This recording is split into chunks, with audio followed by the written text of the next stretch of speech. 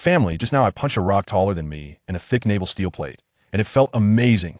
This all started a year ago when I crossed over into this world of the grand age of Sail Plus.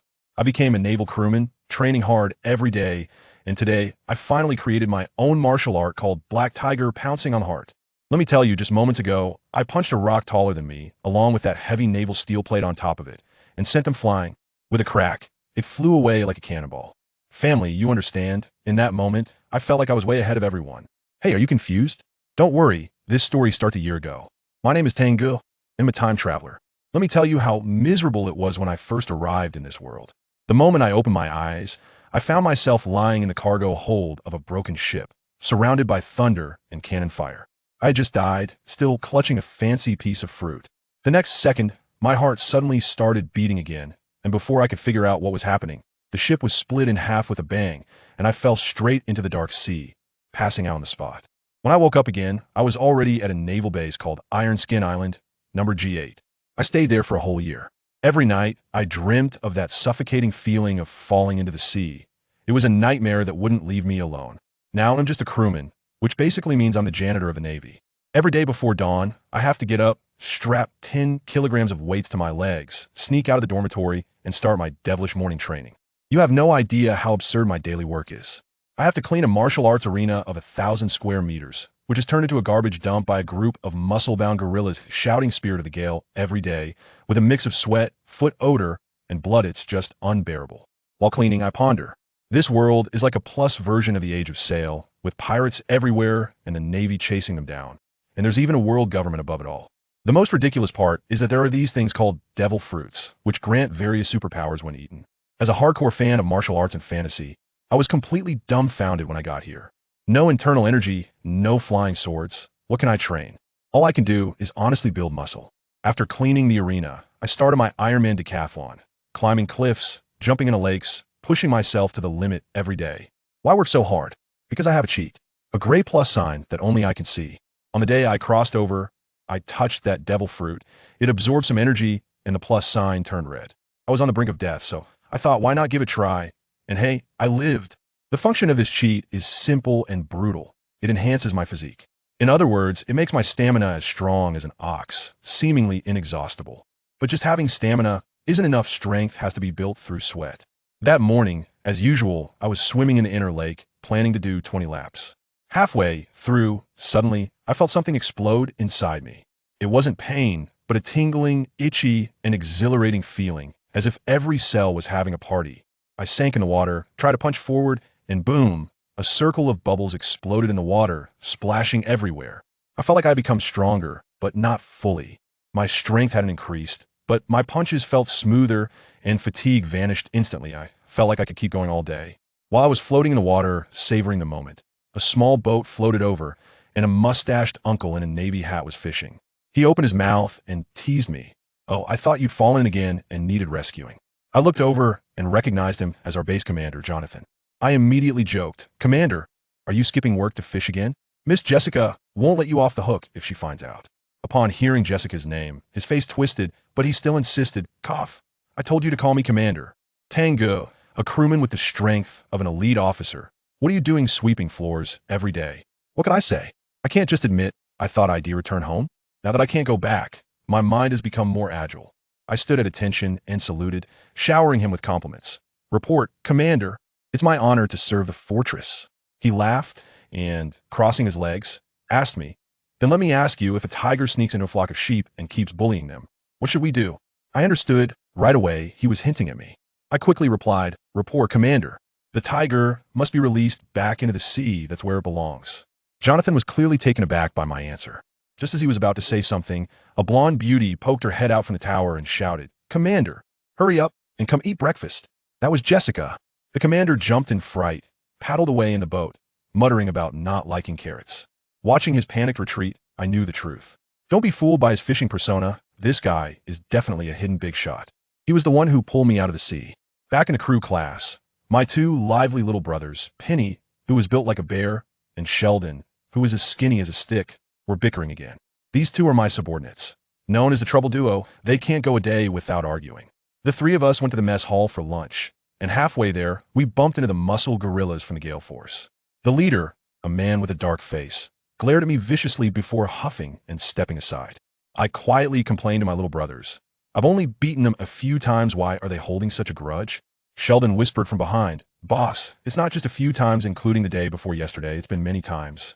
One time, you sent them all to the infirmary and blocked the door as soon as they came out. You beat them up again. Really? I scratched my head. No wonder they look so weak.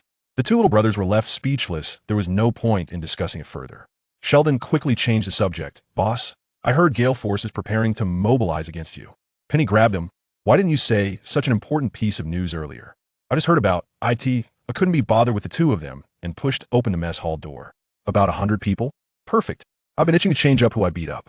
Inside the mess hall, those two lively characters couldn't find their beloved chef Jessica and were wailing like ghosts. I grabbed 2 mountain-high plates and found a window seat to dig in. Over the past year, my appetite has skyrocketed. My height has shot up from 1.7 meters to nearly 2 meters, and my muscles make me look like I'm in my late 20s, even though I'm only 17 or 18.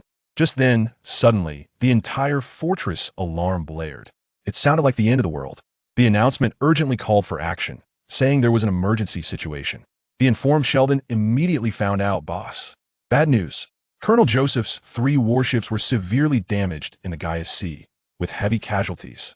My expression hardened. 3 warships damaged? This was definitely the biggest loss for Fortress G8 in recent times. The whole fortress sprang into action, and our crew was dispatched to the dock to help. The 2 lively characters chatted about the battle while I focused on extreme stretching. Since I can't go back, I can only look forward. Deep down, I have a fire. The hatred for the pirates who killed the original owner of this body, the longing for this beautiful world, and the fear of the endless deep sea. All of this is because I'm too weak. In this world, there are no martial arts manuals. Becoming stronger depends solely on oneself. How to become strong? Create it myself. I walked to the corner of the dock, where my exclusive sandbag was Placida 20-centimeter pure steel armor piece, removed from a decommissioned warship. I got into a horse stance, took a deep breath, and with my waist and legs united, I threw a punch. Bang! A dull sound echoed. This was my first move, a modified version of the Navy's basic boxing technique combined with the horse stance, which I called. Well, I haven't thought a name yet. I practice like this every day, starting from 10,000 punches a day, now up to today's 30,000 punches. The center of the steel plate had already been dented into a large pit, with dried bloodstains left from long ago. Today, after a breakthrough in my physical condition, I felt incredibly energetic, launching punches with both hands, like raindrops hitting the steel plate. Gradually, I felt different. Every punch seemed to have GPS installed, hitting exactly where I aimed, with power easily controlled. Whoosh! As I threw a punch, it surprisingly created a slight whooshing sound. A shallow imprint appeared on the steel plate immediately. In the world of martial arts, only speed cannot be broken. I shouted excitedly, my punching speed increasing. Finally, crack! A loud sound erupted.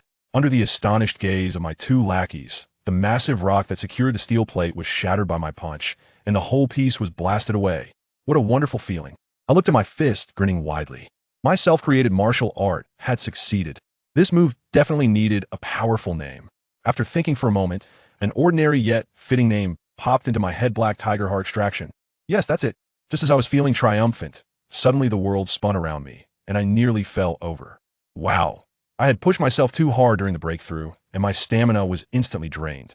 I finally understood why experts don't like to unleash their big moves. Right away, turns out the energy bar isn't enough. Penny and Sheldon rushed over. Penny, usually a rough guy, showed rare gentleness and patted my shoulder. Boss, just do what you want, don't worry about us. Sheldon, who usually talked the most, suddenly lowered his head and fell silent. I felt a jolt in my heart. He actually understood. What does he understand? This guy is just afraid that if we really split up, he won't have me backing him up anymore. Let me tell you, just as I was pondering this.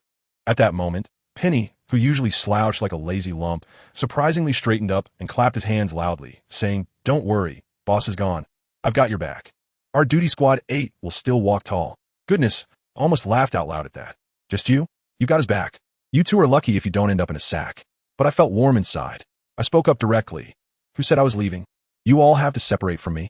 That kid Sheldon, quick on the uptake, his eyes lit up instantly when he heard this. His expectant little gaze like a golden retriever waiting for food. Penny was still there in confusion. Huh? Boss, what did you say? I laughed. Wherever I go, I'll apply to the commander to take you two along. Without you two nagging me about international affairs every day, reading the newspaper by myself is so tiring. In a word, the two clowns are back to life, shoulder to shoulder, laughing foolishly again. To be honest, I've thought it through. If I want to make a name for myself in this world, I have to get stronger. Otherwise, it's just death.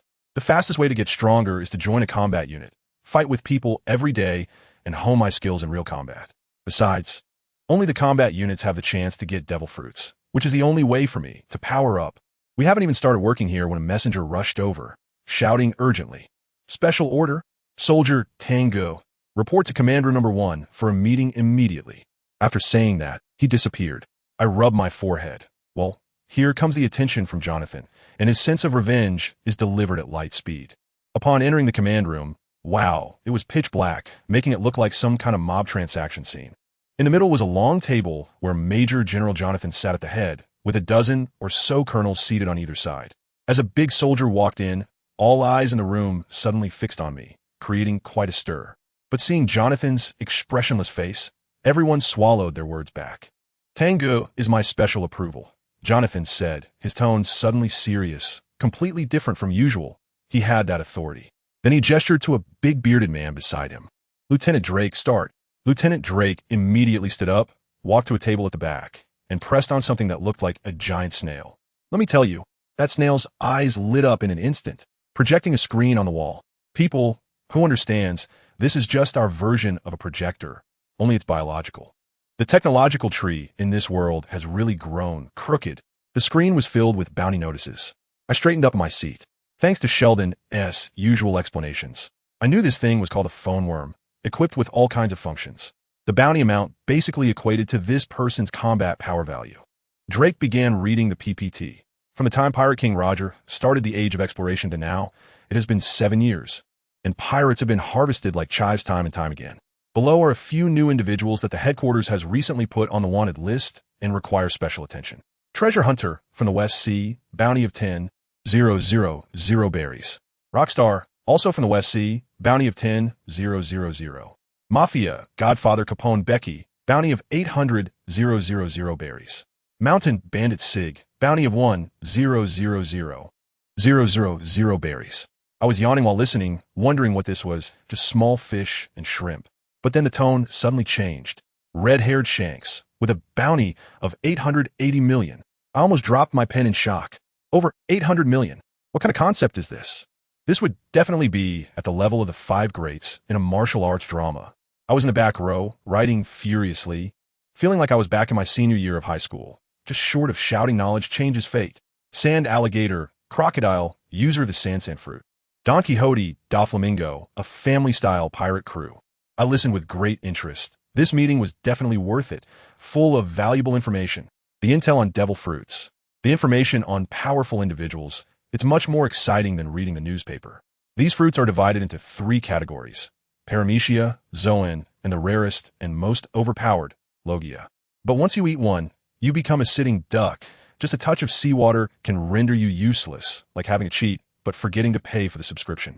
Just as I was furiously taking notes, Drake suddenly excitedly revealed the next bounty poster. When I saw the face on it, I swear my head buzzed. And I couldn't hear anything. My eyes narrowed into a slit, and killing intent just oozed out. "It's you, Spade. That thin-faced man with the octopus hairstyle. The one who led the attack on the merchant ship when I crossed over, causing the original owner of this body to kick the bucket. The most critical part is that he stole the devil fruit I had back then. I have always remembered this face, just waiting for the day when I can personally take him down and reclaim my fruits. It would be best if you haven't eaten that thing yet, because it's worth a lot of money. No, it's a huge amount of energy. The Sea Walker, Spade Water, with a bounty of 1 million berries. A water spider user." Drake's voice pulled me back to reality. This guy had previously escaped from Admiral Jonathan, and half a year ago entered the second half of the Grand Line, known as the New World. But a few days ago, our people found him on Gaia Island. PS back. The conference room instantly erupted. Someone who could survive from a hellish place like the New World must have undergone a qualitative leap in strength. Silence. Jonathan stood up, and the room fell silent. He explained that Spade had been wiped out in the New World, and he was the only one to escape. So he was not to be feared. This time, we must stake the reputation of our barren fortress and ensure he doesn't get away again. Jonathan unfolded a map and began to deploy the operational plan. I listened amazed, surrounding him with 3 and missing 1, fainting and hitting the target. This old brother really knows his military strategy, emphasizing speed and precision in strikes. He sent the main forces to launch a frontal assault while he took a team to block the only gap to the north. Once everyone had received their orders and left, Jonathan turned around and smiled at me slightly. "Soldier Tang Ge, come with me to meet your old enemy." Meanwhile, in a small dark room on Gaia Island, a man as strong as a bear was reporting to a transponder snail. "Doflamingo, the fruit is in hand. How should we deal with Spade?" A flamboyant laughter came from the transponder snail. "Fufufu, Virgo, it's worthless. Our Don Quixote family doesn't need it." On the other side, our brilliant Spade was holding a wine glass, looking down at the revelers he had just recruited, with a disdainful expression. "A bunch of fools. It's so much more comfortable in paradise." He thought he had traded a devil fruit for freedom, unaware that he had already become a pawn. The moment the deal was sealed, death had already come knocking. The Navy fleet set sail, and the battle erupted instantly. The pirates on Gaia Island were partying one moment and fighting the next. Cannonballs rained down like they were free, turning pirate ships into splinters on the sea. Those who surrendered, surrendered, and those who were captured were captured. The scene was completely one-sided. The plan was proceeding very smoothly. Just as Jonathan predicted, in the jungle to the north of Gaia Island, two figures were desperately sprinting towards the coastline. Suddenly, with two hissing sounds, two blue energy blades appeared out of thin air, tearing through the air and heading straight for the two. The muscular man on the left, who was talking to Doflamingo, Virgo, dodged with an extreme sidestep. But Spade on the right was not so lucky. As he transformed into a giant spider form, he was hit head-on by the energy blade, crashing into the ground with a boom, creating a large pit, and with a scream, he fell silent. As the dust settled, Spade reverted to human form, a deep wound visible on his chest, and it looked like he was done for. Jonathan, draped in a cloak of justice, emerged from the forest, his aura fully unleashed, and looked gravely at the muscular man. "Virgo, state your name. Someone with this level of strength should not be unknown." The muscular man didn't waste words. His muscles tensed as he charged forward with a steel rod. With a loud clang, Jonathan blocked the steel rod with his foot, causing the ground beneath him to crack. Let me tell you, I was hiding behind a nearby tree and was dumbfounded. This is the top combat power of this world. What followed was a battle of gods. Jonathan moved as swiftly as a ghost, using shave to instantly appear behind Virgo and thrusting his finger gun forward, but only leaving a white mark on his back. Instead, Virgo seized the opportunity to kick him away, crashing through a row of large trees. Virgo's strength was terrifying when he swung his rod down. It created a large pit in the ground. The two exchanged blows, shaking the heavens and the earth, a pure physical clash, with shockwaves scattering through the surrounding forest. My self-taught skills were like kindergarten exercises in front of them. I was exhilarated and sweating profusely. Just as the two masters were locked in a fierce battle, I suddenly sensed something. The pretending to be dead Spade was secretly crawling towards the sea. He spat out spider silk, simply securing his severed arm, then like a frightened rabbit. He was intent on escaping. He had already been scared out of his wits by the new world and didn't dare to get involved in such high-level combat. Surviving a great disaster brings great fortune. Haha, this guy thought he could escape with his powers. Once he reached the sea, he could run on the water, and no one could catch him. With the ocean just a step away, a smug smile appeared on his face. Now's the time. Before he could react, I suddenly lunged from behind, grabbing tightly onto his 3-meter-long spider body. I didn't care that his spider legs were slicing me open or that his sharp hairs were stabbing into my chest. I only had one thought in my mind, to shove him into the sea. I stomped my feet hard on the ground, using all my strength like a mad bull, pushing him with all my might towards the sea. Bang! We were like a cannonball, plunging directly into the sea, creating a wake of more than 10 meters long on the surface. In no time, I surfaced with Spidey, who was completely limp and had been choked unconscious by me. Jonathan on the shore was dumbfounded. I couldn't care less about the excitement of victory in battle, because an unprecedented, immense surge of heat was wildly pouring into my body from the hand I gripped on Spade. The plus sign in my mind, which had been gray for 800 years, suddenly lit up. It was burning red. Does anyone in my family understand this? It's the ecstasy of winning 100 million in the lottery. Only then did the intense pain throughout my body surge up like a tide, making me grit my teeth. Pirate Spade, you have been captured. The grudge from a year ago has finally been avenged. Back at the fortress, thanks to Jonathan's special care, I was sent to the medical room and enjoyed top-notch treatment that pirates could never have. My upper body was wrapped in bandages. and I borrowed a bunch of books on body defense from Penny and the others. After watching that celestial battle, I finally understood that in this world, if your defense isn't high enough, even if someone stands there and lets you hit them, you won't break through their defense. But I flipped through all the books. My brows almost twisted into a knot. What kind of nonsense is written in these books? The importance of body defense?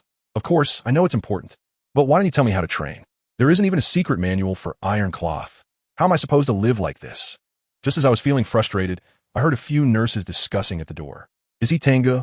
I heard he took down a pirate with a bounty over 1 million. I've heard about it too. He seems so young. To have such strength at such a young age. So impressive. Impressive, my foot. Let me tell you, these nurses have no idea about the inside story. Just a week ago, Tang Ge was still a petty officer, which is basically just a gopher.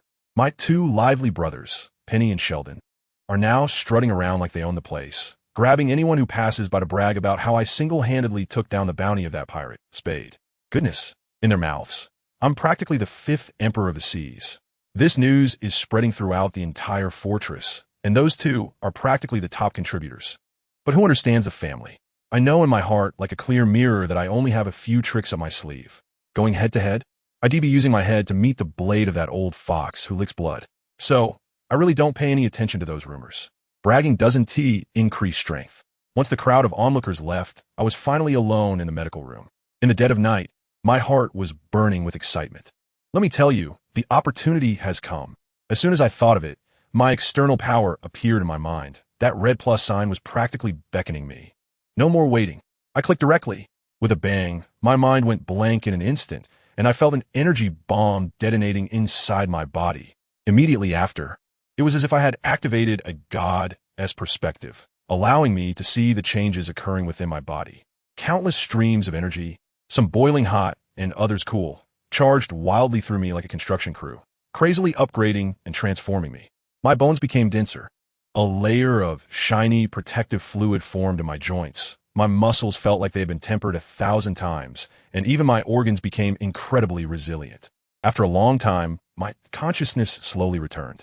Goodness, my ears were sensitive enough to hear the sound of waves crashing against the rocks in the distance. And my nose could pick up all sorts of mixed scents in the air. My eyes itched, and a bunch of dark mud flowed out. This wave was a cleansing of my marrow and channels. I stood up from the bed and felt light as a feather, my body filled with explosive energy. I looked in the mirror. My face was still the same ordinary handsome face, but all the wounds on my body had disappeared, leaving only shallow scars. My body was full of muscle, with not a trace of excess fat, simply a walking dopamine. I couldn't help but hum. Bow like a bow, stand like a pine. Training the muscles and skin externally, cultivating one's breath internally. Training the muscles and skin externally? A light bulb went off in my head, and I got it. I would create my own version of the iron shirt and golden bell shield. However, the next day, Commander Jonathan insisted that I stay in the hospital for a full 7 days for reasons unknown. He even personally escorted the pirates to Judicial Island, leaving me with no way to appeal. Fine, I could sneak out anyway. At noon, I was in the hospital room practicing horse dance, while Penny and Shelton each took a wooden stick and swung it hard at my back. Hit harder. I gritted my teeth and shouted. They were almost exhausted, but I still felt the force wasn't enough. Who understands the joy of actively seeking out punishment? After more than 10 days, my daily routine consisted of practicing punches, reading, and taking hits, focusing on a 3-point line, even more fulfilling than my senior year in high school. Although this external training progressed slowly, I had plenty of perseverance. Then one day, that bearded Lieutenant Drake came with his men and interrupted my rhythm of taking hits. He pulled out a letter and began to read. Soldier Tang Ge, brave in battle, promoted to the rank of 2nd lieutenant, and appointed as the squad leader. My 2 brothers jumped up on the spot, happier than if they had been promoted themselves. I was still murmuring to myself, wondering why I had to go to that Gale Force unit instead of any other.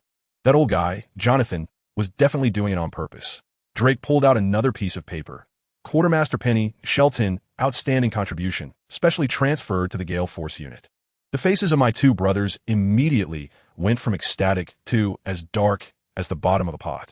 Haha, this twist. All I can say is that it's a classic case of misfortune and fortune intertwined, and I was directly bundled into this. Drake handed me the appointment letter and said something about not tarnishing the reputation of the Gale Force spirit. Reputation? I thought of that group of muscle men I had beaten up, their faces swollen and bruised, and wondered what kind of reputation they had. But I still stood at attention and saluted. I promised not to disappoint the commander's trust. At 2 o'clock in the afternoon, in training room number 1, over 100 muscle-bound men stood like two walls, their eyes wide open like copper bells, staring at the three of us. That imposing presence almost made my brother's calves cramp, but they still forced themselves to hold their heads high. They couldn't let me lose face. Me? I don't feel anything at all. More than 100 weaklings. No matter how many there are, they won't become strong.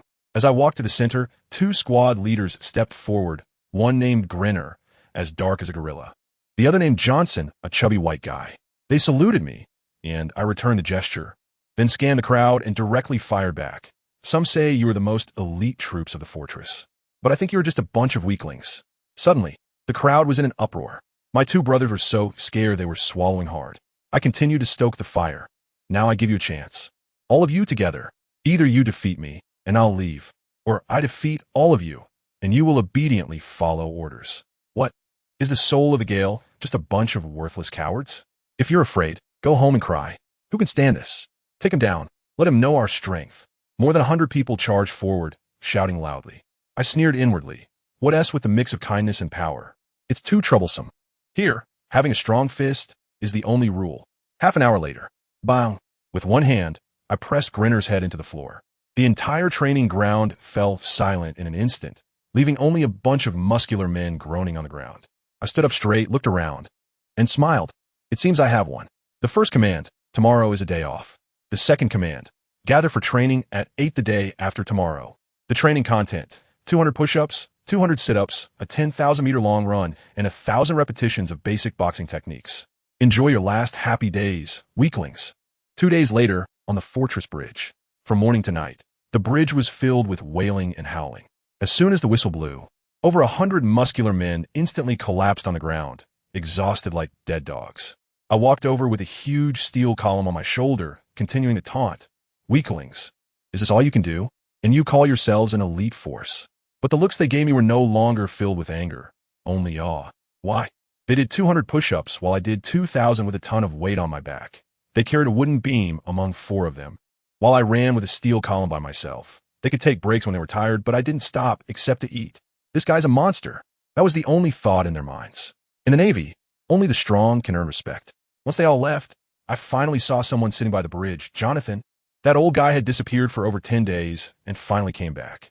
He looked at me, smiling, and said, "Oh, your strength has increased again? You really have a freakish physique, Lieutenant Tang." I curled my lips and said, "Commander, where have you been? Do you really need to personally handle escorting a few little thieves?" He didn't answer directly, but instead asked me, "What do you think of the strength of our barren fortress?" I am clear in my mind that this base's high-end combat power relies solely on him. The rest are just numerous personnel. Even to catch a spade, he has to personally take action. It's simply an empty shell. He sighed and said that he had recently visited the Navy headquarters because Admiral Zephyr proposed a suggestion to change the dire situation of heavy casualties among Navy soldiers.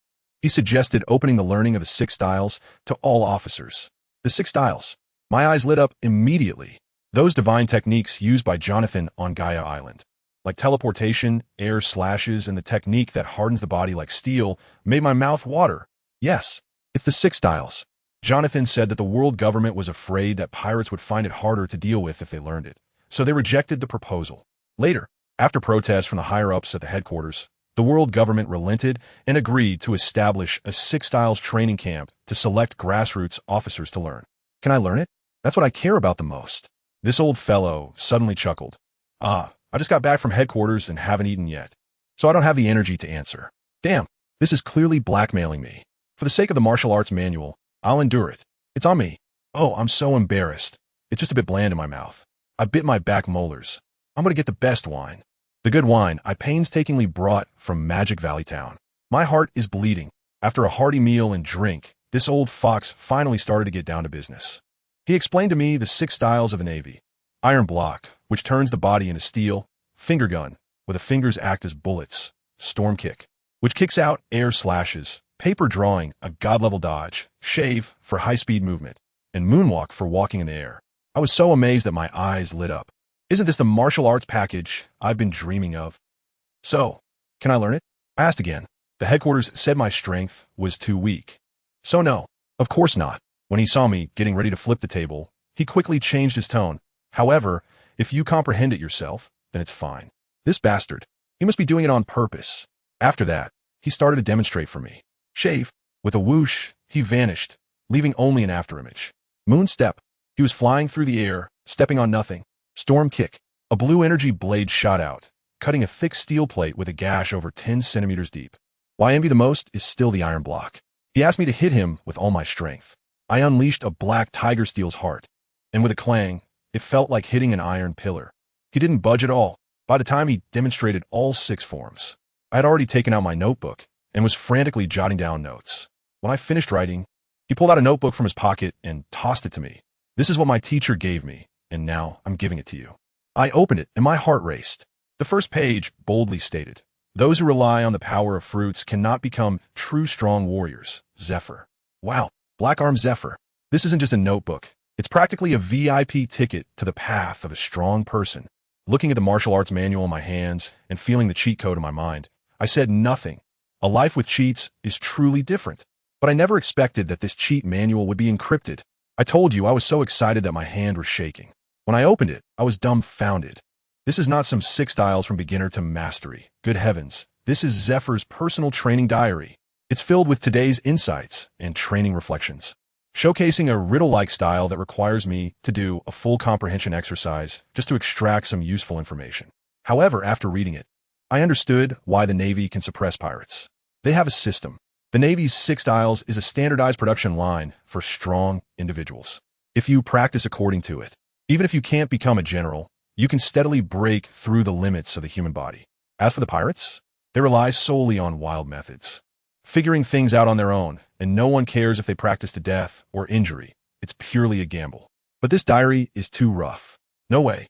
I have to take matters into my own hands and reap the rewards. I took out my notebook and started creating my own martial arts. The first move, Black Tiger Heart Extraction. Training method, horse stance punch, 30,000 times a day. I even specially drew a few squiggly stick figures beside it. Truly an abstract art master. Early the next morning, I marched into the training ground with a bunch of new gear. My subordinates saw me and stood straight like mice in front of cat, not daring to breathe. I directly called out names. Penny, Shelton, you two come out. I threw each of them a wooden stick as thick as a fist, and that thing was wrapped in iron on top with sharp spikes. This isn't just a wooden stick, it's a mace, brother. They were both stunned, holding the sticks with trembling hands. I told them, come on, hit me with all your might. Huh? Their jaws almost dropped to the ground. Huh, what? Hit. That's an order.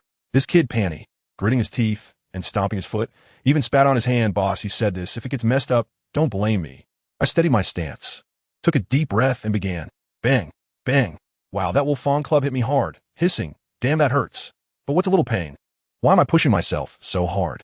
Because I discovered a huge flaw in the Navy's 6 styles iron block. As soon as you use the skill, you have to stand still, completely immobile, a pure live target. Isn't that just the Achilles heel of the Golden Bell Shield? What I want is a kind of 360-degree passive defense, you get it. Indestructible. The two of us were panting, swinging our sticks, so hard they were almost smoking. I thought it was about time, waved my hand, and said, no way, Haven tea you eaten? Swap out for 4. After 4 were done, I switched to 8. It's a will battle, you know? At first, they held back a bit, but when they realized I was T fighting back, their eyes turned red, and they thought, here's our chance to settle scores. They hit me everywhere except the head and groin, and I took it all. By the time they broke all the sticks, and a dozen of them were exhausted, I had just started to feel something. I opened my eyes, looked at this bunch of weaklings, and my anger flared up. Come on, you can't even hit me standing still? Just then, my 2 strongest guys, Gennari and Johnson, came up snorting white steam, grabbed the thickest 2 sticks, and said, let us go. In the end, the last 2 sticks snapped with a crack. I looked down and saw my body was all red with bruises. The effect was pretty good. I tried to mobilize my blood and muscles. Hey, the muscles in my right arm tightened instantly, as hard as old tree bark. I did it. Iron block initiation. But it only lasted for a moment. As soon as I thought of moving, that feeling was gone. I sighed. This iron block was still an active skill, far from the passive divine skill I wanted. As I looked up, I saw my subordinates, each one beaming with joy. Ah, family, who understands? The joys and sorrows of people do not resonate with one another. Since they don't resonate, then Fizz can. After a round of beating them up, seeing their bruised faces, I nodded in satisfaction. My mood improved a lot. Everyone, line up. Now I'm going to teach you boxing. Do you want to get stronger? Then practice while singing. That night, I brought 2 bottles of top-quality wine to find Jonathan for a private session. His dog-like nose picked up the scent of the wine from 800 meters away, and his eyes turned green. After a few rounds of drinks, I casually mentioned, "Oh, I've finished reading that diary. I've already grasped the iron block." Jonathan spat out the wine in his mouth, his expression like he had seen a ghost, eyes wide as saucers. "What did you say?" "The iron block. You grasped it." "Yeah, it's not hard," I replied innocently. He was completely stunned, staring at me without saying a word, then suddenly lunged at me, throwing a punch in my face. I didn't hold back either and met his punch with one of my own. Clang! A dull sound echoed, like metal hitting a tree. After exchanging punches, Jonathan's eyes were filled with disbelief. It was real. "You monster, you have to know." It took him over 10 days to learn the simplest technique. He had originally planned to continue letting me take a beating, but now everything was thrown into chaos. He hurriedly ran out and returned 10 minutes later carrying 2 silver-white large boxes, breathing steadily as he said, "For today's training." I pulled some strings to get these treasures from headquarters. Opening one, I saw a set of gray-black weighted gear. I casually picked up a wrist guard and wow, it was heavy. This one probably weighed 50 kilograms. Jonathan was still boasting. "This is made from secret materials by the Navy Science Department, with a density 10 times that of gold." I ignored him and quickly put on the entire half-ton load, even bouncing a couple of times to see how it felt. What to do next? Jonathan looked dumbfounded. He originally wanted me to wear some wrist guards to get used to it first. He said blankly, "Real combat practice." As soon as he finished speaking, he vanished in a flash.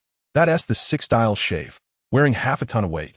My reactions were a beat slow, and he zipped around to my side like a ghost, delivering a whip kick that sent me flying like a cannonball, crashing hard into the wall. "The enemy won.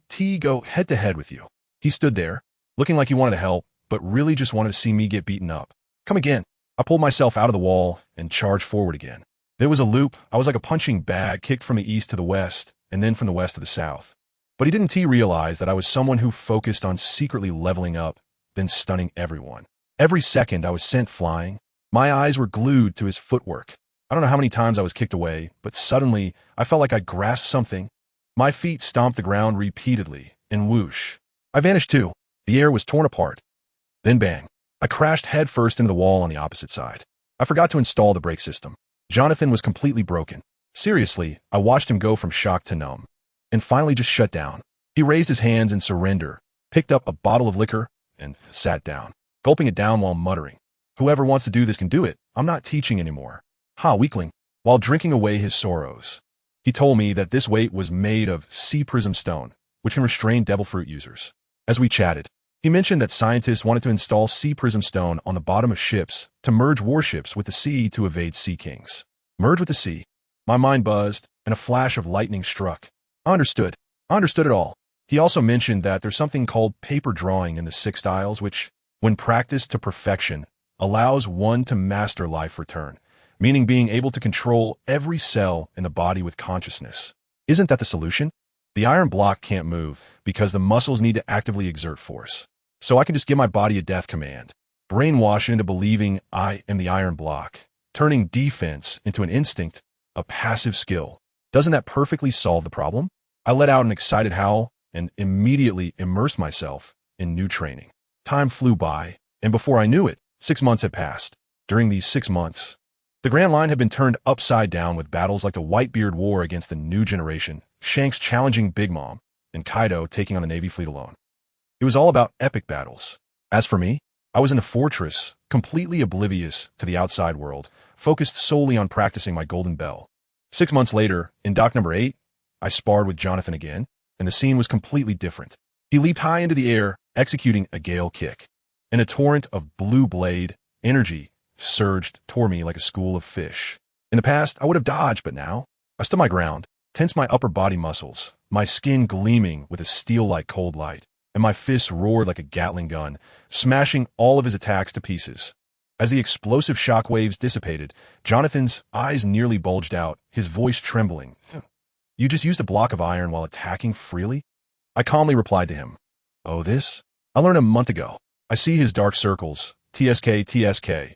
Ever since he started dating Jessica 6 months ago, his health has been deteriorating day by day. Sigh. Family. Remember, women only affect the speed of my punches. Sure enough, He spoke up and asked me how to practice that move of getting hit while moving like a block of iron. I wanted to reply to him, "It's just a bit of practice and you'll get it." But seeing how exhausted he looked, I decided to use a way that his love-struck brain could understand. "It's simple," I said. "First max out the iron block, then max out the paper drawing, and then tell your body, you are now both the iron block and the paper drawing, Duong. They will merge, got it?" Goodness, Jonathan's expression at that moment was something else. His face turned a shade of liver color, and he almost couldn't catch his breath. He must have been thinking, "Listening to you wasted 10 minutes. He shouted at me, "I'm asking how to make them merge." Hey, what a temper. I could only continue to explain in simple terms. The ultimate secret of the paper drawing is to make every corner of your body have its own thoughts, right? Just instill a thought stamp in them. My fists are iron, my legs are steel, and believe it wholeheartedly. Strong effort brings miracles. Now you understand, right? Jonathan went silent again, staring blankly. Probably his CPU was overheating again. I tell you, he definitely understood, but his body just couldn't keep up with his brain. Sigh, "Jessica, you've caused quite a mess." I was pondering whether I should buy him something from that little ladybug mail order to help him out. Just then, while we were engaged in this metaphysical exchange, that Sheldon kid came rolling in, waving a newspaper, and from 800 meters away, he started shouting, "Boss, big trouble." A world-class, trending topic just exploded. As soon as I saw Jonathan still down, I quickly moved over and grabbed the newspaper. Wow, the front page headline. Bold and in black, St. Mary Joa attacked. The accompanying image showed the celestial dragon's hometown engulfed in flames. My pupils. A guy named Fisher Tiger, a merman, wow, what a real man. He climbed up the red earth continent with his bare hands, set fire to the palaces of the world's nobility, and conveniently liberated thousands of slaves. Then he vanished. The bounty skyrocketed to 230 million. I handed the newspaper to the still recovering Jonathan and said solemnly, "Old Chong, the world is about to change." After saying this, I felt like a prophet. What happened next was even more thrilling than a roller coaster ride. Newspapers around the world were reporting on this event. But within a couple of days, news about the celestial dragons keeping slaves vanished overnight, as if it had been wiped clean by AI. Then the public opinion shifted dramatically, turning to attack the fishmen. The people in the world government didn't even care about their faces anymore. Their actions were incredibly swift. Admiral Candidate Kizaru, that lecherous old man, was directly dispatched to capture Tiger. Soon after, a jaw-dropping system was introduced, the 7 warlords of the sea. Can you believe it? The government openly recruited the 7 most powerful pirates, granting them legal robbery licenses to go after other pirates. I was just like an old man on the subway, looking at my phone, thinking, what the heck? ISNT this just officially sanctioned gangsters? Now everything was in chaos. The entire sea was in turmoil. The pirates, fueled with excitement, burned, killed, and plundered, acting lawlessly, all wanting to compete for the position. The Navy was in disarray, especially Admiral Zephyr, who reportedly charged into Mariejoa to confront the Gorosei. What happened? The arm couldn't twist the thigh. The Navy headquarters backed down. Admiral Zephyr was covertly demoted and reassigned as the chief instructor. Fleet Admiral Sengoku was promoted, becoming the acting fleet admiral. Then, 2 new admirals emerged, Akainu and Akiji. The Navy underwent a major overhaul, and the entire world was thrown into chaos. But to be honest, no matter how tumultuous the outside world was, I shut myself away to train. In the end, isn't it the one with the biggest fist who gets to call the shots? I spend every day in the rapids outside Balong, practicing my punches against the gigantic waves. What pride and arrogance to laugh at the mighty waves. What passion to outshine the red sun, singing and punching at the same time. After more than 7 months, my strength has surged by over 30 tons. And now, with one punch, I could deliver nearly 40 tons of force. But my move, the Black Tiger Prowling Heart, can no longer keep up with my upgrade speed. I need to create something even more powerful. It's the same monotonous practice of tens of thousands of punches every day, and suddenly one day, boom, I felt my fist break through an invisible barrier, and the resistance of the entire sea seemed to vanish. I concentrated all my energy and unleashed a thrusting punch. There was no earth-shattering explosion, but guess what? The seawater in front of me was forcefully pushed back by my punch, forming a vacuum circular passage. The sea was pushed back by me. I told you at that moment I understood. This second move of mine is called overwhelming force. But what's even more outrageous is yet to come. The moment the move was perfected, I felt a sudden surge of heat erupting from my skin, darting around like a little loach. Who understands this, my family? Did I cultivate internal energy? No, in martial arts novels, internal energy is within the body, and mine is swirling on the surface. Could it be external energy? Whatever, let's test its power. I concentrated that energy at the tip of my fist and unleashed an overwhelming force against the nearby rock wall. Wow, that feeling was like a hot knife cutting through butter. My arm instantly sank into the hard rock wall. Then with a loud bang, the entire interior of the rock wall seemed to explode like a bomb, creating a huge hemispherical pit. This destructive power was at least double that of just punching.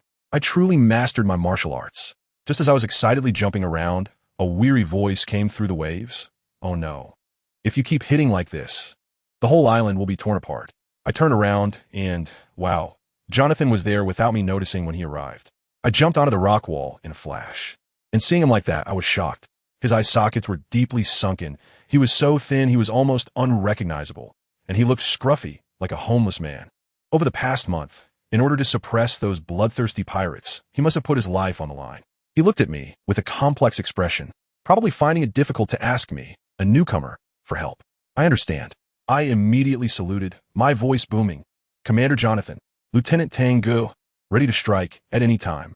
This guy clearly froze for a moment. Then, Lieutenant Tang Ge, I order you to immediately support Maya Island. Maya Island? For that 7-star sword? I was a bit surprised. That broken island is a dead end. The only gimmick is the legendary magic sword. It seems some pirates want to take shortcuts and have set their sights on that. That's right. Jonathan's expression was serious. According to intelligence, the Horn Pirate Group and the Outlaw Pirate Group, the combined bounty of their 2 captains is nearly 100 million, and they're preparing to join forces to attack Maya Island again. Colonel Mumba can hardly hold on. All right, a small problem. I thought to myself, it's just try to test my new move on them. What about you? I asked. I'm going to Wolf Island, where Elephant Tafilade is causing trouble over there. That guy has a bounty of 83 million. Jonathan's tone carried a sense of determination. Good guy, splitting into 2 routes. Both are tough battles. Understood. I answered decisively. Just before I left, Jonathan suddenly called out to me. Tang Ge, here. He stared at me, saying each word slowly. Come back alive. I stood on the deck of the warship heading to Maya Island, watching his departing battleship, unable to help but mutter. This guy should be worrying about himself. I don't know why, but I feel like the aura of strength around him has diminished quite a bit. However, I'm a bit looking forward to it. In my first real battle with the martial arts I created, what kind of opponent will I encounter? Let me tell you, my mouth is like a magic charm. Whatever I say comes true. Just as I was thinking about finding an opponent to practice against, a heavyweight challenger just showed up. Here's what happened. Our Navy G8 branch suddenly received an urgent call. It said that the 2 groups of pirates, the Horn Gang and the Lawbreakers, who had been wreaking havoc near Maya Island, were annihilated overnight. Bodies and ship debris covered the entire sea. I was wondering who was so fierce. Then the name came over the phone. And let me tell you, our usually steady commander Jonathan jumped up from his chair, flipping it over. The ones who came were the Krieg brothers' pirate crew. Wow, these 2 are heavyweight among heavyweights. The older brother, Reginald, has a bounty of 120 million. The younger brother, Ronald, has 86 million. The key point is that this bounty was set while they were still in the West Sea, before entering the Grand Line. Who understands? This is practically the reserve force of the 7 warlords. These 2 brothers are notorious for their brutality. Just last month, they wiped out a Navy branch in the West Sea, even taking down a brigadier general. Commander Jonathan turned pale, knowing I was also at Maya Island, and he was so anxious that he wanted to mobilize the fleet for support immediately, yelling for Tang Ge to retreat. But the problem was, it was too late. By the time his message got through, the situation at Maya Island had already turned chaotic. Cut to the Navy base at Maya Island. It was a scene of devastation. The pirates took advantage of the night to sneak in, led by the older brother, Reginald. A giant over 3 meters tall, he was like a moving fortress.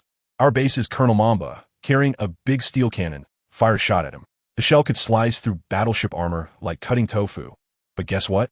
That guy walked out of the explosion smoke, patted his chest, and casually asked, "Are you scratching my back?" Colonel Mamba was dumbfounded and fired a few more rounds. All to no effect. He instantly realized this was a devil fruit user. Despairing, he shouted for his soldiers to run. It was an order. But none of our Navy brothers ran. They all surrounded him, using their bodies to build the last line of defense. The giant named Reginald was simply a freak. He wasn't in a hurry to kill. He enjoyed watching others despair.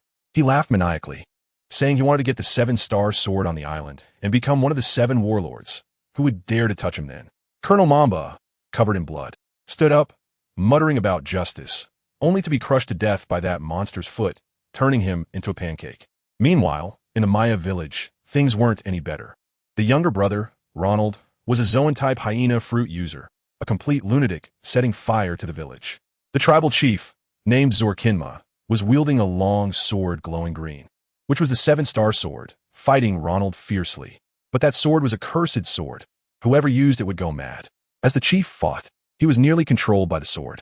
On a high platform, a woman named Loya was using 3 gems to support a purple shield to protect the elderly and children.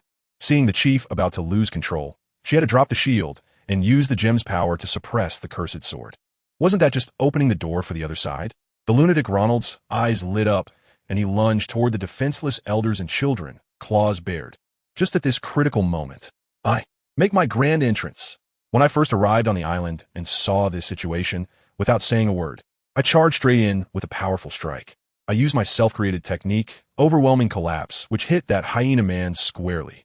His whole body bent into a U shape, and he flew back like a cannonball, crashing through countless large trees along the way, finally plowing a trench over 10 meters long in the ground. The entire scene fell silent, and everyone was stunned. I stood on the high platform, aiming to give you all a little naval shock. But I knew very well that animal-type ability users have ridiculously thick health bars, so this punch definitely wouldn't kill him. Seizing the opportunity to take his life, I rushed up and unleashed a flurry of attacks, hitting him hard and making him howl in pain. Just then, I suddenly realized that these two were usually inseparable. If the younger brother was here, then his older brother must be at the naval base. I had to end this quickly, but that Ronald was slippery like an eel, relying on his speed to avoid a direct fight, and was intent on fleeing. Just as I was about to chase, an even bigger problem arose. The Maya chief, completely controlled by the magic sword, went insane. He started hacking wildly without distinguishing between friend and foe. What can I do? When something is not cut off, it brings chaos. I swiftly moved past him, knocked him out with a knife hand, snatched the magic sword, and immediately revved up to chase after Ronald's fleeing direction. In just a few breaths, I reached the naval base. I saw that grandson Ronald's face just lit up with joy, and with a whip kick, I sent him flying right into his brother Reginald. A buy one, get one free. When I landed steadily on the wall and got a clear view of the situation in the base, I froze. The ground was covered with the bodies of our naval brothers, and Colonel Mumba lay there all alone in the center of the square, his body crushed beyond recognition. At that moment, I felt all the blood rush to my head. I glared at the pirates, still torturing the survivors, and squeezed out 4 words through my teeth. You all deserve to die. The wall beneath my feet suddenly exploded, and countless fragments shot out like bullets, instantly clearing a large area of minions. The giant Reginald roared and swung his spike club at me, which I braced against with a piece of iron. But just then, the sneaky Ronald emerged from behind me, clawing straight for my groin. I was attacked from all sides and was sent flying by Reginald's powerful blow, crashing through the surrounding wall and plowing a deep groove in the forest. The 2 brothers laughed arrogantly as they watched me disappear. The next moment, I emerged from the woods, wiping the blood from the corner of my mouth, and tore off my tattered navy jacket, revealing muscles as hard as iron. What are you 2 laughing at? I coldly stared at them. Are you celebrating your last moments of life? Fools. That Reginald, it turns out, had consumed a hard fruit, claiming that his body was harder than steel. I tried hitting him with my regular punches, but they only made a clanging sound, and even my 1 yang finger, infused with internal energy, could only leave a white mark on his throat. One was a meat shield, the other an assassin. Their teamwork was indeed seamless. Since brute force wouldn't work, I decided to change my approach. I turned and ran deeper into the woods. Those 2 thought I was scared and chased after me, frantically mocking me. Reginald even invoked Colonel Mumba's bravery to provoke me, saying he had never taken a step back. Those words truly broke my defenses. I led them to the edge of a cliff and stopped. Behind me were pursuers, and in front of me was a bottomless abyss. They laughed, thinking I was seeking my own death. But let me tell you, sometimes a dead end can also be a way out. I stopped using flashy tricks and took a deep breath, like a cannonball fired from a gun, charging straight at Reginald. In a narrow encounter, the brave prevail. He indeed laughed maniacally as he approached. Just as we were about to collide, I shifted my body and used a flash step to get in front of him, delivering 2 heavy punches left and right, knocking him back and causing him to lose his balance. My goal was never this iron lump from the very beginning. Just as his brother Ronald lunged in to rescue him, I activated Shave again, appearing like a ghost above his head. At this moment, behind him was a cliff, leaving no room for any detours or sneak attacks. Storm foot, broken door, a massive blue vacuum slash, accompanied by a buzzing that tore through the air, descended from above, striking Ronald squarely in the back. With a loud bang, the ground exploded, and he was deeply embedded into it, his body almost split in two. The vitality of animal-type beings is truly resilient. Even in this state, he was still not completely dead, writhing in pain and emitting an unpleasant, strange laugh. I'm a kind person at heart and cannot bear to see this. I walked over and lifted him up with one hand. In the distance, his brother Reginald let out a heart-wrenching roar. I ignored him and gently applied pressure to the Ronald in my hand. A crisp cracking sound of broken neck bones echoed. All right, now he can rest in peace. The only relative was killed right in front of him, and Reginald went completely berserk, throwing away his weapon and charging at me with bloodshot eyes, roaring that he would tear me to pieces. The howling of the powerless. I charged at him this time. I didn't dodge or avoid. The strongest path is to break through the enemy's defenses. In an instant, two fists collided violently. Amidst the roar, I clearly heard a crisp crack. Damn, it was my own bones that broke. Let me tell you, the feeling at that moment was just like biting into a crispy sea shark, so crunchy. A sharp pain shot through my right arm. Wow, a slight bone fracture. This guy's hard fruit really is no joke. I almost wrecked my iron block training on him. But this actually got me excited. My blood started to boil. It had been so long since I felt this good.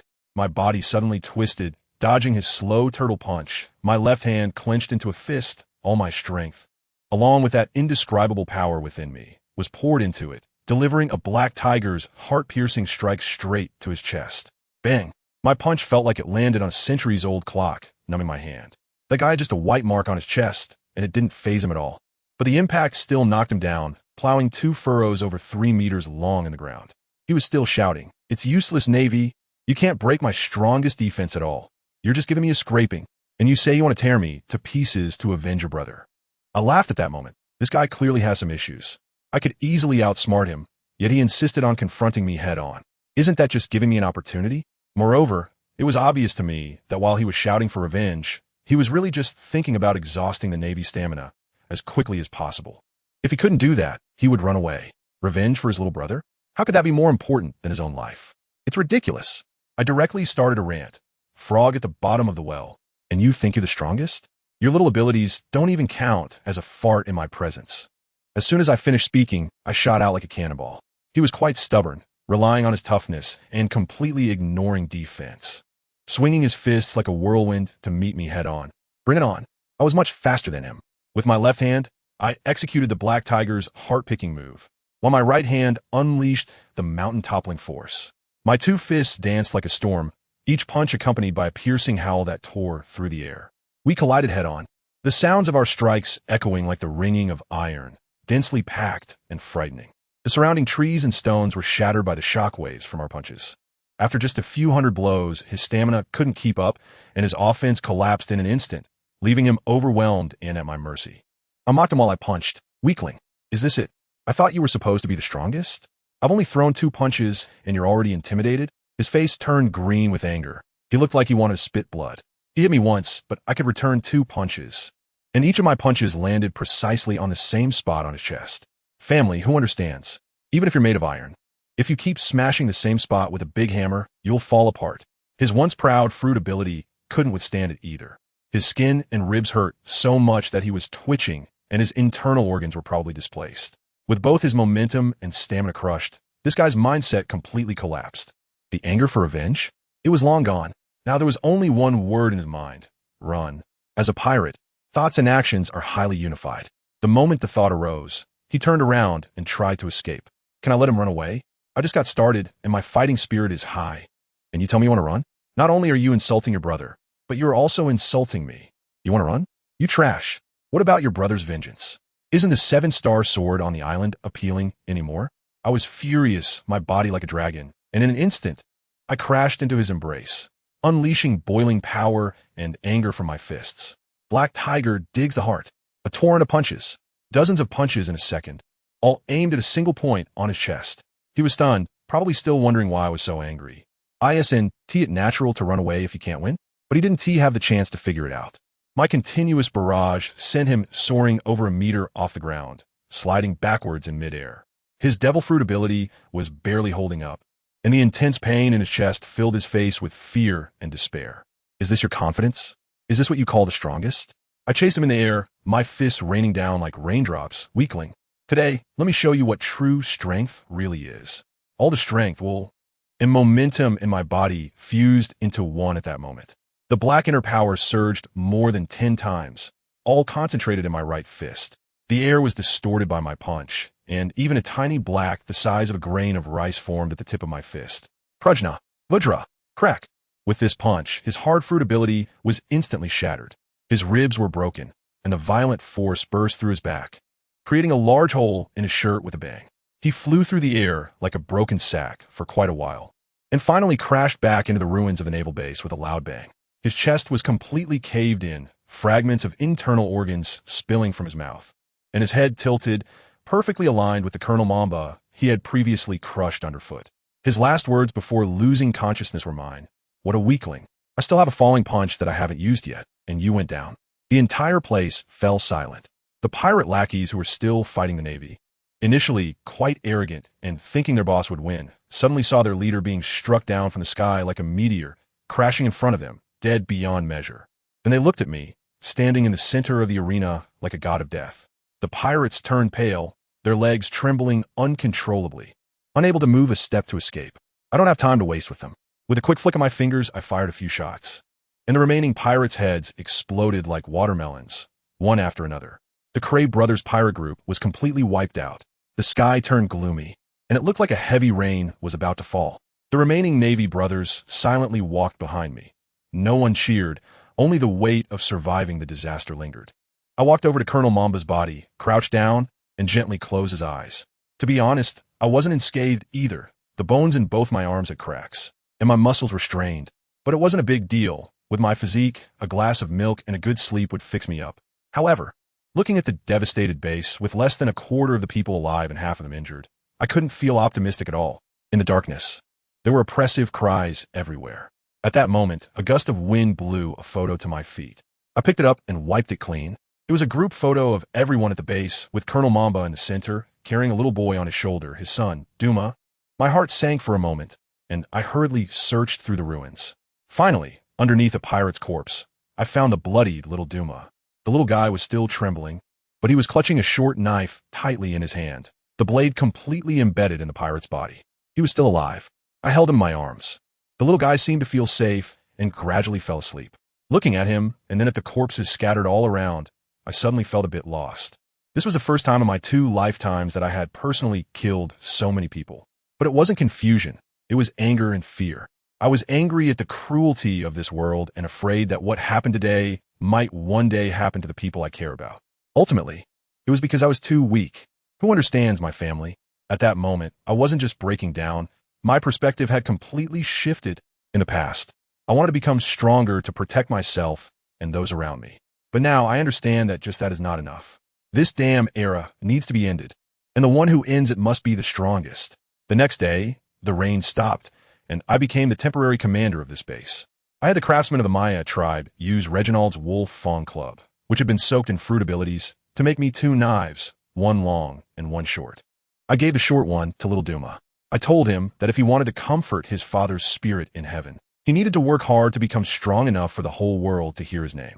The little guy's eyes reignited with fire, and he began to chop at a straw man with a knife taller than him. I kept the long one for myself. The blade was pitch black, unsharpened, resembling an iron ruler, so I called it the Black Knife. After handling all this, I went directly to the Maya tribe's settlement and found their leader, Zorjinkma. I got straight to the point. Those pirates from yesterday were after the 7-star sword, right? I wanted to see it. Zorjinkma, seeing my strength, didn't waste any words and had someone bring out the sword. An old woman started telling me stories, rambling on about how this sword was originally a divine sword. But later 3 princes fought over a witch with it, absorbing too much resentment and turning it into a cursed sword, which led to the downfall of their country. The story was pretty kitsch, and I was yawning while listening. At that moment, a female priestess came over holding a box, and when she opened it, inside lay an ancient long sword. I reached out and took it. As soon as I grasped it, a wave of killing intent and twisted desire surged into my mind, and visions of mountains of corpses and seas of blood filled my eyes. But this thing was as useless to me as a gentle breeze. My willpower had long been forged. How could I be fooled by a broken sword? That sword saw I wasn't falling for its trick and buzzed in my hand, trying to increase the intensity. I'm annoyed. I flicked my fingers on the sword's blade, and with a low shout, I said, "Behave." Goodness, the sword instantly became still, like a well-behaved baby. The Mayans present were dumbfounded, probably thinking that this person is the real monster. I asked them, "This thing is a disaster if kept. Haven't you thought about destroying it?" The old woman started shaking her head again. "It can't be destroyed. It can't be destroyed. This demon sword will resurrect on the next red moon night, and there are only 13 years left." Before she could finish her sentence, I gripped the sword tightly with both hands, channeling my inner strength into it, and with a powerful twist of my waist, I suddenly snapped it. Crack! In the astonished gaze of everyone, the legendary indestructible 7-star sword was forcibly broken into 2 pieces by me. The sword body turned into rust powder, and a ball of light representing the evil core attempted to escape. I hit it with a backhand, and with a loud smack, I shattered it completely, leaving not a trace of glow behind. I dusted off the ash on my hands and looked at the old lady who was so frightened that her back was straightened. I innocently said, "It doesn't seem that difficult, does it?" This sentence of mine left those Maya villagers across from me completely speechless. Goodness. The old chief's jaw almost hit the ground, and he couldn't find it, while his wife, the priestess, was even more petrified on the spot. I thought what I said was reasonable, so I shrugged my shoulders and sincerely said to the clan leader, Jinma clan leader, "I'm really sorry. I didn't expect your family heirloom, the 7-star sword, to be so fragile. I just used a little force and it broke. I told you. I'm really not showing off. I genuinely think the legend is being blown out of proportion." But the next second, the priest looked down at the 3 pieces of jade she was holding and burst into tears. Tears streamed down her face as if they were free, covering her mouth and crying like a weeping pear blossom. Immediately after, the old clan leader couldn't hold back either. He hugged his wife tightly, both of them shaking their shoulders, looking like they were in a soap opera. Who understands family? I was just standing there, completely bewildered. What's going on? I broke your divine artifact. Shouldn't you come at me with everything you've got? Why are you all so moved? As a result, all the Maya people started cheering loudly, and the scene was like winning the lottery. Only then did I realize, it turns out the 7-star sword is a curse. Whoever uses it shortens their life. This old clan leader, despite being young, has a face full of wrinkles, all because of this cursed sword. Now that the sword is gone, the curse is lifted, and they're all free. Goodness, after these people calmed down, the old clan leader and the priest came over, expressing their immense gratitude to me. I waved my hand, humbly keeping my achievements to myself, and with a cool smile said, "No need to be polite. Just call me the Righteous Navy. I mean, although I mainly did this to gain experience, doing a good deed on the side feels pretty nice." I told them I would spread the news about the sword being destroyed, so no pirates would come to bother your broken island again. Then I refused their enthusiastic invitation to stay for dinner and turned to leave, walking alone on the way back to the Navy base. I quickly pulled up my external cheat to take a look. Previously, after taking down a fruit user, the red plus sign was completely filled. Now having defeated the Clay brothers, guess what? The progress bar had only moved halfway. It showed that it could not be upgraded. Oh my gosh. This KPI is getting harder and harder to achieve. The next physical level actually requires 4 devil fruit users as sacrifices. Where can I reason this out? But the harder it is, the greater the rewards will be. If I want to be the strongest, I have to keep grinding. More devil fruits, here I come. But my support, Commander Jonathan, was 3 whole days late. By the time he arrived with his fleet, everything was already cold. For what he said, he encountered storms and seen monsters on the way. It was all about an adventure. As soon as he got to the base, he headed straight for me. I was practicing my sword techniques at the time. Although I was a bit rusty, I was serious about it. He just stood there like a lovesick fool. Watching me practice without saying a word, his expression was so complicated, a mix of admiration and jealousy. I had noticed him a long time ago, but he didn't say anything, and I couldn't be bothered to pay attention to him. When I finally put away my knife, he walked over and asked me when I started using a knife. I completely ignored his stupid question and said with a pained expression, "Commander, I'm sorry. I couldn't protect more people."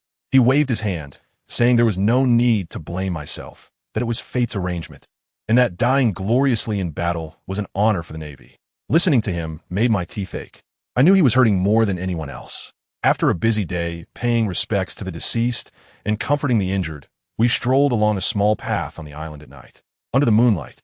The atmosphere was a bit awkward, and neither of us spoke first. Finally, he couldn't hold it in any longer and said that headquarters had confirmed the death of the Clay brothers, and that the bounty of over 200 million would be credited to my account. Without thinking, I directly replied, I don't need that much money. Just give it to the families of those who sacrificed. And also, I hope the fortress can take good care of Colonel Mamba's son. Jonathan nodded and then changed the subject, finally asking the question he had been holding all along. Headquarters is a bit curious. How did you do it? I was taken aback. What do you mean? He could see that I really didn't know. So he bluntly said, that younger brother Ronald can be ignored. He's just a half-baked one. But that older brother Reginald is a genuine hard-fruit ability user. Even General Feynman from the West Sea couldn't break through his defense. How did you manage to penetrate it? Oh, so that's what it is. I got excited at that moment, gesturing as I spoke. That guy's indeed tough. Let me tell you, I first used a black tiger heart-piercing move, then followed it up with a landslide move. Duong, duong, duong. I hit him with hundreds of punches. And he was like an iron turtle. But in the end, I used my ultimate secret move, the Vajra Prajna, to take him down in an instant. I was speaking animatedly, while Jonathan looked completely confused, his face showing that he had no idea what I was talking about. He took a deep breath, as if trying to calm his blood pressure, and said, I'm not asking about the names of the moves. I'm asking if there is something different about your body. Who understand my family? I was internally complaining. You're the one whose body is different. Ever since you fell in love, your brain hasn't been working properly. How can you not understand something so simple? I had no choice but to patiently explain again. There's nothing different, just the black tiger prying heart, the overwhelming waves, and finally, the diamond of wisdom. To help this dim-witted man understand, I faced a 3-meter-wide marble column, and with a bang, I unleashed the diamond of wisdom infused with internal power. There was a loud crash. The column shattered like it was being hit by dumplings. I clapped my hands and pointed at the flying debris, saying, and then Reginald flew out like that stone and died. Got now? I turned my head and, wow, Jonathan was completely frozen. His mouth opened wide enough to fit a fist inside, trembling as he stammered out 2 words with an accent. Nanny, so cool. I thought to myself that it wasn't that great, but my punch was quite impressive. As a result, he looked like he had seen a ghost and said that only hockey could break through the defense of the tough fruit. He said that I was a monster for awakening hockey at just 17 or 18 years old, just like the legendary Marine Vice Admiral Garp, who also awakened at 17. I was completely confused. What is? It sounds pretty impressive. Anyway, my internal strength is indeed useful. So if he says it's, then let it be. Jonathan was feeling frustrated for a while and then told me that the headquarters has approved it, and next month I'll go to the headquarters for further training. Without thinking, I blurted out, I refuse. Are you kidding me? I haven't even figured out this newbie village yet, and I don't have enough devil fruit users. Am I supposed to run to the divine outfit and seek death? That barren is my blessed land. I'm not leaving. Jonathan was anxious. Why refuse? You have already awakened your hockey. The headquarters is where you should go. I stared into his eyes, my tone resolute. Jonathan, this sea area needs me, and that barren needs me too. As soon as I said this, Jonathan fell completely silent. He was probably cursing in his heart, thinking I was showing off. As if without me that barren would be doomed. But he couldn't beat me, so he had to endure it. I have to tell you, I just made the commander speechless over here. On the other end of the phone, the naval headquarters was in an uproar. That old Jonathan, unable to persuade me himself, immediately reported the matter to his teacher, the chief instructor of the Navy, Zephyr. At that time, there was also a big shot in Zephyr's office, the naval hero Garp, who was busy munching on rice crackers. When Jonathan called, he first said, I didn't want to go to headquarters. And Garp laughed so hard he almost spat out his rice crackers, probably thinking Zephyr would lose face. But then Jonathan's next sentence left both old men in complete silence. He said, Tang Ge has already mastered hockey. And that is not all. He dropped a bombshell. He has also improved the 6 powers, merging iron blocks and paper drawings into one. And when I tried it, I felt like I was just a step away from awakening hockey. On the other end of the phone, there was dead silence. Jonathan must have been ecstatic on his end, finally finding someone to share his shock with. Zephyr and Garp, the 2 top brass of the Navy, immediately stood up, their expressions serious enough to drip water. In the end, Zephyr cautiously told Jonathan not to say too much on the phone and let me stay in Navarone for now. After hanging up, old Garp started shouting that he wanted to go back to the East Sea to see his grandson, and directly asked the marshal for leave. I estimate that this old man is probably planning to swing by and run into me. After finishing up the matters on the island, I followed Jonathan's warship back to Navarone. On the way back, That old Jonathan, trying to regain his face, kept challenging me to chess every day, and I was getting crushed with no way to fight back. He even proudly called me Major Tang Ge. That's right, I got promoted again. Before I could even seek revenge, the warship suddenly jolted violently, almost throwing me into the sea. The soldier in the lookout tower screamed, as if he had seen a ghost. Watch out. It's a giant sea king-type island turtle. I took a look, and oh my, what a huge turtle. No, it's a sea turtle. That thing was floating on the water, much larger than our warship, and its head alone was bigger than our boat. Jonathan helplessly said, "Ah, it's him, really a vengeful guy." It turns out that when he came here, he hit it a few times, and as a result, this big fellow followed him all the way. He was even there explaining to me, saying this is just a juvenile, the adults are more than 10 times bigger, a true moving island. At that moment, I laughed out loud on the surface. Huh? This world is so interesting. But inside, I was sweating coldly. Little brat, good thing my acting skills are great, I almost couldn't hold it together. This world is just too ridiculous. That big turtle didn't attack us. It just followed us all the way, staring at us with its expressionless big eyes, making everyone on the boat feel uneasy, forcing us to paddle hard and speed back to the Baron. When the warship finally managed to enter the fortress, the Navy brothers on the shore went crazy, cheering loudly. The Black Tiger of the soul of the gale. The Iron Fist of the Baron. Well done. Who understands what family means? Listening to these nicknames made me feel uncomfortable all over. Black Tiger? Just because my move is called Black Tiger Heart Extraction, they call me Black Tiger? This nickname is so tacky, it could dig a 3-bedroom apartment out of my toes. Those big shots at the naval headquarters, Akainu and Akiji. It's a complete zoo. I don't want to join. As soon as the ship docked, I looked up and saw a huge banner stretched across the dock. Congratulations to Lieutenant Tang Ge, the Black Tiger of the Baron Gale troops, on his triumphant return. I felt even more frustrated. Do I really have to take on this title? Meanwhile, the more than 100 people under my command were excitedly singing the team song I taught them. Their enthusiasm was even greater than if they had won a battle themselves. I tell you, those guys have gone crazy, shouting at the top of their lungs about that Baron elite and the soul of the Gale. Goodness, their voices were so loud, they almost sent that old guy, Jonathan, away. Jonathan's face looked both shocked and terrified, like he had been constipated for half a month. When I saw him like that, the little bit of annoyance, I had immediately found an outlet, and I even specifically signaled to my subordinates, "Shout louder. If we're going down, let's go down together." Just then, that guy Johnson came rushing over like he was possessed by Sheldon, the first to flatter me. "Boss, you're incredible. You've taken down a pirate with a bounty over 100 million. I stared at his honest round face, momentarily taken aback. When did this guy become so clever?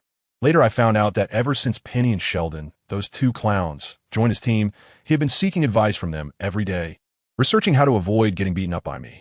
Today's banner and team song were all put together by the three of them. I patted him on the shoulder, feeling quite pleased, and then asked with a smile, "What does the banner say? Why is it called Black Tiger?" That kid Johnson is now as clever as a monkey. As soon as he sensed something was off, he immediately shifted the blame. "Report, Major. This is the commander's intention." He said that's how it's written in the newspaper. As soon as I turned my head, I saw Jonathan over there making faces, mouthing words, and giving a thumbs up. The meaning was crystal clear. He had given me a catchy nickname. No need to thank him. "Thank you, you big-headed ghost." I was furious at the time. Am I really going to have to go around with a bandit named Black Tiger for the rest of my life? Luckily, Sheldon and Penny, those two clowns, quickly came over to save the day. "Boss, the commander is just joking with you. The newspaper says you are the fierce tiger of the Baron Fortress Storm Brigade." "The fierce tiger of the Storm Brigade. Well, that's not bad. Sounds somewhat impressive." I'm saved. My mood was like a roller coaster. I had only one thought. A gentleman takes revenge, even if it takes 10 years. I, Tang Ge, will take my revenge from dawn to dusk. That old guy Jonathan still wanted to struggle a bit. "I think Black Tiger is pretty good. It matches your weird move names perfectly." I couldn't be bothered with him and directly turned to Penny, saying, "Has the gift I bought for the commander arrived?" It just arrived today. The delivery guy, Leslie, is still here." "That's great. Call him over and give our commander a proper introduction. Professional matters should be handled by professionals." I smiled brightly. Upon hearing about the gift, Jonathan pretended to be modest, saying, "Oh, this is too much. I feel so embarrassed. One shouldn't accept rewards without merit." But I guess he was already calculating what vintage of fine wine it could be. I enthusiastically pushed him into the pit. "Commander, you've been working so hard lately. Please accept this little token of appreciation." Before long, Penny brought over a man whose face was all about shrewdness. His name was Leslie, a top salesman from Ladybug Mail Order, and it said that he has never lost the title of sales champion since he started in the business.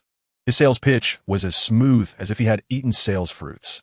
As soon as he saw me, he floated over like a gust of wind, his smile carrying a humble yet enchanting charm that made you unconsciously reach for your wallet. "Dear Mr. Tang, it is truly an honor to see you again." I directly pointed at the excited Jonathan beside me and said, "Mr. Leslie, where are the things I bought? They are all for His Excellency the Commander. So you must introduce them well. If he is satisfied, I will buy from you again in the future." As soon as these words were spoken, Leslie's eyes lit up, looking as if he had been given a shot of adrenaline. He quickly pulled out a bunch of flashy boxes from a large snail shell and laid them all out in front of Jonathan.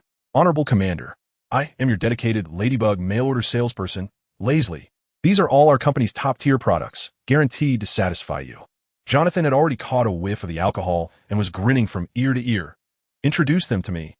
What started as a welcoming party instantly turned into a TV shopping show. Leslie opened the first package and began his performance with great enthusiasm. "First, let me introduce you to our company's NL. One product, Sea Cucumber Kidney Treasure Pills. Just one bottle will ensure your body returns to its peak, full of energy." Jonathan perked up at the mention of replenishing energy. He thought to himself that chasing pirates had been quite exhausting lately, and this sounded good. He would take it. "Next up, this is our best product, a brain-boosting kidney tonic made using the highest technology from the New World. It refreshes your mind and replenishes energy for your tired brain. Brain-boosting kidney tonic." The name was a bit odd, but since it could refresh his mind, Jonathan thought it was appropriate. After all, reviewing documents was quite taxing on the brain, so he would take it.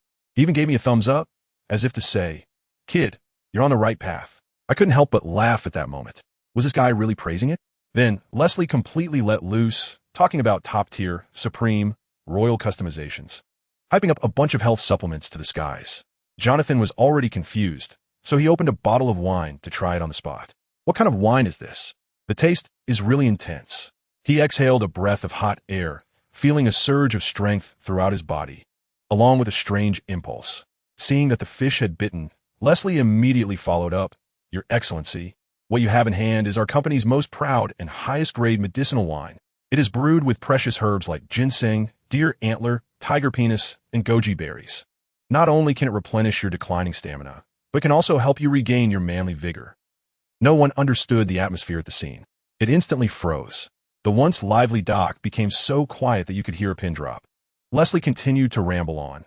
"All of the aforementioned health products can be purchased in bulk, and today we also have a special sweet set as a gift, along with a fun set that will definitely come in handy." Jonathan's expression changed from intoxicated to dazed, then to terrified. Tiger penis? Manly vigor? Sweet set? Fun set? These words were bouncing around wildly in his mind. Suddenly, with a crash, the bottle of medicinal wine was crushed in his grip, glass shards scattered everywhere, and a soft, limp stick-like object fell to the ground. The looks from all the naval brothers around him were something else, filled with a mix of pity and curiosity, and just a hint of gossip. I could almost hear their thoughts. "So the Commander's health is already this poor. Poor Jessica." Jonathan felt that the medicinal wine he had just swallowed was turning into a volcano in his stomach, culminating in a roar that echoed through the skies. "Tang Ge, I'm going to kill you, you bastard." So, this is my current situation. On a warship named the Fiery Soul, in front of the captain, with a group of the loudest laughing brothers from the Gale Force penalized to accompany me, chasing pirates across the sea every day. This is Jonathan's revenge for my large-scale social death public lecture. To help me, he even specially assigned a first mate named Leonard. Let me tell you, this guy is like a living naval code. His professional skills are top-notch. No matter the weather, he can keep the ship steady. But his obsessive-compulsive disorder and preaching habit can drive anyone crazy. The warship is so clean you could use it as a mirror, and the shells must be arranged by size and color depth. The most ridiculous part is that he can steer the ship in a perfectly straight line. If anyone slightly breaks the rules, he can lecture them for hours. I was blocking out his Tang Sang's chanting, pondering my own matters, when this guy started again. "Captain, what I just asked was whether we should return a ballon. You were clearly distracted just now. Being distracted during the voyage is a big no-no." I resisted the impulse to kick him into the sea and forced myself to explain. "Mr. Leonard, the scum on the ocean hasn't been cleared yet. We can't go back." As a result, he seriously opened a small notebook and said, "In fact, there are fewer pirates with bounties in this sea area than there are sea kings. Your title of Fiery Tiger has turned this sea into a graveyard for pirates. I'm completely speechless. I have been working my ass off for the past 3 months to eliminate pirates, all to find a devil fruit user. In the end, I cleared out all the pirates but didn't encounter a single user. And my own strength is still stuck at a bottleneck. What is this all about? Just when I was about to give up and order a return, Penny and Sheldon rushed over in a panic. Boss, the commander has a new order. What order? Pirates have appeared on Grand Island, and the commander is worried there might be a user, so he ordered us to verify. As soon as I heard this, my eyes lit up. Pirates, ability users. ISNT, this just what I wanted. I immediately revived on the spot. Did you hear that, Leonard? Hurry up and adjust the course towards Grand Island.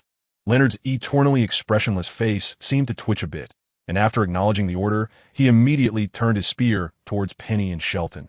Soldier Penny. Soldier Shelton. The two of them quickly shot me a pleading look. Brothers, good luck to you. I'm scared of him too. Without looking back, I jumped into the sea, started training, and pretended I hadn't seen anything. 7 days later, the warship approached a massive island covered in ice and snow. Ever since I gathered all my consciousness back last time and developed a kind of introspective ability, my perception has become particularly sharp. The closer we got to the island, the more uneasy I felt, as if there was an unspeakable pain and anger suppressed on this island. I exhaled a puff of white air and asked Leonard beside me, "Have you been to Grand Island?" He maintained his usual rigid demeanor. "I've been there twice. Once to deliver supplies, and once to congratulate the new Lord on his appointment." Lord? That was the first time I had heard that term in this world. Yes, Grand Island hadn't established a kingdom. It only had a town. And the highest official was the Lord, appointed by the world government. This was puzzling, so I casually asked, the world government is so high and mighty. Why would they appoint a lord for such a small, run-down island? Leonard, who usually answered every question, hesitated this time. After a long pause, he finally managed to say, "The lord of this island is said to be a servant to the world aristocracy." Good heavens! I immediately thought, no wonder. The world aristocracy. The celestial dragons. Those are two heavy burdens on the shoulders of the entire world. Anything connected to them can't be good news. No wonder that old man Jonathan repeatedly warned me not to act impulsively here. I told you, as soon as our warship approached, I understood. This island is essentially an iceberg. From a distance, it looks like a giant whale. The slopes are dotted with dome-shaped houses made of ice, resembling big white buns. And this is Whale Peak Town. But what about the port area? The scene changes dramatically. It's filled with luxury villas and high-end clubs, bustling like two different worlds. Why? Because this place produces a fish called the giant ice sturgeon, a top-tier ingredient specifically for the nobility. The fish roe is even provided exclusively for the celestial dragons. Now it all makes sense. Sending a lackey to watch over the place is quite reasonable. But the more I looked, the more something fell off. I asked Leonard, "Where's the naval base?"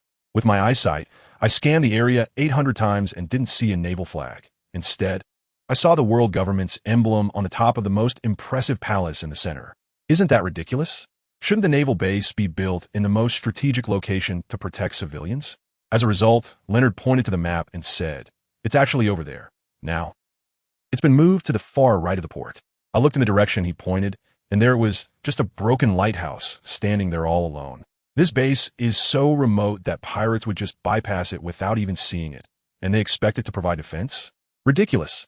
As soon as the ship docked, even more absurdity followed. Just a few little Navy soldiers came over to greet us, and the leader saluted. "Major Tang Ge, I am Sergeant Ag." I asked him where Colonel Bell was, and he said the colonel went to handle some trouble at the dock. I thought to myself, a disturbance? Pirates have come knocking? But he stammered and said it probably wasn't. Just then, the base gate was slammed open, and a group of Navy soldiers rushed in carrying several seriously injured personnel, shouting for a doctor. Ike cursed, saying it was those beasts under violence again, and quickly went to help. Who understands? As soon as they entered, another group came after them. This time it was even more outrageous. They directly kicked the base door down, looking fierce and menacing, all holding guns. The leader, a chubby guy with a cigarette in his mouth, was carrying a large shotgun and came straight at us. He didn't take us seriously at all. Seeing that we weren't local Navy, deliberately came over to show off his power and puff smoke right in my face. His eyes filled with 7 parts provocation and 3 parts recklessness. I couldn't help but laugh at the time. Really, I was so mad I laughed. I've seen arrogance before, but I've never seen anyone so arrogant as to break into a naval base and dare to act so brazenly. He saw me laughing, and his anger flared up instantly. He raised his gun and was about to point at my forehead. But what happened? Before he could even lift his gun, That fluffy hand of Granary's came down and grabbed his arm like a steel clamp. My gorilla brother snorted out white mist from his nostrils and roared, "You scum! What do you want with our captain?" That fat guy was still being tough. "Gorilla, we are the—" Before he could finish his sentence, there was a series of thuds, and his little minions all fell down like dumplings, blood everywhere. My people were quick and decisive. Granary grinned, showing his big white teeth, and smiled like he was about to eat someone. Your subordinates broke into a naval base with guns, intending to attack the captain. Killing them on the spot is completely legal, right? The fat guy immediately wet himself, his teeth chattering, realizing he had kicked his steel plate. I waved my hand, signaling Granary to take this guy back to the ship for a good chat. Then I had Johnson go get a few sets of local Navy uniforms while I took my men to check out the coast. He would change into civilian clothes and go to the island to find out what kind of lore that was. Once they all left, I stood in this broken base, looking at the distant lights and festivities, and suddenly it clicked. This was all too coincidental. First, someone spread the word about pirates, luring us here. Then the local Navy acted all pitiful but didn't say a word, and next, a bunch of thugs showed up to deliver heads. ISNT, this a classic setup. First, they give you some clues to pique your curiosity, then send a few cannon fodder to build up hatred, and then the protagonist, filled with a sense of justice, goes to uncover the truth, ultimately revealing a huge conspiracy. Isn't this just borrowing a knife? The script is already written. If I, the protagonist, don't cooperate and play along, that would be too disrespectful. Besides, I was also very curious about that inexplicable restlessness in my heart since approaching this island. I waved to Leonard. "Come on, let's go out and take a look. It seems like a big show is about to start." As we walked down the street, I realized how distorted this island was. The streets were lined with luxury villas, yet there wasn't a single fish stall in sight. The naval base was surrounded by these tall buildings, resembling a basin, where people standing on the upper floors could clearly see the color of your underwear. Ronald had told me that in the past, the palace in the middle was the naval base, and the surrounding area was where fishermen set up their stalls. Now everything has changed. The pedestrians on the street were divided into two types. One group dressed lavishly and strutting confidently, while the other was ragged and cowering. Just then, there were several gunshots. What was interesting was that the wealthy people walked towards the sound of the gunfire, as if they were watching a spectacle, while the poor had expressions of pain and panic on their faces. As soon as I saw it, I knew the main act had started. I laughed and said, "Let's go. No matter what monsters or demons, it's time for them to make their appearance. And we, the righteous Navy, must also take the stage." I tell you, I thought the plot was great at that moment. Justice must prevail. When we arrived at the location, we found it was the former site of the naval base, now transformed into a vast, luxurious palace. In the square in front of the palace, a family of all ages was tied to wooden stakes. A group of guards, armed with guns, had just fired shots, deliberately missing to scare people and attract an audience. As the crowd gathered, a guard leader announced loudly, "In accordance with the will of the great Lord Violence, the Mocha family is hereby sentenced guilty and will be executed immediately." The wealthy people next to me were actually commenting, "Wow, that's quite a punishment. Anyone who dares to oppose Lord Violence deserves this fate. The whole family is going to the gallows." At that moment, a fire ignited in my heart. I knew this was a setup, that someone had deliberately lured me here to watch, but I couldn't help myself. As I saw the guards raising their guns again, this time it was for real. Leonard quickly reminded me that the island had autonomy and the Navy couldn't interfere. I patted him and said, "Don't worry, I know what I'm doing." Then I stepped out of the crowd. The local residents saw the Navy and thought Colonel Bell had returned, believing they were saved. Meanwhile, the guard captain in charge of the execution was probably puzzled, thinking that the main Navy force was held up, wondering where we had come from. He shouted at me, "Navy, stop." As he spoke, he fired 2 shots right by my feet. Around 20 guards also raised their guns at the same time, as they usually did to intimidate the local Navy. I stopped, turned back, and asked Leonard, "Hey, according to the Naval Code, what is the crime for firing at the Navy?" Leonard's lips twitched, probably thinking, "You should know this." But he still answered professionally. "The Naval Code states that attacking the Navy is equivalent to declaring war, and the Navy has the right to retaliate." Sure enough, as soon as I finished speaking, the fierce Tiger Brigade behind me raised their guns without hesitation and pulled the trigger. After a flurry of gunfire, the more than 20 guards who had just been so arrogant fell instantly. The entire square erupted in chaos. Those who had been leisurely watching the show scrambled for cover. They never expected the Navy would dare to shoot and kill. At this moment, a man in a butler's uniform rushed down the palace steps, pointing at us and screaming, "Idiotic Navy. Do you know what you've done? Get ready for a military tribunal. In response, there was the sound of a gunshot. I directly shot the guard captain who was lying on the ground. I even patted away non-existent bloodstains on my clothes and cursed. Hey, don't you know how to use a regular gun? It splatters everywhere. It's so dirty. Now, the group that had come out of the palace was completely dumbfounded. The butler screamed even louder. Ah, you actually killed him. Someone come. Shoot them dead. The result was silence. None of the palace guards moved. They were all waiting for their true master to speak. At that moment, a man in a suit, holding a glass of red wine, leisurely walked out of the palace, stood on the steps, and looked at us with a scrutinizing gaze, starting with a triple question. Who are your subordinates? Who ordered you to fire? Don't you know this place is under the protection of the world government? The tone was high and mighty, as if he were untouchable. As for the dead bodies, he didn't even bat an eyelid. But me? I stood there with my man pretending to dust off my clothes, completely ignoring him.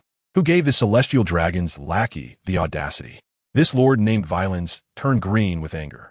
He was probably used to being a local emperor on this island and had never been treated with such disregard.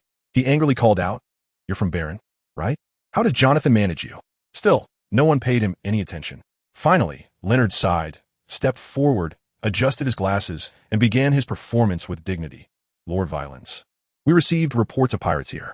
Someone just attacked us with a gun, and we have reason to suspect he is a pirate, so we shot him dead, which is the Navy's legal right. The weeping butler jumped out again, pointing at us and cursing, accusing us of wanting to betray the world government and demanding we kneel and beg for mercy. Let me tell you, this butler is really servile. Even Leonard is too lazy to talk to him. After being ignored twice in a row, the butler couldn't hold his face anymore and directly fell to Violent's feet, crying and sniffling, making anyone who heard him feel sorrow and anyone who saw him shed tears. Those who didn't know would think we were the villains. At that moment, I thought of giving him a background music. I'm trying my best to perform for you. Villains just happened to take this opportunity to shout at us, saying he would report us to the Navy headquarters, claiming we had infringed upon the powers granted to him by the world government. Huh, talking big? My Don Leonard is not someone to be trifled with. Leonard cleared his throat and directly entered the mode of overwhelming argumentation. Lord Villains, according to Article 7 of the Treaty of Membership in the World Government, Gran has no military autonomy. According to Article 19 of the Navy Military Operations Regulations, the Navy possesses all powers to deal with pirates, according to the original charter of the World Conference. He rattled off a series of legal clauses, leaving Villains and his subordinates stunned, their mouths trembling, unable to refute a single word. As soon as I saw it, I realized the opportunity had come. I drew my knife and pointed it at the butler, who was still crying on the ground. The one who attacked us just now is a pirate, and anyone speaking for him is undoubtedly his accomplice. Take him away for interrogation. This is the sacred power granted to us by the world government. Anyone who dares to speak for pirate accomplices is a traitor to the world government and deserves to die. Violence, intimidated by my aura, kicked the butler away. Get lost. Don't dirty my clothes. My man directly dragged away the still-dazed butler. As I walked, I shouted orders. There must be more pirates on this island. Leonard, notify the warship and seal off the port. Oh, and take away the civilian who was almost killed by the pirates. That's a witness. Leonard's mouth twitched. This wasn't just offending someone, this was going to get Violence killed. If the Lord's guard is a pirate, then what does that make the Lord? The pirate chief? As I walked, I muttered to myself, what a ridiculous Lord, just a dog of the world's nobility, right, Leonard? Leonard. Watching us leave, Violence was so angry that he smashed a large vase at the entrance. He yelled at a burly man wearing sunglasses next to him. Osley, why didn't you take action just now? You bunch of useless fools. The one called Osley first shouted away the merchants who were watching the commotion, and then flattered Violence, saying, respected Lord, it's not that I didn't take action, it's just that the Navy guy was not simple. He informed Violence that I was Tang Ge, the fierce tiger of Barren Fortress, who had wiped out over 100 pirate crews in more than 3 months, with total bounties exceeding 200 million berries. Violence was stunned and asked if I was a natural ability user. Osley must have been cursing internally. Is this really the time to be concerned about that? They're going to seal off the port to check for pirates, and we, hiding here as pirates, are about to be exposed. Just then, another guy with a flamethrower rushed in, saying a little brat named Dorn was rescued by the Navy. Upon hearing this, Violence exploded, completely forgetting my prowess, and directly ordered them to go to the Navy base to rescue the person. Anyone who obstructed them would be killed. Osley and the others were too scared to move. Violence was furious, cursing that he had originally made arrangements with Spandane from Judicial Island, stating that as long as their bounty increased a bit more, he would recommend them to become warlords of the sea. Warlords of the sea. As soon as those 3 words came out, the 2 fools' eyes instantly turned red. Their faces filled with fervor. Seeing that the time was right, Violins added fuel to the fire. Just in case, I brought in an assassin from the dark world, who will come in handy. Osley and the others were shocked. An assassin? It's the White Killer. I tell you, that Violin was so confident at the time. It was as if he had steady carved on his face. He thought that the White Killer he had hired was simply a godsend, specifically designed to deal with people like us. Goodness, an 80 million bounty, having taken down over 100 million big pirates in this icy cold weather. It was practically home turf for him, like he had environmental hacks. The way he looked at those 2 useless pirate captains, Osley and Warren, was no different from looking at dead men. He probably planned to use them and then throw them away. Osley, Warren, gather everyone and come with me to the naval base. If they dare to move even a bit, shoot them on the spot. I tell you, as soon as those 2 heard it, their eyes lit up. The way they painted the picture of the 7 warlords was so vivid. And with the title of the White Killer added, they instantly felt that I was capable again, and they hurried off to gather people. On our side, however, the atmosphere in the lighthouse was extremely tense.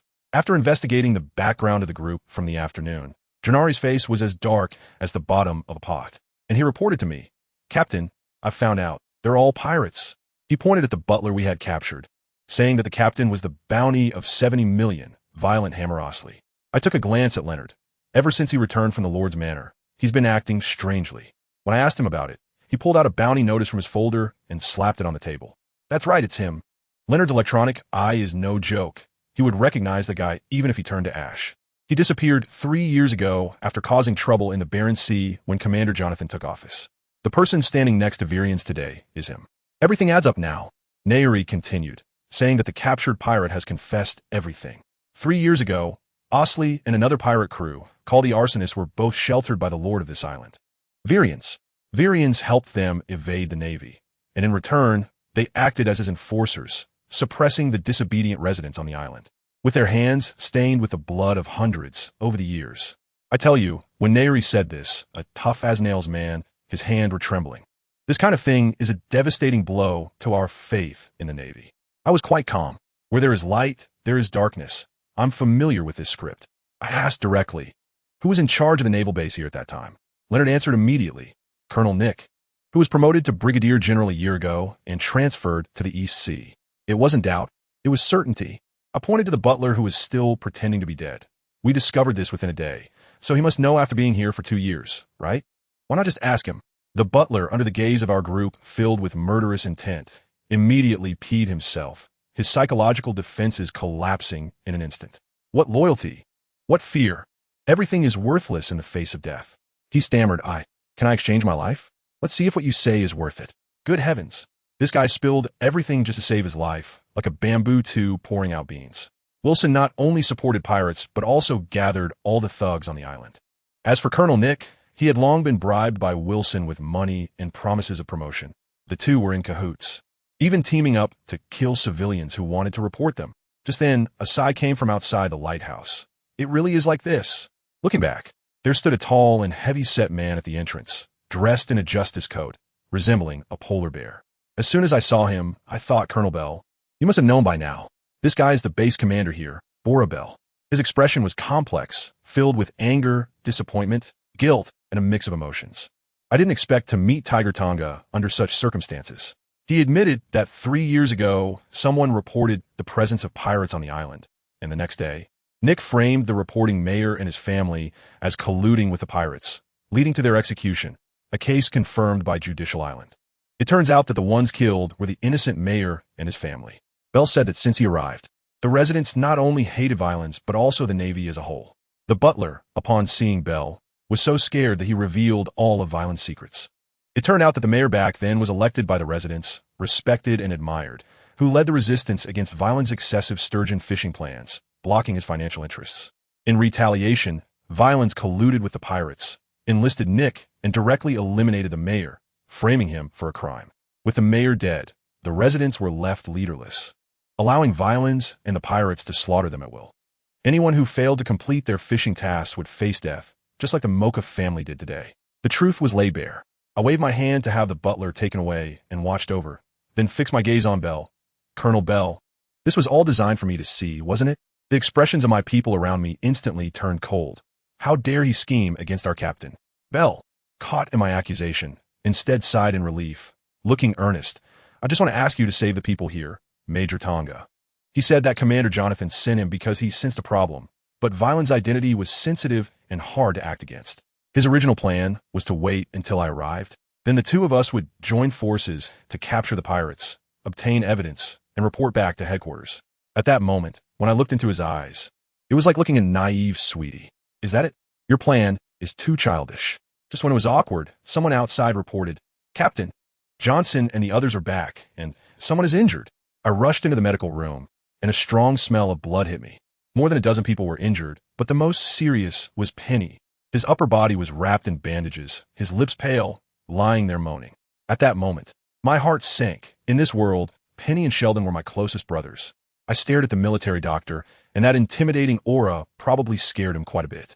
He wiped the sweat off his forehead and said, the injury is not life-threatening, and he has already passed the danger period. I breathed a sigh of relief, but the fire in my heart burned even stronger, and the killing intent couldn't be suppressed.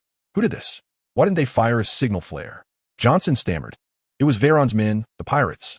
We didn't even have the chance to fire a signal flare. They withdrew on their own, otherwise. Penny, weak on the hospital bed. Apologize, boss. It's my fault I've caused you trouble. I calmed him down and looked at Sheldon. With Penny's timid nature, how could she be the one hurt the most? Sheldon wiped his tears and brought over a silver-haired little boy. Boss, this is Dawn. We came to save him. It turned out they had reached the dock and found Dawn rummaging through garbage for rotten fish. After asking around, they learned how tragic this child's situation was. The two of them were overwhelmed with sympathy, and while trying to save him, they were discovered by pirates. Colonel Bell added from the side, Dawn is the grandson of the former mayor. Because he is young, he wasn't executed. Wilson deliberately kept him and often sent people to bully him. Since he was convicted by Judicial Island, we in the Navy can't help directly. Who understands the families? He is also an orphan. My two foolish subordinates, usually so cowardly, became reckless when it came to someone like him. I squatted down and looked into Dawn's hollow eyes. My heart twisted. The child pulled out a snow-white fish from his tattered clothes and handed it to me. I ruffled his hair and took the fish. Dawn, we will eat this fish together tomorrow. I stood up, my eyes filled with fire. The wrath had finally come to me, and revenge wouldn't wait until night. I grinned savagely as I walked out.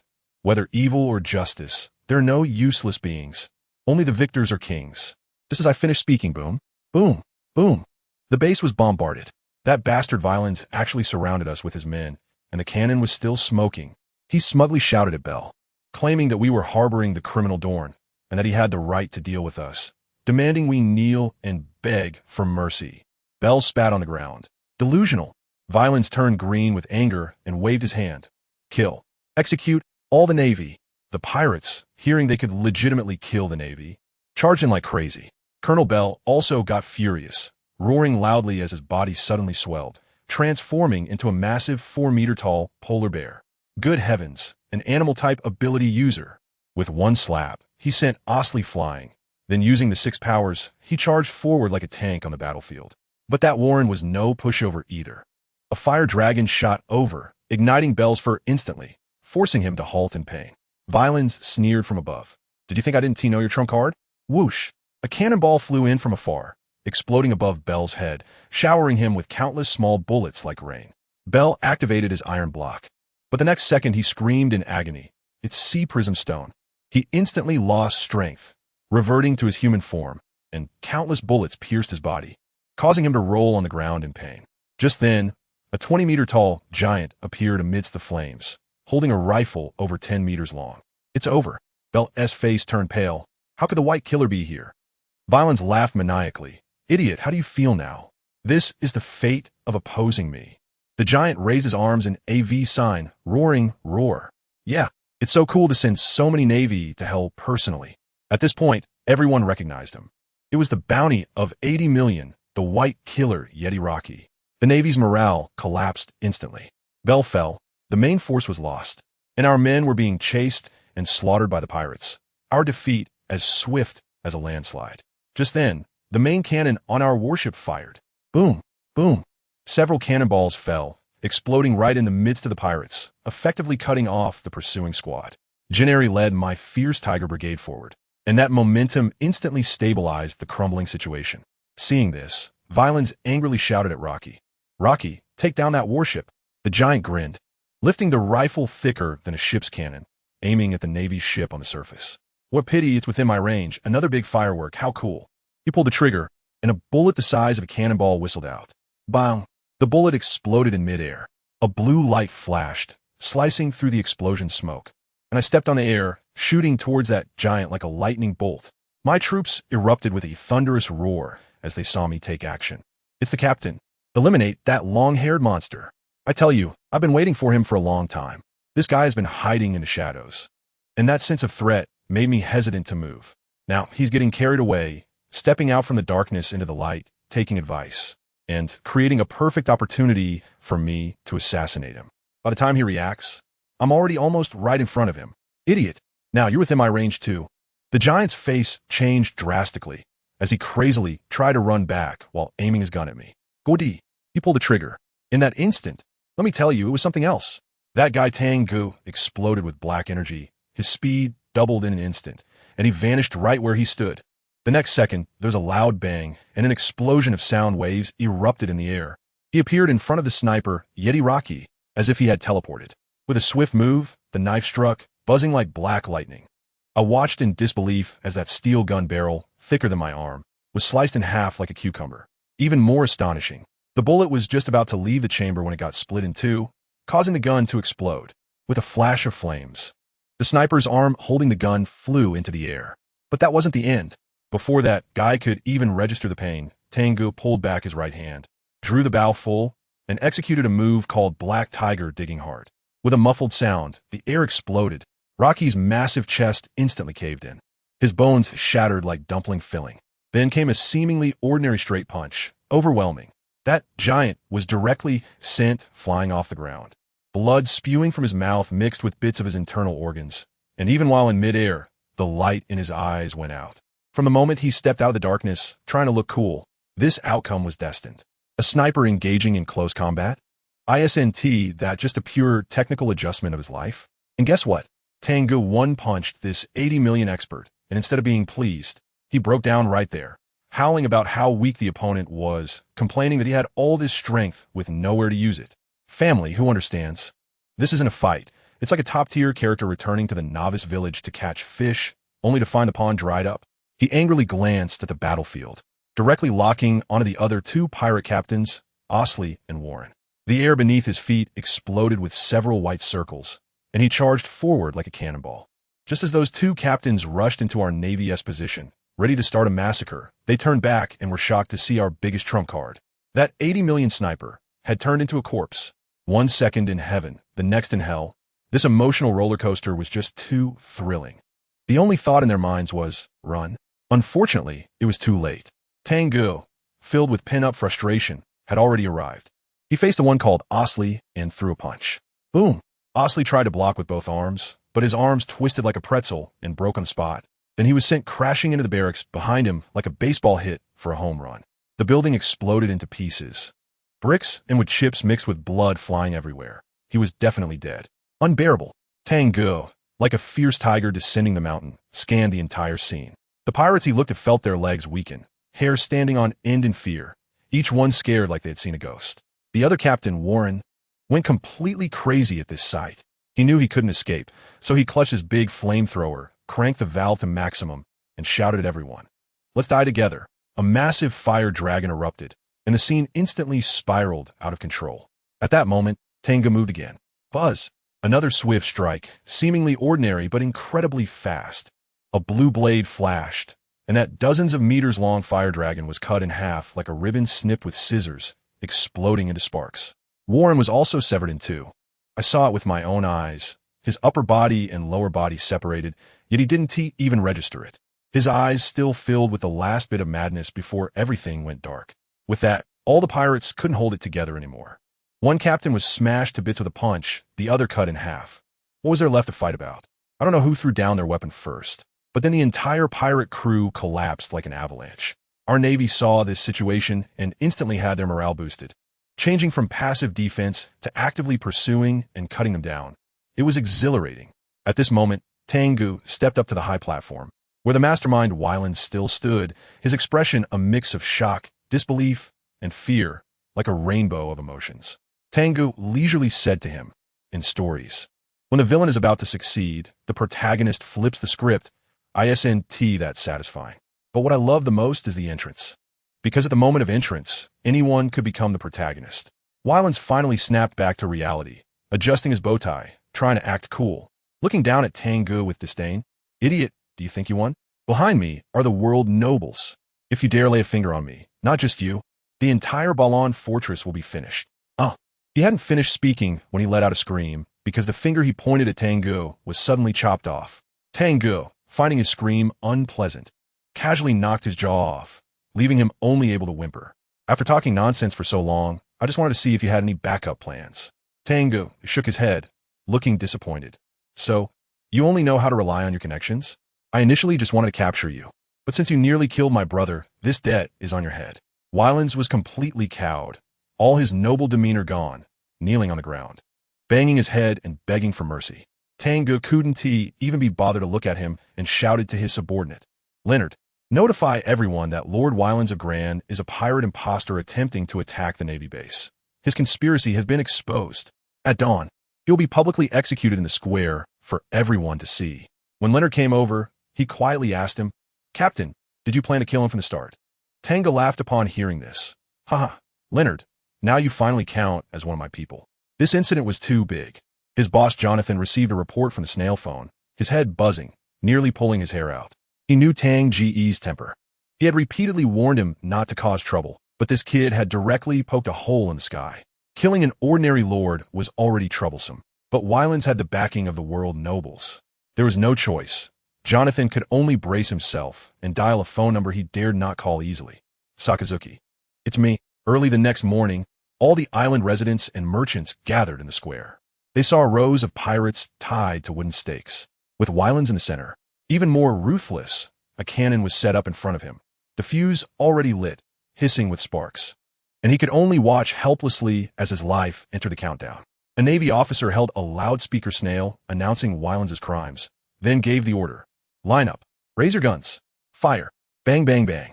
The gunfire shook the heavens, and rows of pirates fell in response. Finally, with a loud boom, the cannon fired, and Wylands was reduced to ashes right before everyone's eyes.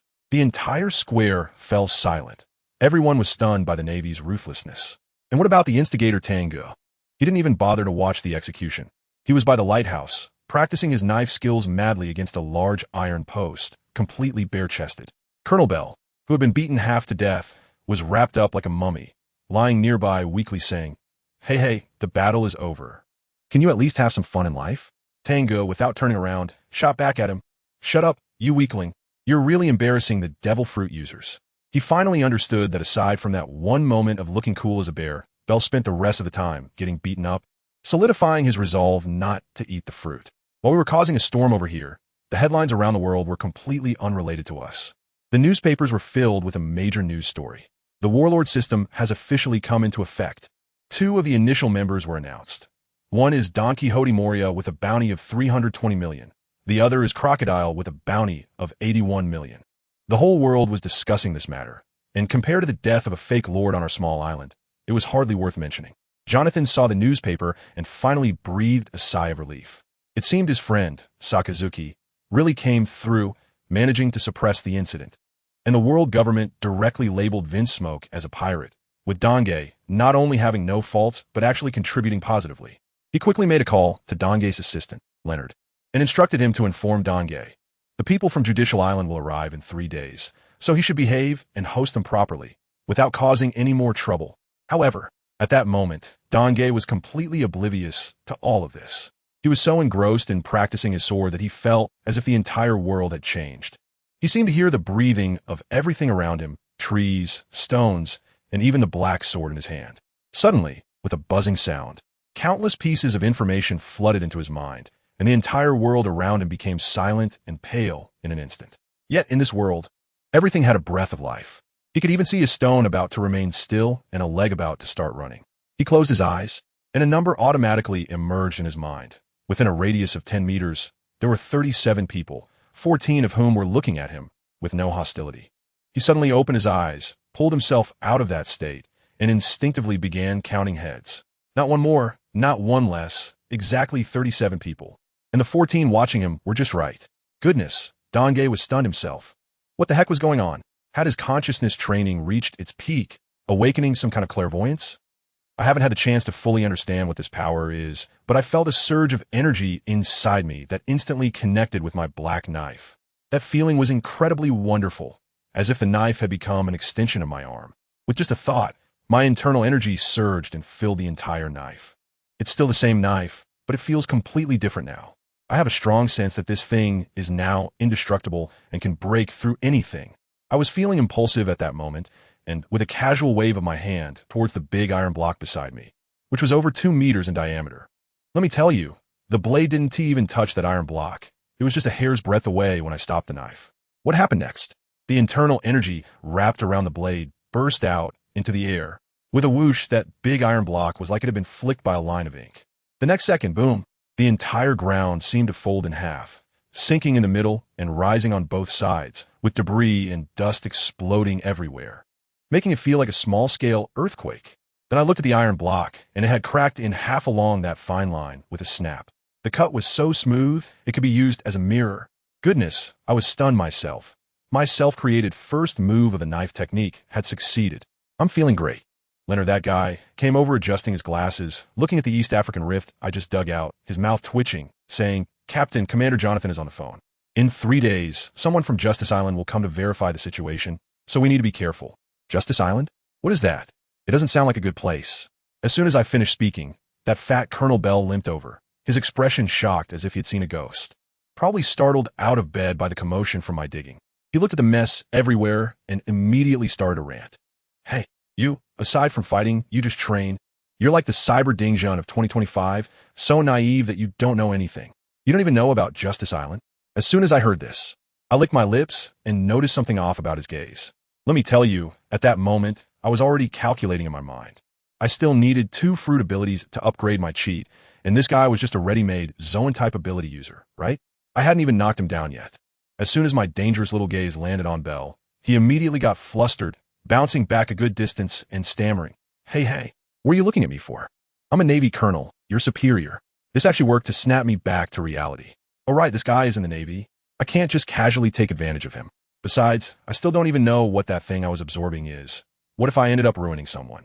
I immediately put on a smile. Ahem, what did you just say? This guy looked at my change of expression faster than flipping a book, and he took 2 steps back in fear. Leonard reminded him from the side, Judicial Island. Right? Judicial Island. Only then did Bell remember and started to educate me, saying that the world government has 3 major institutions. The Navy headquarters is in charge of fighting. Impel Down is a super prison for holding criminals. And Judicial Island is for conducting trials. The most impressive part is that they also have a group of intelligence agencies under them, called Cypherpol, wielding immense power. I wonder what this has to do with us. That guy Wyrens is dead. Are they trying to overturn the case? Leonard is like a fortune teller. Behind his glasses, a light flashed, and he pointed out directly. They are here to convict Admiral Nick and investigate the cause of the former mayor's death. But the real purpose is not that simple. Colonel Bell, the target of Wyrens, was originally you. We are just an accident. The real force behind him is Judicial Island. Upon hearing this, Bell turned pale, clearly in disbelief. Leonard continued to analyze, saying that Judicial Island came this time to destroy any evidence that Wyrens might have left that could be detrimental to them, and they are also coming for me. After all, I messed up their plans and killed someone. Sheldon, who had been eavesdropping, was so scared that his legs went weak. What should we do? Isn't messing with Judicial Island a dead end? What are you afraid of? I hadn't spoken yet, but Bell, the fat guy, came back to his senses. They wouldn't dare to confront us openly. After all, we are the Navy. But there will definitely be some covert actions. Those people are best at doing such things. He also said that the agents from Judicial Island are all crazy, believing in some dark justice, thinking that being weak is original sin.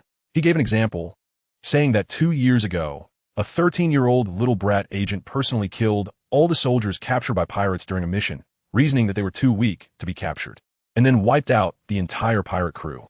Who understands of families? How ruthless can a 13-year-old be? He specifically emphasized that the top-notch CP9 among those people are all proficient in the 6 styles. I couldn't help but laugh and shrugged. 6 styles? It's just okay.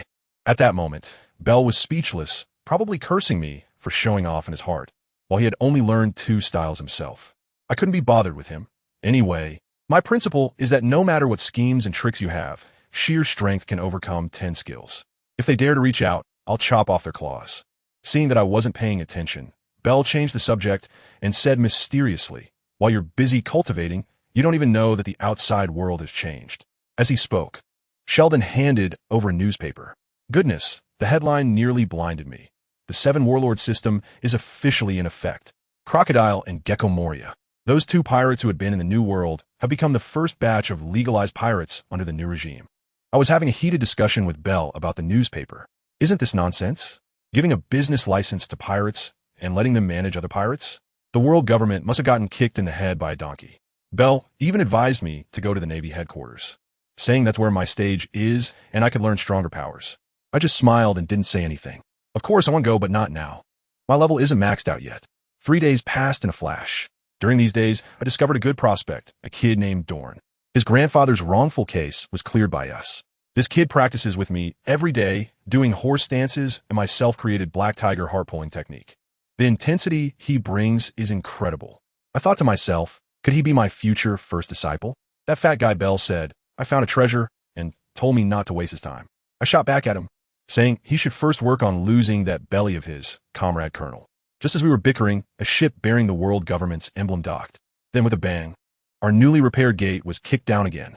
A young man with slicked back purple hair, looking like he was asking for a fight, swaggered in with a group of men in black suits, cursing as he walked in. What a dump this place is, like a garbage heap. The Navy here is trash too. They don't even know to come welcome me. I glared coldly. These bastards finally showed up. I stepped forward, and the purple-haired one immediately put on a smile, coming up to treat me as if I were Colonel Bell, even introducing himself. You must be Colonel Bell, right? I am CP5 Commander Spandam. Oh, by the way, the highest official at Judicial Island is my father. He looked so smug, as if afraid others wouldn't know he was well-connected. I gave him a glance, and with a sense of my mental power, I realized that his combat ability was even weaker than that of an ordinary Navy soldier, purely a useless second-generation official. He got straight to the point and said that his main purpose for coming this time was to hope that I would hand over the former mayor's grandson, Don, to him for cooperation in the investigation. I was so amused at the time. Leonard and the others really thought too highly of these people, to the point that they didn't even spare a child. I shrugged my shoulders and sighed, well, you saw it too. The fire on Grand Island was too fierce. As for the child you mentioned, the Navy hasn't found anything, so he might have been turned to ashes a long time ago. The scene fell silent in an instant. That guy named Spandam lost his composure right then and there, his face turning red as he pointed a finger at me and yelled, "You bastard! How dare you play tricks on me? I've already investigated thoroughly. That kid was rescued into the base by your people. Hand him over quickly, or I'll arrest you on the charge of obstructing official duties." I found it funny at the time. This guy was making a fuss. I slowly dug into my ear and blew at his face, which was spitting water. "Don't get so close. You're really making me want to slap you. Also, do you have the authority to search a naval base on Judicial Island?" Bah. He was disgusted by me and was still threatening to complain, saying he would make sure our commander would have a hard time. I'm directly annoyed. Complaint? I'll formally arrest you first. The reason is the destruction of naval public property, plus threatening naval officers. In a flash, I appeared in front of him, grabbing him by the neck like picking up a little chicken. His subordinates nearby were howling, "Stop! You're going against Justice Island." But none of them dared to come forward. I grabbed Spandam by the neck and lifted him up to my face, sneering as I said, "With this little strength, you think you can scratch an itch? Don't you know that this world speaks through power?" I released my killing intent, and this guy's eyes rolled back, nearly passing out. I casually tossed him aside like trash, sending him flying several meters through the mud, finally crashing into a pile of rubble. He had just been dug out of the ground by his subordinates when a fearless guy in a white suit pointed at me and threatened to make me leave the Navy. Before he could finish his sentence, I was already in front of him, and I kicked him into the exposed foundation next to us, where he was directly buried by the collapsing stones. I pointed at those useless Judicial Island guards and cursed them, saying, "You weaklings! How dare you guard the gateway to the world's hub? This is simply disrespectful to us pirates. To us Navy." The remaining guys didn't dare to utter a word. They were fuming with anger, frantically digging their captain out from the pile of stones, and scurried back to their ship in disgrace. After that incident, I stayed on the island for another half-month. That guy Jonathan forwarded me a letter from the Navy headquarters. Let me tell you, the outcome was just as I expected. The headquarters said I had wiped out V. Lunds and the pirates, saving Grand Island, which was a great achievement. However, I had executed V. Lunds without authorization and severely injured Spandam from Judicial Island, which was a major offense. In the end, guess what? The merits and demerits canceled each other out, and I received neither reward nor punishment. Goodness. I was left standing still. Then an order came down, telling us to immediately return the Flame Soul to Barren Fortress. On the way back, I couldn't sit still, so I used a modified version of Moonwalk to run on the sea, and it felt way better than walking on air. That kid Bell had healed from his injuries and was chatting with me on the deck. He had the latest intelligence and was fuming, saying that the mastermind, nicknamed Fat Pig, Nick, had gotten away scot-free. I was panting while running and shouted at him, "What's so strange about this? Officials protect each other. Once Wei Lunds is dead, there won't be any evidence against him, so of course he can clear himself. I even suspect that the last time those people from Judicial Island came, they were actually helping him destroy evidence." Bell got even angrier upon hearing this, pounding on the railing, saying that good people never get rewarded, while bad people live for 1,000 years. This world is really effed up. I took a deep breath and said to him, "That's exactly why the justice we uphold seems so impressive. If one day we waver ourselves, wouldn't everything we're doing now just become a joke?" Just then, Granary on the ship suddenly shouted while holding a newspaper, "Captain, the latest news about the 7 warlords." I stomped my foot on the surface of the sea, and in an instant, I flew back onto the deck. That guy Bell was also curious. Sticking his big butt over to take a look, I flipped open the newspaper, and the front page headline read about the movements of the 7 warlords of the sea. One named Moonlight Moria had hidden himself in the Devil's Triangle, where the death rate of pirate ships entering had doubled.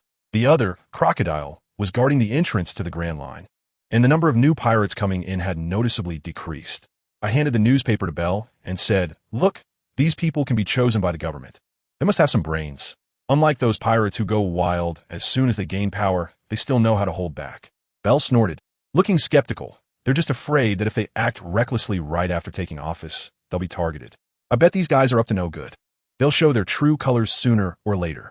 While he was analyzing this, he suddenly changed the subject and started to sound profound, saying that the world government thought that by killing Roger, they could scare the pirates, but Roger's last words directly opened up this great pirate era. Now, they're setting up the 7 warlords, trying to kill 2 birds with one stone, weakening the pirates while suppressing the Navy. I couldn't help but laugh a little. This guy was really going for it. The more he talked, the more into it he got, and he even started reciting the words of Roger. "The Pirate King. Do you want my treasure? Then go and find it. I left everything in this world there." After finishing, he looked all sentimental and said that the footsteps of pirates chasing their dreams will never stop. I thought to myself, how can you, a Navy officer, empathize with the Pirate King like that? So I asked him, that was something the Pirate King said before he died, right? Quite stirring, isn't it? Then, unexpectedly, this guy Bell calmly said something that left everyone on the ship in silence. He said, to be precise, Roger wasn't executed by the Navy. He chose to go to his death willingly. At that moment, my mind was buzzing. What the hell is this? Surrendering? Didn't the headquarters boast every day about capturing Roger? Bell looked at our shocked faces, particularly pleased, and intentionally kept us in suspense, saying it was a secret, then kept glancing at the chilled fruit juice nearby. I understood right away and had Gennari get him a cup. He gulped it down and shivered with pleasure before he started telling the story. He said that when he first joined the Navy, it was still the era of monsters like Roger, Whitebeard, and Gold Lion battling for supremacy at sea. Later, the Roger pirates first took down Gold Lion and then announced they had completed their voyage around the world, finding the great treasure One Piece, and were crowned kings. He said that when the world government and the Navy headquarters heard this news, their reaction was simply 2 words: fear. However, after Roger became king, he didn't do anything, and the entire pirate crew just vanished. It wasn't until more than a year later that he appeared all alone at Navy headquarters in Marineford. And even when he was arrested, he didn't resist at all. The rest is well known. Roger was publicly executed in his hometown of Logtown, and before dying, he shouted out that line that sparked an era. I couldn't help but laugh and said, so, the Navy was played by him, huh? Huh. They originally wanted to kill a chicken to scare the monkeys and promote national power with a global live broadcast, but they ended up turning it into a dream mobilization conference. I tell you, The Navy's operation is simply the ancestor of reverse marketing. Bell also laughed gleefully, saying that at the scene back then were now impressive figures like Shanks, Mihawk, Crocodile, and Doflamingo. One pirate king died, and it resulted in a whole batch of even stronger newcomers. The others on the ship were stunned, and when they came to their senses, they erupted with questions, surrounding Bell and asking, why did the pirate king surrender? What was he after? In the end, Bell himself got stuck, stammering and unable to explain. It was only when Sheldon and the others cheered him on to tell the story of how Navy hero Garp cornered Roger that he managed to get out of the situation and started boasting again. Just as he was passionately telling his story, our ship finally returned to Balon Fortress. As soon as we docked, Bell went to say goodbye to Jonathan, as he was going to the headquarters for further training. Meanwhile, without saying a word, I headed straight to the base canteen with my subordinates and the dozen or so rescued kids. I've been thinking for a while that these kids need someone reliable to take care of them. Jessica, the cafeteria lady, who is also Jonathan's girlfriend, is the best choice. A group of us rushed in and found Jessica, who had just come out of the kitchen. I took the lead, and with a swoosh, we all bowed at 90 degrees. Sister Jessica, please. These kids have lost their families. Please take good care of them. Jessica was momentarily stunned, looking dumbfounded, and said, what are you guys doing? How can I take care of the kids? Her face turned red with anger, and she was about to explode. I quickly gave a signal to my subordinates. The next moment, the dozen or so children were brought in front of her, and, as we had taught them beforehand, they all burst into tears at once. The scene was incredible. Jessica couldn't handle it. Her anger instantly subsided, and her eyes turned red. She quickly crouched down and hugged all the children tightly, her heart aching for them. As soon as I saw it, I succeeded, although it feels a bit unorthodox. Who understands the family dynamics? I'm doing this for Jonathan's sake. Let him be in a relationship every day.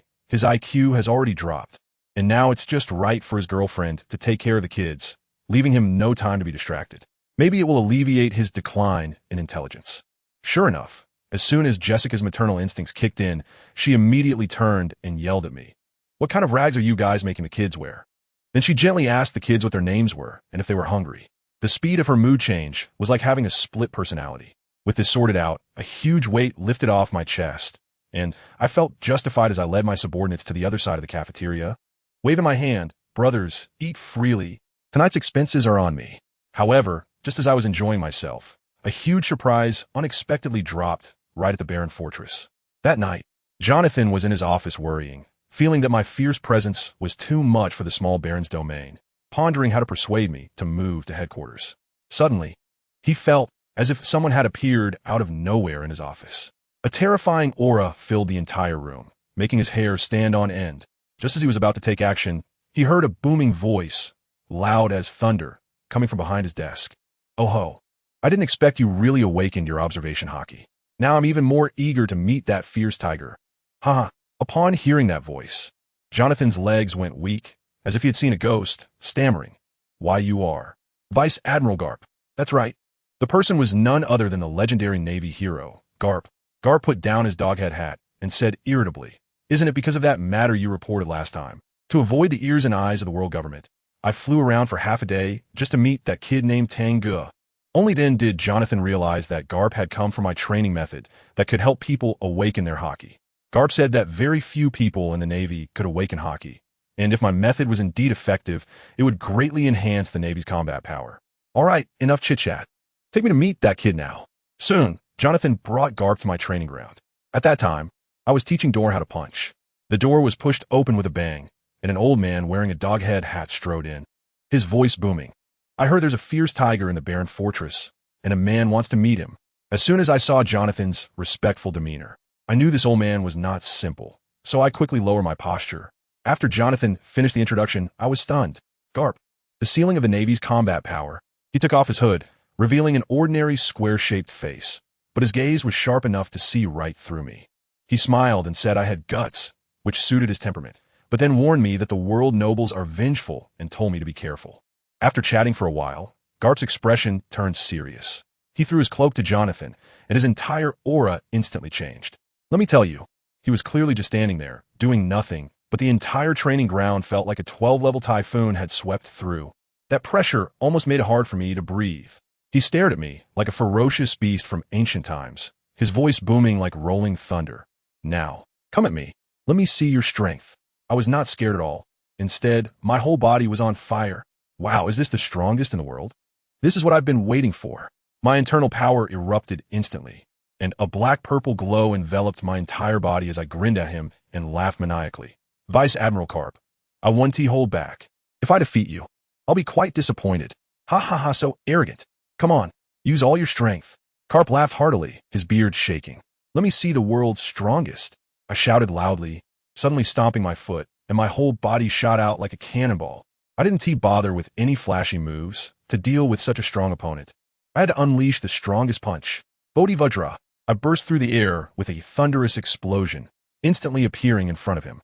The force, powerful enough to flip a small warship, combined with all my belief and momentum, slammed solidly into Carp's chest. And guess what happened? Duong. There was a muffled thud, and I felt like my punch had hit a block of vibranium, without even an echo. Let me tell you, the feeling could be summed up in 2 words. Ridiculous. My full force strike landed on him, and what did he do? He just slid a little under his feet, barely moving less than a meter, like he was moonwalking, completely unscathed. Does anyone understand? He didn't even use an iron block. He just took it with pure flesh. Is this the kind of defense a carbon-based life form should have? I was completely dumbfounded on the spot. Is this the ceiling of naval combat power? It's far ahead of us by more than one version. Then Carp, that old man, chuckled, his eyes beast-like, his aura exploding once again, and said, "Kid, your strength is decent, but unfortunately, it's useless. It's my turn. Damn, no martial ethics at all. We agreed that I would throw a punch, but I didn't say you could fight back." He kept mumbling something about how this sea is broader than you can imagine, getting more and more excited. And then that fist the size of a sandpot suddenly turned pitch black and shiny, so black it was reflecting light. I felt a full alert in my heart. If that thing hit me, I'd probably have to report to the King of Hell directly. Without saying a word, I immediately started to sprint around the training ground, pushing my six-style shave to the limit, desperately pulling and tugging. Just kidding, I still have some confidence in my speed. As a result, that old man grinned and said, "You can't escape," and then the ground beneath us exploded with a bang, and he just vanished. He really disappeared right in front of me, and I couldn't even catch a glimpse of his afterimage. Jonathan beside me panicked and shouted, "Get down." But just as he finished speaking, I felt a devastating aura locking onto me from behind. It was over. I didn't even have time to react. That old guy seemed to have aimbot and instantly teleported behind me, delivering a punch straight down on my head. Boom! I felt like a nail, hammered into the ground by his punch. The entire ground shook, and a giant spider web of cracks spread out from me. The pain was unbearable. A piercing pain that felt like my soul was about to be jolted out of my body. The martial arts I prided myself on crumbled before him like a soda cracker, shattering with just a touch. The gap in strength was on a completely different level. Lying in the pit, I could only think one thing. That old man must have held back, or else I would already be a two-dimensional being. The sense of despair was simply overwhelming. I lay in the pit for half a day, but luckily my recovery ability is strong. Otherwise, I would have really been done for. Then Carp's loud voice rang out again. Speed, strength, and mastery of the 6 forms are all pretty good. And you've awakened your hockey. In this area of Balong, no one can threaten you. I believe you, what a joke. After being knocked out by your punch, how can I still have the face to feel proud? I was just trying to ignore him when he laughed like a villain. Oh dear, it seems I might have gone a bit too hard. How about we pretend I never hit you and do it again? Do it again. Dude, do I still want to keep my life? I stood up straight from the pit in an instant. My attitude was extremely respectful. Vice Admiral Garp, you flatter me. I still need to work harder. This old guy saw how quickly I recovered, and his eyes lit up, muttering something about how my strength seemed to have dropped significantly lately. My face darkened. This old bastard had quite the morbid sense of humor. I quickly changed the subject and asked him what he meant by hockey. As a result, Jonathan was even more excited than I was, saying it was the first time he had seen me use hockey and that he couldn't figure it out either. Upon hearing this, Garp suddenly became irritable, asking if we planned to let him starve through the night. Goodness, the topic jumped around so much that I almost couldn't keep up. In the end, we didn't go to the cafeteria and headed straight to Jonathan's office instead. That old man Garp was sitting there like a bottomless pit, as the chefs kept bringing in plates, and he could eat while dozing off, even blowing bubble from his nose. I considered myself to have a good appetite, but in front of him, I felt like a little brother. Suddenly, with a loud pop, the bubble burst, and he woke up, looking at us both in confusion before bursting into laughter. Oh dear, I fell asleep again.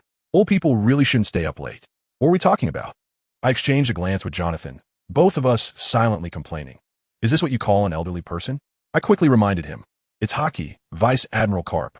Only then did he put away his nonchalant demeanor and started teaching us. It turned out that the so-called Haki is a latent power that everyone has within their body, divided into 3 types. The first type, observation Haki, allows one to sense the enemy's position and even predict their next move. I instantly understood. No wonder he was able to predict my movements like he had hacks. The second type, armament Haki, can form an invisible armor that can both attack and defend, and can even hit those with devil fruit powers. The thing in my body that felt like internal energy was actually this. The last type is Conqueror's Haki, which is extremely rare, a quality of a king. This cannot be trained. It purely depends on one's personal charisma. Karp said that not only had I awakened armament Haki, but I had also awakened observation Haki, though I was still unskilled at it. As soon as he said this, Jonathan immediately broke down, shouting louder than I did. He had worked hard for a long time to awaken his observation Haki, while I managed to develop both types of Haki in just 3 months. His expression was incredibly complicated. I was just about to ask how to train, and strong Jonathan asked it for me. But guess what? Old Karp fell asleep again at a critical moment. The snoring was deafening, and he started blowing bubbles with his snot again. Damn, this old guy is definitely doing it on purpose. When he wakes up again, he leisurely says that there are 2 ways to cultivate. One is like the pirates, fighting for their lives in real combat, honing their skills between life and death. The other is the scientific training method within the Navy, but that's a top secret that can only be learned by those who have made significant contributions. As soon as I heard it, I understood. Jonathan immediately chimed in, saying that he had improved the flaws of the iron block. So does that count as a great achievement? Karp slapped his thigh and said, of course it does. He also mentioned that this useless Jonathan had trained at headquarters for 3 years without awakening his Haki. But after practicing my method for a while, he finally manifested observation Haki. Wow. I realized that these 2 old guys were putting on a show for me. It turned out that Karp had come to this remote corner in the middle of the night, both to show off and to beat me up, all because of my self-created martial arts. Although I felt 1,000 grievances in my heart, this deal was not a loss. I exchanged a half-finished martial arts technique for the Haki cultivation secrets that the Navy had summarized over hundreds of years, and I even got promoted 2 ranks, directly becoming a colonel at headquarters. Only a fool wouldn't take the deal. I agreed on the spot. But I made a condition to resolve the matter of the child I saved, Dawn. When I mentioned the incident of the Dawn family being framed, Karp exploded on the spot, slamming his fist on the table and roaring at those scumbags, his presence resembling that of an enraged lion. But he quickly sighed and promised me that he would seek out Admiral Sengoku to bring justice for the child. Once the deal was struck, I handed him the notebook containing all my martial arts skills, and he tossed me a booklet marked with the Navy's insignia. As soon as I received the secret manual, I eagerly asked him what to do since I felt my strength had hit a bottleneck. Karp flipped through my manual without looking up and said, "You've reached your talent limit. Your physique isn't sufficient." Human physiques are divided into 4 levels: soldier level, commander level, admiral level, and emperor level. You and someone like Jonathan are at the commander level, with the upper limit being vice admiral, a maximum of 5,000 in combat power. Beyond that, your body becomes locked, and you can't break through. So that's how it is. In simple terms, it's like your genes have put a lock on you. No wonder so many people can only rely on devil fruits. I was processing this information when Karp pointed at the boxing techniques in my secret manual and said, "You kid have a good head on your shoulders. These few boxing moves are quite interesting. How about we make a deal?" As he spoke, he patted me on the back with his big, friendly hand, almost shattering my Haki, making a clanging sound. This wasn't a negotiation. It felt like outright robbery. He said he wanted to go back to the EC to see his grandson and wanted to use my boxing techniques as a gift for them. In exchange, he would personally teach me for a whole night. Could I say no? Did I dare to say no? I could only squeeze out a smile and say, "It is my honor to receive your guidance." Although he mentioned that my boxing techniques were only suitable for beginners, which made me quite unhappy, I still thought about how I would be personally instructed by one of the world's top powerhouses, which felt like a huge win. However, I emphasized that my boxing techniques were the fist of justice, and if his grandson did anything bad, I would have to clean up the mess. Just as I finished speaking, he punched me down to the ground again. He was blowing on his fist and glaring at me, saying, "My grandson is going to be the strongest Marine in the future. How could he possibly do anything bad? All right then, your fists are big. You get to call the shots." So, in the middle of the night, under the cliffs of Balong, Karp's devil training camp began. The student was me. Crashing the class were Jonathan and Dorn. I was still pondering life when that old man Karp suddenly appeared beside me like a ghost and punched me on the forehead, yelling, "Idiot! How can you be so unguarded?" Instantly, a big bump formed on my head, and I was rolling on the ground in pain. Damn it. That old man used Haki to sneak attack. My observation, Haki didn't T-react at all. Just as I got back up, I saw him wildly hitting the laughing Jonathan with a wooden stick. After finishing off Jonathan, he grinned and raised the wooden stick covered in Haki, saying, "Listen up, kids. Tonight you will either get beaten to death by this or break it. This is your lesson, focusing on getting beaten while having company." As soon as I heard that, I got angry. It's just a broken wooden stick. I decided to strike first. Charging forward with a burst of energy, my Haki activated to the maximum, and I unleashed my strongest punch, the Brahma Vajra, directly toward that wooden stick. Useless.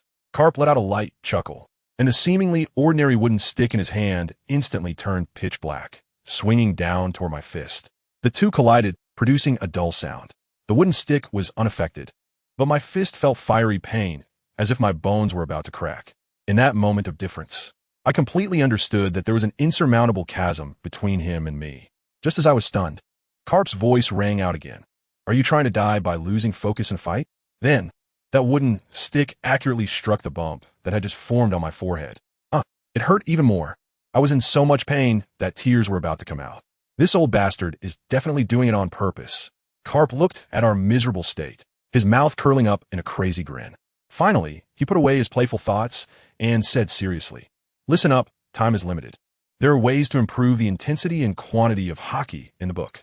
Tonight, I will teach you two rookies the advanced application of armament Haki.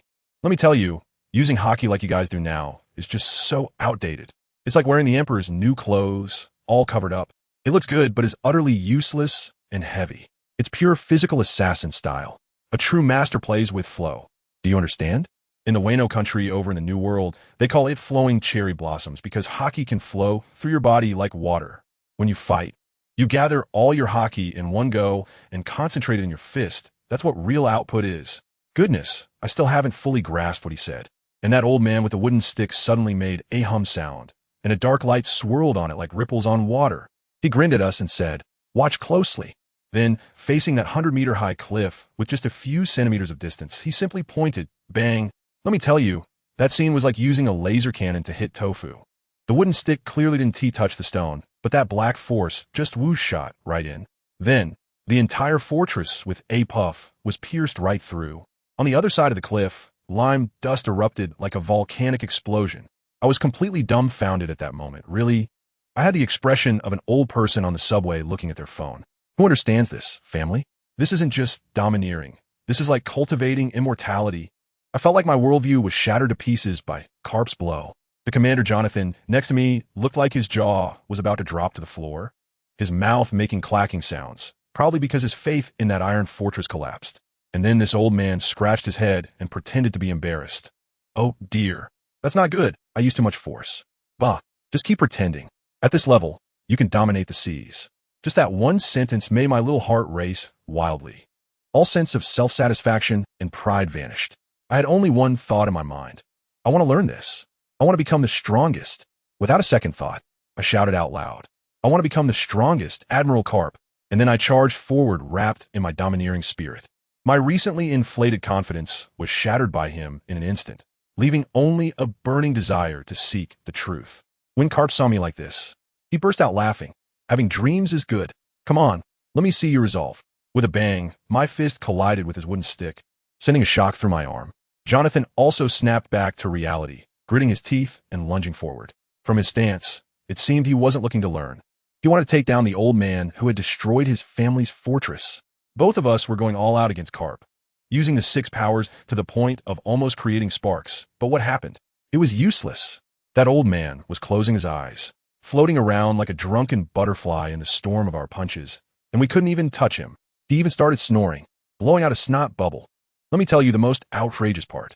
Our punches were so powerful that with a slap, we burst that snot bubble.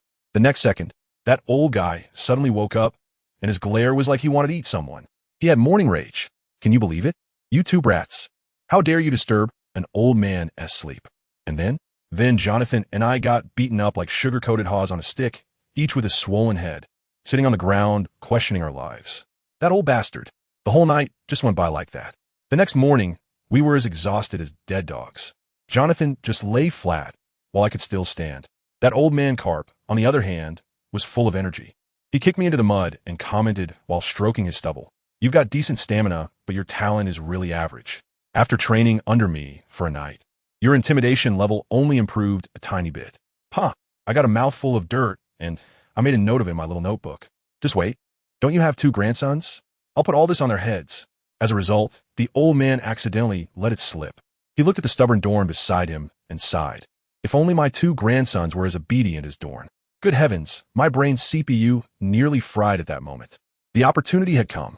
I immediately leaned in and pretended to chat casually. How old are your grandsons? The older one is Ace, 8 years old, and the younger one is Luffy, 4. They're both cut out to be great commanders. When Carp talked about his grandsons, he smiled so kindly, but unfortunately, the 2 little rascals don't want to be Navy. Don't want to be Navy? That's great. I was almost bursting with laughter inside. I immediately put on a very understanding expression and sincerely said, the child is still young. You need to teach him well. Then I took out my martial arts manual and handed it over. Admiral Garp, keep this note safe. Let your grandson practice with it. If they don't excel in their skills in the future, I won't let them off the hook. Hee, I was calculating in my mind. Didn't you say your grandson is a born king? All right, I'll put this debt on your grandson's head. Just wait, little brats. Garp actually took it, patting my shoulder generously. Just you? It's only a matter of time before my grandson surpasses you. When you come to headquarters, I'll have your back. After chatting, the old man just left, pulling out a small piece of tattered paper, placing it in his hand, and it moved on its own. Jonathan was still in a daze when he heard a series of explosions, and Garp took off from the spot, disappearing. All that was left was a hole. What the hell? Is this ascension in broad daylight? Dorn and I were both stunned. It's still Jonathan who is knowledgeable. That's a life card, a technology only available in the New World, which can locate directions. He's in a hurry to get back to the warship in the EC. I was even more confused. But that Baron is far from the doldrums. Jonathan said proudly. What do you think the Navy relies on to deter the sea? It relies on this unmatched strength. Admiral Carp often supports from 1,000 miles away like this. I looked at the sky disappearing with Carp, and the fire in my heart burned even brighter. With a flip of my hand, I could crush mountains and walk through the air. This is what a true man is. Carp is my goal. I told Jonathan that I was going into seclusion to cultivate. He didn't stop me. After all, I've pretty much cleared this sea area, and the pirates are avoiding it. As a result, this guy hesitantly came over to borrow money from me, saying he wanted to marry Jessica, and even shyly held out 3 fingers. As soon as I saw his anxious expression, I got angry and said directly, 300 million, right? Fine, I'll transfer 400 million to you. The extra 100 million is for your wife. She knows what's going on. Good grief, he exploded at that moment. His eyes turned red, his fists clenched, and he questioned me about what I was hiding from Jessica. Seeing his stance, I thought he was going to hit me. So I quickly made a run for it, shouting while running. I really have nothing with your wife. Just go to the cafeteria and see for yourself. Nonsense. How could I not feel guilty? Although I didn't put a green hat on him, it was pretty close. I had stuffed a dozen kids as light bulbs between the 2 of them. I only realized something was wrong after I ran far away. I was played by that old guy. He didn't believe me at all. He just wanted to see me make a fool of myself. This guy really is a great actor. But whatever, I went straight back to the Fierce Soul, explained to my brothers that I would be in seclusion, transferred some money to Jonathan, and then went straight to sleep.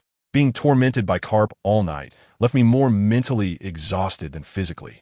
When I woke up the next day from my dream of punching the 7 warlords and kicking the old tyrant, I was well fed and directly headed to the bottom of that Pierce cliff.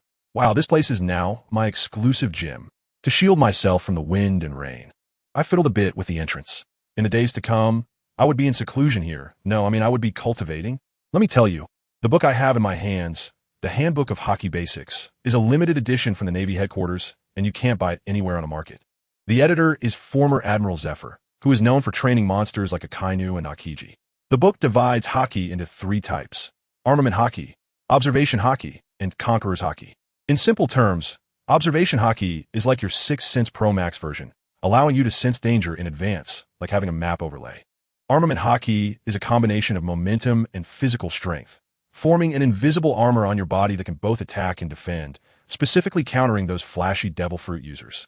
As for conqueror's hockey, that's even more mysterious. It's said to be a king's qualification, something you're born with and cannot be trained for. With just a glance, you can take out small fry, focusing on bloodline suppression. I flipped through it and set aside the observation color. I directly went for the armed color. Zephyr. That old guy is also a genius. He knows that most of the Navy doesn't have the same daily fighting opportunities as pirates. So he developed a training method with a core idea summed up in 10 words. Iron is forged into steel. Confidence is strength. What does this mean? It means making you do something you think is completely impossible. For example, the book gives the example of a Navy officer who punches a mountain flat. The first time it took a month, the second time half a month, and the more he punched, the faster he got, because with each punch, his body was being tempered by the recoil, and his confidence skyrocketed. In the end, he could shatter a mountain with a single punch. As soon as I heard it, I thought, wow, this is tailor-made for me. But using my fists, that's too small a scale. I went all in and used my whole body to create. The main idea was to crush you with my full strength. Anyway, my body is tough, and using my whole body to crash into something increases the impact area, resulting in a more powerful recoil, doubling the effect. So, the barren fortress became lively. The booming sounds never stopped, like a constant demolition site. At first, the naval personnel in the base thought I had gone crazy, saying I wanted to manually open a new shipping lane for warships to enter and exit, and they secretly laughed at me behind my back, calling me a dreamer. What happened next? 2 days later, when someone came to check again, they were completely stunned. A massive gash had been smashed into the cliff, which was solid enough to withstand cannonballs. No one dared to laugh anymore. My family understood.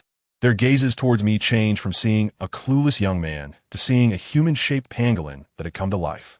A saying started circulating in the base, claiming that I had already taken down Commander Jonathan. Otherwise, how could he allow me to act so recklessly? While these people were gossiping about me, the outside world was not idle. It was New Year's Eve again, and the year 1508 of the Sea Circle calendar arrived. The people in the base were listening to the New Year's bells from the naval headquarters while gossiping. They talked about how the world government was about to recruit a notorious pirate as a warlord of the sea named Snow Disaster Dallas, with a bounty of over 200 million, who was also a scum that slaughtered civilians. The naval personnel were infuriated, but what good did it do? Their voices couldn't reach the ears of those big shots in the world government. I really don't have time to deal with these trivial matters. At the very moment the New Year's bell rang, I was still crashing against the mountain.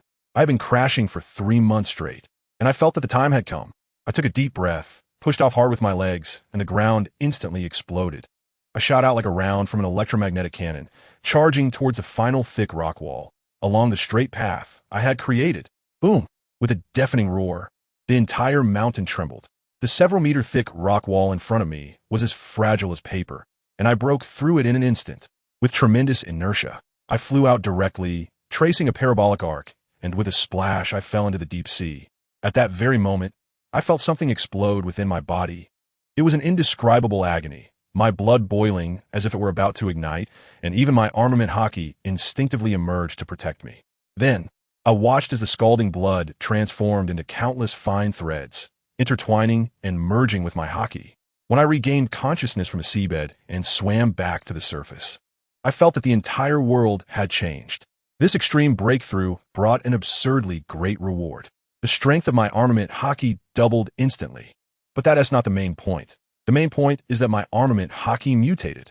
I raised my hand to take a look, and wow, that originally purple-black has now turned into a gray-black color.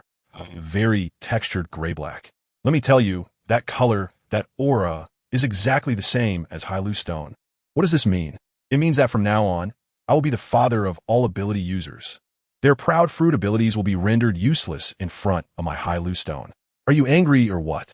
In the future, when I encounter ability users, they will just be my walking experience bags. I couldn't help but laugh out loud. That scene must be amazing. However, while it feels great, problems have arisen. I can clearly feel that I've hit a ceiling again. My top-tier physique has already been exhausted of its potential. My strength can no longer increase. Carp was right. Physique is indeed a ceiling. If I want to become stronger, I must break through this ceiling. The next level is the Wuhai level physique. That's the level that can awaken the conqueror's hockey. It seems it's time to leave this novice village of Balong and go to a bigger stage. Having realized this, I went straight to find Jonathan. This guy has probably been quite affected by me lately and has been avoiding me every day. When I arrived at his office, he was venting about that rookie, the wannabe Wuhai. When he saw me, he snorted coldly. "Oh, the training fanatic has time to come here. Don't tell me you've hurt your body." I shot him a glance and picked up his newspaper to read. "Even if your body has problems, I won't have any. I came just to let you know, the mountain I've already drilled through it, and it can be navigated by boat at any time.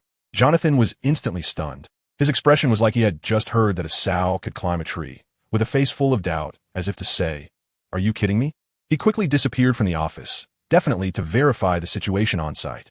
In less than 10 minutes, as I was almost done with the newspaper, he dashed back in a daze. "How did you do it?" He stared at me blankly, completely bewildered.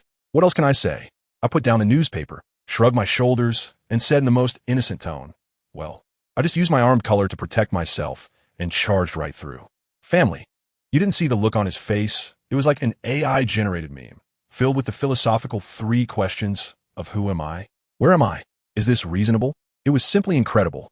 It was simply incredible. The next moment, he lunged at me like a madman, insisting that I let him copy my cultivation method. The way he acted, you would think I was about to blow up his base. At that time, I had no time to pay attention to him.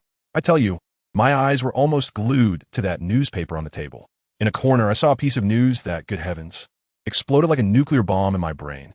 The Revolutionary Army, led by someone named Dorag. Who understands, as soon as this name came out, my DNA reacted. This is a major event for the future. The storm of the entire world is about to start from this man named Dorag. I couldn't help but exclaim, saying that the wind is finally going to pick up. Then Jonathan, that old buddy, quietly said, "Dorag? That kid is the son of Admiral Cap. Who doesn't know this among our senior officials?" I was just an old man on the subway, looking at my phone, my face full of disbelief. What is this? The son of that old man Carp? The old rascal who used to pick his nose and chase me around every day? Can he really give birth to such a revolutionary with high ideological awareness?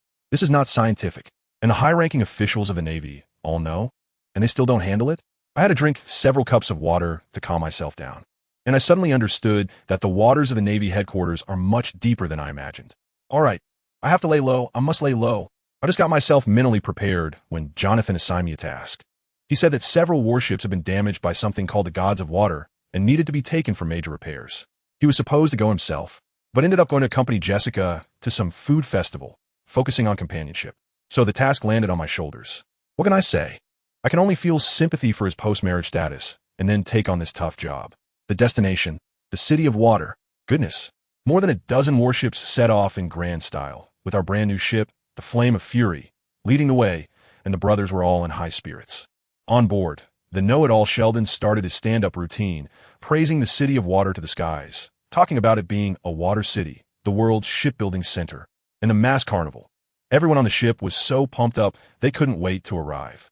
Just as we were getting into it, suddenly, battle alarms went off. The sound was sharp enough to pierce eardrums. The lookout shouted that there was fighting up ahead. Let me tell you, the reaction speed of our fierce Tiger Brigade is incredible. The Flame of Fury instantly shot out like an arrow, breaking away from the main fleet and heading straight towards the sound of cannon fire.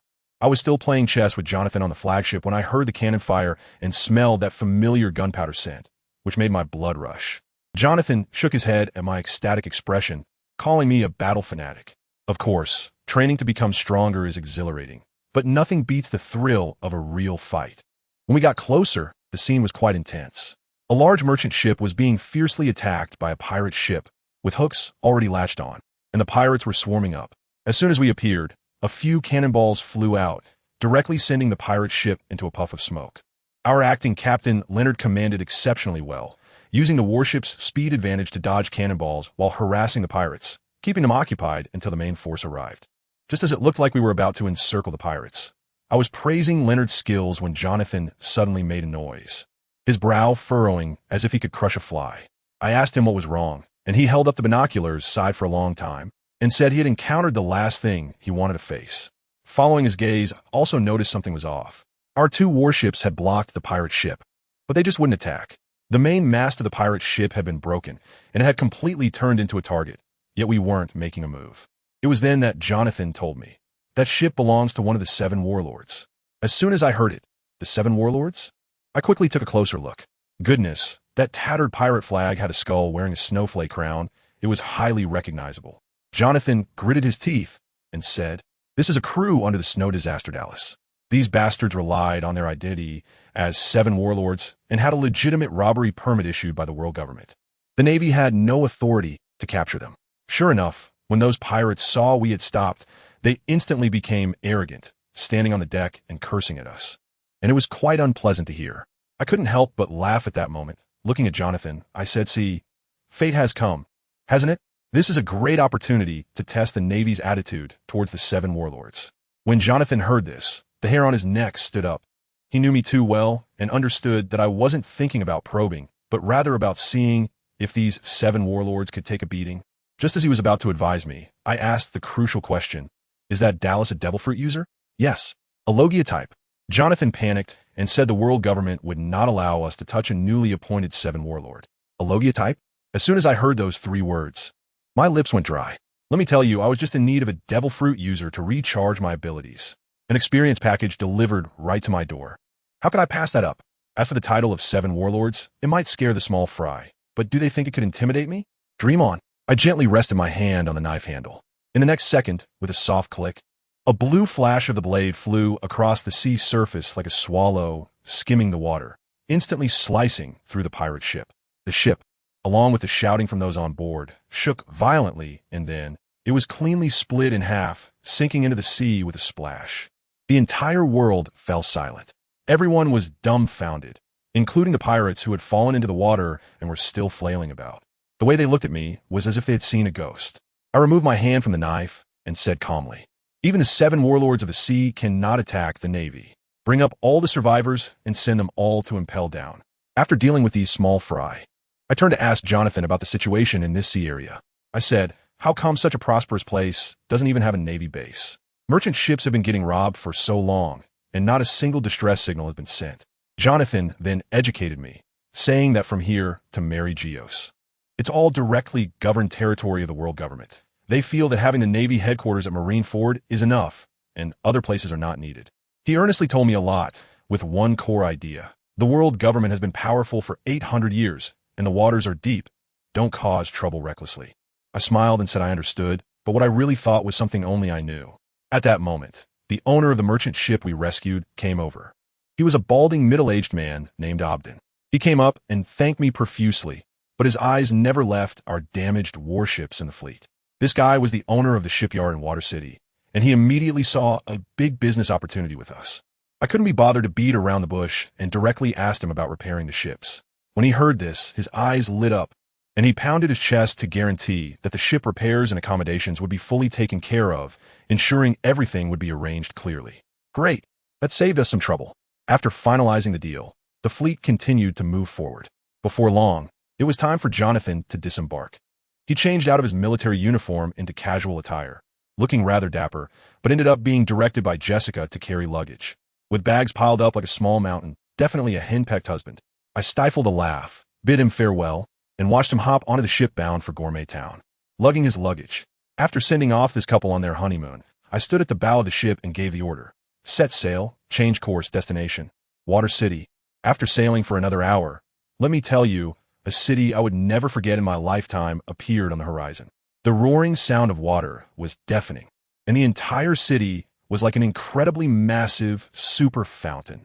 Water gushed out from the top of the city and flowed into the sea through 7 ridiculously wide waterways. With the city built between these waterways, the scene was simply miraculous. Everyone on the ship was dumbstruck, each one with their mouths agape, unable to utter a word for a long time. I was so shocked at the time that I couldn't help but exclaim, "This is simply a gigantic fountain." The proud Obden leaned over and said, "Colonel, this is not just a fountain. It is the power source of our Water City, one of the greatest wonders in the world." I thought to myself, why don't you go ahead and tell me, what kind of miracle is this? The man immediately started talking as if a switch had been flipped, explaining to me that this grand fountain is the main engine of the entire Water City, drawing water back to the sea through 7 huge waterways and branching out into countless smaller channels. The entire transportation of the city relies on it. I was really getting into it when I suddenly caught a glimpse of something strange out of the corner of my eye. Goodness, there was something on the sea that looked like a centipede, rushing towards us in segments. Right after that, there was the sound of a loud whistle. I was completely stunned at that moment. This thing was steaming, looked just like a train, but it was running on the sea. Next to me, Obden's eyes were wide open like copper bells, and he couldn't even speak properly. What is that thing? Let me tell you, this scene shocked me as much as when I first learned that mobile phones could be used for QR code payments. It's black technology, absolutely black technology in this world. I steadied myself and looked underwater, and there really were tracks. The train rushed past our fleet, and the people on it were still shouting at us. When the train had gone far away, Abdin finally came to his senses, trembling with excitement. He really succeeded. The city of water is saved. I heard someone in the car shout a name, Tom. I asked Abdin who this Tom was so impressive. Abdin cleared his throat, his expression quite complicated. He said, "This guy named Tom is the world's #1 shipwright." And what happened? Because he built a ship for the pirate king Roger, he was sentenced to death. But he pulled out a design for a sea train on the spot, and the judge looked at it and said, "Fine, I'll give you 10 years probation. If you really build it, we can talk about it then." To everyone's surprise, he actually made it happen. The pirate king Roger? Judicial Island? At that moment, I felt a jolt in my heart. Wow, these people are everywhere. The warship soon entered Water City, but to be honest, the city looked a bit bleak. It was run down. The streets were filled with unemployed workers and drunks, giving off a vibe of a dying patient suddenly sitting up. It hardly looked like the world's #1 shipbuilding center. As soon as we entered the shipyard, all the workers looked at us like we were saviors. That old guy, Abdin, immediately took on an air of authority, issuing orders like a general, and the whole shipyard instantly transformed from an ICU into a KTV, bustling with energy. They knew the Navy had money, and if they repaired our ships, the yard would survive. Abdin, being quite the character, immediately said he would treat us. When I saw his nearly bankrupt shipyard, I had a good idea of what was going on. I waved my hand and said, "All right, you provide the drinks. I'll bring the meat, and we won't stop until we're drunk." As a result, that old fellow's eyes lit up, rubbing his hands and saying there would be plenty of wine. I later found out he had just gotten stuck with a shipment of unsellable wine and was worried about where to store it. Ah, the merchant's heart is indeed dirty. Before long, the damage report came out, and a foreman named Oblon's handed over a stack of papers. When Abdin saw the total price, 170 million Baileys, his heart must have been racing, and he forced himself to remain calm as he handed the report to me. I didn't have time to look at that thing, so I directly called Leonard over. "Let me tell you, Leonard is my god. I handed it over to you," and the person just slipped away, ready to go check out the scenery by that big fountain. Then I heard that Leonard was outputting a ton of critiques on that report, pointing out all the unreasonable parts, wiping the smile off Abdin's face. Poor Leonard. He must be missing Commander Jonathan again. While I was wandering around the city, on the other side, on Judicial Island, a conspiracy against me was quietly unfolding. The main characters were that Spandam, whom I had beaten into a pig's head, and his even more sinister father, Spandane. The son was howling for revenge, and his father, like an old fox, said that since I was a rising star in the Navy, they couldn't just act directly.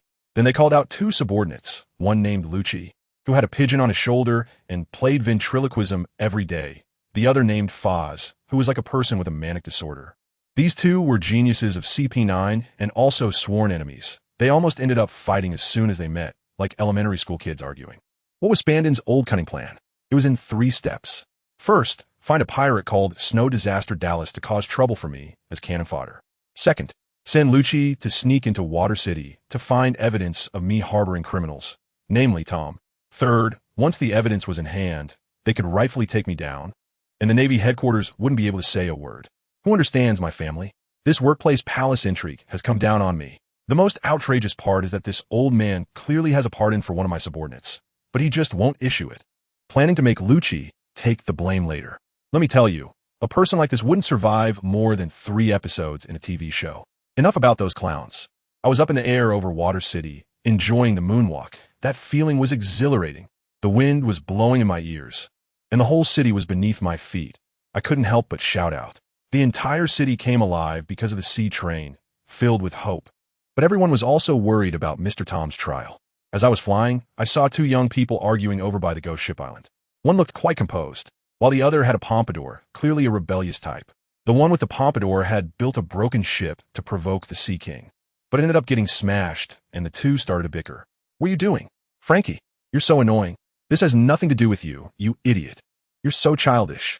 They were arguing happily when the Sea King quietly approached, opening its huge mouth to swallow them whole. Just at that critical moment, a loud shout pierced the sky. Woo! Let me tell you, the crying was truly heartbreaking.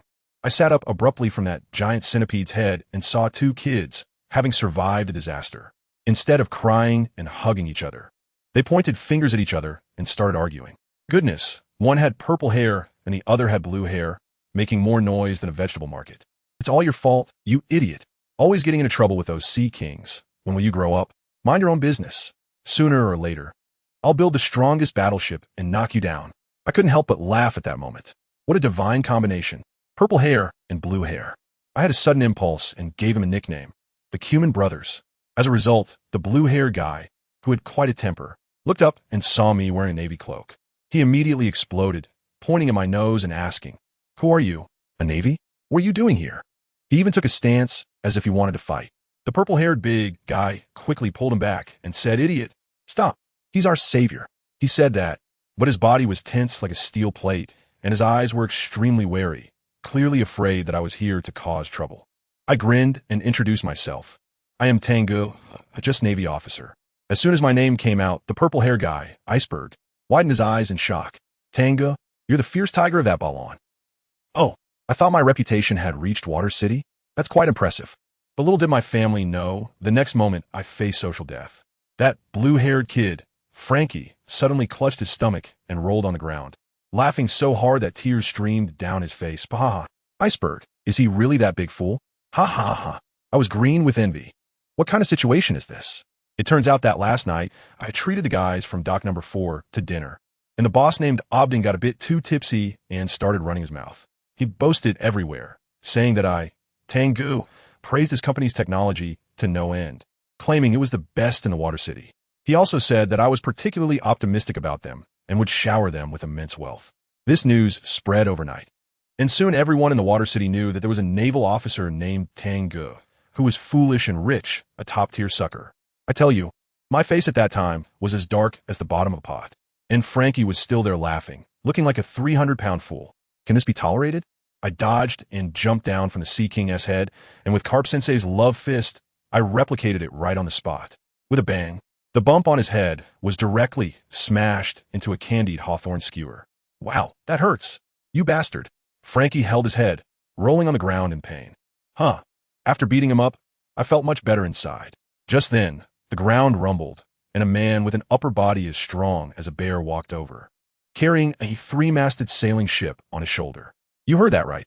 He was carrying a ship. With a heave, he threw that several-meter-long ship into the sea, and the splash went up high. "This guy is their master, Tom." He had also heard about my glorious deeds, looked at me with a glint of mockery in his eyes, and chuckled, saying, "Oh, so you were the one who treated us to a meal, the fierce tiger. Huh? What an interesting navy you are." I was so embarrassed that I could have scratched out a 3-bedroom apartment with my toes. But who are we? The best way to diffuse awkwardness is to make everyone awkward together. I immediately started some mutual flattery. "Oh, it's nothing. To have the world's #1 shipbuilder and designer of the sea train, Mr. Tom, know my name, this little money spent is worth it." Goodness, this tactic really worked. Tom, a muscular guy over 2 meters tall, actually blushed when I complimented him. A hint of red appeared on his greenish skin, and he struck a shy pose. The scene was simply surreal. The sense of incongruity was off the charts. The 4 of us were sitting on a barrel on the ghost ship island, chatting. Tom is truly a legend. He is carrying a death sentence for building ships for the pirate King Roger, and today is the day that will decide his fate. But what does he do? He acts like nothing is wrong, laughing and joking. Frankie is so anxious that he jumps up and shouts at him. "How can you still be laughing? If you don't cancel your crimes, you'll be executed." Instead, Tom laughs even more happily, saying that a man must face his future boldly. Frankie, infuriated, turns around and walks away. I looked at Tom and couldn't help but ask him, "Do you regret building ships for the Pirate King?"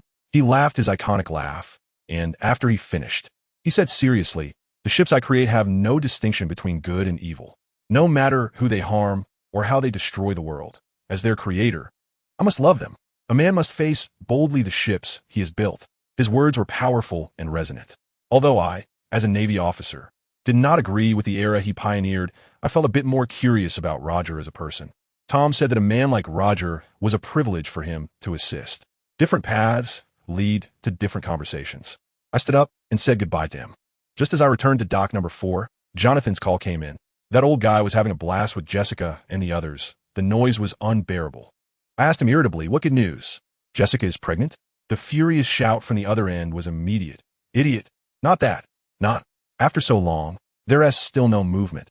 You're not saying you can't do it, are you?"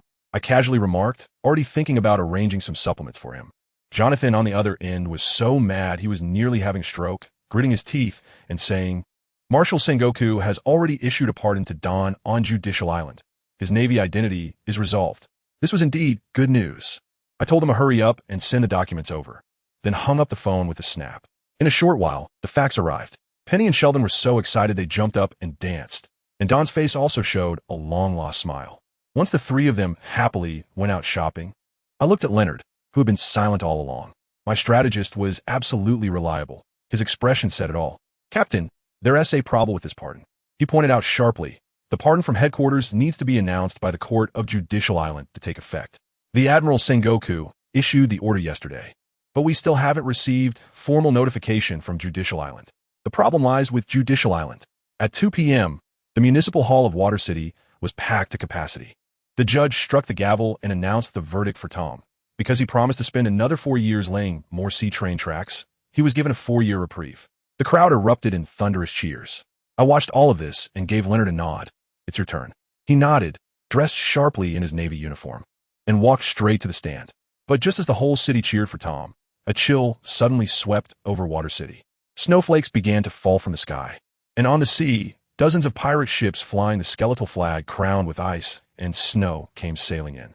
It was a pirate fleet. The warlord of the sea, Snow Disaster Dallas. The crowd instantly panicked and scattered in all directions.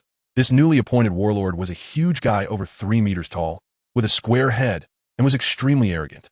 As soon as he arrived on the island, he greedily surveyed the city, boasting with his sycophantic subordinates about taking over Water City as their base. This guy was riding high on flattery, dreaming of dominating the Grand Line. Suddenly, his transponder snail rang, a voice even more arrogant than his came from the other end. "Dallas, right? Your Navy subordinates are at the town hall. You idiot. Hurry over." After saying that, the call ended abruptly. Goodness, Dallas exploded on the spot, veins bulging on his forehead, gritting his teeth and shouting, "Don't let me find out who you are, or I'll turn you into a snow sculpture." Meanwhile, another group was secretly taking action. In a hotel, CP9's leader Spandam was laughing triumphantly over his perfect plan. He sent that fool Dallas to intercept us while they prepared to capture people at dock number 4.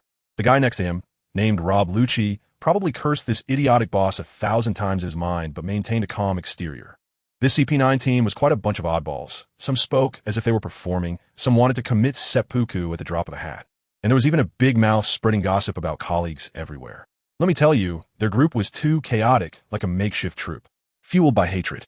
Spandam kicked the coffee table aside and set off with this group of hidden talents. On the other side, Dallas's pirate army had already begun to burn, kill, and plunder in the city. This small amount of money was simply not enough to satisfy Dallas and his subordinates. So Dallas exploded at the scene. I tell you, his lower body turned into a whirlwind of blizzard, wreaking havoc while shouting, "Coming to Water City, such a golden nest. How can I go back empty-handed? The richest must be those shipyard owners." Goodness, the scene was such that bullets and cannonballs hitting him felt like mud hitting the sea, utterly useless. Anyone who dared to resist would be instantly frozen into an ice sculpture, some even shattered by a slap. It was outrageous. At this moment, a naive newcomer, a new pirate captain, asked foolishly, "Admiral Dallas, aren't we going to deal with the Navy?" I tell you, Dallas's gaze instantly pierced like a knife. The tornado swept in and surrounded that guy, ominously saying, "You teach me how to do things? Who gave you the guts to interrupt me? Here, only I can give orders." That guy didn't even let out a peep before being frozen into an ice sculpture, his face still wearing an expression of sheer terror. Dallas looked at him appreciatively and asked the guy named Brack beside him, "See? Nice expression, right?" Brack, I tell you, was quite clever, cold sweat dripping down, and he forced a smile, saying, "Your taste is always so extraordinary. I know this guy. The one who was frozen to death had a bounty of over 60 million. Probably looked down on Dallas for being lucky." This Brack immediately seized the opportunity and shouted at the remaining pirates, "Did you all hear that? That idiot just got what he deserved. In the Dallas pirate crew, there's only one captain, and that's Captain Dallas. Hey, you wouldn't believe it. This tactic of killing the chicken to scare the monkey really worked, as the ragtag group was instantly subdued, nodding like little chicks pecking at rice."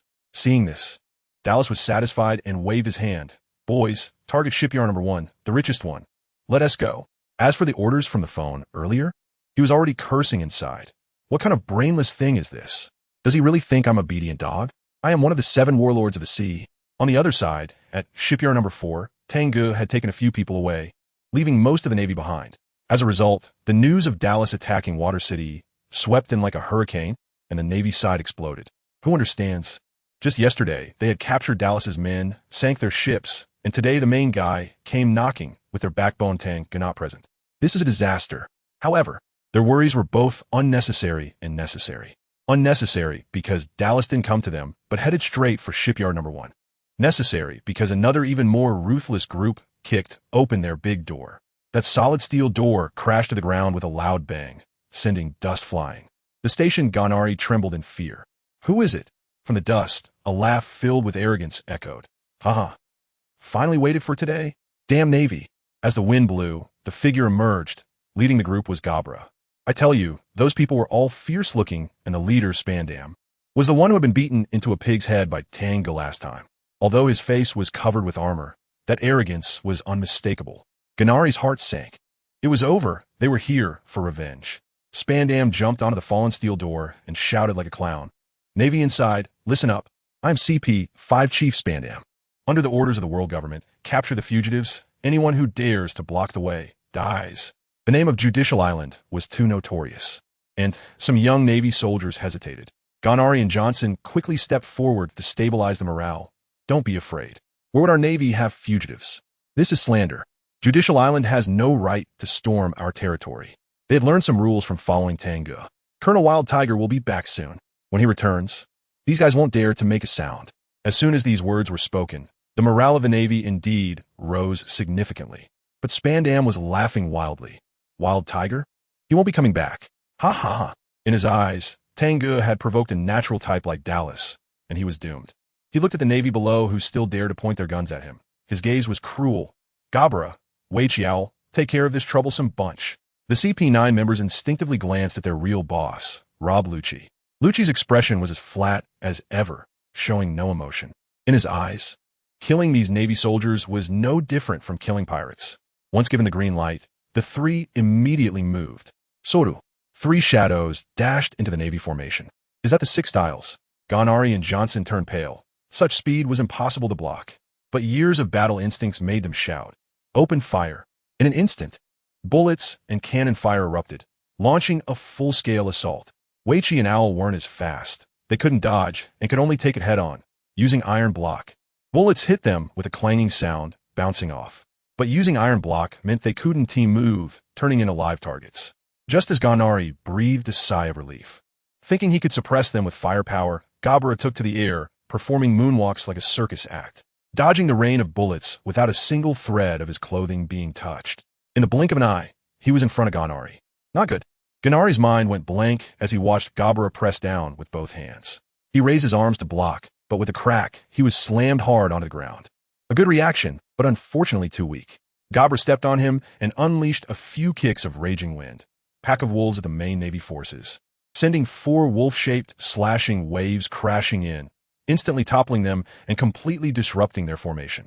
Ganari spat blood wildly, while Gabra stood on him, showing off. Navy, give up resistance. Defying Judicial Island leads to a dead end. Ganari forced out a sentence.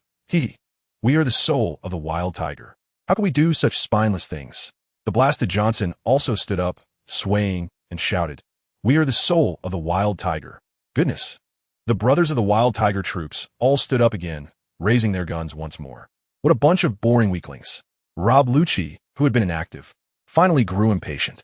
He flashed his body, and when he reappeared, he was already behind Johnson, holding a bloody arm. It was Johnson's. Johnson hadn't even finished giving the fire command before he was directly disarmed, fainting from the pain. This time, the Wild Tiger troops were completely enraged. Bastards.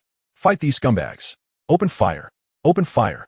Bullets and cannonballs rained down on Lucci like crazy, but he moved as if taking a stroll, sidestepping here and there. Not a hair on him harmed. Lucci's eyes were icy, his killing intent rising. He lifted his leg and executed Raging Wind, Bird of Prey. A giant bird slash over 10 meters long, carrying terrifying wind pressure towards the Navy crowd. If this hit, it wouldn't just be an injury. Just at that critical moment. Ziz. That earth-shattering slash was actually caught firmly in one hand. A phantom of a tiger roared briefly in his palm, and with a pop, the slash was crushed, turning into countless specks of light. Tang Ge had returned. As soon as he landed, his gaze swept across the scene. landing on Johnson, who lay in a pool of blood with a severed arm, his eyes instantly filled with murderous intent. Gabra was dumbfounded. He knew how powerful Lucci's move was, capable of splitting a warship, yet was caught by someone with one hand? What kind of monster is this? He barely shouted a warning, and an extreme sense of danger enveloped him. Gabra, be careful. But his companion's warnings were a beat too late. Gabra desperately used Soru, leaving behind dozens of afterimages, speeding to the limit. But that deathly crisis still followed him closely. He couldn't see where Tang Ge was, only hearing the sound of air being torn getting closer. Then a steel fist appeared out of nowhere, smashing straight towards his chest. Black Tiger's hard extraction. With no way to retreat, Gabra could only use his strongest defense, iron block, steel, hoping to withstand it until help arrived. But he thought too much. Tang Ge's fist. Clang. A single sound shattered his defenses, broke his arms, and struck hard against his chest. Crack. The sound of bones breaking was enough to make anyone's teeth ache.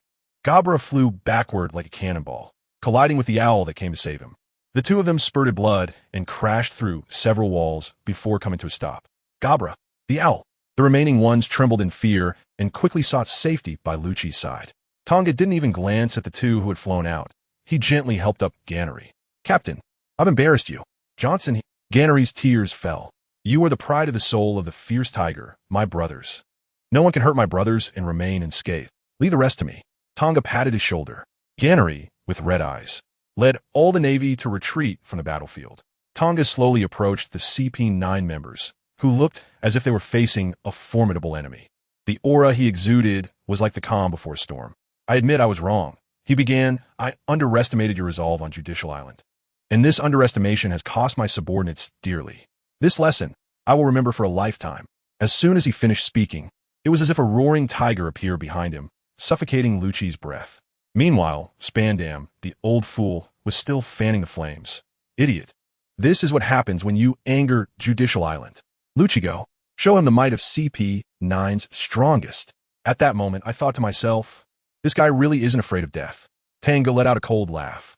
What a clueless fool. He bent his legs, and the ground beneath him cracked inch by inch as he shot towards Spandam. Lucci reacted quickly, instantly blocking the way, storm foot, chaotic feather. Countless slashes rained down on Tang Ge like a storm. Beside him, Kaku also activated life return, his hair growing wildly and forming a large net to try to trap Tang Ge. So flashy. A circle of black air erupted from Tang Ge's body. Haki, armament. The overwhelming power directly dispersed all the attacks. His speed not only didn't decrease, but increased as he broke through the defense line in the blink of an eye and grabbed Spandam by the neck. Spandam panicked instantly, wetting his pants as he begged for mercy. And no, you can't kill me. I'm Spandam. Please. Tang Ge expressionlessly lifted him up to his eye level. I told you on Giran Island, your identity and status won't save you. Unfortunately, you didn't understand. You will never have the chance to understand again. Crack. With a crisp sound, Spandam's neck was instantly snapped. Tang Ge casually tossed him aside, and the body slammed against the steel door, turning into a puddle of mush. Then, he grinned and looked at the remaining CP-9 now. Who can tell me who dislocated my brother's arm? Just then, a series of explosions sounded from a distance. Dallas and his crew had also arrived at shipyard number 4. Leonard, who had just arrived, was taken aback by the scene. Johnson's severed arm, Spandam's tragic death, this was getting out of hand. Lucci's brows furrowed tightly. He felt an unprecedented fear, but still stood up bravely. Navy, do you know what you're doing? You're against the world government. Tang Ge squinted at him. So, you did it? You got guts. He directly spoke into the mic. It's you who are against the world government, right? Attacking the Navy base without cause. Severely injuring my subordinates. And now I'm going to kill you one by one. That seems reasonable, right? Leonard beside him was almost clapping. Impressive, truly impressive. Now, the Navy had the upper hand. The injured Gabra roared. You're sheltering fugitives and dare to kill Commander Spandam. The world government won't listen to your one-sided story. Tang Ge looked surprised. Oh, you're pretty strong, being able to speak after taking a punch from me. You're the first. Puffed. Gabra spat out another mouthful of blood in anger. There's no point in talking. Attack. At Lucci's command, Kaku and Owl simultaneously launched their strongest attacks. One using hair as a spear and the other using iron head, flanking Tang Ge from both sides. Tang Ge treated it like a stroll in his backyard, taunting the whole time. Is this it? Is this it? You should rename Judicial Island to Waste Island, a waste leading a group of wastes. Put in some effort, trash. I'm almost falling asleep. Kaku was furious. He launched a spear attack, only to hear a crack as his finger broke off. I'll charge from the side. And Tang Ge countered with a knife hand, using Haki to break through the iron block on his neck, causing him to roll his eyes and faint on the spot. Then, with a whip kick, he sent the fleeing Kaku flying as well. In just a few seconds, the two CP9 were out of commission. The gap was too large. Kaku, ow. Gabra could only howl in despair. Lucci knew he couldn't hold back any longer. He flew into the air, spinning rapidly, storm-foot. Phoenix. Countless slashes came crashing down heavily. Good. Finally, something decent. Tang Ge didn't retreat, but advanced, executing storm-foot. Broken door, sending a fierce slash upwards to meet the attack. And the two forces collided in midair, exploding. Lucci landed and executed spear. Yellow Lotus, a torrential rain of finger strikes, all hitting Tang Ge. Tang Ge forcefully took it with his iron block, sliding several meters on the ground. Gabra looked on, reigniting hope. Good. Lucci is indeed the strongest. But Lucci knew in his heart that every blow felt like hitting steel. His fingers were about to split. He took a deep breath, brought his fists together, and unleashed the ultimate move. Six King Spear. Boom.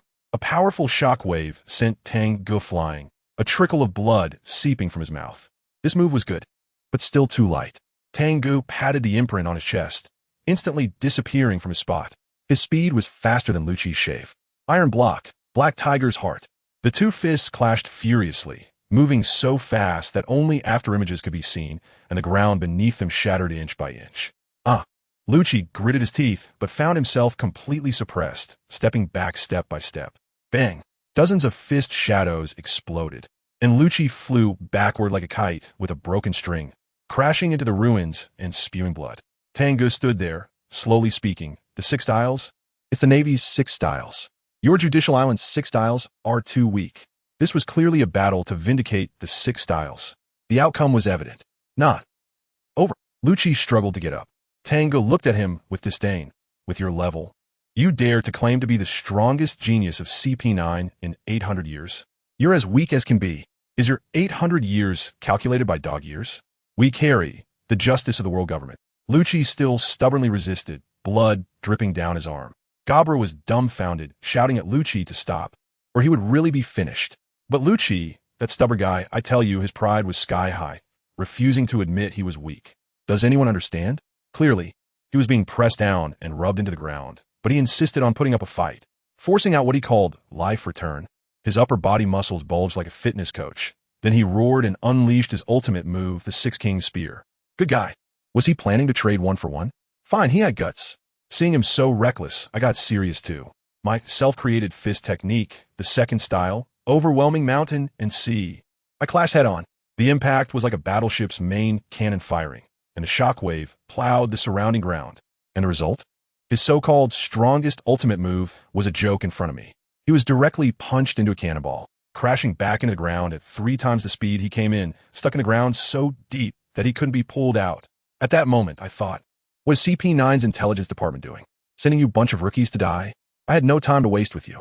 I raised my hand and unleashed several Stormfoot techniques, preparing to pack these guys up and send them away. But then, just when I was about to collect the heads, a glowing door suddenly appeared beside me. I was left with a big question mark.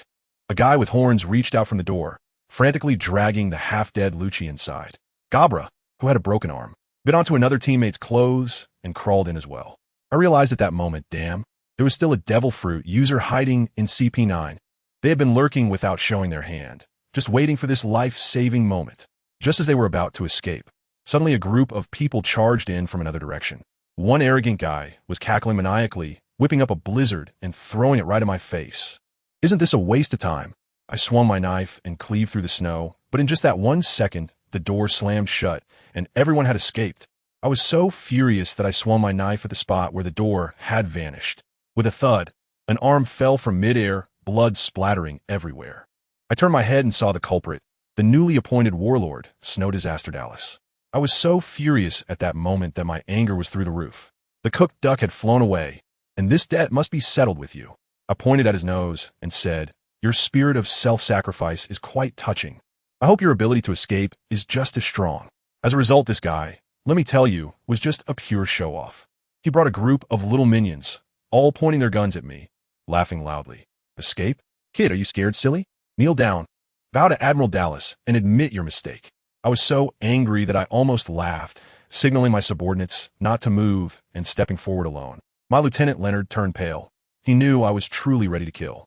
The 7 warlords were still there, chattering. With a fiery tiger, right? Let my people go, and then kneel and apologize. If I'm in a good mood, I might spare your life. I really couldn't hold it in, took a step back, and pinched my nose with a disgusted look on my face. Dude, can you stay away from me? Did you stuff something awful in your mouth? Why does it smell so bad? I even turned to ask his lackeys, how do you guys usually tolerate this? Pile of green poop. Goodness. Some of his subordinates actually showed expressions that said, you said what I've been thinking. Dallas's face instantly turned green, trembling with anger. You bastard Navy. I'm going to kill you. I'll tear you to pieces. I dug in my ears, looking surprised. What? You want to apologize to me? And beg for mercy on your knees? You're actually quite nice. How embarrassing. After all, you're a warlord of the sea. At that moment, his CPU completely overheated. With a sharp scream, he transformed into a torrent of blizzard, instantly surrounding me. The temperature dropped sharply, the ground froze over, and the scene was like stepping into the Ice Age. This is the nature system. It really has some power. Blizzard's snow wolf. His voice echoed from all directions, and a bunch of snow wolves leaped out from the snow wall, baring their fangs and claws as they charged at me. What a show. A phantom of a fierce tiger flashed behind me, and several slashes of light instantly shattered those snow wolves along with the snow wall. I quickly jumped over to a large iron gate, casually pulling out my frozen deputy Leonard from the snow pile, and asked him, Leonard, what should we do if pirates attack the Navy and kill people, according to the rules? Dallas over there didn't understand at all and thought I was holding some unfortunate soul's corpse, shouting madly. Not only am I going to kill him, but I'm going to wipe out all of you Navy as well. I've been waiting for this sentence. I smirked, and my voice instantly turned cold. Just admit it. Warlord of the Sea, Doras, you attacked the Navy and caused the death of Admiral Spandam of Judicial Island. Now, I announce the revocation of your warlord title and sentence you to death. I directly framed that useless Spandam for his death. Dallas didn't even realize who Spandam was and kept crazily summoning soldiers. The snow in the entire square came to life, turning into a sea of snow, trying to drag me in and drown me. I stand on the snow, as steady as an old dog, my mouth not stopping. Is that it? It's such a waste to use a natural-type fruit on you. You're simply a jumping clown. Is the threshold for the 7 warlords so low now? Anyone useless can become one? Every word is like a knife stabbing into his heart. This guy is just a glass heart relying purely on the fruit's abilities, completely broken down by a few of my words. He gathered all the snow together and built me a snow house several dozen stories high, each layer as hard as steel, trying to crush me to death. Useless waste.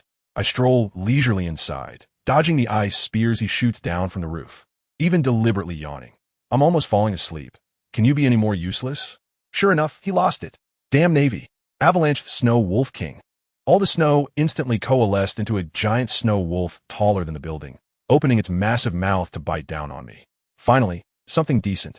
I simply didn't dodge and let the snow bind me. The giant wolf swallowed me whole, and an endless blizzard instantly engulfed me. Regret in hell. Dallas's voice was filled with resentment. But what he didn't know was that at the moment of being swallowed, a layer of pitch-black hockey covered my entire body. The wolf's teeth, harder than steel, instantly turned to snow upon touching my hockey, then became water, and finally evaporated. How is this possible? Dallas's voice was filled with fear and confusion. His worldview probably shattered. My heart was steady, and my guess was confirmed. The awakened armament hockey is the nemesis of devil fruit abilities. I can feel that this snow wolf is his true form. Want to run? It's too late. The real weakling is you, idiot. I infuse the armament hockey into my sword. Hockey. 1 slash to ascend, 10,000 cuts to enlightenment. A fierce tiger's blade, accompanied by black lightning, shot up from the snow wolf's body. With a loud bang, the gigantic snow wolf exploded into countless snowflakes from head to toe. Dallas's physical form fell out, with a thin red line in the center of his body. This time, his elemental form couldn't save him. As his body split in half and fell into the snow, a warm current surged into my body, and the plus sign on my external enhancement was full. I clicked on it without hesitation. I tell you, as soon as I clicked, a live broadcast popped up on the screen. Wow, the fight in the arena was intense. These 2 guys are traditional talents of our fierce Tiger Brigade. One is called Johnson, and the other is called Ganari. Every year, We select the two strongest fighters to practice. The winner handles combat, while the loser goes to logistics. In the past, Ganari, that gorilla, always won, but this time, hey, it's different. Johnson had broken an arm recently, but guess what?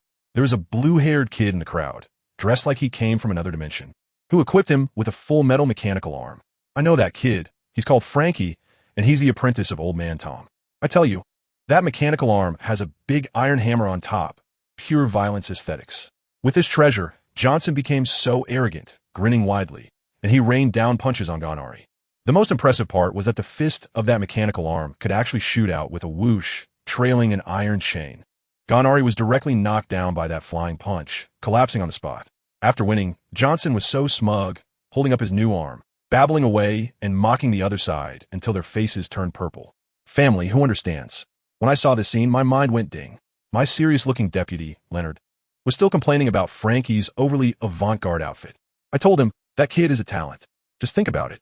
If we could get one of those for each member of our fierce Tiger Brigade, wouldn't our combat power soar? Our brothers have average physical fitness, and learning high-end techniques like the 6 styles is tough, but if we could leverage technology, wouldn't we just take off? I immediately made the decision to have Leonard talk to Frankie. Money was not an issue. I had to get this technology. As for myself, I needed to keep a low profile. After all, with the chaos in Water City this time, I definitely couldn't stay in Balon. I had to pave the way for that kid Leonard to take over my position. While I was contemplating how to upgrade my equipment, let me tell you, the real heavyweight showdown had already begun in Mary Geos. The scene shifted to the 5 old men of the world government, who were confronting the big shots of the Navy across a lake. The reason? It was all because of that useless Spandam, who went to report me, claiming I was harboring criminals, obstructing law enforcement, and even killed the warlord Doflamingo, turning black into white. The 5 old men asked Admiral Sengoku if he had anything to say. Let me tell you, Admiral Sengoku was so domineering with his hands in his pockets. Not even raising an eyebrow, he directly called Spandam a clown and dismissed him as nonsense. He made it clear that the person I protected had signed a pardon 3 days ago, and the documents had already been sent to Judicial Island. Spandam was dumbfounded on the spot, still stubbornly saying the procedure was completed and the pardon was effective. Anyone who understands could see. Spandam's expression was like a 2025 live-action version of I'm so emo, just short of opening a depression account right there. As a result, Admiral Sengoku ignored him completely, flicked his hand, and a piece of paper flew over to the hands of the 5 elders. On it, the seal of Judicial Island was clearly stamped. At that moment, I just wanted to say, is that it? Just this? The slap on the face was loud. Spandam collapsed right there.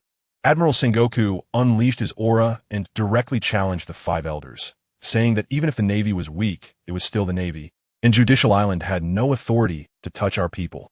Just as it seemed about to escalate, the former Admiral Zephyr, with his bad temper, directly started cursing, pointing at the 5 elders and calling them a bunch of idiots. In the end, it was still Sengoku who brought the topic back. He threw out a bombshell, saying, "What the hell does Doflamingo count as? He attacked a Navy base and killed so many of our brothers. Even CP9 members died at his hands. Killing him is acting on behalf of justice, maintaining the face of the world government." Then, the explosive moment came. Sengoku practically shouted, "Abolish the warlord system." At that moment, all the big shots of the Navy, Sengoku, Akiji, Akainu, Zephyr, and Fleet Admiral Sakazuki, all unleashed their presence. Let me tell you, that scene was something else. The two sides' auras clashed directly. The calm lake's surface boiled like water, reaching a boiling point, and the air was crackling with sparks. Spandam, with his eyes rolling back, fainted right there, hitting the ground hard. The 5 elders, of course, were not having it, refusing to abolish it at all. In the end, it was Fleet Admiral Sakazuki, that old veteran, who set the tone for the matter with a single sentence. He said that abolition was unrealistic, but the legal robbery rights of the warlords must be abolished. This was the real goal of the Navy. The 5 elders were forced into a corner and had no choice but to concede. But they also wanted to save face, saying that this guy who had repeatedly opposed the world government must be severely punished. Admiral Sengoku was also straightforward, directly stating that the Navy headquarters had issued documents to strip me of all my positions and transfer me from Balon Fortress. This matter was thus settled. The Navy big shots left in high spirits, leaving the 5 elders there mumbling about needing to give me a stronger devil fruit and trimming the Navy. TCH, a bunch of old schemers. The next day, the headlines of newspapers around the world exploded. The snow disaster Doflamingo was killed by the Navy. and the legal robbery rights of the warlords were restricted. Once this news broke, the world was in an uproar. Ordinary citizens and those allied nations were overjoyed. But some big pirates turned green with anger. That flamboyant Doflamingo in his pink feather coat was jumping up and down in anger, saying that Doflamingo's uselessness dragged everyone down. Crocodile was also furious, his face as dark as the bottom of a pot, as his plans were all disrupted. Only Shanks, let me tell you, this guy had a big perspective. He thought it was a good thing, saying a new era was about to begin and was preparing to head to the East Blue. The world was in turmoil. And what about me? The center of this storm? Guess what? My cheat master, Garp, was on vacation in the East Blue. Admiral Sengoku made a phone call, asking him to come to Water City to escort me back. When Garp heard that I had killed a warlord, he was so happy that he was laughing to the point of tears, repeatedly saying I was indeed his disciple. On the other end of the line, Admiral Sengoku was about to have a brain hemorrhage, roaring that the 5 elders had murderous intentions and sent CP0 to get me, telling him to hurry up and come over. Garp hung up the phone and turned to see his grandson Luffy listening to someone tell pirate stories. And he got so angry that he roared, "You're going to be the king of the Navy," and directly tied the kid to a bunch of balloons and let him fly. Anyone who understands knows that this way of raising kids is all about cyber releasing them, emphasizing leaving it to fate. After messing with his grandson, the old man finally carried the sleeping Luffy and boarded the warship sent to pick him up. Over here in Water City, my subordinates were cheering madly upon seeing the newspaper, feeling like they participated in a world-changing event. I sent them all out to play, letting them spend freely. I would reimburse them. Then I kept Leonard behind, and he told me that I had been dismissed. I was not surprised at all, patting his shoulder, officially handing over the Fierce Tiger unit to him, telling him, "You fool, living is more important than anything." After sending everyone off, when I was the only one left, that kid Don came out from the corner. He was now a full-fledged Navy member, but couldn't understand why I, having made such great contributions, was instead dismissed. I smiled and patted his head, saying there was no particular reason, just that I had to leave. Looking at his disappointed expression, I laughed heartily, saying, "Come on, don't think too much. Let's go around the island 10 times to warm up." I never expected that as a small former Navy member, my transfer would cause such a big stir. The next day, a seemingly endless line of Navy troops marched straight into the shipyard. Leading them was a guy wearing a dog head mask, with a build as strong as a bear, walking with the wind. I was doing weighted exercises while being upside down, and when I looked up and saw him, let me tell you, I was startled, and the sweat on my back just came pouring down. Damn it, it's that old Tyrannosaurus again. As soon as he opens his mouth, it's the same old tired lines, talking about how the Baroness Fierce Tiger has 2 tough guys who want to see me. Let me tell you, as soon as my nickname got out, this old thing was definitely the first to hear it. At that moment, my expression was probably filled with disdain. He wasn't pleased either. I could feel him glaring at me through the dog head mask. Is that the attitude one should have toward the teacher? Oof. What attitude I have towards him doesn't really matter, does it? That old guy is just a pure troublemaker, always looking for a fight, even when there's none. Forget it. It's pointless to say more. Let's just get started. Besides, I want to test the strength of my new body. Without saying a word, I cover myself with armed color hockey, my gaze 3 parts provocation and 7 parts defiance, almost writing "come at me" on my face, still so unaware of the world. The corner of the old Tyrannosaurus's mouth under that dog head mask was almost grinning up to the sky. The next second, he disappeared. Whoosh, gone in an instant. Wow, what speed. Bang, a loud crash. Our fists collided, armed color hockey rubbing against each other fiercely. And what was the result? 1 second, just 1 second, and the winner was decided. Ouch, it hurts so much. Damn, it feels like I'm dying from the pain. I flew back like a cannonball, flailing my arms wildly. Let me tell you, it felt like my fist was made of tofu, slamming straight onto a red-hot iron plate. My little bit of armed color hockey was nothing in front of him. It shattered like paper at the slightest touch. Before I could recover, that old guy's voice actually came from above my head. "Not done yet, little tiger. I'm sweating all over. This speed is at least twice as fast as last time at that ballong." Boom! I was still in midair when he executed a reverse hook kick. A solid whip kick hit me squarely. My vision went black, and I crashed into the ground like a meteor, creating a large, human-shaped pit, with 3 meters of earth exploding outward. Tang Ge, the commander Jonathan, who came with me, was dumbfounded, probably afraid that this old Tyrannosaurus would kick me to death. It was only then that Carp took off his dog head mask and laughed wildly. "Huh, you kid or something? Your name is so famous now." "Huh." I'm lying in the pit, feeling like my bones are about to snap in half. I've figured it out. My physique compared to that old Tyrannosaurus is not even in the same league. He's way ahead. Want to get revenge? I guess I'll have to wait until later to beat up his grandson. At least Jonathan has a bit of conscience. He came over and dug me out of the pit, but this old guy was laughing the whole time, his shoulders shaking. Just you wait. I spat out 2 mouthfuls of dirt-laden saliva, completely changing my attitude by 180 degrees. A real man knows when to bend and when to stand firm. I immediately put on a flattering smile. Oh, not at all. Compared to your title of naval hero and legendary goalkeeper, I'm nothing but a speck, really not worth mentioning. Not worth mentioning. Hey, would you look at that? This trick really works. The old man ate it up, feeling quite comfortable with my flattery. Then, that clueless Jonathan laughed out loud. Goodness, Carp shot him a look as sharp as a knife. He pulled Jonathan in by the shoulders and gave him 2 hard pats with his big hand. I heard you were leaving, and Jonathan here couldn't even take a day off, insisting on coming to see you off. The ground beneath Jonathan cracked, and he was practically hammered into it like a nail, his face turning purple, struggling not to spit out a mouthful of old blood. Family, who understands? He didn't want to come at all. He was just forcibly conscripted by the old tyrant. After finishing with Jonathan, the old tyrant patted his behind and left, tossing out a final remark. You have 10 minutes to say goodbye, and don't be crying like little babies, you big guys. I took a good look at Jonathan. Goodness, it hasn't been long since we last met. And this guy not only lost weight, but is also balding. This is a typical middle-aged crisis hairstyle. Jessica is too ruthless. She really drained him dry. The atmosphere of our farewell was actually quite awkward. We stared at each other in silence, and in the end, he spoke first, nagging like an old woman, telling me not to cause any more trouble in Marinvondo. If it weren't for the distant roar of the old Tyrannosaurus, he probably could have gone on until dark. After that, I had to say goodbye to my soldiers. When I arrived at the temporary base with Jonathan, wow, my soldiers had completely upgraded. Johnson had a mechanical iron arm, Gannery was carrying a Gatling gun, and each one of them looked like Terminators. This was all thanks to that blue-haired genius, Flam. It's incredible. I quietly slipped back to my ship, the Fierce Tiger, and sat down in the captain's chair. The nautical charts on the table were still spread out. Everything was just as it was when I left. In an instant, the scenes from the past 2 years on the ship flashed through my mind like a movie. When I rubbed my eyes and pushed the door open, I froze. On the deck, all the brothers of my Fierce Tiger unit stood straight, silent as the grave. Upon seeing me emerge, they immediately formed up, doing punches while singing the team song I had carelessly taught them. These fools. I thought they didn't know I was leaving and hoped to slip away unnoticed. But it turned out they were well aware.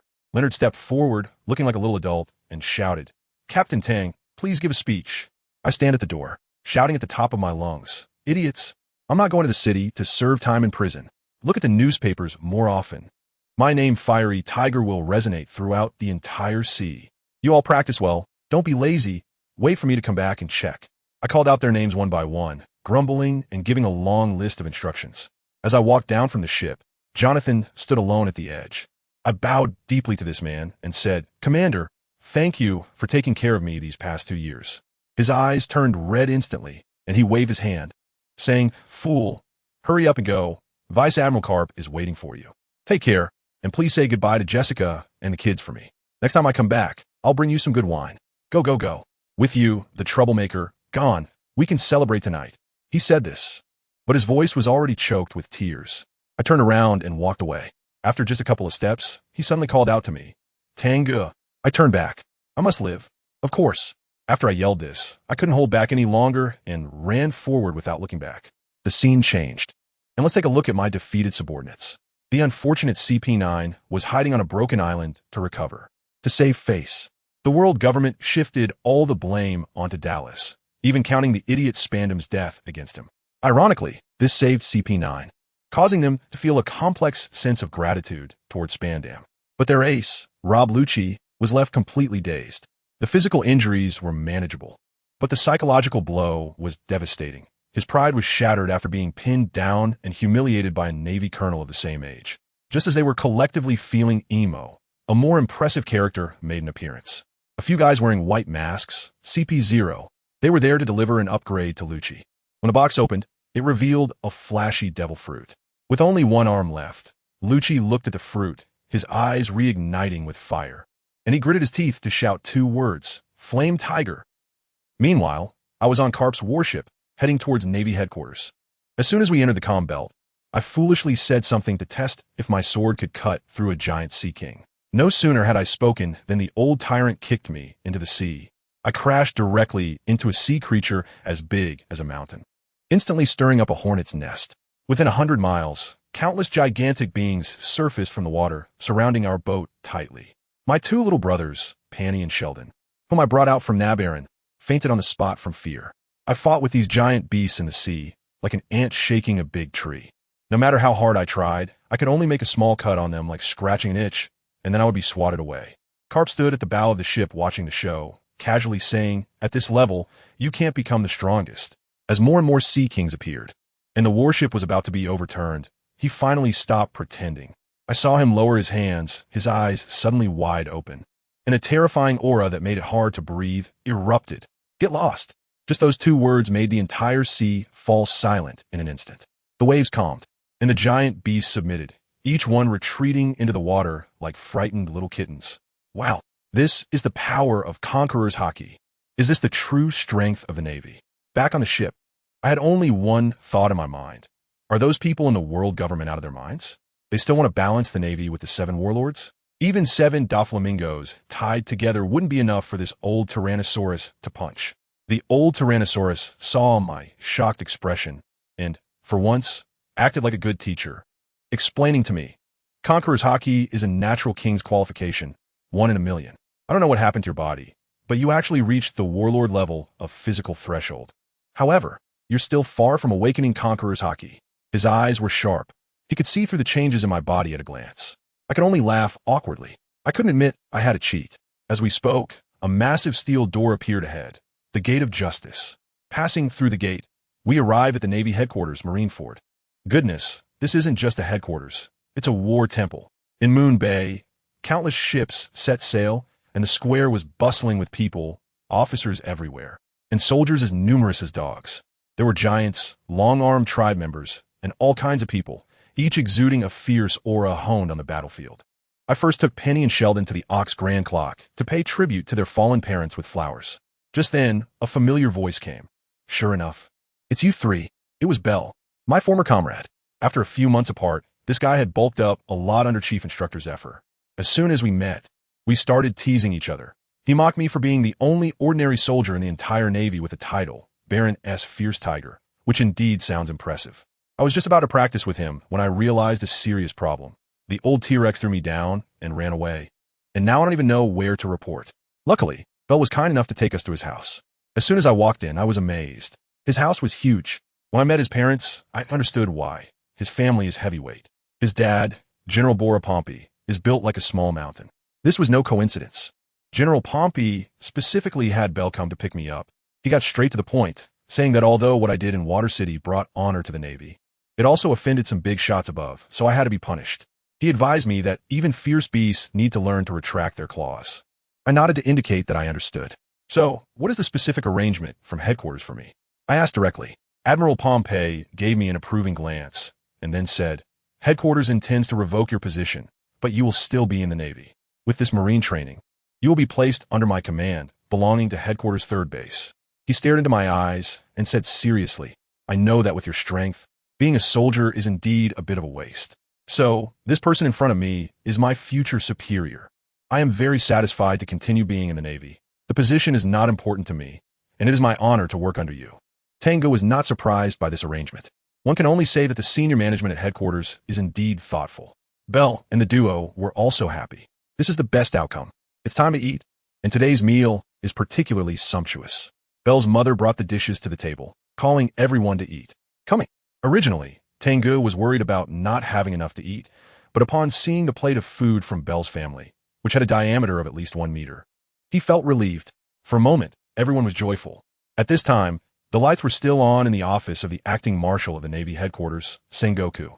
A group of people were discussing a pile of documents. Among those who participated in the confrontation at Mariehua, aside from Admiral Akainu, who had to return to guard G1, the others were present. Sigh, I didn't realize until now that since Roger's death, the Navy hasn't produced any capable soldiers for a long time. Zephyr sighed heavily, took off his glasses, and gently wiped them with his sleeve. After he proposed the training plan for the Navy, the headquarters selected elite officers and soldiers for bases around the world to come for training. This was already the second round. The purpose, of course, was to enhance the overall strength of the Navy, but the results were not satisfactory. The quality of the Navy coming for training was declining with each round. Really strict, Teacher Zephyr. Among the newcomers this time, there are a few with abilities, including a natural type. If we focus on their training, they could become excellent commanders guarding a region. Unexpectedly, the laziest of them all, Admiral Akiji, was the second to speak. He had natural curly hair and a tall, thin frame, looking as if he could fall asleep at any moment. We can't rely too much on the devil fruit abilities, Kazan. True strength is fundamental. The few ability users you mentioned can't carry the Navy's next generation on their shoulders. Zephyr placed his glasses on the table, dissatisfied with Akiji's comments. Speaking of which, didn't that Baroque guy pop out a decent Marine? Garp. Garp. Sengoku's voice suddenly rose several octaves, waking the dozing Garp, who had a bubble of snot burst, and an unknown liquid smeared across his face, looking extremely confused. Oh dear. Fell asleep again. Has the meeting ended? Let's go. Hurry up to eat. I'm already hungry. The more he spoke, the faster the veins on Sengoku's forehead throbbed, and finally, he could no longer hold back. You bastard. Sleeping during meetings, all you think about is eating. His roaring voice seemed to lift the roof, and the drool almost drowned Garp. Garp had a look of a dead pig unafraid of boiling water, and even made a face at Admiral Akiji. Here we go again. The others, out of sight, were out of mind, all lost in thought. After a while, the topic finally returned to the beginning of the discussion. You say Tango? Creek. That kid has average talent.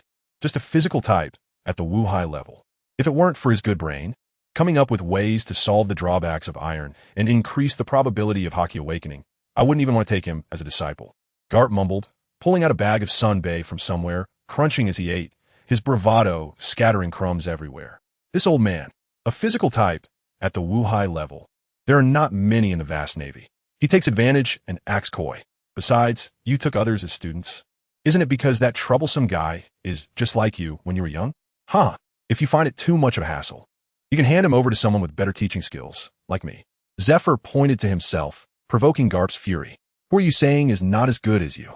You. Another round of noise erupted, with the main character still the same, while the supporting roles changed. Today's young people are truly frightening. Kizaru, dressed in a yellow striped suit, looked at Tang Ge's information and sighed. Although Kizaru is still a rear admiral now, everyone knows that it's only a matter of time before he becomes an admiral, so it's understandable for him to be sitting here now. Sengoku, sitting behind the desk, ignored the two old men who were arguing and even seemed ready to fight. He wrote down a few names on a list with a pen. Smoker, Tina, Virgo, Tang Ge, Sai. Zephyr didn't say anything wrong. The Navy really is getting weaker with each generation. At 4 in the morning, before dawn, Tang Ge woke up from a deep sleep, quietly dressed, opened the window, and disappeared around the headquarters building in a few jumps. After his physical condition reached the Wu-Hai level, Tang Ge's stamina was now seemingly limitless. However, he never neglected his daily training. Today, Tang Ge had a great idea. At the turret at the head of Moon Bay, he jumped into the sea, the cold seawater stimulating Tang Ge's senses. First, let us swim around the island 10 times to warm up. He jumped into action. Marineford is not a large island, and the large sea beasts in the surrounding waters do not dare to approach. 10 laps were quickly completed. Returning to the front of Moon Bay, Tang Ge chose a direction and sprinted with all his strength, a white line barely visible. Marineford, this war fortress armed to the teeth, has at least 3 admiral-level power stationed inside. Under their observation, let alone a person swimming around Marineford, even a bird making a slight commotion would not escape their perception. At this time, there were just a few people in Marineford who could fully sense Tang Ge's movements. When Tang Ge was swimming around the island for 10 laps, they only thought 10 laps? Easy. Who didn't do that when they were young? After 10 laps, they simply sighed, what an energetic man. In an instant, they sensed Tang Ge heading straight in one direction. Then, he quickly exceeded everyone's perception range. What does he want to do? Everyone secretly got out of bed, either going to the monitoring room of all the visual phone bugs in Marineford under the pretense of checking or getting closer to the direction Tang Ge was heading. In the monitoring room, the high-ranking officials who came here in the name of inspection exchanged glances without feeling embarrassed. Everyone had skin thick enough to withstand cannonballs. Who cared about such things? The colonel on duty in the monitoring room was anxiously watching these big shots in their pajamas, not knowing what they were up to, and could only carefully accompany them. Report. Someone is approaching the Justice Gate. shouted the soldier who was intently staring at the monitoring screen. What? At this time, there shouldn't be any ships passing through the Justice Gate. The duty officer hurried over to confirm. Report. It's not a ship, it's a person. Someone is swimming towards the Justice Gate. The soldier on duty looked tremblingly as several high-ranking Navy officials stood up, and he stuttered while speaking. What did you say? Fool. How is that possible? The duty officer gradually lost his voice, staring wide-eyed at a figure on the screen, swimming behind the Gate of Justice. Then leaping from the sea's surface, quickly jumping in the air step by step. Ha! As expected of my student, what an idea. The others ignored this show-off old bastard and focused on the screen. Where did Kazan go? Sengoku asked. He's near the Gate of Justice, Zifa replied. He asked Akiji to keep an eye on things nearby to avoid any issues with Tang Ge. Before long, a transmission from the image snail located at the top of the Gate of Justice came through, showing a figure at the top. After a moment, everyone suddenly widened their eyes. I admit, you thought of a brilliant idea that I didn't even think of back in the day. Tang Ge, using moonwalk, rapidly jumped upwards and finally reached the top of the Gate of Justice. The orange-red sun had just risen from the horizon, heralding dawn. Tang Ge looked around and stomped hard on the steel gate beneath him, feeling no vibrations at all. The Gate of Justice was not connected to the heavens. It merely had a large section above the clouds, giving an illusion of infinity. The red Earth continent, not far away, was truly boundless. The height of the red Earth continent was unknown, even standing at the top of the Gate of Justice. One could only see the top of the continent covered by a layer of dark clouds, with constant flashes of lightning within and waves crashing below, vast and endless. Without climbing to a high place, one cannot see the universe. A surge of lofty ambitions suddenly arose. It was this ambition that led Tang Ge to make a decision. He jumped off the top of the Gate of Justice, allowing gravity to accelerate his body continuously, crashing through the thin mist with a terrifying whistle. Bang! His body hit the sea, producing a huge sound, splashing water and forming small waves, leaving a human-shaped imprint on the surface. As Tang Ge plunged into the deep sea, it felt like being struck head-on by a mountain. His consciousness blanked out for a moment. Fortunately, he had activated his haki in time, or he would have been knocked out. Tang Ge secretly felt lucky. However, he felt the armament haki, which had not strengthened beyond 2 standard intensities, become slightly more solid. This works. Tang Ge felt invigorated. The slight discomfort in his body immediately vanished, and he swam back from the deep sea, climbed back up the Gate of Justice, and jumped down again. Boom! It solidified a bit more this time, probably around 1,000th of an intensity. Does this mean that jumping 1,000 times would increase one intensity? Moreover, his strength also saw a slight increase. Tang Ge found a new goal, became excited, and was endlessly enthusiastic. The people in the monitoring room squinted their eyes wide open, calming their shocked expressions. Cough, Carp. Are you sure he has the physique of a marine level? Sengoku coughed twice, his tone extremely doubtful. Exercising by jumping off the Gate of Justice. He could have done that in his youth, but he had a disaster-level physique. The speed at which he plunged into the sea and being hit by a punch at the same speed are not the same concept. The others also turned their gaze to Carp. Is this what you call a marine-level physique? Don't bully us for not having seen the world. Cough, cough. From his strength growth curve is indeed a marine-level physique without a doubt. You all know how abnormal disaster and royal-level physiques are. Carp's mouth felt a bit dry. Tang Ge refreshing his perception in this way was indeed shocking. However, the strength growth curves of disaster and royal-level physiques are completely beyond common sense. Tang Ge merely had extraordinary stamina, and his strength did not display monstrous talent. Regardless, this guy has the potential to become a strong person. Taking him as my student truly shows my discerning eye. Carp smiled increasingly proudly. How terrifying. These young people today are strong like monsters. If they ate the right devil fruit, their power would be even more frightening, the naturally curly-haired Kazuru said. Devil fruit abilities shouldn't be overly relied upon. True strength comes from oneself. If you weren't too dependent on fruit abilities, you would have become a vice admiral long ago, Zifa immediately retorted. Ha! That kid said before. Those with abilities are all flawed weaklings. Carp dared to say anything, not afraid of drawing hatred towards Tang Ge. Indeed, what a cocky little guy. Sengoku glared at Carp. Aren't you also an ability user? He sternly warned the people in the monitoring room. Listen up, today's events must be kept strictly confidential. Violators will face military law. Understood. When a satisfied Tang Ge returned, he just in time for breakfast. After eating several large bowls of noodles, he left behind the now sweating Belle's mother, accompanied by Belle, and set out with Penny and Shelton to explore. Marineford is vast, with various functional buildings besides the headquarters and behind the headquarters building. There's a small town for Navy soldiers and their families to relax. Growing up in Marineford, Bell temporarily took on the role of a tour guide, detailing the situation in Marineford to the three of them. Tang Ge was not very interested in leisure. He asked the most important questions. Where can I train? Where are the places to eat? The duo. This guy only has muscles in his brain. Bell twitched his mouth. For training, there are two places. One is the Six Styles base on the right side of the headquarters building where the officers train.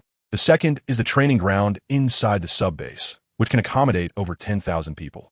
As for eating, there are also two options if you want something better. Go to the Marineford town, where there are delicacies from all over the world. Otherwise, you can only eat at the large cafeteria of your respective base. Speaking of food, the duo swallowed their saliva, looking at Tang Ge with eager expressions. They hadn't eaten much for breakfast just for this moment. Your mother's cooking is great. Just a bit less in quantity, not filling at all. Let's go get more. Tang Ge rubbed his stomach, with the life return ability activated. The noodles he had just eaten disappeared immediately, making a series of gurgling sounds. You glutton. Bell thought of the food his mother made last night and this morning, which was equivalent to a week's worth of food, and couldn't help but curse. After exiting the officer's residence area, the number of people increased significantly. Marineford is bustling with people except for late at night. There are Navy personnel in justice uniforms coming and going, creating a lively atmosphere. Occasionally, giant from a giant clan passed by, causing the duo to gasp in surprise. Marineford has a permanent population of 100,000, with 60,000 Navy personnel and 40,000 family members. During this period, some elite Navy personnel were selected from various bases around the world to train at the headquarters, making the number of people here even more. Upon entering the headquarters building, a commercial town built on elevated terrain next to the sea appeared before them. The number of people here was so great that it could be described as a tide. The Navy had training at this time, while the families had free time. Bars, restaurants, pastry shops, fruit stalls, barbecue stalls. Everything could be found here, stretching to the horizon. Even Tang Ge couldn't help but blurt out a familiar phrase. Let's eat. I'll cover all the expenses. At 3 o'clock in the afternoon at Moon Bay, ships set sail. Tang Ge was saying goodbye to Penny and Shelton. The two of them came to the naval headquarters to pay tribute to their parents, and now that their wish has been fulfilled, they are heading back. Tang Ge considered keeping them, but the duo did not agree. This place does not belong to them. Joining an elite team like the Fierce Tiger Brigade in Nabaron was already taxing their bodies. Most importantly, they did not want to be a burden to their leader. This warship is headed near the Water City, which conveniently allows them to take the two back there to meet up with Jonathan and the others, returning to Nabaron together. Although it felt like a long time since they set out, it had actually been less than 10 days, and the changes were monumental. Tang Ge placed several large bags of Marin Fando's specialty bought in the morning into the duo's cabin, giving instructions one by one. Penny, take these to the brothers. Shelton, these are for the kids and Jessica. Oh, and these bottles of wine are for Admiral Jonathan and Mr. Makawa.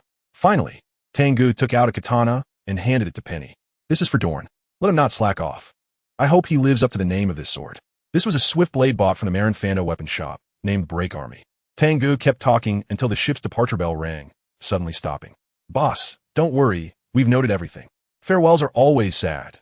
Penny forced a slight smile, then nudged Shelton, who was wiping his eyes. Right? Boss, I will keep following the news. You have to do your best. So everyone knows you're not just Tang Ge of the Fierce Tiger in Nabaron. When the name Fierce Tiger spreads across the world, we will all be proud of you. Shelton looked at this man who was already much taller and stronger than them. He remembered when the two first saw Tang Ge, brought back by Admiral Jonathan. He was still a thin, silent boy, like a lonely, desperate outcast. In less than 3 years, he had become a renowned naval superstar and would surely become the Fierce Tiger, dominating the seas in the future. He firmly believed this. I will, Tang Ge replied firmly. It turns out all farewells are the same.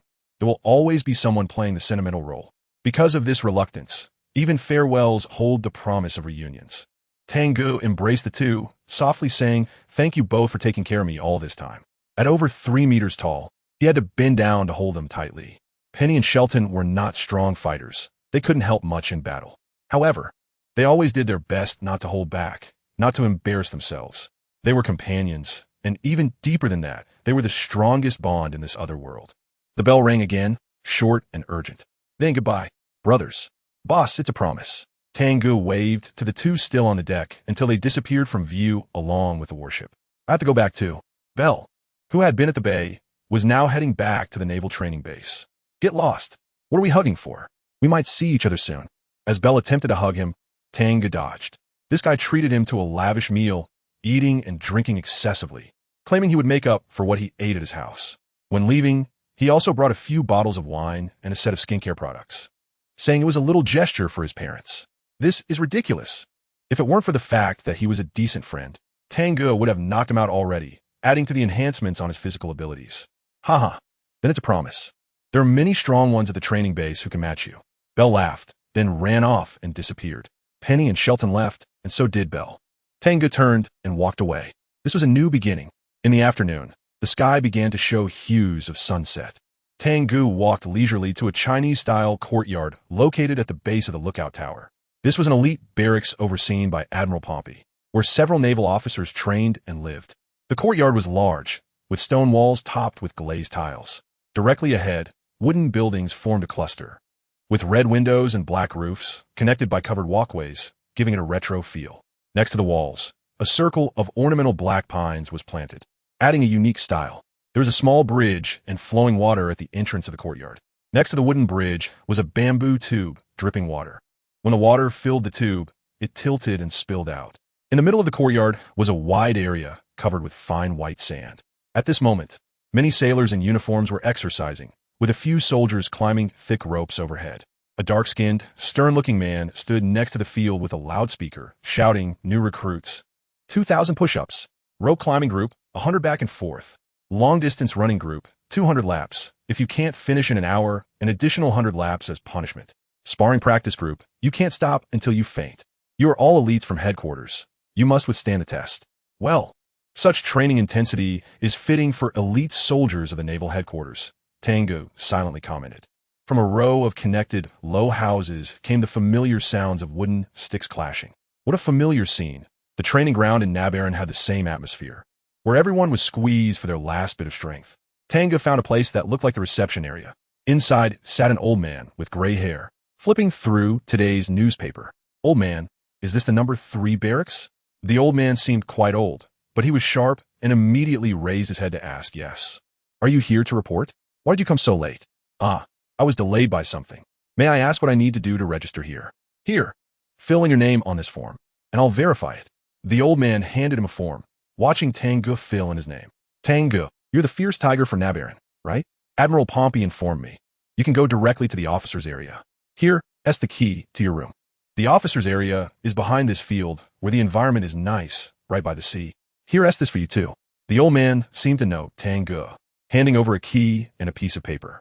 Admiral Pompey was considerate, knowing that someone with Tang Ge's level of combat strength going to the soldiers' area would be like a tiger entering a sheep pen. Something would inevitably happen. So he made an exception, allowing Tang Ge, who was technically a soldier, to stay in the officers' area. Thank you, then I'll take my leave. Room 103. A small tag was attached to the key, indicating the room number, and the paper had a simple map of the barracks. Tang Ge didn't bring much. His black knife was casually strapped to his waist, and a few changes of clothes were folded into a simple bundle on his back. He followed a slightly upward wooden corridor all the way to a more refined and quiet living area. The terrain here was relatively high, with an unobstructed view of the surroundings. The entire barracks was surrounded by stone walls, with 4 sections separated by white walls. In the front of the left section was a large playground for the entire barracks to assemble. Behind it were wooden, ancient-style buildings with flying eaves and brackets, connected to the officers' area by a covered bridge, serving as office spaces. The back of the right section was where Tang Ge was now, the officers' residence. The officers' area had 4 rows of brick and wood longhouses, resembling dormitories from his previous life, built against the mountain, with white walls and black roofs. Next to it, a river flows into the sea, with willow trees planted along its banks. Across the river is the courtyard they just passed, where ordinary soldiers train and rest. The closest area to the river is a row of 4-story dormitories, as there needs to be accommodation for everyone. The centerpiece of the barracks is the towering lookout tower. This is the overall layout of barracks number 3. There are 4 such barracks in Marlin Vanto, distributed at the foot of 4 lookout towers, each staffed by 2 elite Navy vice admirals. At the confluence of the river and the sea, there's a small dock. The dock has an open space and several large warehouses with green roofs, where many people are unloading supplies needed by Marlin Vanto from the boats. Tang Ge is quite satisfied with this living environment. However, an unpleasant voice came from nearby. Who are you, big guy? Can't you see this is the officers' area? What are ordinary soldiers doing here? An officer, thin and wiry with a ponytail, spoke arrogantly. Shop Pat, let it go. Maybe he just took a wrong turn, his companion advised. As Tang Ge's imposing figure with bulging muscles and his thin soldier's uniform could easily intimidate others. Tang Ge ignored the provocation. Such people are everywhere, and there are many ways to deal with them. But after thinking about it, as a newcomer, it's best not to be too high profile, so he simply left. Hey, you rude guy. Didn't you see I was talking to you? Stop right there. Shop Hat relentlessly chased after him. Idiot, didn't your superior teach you manners? Slap. Before he could finish a sentence, a slap sent him flying far away, landing in a pine tree pit with only his feet left outside, twitching. Tang Ge retracted his hand and smiled at the other officers, asking, do you know where room 103 is? The few of them were clearly stunned, mechanically pointing in one direction, their faces pale and speechless. Oh, thank you. This is the simplest and most effective way to deal with such people. With someone pointing the way, it became much easier to find. Soon, Tang Ge opened his room. It was a small single room, simply decorated, with a bed by the window from which he could see the sea. Next to it was a desk and wardrobe combined, completely empty. After putting his clothes in the wardrobe, he took out a photo taken on the fierce wind with everyone from the Baron and placed it on the desk. Looking at the familiar figures in the photo, Tang Ge fell into deep thought. Since Gran and to Water City, he needed others' protection to escape retribution. Even if what he did was right, it was of no use. Silent anger built up in his chest as he put the photo away. Strength. Everything is due to being too weak. The high-ranking officials at the Navy headquarters flipped through a pile of documents, thinking they understood Tang Ge well. While far away in Water City, Jonathan on the road back to the Baron could only mutter, "Heh." If anyone truly understood, it would probably be Jonathan. That guy. The other issues are just surface level. The biggest problem is that he has no innate fear of power, especially after taking the first step. How could a fierce beast confine itself to a cage? Understanding this, the high-ranking officials would know just how much trouble Tang Ge could stir up. The next day, after finishing routine training, Tang Ge had breakfast and was digesting afterward. He strolled into the area where the officers worked. In a long corridor, Tang Ge stopped and looked closely. One side of the corridor wall was plastered with the latest pirate bounty notices, with a big red cross over those who had been captured or killed. Knight Rider, Doma, bounty of 80 million berries. Lord Ray, Markagai, bounty of 80,000 berries. Moon Hunter, Katrina Dapeng, bounty of 130 million berries. Barefoot, Zep, bounty of 72 million berries. Most of those posted here are the latest and most prominent pirate newcomers in the Grand Line, whose bounties fluctuate greatly. Therefore, they need to be frequently publicized to keep the Navy informed. Those with bounties over 100 million berries are referred to as supernovas. Among these bounty notices, there is one that Tang Ge pays particular attention to. Fisher Tiger, bounty of 300 million berries. This man, who started the storm, formed a pirate crew named the Sun with some slaves he rescued from Mariewa. In the photo, Fisher Tiger has a slightly reddish complexion, jagged teeth, dense curly hair, and a bushy beard. Tang Ge studied the photo seriously. This is an impressive person, and he really wants to meet him if he gets the chance. You are the fierce tiger of the Baron. Tang Ge? A man and a woman approached in the corridor, blocking Tang Ge's path. Both were smoking, around 20 years old, and looked very arrogant. What's up? Tang Ge looked at the handsome man who had just spoken. He had silver hair slicked back, his hair waxed to a shine. Wearing a white denim jacket with the word justice printed on it, with no shirt underneath, exposing his strong muscles, and a cigar in his mouth. Quite a flashy style. Tang Ge glanced at his own very ordinary appearance. His standard soldier's uniform was stretched tight, making him look like a stronger lackey. It seems he needs to create a more impressive image in the future. This is a busy corridor, and other officers were passing by. Upon seeing the two who had just appeared, they hurriedly walked away in fear. Quick, it's Smoker in them. They're causing trouble again. Who is that? So strong. Do we have such a strong soldier in barracks number 3? I heard the most prominent new Navy star recently, the fierce tiger of the Baron, has been assigned to our barracks. It wouldn't be him, would it? Really? Who do you think is stronger between the two of them? Idiot, of course it's Smoker. He.S. a Logia user. That fierce tiger of the Baron is not to be underestimated either.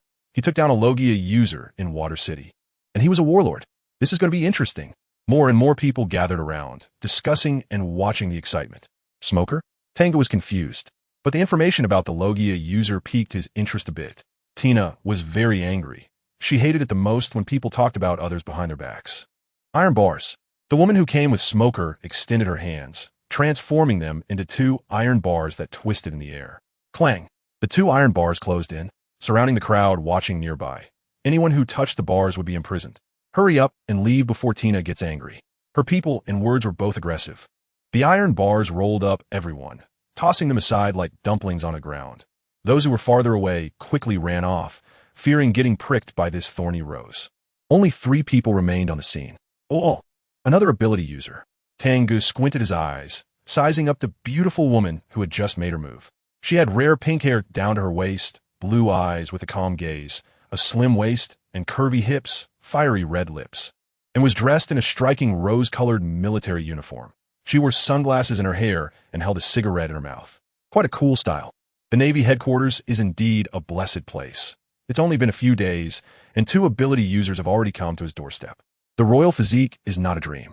Tang Ge felt that he had wronged General Pompey. The ones he referred to as a bit strong and arrogant were probably these 2, and of course himself as well.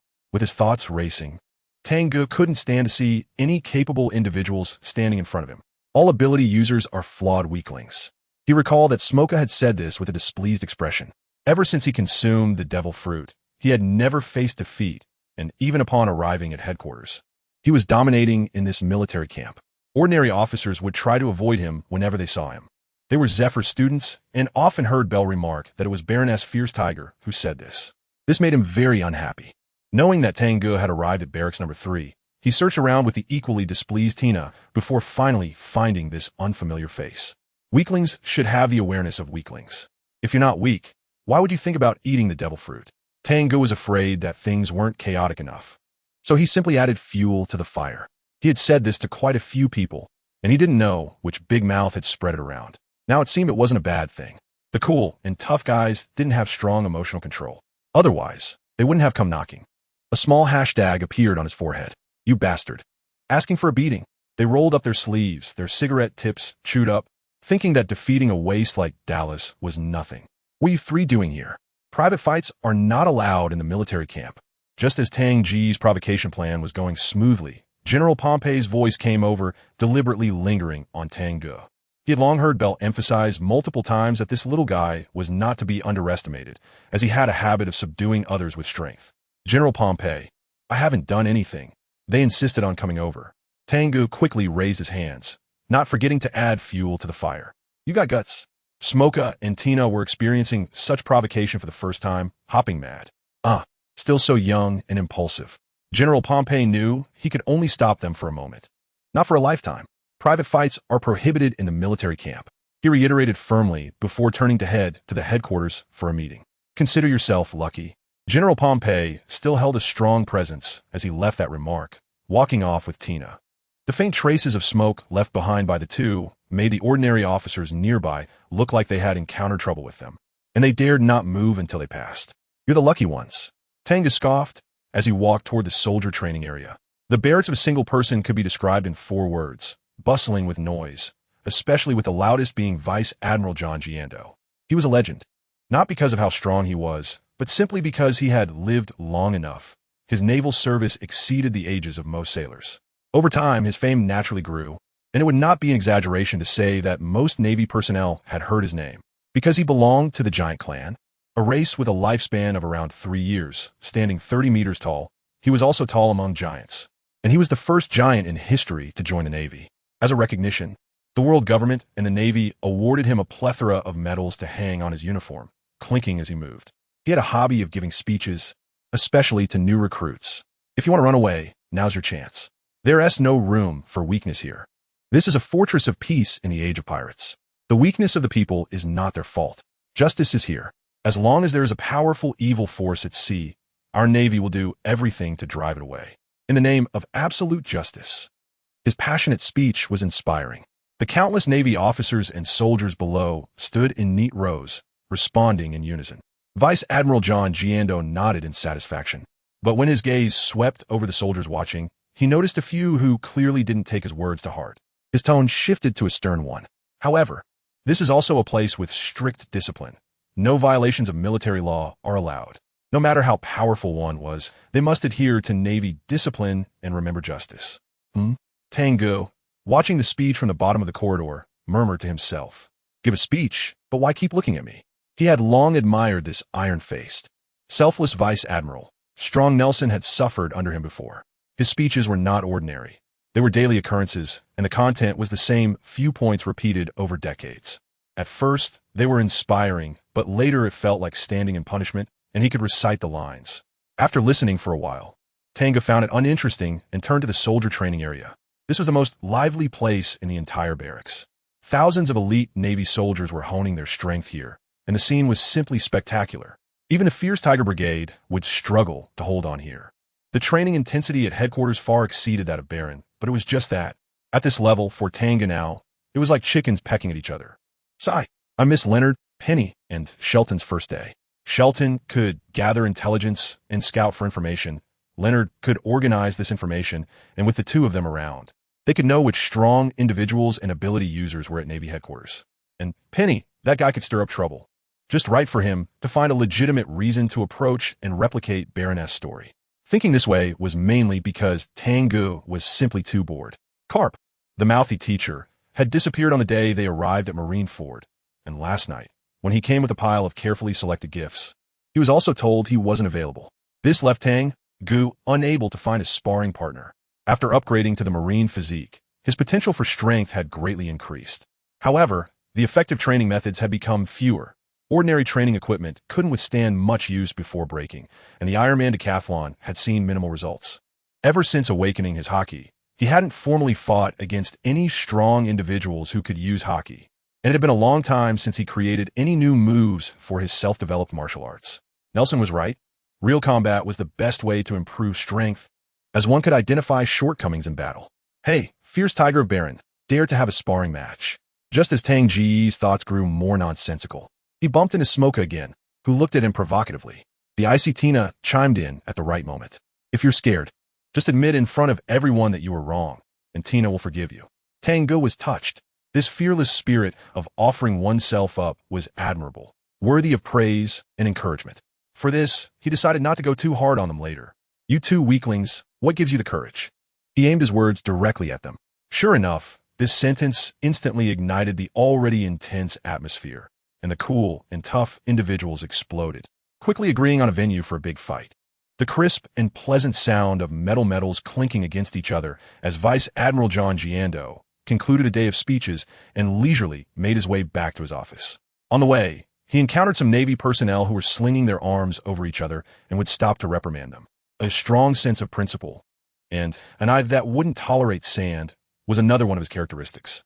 Remembering the recent addition of a few troublemakers to the barracks, John Giando frowned deeply. Smoker and Tina were already giving him a headache, being incredibly arrogant due to their status as devil fruit users. Now, there was an even more unruly and outrageous character. The Baroque Works Tiger, Tang Ge, who on his first day at the barracks had someone complain about him beating up an officer, showing a complete lack of discipline. No matter how free-spirited Baroque Works might be, once he was at the Navy headquarters in Barracks Number 3, he had to follow the Navy's rules. Vice Admiral John Giando. Vice Admiral, this is bad. Behind him, a panicked voice called out, causing John Giando to stop and look down. It was the officer who had complained to him yesterday, apparently named Shopat. Looking so flustered, what was the matter? This is the Navy headquarters. The sky isn't falling. So what is it? Shopat, with his frail physique, was out of breath after just a few steps, which made John Giando's expression even less pleasant. How did someone like him get into the Navy? It's that Baroque Works Tiger. He got into a fight with Smoker. Shopat had been acting like an officer in the soldiers area, but when he saw Tang Ge and Smoker about to go at it, he immediately rushed over to report. Given his lack of training, it was commendable that he could keep up with John Giando, who was more than 10 meters away. How outrageous! Just as he was thinking about those troublemakers, such an incident occurred. It was his responsibility to teach these people, who had no idea what Navy justice was about, a lesson and make them understand what it meant to be a disciplined member of the Navy. John Giando clenched his fists, grabbed Shopat, and strode back. On the training ground, a patch of white sand was left empty as three young men stood there. The area was crowded with spectators. People stood on the walls, on the rooftops of small houses, and even on ropes in the air. This was all because the three individuals in the center were too famous. Smoker, the Smoke Man, needed no introduction. A natural-type devil fruit user, he attracted a lot of attention upon arriving at headquarters. Tina, the Black Prison, a beautiful devil fruit user, with her cold and frosty demeanor, had captured a large number of male admirers in no time. Lastly, Tang Ge, the tiger of Baroque works, a supernova in the Navy, a figure of great renown. With such three individuals clashing together, the competition was bound to be a hot topic. Two pathetic weaklings come at me together. If you can make me leave this spot, you win. Feeling that enough people had gathered, Tang Ge began his pre-battle psychological attack. Come at me together? With so many people here, just don't embarrass yourselves too much. That would tarnish your loud name. Smoker pulled out a lighter, lit 3 cigars, and put them in his mouth, feeling quite displeased with being underestimated. Tina was not happy either. Feeling looked down upon, her expression darkened. You idiots! If you two were really strong, you would have already recognized the gap in our strengths before we even started. Is it commendable that you dare to provoke me? Or is it just ignorance? Tang Ge's words sounded arrogant, but they were indeed true. Damn it! Smoker, provoked, roared. A large amount of white smoke erupted from his body, his fists leaving his body and rapidly flying towards Tang Ge, propelled by the white smoke. But Tang Ge merely sidestepped. Not done yet. Shave. White snake. Smoker quickly closed the distance, kicking towards Tang Ge's front, while his fists curved like snakes in the air, flying back towards the back of Tang Ge's head. The combination of the 6 powers with the natural type didn't yield much effect. Tang Ge again sidestepped, evading the front and back attacks, and raised his palm, covered in armament hockey, to strike Smoker's face, which was about to turn into smoke. Smack! This application of the natural type was even inferior to Dallas. As the white smoke dissipated, Smoker revealed his physical form, lying on the ground with one side of his face swollen. Tina, be careful. This guy has learned armament hockey. Having been trained under Zephyr for a while, he had experienced the counteracting effects of hockey against natural types. Tina felt a bit heavy-hearted. Her arms transformed into iron bars, forming a circle surrounding Tang Ge from all sides. Iron cage. She was a paramecia-type user, and anyone who passed through her iron bars would be firmly bound, unable to escape, no matter how powerful they were. Using the same trick on me, the second time 1T work, Tang Ge said, gripping one side of the iron bars and pulling hard. Tina's strength was minimal. Her body lost control and was dragged over. Not good. Smack. Even if she was a woman, she received a slap to the face, landing beside Smoker. Is that it? Who gave you such a strong delusion? Is it the weaklings here? Tang Ge glanced around the crowd and mockingly pointed at the swollen-faced duo. Damn it. Come at me together. I'll cover for you. Smoker's cigar was knocked away, his hair in disarray. His natural type abilities were suppressed by armament hockey, leaving him relying on Tina's abilities. Tina understands, she said, her face also swelling, her voice sounding muffled. White Gale. A much larger wave of white smoke erupted from Smoker's body, making visibility extremely low across the entire area. Under the cover of the smoke, Tina's iron bars extended from the ground like shadows. A good idea, but unfortunately, your strength is just too weak. I have no desire to even throw a punch. Tang Ge grabbed the flowing white smoke with one hand and the iron bars with the other, yanking hard. Smoker and Tina were sent flying again. Boom! Both of their bodies became uncontrollable, crashing into each other, their faces colliding. Aside from their appearance being commendable, you two are just two weaklings. By the way, smoking is bad for your health.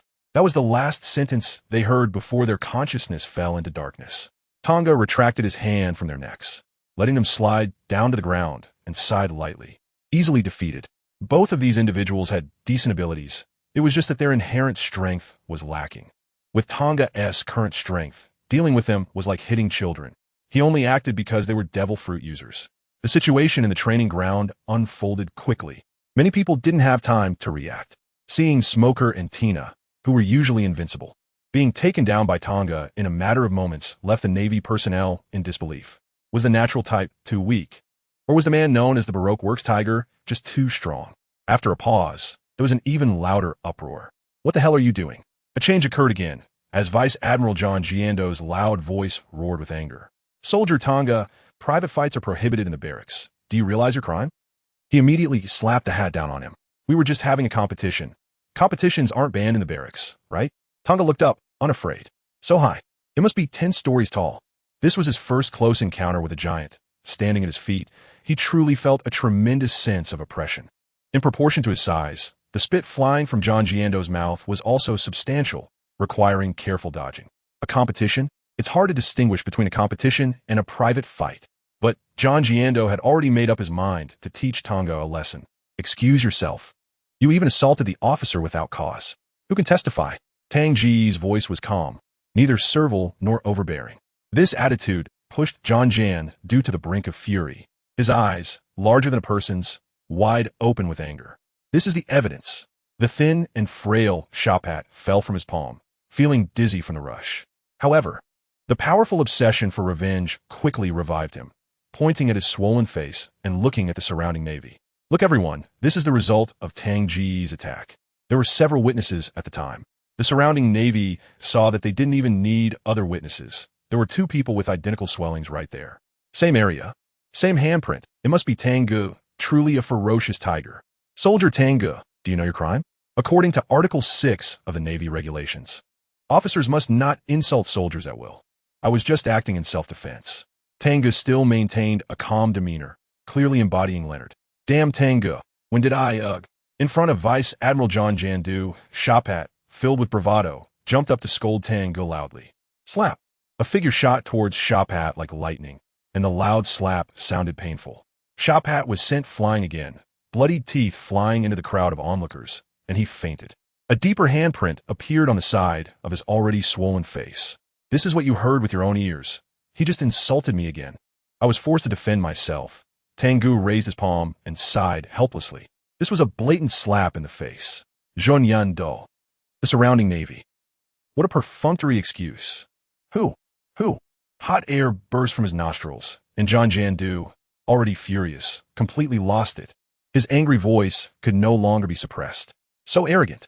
The Navy does not need lawless individuals. It is my duty to teach you to abide by the Navy's rules. Boom. He raised his right arm and brought it down towards Tang Ge, the massive fist creating a slight explosive sound as it moved through the air. Tang Ge twisted his neck, looking at the fist that was almost like a house coming down, his knuckles cracking. Justice is not just talk. Defeat me first, Vice Admiral. Finally, someone worth watching. Whether it's Gran or Water City, I haven't had a satisfying fight yet. This first battle in Marin Vondo is against a giant Vice Admiral. What a great start. Vice Admiral John Jandu's face darkened. Damn thing. Giant's fist. The fist came down with even more force, like a small mountain crashing down. Right on Tang Ge. Boom.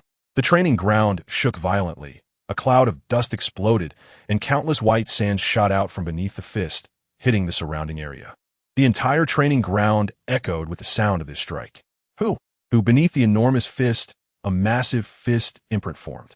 Tang Ge's arm muscles bulged as he lifted the opponent's fist with all his might, beads of sweat suddenly appearing on his forehead.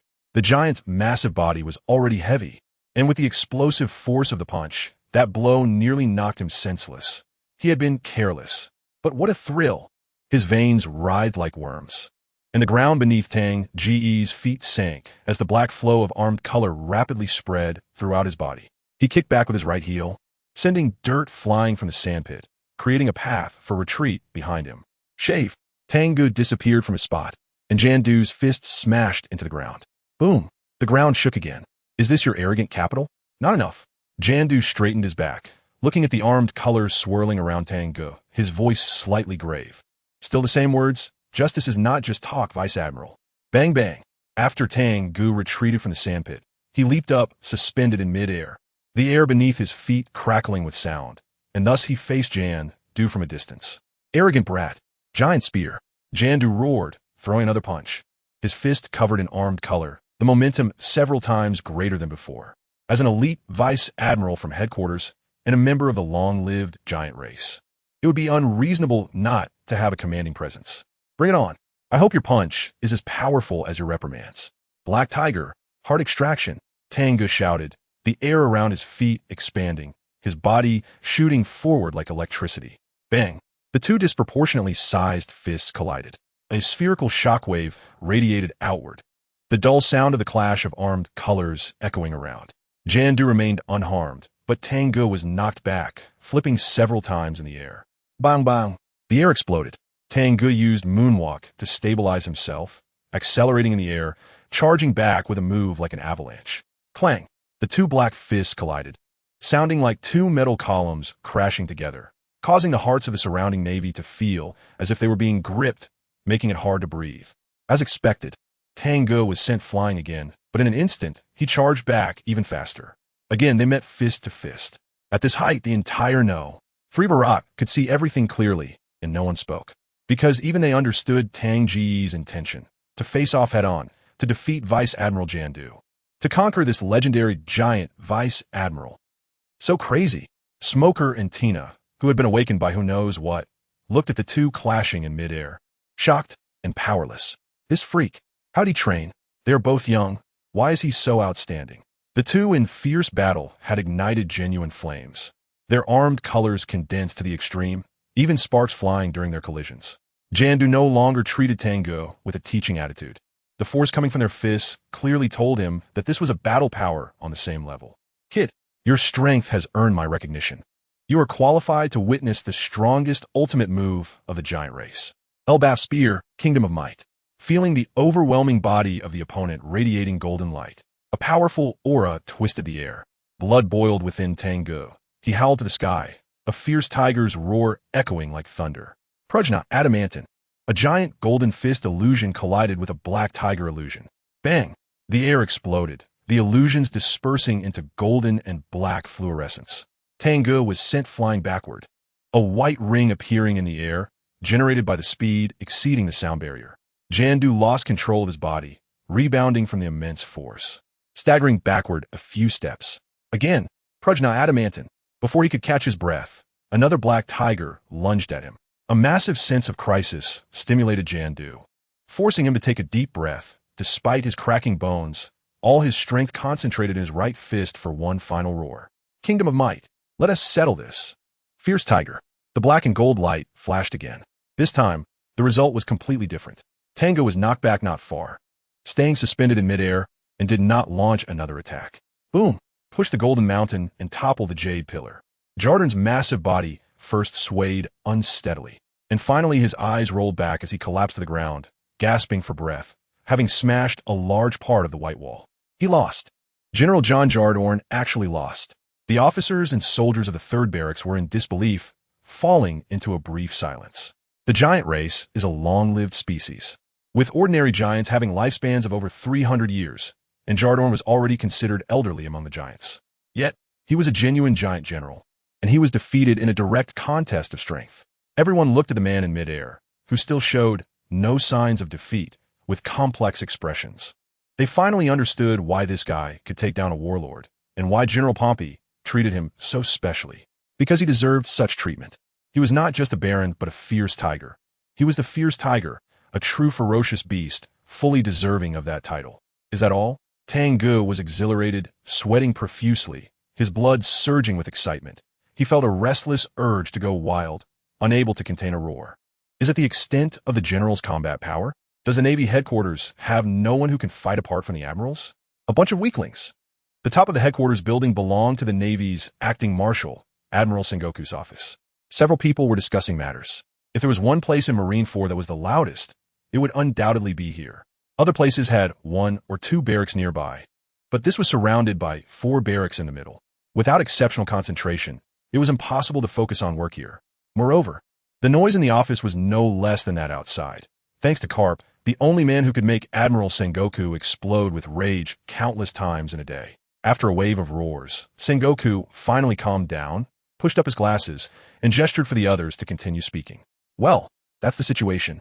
I think we should have Carp take Tang Ge away, or at least put him in the training base. Anyway, we can't have another troublemaker in the third barracks. General Pompey is exhausted. It was initially agreed that Tang Ge would only be temporarily placed in his barracks, not as his direct subordinate. The real leader was Carp. With the proximity to Mariehua, the Navy headquarters had gathered the most vice admirals in the world, nearly 20, making it a very powerful force. The third barracks was a Navy garrison, with Pompey and Jardorn as the managers, but it didn't mean everyone in the barracks was their subordinate. Each vice admiral had a cap of 3,000 troops, and the rest of the Navy in the barracks were the subordinates of other vice admirals. Once war broke out or pirates were pursued, the vice admirals would take their own troops away. So Tang Ge was actually Carp's subordinate. But Carp seemed oblivious to what was going on, leaving his only student neglected in the third barracks. I know Carp. Sengoku, who had only calmed down for a few seconds, immediately became furious. Carp had fallen asleep right under his nose, munching on senbei, not a bit idle. Another wave of roars. In such a noisy place, Pompey just wanted to leave. He didn't have Kizaru's blindness to ignore it like trimming nails on the side. Nor did he have Akiji's deafness to doze off in such a noisy environment. After a while, Carp finally woke up, dug in his ears, and nonchalantly said to Pompey, "In the end, your strength is just too weak, Pompey. If it were me, I'd see who would dare act up. You." Pompey was speechless. If it weren't for the fact that he had never been able to beat this guy, he would have punched him long ago. Ha! Carp laughed triumphantly, leaving the others speechless. Unfortunately, his smugness didn't last long. Just as Sengoku was about to comfort Pompey, the wooden door to the office was pushed open, and Colonel Franu from headquarters rushed in, slightly anxious. There's a fight in the third barracks. It's General Jardorn against that Baron S. Fierce Tiger, Tang Ge, and General Jardorn is losing. Nanny! Everyone present couldn't help but exclaim in a universal dialect. This audacious guy had only been at headquarters for a few days and already dared to go against a general.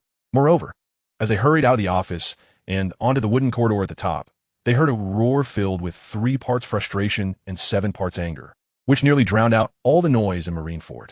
Is that the extent of the general's combat power? Does the Navy headquarters have no one who can fight apart from the admirals? A bunch of weaklings. Silence fell, and a large area of Marineford experienced a brief moment of quiet, as everyone was stunned by such bold and grandiose words. It was truly terrifying. Do young people today really dare to say such things? Kizaru's wrinkled face became even more contorted, and something different appeared in his otherwise indifferent eyes. He was also a vice admiral, even if he had the combat power of an admiral. That last line struck a chord with him. Someone was angrier and more explosive. Listen to what he's saying. If you don't take him away, I'll resign, Carp. Carp! Pompey looked at the spot where Carp had just been standing, and it was now empty. Sengoku, Akiji, and Kizaru all looked helplessly toward the third barracks. Sigh, let me be noisy as long as no one gets killed. After that shout, Tang Ge felt much better, having vented his recent anger and pent-up frustration. Feeling countless gazes focused on him, he thought to himself that he was too ostentatious and was about to leave discreetly when he felt a sudden jolt in his heart. It was as if he were being stared at by an indescribably powerful beast, and his life was in critical danger.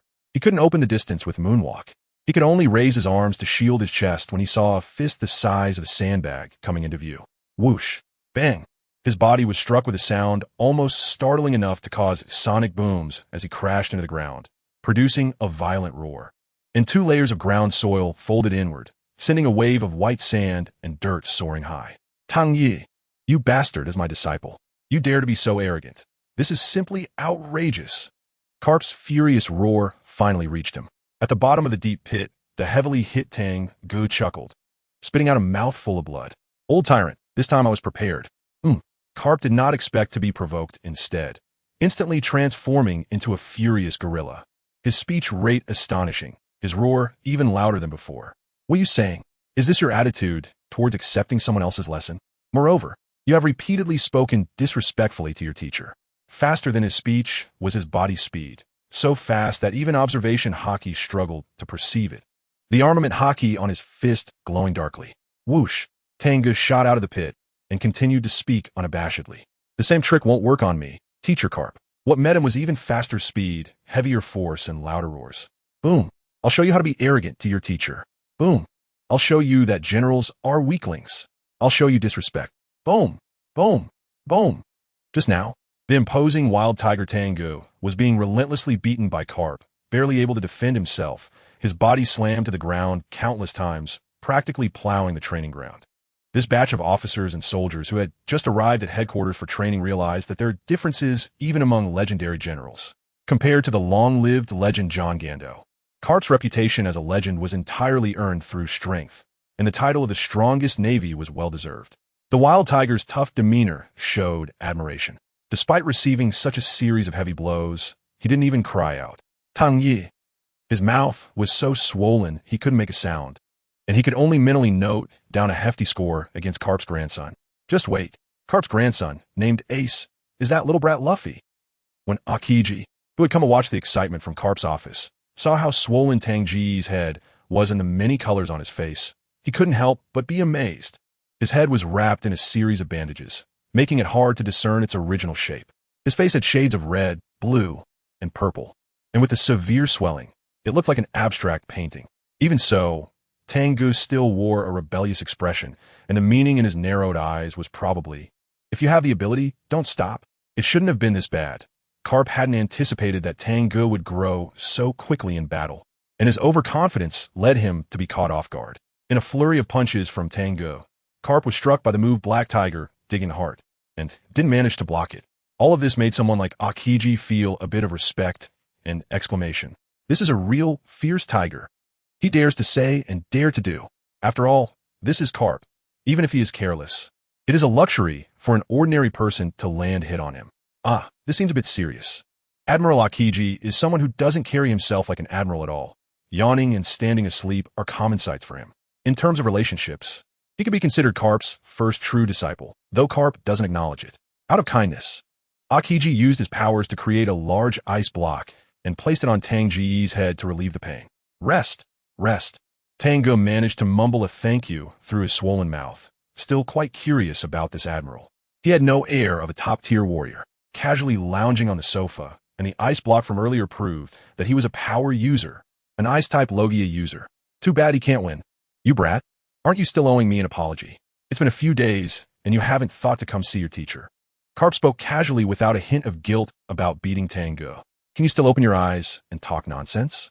I went to your place last night, only to be told you weren't there. Oof. Tang Ge could only let out a vague, cold snort, and even Aokiji couldn't take it anymore, muttering a comment.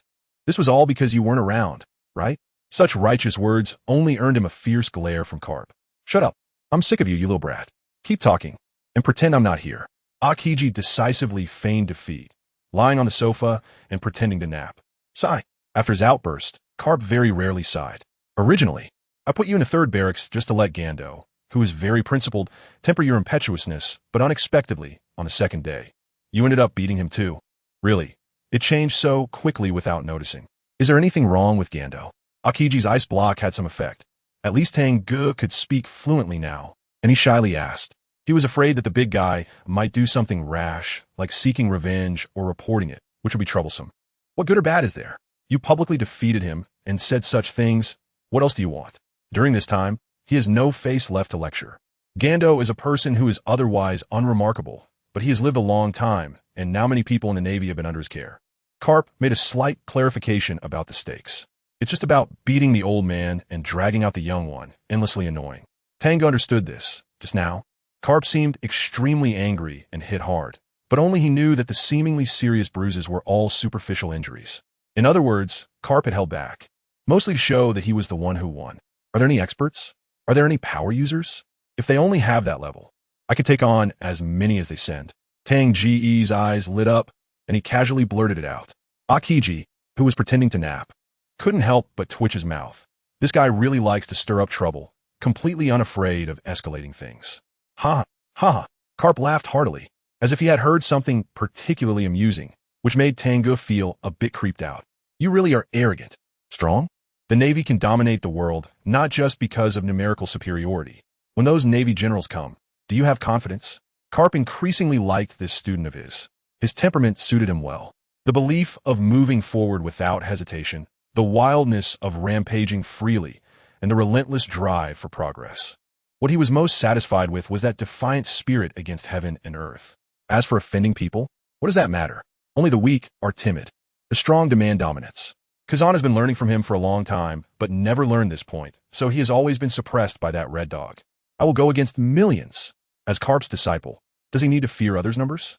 Ridiculous. Confidence. I was born with it. Tang Ge's shamelessness increasingly resembled that of some old violent dragon. Haha, well said. You brat awakened your haki in a short time, and there were no decent opponents at Balon, so you are really weak in understanding battles among haki users. The essence of the clash of haki is simply that whoever is more confident is stronger. When encountering someone stronger, don't be afraid of getting hurt. Even if you take 10 punches, you must have the momentum to strike back with all your might. The two like-minded teacher and student continued chatting, and Carp truly took on the role of teacher, while Tang Ge pulled out a notebook, ignoring Carp's self-praise and diligently noted down the key points he mentioned. This attitude towards learning made Carp even more satisfied. This child can be taught. He shot a glance at the lazy Aokiji. A rottenwood cannot be carved. Lying beside them, Aokiji's brow twitched, revealing his inner unrest. Just having Carp was already giving the higher-ups at headquarters headaches, and now there was a young version of Carp, seemingly even bolder. Wouldn't the skies of Marineford be turned upside down in the future? But what does that have to do with him? The current acting marshal of the Navy is Sengoku, and he is the one suffering. The conversation continued until nightfall, and Tang Ge finally left Carp's office. His almost unrecognizable head, now somewhat discernible.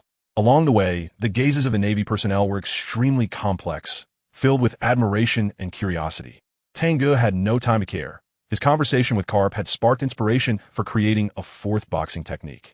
At this moment, he just wanted to find a quiet place to turn that inspiration into reality. After all the commotion settled, the topics left behind were enough to stir up the entire Marineford, and the Navy personnel had their gossiping fire, like a flame burning ever more fiercely in a sealed box. The box couldn't contain it anymore. Once it spreads out, it will instantly cause a sensation. The news of the legendary Vice Admiral John Gando being defeated by the fierce tiger from Nabalin spread like wildfire. Initially, it was only circulated within the 3rd Barracks. Within just a day, the entire Marineford was discussing it. It even spread at an exaggerated speed to naval bases around the world. As for Smoker and Tina, they became typical examples of overconfidence. Whenever people talked about this incident, they always mentioned how the fierce tiger from Nabalin had also taken care of 2 arrogant newcomers. No one cared about the reason behind the conflict between Vice Admiral Gando and the fierce tiger from Nabalin. What people cared about was how much trouble the tiger could cause. In just 3 days at Marineford, he had already defeated a Vice Admiral. What would he do next? What would the other naval leaders' reactions be? The phrase that belittled anyone outside the headquarters admiral ranks as weaklings was heard by many at the time, and it only became more exaggerated as it spread. By today, it had turned into a declaration of war from Tang Ge to all the generals. Vice Admiral Carp had already proven himself to be no weakling. But what about the others? Those vice admirals, those rear admirals, the naval soldiers, including officers below the admiral rank, were all waiting for the situation to develop, and their gazes towards their superiors became subtle. The atmosphere in Marineford entered a strange quietness. Like the calm before storm, the generals met each other with grim faces. Although the soldiers didn't dare to speak openly, they inevitably pointed fingers and gossiped behind backs. The ensigns, enjoying the spectacle, didn't shy away from the chaos. Some even formed groups to go to the 3rd Barracks to see what this incredibly arrogant, fierce tiger from Nabalin looked like, and whether he would say something even more sensational. Soon, he did not disappoint the expectations of the Marineford Navy. If Vice Admiral Gando is at that level, I could take on 10 of him. This statement spread from the 3rd Barracks like wildfire, reaching the entire naval headquarters. One person's claim might be a mistake, 2 people might be spreading rumors. But when everyone is saying it, it becomes undeniable. The atmosphere in Marineford ignited. Those who had seen arrogance had never seen such arrogance. The fierce tiger from Nabalin didn't fear the situation escalating or the comments becoming more outrageous. In every street, tavern, and dining hall where people gathered, this incident was being discussed. The fierce tiger from Nabalin made it clear. Apart from the admirals, the other generals were weaklings he often mentioned, and even 10 together wouldn't be his match. This was blatant contempt. Moreover, this statement was transmitted via the Din Mushi to various branches around the world. People were completely stunned by the level of arrogance and provocation, which had not happened for many years. The situation became uncontrollable, and no one was in a position to control it. The generals could no longer remain silent, and, with the support of a certain vice admiral in a yellow striped uniform, completely exploded. Even at the naval headquarters, gathering 10 vice admirals was no easy task. But gathering rear admirals was much easier. Boom! People rushed out from all directions, converging into streams of people that ultimately flowed into Ola Square, becoming a sea of humanity. A great battle was imminent. At sea, a fleet of warships was returning. In the flagship's command room, the news of the incident that had just occurred in Marineford reached the warships drifting in the ocean. Jonathan, upon hearing that Tang Ge had defeated John Gando, habitually ran his hand through his thinning hair, instinctively feeling a headache. Something feels off. That guy is no longer the same person as before. It should be the high-ranking officials at headquarters who were worried. Realizing this, Jonathan felt that sharing the joy was better than keeping it to himself. So he announced the news to the entire fleet. Instantly, the entire Navy on the fleet erupted with excitement. They didn't care about John Gando's legendary status. They only knew that Tang Ge was from that faction, and now performing such a feat was bringing honor to everyone from that faction. Penny and Sheldon exchanged glances. They clearly remembered that they had left Marineford just 2 days ago, and now such a big commotion had occurred. Truly worthy of the boss, making headlines wherever he goes. Leonard looked at his shouting subordinates, clamoring for drinks to celebrate, and, unusually, did not stop them. Truly your style, Captain. While the subordinates were overjoyed, Jonathan suddenly realized that he still had to worry. With such a big incident happening at headquarters, he wondered how Tang Ge was doing. Just now, his friend had hurriedly hung up the phone without clarifying anything, as if something urgent had occurred. No, I need to find out for sure. Really? He just knows how to create trouble. Jonathan mumbled to himself and called his peer, the Weasel, who was stationed at headquarters. Beep, beep, beep. No one answered the din-din mushy. Jonathan tried calling another person, but still no one answered. Beep, beep, beep. In the end, he even called a casual acquaintance at headquarters, but again, no one picked up. What's going on? Has headquarters been attacked? Who in the world would be so bold? Finally, out of options, Jonathan dialed a number of someone he usually didn't contact. Moshi, it's Jonathan. Why are you calling me? The din-din mushy projected a wrinkled face, and the voice sounded weak, giving off a troublesome vibe. Hey, Borisolino, is everything all right at headquarters? Why is no one answering the phone? Jonathan would rather be friends with the cold-blooded Sakazuki than deal with this unpredictable guy. No one knew what was going on in his mind. They're busy fighting for their reputation. The din-din mushy on the other end conveyed the events happening in Marineford to Jonathan. Nanny. Jonathan dropped the din-din mushy in his hand again, and his voice was so loud that many people around noticed. As night fell, the naval headquarters was brightly lit, and Ola's square was crowded with people, the noise unbearable as everyone awaited the outcome. The sea breeze blew into Moon Bay, brushing past the few people in confrontation. When the crowd clearly saw the formation of the rear admirals on this side of headquarters, they gasped and counted off their names. It was them, the rear admirals. Weasel Doberman, Stalaberg Dalmesia, Ghost Spider, the fierce tiger from Nabalin was in danger. Their combat power was all at the elite vice admiral level. They had undergone training from Admiral Zifa, and their strength should be extraordinary now. It would be interesting to see Zifa's students face off against Carp students. It's them, Tang Ge observed quietly. He had only seen their photos in the news, and now he was interacting with them for the first time. Unexpectedly, in this manner. Through his observation hockey, he sensed that each one emanated a powerful aura like fierce beasts. Very strong. Jonathan had become familiar with their details, knowing they were all stronger than him. This was evident from Jonathan being assigned to a branch while they remained at headquarters. The vice admirals of the Pompeii generation had experienced the Roger era, and it would not be an exaggeration to say they were getting old. Now the rear admiral is the new generation that has grown up. Their strength is not inferior to the elite vice admirals, and they're the backbone of the Navy headquarters, with impressive battle achievements and a reputation that is spread around the world. Even Carp has said that the Flying Squirrel is the ceiling for the strongest battle power below the vice admiral rank, which shows his strength. Tang Ge pretended to look around, and then sighed, "What is this?" I said I want to fight 10 people. I won't even have enough for a warm-up. You won't use this as an excuse if you lose, right? Enough nonsense. You brought this upon yourselves. If you lose, just shave your heads in shame. And don't say we're bullying you with numbers. The Flying Squirrel remained calm, knowing that just saying one more word to Tang Ge would worsen his mood. Lose? After arriving at Navy headquarters, you're the third person to say that to me. Unfortunately, the previous ones were useless and have already fallen. To fulfill your grand words, bring out your full strength. Do your best. Tang Ge would not miss any opportunity to strike the enemy. Damn it, bastard. The more irritable Doberman and Ghost Spider could no longer contain themselves and started cursing. Draw your swords, Tang Ge. Stolo Berry even drew his dual swords with pink handles.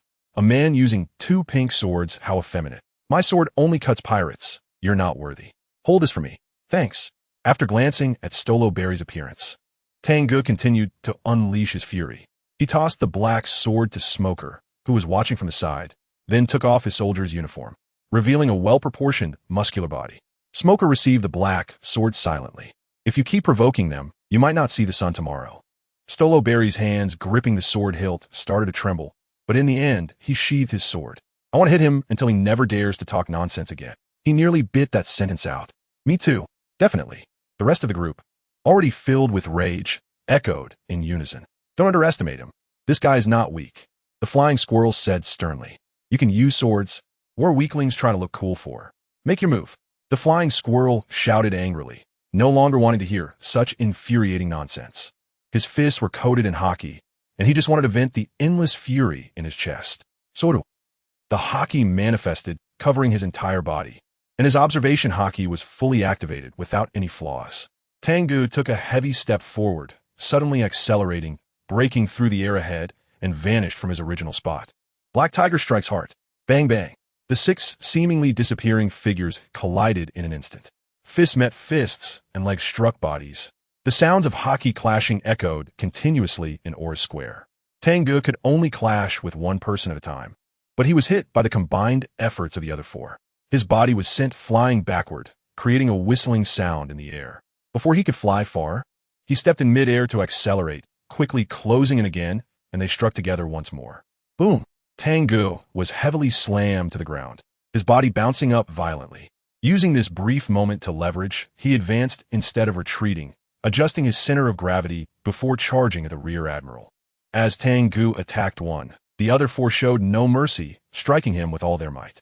Even with the strength they exerted, they had barely unleashed 70 to 80% of their full power before he was sent flying.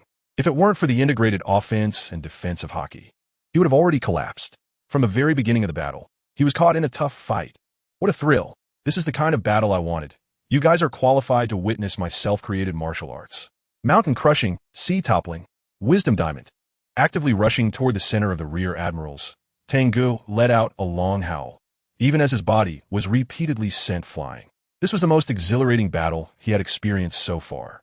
The rear admirals were indeed the backbone of the next generation of the Navy.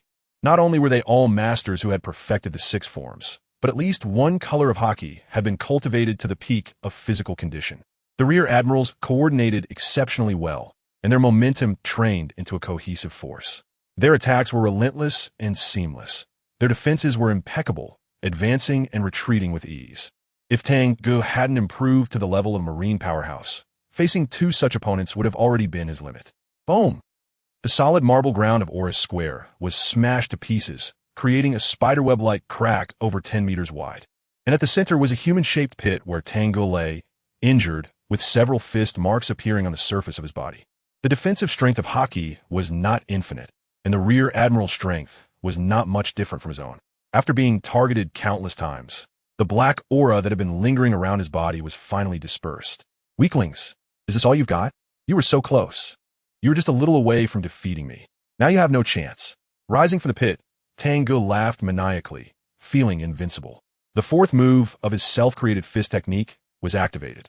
Aura's square was crowded, yet silent, with only the booming sounds like muffled thunder rolling out. As everyone held their breath and focused intently on the fight, a few stronger officers were maintaining order to ensure that the aftermath of the battle wouldn't affect the ordinary people. Being in Marineford, a place where the Navy's top-tier strength gathered, few had personally experienced battles of this caliber. From the very start, the fight escalated to a fever pitch. The six figures on Aura's square flickered continuously, and the movements of the six were extremely fast, with only occasional still figures visible. The sounds of haki clashing in the air were incessant. Bang, bang, bang. The booming sounds of Soru erupted continuously, with the ground pockmarked from the destruction caused by the six. The dust hadn't even risen before being blown away. Although the situation so far was still Tang Ge, the Baroness Fierce Tiger, being beaten up by the group, his fearless and unyielding spirit of fighting multiple opponents without retreating truly complicated the feelings of the onlookers. This guy may not say much, is arrogant and reckless, but his strength is indeed formidable. If it were one-on-one, the rear admiral would probably not be his match. The battle situation changed again. The Baroness Fierce Tiger was heavily slammed to the ground, spitting blood. Yet, his arrogant demeanor seemed as if he was not the one at a disadvantage. You have no chance. Today, I will show you that you are a bunch of weaklings. With a loud shout of fist technique, 7 injuries, Tang Ge's haki turned dark purple as he charged directly towards the rear admirals, perfectly merging the six forms with his self-created fist technique, unleashed like a river flowing. During his conversation with Carp, he had already recognized his current weaknesses, while his haki could bully the weaker foes of the first half of the Grand Line. Against other haki users, the advantage was not so clear-cut. Just like now, the rear admiral was the strongest among the flying squirrel, with the other four not far behind. All top-notch masters proficient in the six forms and awakened haki, except for Dalmesia, who was an Inu fruit dog model ability user. The others were pure physical combat experts. Tang Ge simply could not achieve a crushing victory. The fourth move of the fist technique was created precisely to deal with such situations. To injure others, one must also injure oneself. Even if injured, one must still hurt others. Wounding 10 fingers is not as good as breaking one finger. This is a mutually damaging fist technique that tests who is more confident and whose willpower is stronger. Tang Ge was in a frenzy, relying on the strength of his armed color, which was slightly higher than that of the rear admirals of the Navy headquarters, enduring the damage from the other four while focusing solely on the strongest flying squirrel, launching relentless attacks. The shadows of his fists filled the sky, a tremendous pressure bearing down. The flying squirrel, who had been facing him head-on, was the first to feel the strain. Each punch from Tang Ge felt like the roar of a battleship's cannon, and he was being relentlessly pursued and battered, while also dealing with the attacks from the other four. The pressure on the flying squirrel was immense. His fists trembled uncontrollably, and sweat soaked his back. The other four were not faring any better, despite the ground being utterly destroyed and Tang Ge appearing severely injured. They knew that most of their attacks on that fierce tiger were mitigated by his abnormal physique and astonishing armed color, resulting in only minor wounds that healed quickly. They could feel that the new wounds were merely covering up the previous ones. After such intense fighting, their momentum and attack power had peaked, and as time passed, their stamina would falter, leading to a decrease in attack output. And that fierce tiger? He showed no signs of fatigue. Instead, he grew fiercer, constantly shouting provocative words that incited anger, as if he were surrounded by everyone. This couldn't go on. He would break them one by one. They had to swap out to sustain against a single person's stamina. The thought of mutual understanding arose simultaneously in their minds. Boom! Tang Ge was once again sent flying. But instead of pursuing, he took advantage of the moment to switch the most durable Dalmatia to the front line, since he was a zone-type fruit user. Ha ha ha! Is that all you've got? The flying squirrel spat out a mouthful of blood and laughed wildly at the sky, declaring this as true power, weaklings. He slowly stretched his body, his bones cracking, and then glared fiercely at Strawberry. Bastard, I remember you for specifically attacking my mouth. The air exploded again, and Tang Ge disappeared once more, actively attacking Dalmatia. As you wish, I'll make you acknowledge me. 7 wounds fist, like a dragon. Get your all. Don't hold back any longer. The flying squirrel became serious, uncertain if it was just his imagination, but that guy seemed to be moving faster. Understood the other four dared not be careless. Bang! The clash of armed colors ignited fiercely again, a chaotic battle unfolding. Dalmatia, transformed into his Barleytown form, felt a drastically different sensation, as if he were caught by a rampaging tiger, relentlessly pursued, with every punch and kick causing his armed color to tremble. And the flying squirrel, being the strongest, could originally withstand attacks from the other four for half an hour, but under his lead, his armed color was on the verge of collapse in just moments. Boom! Tang Ge's armed color was once again shattered, and he received a solid hit from the flying squirrel, creating a massive pit in the ground that echoed with an explosive sound, sending debris and dirt flying. It's over. Fierce tiger Tang Ge, repent for your arrogance. Even they had to admit that the opponent was no mere Baron's fierce tiger. He was the fierce tiger. As the dust settled, Tang Ge half squatted on the ground, blood dripping from his arm onto the dirt. But the fierce light in his eyes was stronger than ever, and he laughed maniacally. Idiot, you don't think this is over, do you? Far from enough. With that, he slowly stood up, wiped the blood from the corner of his mouth, revealing a bloodthirsty smile. Let's continue, weaklings. 7 wounds. His form was like a tiger, his momentum like thunder, charging again. I can't hold on any longer. Someone else take over. Dalmatia, with trembling hands, urgently shouted. He had taken the brunt of the attacks earlier, exhausting himself, unable to maintain the Barleytown form any longer. If he kept this up, he would be the first to collapse. Tang Ge's mutated armed color struck the others with less lethality, but when it hit him, the damage increased exponentially. You're too slow. Tang Ge appeared beside him in an instant, delivering a sweeping kick that struck him in the waist. Dalmatia was instantly sent flying, barely stabilizing himself in midair. But a sweet taste filled his throat, and he spat out a mouthful of blood. How is this possible? His instincts were correct. Tang Ge's strength had increased, and his speed had also quickened. Dalmatia, the flying squirrel shouted, intercepting Tang Ge. Life return. 8-headed demon spider, hair standing on end, attached with armed color, soft yet hard. Bound towards Tang Ge. Too slow. With his observation haki fully activated, Tang Ge dodged again and countered with a punch against the enraged Doberman. It's your turn, Doberman. Tang Ge grew more spirited, his stamina seemingly infinite, unleashing both observation haki and armed color to full effect. 7 wounds, infinite firepower. The 6 had already bled, no longer merely sparring. This was a clash of beliefs and willpower. Tang Ge launched a full-scale attack, no longer targeting just one person to beat down. His moves grand and sweeping, one man like 1,000 troops, swift as thunder, fierce as fire. He had become a fierce tiger unleashed. The battlefield expanded. The air continued to explode with sound, the noise of breaking air ringing out. The people of Marineford were stunned. Now, they could see that Tang Ge had begun to take the initiative. He seemed like an indomitable beast, even when slammed to the ground. He would immediately get back up and return fire with a punch. When his body was sent flying, he would come back with even more ferocity, delivering a kick in retaliation. Tireless, pain-free.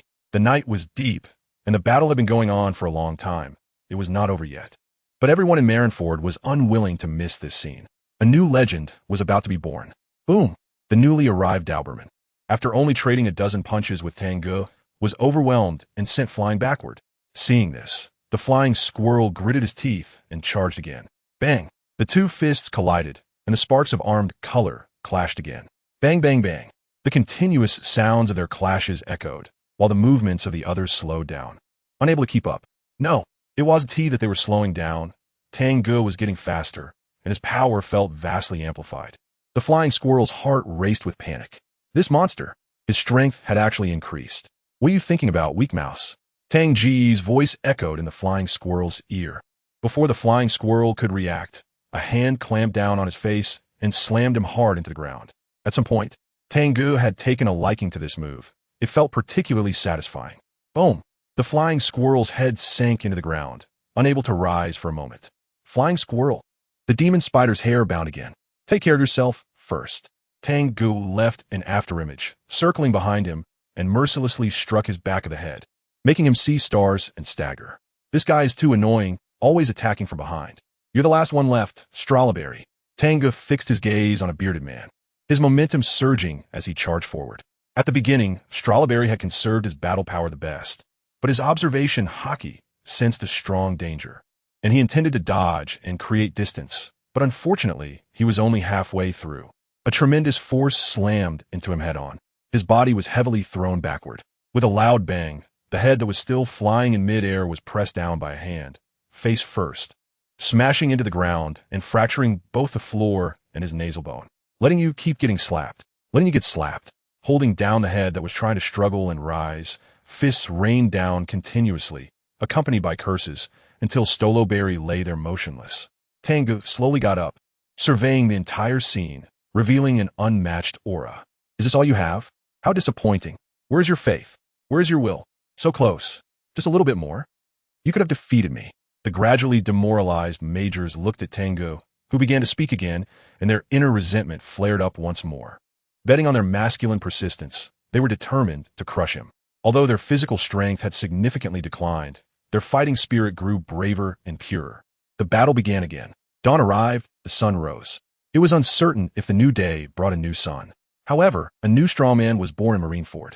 The square of Alice was silent. Everyone had not slept all night, just to witness the moment of this legend's birth. Everyone was watching a man. The golden red sunlight illuminated his head, as if crowning him with glory. After a whole night of fierce fighting, the contest finally determined a victor. Surrounding this man lay the completely unconscious naval rear admirals.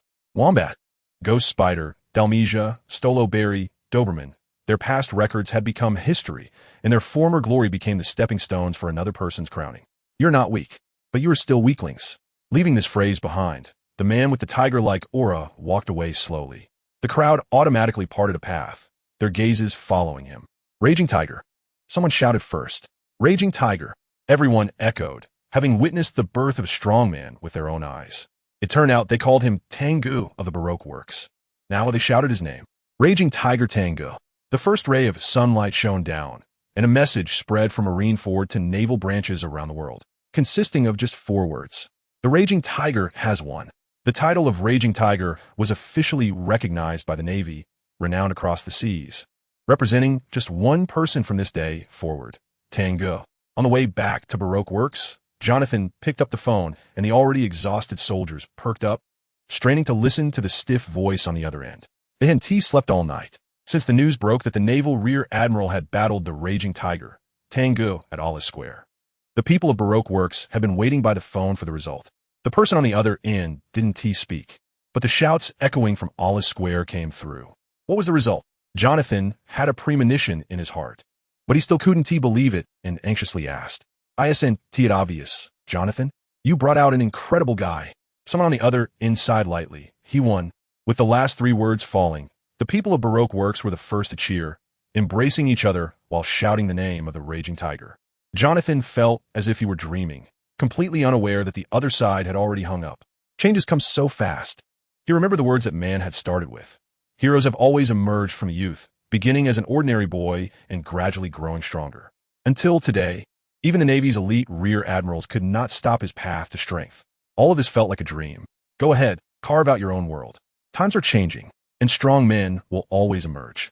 Raging Tiger, Tang Ge.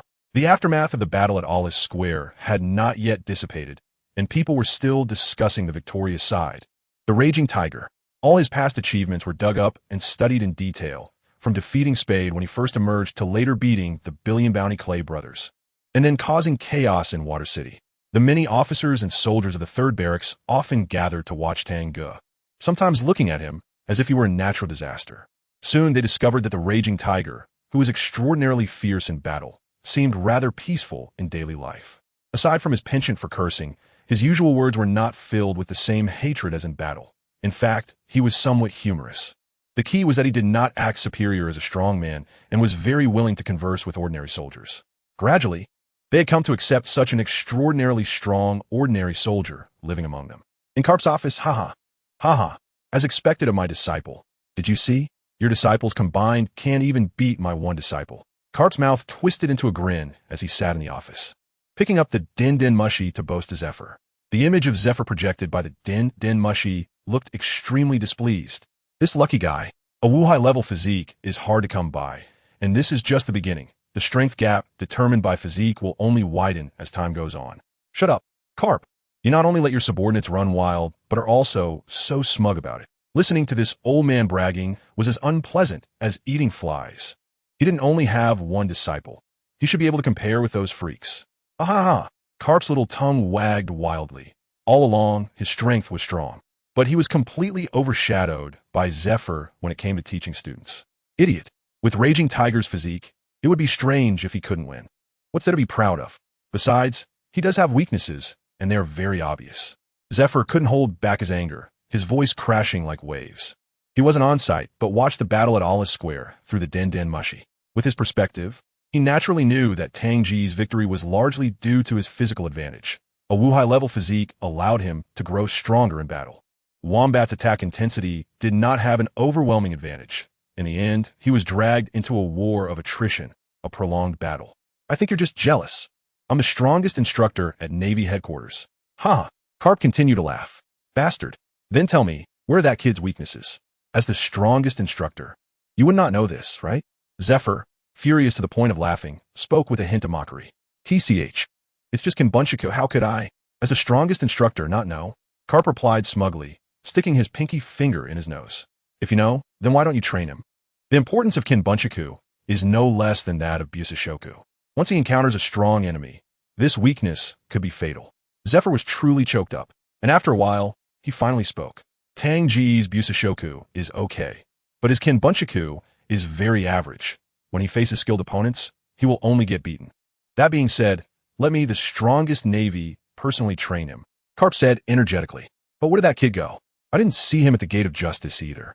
Has he become complacent after winning such a small battle and given up training? The most arrogant and self-satisfied is precisely you. Zephyr could no longer listen, and with a snap, he hung up the phone. Of course, Tang Ge could not slack off. He was on the sea near Marineford, in a place Karp would never have thought of. Gently stepping on the surface of the sea, floating unpredictably with the waves, Tang Ge smiled brightly, facing a major general, Kizaru Borsellino. One has to say, Tang Ge is floating. After the battle against the major general at Olive Square, he took a short break and then blocked Kizaru's office, demanding to have a match with him. Are you ready? I brewed a good pot of tea in my office, so I need to get back soon. Kizaru, dressed in a yellow striped suit and wearing brown sunglasses, spoke lazily. I'm afraid you won't be able to enjoy that hot tea, Major General Kizaru. Let me witness the power of the highest combat strength.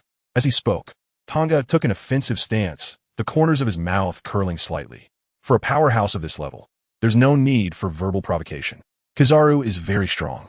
In his observation haki, he seemed like an unapproachable light, with an intense aura, indescribably powerful. The headquarters has always maintained 3 admiral positions, neither increasing nor decreasing. If it weren't for Sengoku still being the acting fleet admiral, Kizaru would have long been a genuine admiral. A cold gleam reflected off Kizaru's lenses as he slowly said, "Today's young people are really frightening. If I'm underestimated like this, I have no choice but to step up." Whoosh! Just moments ago, Kizaru was leisurely standing there, but then he transformed into a streak of yellow light. After a blinding flash, he disappeared from his original position. "Have you ever been kicked by light?" Well, he reappeared. His voice rang in Tanga's ears, and a side kick was already in front of him. Speed is power. Light speed kick. Buzz. An extreme force struck Tanga directly. His body shot off like a meteor, the air bursting in successive shockwaves, finally carving a long line of rolling white waves on the surface of the water. It's Kizaru. How could he be so fast? It was like real light speed. Tanga rolled on the surface of the water far away, his heart surging with waves. Just as his observation haki caught the aura of the attack, he barely managed to cover himself with armament haki before being kicked. Here it comes again. The yellow light flashed again, and Kizaru was already in the air. A powerhouse like him would never give anyone a chance to catch their breath. His unique tone sounded as he formed a small hole with his thumb and index finger. "Oh ho, what's the matter? No problem." As expected of a fierce tiger, Yada no Kagami Tanga, gasping heavily on the surface of the sea, had no time to complain. The armament haki on his body was shattered in an instant, and the spot where he was kicked throbbed with a pain that shot straight to his brain, probably even breaking bones. How ruthless! If it weren't for the unique resistance against the attacks of ability users awakened by his armament haki, he probably wouldn't be able to get up from that last kick. Looking up, Tanga's pupils constricted. In the sky, a torrential downpour of yellow light beads, denser than raindrops, poured down, impossible to dodge or escape from his coverage. He could only brace himself. The armament haki condensed again. Bang, bang, bang. The yellow light beads hit the surface of the sea, causing violent explosions all around, and the seawater completely boiled. Endless light beads washed over him, creating a friction effect like a grinding wheel, with yellow sparks shooting down. The consumption of haki and physical strength was rapid. Even a major general who fought all night wouldn't be able to match even half of what was being consumed now. One can only imagine how astonishing Kizaru's attack intensity is. This guy's ability can't be that, right? For the first time, Tanga felt the perversion of a devil fruit user. Light. Kizaru's fruit ability is light. The seawater turned into a golden glow, incredibly beautiful. Only Tanga struggled under the endless attack of light beads. Just as he suspected, Kizaru's ability was indeed a natural type, light. Even with just a high school level of physics knowledge, one knows what light is. It is nearly everywhere and signifies brightness. But that's not the point. The point is the speed of light, the known limit speed for humans, 300,000 meters per second, its speed in a vacuum. Even in the atmosphere, where the density of air reduces its speed to 1/10, that is still not something humans can reach. What a terrifying ability. Similarly, as a natural type, Dallas is simply weak, with a power like light. And in the hands of someone as strong as Kizaru, its power is exponentially enhanced. Tanga struggled desperately and ultimately endured this wave of attacks. It seemed Kizaru's light was limited. How could that be? Light is everywhere, unless an even more terrifying attack is coming. What a scary armament haki. This move can't even take effect. Kizaru's voice was omnipresent, and the light beads halted. The armament haki on Tanga's body caught his slight attention. However, at his feet, the yellow light was condensed to the extreme, exceptionally bright, as if another sun had appeared in the sky. This is bad. Cold sweat poured down Tanga's forehead. He clearly felt the power contained in that light, and his physical strength was simply not enough to amount to a fraction of it. Whoosh, a beam of light shot down. Boom! Centered on the spot where the light struck the sea, a massive amount of seawater was blown away, and the towering waves rose to a height of 100 meters, resembling a blooming white lotus. The shock wave from the explosion tossed Tanga into the air, and in this immensely strong impact, his body was completely out of control. The yellow light flashed again, and Kizaru vanished from his spot. The alert from his observation haki had reached its peak. Although he could sense Kizaru's movements, his speed could not keep up at all. This is the final strike. The yellow glowing right leg kicked Tanga in the abdomen from above. like a meteor falling into the sea. At first, there was no splash on the surface, as if he had sunk into a block of jelly, a straight passage piercing through the seabed, the seawater seemingly frozen. The next moment, the waves surged into the sky, the sea completely exploded open, revealing the ocean floor. And Tang Ge, like that meteor, exhausted his energy and sank into the rocks of the seabed. Blood gushed from his mouth, and although his consciousness remained, his body felt like it had fallen apart, and his stamina was entirely depleted. Looking at Kizaru in the sky, his gaze was not defeated, but held the heat of an underwater volcano on the verge of eruption. So strong, really strong, with no strength left to resist. The intensity of this attack and its destructive power made it so that even his awakened armament haki could not defend, and he hadn't even been able to unleash any of his self-created martial arts. As expected, he was known as a natural disaster. This is the highest combat strength. The surrounding seawater began to flood in, and his vision started to darken. But Tang Ge was not in a hurry at all. The yellow light flickered, and Kizaru stood at the seabed, reaching out to grab his arm. Whoosh! In an instant, both of them were in midair.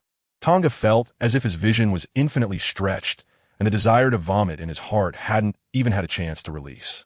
Whoosh! The next second, they had already reached the naval headquarters building. This is not fantasy. This is the limit of speed. Throwing the completely exhausted Tang Ge onto the sofa, Kizaru picked up the cup of tea he had just been drinking and poured a cup of steaming tea. How terrifying. I'm so exhausted. I need to replenish some fluids. Seeing his calm demeanor, it seemed he had only lost a bit of sweat. This is a blatant mockery. For moves. Can it tire out a natural, disaster-level physique? Ha ha. What an interesting world, Major General Kizaru. In just that little time, his body had already recovered some stamina, and Tang Ge moved his body on the sofa. However, the act of laughing involved fractured bones and intense pain, forcing him to stop talking and stop saving face. The pain was bearable. What didn't break him would ultimately make him stronger. There was no trace of defeat in his eyes as Tang Ge gazed eagerly at Admiral Kizaru. Truly powerful. Admiral Kizaru, I must thank you for showing me just how vast this world is. Perhaps his gaze was too eager, or perhaps his attitude seemed a bit abnormal, which made Kizaru feel a sense of unease. Something felt like it was about to happen. What is this guy's thought process? Shouldn't the normal response be to learn from shame and work harder after going back? To be humble and not impatient? But here, it felt almost like he had been abused, and instead, there was a strange pleasure. What also caught Kizaru's attention was this guy's incredible recovery ability.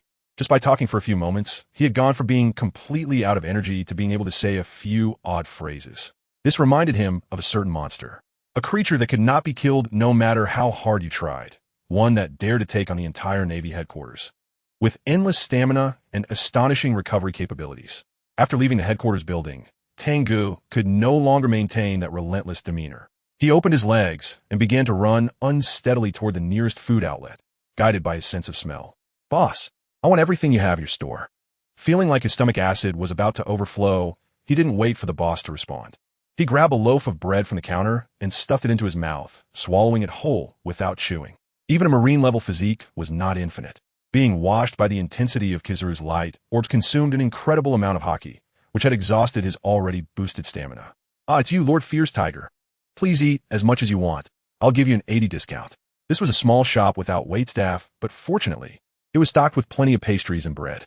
The boss, wearing a chef's hat, recognized Tang Ge. Thanks, he mumbled, still unclear.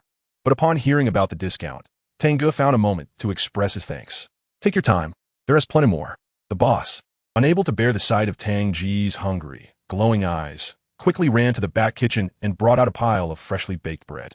However, as soon as he brought it out, he felt his hands empty. It all went into Tang Ge's mouth. Soon, everything edible in the bakery was devoured, leaving not even crumbs, but his walking stamina was sufficient. After leaving a thick stack of belly, Tang Ge followed the scent to the next place.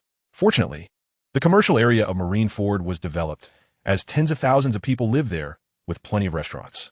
An hour later, at the last restaurant on this street, Tang Ge slowed his eating pace, taking some time to reflect on what had just happened. Defeated, thoroughly defeated. With his observation haki, he could sense Kizaru's attack intentions.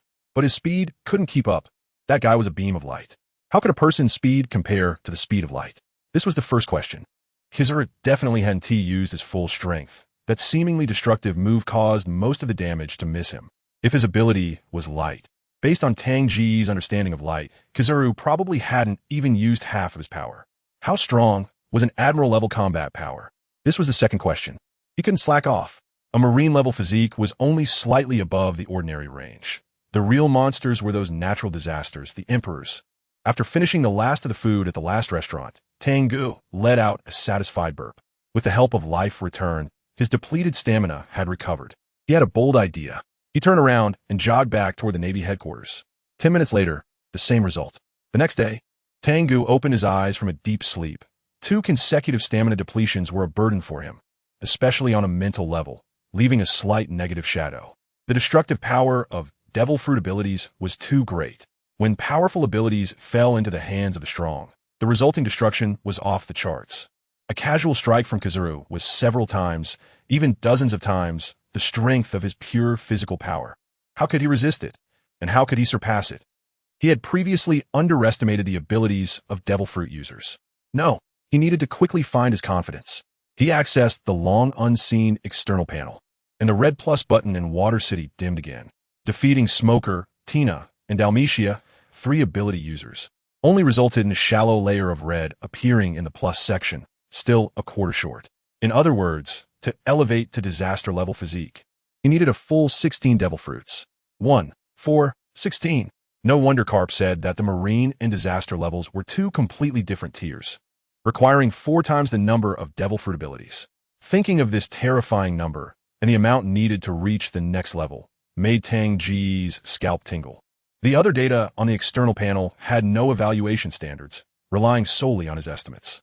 The strength of his haki had indeed improved significantly during these days at headquarters. By estimation, it should have reached the strength Carp had when he covered his stickback in Baroque works, which was about 5 standard strengths.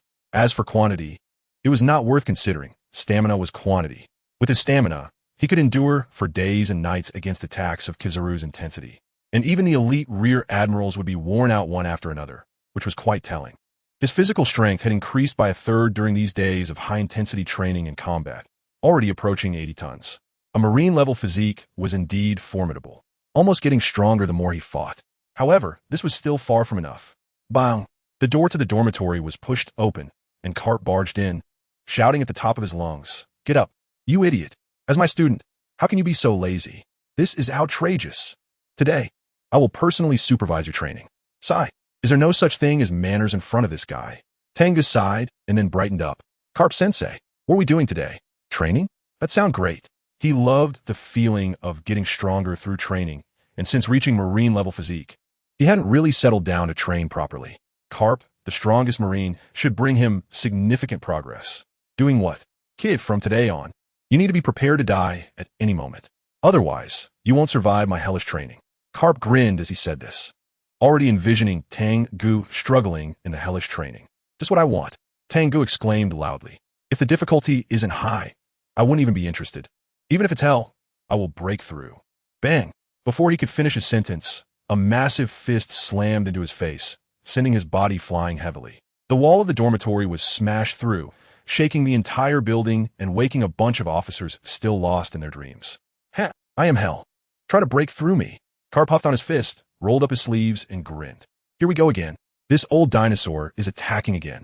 Sitting up amidst a pile of rubble, Tang Ge felt powerless to complain. The speed of Kizaru, enhanced by the devil fruit, was one thing, but this old dinosaur's speed purely stemmed from the explosive power of his physical body, equally fast enough to leave him unable to react. "What's wrong? You don't seem to be in the zone today?" Carp's voice appeared beside him, and he had no idea how he got there. This kid used to attack with claws and fangs, but today he seemed filled with doubt. "Teacher Carp, can a hockey practitioner really crush a devil fruit user?" Carp asked, and Tang Ge could only speak the truth. It had to be said that after witnessing the kind of world-destroying destructive power that Kizaru possessed, which was simply beyond human capability, Tang Ge felt some confusion in his heart. If Carp could reach that level, then that blow from Baron and the overwhelming deterrence over the sea all indicated that hockey also had a very high ceiling. But that was because he was Carp, the strongest marine. Tang Ge's confusion was, if someone like Carp were to eat a powerful devil fruit, how could a pure hockey practitioner counter that? Even with sea prism stone, even with seawater, and even with the ability to nullify the abilities of users through armament hockey. "Ha! So that's it. You want to find Borsellino, right?" His ability indeed counters a hockey novice like you, so it's no surprise you're feeling this doubt. Carp looked down from the side. You originally underestimated devil fruit users because you hadn't seen a real user. Similarly, your current doubts stem from not having witnessed true hockey. There are many people in the Marines who share your doubts. They have no answers, and neither do I. This is a path you must walk yourself. Whether you become a dragon or a worm depends on this. Saying this, Carp revealed a chilling smile. What I need to do is make you fight to the death to grow stronger, leaving you no time to ponder these questions. Once you become powerful, the ability to seek answers will naturally follow. Boom! Another punch landed on Tang Ge's head, who was still in a state of contemplation, causing a bump to swell. Who do you think you're looking down on? How dare you slack off in front of me? Will the enemy give you this time? Carp erupted in anger, his hands hammering together in a thunderous roar, causing the nearby Marines who had come to watch the commotion to scatter in a hurry, fearing to provoke a furious Carp. It was proven that Carp was a man of his word. For a while afterward, Tang Ge truly had no time to feel doubt. Not only that, but even during meals, he had to be on guard against sudden attacks. Otherwise, he would have to train on an empty stomach. As for sleeping, Carp the old dinosaur would never let such a good teaching moment go to waste. So don't even think about having a good sleep or a moment to catch your breath. Mercy? Compassion? Rest? Not a chance. In Carp's words, those things I will express at your memorial service when you get killed by pirates due to your weakness. Everything was being practiced more intensely. Everything was being strengthened. Swimming, weight training, 6 powers training, hockey intensity combat, and even a method of jumping through the gates of justice was enhanced by Carp. It truly was hellish training, and Carp was not wrong at all. Just as Tang Ge's hellish training began, after the battle at the medical room of Marineford's Alice Plaza, the heavily injured major who had been in a coma for a long time finally woke up. The first clear thought that returned was, I lost. He had been completely defeated by that guy, the fierce tiger. What a terrifying fellow. Looking around, the other 4 were also there, wrapped up like mummies, especially Stockberry, whose head was completely wrapped, leaving only his face exposed. That bastard fierce tiger even landed a few more punches on me at the end, and I lost several teeth. His injuries weren't too severe. It wasn't a life-and-death fight, and neither side had gone all out. The long coma was purely due to excessive exhaustion, requiring a long sleep to recover. Did you hear? Fierce Tiger fought with Admiral Kizaru recently. Really? Admiral Kizaru is said to be a monster of a presence. What was the outcome? Unclear, but I heard Fierce Tiger was taken to barracks number 3 by Kizaru. I heard it was because he lost that Admiral Carp is training him very seriously. It's a real nightmare. The conversation of the medics nearby attracted their attention. So soon faced with the top combat power, Doberman's scarred face twisted in frustration. It seemed increasingly impossible to defeat that guy. This was inevitable. That guy had the qualifications to become a strong person. It was a path he had to walk. The untransformed Dalmatia still looked like a handsome, middle-aged man, and he felt helpless at the moment. Fierce Tiger was tougher than him, a Zoan-type user. Regardless of what the others thought, he himself was convinced. Sigh, sigh. Hearing Dalmatia's words, Ghost Spider and Stolo Berry both sighed, sharing their woes. One was constantly attacked from behind and received special attention from Fierce Tiger. The other had initially received special attention for Fierce Tiger's mouth, only to be hit back doubly hard in the end. Weasel, what are you doing? Dalmatia, slightly recovered, saw Weasel struggling to get up from the bed and head towards the washroom and quickly chased after him. When Weasel came out, his punk hairstyle was gone, replaced by a shiny bald head, which paired with his thin face created an oddly humorous sight. When Dalmatia came out, his buzz cut had also turned into a bald head, which didn't affect him much. The other 3 then remembered that before the battle, Weasel had said he would shave his head in shame if he lost. Now that they had lost, Weasel was a man with a strong sense of pride, reminding himself of the shame of losing in this way. At that moment, Doberman stood up and limped into the washroom. Ghost Spider touched his long hair, while Stolo Berry stroked his long beard, both reluctant. Finally, the 2 sighed and went in as well. When someone came to visit them, they found the 2 bald heads lying side by side. In the future, the renowned Tiger General was beginning to take shape today. Time flew by, and in the blink of an eye, 6 months had passed.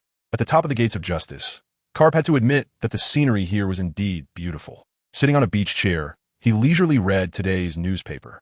Tang Ge was kicking a ball, a solid iron ball, about 4 meters in diameter, weighing over 2 tons. With his current physical strength exceeding 4,000 tons, it was somewhat strenuous. The iron ball bounced between his feet and the gates of justice. Its surface was pockmarked with impressions from fists, legs, palms, and fingers, resembling a canvas. What a mess. After reading an unpleasant news article in the newspaper, Carp angrily threw it down, letting the sea breeze carry it away. Boom! Almost without any warning, two similarly sized fists suddenly collided, armament hockey clashing and canceling each other out, with waves of tangible shockwaves spreading out. Hey, your reaction today is pretty good. Carp had a smile at the corner of his mouth. He and T held back, and the speed just now was his normal fastest speed. It's you who has slowed down. Tang Ge revealed a long-lost smile, showing no signs of letting up in his attacks. Each punch was a fierce assault, each move like a dragon emerging from the sea.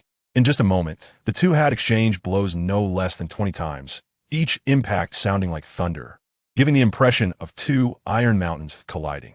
One arrogant guy, Carp couldn't help but smirk. This time he surprisingly didn't knock Tang Ge down with a punch and tell him he was far from it. It wasn't that he didn't want to, but doing so was no easy feat for him. This kid was right under his nose, enduring a hellish training regimen that he didn't even know if anyone could withstand, growing stronger at an incomprehensible pace. It seems you have no doubts left. Seeing Tang Ge's increasingly determined gaze, Carp felt a sense of gratification. A true strong person is not one who has it easy. It's someone who can remain confident and steadfast after going through trials. Without a doubt, Tang Ge was already such a strong person. I'm just convinced that all power users are weaklings. Tang Ge provocatively raised an eyebrow, having shed the name of a reckless genius, now exuding a kind of unwavering resilience that came from within. What did you say? Fistbone meteor. Carp's fist, covered in armament hockey, struck like a falling meteor. That's the truth. Unnamed fist technique. It was unnamed because he felt this move was not complete. However, it had an imposing presence, with layers of armament hockey swirling around Tang Ge's fist, forming a fiery red, gaseous garment. Boom! Bang! A clash far more intense than before occurred, as the two fists collided mid-air, completely shattering the air between them, with faint sparks of electricity flickering. This was air compressed to its limit. This move is useless against me now, Tang Ge shouted excitedly. The force in his fist not only didn't diminish, but increased. An unending surge of high-intensity armament hockey erupting from his body, condensing towards his fist. Bang! The clash of armament hockey was even more intense. The airflow pulled Carp's cape back into a straight white line, feeling the force transmitted from the fist. This kid is much stronger than I imagined. However, you're still far from it. Fistbone meteor. Another force far exceeding the armament hockey struck Tang Ge's fist, as if he were truly hit by a meteor. The power completely overwhelming him, sending his body uncontrollably flying backward, creating a series of white, explosive rings. Nanny, Tang Ge, who had been sent flying out of the Justice Gate, felt like 1,000 grass mud horses were galloping through his mind. What was that just now? It felt like the entire space was pressing down on him, simply overwhelmingly powerful. What kind of power was that? Dazed and confused, he was in a state of shock. What was that power? A more advanced use of armament hockey? Or something else? Tang Ge looked around. He had been knocked from one door of the Justice Gate to the edge of another. Thankfully, he was in mid-air, with no obstacles behind him. Otherwise, he would have definitely been injured. This power is definitely extraordinary. With many questions in his mind, Tang Ge forced out a somewhat flattering smile and quickly returned to the training spot, just in time to see Carp with a smug expression, his nostrils nearly pointing to the sky. Carp-sensei, you truly live up to the title of the strongest in the Navy, able to chase the Pirate King around. Just now, I had no strength to fight back at all. In the face of that power, Tang Ge couldn't care less about being rebellious or resilient, shamelessly flattering him. Carp, clearly not one to be magnanimous, ignored him. When there's something going on, he asked the brilliant and mighty Carp-sensei. When there's nothing, he asked just a weakling with powers. How can that be fair? Tang Ge knew well that Carp was a power user, although he didn't know what kind. It must have something to do with the iron ball he had just pulled out of nowhere. Your wisdom and might are as vast as the ocean, endlessly flowing. Scraping his brain for classic lines he had seen in his previous life, just to make this old dragon change his mind. Perhaps this kind of flattery was rare and satisfying. Carp laughed heartily. I didn't expect you to have this side to you. Let us go. Let us eat something first, we'll talk after that. No problem, it's on me. Let us go to the most expensive one, the most luxurious restaurant in Marineford. At this moment, the kitchen was unusually lively, with all the chefs cooking, a heap of ingredients being brought in, turned into food, and shortly after, ending up in the stomachs of the two gluttons. They were simply bottomless pits. The chef's hands holding the spatulas were already trembling, and the restaurant owner stood nervously beside them, cold sweat continuously oozing from his forehead, wiping it endlessly. He was scared. These two were not to be trifled with. If they dined and dashed, no one at Navy headquarters would dare to uphold justice for him. Clattering dishes echoed as diners made noises while eating. It's unclear how much time passed or how much food went into the two stomachs. In any case, they had already exceeded the restaurant owner's psychological tolerance for losses. Bang! On the last plate, a piece of sea king bone landed heavily. Burp! Carp had a unique way of eating. Often, he would start snoring mid-meal, with bubbles forming at his nose, while his mouth never paused. You couldn't tell if he was eating or sleeping. How does he manage to eat and sleep at the same time? This question left Tang Ge deeply puzzled, but seeing the old dragon satisfied after a hearty meal, he felt assured. Ha ha! This restaurant's food is not bad. We can come here often in the future. Carp was the first to speak, casually picking his teeth with a toothpick. This meant one meal wasn't enough. He wanted to eat more times? As long as you like it. You can eat as many times as you want, Carp-sensei. That power you used earlier can. Tang Ge suppressed the impulse to beat up this old man and patiently smiled. Earlier? What did I say earlier? Carp turned his head around, wearing a confused expression. Not acting well at all. You little brat. You think you can get me to teach you the strongest secret after one meal? Dream on. You said earlier that after eating, you would tell me about the power you used. Tang Ge held onto his last shred of patience and said, that? I forgot. Just pretend I never said it. Ha! Carp was brazen, turning around to leave. Damn it. Tang Ge almost lost his temper and wanted to take down his mentor right there, but the arrival of a bald man held back that thought. Carp, Admiral Sengoku wants you to go to the big conference room. There has been unusual activity from the pirates in the New World. Ha ha, Weasel, that hairstyle really suits you. Carp laughed heartily, patting Tang Ge on the shoulder. He had only heard that a certain admiral had appeared at headquarters recently, not expecting one of them to be Weasel. No wonder this bald guy looked so familiar. It turned out to be Weasel. Tang Ge almost didn't recognize him.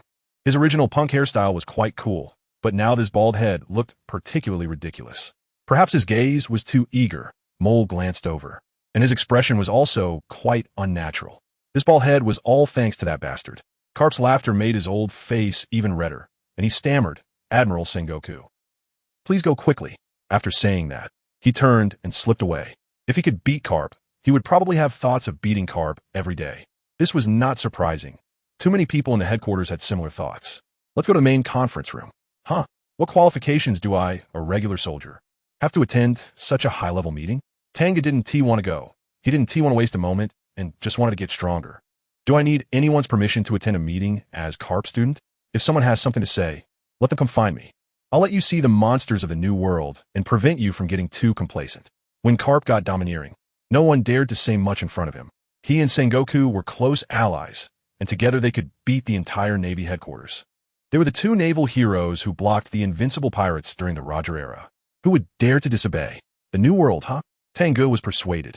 It wasn't a good thing to work in isolation. It was also good to see what level the future enemies were at. Carp had said that his current armament color strength had reached 3 standard levels, and if he wanted to enhance it further, just practicing hard wouldn't be enough. He needed real combat. The new world would be his battlefield in the future. Knowing oneself and knowing the enemy is the key to victory in every battle. Soon, they arrived at a conference room with a very large screen. In the Navy, well-known generals were sitting on sofas, with a small table in front of them holding a fish and a bottle of liquor. The generals had fierce expressions, many with terrifying scars on their faces. They didn't look like Navy officers, but more like villains of the sea.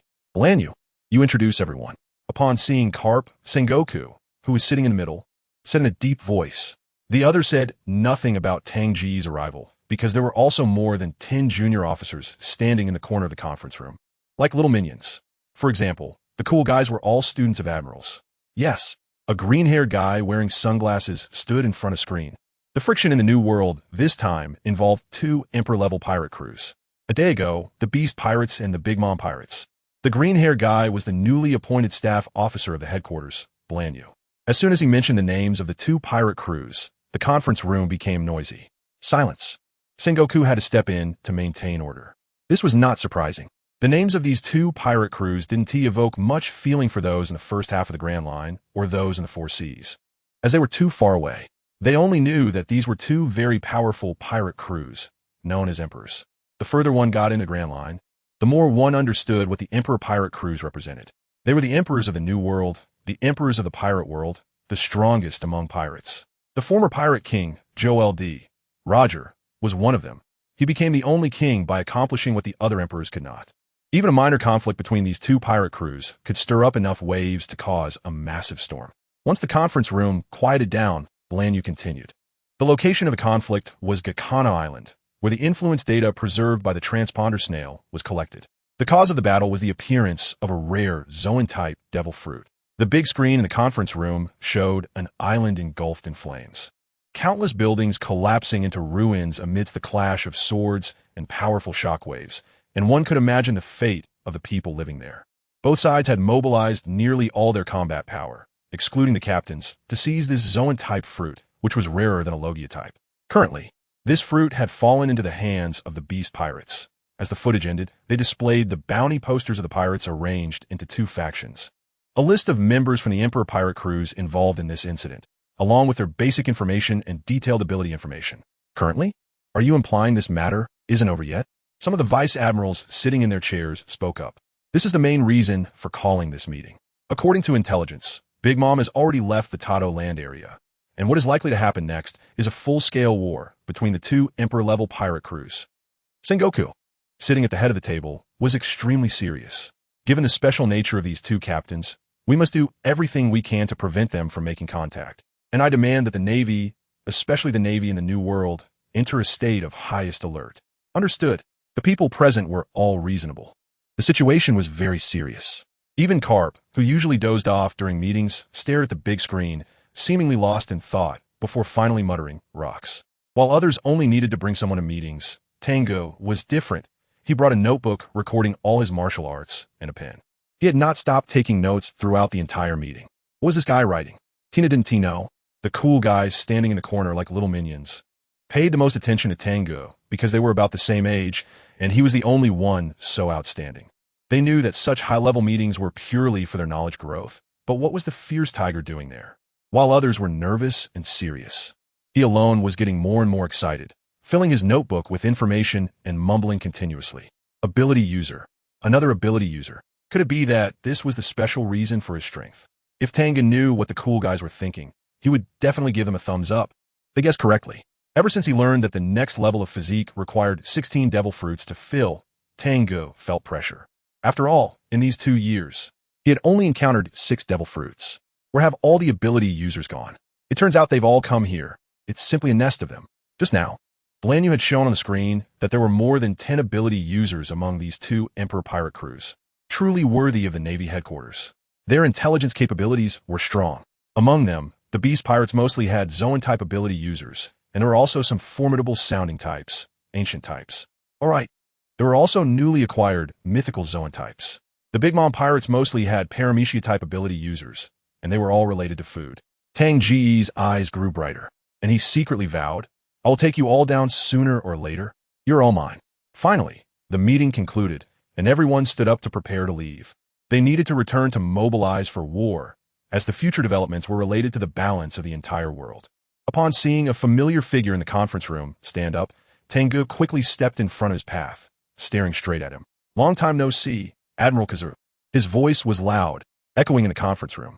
"What is this? Oh, what a relentless guy." Those who had not yet left turned their gazes toward him. Even Sengoku squinted his eyes to observe. On the opposite side stood Kazuru, peering seriously at the man who had caused such a commotion at headquarters beneath his brown glasses. How terrifying the aura is now. Tang Ge, standing casually there, seemed to command the winds around him, exuding a slightly different demeanor. "Those that cannot kill me will ultimately make me stronger. You can only stay in place, while I will eventually surpass you." Tang Ge spoke calmly, his previously fierce aura now tranquil like an abyss. "Oh, can you block my lightspeed kick now?"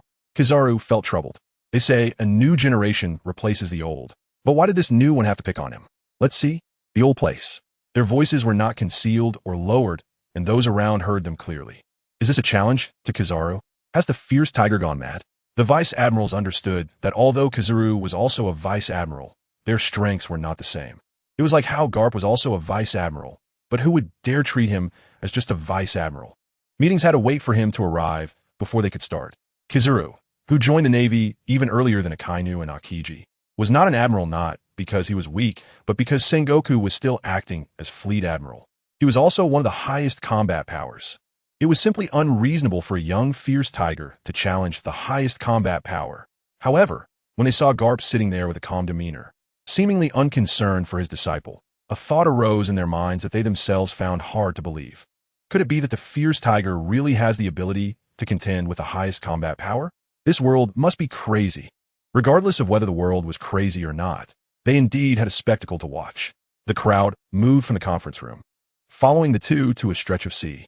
On the surface of the sea, Kizaru did not rush to attack. His usually nonchalant eyes became unusually serious.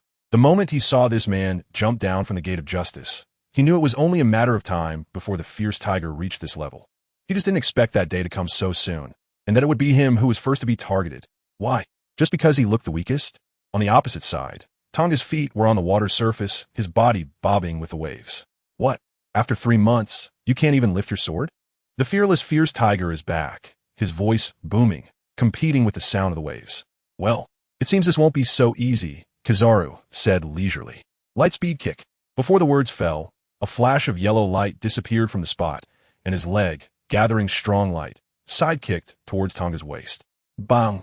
The unstoppable lightspeed kick was blocked by a scarlet gaseous robe, the yellow light rapidly dissipating and splashing on the sea surface. Hey, that same move won't work on me. It's my turn now. With a stooped waist, he raised his arm to block Kizaru's attack. Tang smiled like a full moon. He blocked it. Times have changed. His haki already granted him immunity against ability attacks, and as his strength reached the 3 standard level, this immunity increased as well. This was a stacking enhancement. Black Tiger, Heart Extraction, another piercing punch, still the earliest move from his self-created martial arts, now covered with an enormous amount of haki and combined with over 4,000 tons of physical strength. When he threw a punch, the power and momentum were incomparable. Bang! The two fists collided in midair, the sea water in between suppressed by the shockwave, creating a fissure. Kizaru, of course, was not one of those useless folks who relied solely on their abilities. His haki mastery was top-notch, and his physical strength was among the strongest. He stood still. However, Tang slid back, leaving a white line behind. Feeling the force from the punch, Tang shouted, "Your strength is much weaker than I imagined." Vice Admiral Kizaru, this does not do justice to your reputation as one of the highest combat powers. Are you too reliant on that devil fruit of yours? He stomped heavily on the water's surface, leveraging the tension of the water to accelerate to a speed invisible to the naked eye, charging back with his fist raised. This remark dealt a significant blow to Kizaru, who had been relaxed. His expression changed, and his words became slow and cold. Shaka mirror, Amaterasu sword. Yellow light gathered in his hand, stretching, and a cross-shaped sword emanating a sharp aura appeared in his grasp. Are we going to compare sword techniques this time? A blade becomes steps, 10,000 carvings become Buddha. The black blade was drawn, resembling a swimming dragon. The momentum stored in the sheath surged forth. Bang! The sword and blade clashed, scarlet haki and yellow sparks flew apart upon collision. Boom! The haki on the blade suddenly surged. Tang's haki was shattered and dispersed, and his body was sent tumbling backward by the impact. Laser beam! A strong light with an arrowhead shot out from Kizaru's fingertip, piercing through Tang's shoulder. Boom! A violent explosion accompanied by intense heat erupted behind him. This attack, it's even stronger than the first time I saw it. Kizaru is serious now. This is getting interesting. Tang quickly rose from the water, watching the densely packed light beads shooting toward him, licking his lips. Horizontal training, second layer, golden body, fierce tiger. The blade was covered in scarlet haki, like an unquenchable flame amidst the yellow light rain. A fierce tiger roared to the sky, scattering all the light beads along its path. Boom! The sword and blade clashed again. The sea could not withstand such impact, sending up a wave over 20 meters high. Ugh! The yellow light flashed, forcing Kizaru to retreat. He was a Logia user and could not touch the seawater. Logia users really are weaklings with vulnerabilities. The giant wave crashed down, and Tang was flung away again, but he showed no mercy with his words. Amaterasu sword, fierce tiger. The two fought in a melee, swords and blades clashing, sparks flying continuously. The naval commanders watching not far away felt their mouths dry, the bitter taste lingering. Are the young people today so fearless? So strong? Everyone could see that Kizaru was enraged, unleashing his true power. Even though he held an absolute advantage, the fierce tiger was still being sent flying. But he would quickly come back unharmed. Between the vice admirals and the admirals, there was an insurmountable chasm. There was no doubt that the fierce tiger was already walking on the edge of that chasm. Smoker and Tina, barely keeping up, exchanged glances, both sharing the same thought. Do we still have hope for revenge? Maybe we should just give up. It's not shameful to get beaten by someone like this. This guy's a monster. The two nodded simultaneously. Sengoku, Garp, and Akiji stood together. I didn't expect him to reach this level so quickly. Your training has been invaluable, Mr. Garp. Akiji remarked with a hint of admiration. Having a physical constitution at the level of the warlords and having combat power at that level are two different concepts. He still has a long way to go. Garp struck a proud pose, his mouth grinning widely, showing no signs of humility. At least he has made some achievements. It wasn't in vain that I spent 6 months wiping your butts for you two. In the past few months, Tang Ge has been going through hellish training, while Sengoku has been dealing with endless complaints. Most of them are about Garp and Tang Ge, who have demolished 4 dormitories and destroyed most of the cafeteria in Barak number 3, with countless people being affected by the massive impacts while they were asleep or enjoying their meals. What's worse, an entire warship was used for physical training, and the gate of justice frequently malfunctioned, among other issues. He was still quite far from his goal. Garp remained the same, using the same words and the same posture. Indeed, such observation hockey is not enough. Encountering a powerful opponent would be very dangerous. Akiji also noticed the problem. Tang Ge has been in a state of being beaten up. If it weren't for his somewhat special armament hockey, he would have been knocked out by Borsalino long ago. Send him to Zifa. You don't have time. We absolutely cannot let the remnants of rocks have dangerous contact. You know that, Garp. Sengoku shot a glance at Garp, who was about to say something foolish. Got it, you arrogant guy. I don't know what makes you so cocky in front of me. The strongest Marine and the strongest instructor. Garp inserted his pinky into his nostril and spoke in a strange voice. What did you say? Bastard. Who admits you're the strongest Marine and the strongest instructor? Who needs to admit it? The facts are clear. You're neither the strongest, nor do you have any disciples. So you have no say. Bastard, do you want to try my shockwave? Come on. Who is afraid of who, weakling? Akiji. Why should a devil fruit user make things difficult for another devil fruit user? The match between Akiji and Borsalino ultimately did not reach the end. Tang Ge lost without being defeated, while Borsalino won without truly winning. It wasn't a life-and-death duel. It was a stop when necessary. Otherwise, Garp would punch each of them. Under Garp's overwhelming presence, the two had to stop.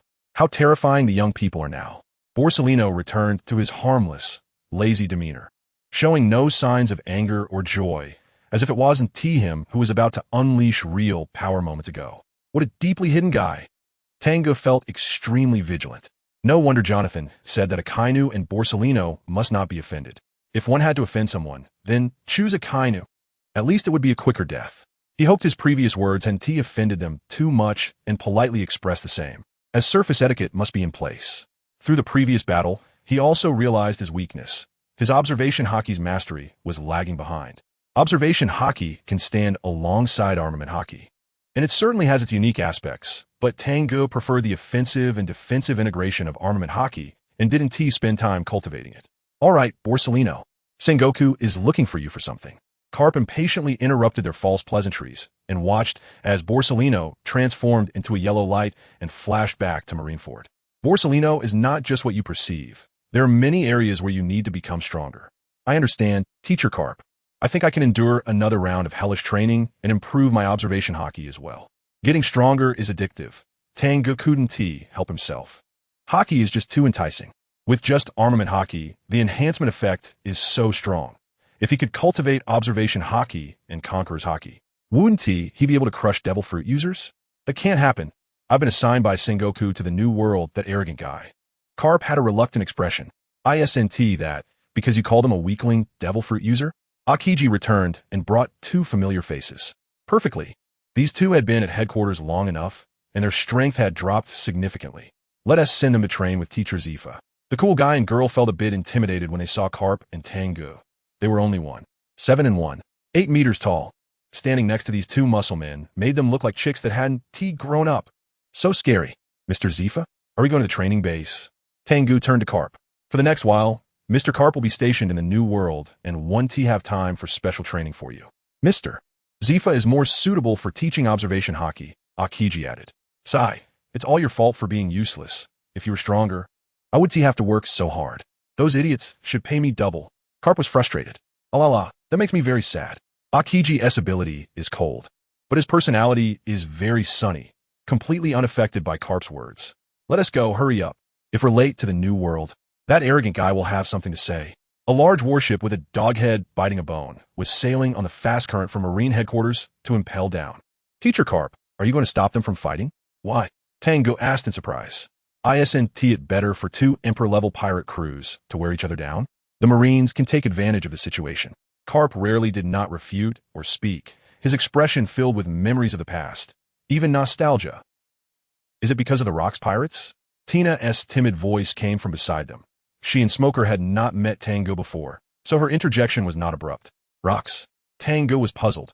He had never heard of this name, not a famous pirate crew in the world. You must be Tina. Why didn't he expect someone your age to have heard of the Rocks pirates? Their existence was erased from history by the world government long ago. Carp turned to look at Tina and smiled, resembling a storyteller with a past. I also heard about them from my father. After all, the Rocks pirates are the fundamental reason you are known as Hero Carp. Tina lit a cigarette and bit it. The mysterious existence of the Rocks pirates, which the world government valued so highly, drew everyone's attention. Even Akiji, who was lying on a beach chair asleep, perked up his ears. Carp was not a pretentious person.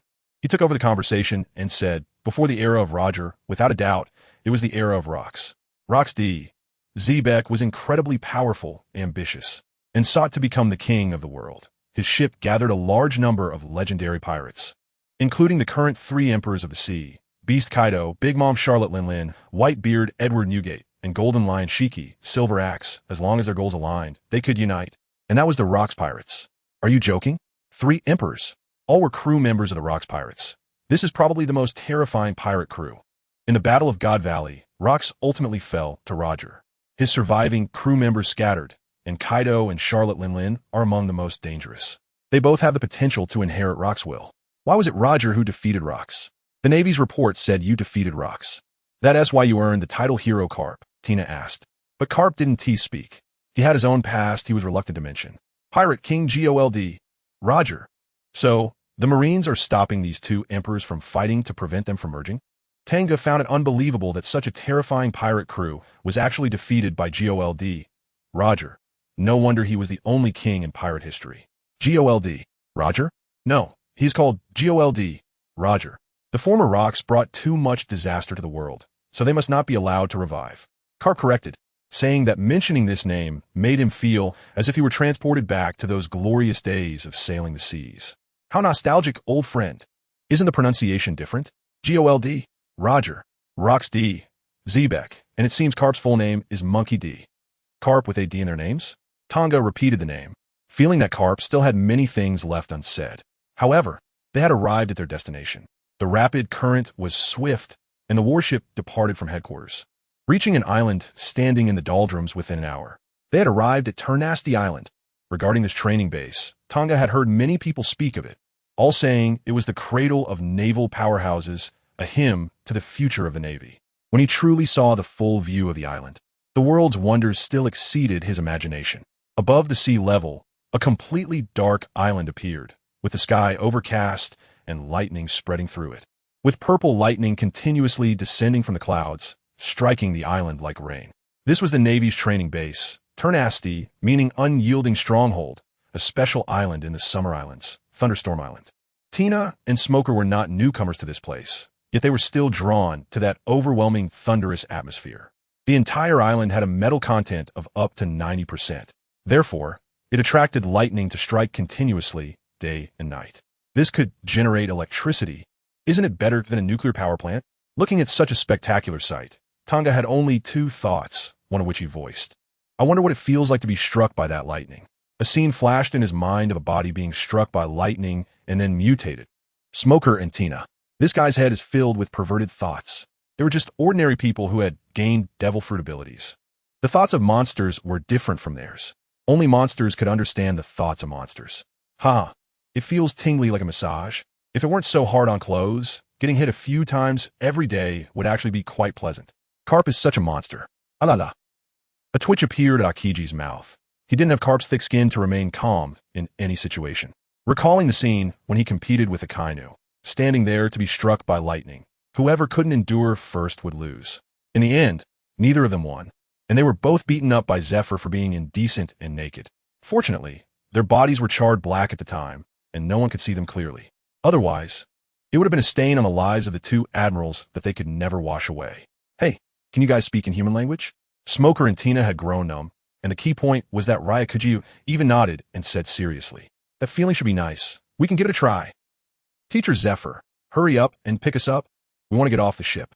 Staying here, we have no dignity, two humble ability users drawing circles in the corner. Soon, the warship sailed into a military port beneath a huge black mushroom, and the barracks of the training base were on the shore. Contrary to what Smoker and Tina wished, Zephyr was sitting in his office chair, his brows furrowed behind his glasses, looking worried. Sigh. The Navy is really getting worse with each generation. Just now, he had sent off the best among this batch of officers. Even the best still did not meet his standards. Since Peach Rabbit and T-Pig left here, this training base hasn't seen any decent strong individuals. Sigh. The sound of arrogant footsteps echoed outside the corridor as Carp, with an unmistakable swagger, pushed open the office door. Is Zephyr in? The strongest in the Navy and the strongest instructor. Carp wanted to have a chat with him. Haha.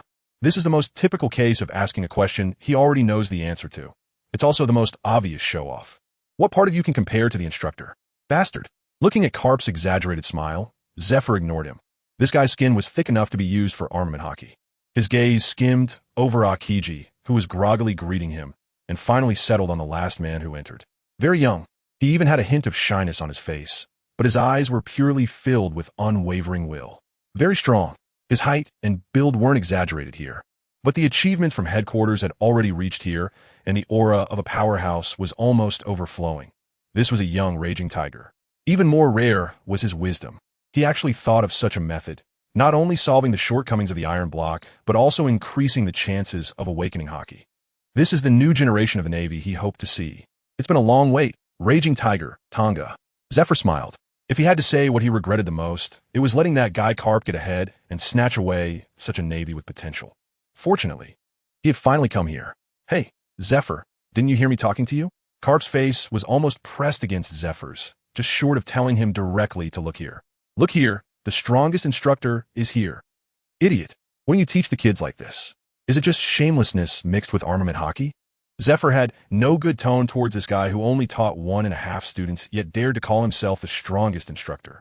I produced 3 of the strongest combat powers, trained the entire naval general team. Which idiot would be blind enough to put the title of strongest instructor on someone else? What did you say? Bastard, if you have the ability, come and fight, you blackhand. Carp came to show off, and, at this moment, he was so angry that smoke was coming out of his nostrils. I called it the black arm. Zephyr's forehead throbbed with a star-shaped vein. Being able to endure until now was already a sign of his good temperament.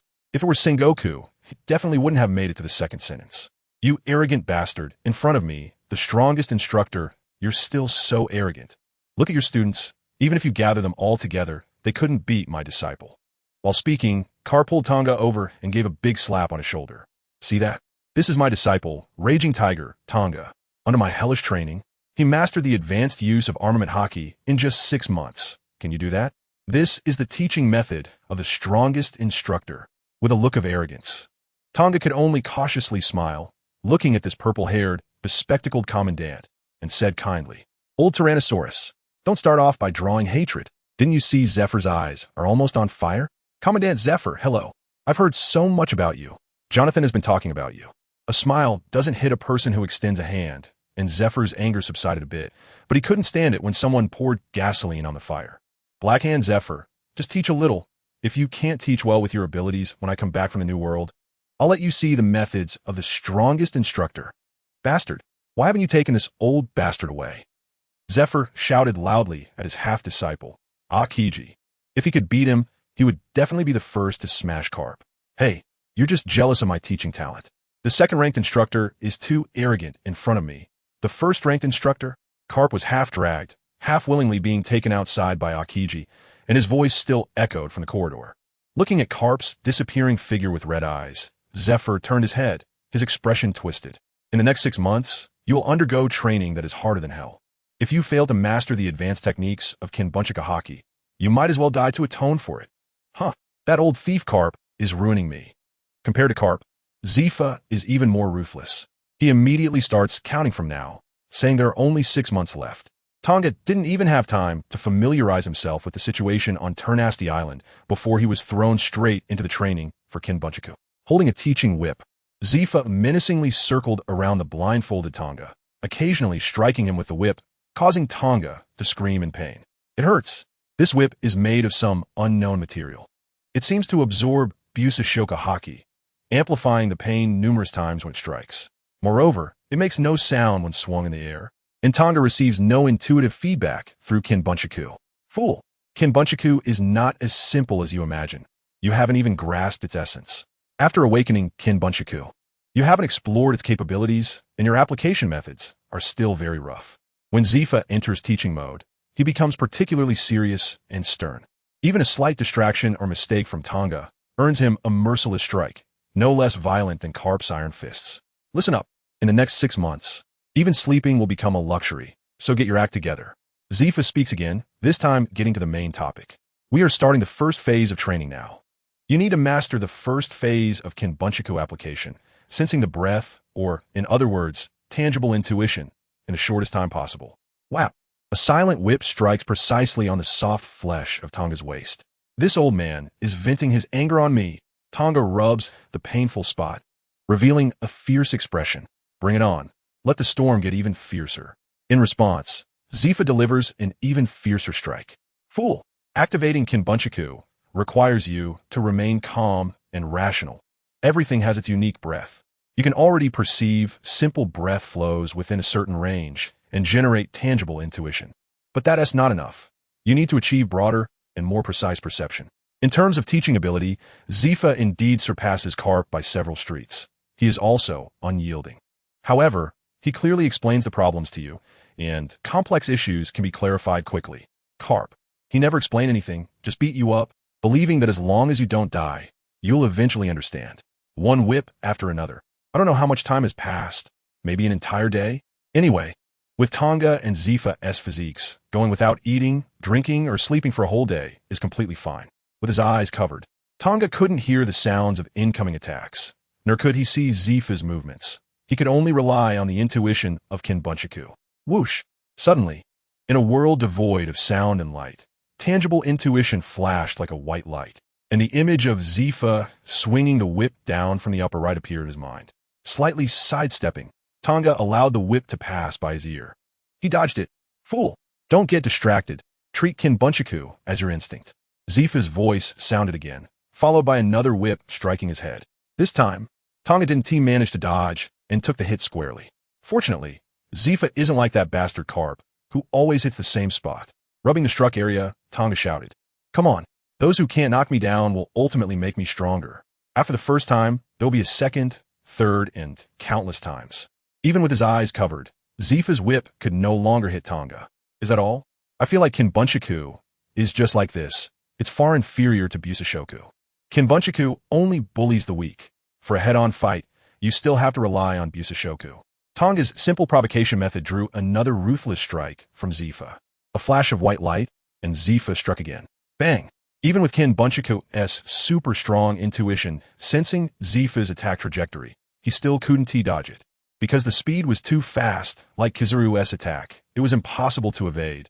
He could only take it head-on. Idiot! If Kinbunchika Haki could merely bully the weak, then it wouldn't deserve to be mentioned alongside Busashoku. Zifa shouted at Tang Ge, clearly unhappy with his underestimation of Kinbunchiku. Listen, the most miraculous ability of Kinbunchiku is not perception, it's speed. A skilled user of Kinbunchiku can attach it internally to their body, greatly enhancing both reaction and movement speed. That hurt. Tang Ge was crouching on the ground, holding his head as he listened to this. Busashoku and Kinbunchiku each attach to the body externally and internally, respectively enhancing strength and speed, plus the mental power of Conqueror's Haki. Finally, he had a relatively comprehensive understanding of this magical energy called Haki.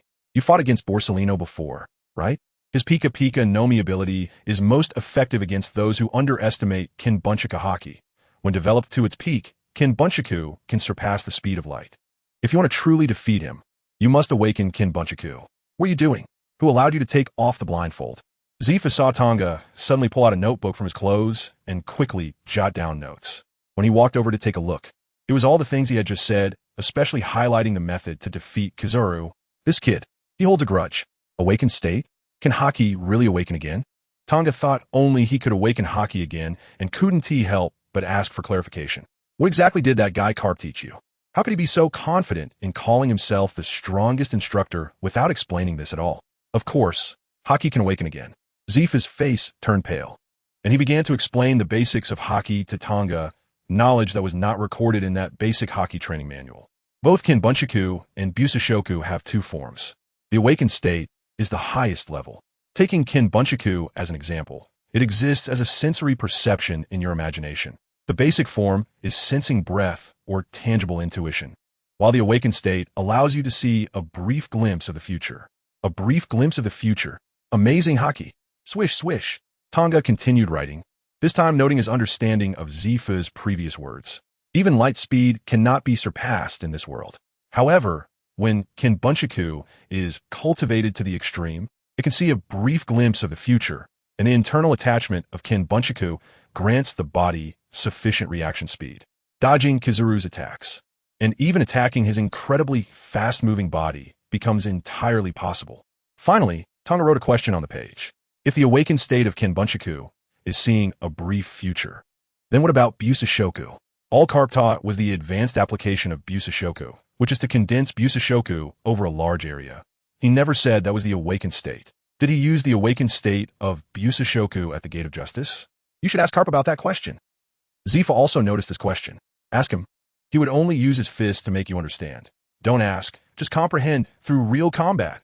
Thinking of this, Tang Ge became angry.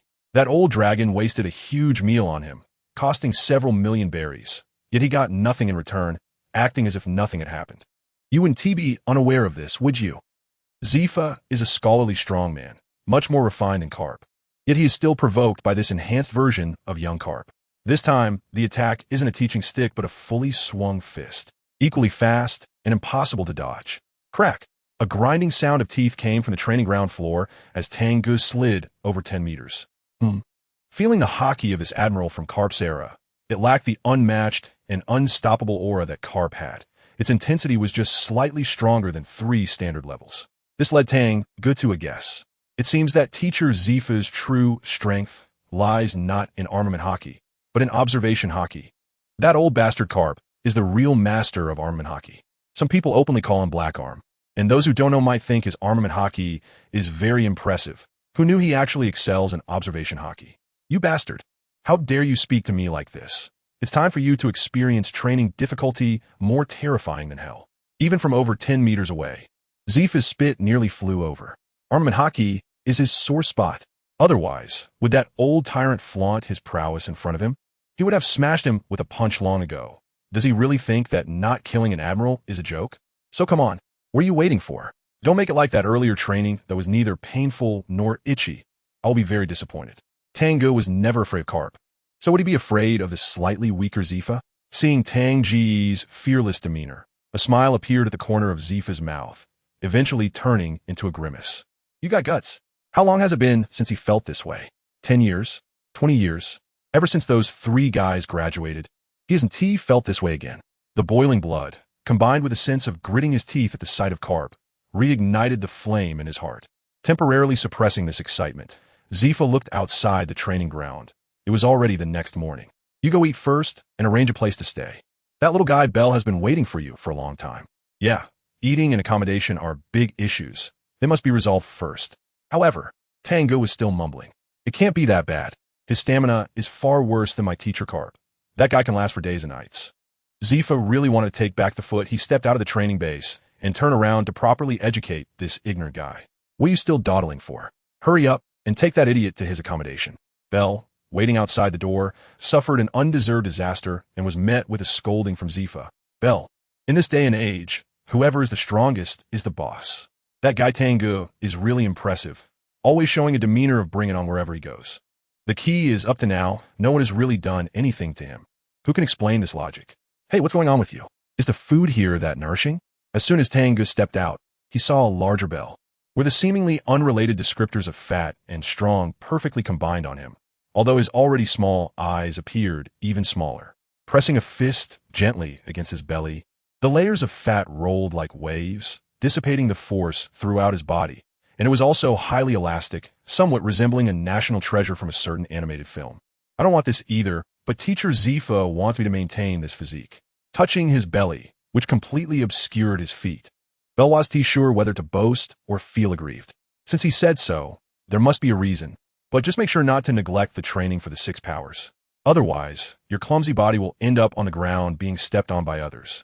Just after coming into contact with Zifa, the renowned Navy instructor, Tang Ge already knew that Zifa's teaching level was truly commendable, especially in terms of tailoring teaching to individuals. Of course, his version of the 6 Powers diary was the only place Tang Ge could find fault with him. Idiot! If you can't speak, don't say anything. Being rubbed against the ground during that incident on Grand Island is a stain on Bell's honor, and he shouted angrily. Ha! Got it, weakling ability user. It's really nice to have a friend who can speak freely, and Tang Ge smiled happily. Let us go. Instructor Zifa wants you to lead the way for me and introduce me to whether there are really experts here. Bell was momentarily speechless. He originally thought that Tang Ge was at most a peak vice admiral level, and the training base could still find a few officers of similar strength. However, after the result of the battle at Olis Square came out, it truly shocked his eyes. Those who graduated couldn't even compete. And wouldn't those who Haven T graduated just be delivering food? There can't be none, right? A place this weak can still be called a cradle for Navy strongmen. It's simply a case of the tiger not being around and the monkeys ruling. What about ability users? There must be a few here, right? You mean you're that tiger, right? But don't count the others as monkeys. Bell already had a premonition of what was to come. This guy always had a habit of violently dealing with anyone who defies him. There are indeed a few ability users, and with me, there are 2 you've already seen, Smoker and Tina. The other 2 are Ein and Bins. With the Navy S base of over 1 million, picking out a few ability users isn't too difficult, but isn't that too few? Subtracting 3 leaves 2, well, mosquito meat is still meat. Tang Ge sighed and continued. Is anyone bullying you here? If someone bullies you, tell me, and I'll help you out. Are you trying to help me out? Or are you looking for an excuse to go beat someone up? Don't make me the bad guy. Bell sighed as well. Also, you go tell them that I, the fierce tiger, have arrived, and they better behave. If they don't believe it, let them come find me one by one. I don't have that much time. Fine. Even without a reason, you want to create one to beat others up. It's easy to imagine that those young and impulsive guys swallow their anger. And as for the consequences, Bell already saw some fragments of the future. Sigh. I hope they won't go too hard. The Ternasty training base is divided into 2 parts. The living and working areas are all under this giant mushroom. It acts like a huge lightning rod, channeling away all the lightning that falls on it. In other words, under the mushroom is the only absolutely safe place on the entire island. Outside the big mushroom are the training zones, which are also divided into 3 levels. And the Navy personnel training here are classified into 3 levels. The first area is for those selected to practice the 6 powers, consisting of elite officers and ability users from various bases and headquarters who train here. The second area is for awakening and training hockey, where at least commanders are present. If one of the 2-color hockey reaches its limit, they can graduate. The final area has no boundaries. The entire island is within the training range. The first and second areas are located inside artificial buildings adjacent to the big mushroom, utilizing the weakened electric currents on the island to assist in training. The last area is in the wild. However, ever since Majors Peach Rabbit and T-Pig left, no one dares to go train in the wild anymore. But today, another one has come, facing the endless baptism of thunder. Unlike the feeling from outside the island, the surface of the wild is all dark brown. And with dark clouds overhead, the overall environment appears very dim, illuminated only by the constantly flickering lightning. The thunder falling from the sky is denser than what can be seen from outside the island. A single lightning bolt covers at least a dozen meters of ground around it, with almost no dead angles, and there is no pattern to be found. It truly is an environment worse than hell. Walking on the ground, a strong sensation of being electrocuted immediately rushes up, a tingling pain mixed with a prickling sensation. In my previous life, such intensity would have been enough to light up a bulb. What is this? Weren't you full of bravado yesterday? Why are you scared now? Zifa couldn't help but laugh as he saw Tang Ge suddenly stop. Scared? You must be seeing things. This is just excitement. Once I adapt to this place, I'll become even stronger. Haha. The purple lightning flashed by, illuminating the crazed expression on Tang Ge's face. This brat, has he always been like this? Zifa rolled his eyes, and he somewhat understood why Karp had taken this guy as a student. They both liked to show off, and their minds were solely focused on getting stronger. Remembering Karp's smug face, Zifa couldn't hold back. With a lightning-fast kick, he kicked Tang Ge's butt, sending his body flying into the air. The special thing about the turn nasty was what happened next. Just as Tang Ge had time to curse old bastard Zifa, he caught the attention of the dense, rolling lightning in the clouds. The dark clouds were like an ocean, and the purple lightning was like dragons. Boom! Crack! In a matter of milliseconds, 6 bolts of lightning, each thicker than the last, crashed down, hitting their target directly. The speed of light is almost the same as that of lightning. The difference is that light is common. However, for lightning and thunder, humans have an inherent fear and respect ingrained in their bones. Damn it. Tang Ge's clothes became tattered, and several charred marks appeared along the capillaries on his body.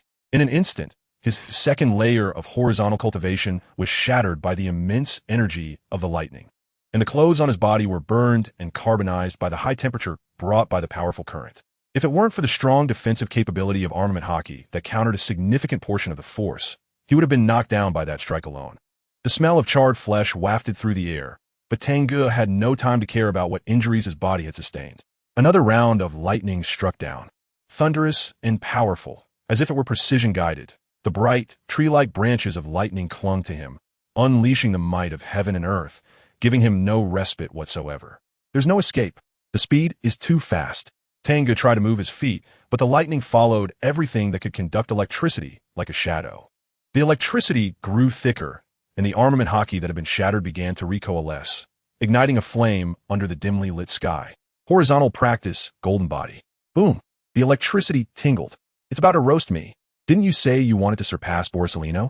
His light is just like the thunder here. If you can't defeat them, you'll never be able to defeat him. The lightning continued to fall from the sky, while Zifa strolled leisurely, as if he were shopping, accurately avoiding every strike of thunder. Stoled, bastard. Tang Ge spat out those 3 words through a mouth emitting black smoke, gritting his teeth in anger. This old man was definitely doing it on purpose, because he already knew the reason why the lightning was chasing after him. It was the black knife at his waist, the island beneath his feet, almost entirely made of metal, and the lightning from the clouds above are naturally formed. They create a balance of electromagnetic interaction. Anything that doesn't belong here will break that balance, attracting lightning attacks, especially objects made of metal, which are the best outlets for the thunder in the sky. The more he moves, the larger the area of disturbance, and the greater the energy of the lightning strike. Zifa must have known this, but he wouldn't say it. I said I would make you feel something deeper than hell. I'm just fulfilling my promise. Zifa laughed, and in this environment, it seemed particularly eerie and annoying. As for you, the strongest navy and the strongest instructor's disciple, to only show this kind of performance is truly disappointing. Shaking his head, Tang Ge was disturbed by him and was struck by another wave of lightning, his body flickering with strands of electric light, his flesh and blood becoming mangled and then charred, only to become mangled again. If it weren't for his extraordinary physique at the level of a Marine admiral, he wouldn't even have the qualifications to train in this area. Seeing Tang Ge remain silent, choosing to continuously resist the heavenly thunder with armament hockey, stubbornly even refusing to discard his conductive weapon, Zifa began to speak about serious matters, which was different from Karp. Karp would only stand by and mock, saying things like, "You're still far from it." Back in my day, including the Navy, there are many strong individuals who blindly believe in the super strong defensive capability of armament hockey, but they all died. True strong individuals have no weaknesses. The strength of observation hockey lies in its ability to evade damage that doesn't need to be endured. Focus your mind to sense their aura. All attacks have will. Zifa's voice drowned out the sound of the storm, reaching Tang Ge's ears. Will? At that moment, Tang Ge couldn't take out his notebook to record. He could only remember these 2 keywords. The more it was at this moment, the more his mind emptied. His arrogance was just a facade, and his true nature was one of perseverance. As Zifa explained, Tang Ge practiced amidst the lightning strikes, and time flew by quickly. A day later, Tang Ge looked like a person covered in mottled cracks, still enduring the lightning strikes. Compared to a day ago, he had made some progress. several bolts of lightning fell, and he was able to evade one using the super strong intuition of observation haki combined with the 6-power shave. However, maintaining high-intensity armament haki and observation haki for an extended period was wearing him out, even with his strong physique. The small-scale execution of 6-power shave became slightly slower, and he immediately suffered the full brunt of the lightning strikes. A wave of intense pain surged through his body, and Tang Ge seemed to close his eyes unknowingly. Vision was completely ineffective against the speed of lightning. Standing in place, his intuition from observation haki had reached its limit, and Zifa's words echoed in his mind for a long time. All attacks have will. Buzz. At a certain moment, under the repeated reverberation of that sentence, Tang Ge entered the world he had sensed when he had just awakened observation haki, a black and white painting, silent and still, with everything around him emanating a lifelike aura. The difference was that everything around him had slowed down immensely. The world was not silent, for sound was far too slow in this world. Even the swiftest lightning and light could be clearly perceived in motion. This is the true first layer of observation haki. Under the condition where everything became slow, the essence of all objects emanating aura was exposed. That was motion. Motion is everywhere. Even in mountains that have not moved for 10,000 years and trees that stand silently, their insides are undergoing extremely microscopic movements every moment. In terms of the previous world, it is the movement of cells, molecules, atoms, and even electrons. The so-called aura, the so-called will, is the manifestation of these microscopic movements reflected in tangible perception. There's an idiom that describes it well. Seeing the small reveals the large. The awakened state of observation haki should be akin to the cicada sensing the autumn wind before it stirs. The essence of observation haki became crystal clear at this moment. Boom, boom, boom. Suddenly, 4 bolts of lightning appeared in his mind, attacking simultaneously.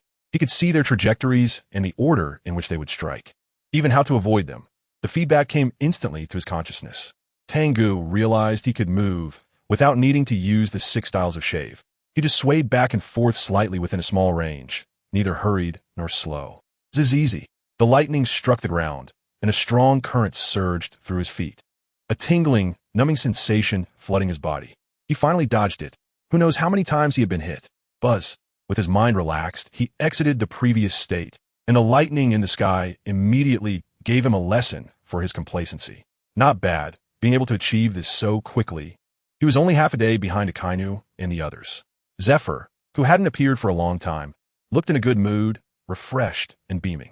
The key point was that I was still a significant distance behind them. The difference between a marine's physique and a natural disaster's physique is still huge. But this little setback can't defeat me. With the corners of his cracked, dark lips curling up, Tang Ge began to boast. I am a man with admirable potential. Can such a small matter defeat me? Ignoring the scars that were now indistinguishable, Zephyr gained a deeper understanding of this guy's shamelessness. Not just Carp, but even better than Carp. By the way, how long has my strongest Navy teacher been here? If his results are a bit embarrassing, that's fine. After all, with me as his disciple, he has some face, catching up to the natural disaster physique with a marine's physique. Haha, without being in that state, Tang Ge was already able to dodge 3 bolts of lightning.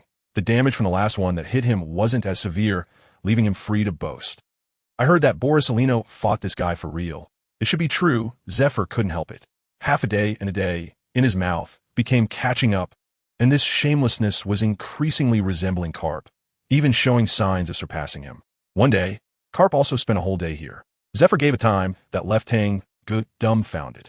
That old dragon kept bragging about how talented he was when he was young, how the admirals back then were shocked to see him, and how the chief instructor scrambled to take him as a disciple.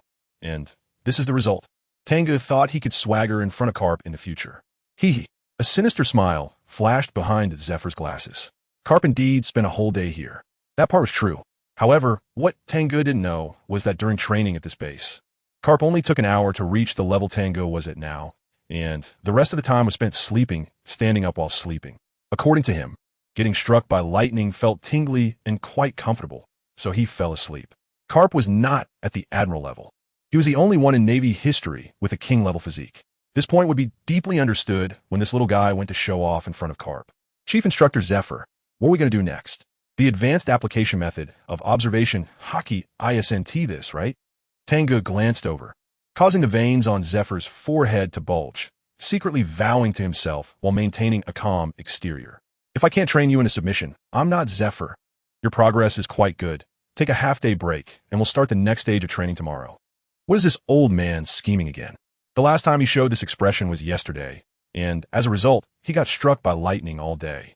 Since he was going to suffer a beating anyway, it might as well be a bit more intense. That was Tang Ge's thought. You won't back down. Get lost. Zephyr only had this one sentence. Tenacity, as Tang Ge wished, led Bell to convey his provocative words to others, and the youthful vigor combined with youthful recklessness became the best catalyst. There was no need to push it intentionally, and Tang Ge became the public enemy of the entire training base. Of course, excluding 3 people. Smoker and Tina didn't want to be humiliated anymore, and Bell just wanted to watch the show. At the entrance of the big mushroom, a large crowd was gathered, all to take down the arrogant flame tiger. Zephyr entered first, but he said nothing and walked straight in, which reassured everyone. The chief instructor couldn't stand that guy's arrogance. Soon, a person who looked quite miserable walked out. Aside from his bright, normal eyes, the rest of him looked like a severely injured person. This made many in the crowd have second thoughts. Bullying an injured person wasn't honorable. However, some were unwilling to let go of this opportunity that had come knocking.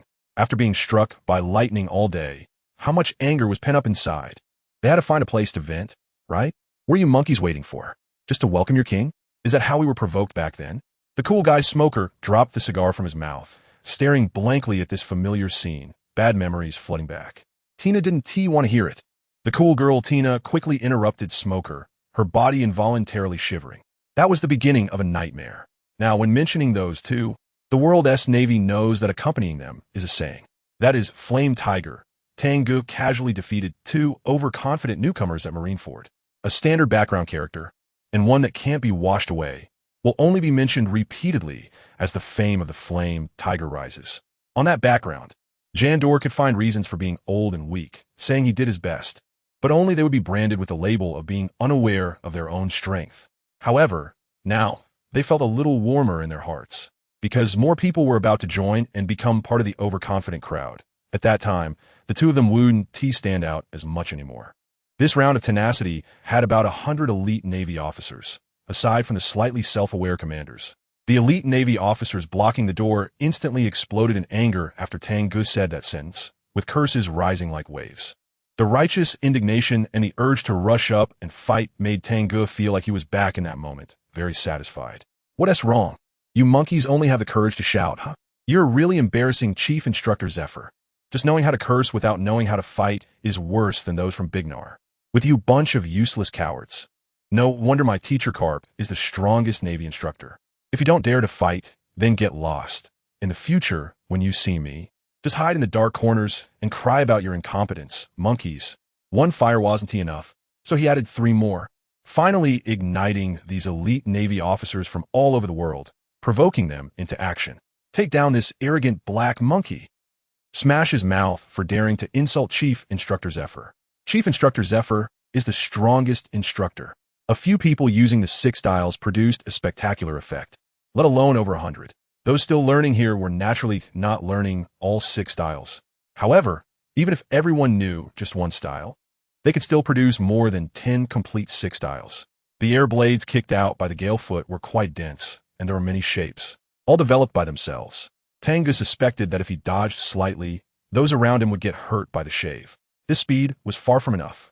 Standing in the crowd, Tang Ge crushed 1 airblade after another with both hands, casually knocking out and sending flying those who got close to him, particularly focusing on the Navy who had just threatened to smash his mouth, breaking several of their teeth with a single slap.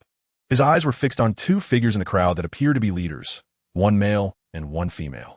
The girl had a melancholic expression, with a hint of anxiety in her wine-red eyes. The boy had pink hair styled upwards and a smug smile on his lips. This was the proud boy and melancholic girl duo.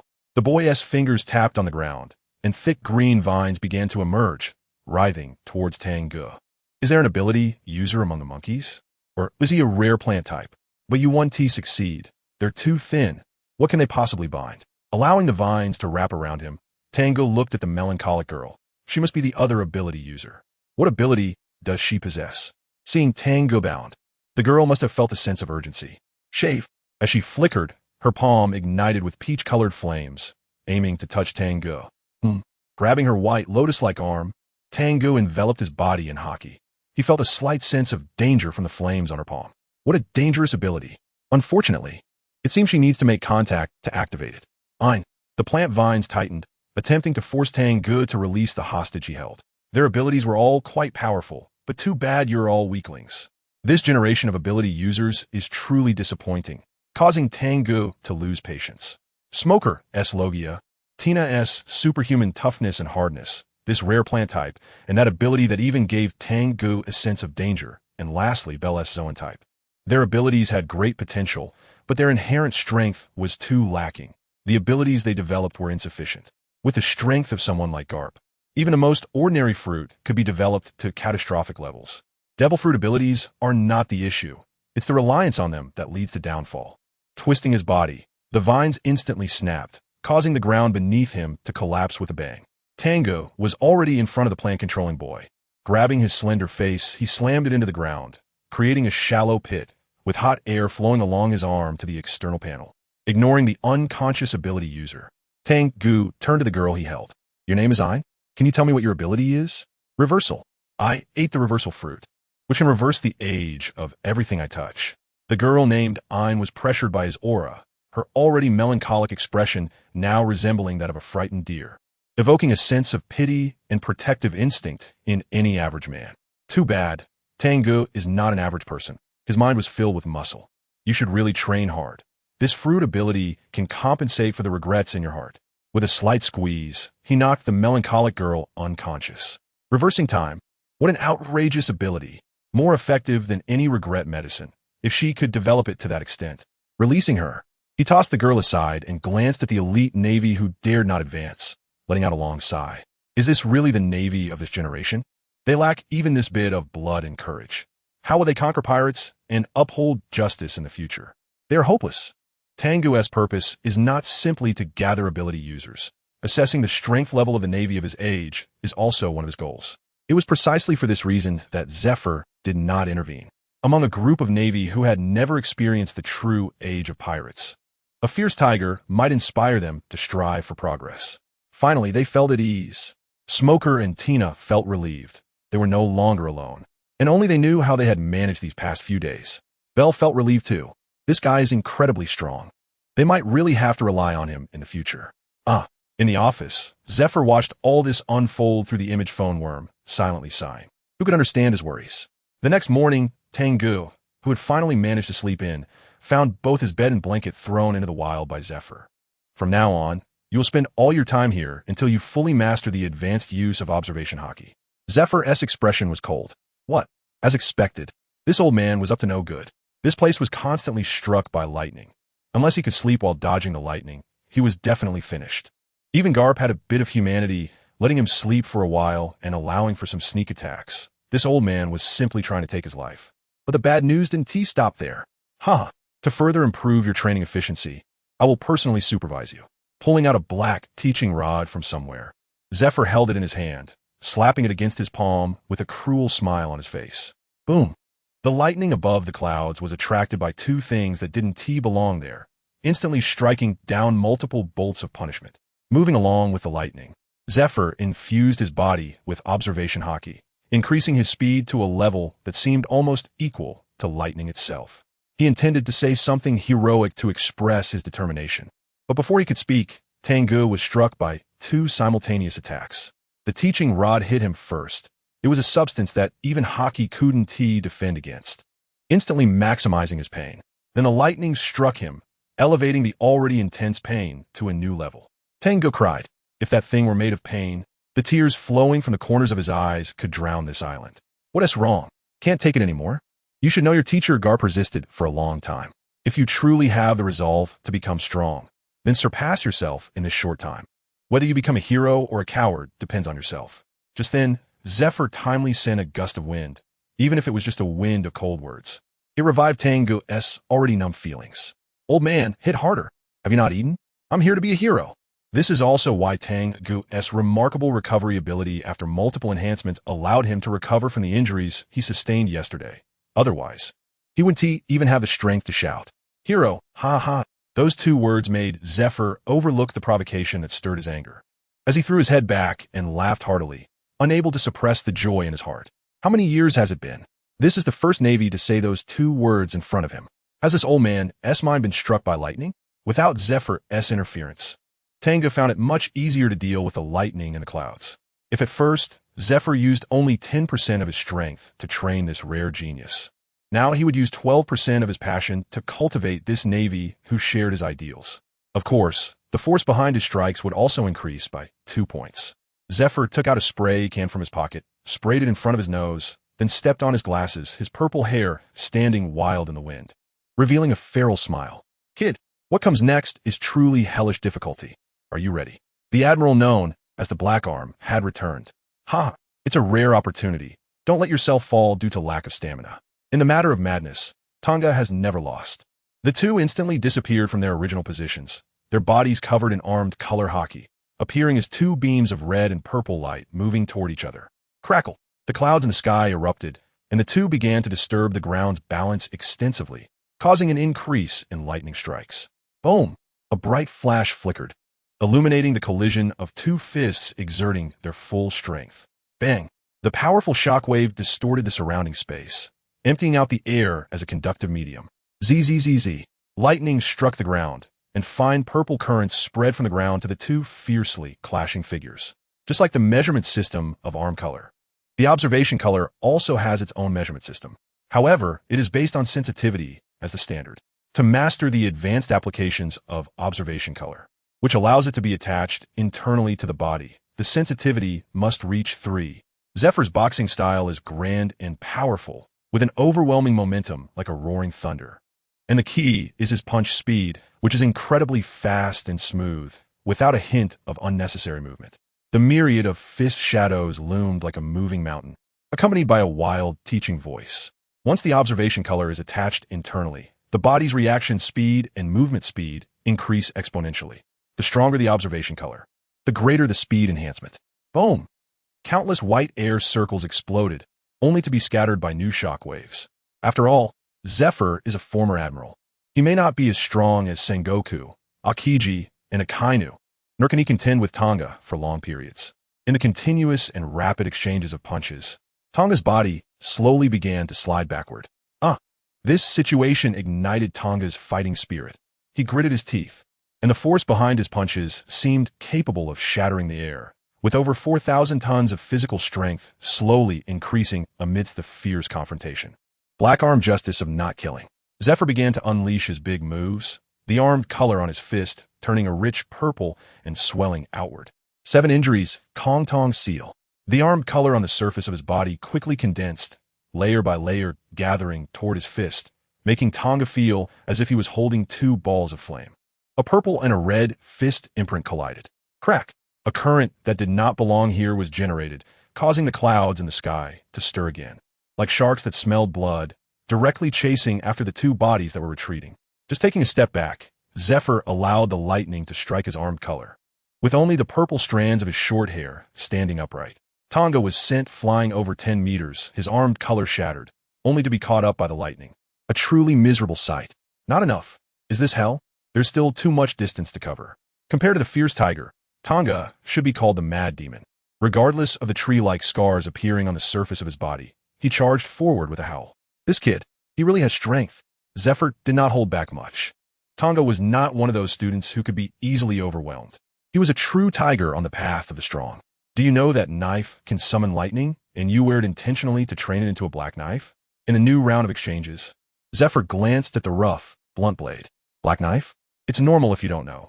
That is a knife rarer than famous swords, forged through countless tempering with armed color hockey. Once perfected, a black knife can be harder than diamond and occasionally produce special effects. Zephyr is truly a treasure trove, far better than some old tyrant. Just like my teaching rod, it was forged through the trials of several generations of Navy instructors to become a black whip. That SY can absorb armed color, and its trajectory is hard to perceive even with observation color. As Tang Ge was throwing punches, he suddenly stopped, standing there dazed. But fortunately, Zephyr suddenly halted and dispersed the falling lightning. Kid, what are you doing? Distracting yourself in battle. Tang Ge had a lot of thoughts in his head just now. and in the end, only 2 words remained. Horizontal training. Swish. The notebook placed at the door was grabbed, reflecting the light from the sky, and Tang Ge quickly wrote down the thoughts that had just flashed through his mind.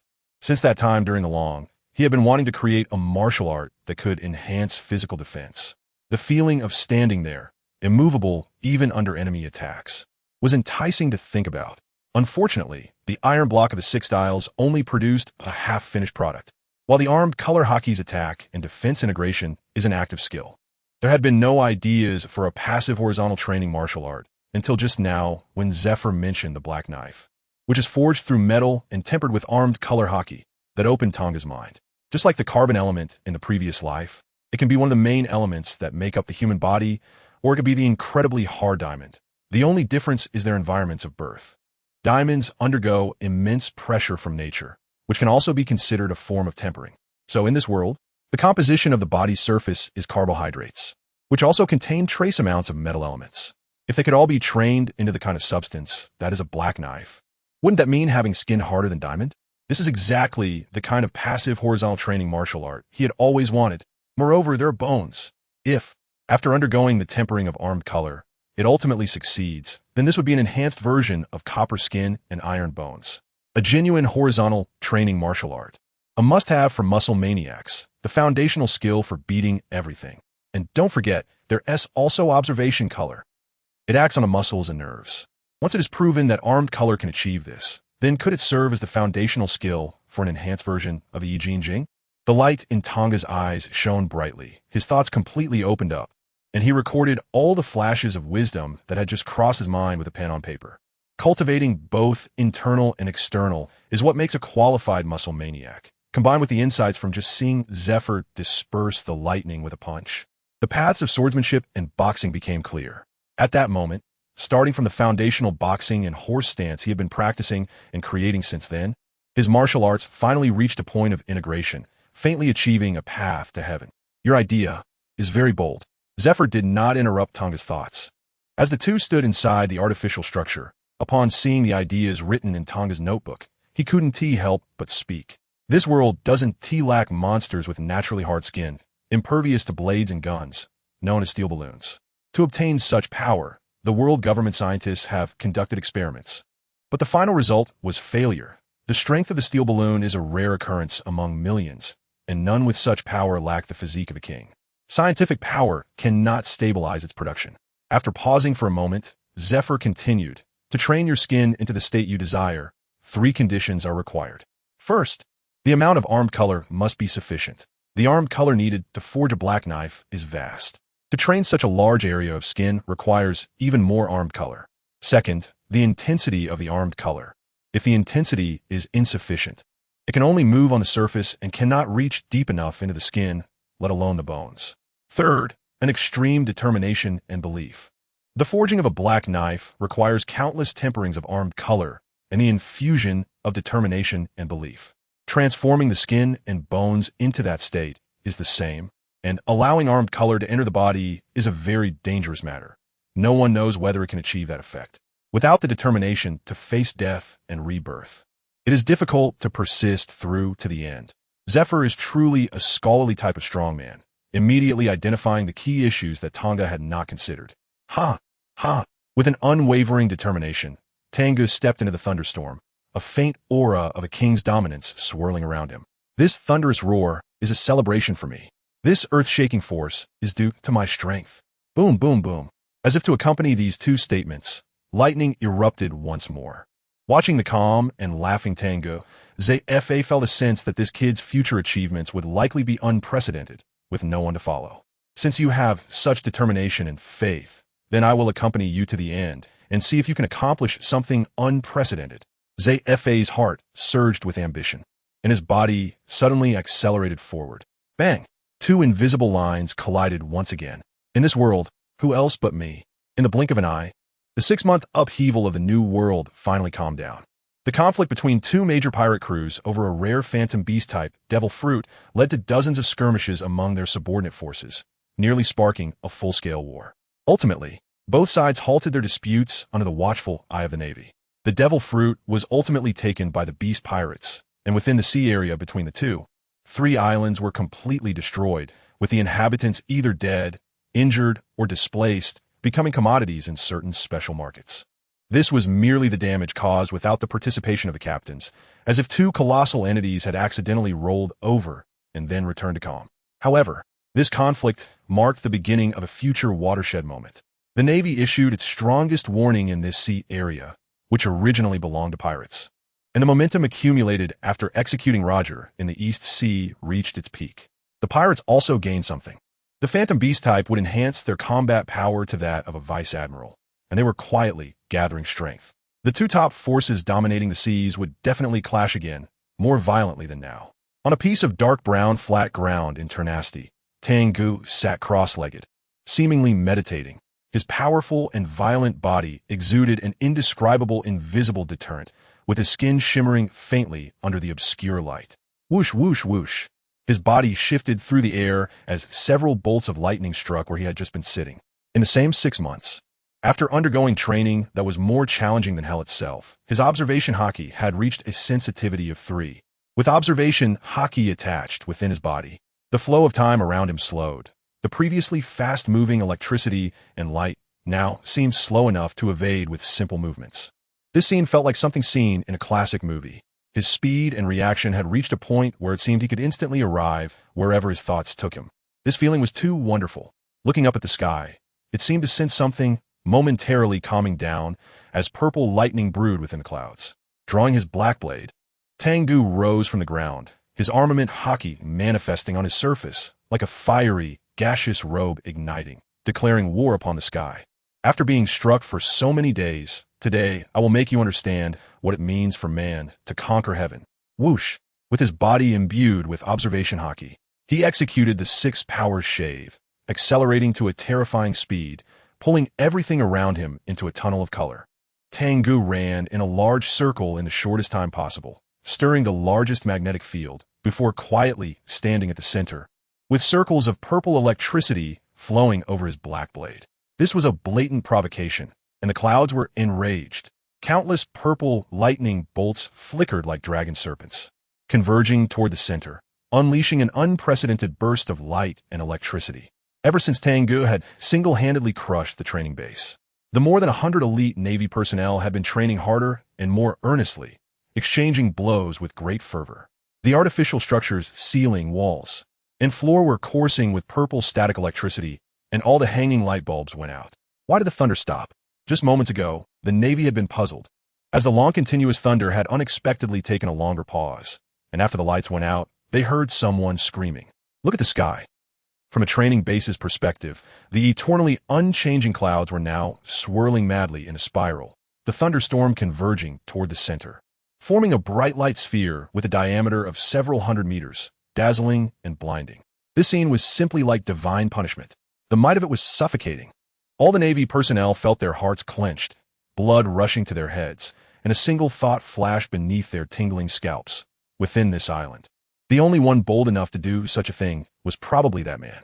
The long gestating thundercloud finally accumulated enough power, and the intense light sphere, with a diameter of several hundred meters, burst open like an egg, shooting out a purple beam several dozen meters wide, resembling a giant dragon.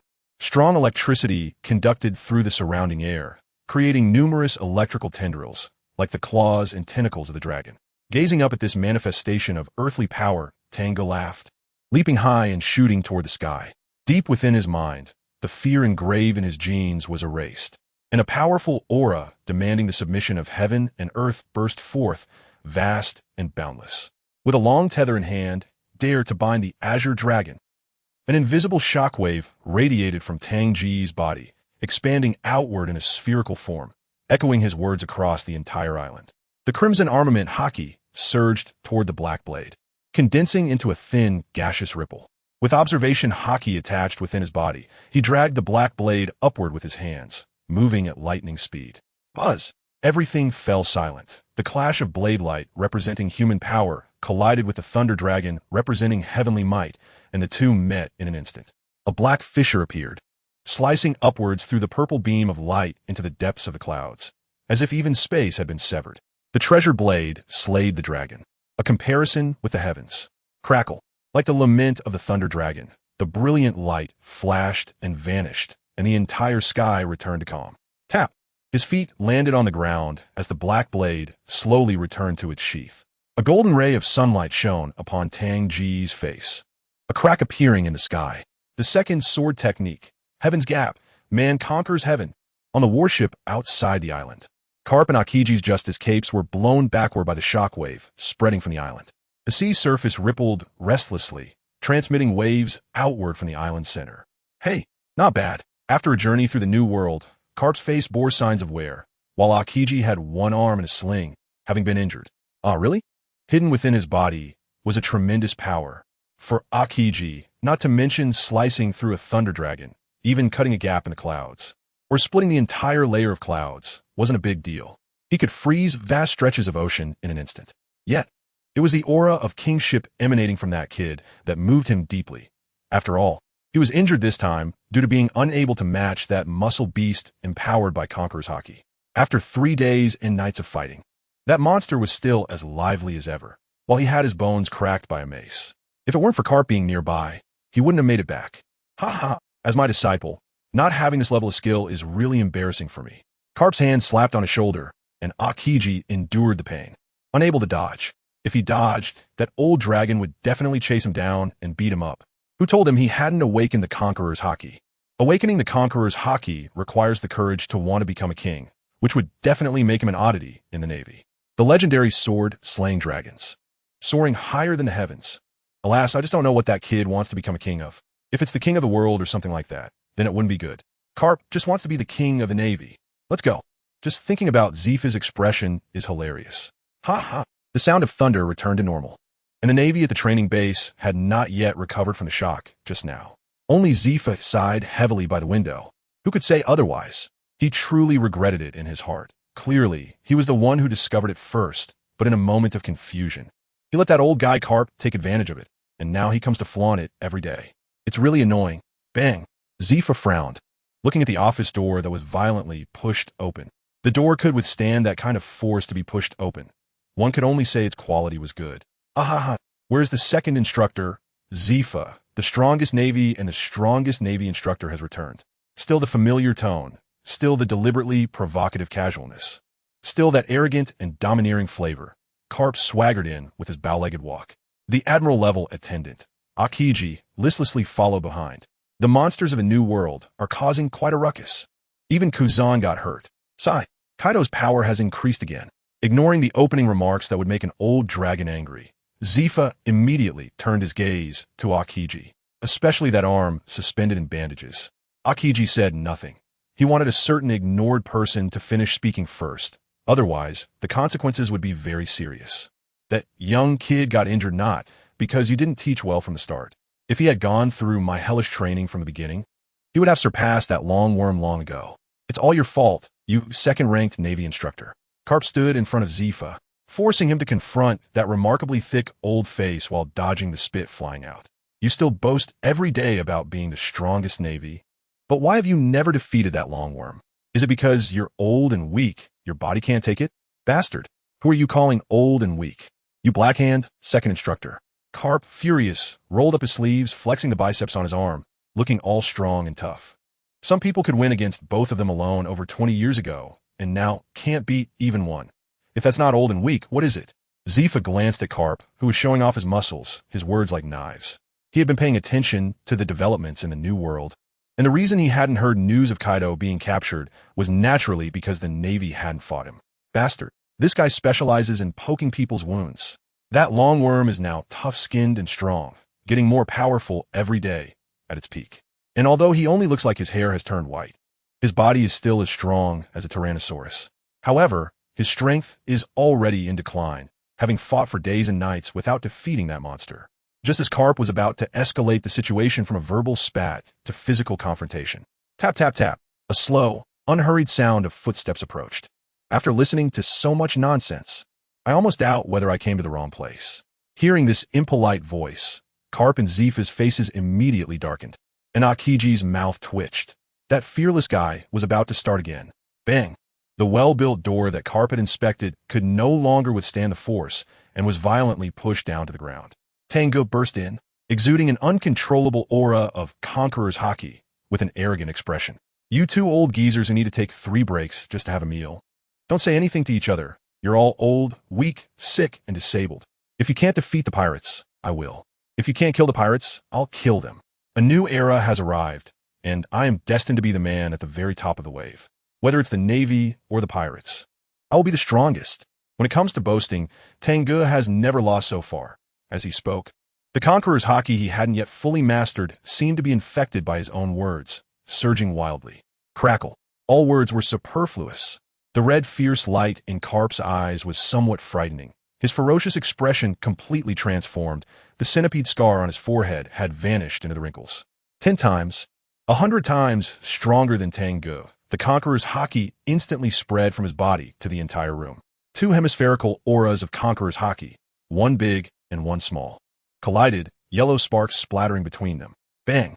Like a balloon bursting, Tang Ge's conqueror's haki was forcefully crushed, turning into golden specks dancing in the air. The furious Carp had no intention of holding back. The armament haki on his fist had already distorted the space. To try out his boxing technique. All martial arts are invincible. Only speed is unbreakable. Fist technique. Tang Ge's expression remained unchanged. After practicing for so long, his muscles had long been itching for a fight. The same armament haki over 3 levels was attached to his fist, and with observation haki internally attached, the speed of his punch created countless phantoms. Like a crimson river surging fiercely. Fire cloud, evil god, a powerful momentum appeared behind him, conjuring an illusion of a red, 1,000-handed evil god. Bang! Power is not something that increases just by talking a lot. Instead, the more fierce words you say, the more you might have to endure a beating. Victory and defeat are decided in an instant. Carp's fist contained power beyond imagination. That feeling of the entire space pressing down on him reappeared, instantly shattering Tang Ge's fist along with the red evil god illusion. Boom! Inside the training base. The Navy was still shocked by the earlier lightning strike that severed the sky. Suddenly, a few weaker individuals collapsed to the ground for no reason, losing consciousness. Then, the entire training base trembled, with numerous human-shaped holes appearing on the walls, until a muffled sound came from the base of the big mushroom. Today was the day they encountered the most unimaginable events, leaving them shocked and numb. The same move, and once again, Tang Ge couldn't withstand it, rebounding onto the ground. If it weren't for his martial arts progress, he would have been done just now. You say you want to become the strongest? Carp exuded a terrifying momentum. The entire space was filled with the howling winds of his powerful aura. Old dragon, I will definitely surpass you. Getting up from the ground, Tang Ge fearlessly declared. Next, it would be the same formula. Boom, boom. By the time Zifa and Akiji arrived, Carp was already on top of Tang Ge, his fist as big as a sand bowl pounding down, and this time even Zifa felt it was quite enjoyable. What did that brat just say? An old guy who needs to take 3 breaks just to have a meal? Carp, hit him harder. If you can't, let me do it. Boom. Let me show you arrogance, boom. Let you take 3 breaks. Boom. Let you be the strongest. I am strongest. In a certain power palace, Morgan's was being too brazen. He was told not to write, but still made a big fuss about it. On a coffee table, the headline of a newspaper read the Navy becomes the ruler of the New World. The Navy's momentum was too strong. This does not align with our intentions. The 2 monarchs of the New World, under the Navy's intervention, abandoned the fight, as reported in the news. This newspaper has the largest circulation in the world, and this headline, along with its content, greatly invigorated the global public. The Navy's might and fame reached their peak, and many people gained confidence that the Navy could eradicate all the pirates of the New World.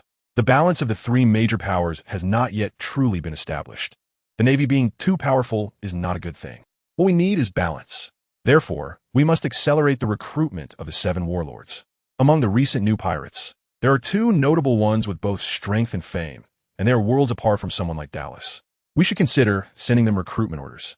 The 2 bounties were passed around, and the names on the wanted posters were Tyrant, Bartholomew Kuma, and Pirate Empress, Boa Hancock.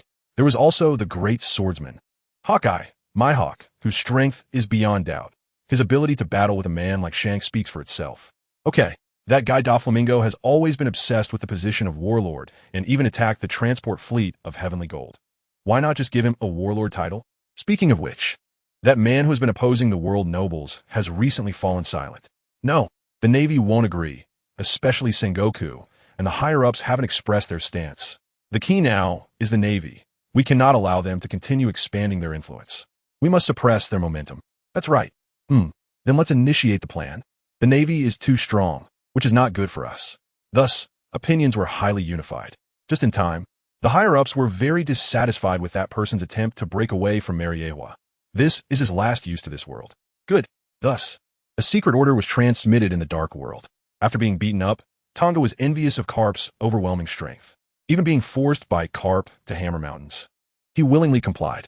The mountains here are not rocky hills. They are real iron mountains, even though Tang Ge's physical strength has doubled since his time at the Navy headquarters, exceeding 8,000 tons when he hammered on this compressed and refined iron mountain. It only left a shallow pit with a diameter of less than 10 meters. If it were a rocky mountain, the diameter would be several times larger. As for how Tang Ge knows his physical strength, it's simple.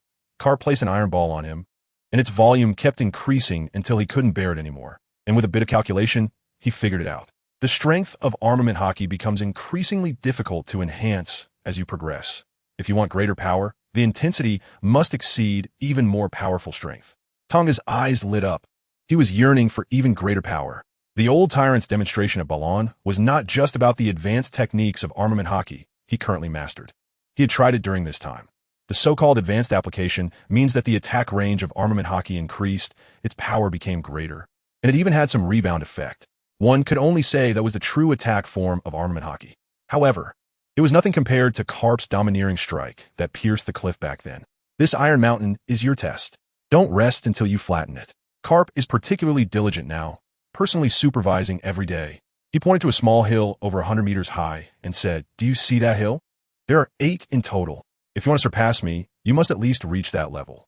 While practicing, Karp no longer had the habit of getting physical at a moment's notice. The fine, crystalline light in Tang Ge's skin could not escape his notice. This little freak. Not only did he come up with such brilliant methods, but he also achieved some success. I need to learn from him. He was worried. Karp originally did not think much of Tang Ge's talent. It was merely a physique of the warlords. How could it compare to his 2 grandsons who were born with kingly qualities and were material for admirals? But now, Karp felt uncertain. This student's mind is sharp. If he truly succeeds, how strong will the skin and bones tempered by armament hockey be? Karp could not know, but it certainly wouldn't be worse than a disaster physique. Alas, Ace, Luffy, you 2 little rascals, if you don't train hard, you'll be in for a rough time when you fall into this kid's hands. Thinking of that scene, Karp's mind turned, and he decided on something. Fully covered in armament hockey and observation hockey, Tang Ge, focusing on hammering the mountain while bracing against the lightning strikes, suddenly had a dangerous instinct flash through his mind. He looked up and just happened to meet Karp's fierce gaze. Boom! Lying on the ground, Tang Ge felt incredibly stifled. That old tyrant. For no reason, he wants to hit people. Just wait, you 2 grandsons, the little rascals named Ace and Luffy. Karp began his rage mode again, muttering to himself. Thinking about how his 2 grandsons might be beaten by this guy in the future, he might as well help hit back now. It wouldn't be a loss at all. Does that old tyrant understand mind reading? Tang Ge was completely bewildered. 10 days later, while everyone was immersed in a brief period of peaceful life, the alarm at the training base suddenly rang out, urgent and piercing, like a prelude to impending disaster. This is the Navy's training base. The trainees here do not always stay to cultivate. During major incidents, they must follow the vice admirals and even the admirals into action.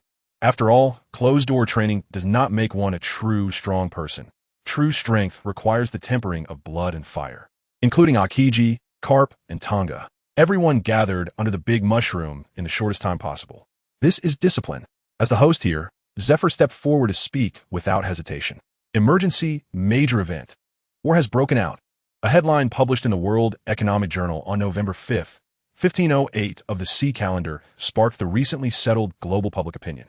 The monarch of the New World Big Mom pirates, under the command of Sweet Commander, had, on November 4th, breached the famous gourmet island of Nebunus, resulting in the complete annihilation of the celestial dragon, Saint Charlerine's family.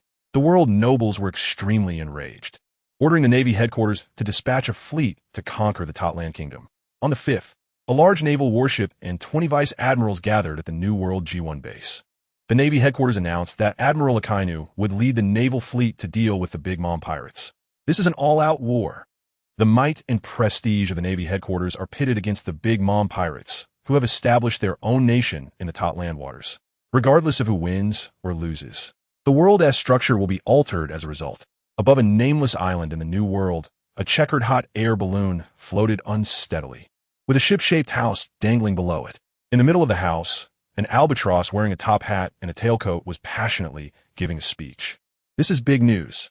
The naval admiral is facing off against the ruler of the New World. This message must be on the front page, closely monitored, and immediately communicated to the world as soon as there is news. However, boss, if we prematurely reveal the Navy's movements, the world government and the naval headquarters won't let it go easily, a reporter, dressed as a journalist, said with concern. Fool, we are reporters. We must adhere to the ethics of this profession. Indeed, we occasionally use lies to amuse people and attract attention. But this is happening right now. If we don't dare to publish real news, then what kind of reporters are we? The albatross screamed hysterically. For him, being able to report major news is the greatest joy. The room was piled high with papers documenting the various events happening around the world today. Moreover, the keen instinct of a news professional tells me that things will not be so simple. That guy, Lingling, might end up in big trouble. Huh? According to the information we have, the Navy's numbers and combat power do not hold the advantage. The editors who were busy typing raised their heads to ask their enthusiastic boss. Fool, how could the naval headquarters mobilize so many troops just to appease the world nobles? There must be things we don't know lurking beneath the surface. The albatross said with increasing excitement, dancing around.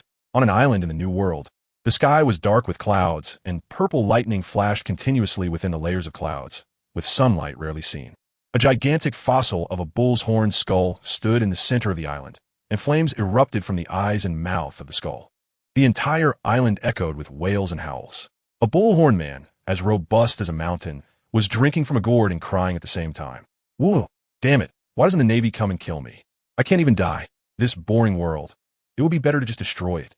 The liquor dripped from the man's beard, resembling two carp whiskers, and on his left arm, golden dragon scale tattoos seemed alive. Lord Kaido, the Navy is led by a Kainu. Things probably won't be so simple, a man dressed entirely in black with a pair of flesh wings on his back said. If that guy Lingling gets killed, it will be her own fault for being too weak. The robust bullhorn man continued to cry and drink, his emotions heightened, and his pupils turned vertical. Damn it, why doesn't that group of Navy guys come and kill me first? That old man Whitebeard is getting older. How dare these small fries from the Navy come to run wild in the New World? He began to roar loudly. Boom, boom, boom. Waves of sound waves rippled outward, causing a series of explosions. After a while, the burly bullhorn man stopped his drunken rampage and propped his chin on one hand, saying, That magma bastard is not Lingling's opponent, but he's not a reckless and impulsive person. He must be plotting something. Are you suggesting that? A cluster of unquenchable flames flickered above the black-clad man's head as he gently inquired. Just right, I didn't get enough excitement last time. I need to stretch my limbs. As he spoke, the lightning in the sky intensified, illuminating the island. A monstrous creature with horns flew out from the skull's eyes, its body winding like a dragon, with flames igniting beneath its 4 feet. Seeing this, the black-clad man shook his head and sighed. Here we go again. Someone is going to challenge alone. On the vast blue sea of the New World, the strongest man in the world, Whitebeard, sat in the middle of the deck of his enormous whalehead pirate ship, while the crew divided the treasure they had just plundered. Old man, that bastard Akainu, seems to be attacking Tato land. Should we do something? A man with a pineapple head and squinty eyes pointed to the headline of a freshly printed newspaper and asked, Good wine. No wonder it's the wine offered to the world nobles. Whitebeard drank a bottle of wine in one go, leaving not a single drop, while listening to his subordinate's question. Pull one hair and the whole body moves. That magma kid isn't all that strong, but his appetite is big. Their open strength won't be Lingling's opponent. Are you saying the Navy still has a backup plan? Asked a muscular man, standing next to the pineapple-headed one. Goo. Whitebeard downed another bottle of good wine. Both subordinates frowned. Gulalala, don't be so stingy, Marco. Sengoku wouldn't send a naval fleet to the New World just to die. From what I know of him, even if this is just to vent the frustrations of those idiot world nobles, he will make sure it's foolproof. I fear there will be more than one admiral coming. What should we do then? The muscular man who had spoken earlier continued to ask. Goo. Another bottle of wine went down. Gulalala, we don't need to do anything. Someone will naturally stir things up. A big War 1T breakout. Once we act, a full-scale war affecting the entire New World will begin. Old man, are you out of money again? You just divided the treasure. The pineapple-headed man grew anxious when he saw their wine was running out. Of course, the treasure should be saved for you fools, my sons. Saying this, he picked up another bottle of wine and drank it down. Then he satisfiedly burped. News spread, not only in the New World. People all over the world reading newspapers were paying attention to this impending war. In the East Blue, on a drifting pirate ship, a man with red hair held the newspaper in both hands, reading it carefully. He took a sip from the bottle in his hand and then spoke to his first mate. If you can't figure it out, don't think about it. Drink up. This is the last stop. His ponytail first mate, with a thin cigarette in his mouth, clinked glasses with him. He had already read this newspaper and had some questions he couldn't figure out. Even if the Navy has a backup plan, why must they initiate this war? Is it really just because a few world nobles died and they have to retaliate? The first mate speculated. The people at the naval headquarters are not short-sighted. Big Mom is not so easy to deal with. Something must have happened. The red-haired man asserted. A big war is about to start. Should we go back now or continue searching? The first mate wanted to return amidst the stirring winds of the New World. A full-scale War 1T breakout. We must find that thing. It's the captain's order. All right, where to next? Let us find a place to dock. I want to meet someone. The naval fleet, led by Admiral Akainu, was set to attack the Big Mom pirates. This news was published in the World News newspaper and spread throughout the New World. The sea pirates who were dominating the New World all stopped their fighting upon hearing this news. As the protagonists of the event, the Big Mom pirates naturally received this news as well.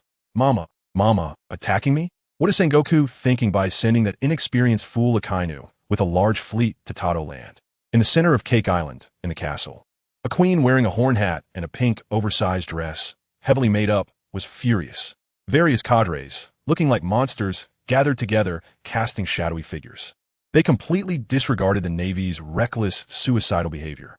Mom, no matter what ideas the Navy has, we don't need to wait for them to come. We can gather the fleet right now and sink them in the sea. They call themselves pirate crew officers, but most of them are actually the Queen's children. The one speaking is the eldest son, Charlotte Perispero, a lisping man holding a giant lollipop. He is one of the Sweet Four commanders. The notorious Emperor pirate, Charlotte Linlin, is a standard inspirational heroine, the daughter of destiny. Abandoned by her parents at a young age, she joined the then most powerful group in the world, the Rocks Pirates, through her own strength and effort. After the group's collapse, she created a kingdom by her own ability and dominated a territory in the New World. She is also the protagonist of some themes unsuitable for children, having nearly 40 husbands and over 70 children, single-handedly giving birth to the backbone of the kingdom, a true legend. These ignorant nobodies, as long as they dare to come, will all be sunk. The New World is not a place for the Navy to act recklessly. Let's teach them a lesson, Mom. The family officers roared, seemingly undaunted by the approaching Navy. They were infuriated by what had been reported in the newspapers recently. The Navy is the overlord of the New World? Nonsense. Among the four standing at the forefront, only one remained silent, his expression growing increasingly grave as he listened to his siblings' arrogant shouts. Mama, Katakuri. What are you thinking? Charlotte Linlin, towering at 8 meters tall, looked at the only man who seemed less optimistic and asked. The man's mouth was covered by a scarf, and his fierce presence stood out even among the family pirates. He was Charlotte Katakuri, the leader of the Sweet Four commanders and the strongest. Unlike the others, he did not fear Charlotte Linlin's might and spoke calmly. The Navy isn't foolish. There has never been an incident of the Navy invading the territory of the emperors in the New World before. This time with such a grand display. It probably isn't simple. The admirals are not just any nobodies. Even the officers of the New World emperors had heard of the Navy admirals' reputations. Many had been defeated by them before, and they quieted down to listen to the man continue his analysis. The admiral leading this invasion is definitely not just one. If Akiji is also here, it would be extremely unwise to engage them at sea. Charlotte Linlin, domineering yet not foolish, instantly grasped the situation. With Akiji's power combined with Akainu's, fighting them at sea would be tantamount to seeking death. We need to concentrate our forces and confront the Navy at Cake Island. Even if all the Navy admirals are mobilized, with your strength, Mama, and the sufficient soul control here, there's no need to worry. Manga. Let's do it this way. Transfer all unrelated personnel from the kingdom to the islands in the rear. Also, have them submit next year's lifespan in advance. Mama. Charlotte Linlin's eyes shone with fierce light as she let out her final scream. In the castle, everything began to move. Chairs, tables, food, mirrors, all emitted human voices and started singing around them. On the opposing side, the mighty Navy fleet, shortly after departing from G1 base, charged into a sea filled with dark clouds. What is going on with the weather here? I want to go home. The Navy recruits, who had only sailed in the first half of the Grand Line or the Four Seas, began to scream as they entered this sea area. The extreme weather of storms, lightning, and thunder common in the first half of the Grand Line seemed gentle compared to this area. The sky rumbled with dark clouds, yellow lightning connected in a sheet, occasionally striking the sea surface, illuminating the terrified faces of the Navy soldiers who were stepping into the new world for the first time. The sea was tumultuous, and even sitting on a large warship felt like riding a roller coaster, with undercurrents surging like giant deep-sea pythons, constantly churning. Tornadoes roared through the air, and seawater flowed upward against the wind. Remnants of shipwrecks could be seen floating within. Even the elite Navy, upon first encountering this terrifying weather in the New World, could not help but shout in fear. Stop shouting, you useless bunch. This is the New World. Is a little wind and rain enough to scare you? The name of justice will never be defeated by such trivial matters. Stand at attention, hold steady. The officers on the ship began to maintain order and boost morale. Sigh. You fools, this is just the beginning. Vice Admiral Pum could not help but sigh. Tang Ge turned to look at him, and then immediately looked up at the sky, where raindrops the size of half a warship were continuously falling, each drop capable of filling a small lake and splashing water onto the ship's deck. What the hell is going on? Yes, Tang Ge had left Turnast and arrived in the New World. Karp and Akiji had other missions, so he was assigned to Vice Admiral Pum's ship. Aside from him, no one from Turnast was participating in the battle. Zifa's attitude was very firm, not allowing this batch of still-growing elite navy to engage in such a level of war.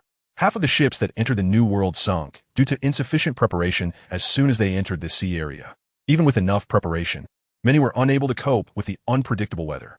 Lighting a cigarette, Vice Admiral Pum was already used to it and continued.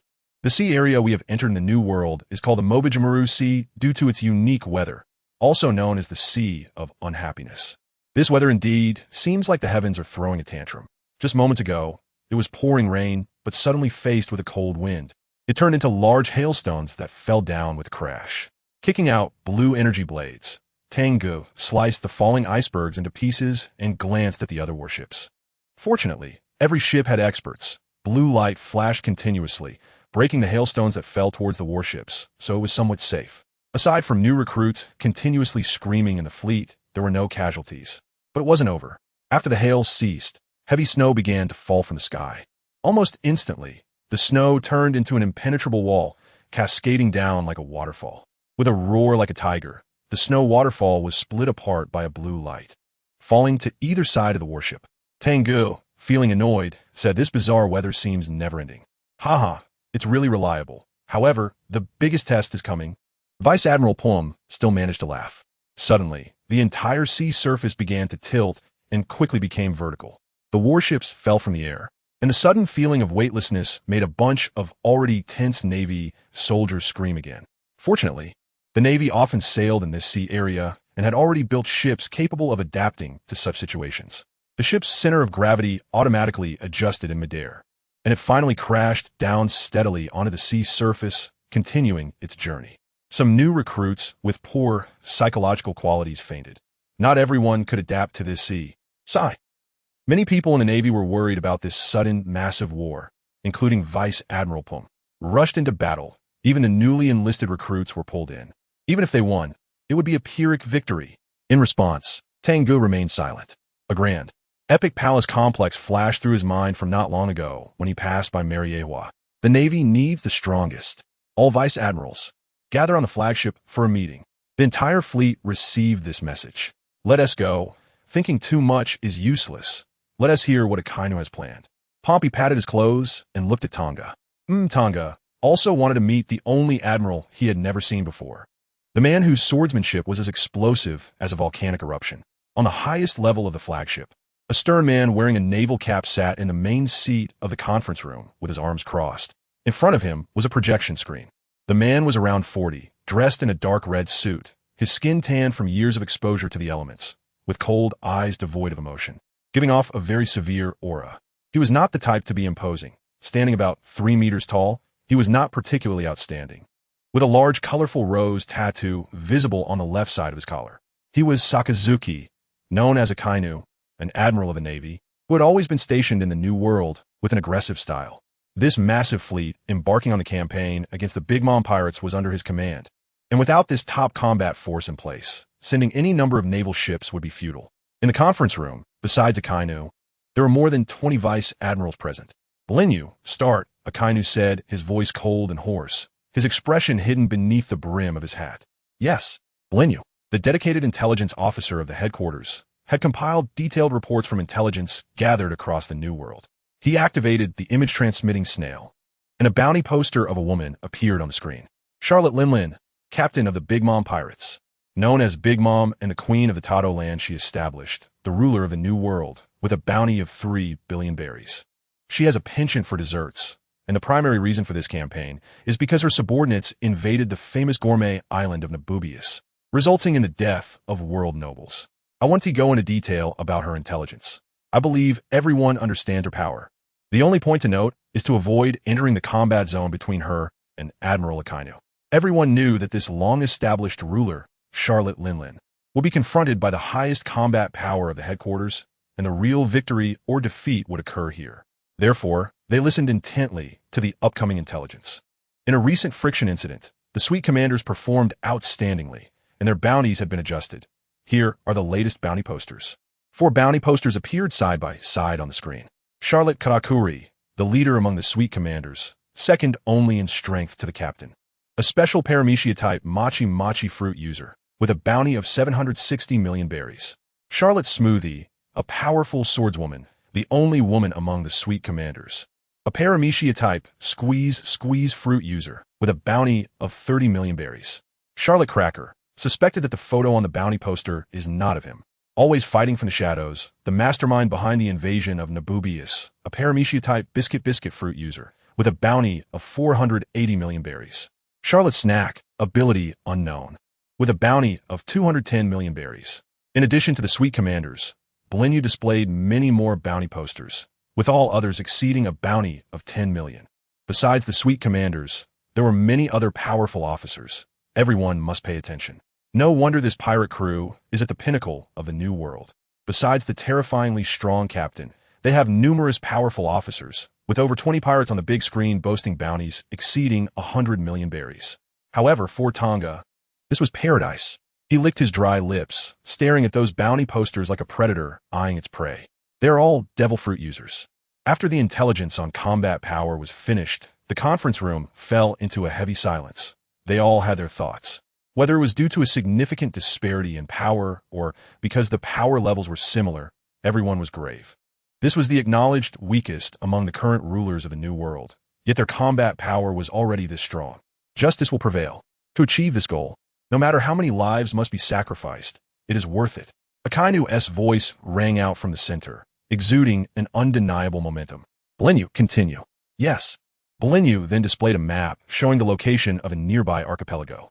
This is Tato land, with Cake Island at the center, surrounded by 34 small islands, each guarded by a powerful officer. So what is our battle plan? Vice Admiral Pompey bluntly interrupted Belinyu, who was still trying to continue his introduction. The fleet cannot withstand a war of attrition. It must be a quick resolution. This is not the same as the last deterrent action. This is direct war. And war requires a plan. News of our expedition cannot be contained. The enemy will not be foolish enough to divide their forces and be picked off by us one by one. They may even confront us head-on at sea. Vice Admiral Fire Mountain spoke in a serious tone. The other officers began to express their opinions, and the conference room became chaotic with everyone voicing their views.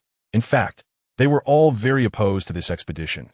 Recklessly charging into the territory of a ruler in the New World was inherently disadvantageous. There were still many new recruits in the fleet. Sending them into such a battlefield was simply sending them to their deaths. One could say the outlook was bleak. However, under the strict orders of the world government and the world nobles, they had no choice but to rush into battle. All of this was because that group of fools among the world nobles were wandering around in the New World. Boom! Akainu's fist slammed down on the table, erupting with dark red flames and thick black smoke. Shut up!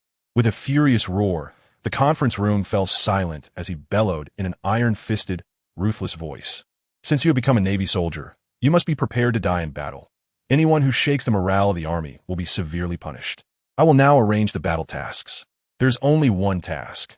Concentrate all the warships and eliminate each island one by one, leaving not a single one behind. But there are still civilians on the island. Belenyu had not finished speaking when Akainu shot him a glare filled with red light. There are no buts. Since they sought refuge under pirates, they're no longer civilians. They are also pirates, and not a single one will be spared. Tang Ge understood that a considerable number of civilians sought refuge in Tato land for safety, and now Akainu's intention was to treat them as pirates and erase them as well. Truly cold-blooded. Among this part, the attitudes of the other generals were unanimous. Since they were fighting on someone else's home turf, there was no need to be so meticulous. Akainu issued specific battle instructions. Each pirate officer with a bounty exceeding 100 million had corresponding naval commanders, and this style was in line with Jonathan S.'s approach. Fist Fighter, Galba, and Cracker will be entrusted to you. Weasel and Stagna will be entrusted to you. The outcome lies in defeating their family officers. Understood. There were 2 sweet commanders that Akainu did not assign. Their bounties far exceeded what any vice admiral level strength could handle. He glanced at a certain vice admiral leisurely trimming his nails in the first position below Akainu, then at a Navy soldier standing in the corner. Everyone understood. Meeting dismissed. With a cold snort, Akainu walked past Tang Ge with a serious face. Tang Ge was filled with question marks. It was his first time meeting him. So where did such strong opinions come from? Akainu certainly had his opinions. Though it was their first meeting, the name was like thunder in his ears. Jonathan had always sought his help, treating him like a professional cleanup crew. How outrageous! A few days later, the Navy's Grand Fleet sailed smoothly into a sea area dotted with dozens of small islands, the Totland Sea. In the year 1509 of the Sea Circle, the Totland Sea was scattered with islands of various sizes. On the nearest island, huge peanut-shaped rocks lined up in a row, and the houses resembled enlarged versions of various nuts. Fire. The warships arranged their formation, and the massive cannons roared, firing black projectiles into the buildings. Sparks flew, and thick smoke billowed. Aside from kicking up some dust, there was no other commotion. Tang Ge sensed carefully and said no one. It seems the pirates were well prepared and have retreated to the main island. It had been surprisingly quiet along the way. The pirates had no intention of engaging the Navy in a battle at sea, allowing the fleet to approach the Totland Sea without any issues. Hidden forces were of no significance. Under the observation of Haki, nothing could escape detection. Vice Admiral Pompey frowned heavily and said, "It seems so. The pirates have made a wise decision. This will be a tough battle." The fleet sailed past the wrecked Nut Island and entered the inland sea of the archipelago, heading straight for the largest island in the center. Soon, from the warship, they could see a massive island with a cake-like castle standing in the middle. Directly opposite, a vast forest that exuded a dense, beastly aura. Just as the fleet was about to get closer, a pirate ship, about the same size as the flagship, approached, facing Akainu's flagship from a distance. The pirate ship swayed and emitted human-like cries, with a face on the bow. A woman standing on white clouds was flying in midair, with a small yellow sun floating beside her. Her voice boomed like thunder, filled with overwhelming momentum, and the sea rippled beneath her feet. Mama, foolish Navy, you really dared to come here to die. Today, this will be your burial ground. I am a maritime king of the New World, Big Mom Charlotte Linlin. Roar! All the pirates erupted in a frenzy, their momentum soaring to the heavens. Old hag, you're so loud. It's not about having more people. If you can beat me, then talk, Akainu said, his voice not loud, but everyone present could hear it. And an equally astonishing momentum surged upwards. Bang! The two's momentum clashed on the sea. The air let out mournful wails, and sparks flew everywhere. A strong wind ravaged outwards from the two of them. The sea began to churn, waves rolling. Thud thud, whether on the warship or the pirate ship. Many weaker individuals could not withstand the clash of the two's momentum and lost consciousness. The Navy was not here to argue, and the pirates would not treat the Navy, armed with such a large force, kindly. A war broke out as soon as the two sides met. Elbath's gun, Wagwa. The horned hat on Charlotte Linlin's head transformed into a giant sword, which she gripped with both hands and swung fiercely at the fleet. The almost endless blade light overlapped, creating invisible pressure that flattened the waves of the entire sea, bending downwards and darkening the sky. Great fire. Boom! The crimson, shining light dispelled the darkness as Akainu's fist erupted with rolling lava, forming a massive magma fist that spanned half the sea, blocking the strike. The collision between the two generated an even greater shockwave that radiated outwards. Whoosh whoosh! The magma fist exploded, sending fiery rocks raining down with a whistling sound toward the pirate fleet and the nearby forest. Wherever the rocks landed, fires ignited, and the sea began to boil. We blocked it. Tang Ge looked around. Many people were frightened and crouched on the deck. He had seen that move from Vice Admiral Jandor at headquarters, but its power was incomparable. If that strike had landed, the fleet would likely have lost a third of its forces. That kind of power could truly split the sky and sea in half. Under the aftermath of the battle between the Navy's strongest forces and the pirate emperor, no fleet was anything more than a larger ant. Mama, Magma Boy, your flames are only worthy of lighting candles at my tea party. Big Mom was not surprised that a Kainu could block her attack. They had clashed multiple times before. Save your bravado for the depths of hell, old hag. A Kainu stood firm at the front of the flagship. The shockwaves from their greeting-style attacks swept down, cutting the visible sea in half, destroying everything in their path, whether pirate ships or warships. At this distance and height, if they continued to fight without determining a winner, both their subordinates would suffer heavy casualties, and the island would not withstand the impact of their battle and sink to the bottom of the sea. Thus, an unspoken understanding was born. Ha Zeus. Take me up. Big Mom laughed, her eyes gleaming with ferocity. The white clouds beneath her feet violently expanded, turning as dark as ink, stopping at over 20 meters in size, constantly flickering with lightning and carrying its master high into the sky. The war had begun. A Kainu leaped from the warship, using the six-style moonwalk to step through the air, reaching the same height as Big Mom. Boom! The battle in the sky instantly reached a level beyond ordinary comprehension, with continuous massive clashes echoing, rocks and flames raining down like a storm, creating an overwhelming aura that enveloped the entire battlefield. For beings of that caliber, numbers held little significance, as the strongest forces from both sides clashed. The total military strength of over 100,000 on both sides also began its battle. The war had begun. Regardless of what tomorrow would bring, regardless of the state of the world, today, everyone present would fight with everything they had, until death. The strong would win and continue to control the world, while the weak would perish and lose everything. Don't be afraid, we have the highest power from headquarters, Admiral Akainu. Victory will surely belong to the Navy. It will surely belong to justice. The fleet, having just withstood a tremendous shock, began to operate frantically as the officers witnessed the apocalyptic scene. But thankfully, there was still hope, so they continuously raised morale and organized their formation. Fire! The ship cannons roared, launching black projectiles in a covering assault on the pirate fleet. Boom! Boom! Boom! The shells hit their targets, the explosions resonating, continually sinking small pirate ships and leaving behind burning wreckage. Counterattack! Quick, counterattack! The pirates roared, the main ship's artillery firing relentlessly, and countless small boats emerged from hiding, bound with explosives, rushing into the fleet like a school of fish. The war had begun, entering an extremely intense state right from the start. Boom, boom, boom, the continuous explosions erupted around the warships, thick smoke billowed, and flames flashed. The strong wind quickly dispersed the smoke, and aside from one or two vessels, the remaining warships were largely unharmed, with only a few suffering injuries from explosives coming from the water. The generals blocked the cannonballs that were about to fall onto the ship. Among the generals who set out with the fleet, besides the most famous vice admirals and rear admirals, there were many strong rear admirals and commodores, each capable of standing alone.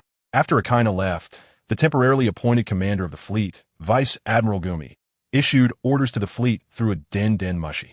The fleet separated, being cautious of attacks from the seafloor. Damaged warships moved closer to the main ships, maintaining artillery cover. All maneuverable warships began to take action, while the less mobile ships slowly moved towards the central main ships to maintain bombardment.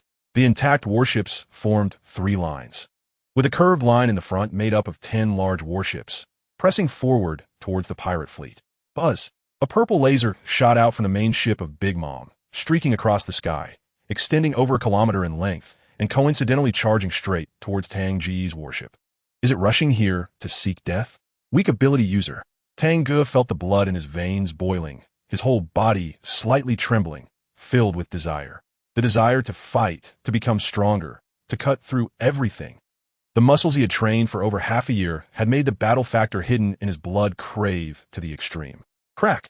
The black blade slashed down, a single strike carving out 1,000 marks. The blue blade light collided with the purple laser, exploding in midair.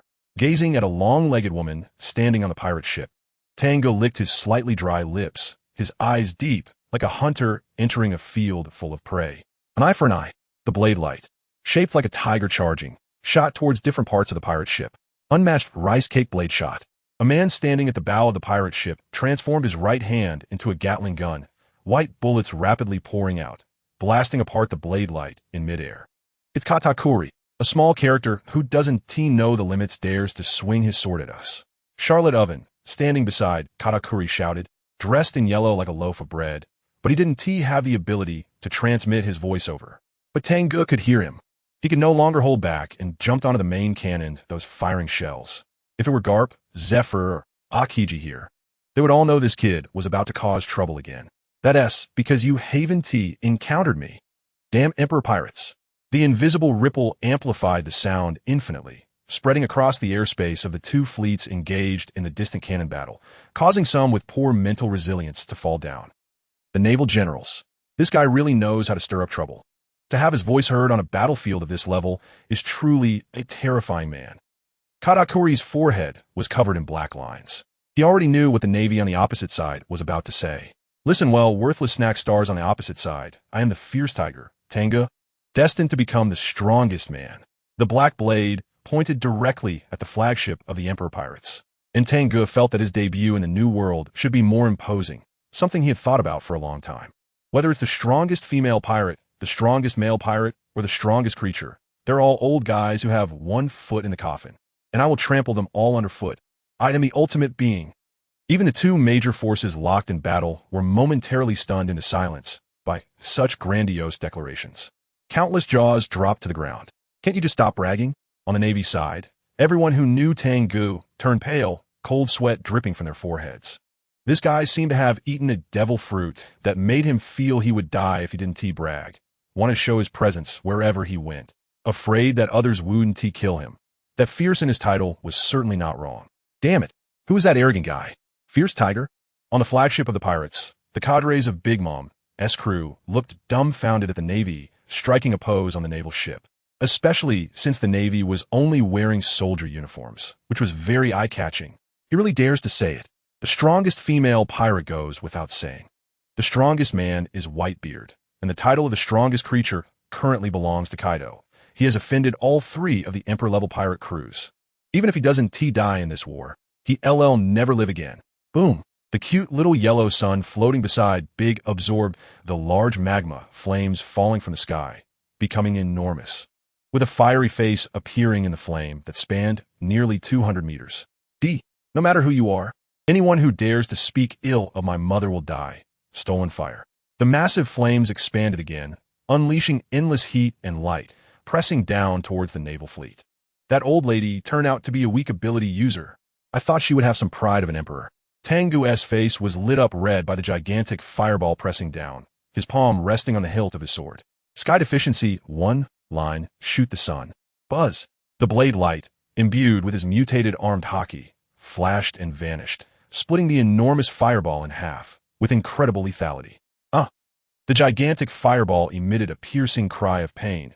Its flames extinguished, and its body rapidly shrank, breaking into two halves and plummeting towards the coast, catching the pirates who had just been cheering off guard. Prometheus? Was that the Navy's doing? Armed hockey shouldn't have any effect on it. Why did Prometheus hurt so much? They all saw that blade light. It was emitted by that very arrogant Navy. Katakuri's eyes lit up with a red glow, and he then issued the order to retreat. Worthless snack stars, are you just going to tuck your tails and run away? Are you going home to cry to your mommy? Ability users are indeed all weaklings, unable to withstand a single blow. The Navy behind was still shouting. If it weren't for their plans being set in stone, no one would be able to resist turning back to take down that suicidal guy. Whereas that ignorant fool from earlier. Why isn't talking? Tang Ge wanted to continue his verbal assault. Boom. On the sea, a medium-sized pirate ship was hit, erupting into a fierce explosion, flames shooting up into the sky amidst thick smoke. Its explosion declared the outcome of the battle on the sea, revealing gaps in the formation of the frontal pirate ships, which began to retreat in defeat, falling back to the inland. In naval battles, the Navy is undoubtedly the ruler of the seas. So coincidental? The timing of the pirate retreat was just right, disengaging from the battle range before pressing forward with the warships to avoid greater losses. The decision-maker was undoubtedly Katakuri. I hope it's not that ability, otherwise, there will truly be something to watch. The enemy is strong, and Tang Ge is instead a bit excited. He knows the headquarters plan. Akainu is stalling Big Mom. And for the time being, no victor can be determined. Quietly moving into action, Kazuru will swiftly defeat the sweet commander Katakuri, and then join in to besiege Big Mom's two top combat powers, which should lead to victory. But now, Tang Ge felt that there was a slight change in the headquarters plan. Big Mom's crew also had a simple plan: abandon all peripheral islands and lure the Navy fleet to Cake Island, forcing the Navy to engage in land battles. Cake Island is large, with enough strategic depth. If they can't win at sea, they have the home advantage on land. Time is also an advantage for them. Akainu cannot stop Big Mom for long. Tang Ge glanced at the sea area where they had just entered. Battles were also breaking out there, with a large group of pirate ships under Big Mom frantically attacking the rear defense line. On both sides, pirate ships were harassing, and the Navy fleet was surrounded by enemies. If the Navy wanted to win, they had to crush the pirates head-on. Long-range bombardment was useless. Landing battle. Orders came from the main ship again. The Navy's formation changed once more, with the first row of ships forming a crescent shape pushing forward. Boom, boom, boom. After the pirate fleet in front retreated, the unblocked warships transformed into sea artillery, launching a carpet bombing towards Cake Island, with a series of explosions lasting for a long time. The nearby forest was already ablaze, and some long-range artillery even hit the main buildings of Cake Island, leaving craters on the cake-shaped castle, making it look very unsightly. They were close to the coast, preparing to land. Lower the gangway, kill all the pirates. Justice will prevail. The 10 warships pressing forward lowered their thick landing ramps, and a large number of Navy soldiers surged out, forming a white tide, rushing into the burning forest. The naval artillery continued to roar, covering the landing troops, with bombs constantly dropping in the distance, creating large craters with each explosion. Soon, the landing vanguard encountered a well-prepared pirate force, and both sides quickly shifted from gunfire to a more intense close-quarters battle. Lives were dissipating in this moment like grass. The resistance faced by the Navy landing troops was fierce, and under the leadership of Big Mom's cadre, they were even pushed back. Splash! Another 10 warships pressed up. More Navy landing. I'll go first. Let us drink together after the battle. Vice Admiral Pompey stared ahead, smiling as he spoke, not waiting for Tang Ge to respond. He leapt from the warship, joining a few other figures at the front of the line to engage in battle. Owen, be careful. They're the vice admirals of the Navy headquarters. More warships approached the coast, landing more Navy soldiers, mixing with an equal number of pirates in a chaotic brawl. The battlefield was vast, with no end in sight. The most intense fighting was at the center of the engagement line, where the battle was particularly brutal. The sound of explosions rose higher and higher. For a moment, the air was filled with smoke, and apart from the smell of gunpowder, nothing else could be detected. The artillery roared, and apart from the sounds of explosions and fighting, no other sounds could be heard. In the center of the battlefield, the vice admirals of the Navy were mixed in combat with pirate cadres, and there, it was the core of the chaos. Others simply couldn't intervene. Getting too close would result in being blown away by the shockwaves created by collisions, as massive explosions continued to erupt there. Only Cracker and Snack from the Sweet Commanders were present, but he had already been caught up by the vice admirals, and both sides were engaged in battle.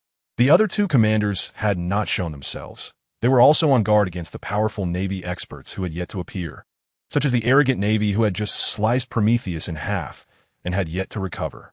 The battle turned heated as soon as it began, and no turning point had yet emerged. The battle in the sky was no less fierce than that on the sea. The clash of two true powerhouses caused a change in the weather of the entire area, with fire and lightning flashing continuously.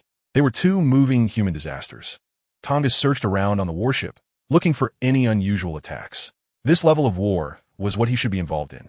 After the war, if the higher-ups at headquarters wanted him to return to the first half of the Grand Line to play small games, he would tear down the headquarters building. A fierce tiger cannot be confined to a doghouse. Finally, his eyes brightened as he quickly flew toward a certain area. Stupid Navy, how dare you come to our Emperor's territory to seek death? You deserve it. A man, short and dwarf-like, had a huge tornado spewing from his hat, sweeping away all the Navy in front of him.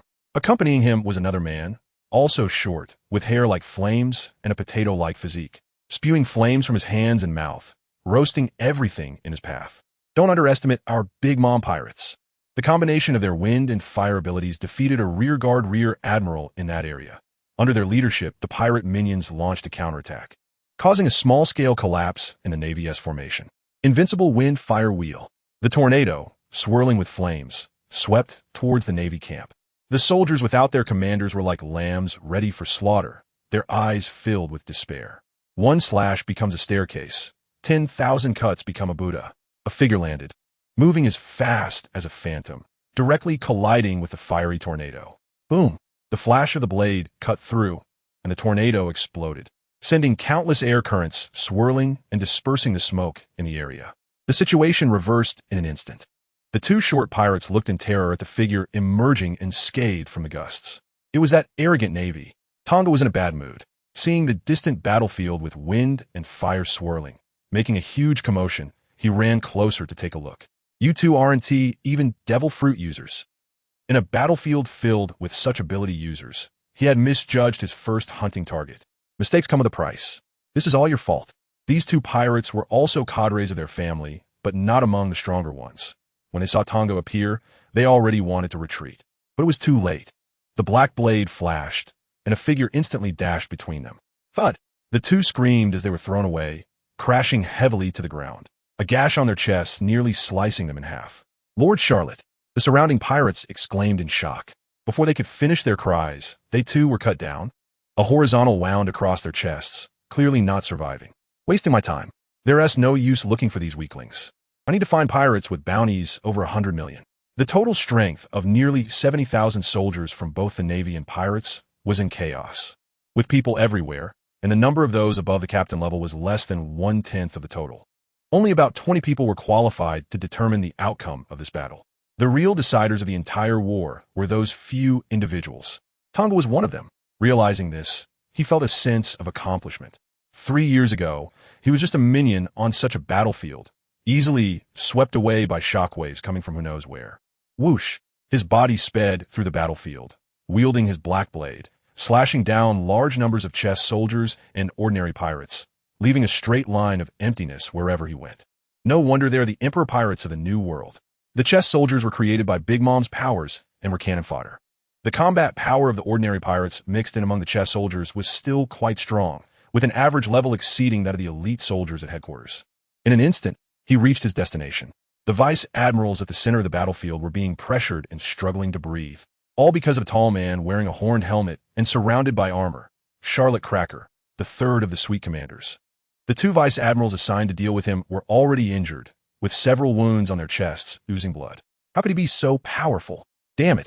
The vice admiral and Klitschko were unable to hold their ground, and their all-out attacks could not break the shields held by each other. Instead, they were given the opportunity and almost ended up with several holes in their bodies. The bounty on Charlotte Klitschko was only over 400 million, which was a gross underestimate. This was not an enemy that a vice admiral could deal with. The other vice admirals also fell into a passive state due to Klitschko's overwhelming power that far exceeded his bounty, increasing the pressure on them. You Navy can only show off in the first half of the Grand Line. The New World is the realm of kings. You will pay for your arrogance. Roll. Pretzel.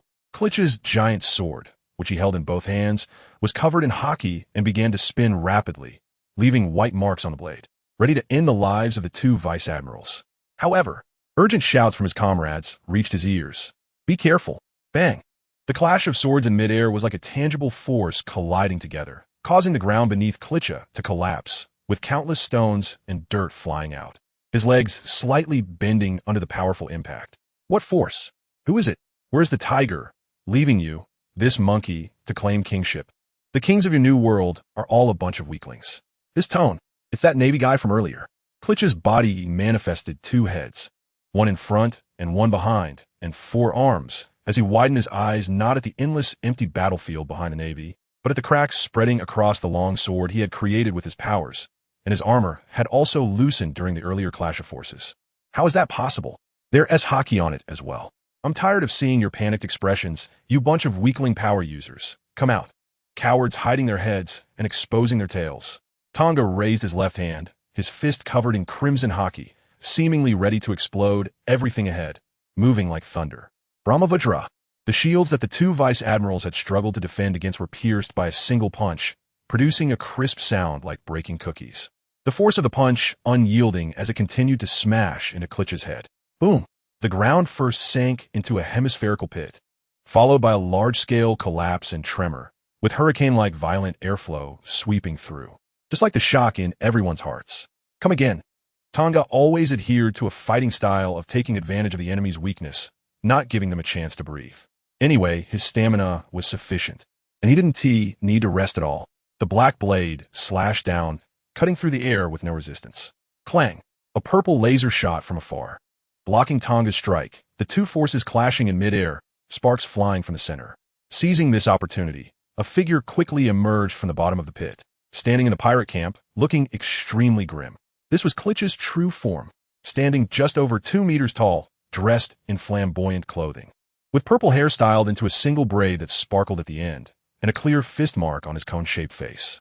Useless, you finally came out of your shell. Tang Ge revealed a bloodthirsty smile, feeling inexplicably excited and elated as he looked at the suddenly appearing long-legged woman with gray-white long hair. Another monkey has arrived. Tang Ge had imagined more than once what a large-scale war would be like in a world where individual strength was particularly powerful. And how would he fight if he had extraordinary strength? Today's battle fulfilled all his imaginations. The fight fell into a brief, quiet state due to the sudden intervention of the two individuals. On the Navy side, there was no need to say much. The two injured vice admirals retreated as they had lost their fighting capacity, while the other vice admirals had a brief chance to rest. On the pirate side, however, the appearance of the woman greatly boosted morale, making their momentum even stronger than before. Everything was due to the woman who had just appeared, Charlotte Smuggy, ranked second among the suite commanders. With her, there were already 3 commanders present. We really underestimated you.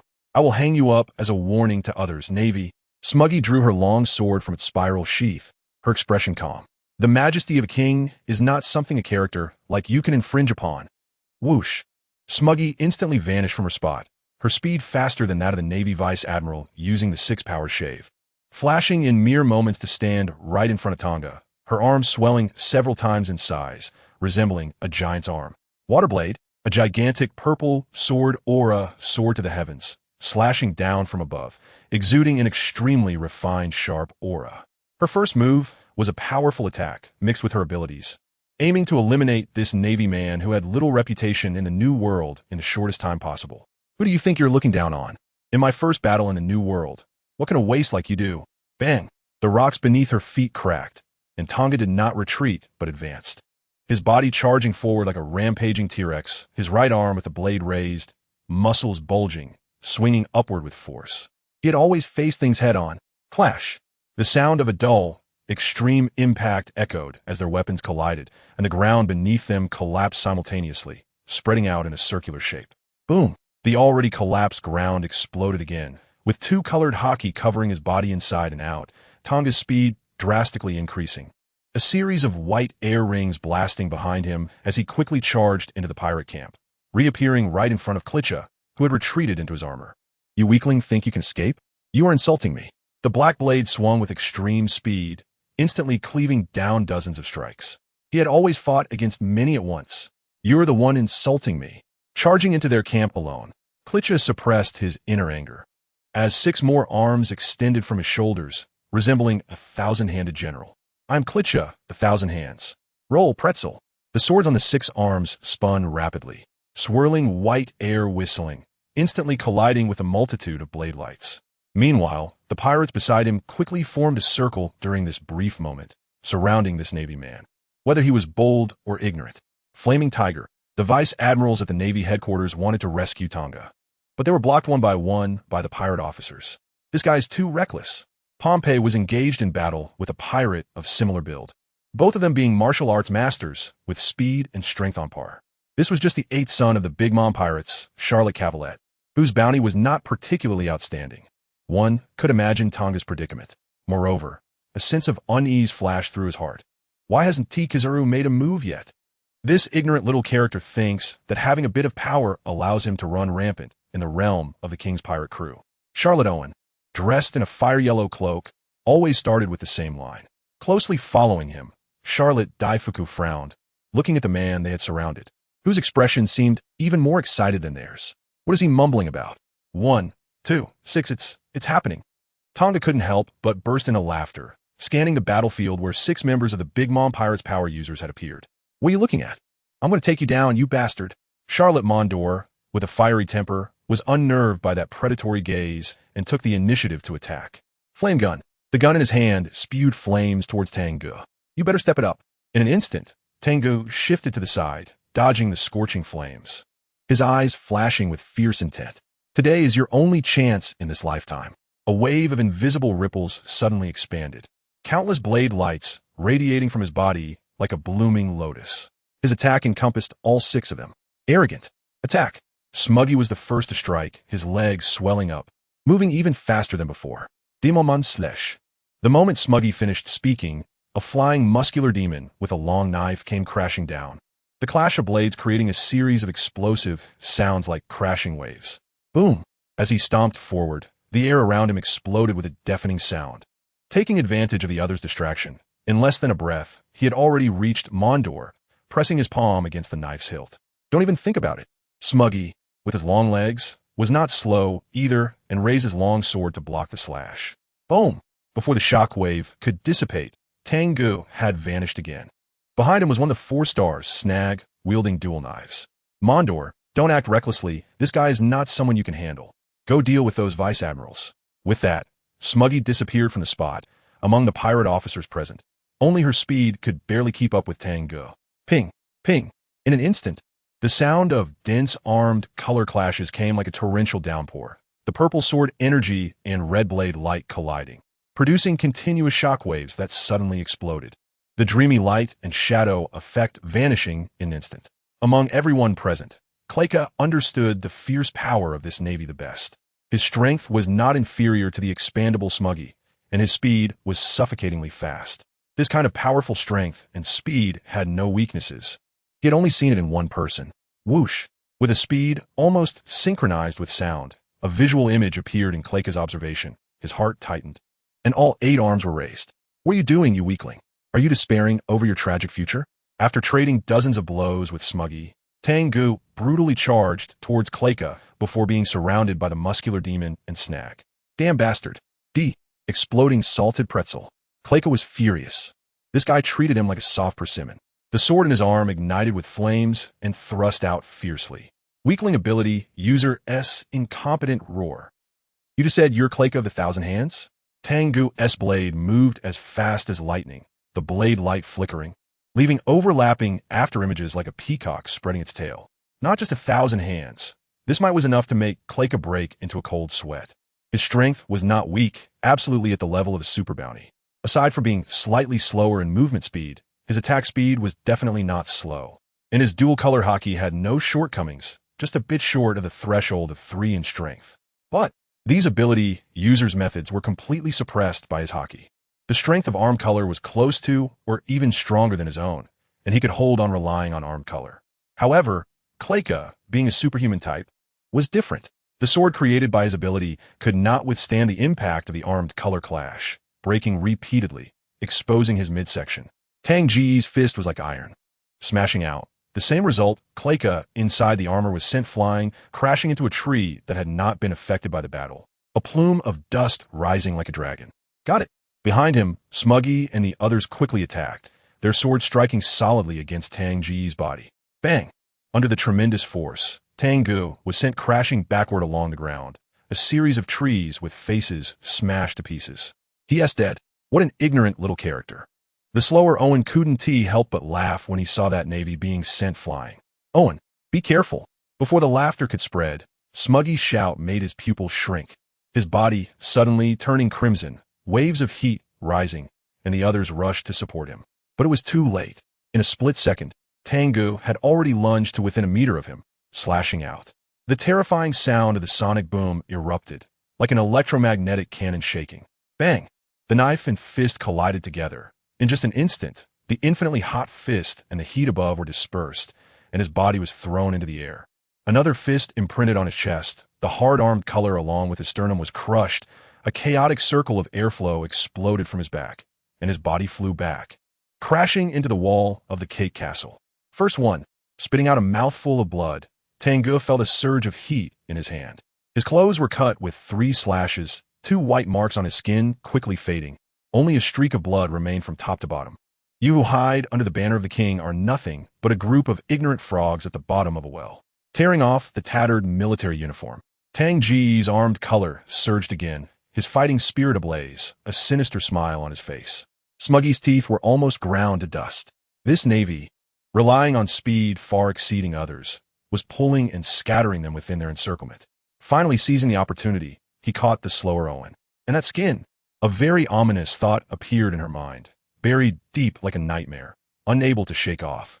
He actually blocked it. Meanwhile, General Pompey, in another battlefield, was constantly watching Tang Ge, who was in the enemy camp, and his shock was no less than Smuggy's. Being in the enemy camp without any issues, instead, he had brutally killed the powerful Charlotte Owen, simply too fierce and dominant. Moreover, the way he jumped around, attacking from both sides, was as if he surrounded a group of others by himself.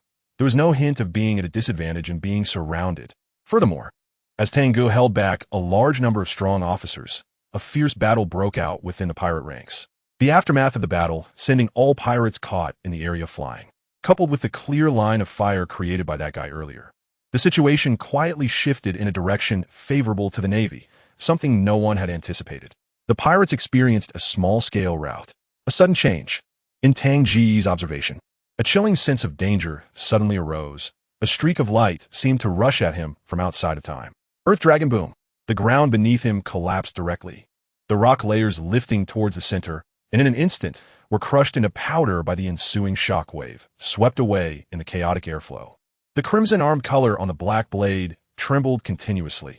A heavy trident spun at super high speed above it, the two clashing like grinding wheels, producing a piercing friction sound. It was Katakuri, monster strength Machi. His red pupils reflected the future scenes, his fists instantly swelling to the size of a giant's fist. The armed color atop, as black as ink. Boom! The two fists collided, the chaotic airflow friction producing dark red currents darting about. Whoosh! Like being struck by a mountain. Tang Ge was smashed backward, his body pushed horizontally along the ground, a 1-meter-deep pit extending all the way to the coast, the momentum unabated, crashing into a warship. Bang! The middle of the warship caved in, a humanoid pit appearing on the outer steel armor. It wasn't over yet. Lie Tiger! The surrounding Navy generals shouted anxiously. Tang Ge, who had just displayed invincible prowess among the big pirate crew, was knocked back to his original spot, almost rubbed into the ground. Liu Bing grilled rice cake, Katakuri's feet cracked open, releasing many white clumps, which then ignited and accelerated towards the Navy generals. Yasukani no Magatama suddenly. Another sun appeared in the sky, an extremely bright sphere shooting out countless yellow light beads.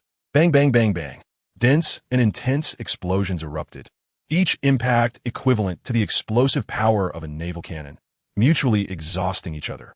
It's Kizaru, a pirate shouted. Kizaru's reputation in the New World was formidable. Many pirates entering the New World had barely survived under his pursuit, known as the Quality Inspector of the New World. Your opponent is me. Ama no Murakumo without unnecessary words. Kizaru transformed into a yellow flash, shooting forward, drawing a cross-shaped light sword, slicing down at light speed. Here! His attacks showcased the sharpness of light speed. Each strike was as heavy as light speed. With dark red light exploding in his eyes, Katakuri's arms bulged. The trident in his hand thrusting forward. Light speed was just normal speed for him. Only that power needed serious attention. Bang! The ground became the best outlet for power. The soil within a radius of several dozen meters sank by 1 meter, yellow light and dark red electricity ravaging the air. Katakuri, furious and stern due to the unknown fate of his brother, said no more, waving his trident like lightning, clashing with Kizaru's light-speed sword. The battlefield where they had just fought could no longer accommodate anyone. All those who got too close, even a vice admiral hit by the dispersed shockwave, could only die on the spot. This was a battle between two admiral-level fighters. The decisive moment of the war finally arrived. Both sides putting all their remaining strength into the fray. Remember this. Kizaru, a deep roar squeezed from his throat. Having been played by this guy, Tang Ge wasn't angry. After all, it was his own strength that was lacking, so he couldn't blame others for not coming to his aid. A war like this, without a few twists and turns, couldn't be considered historic at all. Just now, this guy passed by him and said something. What a terrifying young man. That really made him unhappy. Katakuri was strong. This was a fierce man who had reached this level relying on the Paramecia type, with one punch. Both power and speed overwhelming him. That observation Haki absolutely reached the level Zephas spoke of, able to foresee the brief future. Being able to keep up with Kizaru's speed and fight back vividly said everything. The awakened state of observation haki and light speed seemed like destined enemies that must collide. Today, they would settle their differences here. Feeling the state of his body, aside from a muddled head, there were no major issues. What doesn't kill me makes me stronger. After enduring those months of lightning strikes and tenacity, his mind had made some progress. His skin had taken on some qualities of steel balloons, and even his bones had hardened a bit. Otherwise, just now, one punch would have left him severely injured. The huge fist power was no joke. And now Katakuri had appeared. The sword of Damocles hanging over his head had vanished, and he could hunt freely. Whoosh! Whoosh! Tang Ge's body sprinted again at high speed, crossing the battlefield, and in an instant found that group of ability user officers from before. It's that Navy. How come he's unharmed? After Katakuri appeared, he instantly crushed the entire scene, sending a Navy officer who had been holding them back, flying. From the impact, it seemed he wouldn't be able to get up again. At this moment, the man, bloodied all over his face, reappeared before them, truly shocking them beyond measure. That was Katakuri's attack. Just this little damage. Have you forgotten something? There's not just Kizaru here. An uncontrollable chill spread from everyone's hearts. This Navy is too resilient. What to do? Step aside. I'll handle this Navy.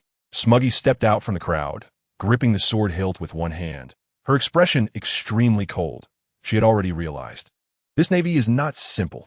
Even Katakuri's powerful attack couldn't inflict serious injury. That skin wasn't a steel balloon, but had a similar extraordinary talent. As for the others, there was a reason they were not the stars of the battle. They were too focused on their fruit abilities. Unable to keep up with that Navy speed, no matter how many of them there were, they could only drag each other down, and it would be better for her to fight alone. Not only had she seen the problem, but Korea, who had suffered 2 heavy hits in a row, nodded and was about to lead the others away from this battlefield filled with too many high-tier fighters. As a fellow star of battle, he had to admit that Smuggy was much stronger than him, and Katakuri was on another level altogether. Want to escape? The face of the Emperor Pirates has been completely humiliated by you all. Hiss! Bang! The sound of air being shattered came first, followed by the sound of the ground exploding. Tang Ge's speed was even faster than before, the spatial distance seemingly non-existent, instantly crossing Smuggy's interception. This speed, he didn't even use his full strength just now. Smuggy's scalp tingled as she desperately sent out a warning. Careful! Korea, he's coming for you. Unknowingly, Korea's mindset facing Tang Ge had changed. It was a cautious and fearful attitude. He was a Paramecia-type cookie user, able to infinitely create hard-as-steel cookie warriors. But now, rows and rows of cookie warriors surrounded him, failing to provide him with any psychological safety. That Navy's armed hockey is problematic. The incredibly hard cookie warriors crumbled under that armed hockey's attack like paper, and even his cookie shield covered in armed hockey couldn't withstand it. That kind of suppression had only been seen on Mama and Katakuri. Demons slice in midair. A floating muscular demon slashed down with a long knife. The ferocious strike aimed to cut the Navy who harmed their brother in 2. And the 4th star, Snag, happened to be right next to Korea, his body disappearing along with him. Aside from Smuggy, he was the only one able to sense Tang Ge's correct position. Bang! Heavy footsteps stomped down, shaking the ground. Both inside and outside Tang Ge's body, the intensity exceeding 3, dual-color hockey fully unleashed, increasing his speed further. That extra bit was a qualitative change. The sound behind him stretched into fragmented syllables, and in front of him, light flowed and changed. Tang Ge's direction twisted sharply, and in an instant, he was in front of the ability user releasing the demon's attack. Weak ability user. My target has always been you. It was as if the flow of time between the two was different. Tang Ge finished his sentence, while the pirate's eyes were still turning. A warm current surged from the knife that struck him. Great fortune. The intermittent bites behind indicate this person's name. You're distracted. Whoosh. A laser beam pierced through, burning a hole in Katakuri's chest. The continuous bad news made it hard for him to stay calm. His observation haki in awakened state couldn't be maintained, and Kizaru seized the opportunity. Unforgivable. The word spat out from behind the scarf changed Katakuri's entire aura, turning incredibly violent. A circle of dark red conqueror's haki spreading outward, pulling Kizaru's cloak backward. The ground beneath him began to writhe like ocean waves. A large hole appeared in the void, and a giant's arm reached out from within, the arm's haki black as night. Unmatched sweet donut, Hydra. Monster strength rice cake. A flash of red light appeared in Katakuri's eyes. The manifestation of his observation haki operating at its peak, locking onto Kizaru's position. What a terrifying monster. He actually awakened the devil fruit's ability. Light speed kick. Kizaru saw that even the air was being assimilated by that paramecia, the seriousness in his eyes unshakable. Boom! A foot glowing with intense yellow light collided with the giant fist, an endless wave of light and heat spreading out in a hemispherical shape, shattering rocks, trees, soil, and the people caught in it. Even the sky trembled under this strike. Whoosh! A yellow beam shot into a warship parked on the sea, and with a bang, the entire ship exploded into a fireball. At the same time, the battle in the sky had to quickly determine a victor due to the changes below. Soul Harvest. With a sound echoing through heaven and earth, countless soul creations on Cake Island emitted light, gathering into Big Mom, who stood atop the thunderclouds. Her hair transformed into real flames rising upward, her eyes filled with a fierce and boundless light. Emperor, Sword, Overlord. The Conqueror's haki covering the entire island radiated power, the haki on the long sword exuding a pressure that distorted space. Boom! This was a decisive move. Heavenly disaster catastrophe. Akainu's lower body connected to the island. Layers of magma flowed, a volcano forming on Cake Island, and two enormous fists, emitting thick smoke, swung toward the sky. Boom! The shockwave was compressed to the extreme, spreading across a plain in midair, leaving everyone's ears ringing with silence and their eyes blinded by the intense light. Bang! A figure fell from the sky, smashing the newly formed volcano, an endless spray of fiery rocks scattering in all directions. It was Akainu. At this moment, it coincided with Kizaru crashing into the warship. The two highest powers fell almost simultaneously. Again, Destruction Blade, Overlord. The long sword slashed down from the sky, over 100 meters long. The arc of lightning and thunder aimed at Akainu. She was cutting down the entire Navy fleet together. What the hell? Tang Ge was truly enraged. How dare these two call themselves the highest powers? Besides, after Kizaru was sent flying, he was in danger. Katakuri was coming at him in a rage. Fortune is always sought in danger. Let us do this. With a resolute heart, a circle of airflow rose around Tang Ge, transforming into a roaring tiger. The sword returning to its sheath. Time and space seemed to freeze, with only a few people moving on the battlefield, their bodies slightly swelling under the effect of life returning, their power and speed reaching their peak, a beam of aurora piercing through the pirate camp, releasing the momentum built up from fighting among the pirates, transforming into ultimate power. Everything along the way shattered and sliced through. Heaven's Gap, fierce tiger. Tang Ge didn't dare to stop for a moment. Feeling two waves of heat coming from his arms, he shot toward the sea. He didn't believe the Navy had no backup. Behind him was the furious Katakuri and three generals who were simultaneously struck. The giant-sized smoker's sword shattered, and Snack and Kureha sprayed massive amounts of blood from their chests, their eyes rolling back as they fell. The world-destroying blade light descended from the sky, pressuring the world. If the Navy had no backup, they would be wiped out. Tang Ge, who was dodging Katakuri's pursuit, absolutely didn't believe that the High Command had no backup. Did they not know Akainu's level?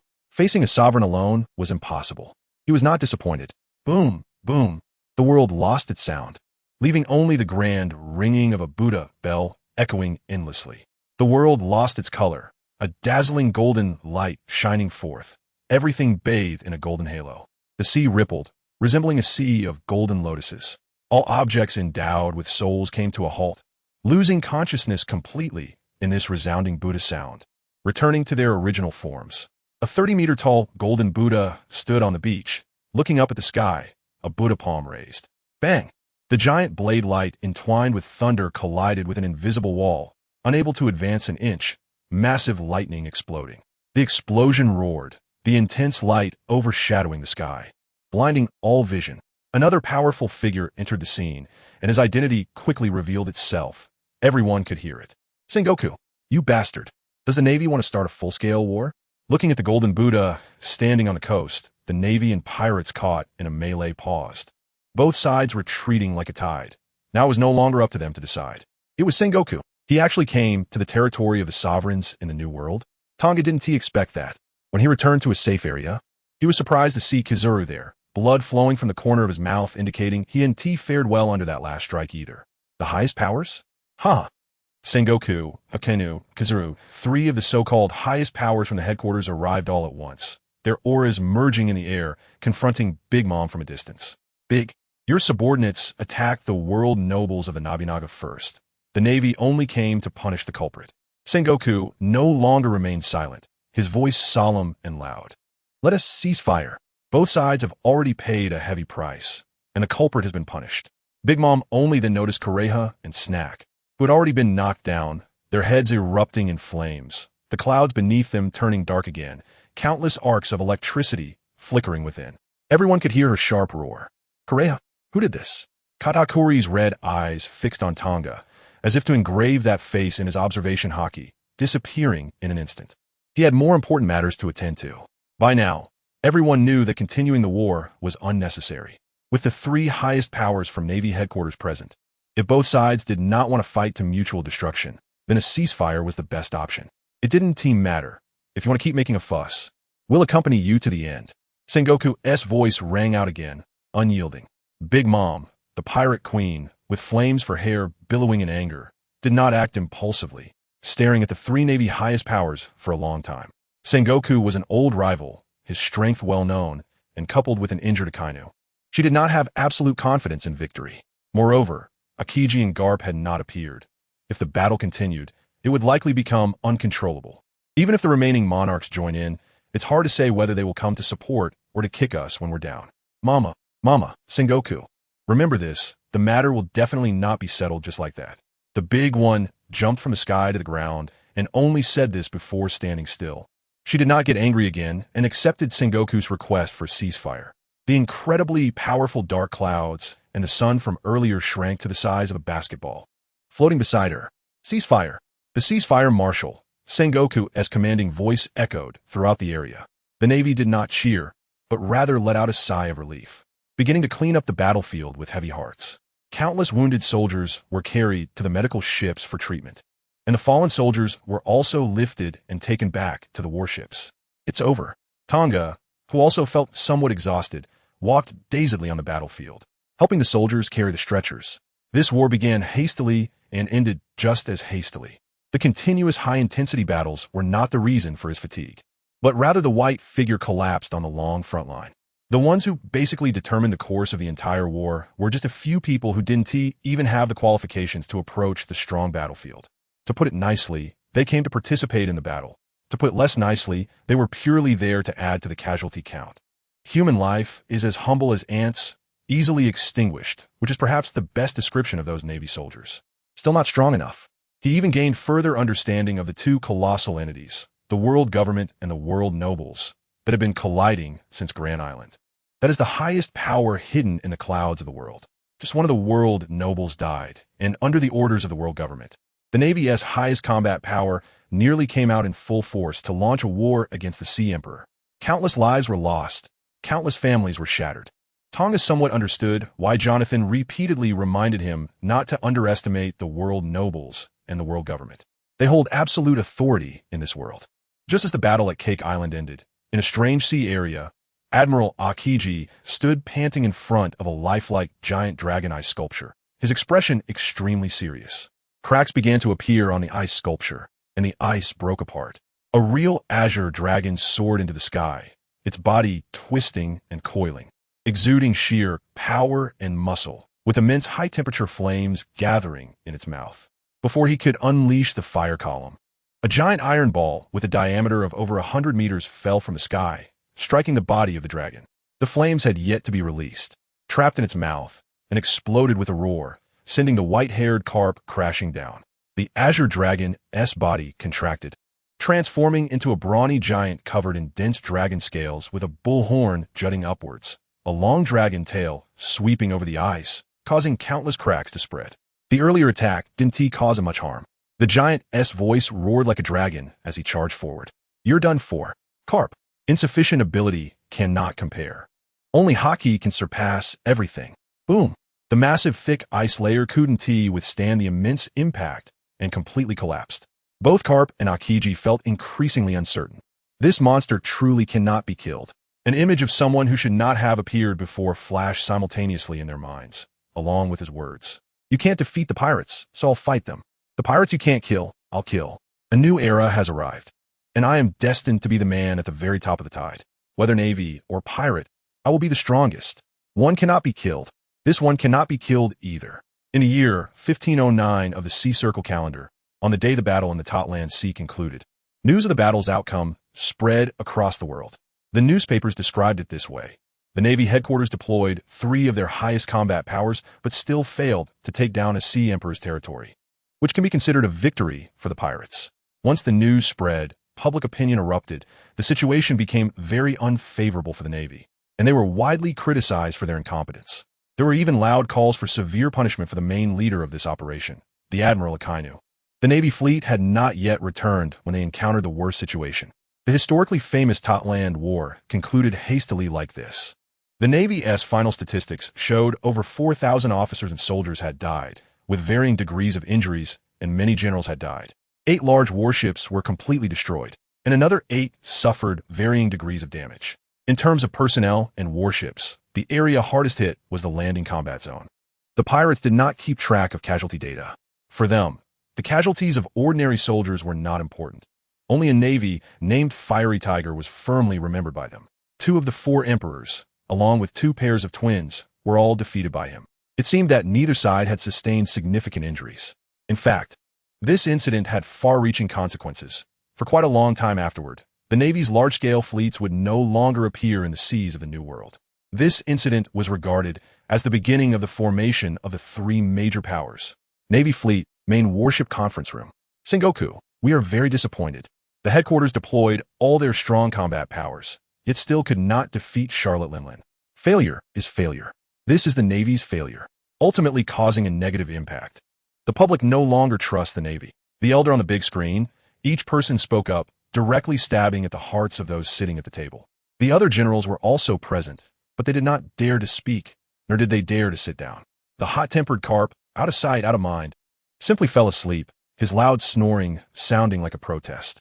Akainu, with his arm wrapped in bandages, and Akiji, sitting in the shadows, could not be seen clearly. Only the steam rising and the white frost forming beside them indicated their extreme displeasure. Who was the idiot who ordered the Navy to hastily attack? The 2 most indifferent in the room were probably Kizaru and Tang Ge, one leisurely trimming his nails, the other hiding in the darkness, observing the highest power on the surface of the world government, Star Seeker. Very strong. Even through the screen, one could feel that they were not inferior to the Navy admirals.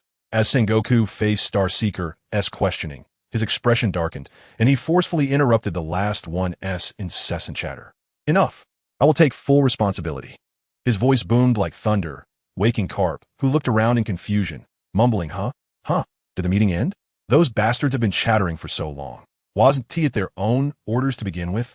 Then, as if suddenly looking at the still active screen, he smiled awkwardly. You're still here?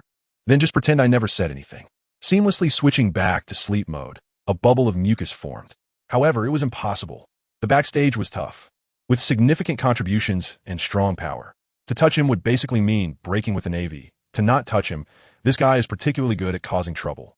And his offspring can cause trouble too. Just don't know how the grandchildren are doing.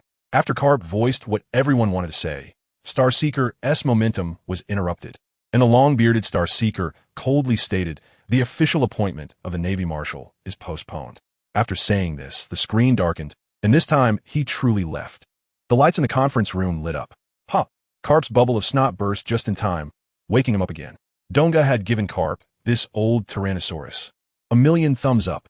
In other areas, he had shortcomings, but in front of the stars, damn it, he's truly a talent. Sengoku, why don't you retire and stop putting up with this nonsense? Shut up, you bastard. Sengoku snatched the sunbae from Carp's hand and stuffed it into his mouth, crunching away. They bickered and fussed, but no one doubted their determination to protect each other. The Navy had taken a big tumble this time. They were very clear about what the world government was planning and had made all the necessary preparations.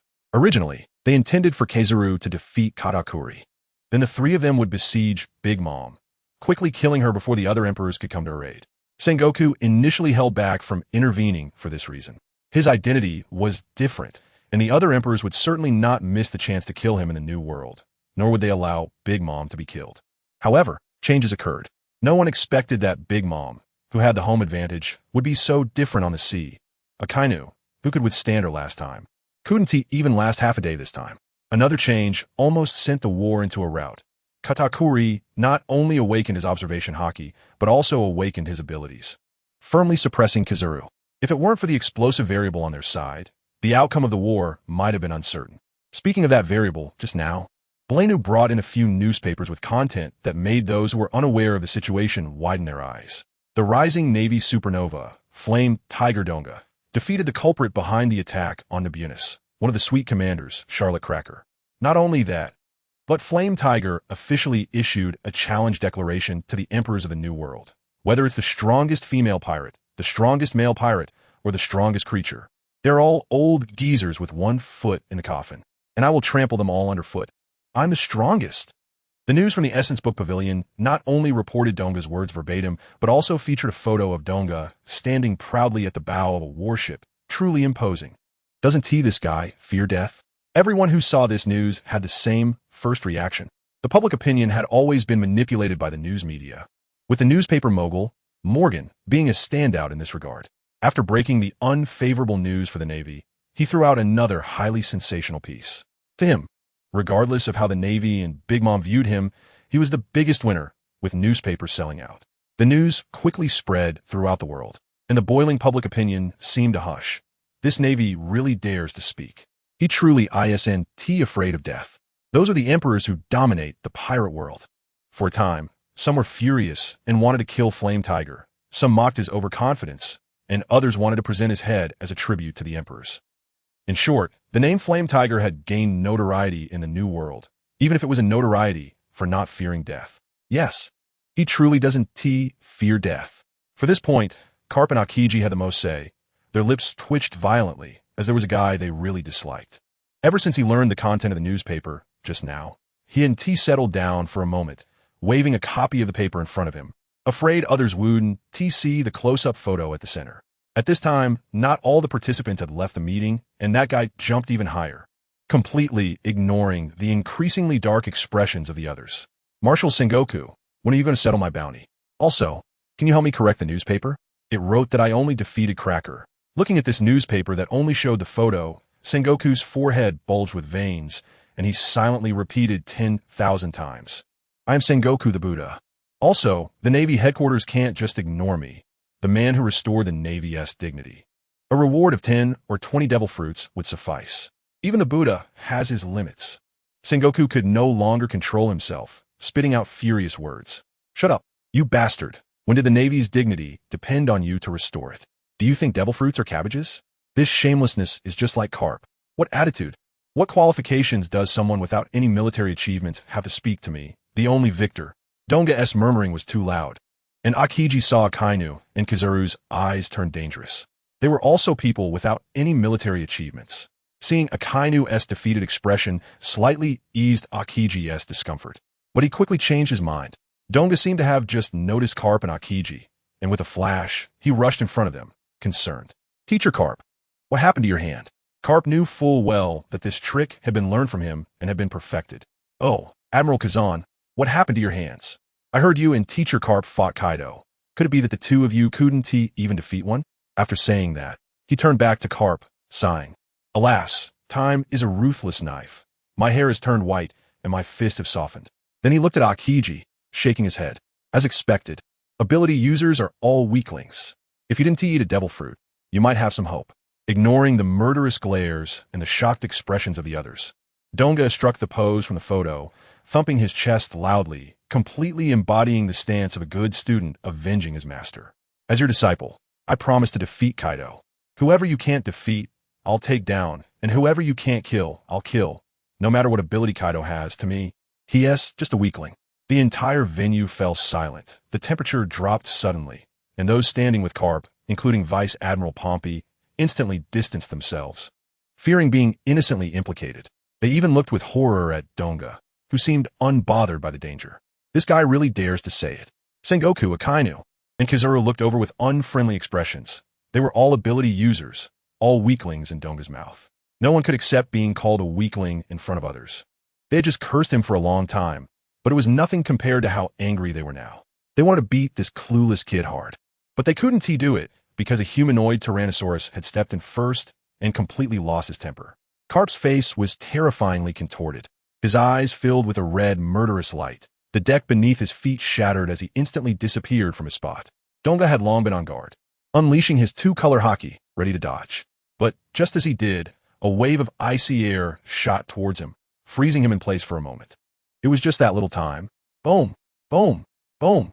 The upper structure of the main battleship exploded, wood and iron flying everywhere. A humanoid hole pierced straight through the bottom of the warship, and Donga lay there with a large bump on his head, mentally noting Aokiji down. Next, the same formula repeated. Aokiji watched Donga being beaten by the now furious Carp, feeling pleased. Akainu saw this scene and fell into thought. Alas, what a fearless guy. The colonels sighed silently. Outside, he had offended the pirate emperors completely. Here, he had also labeled the top brass of the navy, who represented the highest combat power, as weaklings without exception. If he can survive in this situation, how strong must he be? The noise lasted only a moment, and once Carp vented his anger, calm returned. Only Akainu was on the brink of rage, wanted to unleash a fiery blast to take out those two bastards. His flagship had suffered no damage during the Battle of Torlent, but Carp and Dango had teamed up to create a big hole in it. The cigar on his finger ignited spontaneously, and Akainu took a deep breath, breaking the silence of the conference room, his voice neither sad nor happy. Fistfighter Gubra had both suffered serious injuries and were unfit to stay in the New World. The G1 branch of the New World needed strong support. As soon as he finished speaking, everyone understood who he meant by strong. In this battle, the Admiral was defeated with no achievements. The other commanders were either injured or dead. If it weren't for the fierce tiger cutting down several big pirate group cadres amidst 1,000 troops, the Navy's reputation would truly be lost. This man deserves the title of strong. This time the other branches must have suffered even more casualties. They also need support. Aokiji was lazy, but he and Akainu were naturally incompatible. Akainu didn't speak, just quietly shot a glance at Aokiji's injured hands. Then, he took down a cigarette, but with one good hand. The meaning was clear. Both of you fought against the Emperor and ended up injuring both arms, while I only had one hand injured from solo challenge. Aokiji frowned deeply. This was what he disliked the most. Kazan had a point. Just one person wasn't enough. After this incident, the Navy's deterrent power would decline, and pirates would be restless. It was indeed necessary to have some strong people stationed in the New World. I will discuss with Chavel and Peach Rabbit to have them stationed at the Navy base in the New World. Sengoku stroked his beard, stopping the argument between the two admirals, and saw Dango over there, bruised but with shining eyes, and added, "The Fierce Tiger will also be transferred to the New World branch base." On the deck of Vice Admiral Pompey's warship, Carp and Dango each had a Sea King type in their stomachs, along with a bit of alcohol. Seeing this made Vice Admiral Pompey tremble inside, fearing the two would get drunk and cause a ruckus, destroying his warship as well. Didn't he see Akainu's face turn black and purple from anger when the two made several big holes in his flagship? This icy snow flower wine is still enjoyable. You kid, better stir up a little less. The New World is not like the first half of the Grand Line here. Ferocious beasts abound. Aokiji was also present, reminding him. He had wanted to say this earlier. Now sending Dango to the New World was not a good choice. Having just laid down such grandiose words, it was impossible for no one to come knocking to maintain the dignity of the Emperor. Admiral Kazan, life only happens once. Some people die in the retreat, some die in shallow waters, and some die in floods. And I will carve out a way to live amidst these towering waves. Those who cannot defeat me will ultimately contribute to my strength. Dango spoke calmly, rarely being serious. He understood that the more harshly one speaks, the more beatings one receives. And those beatings were not like Carp's, which could be stopped at any time. They were fights to the death. Isn't this exactly what he needed? Staying in the Navy headquarters wouldn't make him the strongest. After hearing this, Aokiji didn't say anything more, took a few sips of wine, and lay back on a beach chair, staring at the moon, lost in thought. Decay cannot be sculpted. Carp shot Aokiji a look of disdain, thinking if this lazy fool had Dango's determination, could he still be ridden on by that red dog? However, seeing Dango, who had just been serious, now come over with a shameless grin, made him feel a wave of nausea. This little brat has truly perfected the art of being two-faced. When there's something to gain, he puts on a smile, and when there's nothing, it's Carp-sensei, you're not capable. Sure enough, Carp was seasoned and his predictions were spot on. Dango was very direct this time, sliding a card over. It was half of the bounty that Sengoku had sent over. Carp-sensei, this is a small token of appreciation. The enemies I encounter in the new world will be very strong. I don't know if I'll have a chance to dine with you again. Oh, now with the tragic card. Carp remained unmoved, but his hands moved quickly, and the card disappeared in an instant. He didn't know where he put it. Don't worry, you're already very strong now. If you encounter an enemy you truly cannot defeat, just call out my name, and I promise you will be safe. Seeing this old tyrant looking like a rogue again, Dango felt a surge of hatred. Calling out your name will only attract more enemies, right? Sigh, Vice Admiral Pompey. If I get killed in the new world, due to my weakness, please don't tell anyone that my teacher hid his abilities from me. It's just that I'm not as skilled. Vice Admiral Pompey immediately broke out in a cold sweat, thinking, can you not involve me? And please don't cause trouble on the warship. Not just you, I will tell everyone on this warship, including Marshal Sengoku and others, to make sure they don't think my teacher Carp couldn't teach me. It's just that I couldn't learn. Chief Instructor Zifa was right. Observation Haki is indeed more powerful than armament Haki. The awakened state can actually foresee a brief future. That's the future. Old tyrant, if you act like a rogue, I'll make you sick. The provocative gaze met Carp's furious eyes, and needless to say, another beating ensued. After a while, perhaps Carp felt guilty or realized that the enemies Dango would face later were indeed not ordinary. The old tyrant finally lifted the veil on the awakened state of armament Haki. Kid, after awakening observation Haki, you can foresee time. How could the power after awakening armament Haki be weak? Watch closely. Carp stood on the deck, raised his right arm, and a faint red ripple shone on his fist, striking lightly. The air at the front of his fist dented into a semicircle, accompanied by a subtle cracking sound, as the atmosphere was split. Not only that, but a hole instantly appeared on the outer armor of the warship about 2 meters away from his fist, and then the nearly 10 square meter steel plate shattered like a mirror, collapsing down onto the deck. What the hell? This is even more ridiculous than that time with Baron. The air was split. The air has resistance. The farther you are, the more the force will diminish. However, Carp's attack just now, from his fist to the steel plate, showed no reduction in power. It seemed as if the strike and the impact on the steel plate happened simultaneously, and the shape of the steel plate shattering was also abnormal. Dango's thoughts were still caught up in that shocking scene. Armament Haki, as the main means to resist devil fruit abilities, has awakened to this extent, completely crushing those with abilities. Ignoring the laughing Carp, Dango rushed to the severely damaged steel plate, picked up a piece of debris, and began to examine it. The pure steel plate seemed to have lost its internal cohesive strength, though its hardness remained. However, it had become very brittle at the moment of impact. This is the result of acting from the inside out. The awakened armament Haki not only increases power, but also achieves an unprecedented level of destructive force. Akiji's voice came from the side as he ended his contemplation. From inside, Dango was puzzled. What kind of power could act from within an object? Sigh, Carp sighed at this moment, filled with an iron will disappointment. Hopeless idiot. It is the transmission, the armed color Haki after awakening, which can transmit power without loss to the interior of an object. In order for Tang Ge to better experience this power, the furious Carp, after being despised, began personal teaching again. Boom! The fists collided, and Tang Ge once again felt that force pressing down from the entire space, this time even clearer. Carp's strength surpassed the armed color defense on his fist and erupted within it. Pain! Pain! So that soul-piercing pain comes from this. Tang Ge's fist felt as if it were swollen all over. In the new world, there are many who have mastered this power. This is the true world of the strong. Carp looked towards the distant depths of the new world, where there are not only those stronger than Tang Ge, but also those even stronger than him. Only those who truly master the power of Haki can be called the strongest in these seas. You're still far from that. Tang Ge suddenly burst into laughter. Sure enough, those with abilities are weaklings. Haki can override everything. Useless Carp has once again become a weakling with abilities. Alas, looking at the new holes on the warship, Rear Admiral Pompey felt bitter in his heart. He just wanted that troublemaker to hurry up and take office, so he wouldn't cause him any more trouble. The Totland War is over, but its significance is extremely far-reaching.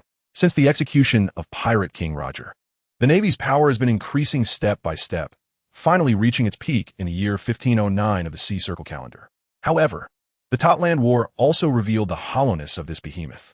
For a period afterward, the Navy headquarters began to shrink its sphere of influence. While the kings of a new world were accumulating power, the world government officially issued recruitment orders for the Shichibukai to several rising pirates.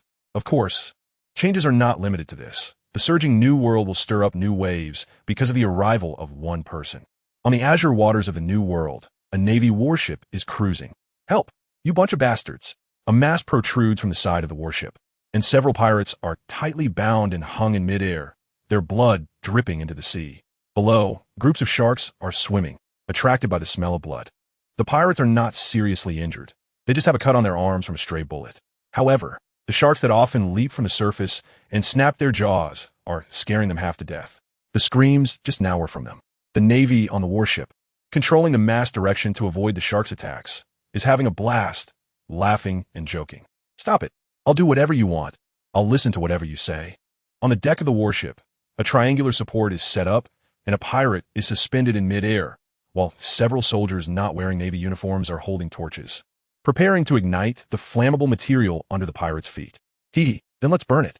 Despite the pirates' pleas for mercy, the soldiers still use the torches to burn their feet. So hot. Beast! The captain of the warship, sitting on the second deck leisurely sipping coffee, is accustomed to such things, even adopting a permissive attitude. There are countless violent elements in the Navy, as well as some problematic Navy personnel. The most serious case is at the G5 Navy base in the New World, using pirates to catch sharks and burning pirates with fire. Similar malicious incidents at this base are rampant. Even though the Navy headquarters has repeatedly issued strict prohibitions, they have ignored them. Colonel Guatu, a soldier on lookout, reported loudly that a merchant ship had been spotted ahead. Since it's a merchant ship, let it go. The colonel named Guatu has a fierce appearance, dressed very fashionably, with shorts and gold-plated boots on the lower half, and a denim jacket with a Navy emblem on the upper half. This sea area is frequented by pirates. From the first half of the Grand Line to the New World, pirate ships pop up here daily. Merchant ships usually do not pass through here, but recently, for some unknown reason, the frequency of merchant ships passing has greatly increased. Remembering his superior's instructions, Colonel Guatu did not pursue, but instead changed direction to continue cruising. However, he had not gone far. Boom boom. Two loud explosions rang out, waking all the Navy personnel on board. Their combat readiness is quite good, and they quickly formed a battle formation in a very short time. What happened? Where did the explosion come from? Colonel Guatu shouted towards the lookout tower. Report. It was the merchant ship from earlier. It exploded. The lookout soldier saw a huge fireball rising into the sky not far away. Ordinary merchant ships do not have such explosive effects unless they're loaded with gunpowder. Let's go take a look. Everyone be on guard. Colonel Guatu ordered the warship to turn towards the site of the explosion of the merchant ship. Ding ding ding. The alarm bells rang on the warship, quickly turning. The intense explosion left only a pile of wreckage, planks scattered on the sea, with thick smoke and flames soaring into the sky. It should have been an arms smuggling ship. If it weren't for the gunpowder inside, it wouldn't have such a strong explosion effect, a Navy soldier made a judgment. Smuggling ships usually take protective measures, and there are no other ships nearby, nor have we seen any signs of attack. How did it explode? Another Navy soldier wearing a cowboy hat raised a question. The Navy soldiers began to whisper and discuss among themselves. Colonel Guato's face turned ugly as he shouted loudly. Shut up, you bastards. Turn around and see if there are any survivors. How could he not know that this ship was a smuggling weapons vessel? But he just let it go right under his nose. The lookout soldier, holding a monocular telescope, carefully searched the wreckage. Suddenly, the front of his telescope went dark, and a deep voice rang out. What are you looking for, soldier? A burly man stood on the lookout tower, his strong body casting a large shadow. Enemy attack. The lookout soldier shouted without even seeing clearly. The Navy personnel on the deck of the warship looked up and saw someone appear on the lookout tower, and they all raised their guns at him. Who are you? Did you destroy the merchant ship? Colonel Guatu asked sternly, looking up. What do you want to do with such weak weapons against me, Navy? The man who had just been on the lookout tower instantly disappeared, and his voice spread across the deck. The Navy at the G5 base in the New World is not made up of ordinary personnel. They have encountered strong opponents. At this moment, each of them stiffly turned their direction, their Adam's apples quickly moving. They watched as the man walked step by step towards Colonel Guato's designated seat, picked up the coffee pot on the table, sniffed it, and then set it aside. Sure enough, I still prefer tea. Do you have tea on your warship? Bring me a pot of tea. The man was not at all polite, sitting in the main seat with his legs crossed and loudly instructing the Navy. His voice was gentle yet authoritative. The Navy soldiers were not all fools. Soon someone recognized the identity of the visitor. It's the fierce tiger. It's fierce tiger Tang Ge. Idiot. You can't be mistaken, right? No, he looks exactly like the photo. The crowd stirred, and many people lowered their guns. The name Fierce Tiger Tang Ge has already gained a deterrent power. Originally, they had no connection to this name. But not long ago, an order circulated throughout the G5 base. Fierce Tiger Tang Ge has been promoted to Rear Admiral and appointed as the Deputy Commander of the G5 base. This is a ruthless person who is not afraid of death. Some bold and reckless fellows, accustomed to their daring ways, specifically remembered the appearance of the commander, Siehu, to avoid running into him. Now it finally came in handy, and unexpectedly, they met in such a situation. Colonel Guotu also reacted quickly, striding up to Tang Ge and saluting. Commander Siehu, I am Colonel Guotu from the G5 base's 06 patrol fleet. What brings you here? General Rommel has been waiting for you at the base for quite some time. You guys, hurry up and brew a good pot of tea to bring over. Tang Ge assessed Colonel Guotu's avant-garde attire, glanced at the still smoking wreckage of the merchant ship, and asked, why didn't you search that merchant ship just now? Report. Commander Siehu, the base's regulations generally do not allow searches of merchant ships. Colonel Guotu had anticipated this question and had already prepared his answer. There is also a deputy base commander at G5, and the order not to search merchant ships was issued by him, to reduce conflicts between the Navy and merchants, and to avoid Navy soldiers extorting merchants. Interesting. Tang Ge took a sip of the hot tea that had just been served and swallowed it down with a gulp, the corners of his mouth curling up slightly. It seemed that since he had just taken on his new position, there was no time to relax. Ironically, the new world under pirate rule was more prosperous and advanced than other seas, and those capable of trading in these perilous waters were either ships of the world government or involved in smuggling, or had ties to pirates and dark forces. Now, a merchant ship not flying a pirate flag was allowed to pass without any inspection. It was impossible for there to be no problems. After drinking another large pot of tea, he felt a bit sentimental about what had just happened. Due to his significant contributions in the Battle of Totland, Sengoku not only restored his previous position, but also promoted him 2 ranks, transferring him to G5 in the New World base. After Sengoku issued the formal appointment, Tang Ge did not return to Marineford with the main force, but instead traveled along the Red Line, taking over 10 days to reach the sea area. Shortly after arriving, he discovered a ship that didn't fly a pirate flag surfacing, hoping for a lift, only to find it loaded with military arms and ammunition. The captain of a smuggling ship recognized his appearance and pressed the self-destruct button without a second thought. What a ruthless person.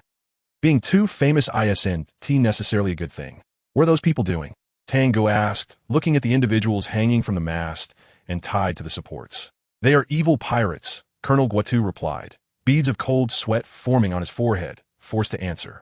This group of idiots, haven't they been dealt with yet? He glanced at the burning pile of wood beneath the pirates, who had already passed out.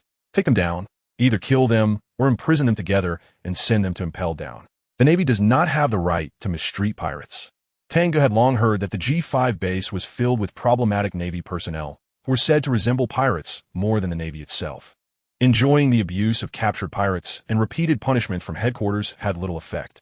He didn't expect these guys to be so vile, taking pleasure in tormenting prisoners. Understood. You guys, hurry up and let the pirates down. Colonel Guotu retreated, urging the sailors on the warship not to act recklessly. A few soldiers, not even dressed in uniforms, were forced to release the pirates, intimidated by Siehu's reputation, though they complained incessantly. Damn Siehu, actually pleading for pirates, right? I don't think he has anything special, not even as tall as me, said a fat man over 3 meters tall, flexing his muscles. Ha ha, keep it down. Wait until he leaves, then we can play. What are you laughing about? Let me hear it. Unbeknownst to them, Tang Ge stood behind them, his hands resting on the shoulders of 2 of them, his eyes glinting with a chilling light. The few who had just been complaining were clearly habitual abusers of pirates, now trembling all over, unable to speak. A person's name carries weight, and Siehu's great reputation was not just for show. With a thud, Tang Ge pressed the over 3-meter-tall fat man down onto the deck, smashing a large hole. I don't care what kind of problematic Navy you are, but in front of me, you're far from it. Do you understand, idiots? A beastly aura erupted on the deck, the Conqueror's haki radiating out, causing the nearby Navy soldiers to tremble and even faint. The remaining conscious Navy personnel finally realized that compared to this individual before them, their little acts of abusing pirates were nothing at all. Siehu, Tang Ge, universally recognized by all Navy personnel as the one least afraid of trouble. There was nothing he wouldn't dare to do. Now, this most problematic Navy officer had come to the problematic Navy base, and the people at headquarters highlighted a few words. Know people and use them well. The warship ceased its patrol and turned towards the G5 fortress. The Navy personnel no longer dared to chatter or approach this newly appointed deputy base commander, only daring to wait cautiously from a distance. Tang Ge sat in the main seat, pondering issues. The Conqueror's haki, a power representing the spirit, had not significantly increased his combat ability since awakening. The only known effect was to intimidate weaker individuals, causing them to lose consciousness or fall into a stiff state, even fainting. Even for someone as strong as Garp, his Conqueror's haki had only this effect, albeit with a wider range of intimidation. As the rarest and most difficult haki to awaken among the three types, it surely had more than just this little effect. What was its true ability? And what was its awakened state? Garp was tight-lipped about the Conqueror's haki, and no method could pry any words from him, only stating that it could be honed in battle. Thinking of this, Tang Ge looked into the distance, where it was one of the most chaotic seas, even in the New World, with battles never ceasing. There would certainly be no shortage of combat here. Commander Siehu. The base has arrived, Colonel Guotu reminded quietly from the side. Not only were the soldiers fearful, but he too felt like he was walking on thin ice. This new superior was not only powerful, but also audacious.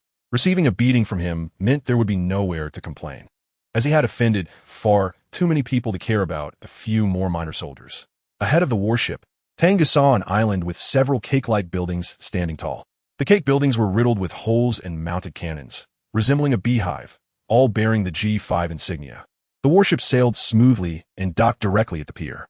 At the dock, General Rommel, the highest commander of the G5 base, had already received Colonel Guotu's report and was now leading all the base's officers in warmly welcoming the new deputy base commander. Welcome, Major General Siehu. General Rommel appeared to be around 40 years old, of medium build, with a gentle smile and squinting eyes. Hello, General Rommel. Tang Ge nodded slightly. Information about this general flashed through his mind. Beneath his harmless exterior lay a combat strength that ranked among the top in the headquarters. This is Deputy Base Commander Virgo. Rommel introduced a strong man standing to his right. Welcome, Major General Siehu. A smile appeared on Virgo's dark face as he wore a long coat, but his bulging muscles made the clothes look tight, his inverted triangle physique exuding great strength. Hello, Deputy Base Commander Virgo. The G5 base is truly a place of hidden talents, not only having a seasoned predecessor like General Rommel, but also a concealed powerhouse like Major General Virgo. Looking at this somewhat wooden man, Tang Ge felt a slight shock in his heart and spoke a few more words. What a small world it is. I never expected to see this man again in such a setting. I dare not. I dare not. General Rommel's reputation is well known, and I am just an unknown individual, unworthy of being mentioned in the same breath as him. Virgo's expression froze, and he hurriedly explained, resembling a dull-witted honest man. Virgo had only recently arrived at the G5 base, and with the addition of the two of you, the pressure on the base is greatly reduced. Rommel smiled and continued to introduce the remaining officers one by one. He spoke a few more words about Virgo, while his greetings to the other officers were brief. During the introductions, Tang Ge gained a simple understanding of the personnel at the base. The G5 base is located in the New World, so its combat structure is different from that of the G8 base. There are 6 combat fleets and 6 patrol fleets. Each fleet is configured the same: 1 large warship and 2 small warships. The combat fleets are numbered 1 to 6, and the patrol fleets are numbered 7 to 12. After gauging the strength of those fleet commanders, Tang Ge could only sigh. Just like in the G8, there wasn't a capable officer among the junior officers below. The welcome ceremony was simple, with no overconfident individuals trying to make things difficult, nor any traps set by superiors. After all, the strength of the fierce tiger has long been proven. His truly recognized battle by the world's navies was against the elite rear admiral in Marineford. General Rommel's working style is far more decisive than his appearance suggests, and Tang Ge's first meeting upon arriving here was a combat deployment meeting. The headquarters transmitted a message that a large number of coded ships had departed from the Shambordi archipelago and would soon arrive in the New World, urging us to be prepared. Among them, 3 had bounties exceeding 100 million. Captain Hold'em of the Lion Pirates, with a bounty of 170 million berries. Captain Katarina Devon of the Crescent Moon Pirates, with a bounty of 330 million berries. Captain Atmos of the Buffalo Pirates, with a bounty of 140 million berries. Lieutenant Oman, the intelligence officer at the G5 base, was conveying the messages from headquarters. So many pirates with bounties over 100 million, especially the Crescent Hunter Katarina Devon, whose bounty exceeded 300 million, making her the strongest among the new pirate supernovas. She has never left anyone alive, and her strength is particularly formidable. The officers below whispered among themselves, expressing their panic. The height of the bounty indicates the strength of the individual. A pirate with a bounty exceeding 100 million in the first half of the Grand Line is certainly not weak, even in the New World. Shut up, you useless bunch. Since you're in the Navy, you must face powerful pirates. Rommel slammed the table, very dissatisfied with the cowardice of his subordinates. These idiots, they take bullying the weak and fearing the strong to the extreme. They only bully the weak, who are merely cannon fodder in the New World.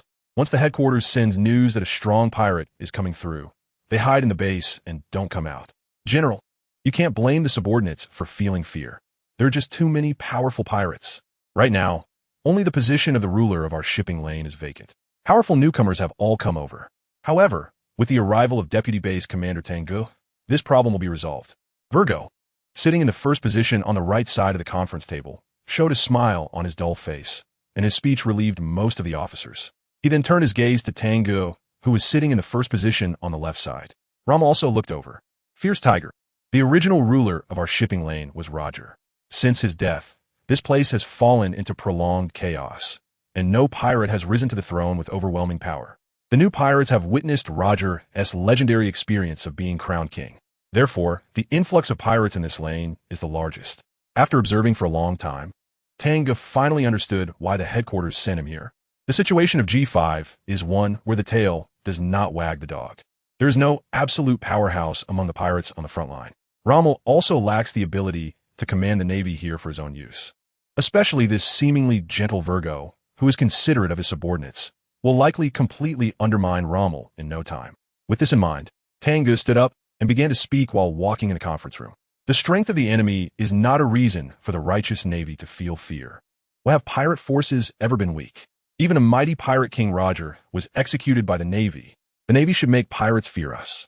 Of course, putting you against overly powerful pirates is irresponsible to your weak lives.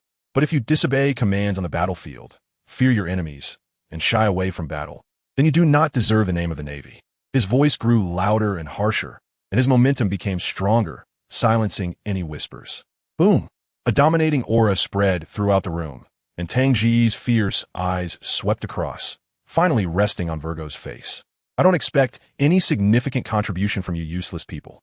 Just obey orders. Right, Deputy Base Commander Virgo? With a face as somber as water, Virgo did not expect the fierce tiger to be so domineering. His intuition told him that if he said no, this guy might turn hostile on the spot, forcing out a smile that looked worse than crying.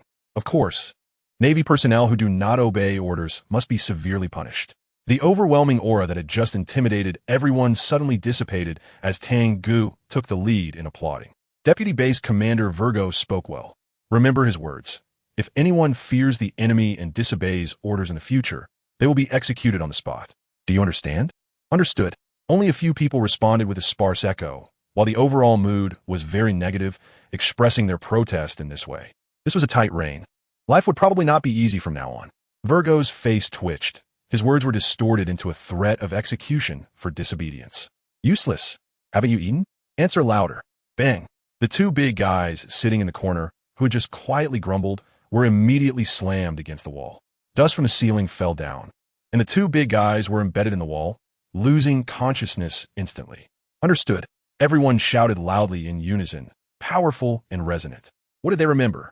To obey orders and not fear strong enemies. General Rommel was taken aback, gaining a more intuitive understanding of this renowned subordinate. Dominant and powerful, the problematic Navy at G5, in front of the fierce tiger, was submissive like chicks. Some were envious. Virgo struggled to maintain a smile, but the eyes hidden behind his sunglasses were icy cold.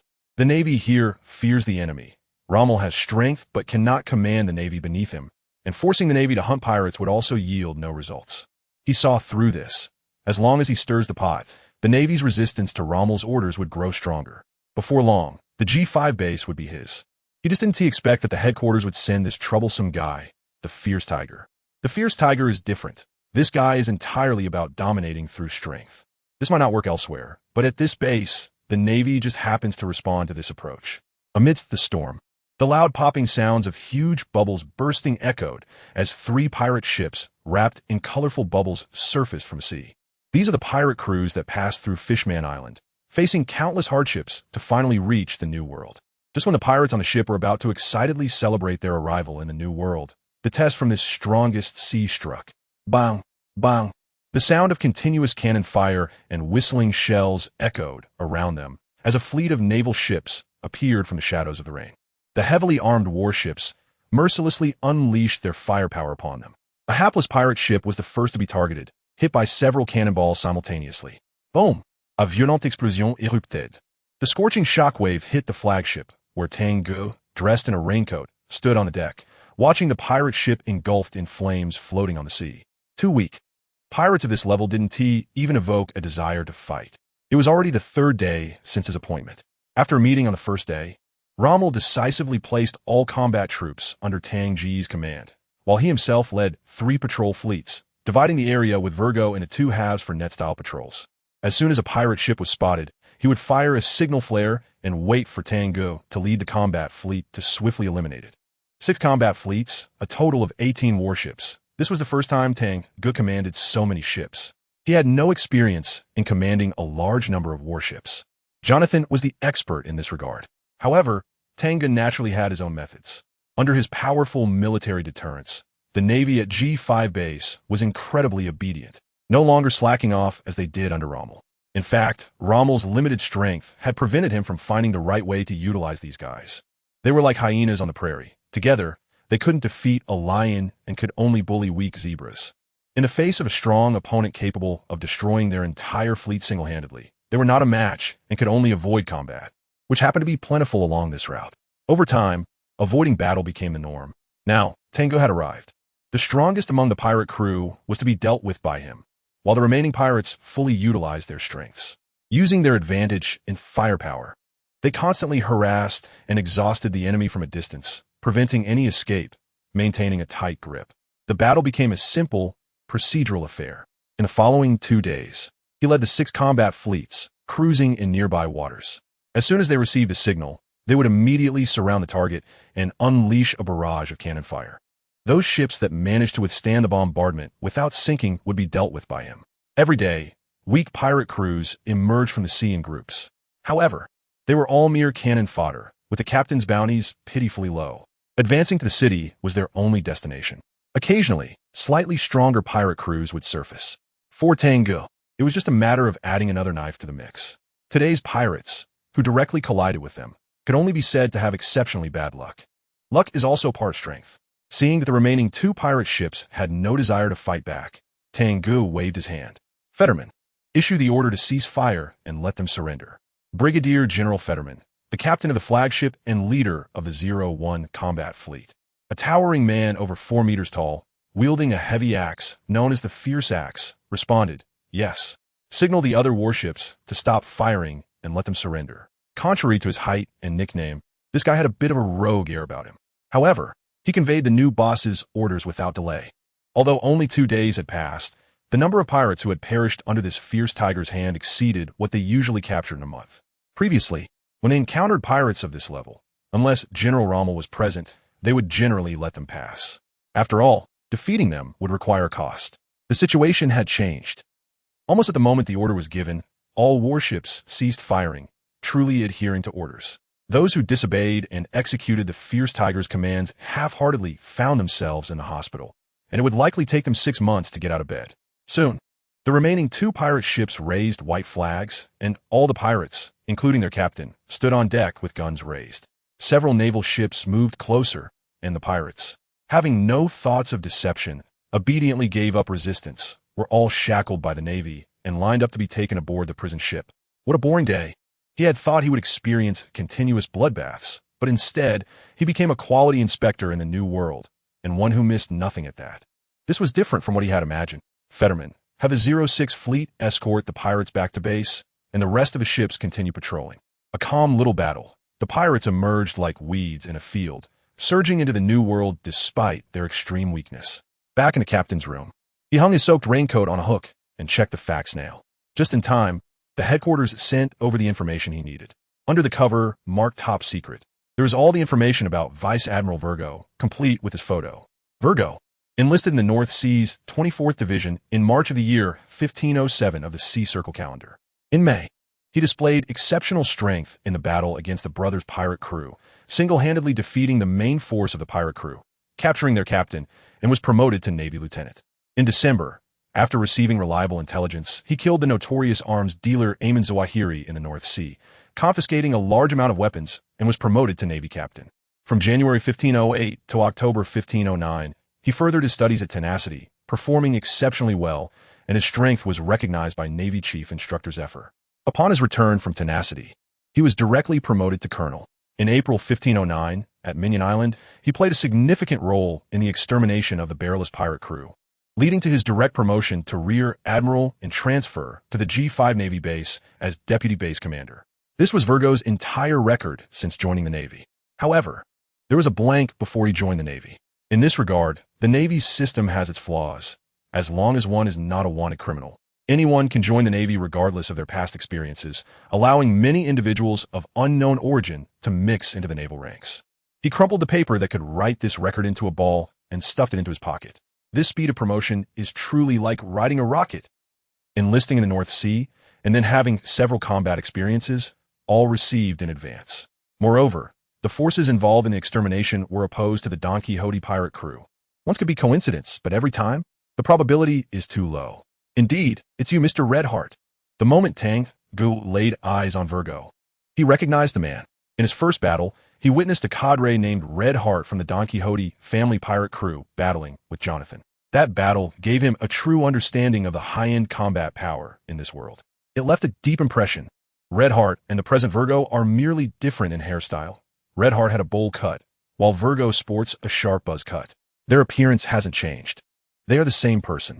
A core cadre of a pirate crew running to become a Navy officer, and in just 2 years, he became a deputy of a fortress.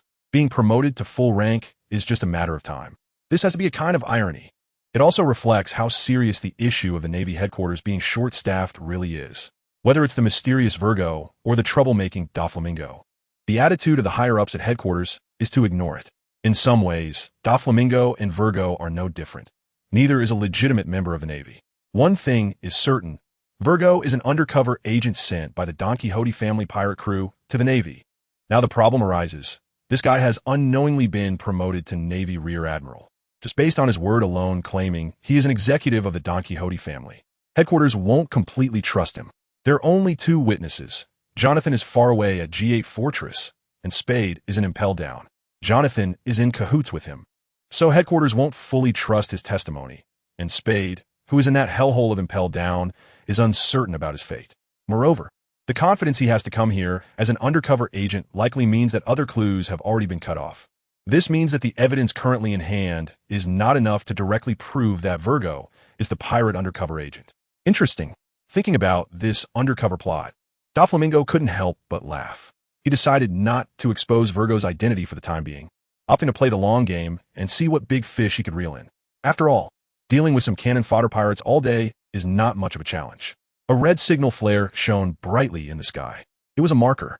From a high vantage point, one could see that all the nearby Navy fleets were converging towards the direction of the signal flare. On the sea, few pirates are willing to engage in naval battles with the Navy because the Navy can summon endless reinforcements at any time. Once surrounded, it can be very troublesome.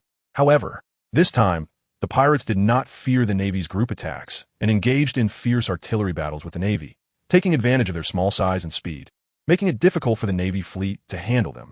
On the deck of the flagship of Patrol Fleet No. 1, Rear Admiral Rommel was in combat. From the battlefield, he was clearly at a disadvantage. The Navy soldiers had all taken cover on the other side to avoid being caught in the crossfire of the 2 fighters. Top, tap. Blood dripped from his arm onto the deck, a penetrating wound on his left shoulder, and Rommel gasped in pain, staring at a Navy colonel across from him, his eyes wide with disbelief. Bastard, you're not Colonel Odin. What have you done to him? The Navy officer across had a man's face, but emitted a woman's laugh. She looked at Rommel's wound and said, Muru, what a pity you actually dodged it. As expected of Rear Admiral Rommel. You're asking what happened to the owner of this face? Isn't it obvious? He's dead. Despite having anticipated this, Rommel could not hide his grief. That was a rare tough guy from G5 base. He looked at the pirate who had transformed into Odin's likeness and shouted in anger. "You are Crescent Moon Hunter Katarina Devon. How dare you kill Colonel Odin? This is unforgivable. You won't leave here today." Once the signal flare was fired, the surrounding warships would converge, especially the Fierce Tiger. Only that guy could subdue Katarina Devon. Rommel drew his long knife from his waist and instantly disappeared from his spot. "Soru, Moru, if you can do it, then give it a try." Katarina Devon had a disdainful expression on her face. Everyone knows that the G5 base Navy only bullies weak pirates. She didn't think anyone at this base could hold her, who possesses the mythical Zoan fruit ability. Clang! Katarina Devon twisted her body, transforming into a human with a fox head, swinging her knife to block Rommel's blue arc slash. Her claw-like hands passed through the space between the two like a phantom, leaving a blood mark on Rommel. The Navy headquarters rear admiral is nothing more than this. You're already heavily injured, and swinging a knife must be very difficult for you now. With your current strength, what can you do to stop me, Moru? Clang, clang, clang. Rommel's attacks were fierce, his eyes blood red, flames igniting on his knife, and he unleashed a flurry of slashes around Katarina Devon. However, he had already been injured from the sneak attack on his shoulder, his strength diminished, and the blood continually flowing took away a lot of his stamina. His wild slashes were blocked one by one, and he received many claw marks in return. Katarina Devon was called the Crescent Moon Hunter for a reason. She patiently consumed Rommel's stamina like a hunter trapping prey, always waiting until it was exhausted before striking. Moreover, her methods were far from just that. This was a Navy warship, and there were many Navy soldiers on board. Blazing fire slash. Rommel swung his burning long knife, hacking down continuously. Boom! A slight explosion sounded, accompanied by pink smoke spreading. When Rommel dispersed the pink smoke, Katarina Devon had already vanished without a trace. Continuous screams echoed on the warship. The worst thing Rommel feared had happened, and he rushed toward the source of the screams. Katarina Devon had actually attacked ordinary Navy soldiers. Bastard! Stop! Rommel was furious, his usually squinting eyes nearly bursting open. By the time he arrived, over 10 corpses lay in a pool of blood, and Katarina Devon had disappeared again. The surrounding Navy soldiers were powerless against the previous sneak attack, and now nervously clustered around Rommel. Don't be afraid. Everyone gather at one end of the warship and wait for Fierce Tiger to come to our aid. Rommel loudly reassured these soldiers, who usually only dared to bully the weak. He could only say he was unlucky. The Navy headquarters had sent word that 3 newcomers worth over $1 billion had entered the New World, and the most dangerous and brutal among them was Crescent Moon Hunter Katarina Devon, and he happened to run into her. Suddenly, without any warning, among the approaching Navy soldiers, an ordinary Navy soldier with a knife swung it at the unguarded Rommel's back. Blood splattered, the wound deep enough to see bone, and Rommel immediately felt dizzy, staggering forward and falling to the ground. The surrounding Navy soldiers were stunned, unable to react to this sudden situation, staring in disbelief at the knife-wielding soldier. Moru really disappointing. Navy Rear Admiral. A hand brushed across the soldier's face, and the Navy soldier transformed into a woman dressed flamboyantly, with heavy makeup and a prominent nose.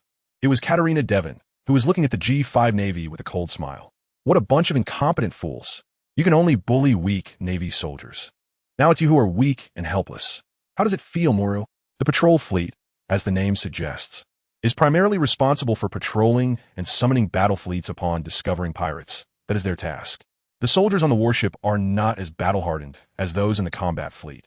Usually they don't engage in combat, only responsible for capturing a few straggling fish on the periphery. Now, being attacked by such a ruthless pirate on their warship had severely dampened morale, and many Navy soldiers had already stealthily taken a few steps back. If it weren't for Doflamingo establishing his authority in the past few days, they would likely have already collapsed and fled. Don't be afraid. Fierce Tiger has already come to our aid. We must hold out until he arrives. As Navy soldiers, as long as we still carry the name of justice, we must never succumb to pirates. As an elite rear admiral of the headquarters, capable of commanding a fortress in the New World, Rommel's strength was naturally top-notch. The 2 sneak attacks had not completely robbed him of his fighting capability. He stood up and rallied the Navy soldiers.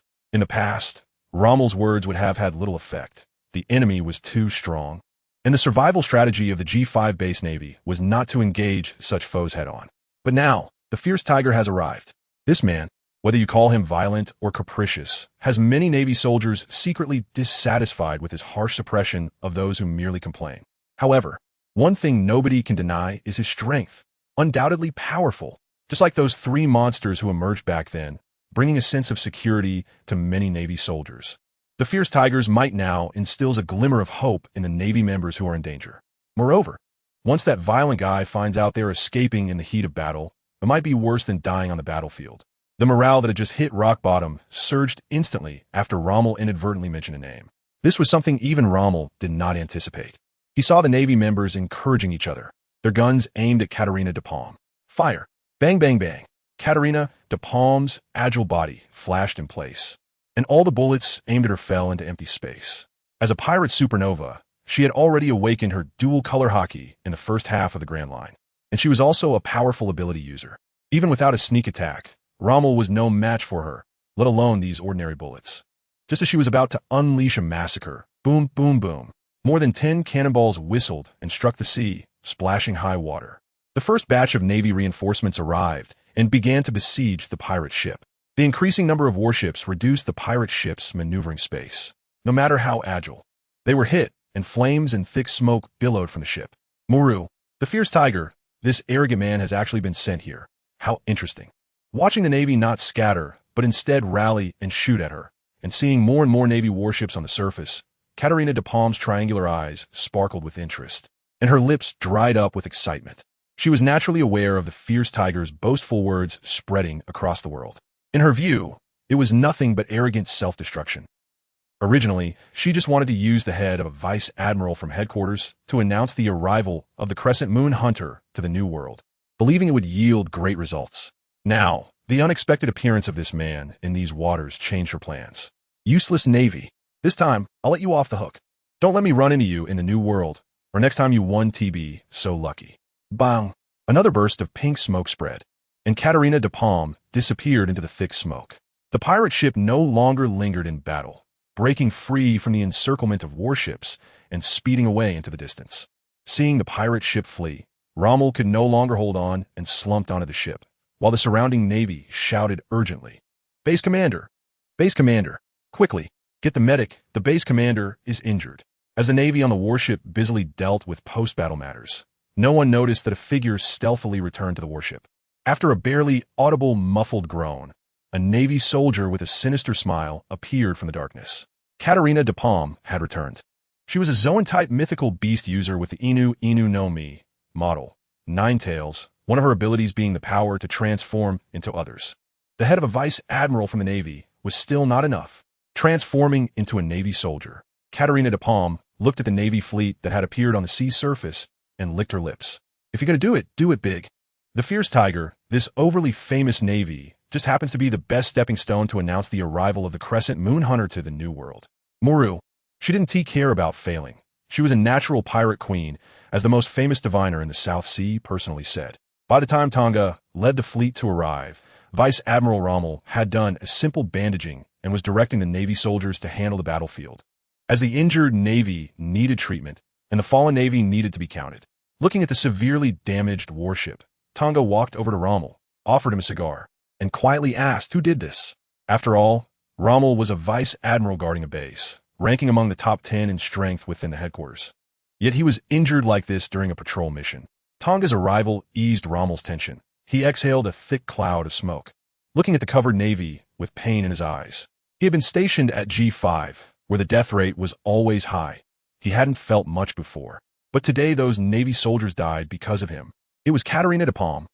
Her strength was formidable, having already mastered dual-color hockey.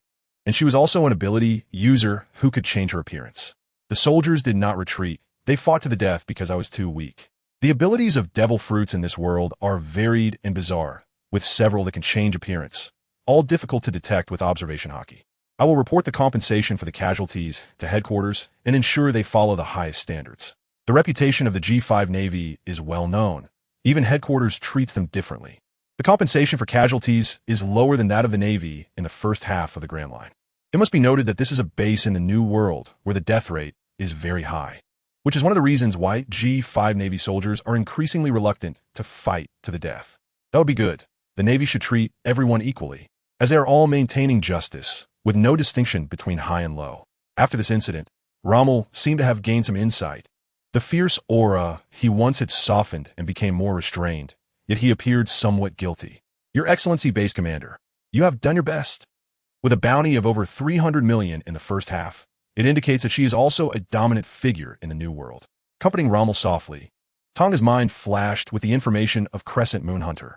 Katarina de Palm, born into a merchant family in the South Sea, had a fondness for star divination. However, brutal and vicious, after personally killing her brother, she became a pirate.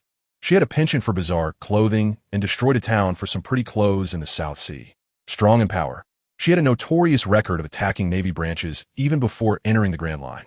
You should go rest in the medical room. I'll handle things here. If anything comes up, just have someone find me. Tang Ge took over the remaining matters. Rommel nodded. After the fierce battle, he was already exhausted in both spirit and energy. Tang Ge stood alone at the bow of the ship as all the warships headed back toward the base. This time the damage was severe. A large warship was severely damaged. The base commander was gravely injured. Over 40 Navy personnel had perished, and there were still injured who had not been accounted for. After returning, the wariness among the base's Navy would surely rise again. Previously, pirates were let go, but at least no one died. Just then, a messenger officer beside Rommel hurried over, interrupting Tang Ge's contemplation. Report to Lord Fierce Tiger. Headquarters has sent an order. The base commander wants you to go over. Turning around, he saw the messenger officer, named Ronag, salute him with a look of admiration in his eyes. Headquarters? I'll go right now. Upon hearing it was an order from headquarters, Tang Ge felt a bad premonition and walked away quickly. It wouldn't be that someone reported him right after the defeat, would it? Suddenly, a blade covered in armament hockey pierced his chest, and a cruel and satisfied smile appeared on Ronag's face. Bang! The muffled sound of the armed color blade tip, not piercing the flesh, was accompanied by the clashing sound of metal against iron on a mountain of steel. Crisp and heavy. What do you want to do with this fragile toy? Unaware of your own death, you fool. The voice was cold and chilling, and Tang Ge's eyes glinted with ferocity as he stared at the Navy that had been sizing him up since he boarded the warship. His strong body resembled an indestructible mountain, completely overshadowing the figure of Katarina de Palm, who had transformed into the appearance of the Navy. A strong sense of crisis caused her to break out in cold sweat, her scalp tingling as if it were exploding, and the smile on her face had not yet fully formed before it turned into fear. A flash of black light passed by. It was actually a Zoan type. Tang Ge looked at the figure that flashed out from his blade, his eyes filled with eagerness. As a quality inspector in this new world, he had only just arrived and had already encountered a devil fruit user. Among the 3 types of devil fruit users, he most wanted to meet a Zoan type user, tough and exhilarating. What is going on? Would I slip up? Katarina de Palm had absolute confidence in her transformation ability. It was a special ability that even observation hockey couldn't detect. But just now, the blade had pierced through her armed color body that had already been prepared for it. She completely lost the casualness she had when dealing with General Rommel, transforming into the human beast form of a Zoan-type user. Her slender, agile body was dragging behind 9 tails, resembling a standing fox, with a wound bleeding near her shoulder. The intense pain there constantly reminded her that the enemy before her was definitely not just some arrogant fool. That speed of drawing the blade, just now, if it weren't for her ability having some special effects, that blade would have taken her life. Hiss! Tang Ge disappeared from her sight again, as if even the sound was left behind by his speed, causing Katarina de Palm's heart to constrict suddenly, her pupils shrinking to the size of pinpoints. This moving speed, bang! A loud explosion rang out, and the bow of the warship was completely shattered. Wooden planks mixed with iron fragments shooting out in all directions. A cloud of pink smoke erupted.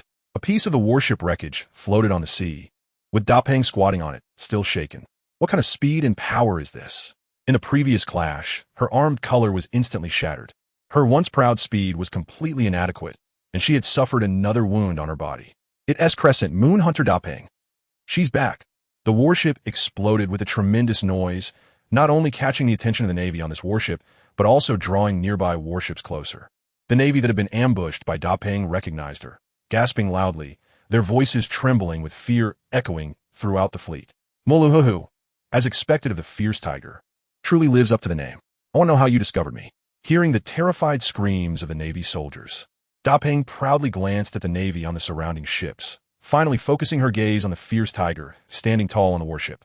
And seeing that he showed no intention of attacking immediately, she asked. Tang Ge placed his hand on the hilt of his black blade, staring at it like a fierce tiger eyeing its prey, his voice deep. Fool! The Navy here wouldn't dare to look me in the eye, let alone come so close. Katarina DestroysSteel was very familiar with this kind of gaze. She used to look at others like this, but now she had become the prey. This humiliation made her sharp claws dig into her palm. Molohoho, so that's how it is, then see you next time. DestroysSteel laughed, a look of disdain appearing on her furry face again. Fool, you don't even realize I'm stalling for time. What a conceited idiot. Where she stood, the pink smoke exploded again with a bang, enveloping a nearby area of the sea. The mythical beast type doesn't only have the ability to change appearances. The instant release of the alluring pink smoke that obstructs the enemy's vision and perception is also one of the abilities of the mythical beast type. With her current speed, it was enough for her to run far away during this time.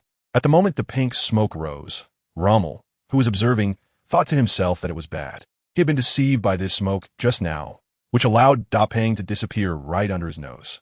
A futile struggle. Bang! The soles of his feet stomped heavily on the deck, creating a violent gust of wind, and the warship was pushed back, almost tipping over by a tremendous force. Tang Ge vanished like a dragon emerging from the sea, disappearing from his original spot in an instant. Then, what are you laughing at? Fool, what gave you the courage to ambush me? Is it this ridiculous devil fruit ability? A voice that made DestroysSteel's heart tremble suddenly rang out from just nearby. How is that possible? DestroysSteel's smile froze on her face as she suddenly looked up. The fierce tiger in naval uniform was standing right above her, coldly staring down at her. Bang! Only then did the sound of the explosive gust arrive. Tang Ge stood in midair, coldly observing the still, stunned DestroysSteel, continuously stepping on the air beneath him. If it weren't for the consideration of the already half-destroyed warship, he could have killed this foolish and arrogant woman just now. Buzz! Another black flash of the blade cut through the sky like black lightning, slashing through the air without a sound. Poochie! In an empty space, DestroysSteel, who had attempted to escape by releasing the pink smoke, was struck by the blade light, exposing herself from the smoke. She stood on the sea, fresh red blood splattering into the water as a mournful, beastly roar erupted from her mouth. Standing on the sea, Tang Ge's expression shifted slightly. This was the third time his blade had missed a vital point. DestroysSteel's power and speed had surged 3 times in a short period, undergoing a dramatic transformation compared to just now. Moreover, after each surge in power, one of the tails behind her would disappear. This ability piqued his interest. Sixth tail. DestroysSteel bared her sharp teeth, her body expanding significantly, a powerful aura pressing down on the sea surface, causing waves to rise and spread out. Fool! If you're looking for death, don't blame me. The continuous injuries ignited her ferocity, and the strongest ability of the Zoan-type mythical beast, the Inu no Mi, 9-tailed fox form, was activated. 6 of the 9 tails behind her instantly vanished, an endless surge of power flooding into her body. And the wounds she had just sustained healed under this force. Her power and speed were 6 times what they were at the start, a full 6 times. As she raised her hand and clenched it, a burst of energy exploded in her palm, and a sense of overwhelming power surged in DestroysSteel's heart. Let your arrogant head announce the arrival of the Crescent Moon Hunter to the New World. 6 Tails Phantom Claw. Whoosh! The sea parted, leaving a trail of water. Moving so fast that it created an illusion, she intended to torment that Navy who looked down on her to death. Crack! The armed, color-covered claws felt like they were grasping a piece of incredibly hard diamond, breaking inch by inch. The excruciating pain, mixed with fear, surged toward her brain like a tide. What kind of monster are you? That was the only question she had. Ding, ding, ding. The Navy warships, under the flagship's command, rearranged themselves into a semicircular formation, facing the pirate ship that had returned. All the Navy who could move freely rushed to the deck, their expressions complex as they gazed at the center of the encircled warship. Not long ago, the cunning and ruthless pirate Crescent Moon Hunter Katarina Devon attacked the Navy fleet as if it were an unguarded territory, her might unassailable. Rommel stood on a dilapidated warship, watching the pirate Katarina Devon, who had just defeated him through a sneak attack. Now, the momentum she exuded was like a different person. That kind of power was something he couldn't withstand even in a head-on confrontation. It was the level of power one would find in the New World. However, Lieutenant General Ryatiger remained as steady as a mountain, firmly suppressing the ever-growing aura of Devon. The stark contrast made even someone with a gentle disposition like him feel a bit stifled. There were several layers of Devon separating him and Tiger. How was he supposed to operate as a superior under such circumstances? How did Jonathan manage before? The Navy personnel aboard the same ship felt differently than Rommel.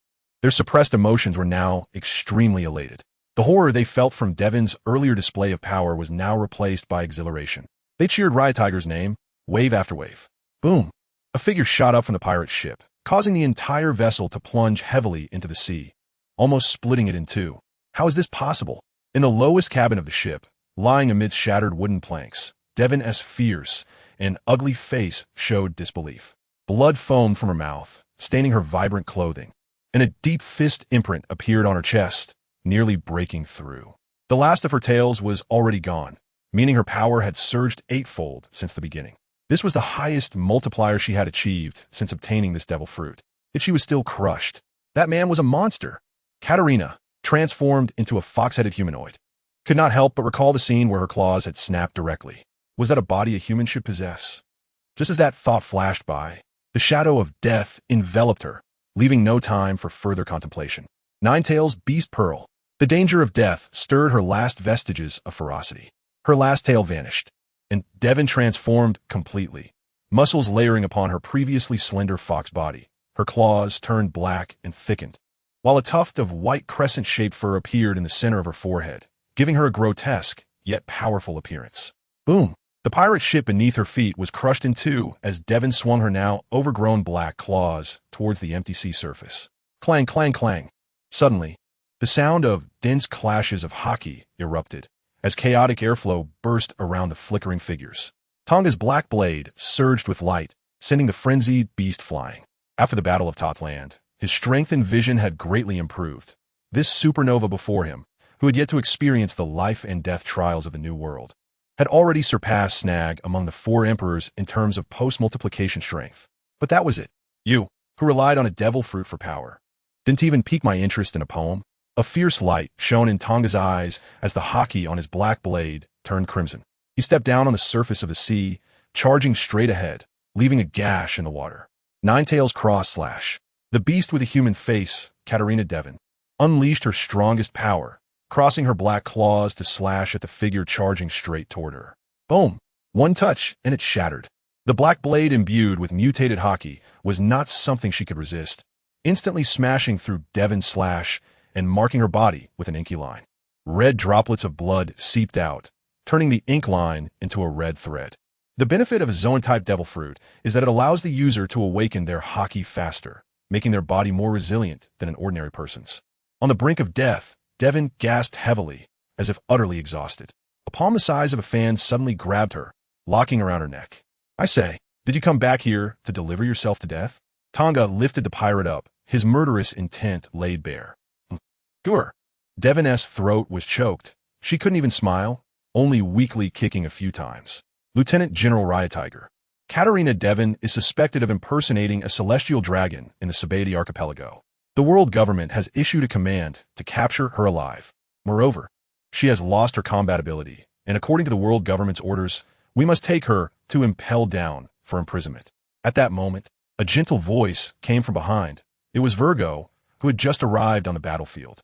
The world government, for reasons unknown, had issued a strict order to the Navy. The Navy is prohibited from killing pirates who have lost their ability to resist or have already surrendered, no matter how many crimes this pirate has committed.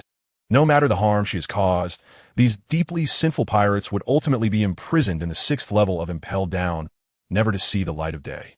Virgo knew this, which is why he dared to step forward at this moment.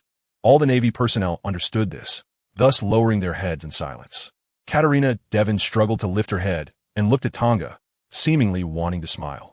A few years ago, a famous astrologer in the South Sea predicted that she had the fate of a pirate overlord, destined to face a trial of being trapped in a cage. However, she would eventually escape, and her pirate career would ascend to new heights. It seemed that trial was now.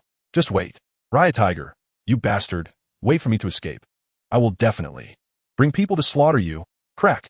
The sound of her neck breaking echoed. Virgo's calm face first showed shock, then uncontrollable anger. What did you just say? The world government's orders? What does that count for? Releasing the dying Devon, Tanga's cold gaze turned to Virgo, his aura gradually becoming dangerous. The barking of the incompetent. I want to test your weight for a long time. He stepped on the sea, causing it to sink like a net, and his body shot out like lightning. Arrogant fool, how dare you disregard the world government's orders? Virgo roared, his body covered in haki, charging forward without retreat. Clang! It was like two iron mountains colliding, producing a dull noise as a wave exploded, causing the warship to sway. Floating on the sea, with barely a flicker of consciousness left, Devon felt that relentless, violent aura. To hell with the prophecy. Ultimately, her body lost all vitality, and she was swept into the depths of the ocean by the waves. Crescent Moon Hunter, Katarina Devon, the ruthless pirate and a key member of the future Pirate King crew, met her demise at the hands of Riot Tiger. Clang, clang, clang. The clashes of haki continued on the surface of the sea. No one cared about the death of a pirate. There was an even more intense battle unfolding. What many Navy personnel did not expect was that the usually gentle Lieutenant General Virgo harbored such immense power, able to withstand Riot Tiger's fierce onslaught. Being able to withstand half of my strength. You have enough to be proud, Virgo. Now I will use all my strength, if you can withstand it. You're the boss. In terms of brazen lies, Tang Ge was more outrageous than Garp. Virgo was at most a peak colonel who had not eaten a devil fruit. Even if his mastery of haki was profound, it could not withstand even 1/10 of Tang Ge's current power. He was even inferior to Katarina Devon. How is this possible? Just half of my strength. Boom! Virgo's entire body felt like it was about to fall apart, with numerous fractures appearing in various places. Just moments ago, he was barely holding himself together, but he was suddenly overwhelmed by a surge of power and speed, crashing into the side of a battleship and creating a gaping hole that pierced through the entire ship. The rapidly following Tang Ge landed another punch in Virgo's abdomen.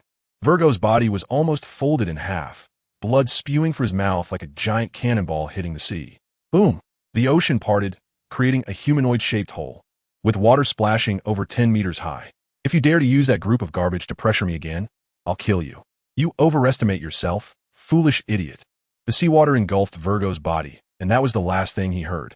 On the surrounding battleships, the Navy fell silent. There were no cheers. The body of the pirate, with a bounty exceeding 300 million, had fallen into the sea. They realized that the seemingly powerful Vice Admiral Virgo had been defeated.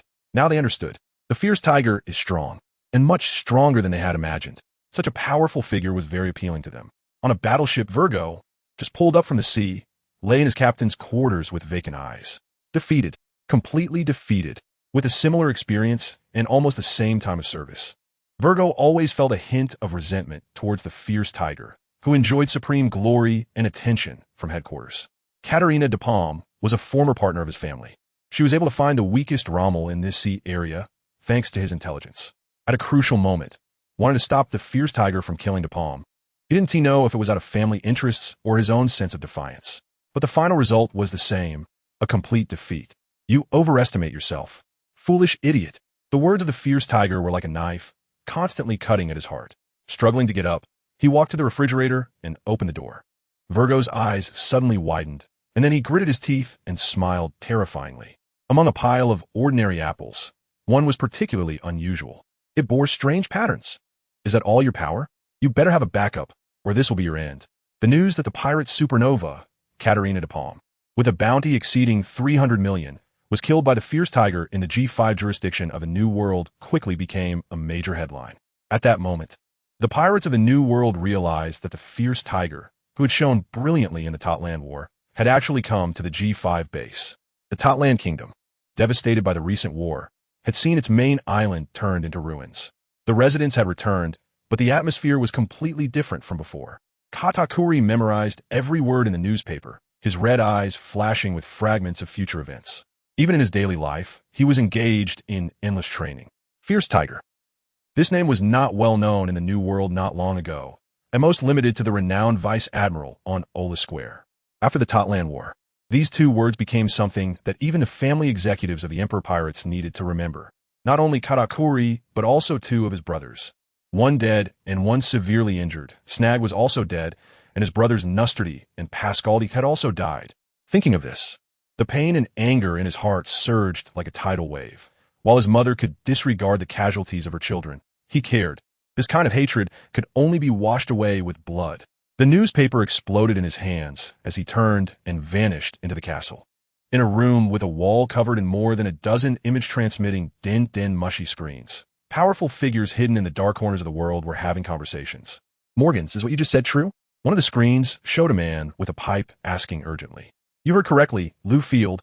Lingling has really put in a lot this time, using all the income from 10 islands in her territory as a bounty in the underworld. Morgans, the owner of the World Economic News, dressed in a suit, repeated what he had just said. This time, not only Lou Field with the pipe, but also the others found it hard to stay calm and began discussing through the image-transmitting din mushy. The Big Mom Pirates' influence was not limited to the Topland Sea. The islands under their protection were numerous, especially after the Navy's influence had shrunk. Many islands sought the protection of the Big Mom Pirates to avoid harassment from other pirates. And using the total income of 10 islands to place a bounty on a Navy officer was unprecedented. Compared to the Navy's bounties, Big Mom was much more generous. The total income from 10 islands, even in a year, could amount to 1 billion berries. Wow! Such a high bounty would surely drive the strong in the killer world mad in no time. A man with a red nose, holding a bottle and drinking nonstop, had a flushed face, not sure if it was from the alcohol or from the excitement of the news. If the target is the so-called fierce tiger, the Navy genius, that man would surely take action. Moreover, he had always hoped for an opportunity to join the Emperor Pirates. After the middle-aged man with an anchor tattoo on his head spoke, the more than 10 people on the wall fell silent. He was a supernova who emerged even before red-haired Shanks. After so many years, his strength must be terrifying. That was for sure. The Navy's bounty on him was one of the rarest types, a kill order. Everyone on the screen was discussing what would happen next. Only one man with a scythe on his shoulder remained silent, like the grim reaper staring at his prey. Half a month later, on an island called Kazanonsen, which was backed by the world's second-largest active volcano and rich in hot spring resources, it was also known as Volcano Hot Spring Island. In the past, tourists flocked here, with people from all over the world enjoying the hot springs on this relatively peaceful island. However, the continuous wars in the New World had severely impacted business here. In a large hot spring pool, only a figure as strong as a mountain soaked in the rising steam. Isn't the declaration not high-profile enough? Why has anyone been sent to kill me yet? Should I scold those emperors again? Such a mad, yet reasonable thought could only come from Tang Ge. Since the supernova pirate Katarina de Palm, with a bounty exceeding 300 million, fell in the G5C area for those pirates about to enter the New World. The strength of the inspector guarding the first gate of the New World, the fierce tiger, had become a true reference point. The executives of the Emperor Pirates were far away, and their strength was unknown, but supernovas were different. They had all come from the four seas and had a sense of each other's strength. Katarina de Palm was a true, ruthless character. She had silenced the other supernovas of her time, and now she was dead. Pirates coming to the New World in the first half would rather take a detour than face the fierce tiger blocking their path directly. This meant that Tang Ge had far fewer opportunities to bully weaker opponents. Where the strong and powerful in the New World? Where the bloody battles to the death? With no fights to be had, Tang Ge brought a battleship to this hot spring resort built under an active volcano. Report. The one who entered was the axe-wielding Fetterman. Seeing that Tang Ge had no intention of speaking, he continued. According to statistics, there are 103 missing persons on this island, all of whom are young men. Tang Ge is not here for vacation. He even has to manage cases of missing persons. Not long ago, the G5 base received multiple reports of missing persons, all pointing to this tourist island, which piqued his interest. No matter which world, this is a big deal. So many? Why has no one reported it until now? Tang Ge raised his head, his gaze piercing through the mist, putting pressure on Fetterman. It turns out that all the missing persons were tourists, and after their relatives reported it, the local Navy did not take it seriously, nor did anyone want to put in the effort to handle it. In the past year, the local residents of the island began to disappear one after another, which finally attracted attention. Fetterman's tone was serious. This island is within the Navy's jurisdiction and is relatively peaceful, so the disappearance of so many young men is certainly abnormal. First, control the local Navy, and don't let them contact the outside world. Tang Ge stood up, steam rising from his body, making his facial expression hard to see. More than 100 people is not a small number. Even the most incompetent Navy would know the seriousness of the situation, yet no one reported it. He does not harbor prejudice. The truth of the matter is often just that. Call the intelligence department at headquarters and have them list all the forces and individuals nearby who could do this. Yes, Fetterman felt that this superior was not just a brute who solves problems with violence, but also had a clear mind. Controlling the local Navy was a bit tricky, but investigating the forces and individuals capable of this was indeed a good idea. One by one, they would surely stir up a few jumping fish. Near the volcanic hot spring island, there's an archipelago with developed water systems and numerous small islands, serving as a very hidden ship repair factory. Battles in the New World are frequent, and the Navy's warships have docks for repairs, while pirate ships have nowhere to repair their damage. Under the G5C, which is in a passive state of avoiding war, there lies a dock specifically for repairing pirate ships. However, in the past couple of days, under the guise of repairing damaged ships, many boats have appeared in the reef-laden islands, and many more people have arrived on the islands. They either travel alone or in groups, or belong to a large organization. Among them are assassins, bounty hunters, and pirates. Everyone who comes here has one common goal: to hunt the tiger. To hunt the Navy's fierce tiger, Tang Ge. The exorbitant bounty issued by the Emperor Big has set all the assassins in the dark world into action. The combined profits of 10 islands are enough for them to live like local emperors for a lifetime. At this moment, in an abandoned dock, the place is filled with rusty steel frames, and there is a severely damaged galleon in the water basin. The chaotic environment has not affected the people gathered here. They can adapt to even worse conditions. In the silent venue, there are about 300 people, all belonging to one organization. The number one assassin organization in the dark world, Death God. All their members wear white clown masks, with a number on their left chest. The larger the number, the higher their status in the organization. Their weapons are varied and strange, and some appear empty-handed. You would never know what kind of weapon an assassin might pull out. The organization's number one assassin, known as the Grim Reaper and the Master Undertaker, Dolag Pikluo, walked to the center of the crowd. With the number 499 marked on his left chest, indicating he is the strongest in the organization. Pikluo had just received news that the fierce tiger was nearby in the volcanic hot spring town, which made him very happy, his lion-like mane swaying in the wind. He is not the only one eyeing the fierce tiger's head. Nearly 1,000 peers are lurking here. As the king of assassins renowned in the New World, Pikluo is not a brainless brute. A bloodthirsty smile appeared at the corner of his mouth. Bullhead, spread the news that the fierce tiger is in the volcanic hot spring town right now. The more people know, the better. Number 408 is a strong man with horns, looking honest and simple. In reality, he is also a notorious butcher in the assassin world. Understood. Bullhead understood the boss's intention, letting those idiots go first to wear down the fierce tiger's stamina and lower his defenses. The killer's secret weapon lies not in individual strength, but in being unexpected. No one understands this better than they do, especially to let the Yeti brothers know that their father was killed by the fierce tiger, with them leading the charge. Everyone will go crazy. Pikluo's strategy is spot on. His group of assassins employs various tactics, prioritizing killing efficiency even more than pirates. As long as they can kill their target, they will go to any lengths. Even the powerful fierce tiger cannot withstand their methods. In a dark and remote room at the G5 base, Virgo, who has been in a semi-retirement state since being defeated by Tang Ge, is hidden in the shadows. He is holding a black transponder snail and is in conversation with Don Quixote Doflamingo. The situation is like this: Doflam, Depin is dead. Ever since the fierce tiger came, the Navy's attitude has changed dramatically. Warships are frequently dispatched, and recently passing smuggling ships and pirate ships have all been intercepted. Fufufu, what an annoying guy. No matter where he goes, he has to create a big commotion. Since Depin is dead, it means she didn't have the qualifications. On the other end of the transponder snail, the veins on Doflamingo's forehead bulged. The power of the 7 warlords was greatly weakened after this man caused a commotion in Water City.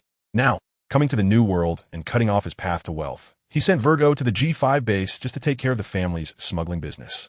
The Navy inside the base now strongly supports the fierce tiger, and Rommel is also vigorously recommending him to become the next base commander. Virgo's voice was cold and mechanical.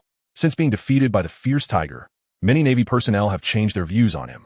If the fierce tiger does not leave, then he will never see a chance to rise again. Fufufu. Let him try. The situation of pirate dominance in the New World, buried in the Navy's spiritual cowardice, cannot be changed by him alone. How many men stronger than him have tried to change this, and what was the result? Virgo, head broken and bleeding. That's right. If he likes to cause trouble, let him do it. He won't be able to stir up trouble for long. The Pirate King Big has issued a bounty for him, and all the assassins in the dark world want to hunt this fierce tiger. Moreover, that man who offended the red-haired is just looking for a reason to be accepted by the Emperor Pirates. He will not let go of this opportunity to be sheltered by the Emperor. Just wait. Virgo, A man who overestimates himself usually does not end well. That guy has a precedent of killing Navy supernovas. Foo-foo, foo-foo. On the transponder snail, the voice grew low and then rose. Got it, Doflam. After a brief conversation, they cut off the communication. You better find a way to break free from the endless pursuit, because even more terrifying things await you. Fierce Tiger Tang Ge. In the darkness, Virgo's face twisted in extreme humiliation. The humiliation of that moment torturing his proud heart at all times, accompanied by his roar. A monstrous shadow emerged in the room, clawing and dancing. In the Navy headquarters Sengoku's office, I understand. Send all the forces and individuals that meet the conditions in that area over to him. Sengoku hung up the phone. What's going on? Is that kid up to something again? Carp, who had been idly boasting and sleeping in his office, looked over, having just heard a certain key name. His first reaction was that someone was causing trouble. It must be said that only peers understand each other best. Sengoku rubbed his temples and crumpled a piece of paper on his desk, throwing it to his pet sheep. There have been a large number of missing person cases near the volcanic hot spring island by the G5 base, and he is investigating. Investigating? Carp might not have the concept of investigation in his mind. Does Carp need to investigate to get things done? Iron Fist can solve everything. Don't you want to think about it again?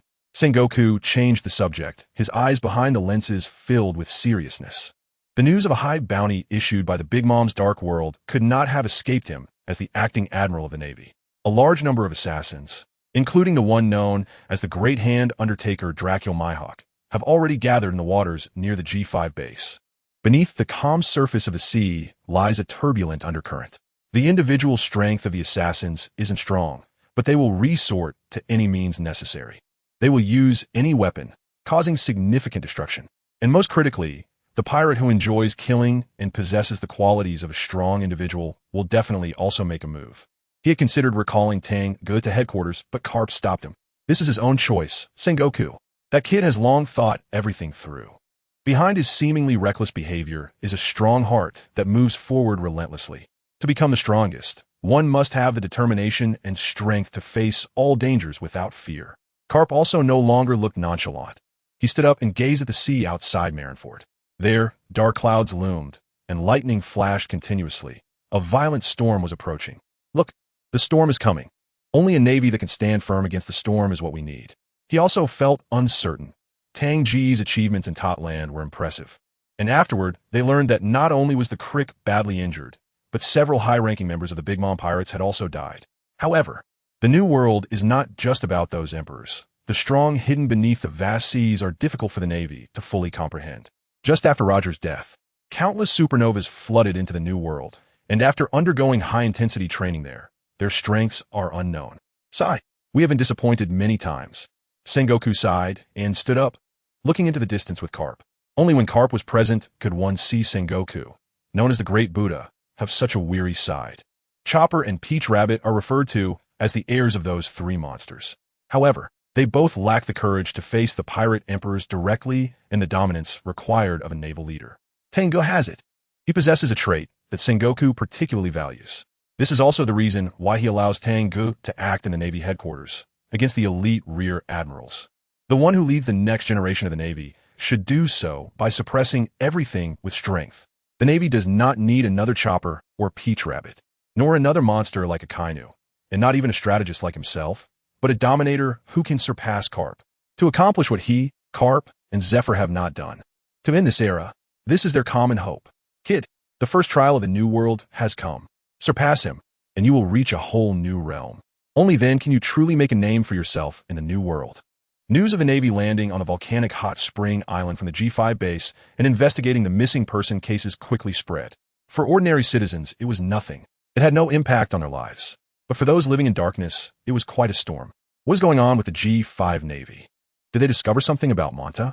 A fat man in the darkness exclaimed in surprise and anger. Monta is the local Navy's leader, the one who has always provided cover for their activities. His arrest truly sends chills down one's spine. Don't worry, Monta knows the stakes. Admitting guilt is what makes him guilty. Moreover, we have been very discreet. Those we captured have long been moved away.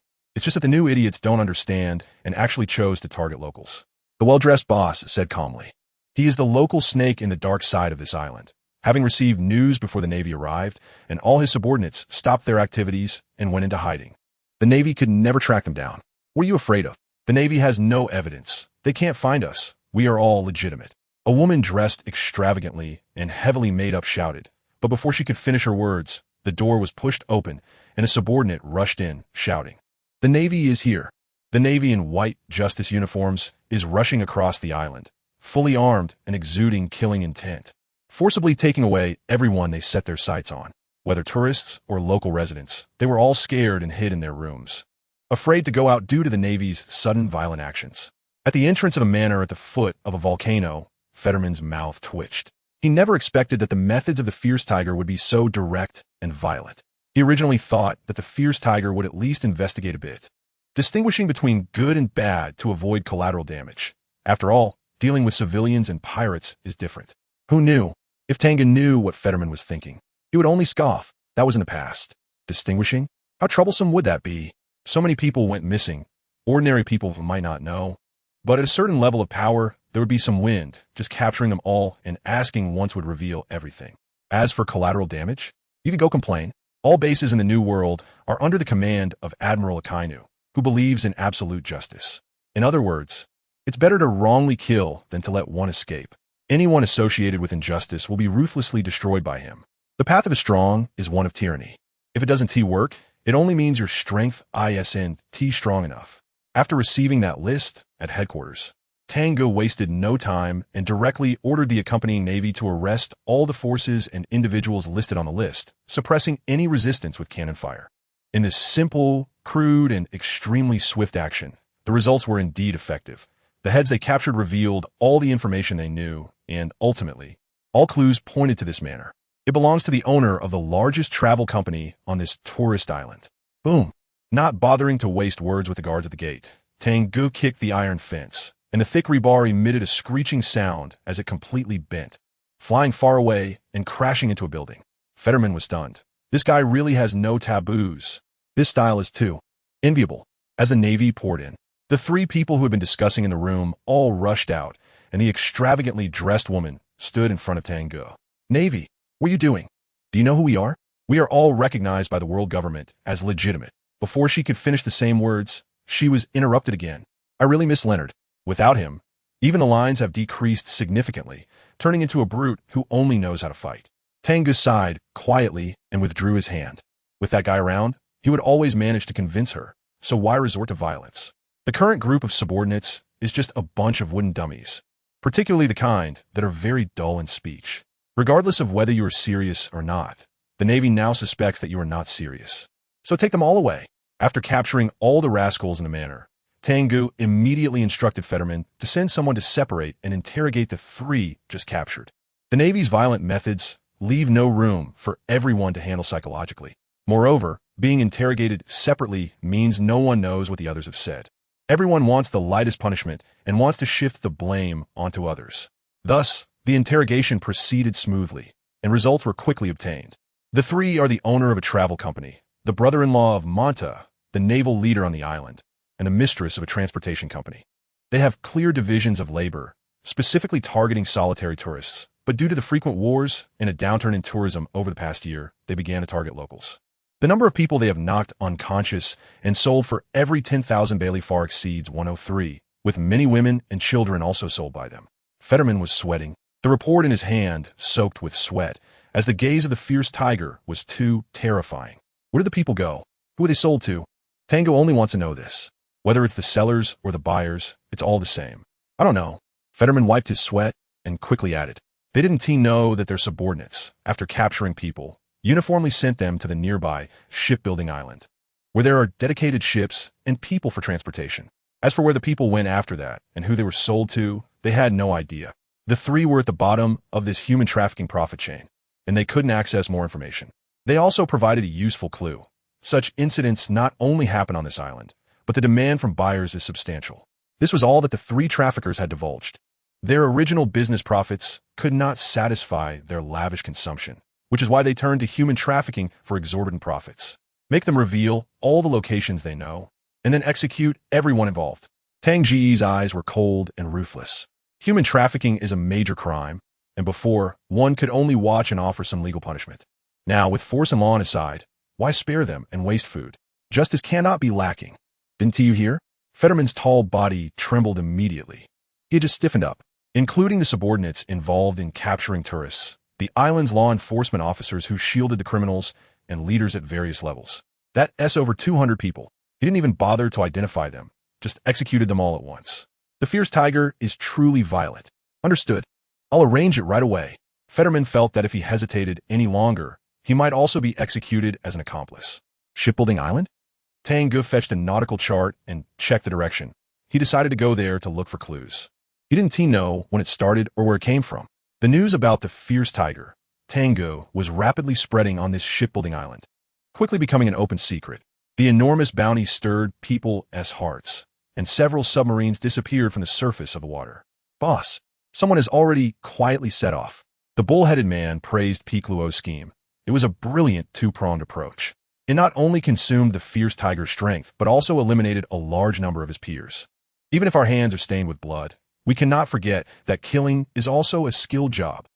Picluo slowly walked to the center of the crowd. He was about to deliver a mobilization speech, which was his favorite part. Today, we gather here to ensure our organization becomes the undisputed king of assassins in the New World. His voice was filled with emotion, and emotion has the highest infectious power. And the one who has brought us to this supreme position is. At this point, Dorag, Picluo, opened his mouth wide and gestured to all his subordinates below. It is the fierce tiger, Tang Ge. Everyone shouted that name together, like religious devotees holding up Tang Ge's photo, standing in the wind, their expressions devout and frenzied. Destiny has destined us for this honor.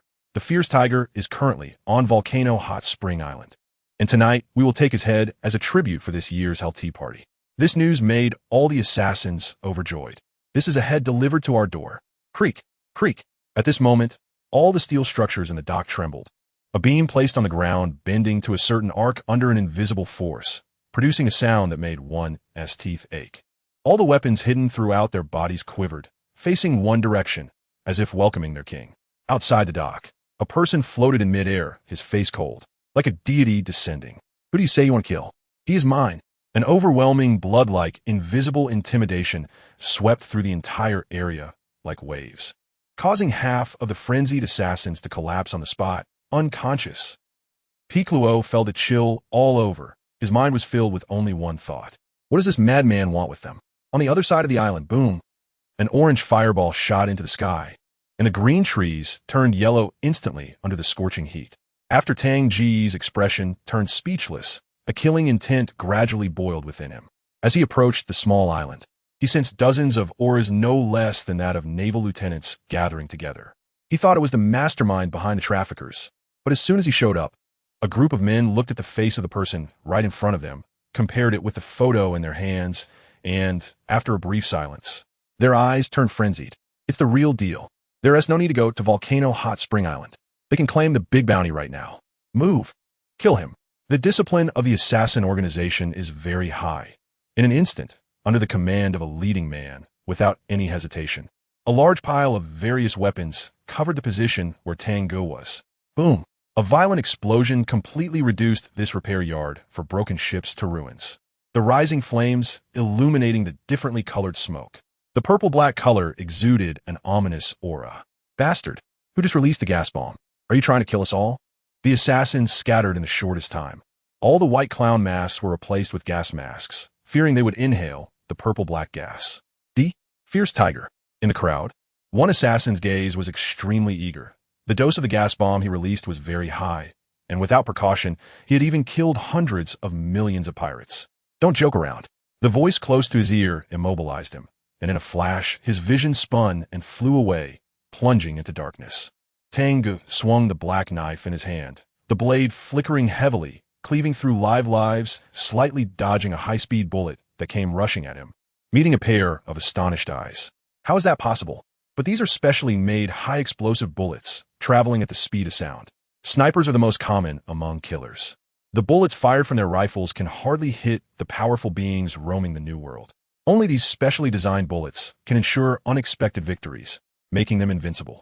What finally entered his sight was a flash of blue light. Whoosh! Tang Ge, frustrated by the slow killing efficiency, unleashed the six-style shave, swiftly weaving through the crowd. Every body he passed became rigid, collapsing in groups, unable to move again. The killer organization that brings death to others had hit a brick wall. The reason why killers instill fear is that they operate in the shadows. Their methods are unclear. Once they face off against well-known powerful beings, the result is like this. Various high damage. Large-scale weapons aimed at Tang Ge were futile, landing in empty spaces, while their numbers dwindled rapidly. Originally surrounded by layers of killers, only a few scattered ones remained, fleeing in panic.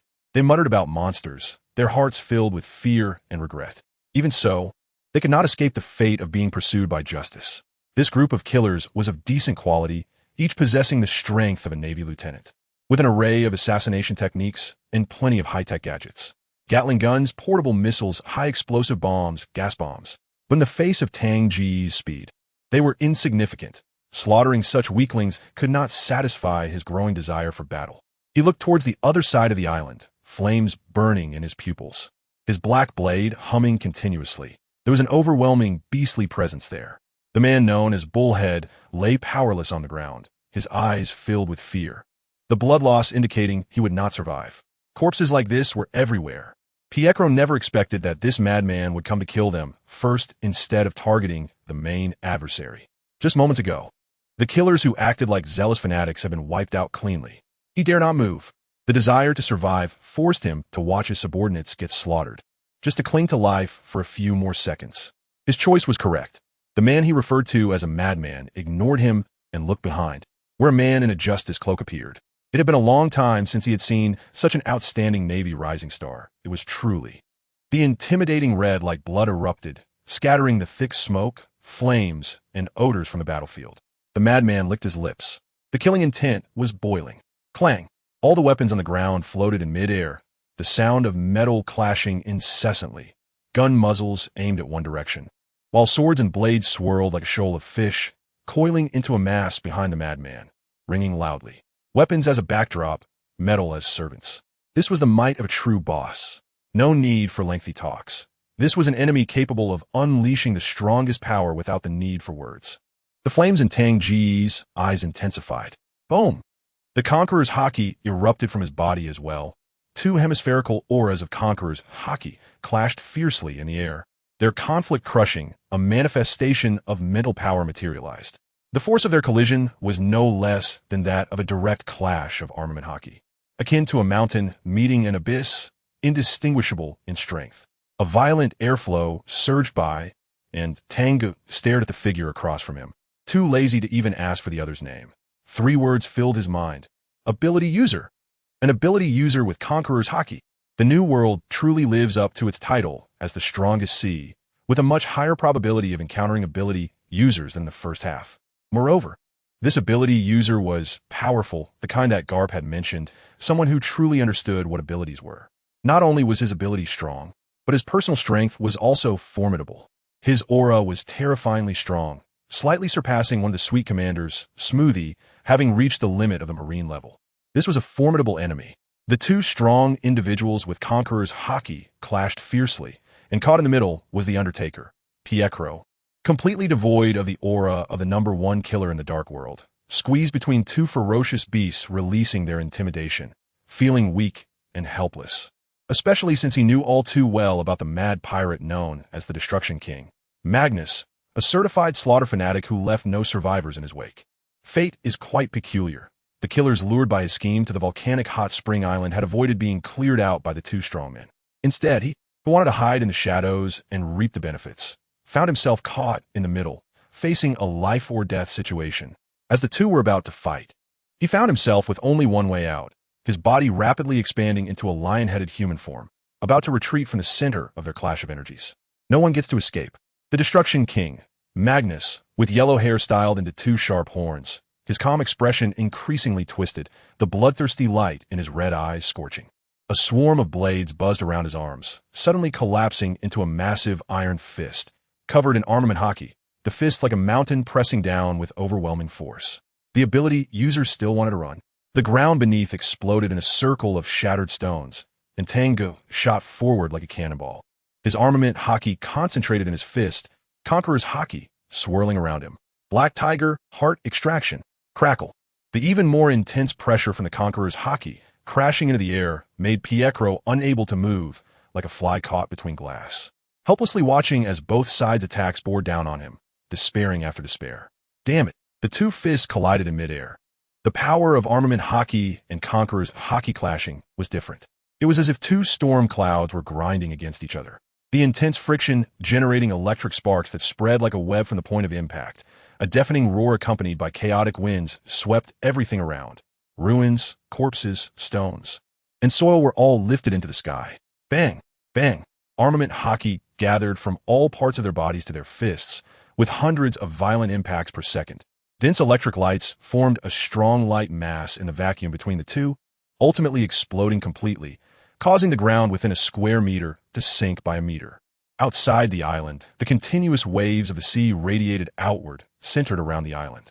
Caught between the two, Dorag Piekro was completely crushed, collapsing to the ground, his bones, muscles, and internal organs turned to mush. Weakness, when caught in the battle of the strong, leads to such consequences. Boom! It was as if a grand and passionate war song resounded. Tang Ge's blood boiled like fire at this moment. This was the best enemy he had encountered so far. Not the strongest. Katakuri was much stronger than him. This was an enemy slightly stronger than him. And that was the best part. Crossing this mountain would lead to another realm. Magnetic projectile. Weight equals strength. A dark purple twisted magnetic flow flashed around the massive metal fist. And the entire fist was shot out, the power increasing, breaking the balance of their clash. Boom! Tang Ge truly felt as if struck by a legendary railgun. His body flying backward, the immense weight combined with speed formed kinetic energy, shattering the ground behind him, creating a trench that extended straight to the nearby hill. It wasn't over yet. A circle of dark purple, twisted magnetic flow rapidly spread across Magnus' palm. In an instant, all the metal around him was under his control. Floating in midair. Launch! The metal rained down like a torrential storm. This guy's ability is magnetism. Tang Ge tightly gripped the black knife, attracted by the magnetic field, dodging among the shooting metal, while the ground trembled from the accelerated metal projectiles. Struck by the iron fist's earlier force and speed, he felt a tightness in his chest. If he had to eat a devil fruit, magnetism would be the ability he desired the most. The power of this ability was vividly demonstrated by the villain in that classic movie. The strong could control the magnetic field of the planet, while the weak could, like this individual before him, control all metal. Weakness is merely relative. Rebound. The metal that had struck the ground all reflected back into the air, forming a colossal arm, larger than that of a giant, above Magnus' raised fist, collapsing down with extraordinary force. Magnus held up this massive arm, which did not hinder his speed at all, dashing forward like lightning, his fist heavy as a mountain, crashing down. Navy supernova. Go to hell and repent with your weakness. Boom! Below the fist, a small hill was flattened, a fissure appeared in the island's rock layer, and a massive amount of rubble and dust rose from the edges, obscuring the sky. Weak! Tang Ge stood to the side, retracting his fist that smashed into the iron fist, laughing wildly as he looked at Magnus hovering in midair. With your battered heart of a strong man, who exactly do you want to kill? His voice echoed, filled with battle intent, his blood pulsing like a drum, rhythmically beating in his chest. The Conqueror's hockey surging like golden flames, reaching for the sky. I am destined to become the strongest man. Crack! Crack! The fissures spread outward from the fist imprint, and a huge metal arm collapsed in an instant. Boom! A chaotic gust of wind, like the changes of this era, swept through the storm. Magnus' eyes widened. The Navy's words on the ground made the images in his mind flash by like a slideshow, finally stopping at that red-haired figure. The strongest.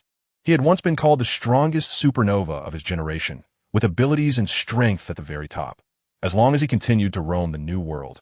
Ascending to the suspended throne of kings was only a matter of time. All of this changed when that man named Red-Haired emerged, turning all his dreams into fantasies. After just 2 battles, that man challenged one of the Emperor's, Big Mom, stepping on his bounty, and ultimately escaped unscathed, leaving him to linger in the new world, haunted by the shadow of defeat, becoming a monster that only knew slaughter. Thinking of this, the painful memories served as the best motivation for revenge. And Magnus' face twisted like the most vicious beast. All geniuses must die. His greatest hatred was not killing Red-Hair before he grew stronger. Ziz! All the metal on this small island flickered with dark purple, twisted magnetic flow. Even the pipes buried deep in the ground were pulled into the sky by the magnetic field. And now, having the opportunity to eliminate a Navy genius awakened with Conqueror's Haki, that sense of accomplishment drove his hate-filled heart to madness. Kill zone. Most of the metal floating in midair was not condensed together, instead forming 4 pillars of flashing dark purple magnetic flow, positioned at the 4 corners of the island.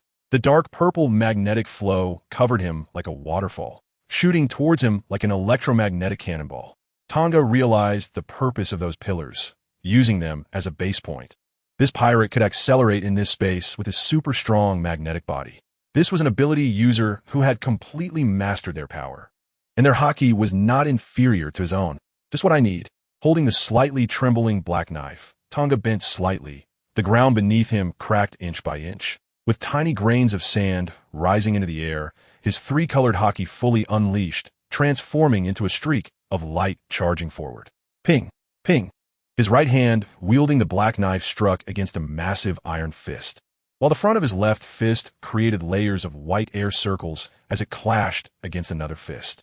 Dark red electric arcs spread from the 2 points for over 10 meters, cracks appeared in the sky, and the ground fissured. It was as if they could not bear the aftermath of the clash between 2 strong fighters. Pushed back half a step by the force generated at maximum acceleration, Tang Ge's observation haki flashed with a vision of a rapid attack coming from his side. How is that possible? With his hand still out, Tang Ge could only lower his shoulders and thrust forward. Ping! Ping! Magnus changed direction to attack from 4 different angles in an instant, his attacks relentless and fluid, with both power and speed increasing. Tang Ge swung his knife like lightning, throwing punches like the wind, and under the enhancement of his observation haki. The 6 forms Aru allowed him to move swiftly through the Emperor's crew, yet he still could not keep up with Magnus' seemingly unpredictable attacks. Getting close, his body was struck multiple times, slamming into the ground, causing the already heavily damaged island's foundation to show signs of collapse. Boom! A large crater with a radius of over 10 meters appeared on the ground. Tang Ge half squatted at the bottom of the pit, several blood streaks visible on his body. He glanced at the pillars standing at the 4 corners of the island. All movement attacks would have inertia. Even a powerful warrior who had cultivated the 6 forms Aru to an extremely high level could not suddenly change direction to attack without eliminating inertia, unless he was an ability user. The purpose of those 4 pillars was not just acceleration. They also provided Magnus with a pivot for sudden changes in direction. The mutated armament haki, which could restrain other ability users, lost its magical effect against this superhuman type. This was a bitter battle. However, no wonder you were beaten to a pulp. What can your weak attacks do? Just tickle me? Weakling. Tang Ge's gaze was like lightning, and regarding the fragments of words, he had never feared anyone. That weakling had been jabbering just now, and he had long been holding a belly full of anger. You fool. You don't understand the gap between us. I will let you die slowly in despair. Magnus was pierced by the unwavering confidence and conviction in Tang Ge's eyes, and the gap in strength did not diminish his fighting spirit in the slightest. This mentality only fueled his murderous intent. With his palms slightly clenched, both arms were entwined with immense metal, becoming denser under the invisible pressure, and when his fists swung out simultaneously, they resembled 2 metal pillars, crushing everything. Gap. The dignity on our 2 fists is world apart. Fire Cloud, evil god passively taking hits was never Tang Ge's style. He simply sheathed his black knife, his form spinning like a furious wind. In just a few steps, his fists, glowing with scarlet light, struck against the metal pillars covered in armament haki, unleashing dozens of punches in a second. Each punch, exceeding 8,000 tons of physical strength, already carried the special effect of the mutated armament haki. Clang! Clang! The dullest of impact sounds erupted. The ground and sky exploded simultaneously. The 2 men were like 2 ferocious beasts, wreaking havoc on the island, with no sense of time in their battle. Their punches were incredibly fast, colliding thousands of times in an instant. The ground could not withstand the force directed downward and completely collapsed, with seawater seeping out from the bottom. Zizz! Suddenly, a sizzling sound like sonic waves flashed by, and the entire ground was covered by a dark purple, distorted magnetic field. Magnetic energy oscillation. Magnus' fists, entwined with metal pillars, pressed down like a mountain. Under the attraction of the ground's magnetic field, both power and speed multiplied. Boom! Tang Ge's entire body was driven into the ground, completely piercing through the island's foundation, and a massive amount of seawater splashed up from the hole, forming a water column over 20 meters high. But it wasn't over. Magnus rose into the air, and countless metal components stacked and reorganized in front of him, forming a spiral-shaped electromagnetic cannon in his hands. Ziz! The dark purple magnetic energy operated at maximum power, and a dazzling light gathered at the cannon's mouth. Boom! The entire sky shook, and the clouds behind seemed to be shattered by the recoil. Die, idiot Navy! The dark purple light column soared into the sky, flattening the water column and pouring into the seabed. Standing on the seabed's rock layer, Tang Ge revealed his signature grinning laugh, and the illusion of the thousand-hand evil god appeared around him, each hand holding a knife. 1,000 knives converged into one line. The red blade light sliced through the sky like a beam, shooting upward. The evil god wielding the knife, who could rival anyone. Boom! The dark purple electromagnetic light collided with the red blade light, creating a massive amount of light and shock waves that swept outward from the point of impact. Anything above this height was crushed and flattened. Boom! The hard rock layer beneath his feet shattered, and Tang Ge's moonstep roared as he shot up toward the sky. The black knife buzzing in his hand, determined to strike down its natural ruler. I will surpass you. Before he even arrived, his momentum had already conveyed itself. The sea surface rolled, and the land was interrupted, unable to change the will to move forward. This feeling, memories from the past appeared again in Magnus' mind.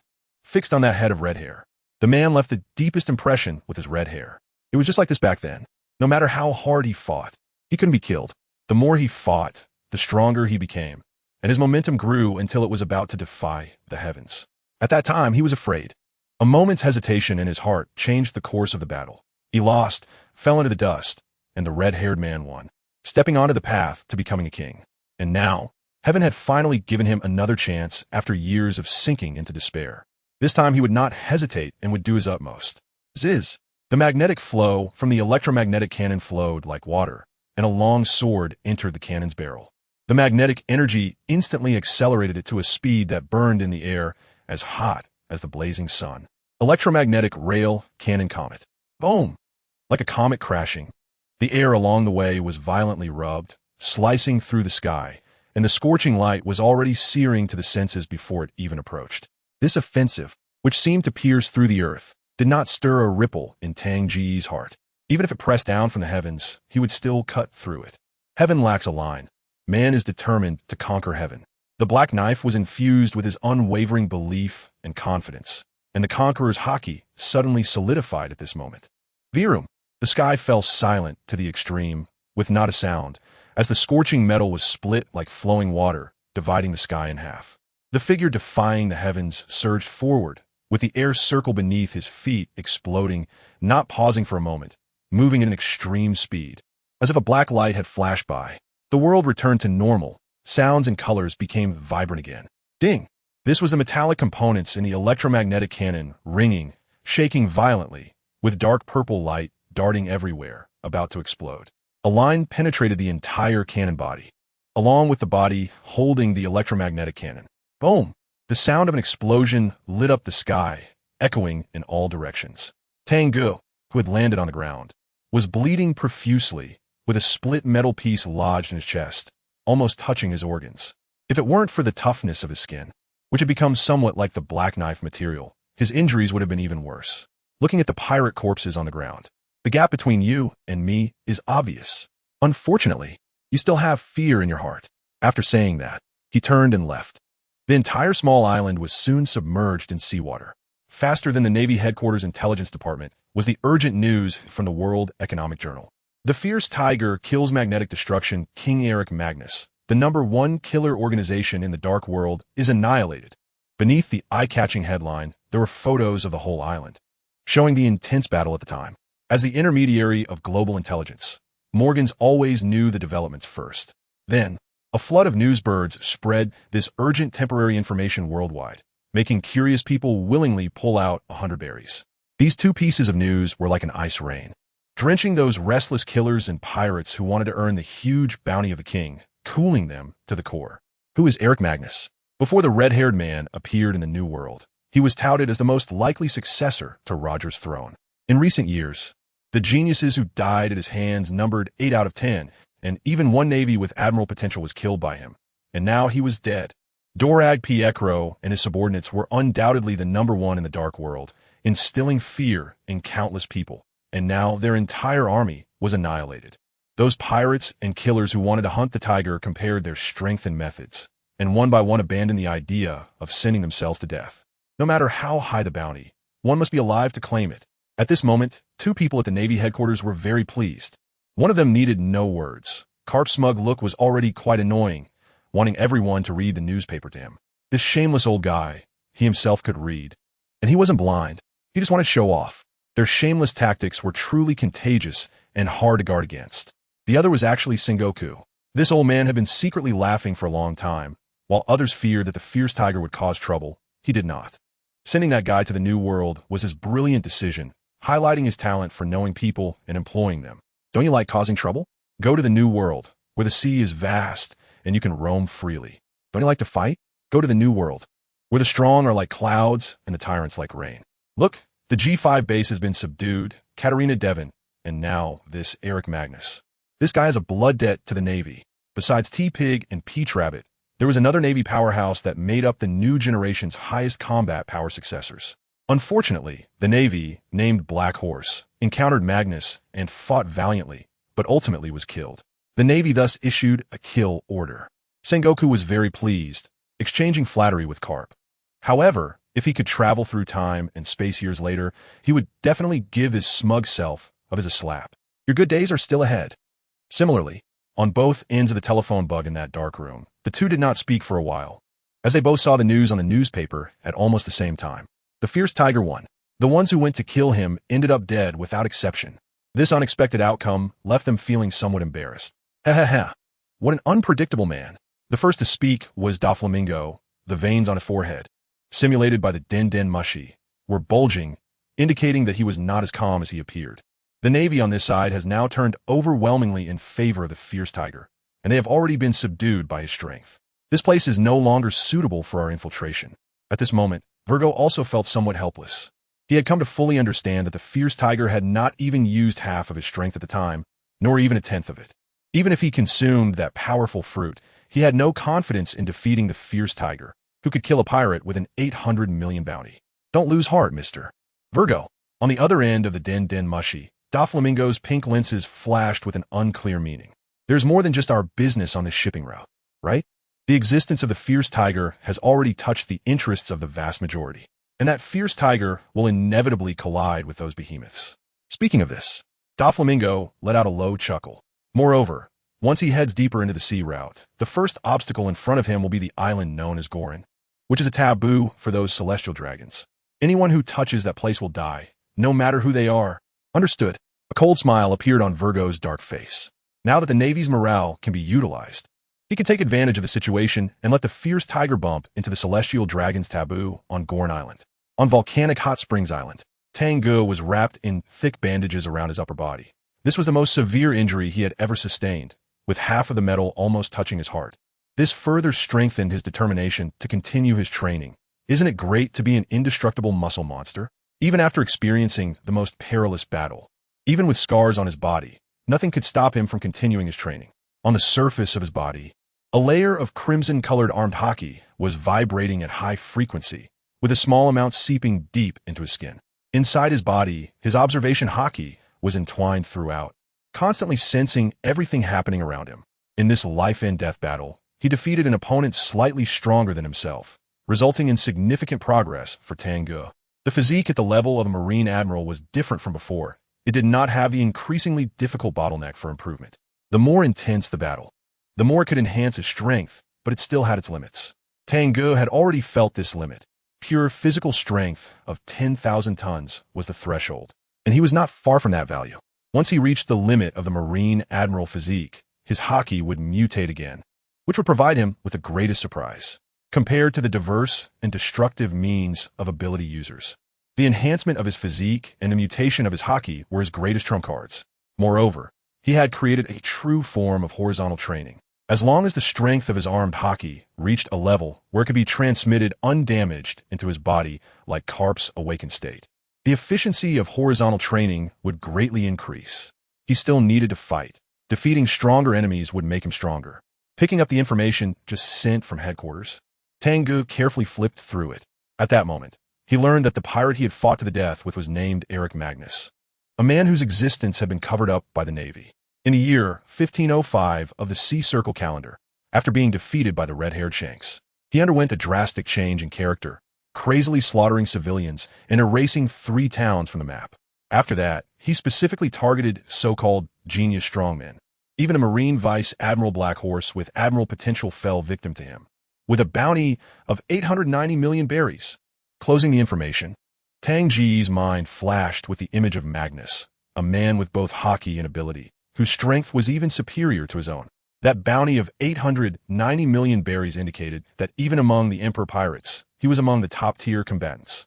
Unfortunately, that heart had lost the completeness that a strong person should possess.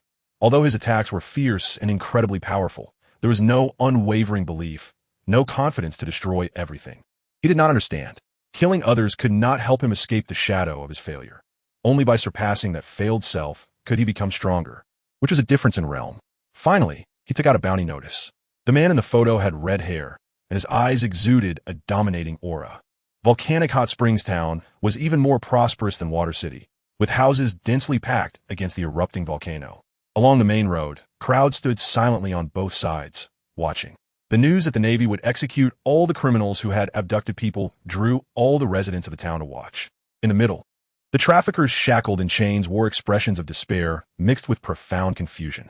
In this world of rampant piracy, where even slavery existed, selling people was not considered an extraordinary crime. Now, they were going to execute over 200 at once. This was madness.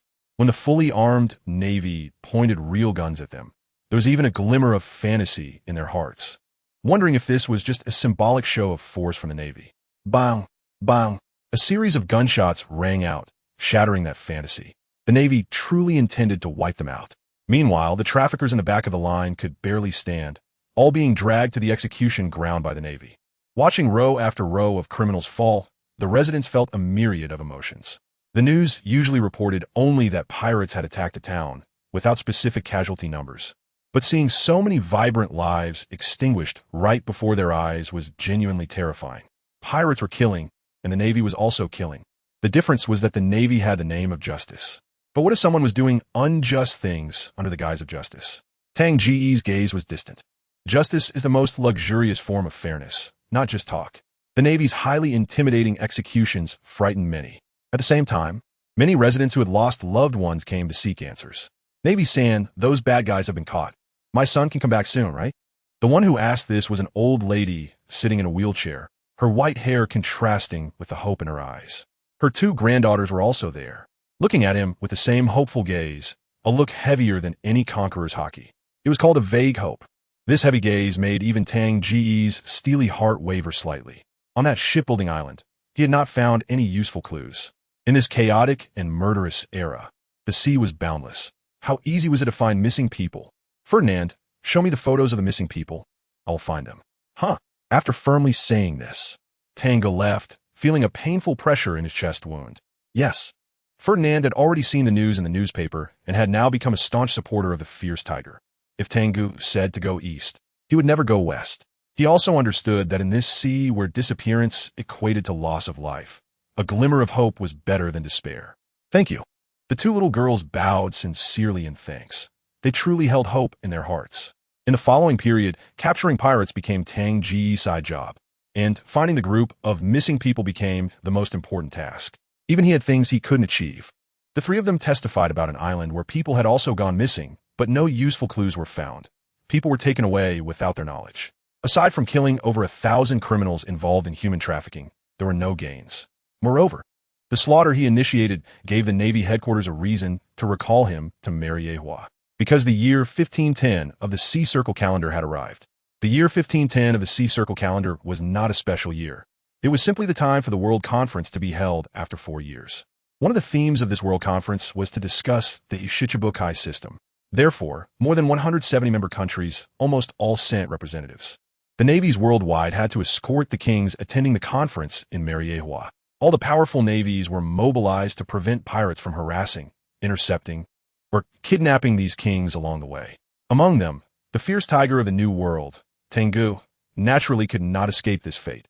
He was ordered back by Sengoku. In the headquarters building, The Navy personnel working in the Chinese-style loft could almost hear the roar of Admiral Sengoku every day, mostly directed at Vice Admiral Karp. Today was different. Sengoku was the one being yelled at. On the other end of the transponder snail, Fleet Admiral Steelbone Kong was almost spitting on Sengoku. "You idiot! Why did you bring him back on the New World and let him escort the fleet of the Drum Kingdom?" Those idiots. On the transponder snail side, Sengoku was holding his forehead with one hand, his head aching. Now Prince Wapple is complaining every day in Mariehua, telling that bastard to stay in Mariehua during this time. Bang! The anger did not diminish even as the transponder snail fell silent. After being scolded, Sengoku's eyes, filled with rage, scanned the office. He glanced over a large group of vice admirals who were lowering their heads to avoid his fury and locked on a Karp, who was snoring right under his nose. "Karp, you bastard, it's all your fault for raising such good disciples." Grabbing Karp by the collar, Sengoku truly wished he could shake the bastard to death. Not a single person associated with him was without trouble. Karp genuinely didn't he know? He had just fallen asleep. What a violent man. Not only did he beat pirates, but he also beat the prince of the Drum Kingdom. The only female vice admiral present, known as Peach Rabbit, spoke up. If anyone underestimated her because of her gentle voice, her famous sword Kanbaira would correct their mistake. "Excuse me, miss, just to clarify." Another guard from the Drum Kingdom was also knocked out by him. A man who looked more lewd than Kazuru spoke, wearing a wooden plaque with the character for pig around his neck, indicating his identity as Vice Admiral Chibuta. Chibuta and Peach Rabbit were the strongest among the new generation of vice admirals, both capable of taking over an admiral position, of course, provided that no one like Tang Ge appeared during this time, to protect the royal families of the world. Even the two who had not appeared during the Totland battle were recalled. Hey, what does this have to do with me? That kid is now under Rommel's command. Yes, not my responsibility. Karp understood, but simply inserted his pinky into his nostril, completely disregarding it. This old bastard. Everyone present gained a new understanding of Karp's shamelessness. He could really use it as an armed color. Recently, when the fierce tiger defeated Eric Magnus, this old bastard flaunted how great his disciple was, claiming he trained him all by himself. But now that the fierce tiger got into trouble, he became Rommel's subordinate, playing double standards so clearly. Others couldn't do anything about him, but Sengoku wouldn't take the scolding lying down. "Bastard. Shockwave. Come on. Armed color. Sigh." The others kept their heads down, choosing not to see. How many years had it been? Still not enough trouble. The key was that this old bastard Karp was still alive, and now there was an even crazier, younger one. When would it end? At this moment, in a bar, Tang Ge was drinking with Vice Admiral Pompey, along with Smoker and Tina. Vice Admiral Pompey was about to retire. The cool duo returned to Mariehua specifically to pay their respects to Vice Admiral Pompey. They could roam freely in the barracks thanks to this tough-looking, generous officer. Most of the generals from Pompey's era had already died, and the rest were mostly injured. He was all alone. The Totland War had passed for a while, and Pompey was still immersed in grief and unable to extricate himself. In that battle, nearly 100 soldiers from the number 3 barracks died, most of them new recruits. And that was still because Tang Ge had cleared out many minor troops. The families waiting at Oris Square for their loved ones to return. Their hopeful anticipation and despair after hope was shattered, made this seasoned veteran finally break down. Dying in battle for the Navy is an honor, there's no arguing that. But they died without worth. The 4 were just drinking, and no one spoke. Although Smoker and Tina did not participate in that war, they also witnessed the brutality of war and the pain of losing loved ones. I didn't make this decision impulsively. I'm old now. It's time to give the position to the newcomers. Under the dim light, Vice Admiral Pompey seemed to have aged a lot, lacking the spirit he once had. And he sighed heavily. The times are changing, with waves of young and powerful pirates emerging. It's unreasonable for the Navy to still be carried by us old men. The heroes of the same era are continuously aging and dying, while new powerful figures keep emerging. This sea no longer belongs to them. No matter how strong a person is, they cannot escape time. Tang Ge silently filled Vice Admiral Pompey's cup with liquor during the battle in Totland. Even though Vice Admiral Pompey had already prepared for death, he still used all his strength in battle and couldn't defeat Charlotte's 8th son, which greatly impacted him. As old age set in and physical strength began to decline, not everyone could maintain their peak like Karp. His retirement was inevitable. Sigh. Though the time spent together was short, Tang Ge still respected his former superior. He sighed and raised his cup to clink with Vice Admiral Pompey's. "You are an excellent Navy officer. I wish you could hold your grandchild soon." This is my sincerest blessing. Thank you. You need to keep an eye on Bell and make sure he finds a girl soon. Vice Admiral Pompey's face turned red, and he said excitedly. He had completely relaxed, turning to the cool duo and slurring his words. You too, don't waste your abilities. The future of a navy still needs you to uphold it. The cool duo's playful personalities felt a bit heavy in this atmosphere. This could be seen as a parting gift. Tango, promise me one thing. Finally, Pompey suddenly became very serious, staring intently at Tang Ge. What do you want? Tang Ge restrained his emotions, his face expressionless. The World Conference in Mariewa was in full swing, and the member countries had significant disagreements regarding the existence of the Shichibukai system, arguing incessantly. The representatives of various kingdoms are of mixed quality. The short-sighted ones agree that the 7 warlords can help suppress pirates, while those with a bit more foresight firmly oppose it, arguing that legalizing piracy would disgrace the cause of justice and add unpredictable risks. However, the final decision is not in their hands. What is called the World Conference is merely a formality. Meanwhile, a grand retirement ceremony is being held in Marineford, where several vice admirals, including Pompey, are bidding farewell to the front lines. These are older generals who once stood as a firm barrier against the peak of pirate power, accomplished and battle-scarred. Aside from the generals stationed in Mariewa, most of the Navy in Marineford participated in this retirement ceremony. With some retiring, others rise to power. A massive overhaul of the Navy is underway, and the generation of generals represented by the likes of the Weasel is officially taking over the responsibility of guarding various important bases around the world. Times are changing, and so are people. Only the strong remain strong. Afterward, Marineford fell into a period that was so calm it became boring. Carp returned to the East Blue before the retirement ceremony, and it is said that the Yellow Monkey went to hunt down Fisher Tiger. With these two absent, the headquarters lacks something attractive. During this boredom, Tang Ge was brought by the cool duo to the base where the officers of Marineford train in the 6 styles. Here, a combat robot developed by the Navy Science Division has arrived. In a short time, it defeated over a dozen officers skilled in the 6 styles and has yet to face a defeat. This led to voices within the Navy, which had been exhausted and shaken in morale after the Battle of Totland, suggesting that the Navy should invest more military funds into researching combat robots rather than expanding the military or increasing unnecessary casualties by teaching lower-ranking officers the 6 styles. The timing of this opinion is quite clever, and it has garnered supporters. After all, using combat robots would prevent major casualties like those in the Battle of Totland. Thus, as the combat robot continued to defeat challengers one after another, the call to shift military funding to the research division grew louder. Vice admirals are hesitant to act recklessly. If they cannot win, then things could truly head in an unpredictable direction. Standing before this building, which has a silvery white hue, Tang Ge noticed that the material of the base's main entrance resembled the metal used for the Gates of Justice, giving it a very high-quality appearance. After passing through a security checkpoint, the inside suddenly became very noisy, with a dense sound of air roaring coming from within, which was inaudible outside, indicating excellent soundproofing. Turning past the soundproof wall, he found himself on a high platform, overlooking the situation inside the Platinum base. The roar of air he heard earlier was coming from an area beneath the platform, where more than 10 officers were engaged in battle using the 6 styles. The sound originated from there. The 6 styles training base is divided into 2 areas. The front area is where officers practice their 6 style skills. Following a corridor that wraps around the interior of the building, he arrived at an area blocked by a high metal wall. The back area is the newly isolated challenge zone. Smoker and Tina clearly were not there for the first time, and judging by their expressions, they had failed. This piqued Tang Ge's curiosity. It is known that Smoker is a Logia user. How could he not defeat a combat robot? However, the moment he stepped into the challenge area, Tang Ge's eyes widened, and he felt a sense of joy amidst his dull mood. In the combat arena, a massive black steel giant was exceptionally agile, completely contrary to the clumsy image one might expect from a robot. Pointing at the steel giant in the combat arena, Smoker's voice carried a hint of helplessness. That was the latest combat robot developed by the Navy scientists, Peacekeeper. It is made of special metal, and its head contains a chip that can analyze attack patterns. The technology is said to be years ahead of the current era. Idiot, let alone years, it could be 1,000 years ahead. At least in the world Tang Ge truly comes from, it would still be 100 years before such a thing could be created. At that moment, a rear admiral was engaged in a duel with it, and many people were watching.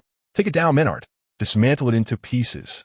The Peacekeeper combat robot is humanoid, standing a full 6 meters tall, covered in thick armor, casting a shadow that gives a strong sense of oppression. The rear admiral, named Menard, clearly skilled in physical combat and possessing great strength, could not budge it in the slightest. Instead, he was swept away by its mechanically agile arms, crashing into the surrounding protective devices and collapsing to the ground without the strength to continue fighting. Seeing that even the so-called pursuer, Menard, could not defeat this behemoth, the surrounding Navy officers began to boo. This giant had been standing there for nearly half a month, and no one had been able to shake it. Menard's combat prowess is among the few elite among rear admirals. If he cannot defeat the Peacekeeper, then who can? After defeating a challenger, a researcher in a white coat approached to check on the Peacekeeper and replenish its energy. At this moment, some people noticed Tang Ge and the others starting to whisper, "Isn't that the fierce tiger? What is he doing in Marineford? I heard he defeated the prince and guards of the Magnet Drum Kingdom, and the warlord forbade him from stepping into Mariewa. So, he's here to challenge the Peacekeeper. Huh? Idiot. How can the Peacekeeper stand against him? He just killed Magnus, who has a bounty exceeding 800 million. Tang Ge ignored them and leaped into the combat arena. Seeing the steel giant up close was even more shocking. Its metallic surface was a high-quality black, and the curves of its armor were smooth, showing no signs of bulkiness. Its mechanical arms looked incredibly powerful. Once the researchers replaced the energy supply, a red glow emanated from the only area on its head not covered by armor. Beep, beep, beep. After a series of scanning sounds, Rear Admiral Tang Ge, welcome to the 6 Styles base. Peacekeeper number 1 is ready to serve you. A voice similar to an electronic synthetic sound echoed. It even had facial recognition capabilities. One must admit that the black technology in this world is truly impressive. In some backward places, battleships still use solid projectiles, and ships are still wooden with iron plating. Yet, advanced technology has managed to create such an intelligent robot. The Peacekeeper continued to relay instructions on what to pay attention to when fighting it, but Tang Ge could no longer wait. His body instantly shifted, and when he reappeared, he was already standing beneath the feet of the combat robot named Peacekeeper, his right fist gathering strength like iron, striking out like a phantom. Black Tiger pounce. Boom. A powerful gust of air erupted from between the two fists, and the dull sound of metal colliding did not echo in the enclosed space, as the walls were soundproof. Neither side moved an inch. Interesting. Looking at the steel giant across from him, Tang Ge smirked. The force he just used was only 1% of his strength, which is about 90 tons. No wonder the vice admirals did not act. Without using hockey, they truly may not be a match for this combat robot. Moreover, the reaction speed of this combat robot is abnormally fast, seemingly able to predict movements. It's unclear whether it's due to high computational power or something else. The metal on its fists is no ordinary material. It seems to absorb more than half of the power from Tang Ge's punch, and it carries a faint aura reminiscent of sea prism stone. No wonder even the smoker lost. If this kind of battle robot could really be mass-produced and free from energy constraints, it would be a nightmare for those with abilities. Boom! Just as these thoughts crossed my mind, the left fist of the Peacemaker came down like a wall. It wasn't just a punching bag standing there. An attack capable of instantly defeating a major general was effortlessly blocked by a single palm, not even stirring a breeze. Oh, this metal can absorb power and then release it? Tang Ge once again felt the wonders of black technology in this world. It seemed like it was the first time encountering such a situation. A beeping sound echoed from the red screen inside the Peacemaker, and its heavy mechanical right arm operated rapidly like a pile driver, while the left arm, at the moment of impact, emitted a loud bang of burning gunpowder. Boom! The force of the iron fist surged, scattering the air in front. Bang! That was the sound of the battle robot, Peacemaker, being smashed against the guardrail, its arms showing abnormal twists, with 2 smoking fist-shaped black holes appearing in the middle of its door-sized steel fists, flickering with electric sparks inside. How is that possible? The researchers in white lab coats looked like their eyes were about to pop out, watching the Peacemaker's bent metal arms, their minds filled with unanswerable questions. That was the impact-resistant metal developed by Dr. Bijbank. How much force did he just punch with? Quick-reacting researchers hurriedly checked the data that appeared last on the screen, which was in red, exceeding the warning line. The force exceeded 1,000 tons. Is this the kind of power humans should possess? How is that possible? That was the latest alloy utilizing Sky Island's impact bay technology. The harder you hit, the greater the rebound force. His strength surpassed the alloy's tolerance limit. This is too incredible. The group of researchers hurriedly ran to the side of the Peacemaker, looking at the completely wrecked machine, wanting to cry without tears. But they dared not trouble the initiator of this seemingly humanoid Tyrannosaurus, even though he was still nearby, making sarcastic remarks. Your science and technology are lacking. Not durable at all. How can you achieve peace with this thing? The cool duo was completely speechless. This man, who always finds himself at the center of problems, seems to cause trouble wherever he goes. They only hoped the peacemaker would be defeated, not completely wrecked. It is said that manufacturing such a giant requires the money to build 2 large warships. It's simply burning money. The people in the Navy Science Department must be feeling the pain for a while. The group of ordinary researchers, timidly not daring to retort, left Tang Ge feeling powerless, repressing his feelings. Let us go. As he led the cool duo out of the 6-style base, he pondered, recalling what Strong Sun had once told him, that the peacemaker should be the technological product pushed by the world government to suppress the 6-style project. No wonder the world government is not afraid that suppressing the Navy will cause a loss of combat power. They've already considered alternatives. No one expected that the people in the science department could achieve this level. If the peacemaker can be mass-produced, it will indeed have an impact on the world. The peacemaker was wrecked, and the Navy personnel in the audience left one after another, leaving only those researchers still trying to salvage the twisted peacemaker. Moments later, the leading scientist, Musk, dialed the red phone bug in his hand, the highest security level phone bug that cannot be eavesdropped. Click. The phone bug materialized the image of a bespectacled man. Musk, why are you calling me at this time? How is the data collection from the Navy going? The voice was gentle, exuding charm. Musk stood up straight, as if he were meeting someone he admired since the call was connected. Doctor, I hope I'm not being too forward. However, the peacemaker on the Navy side has been destroyed by someone. It was done by Liu. He recalled the violent and overbearing man, still feeling a bit shaken. The man on the phone bug showed an interested expression. Even he, who doesn't he usually pay attention to the news, knew about the battle that recently occurred in the New World. The relevant data has already been escorted back. Musk continued. Doctor, I would like to apply for the usage rights of Peacemaker 2. It's intolerable that Liu looks down on your technology. The most unacceptable thing for an admirer is to see their idol being slandered. Musk's face turned red, while the man referred to as the doctor remained calm, only his fingers lightly tapping on the table. Since Peacemaker has been destroyed, the outcome of 2-1T be much better. Should I just give you the permission? That would be a modification series equipped with the latest weapons. We can't just build a car behind closed doors, Musk. I want to know what level our science and technology can reach. The doctor interrupted Musk's subsequent words, shaking his index finger near his lips. Understood. I believe your masterpiece will surely astonish that Navy who looks down on science and technology. That is not a masterpiece yet. Peacemaker will arrive at Marin Fander tomorrow. Regardless of the outcome, please represent me and invite Liu to the base. I think he shares a common ideal with us. Yes. Musk was exhilarated, eagerly anticipating Liu's reaction after seeing the Peacemaker. It would be the best remedy for them ordinary people. Then it's settled.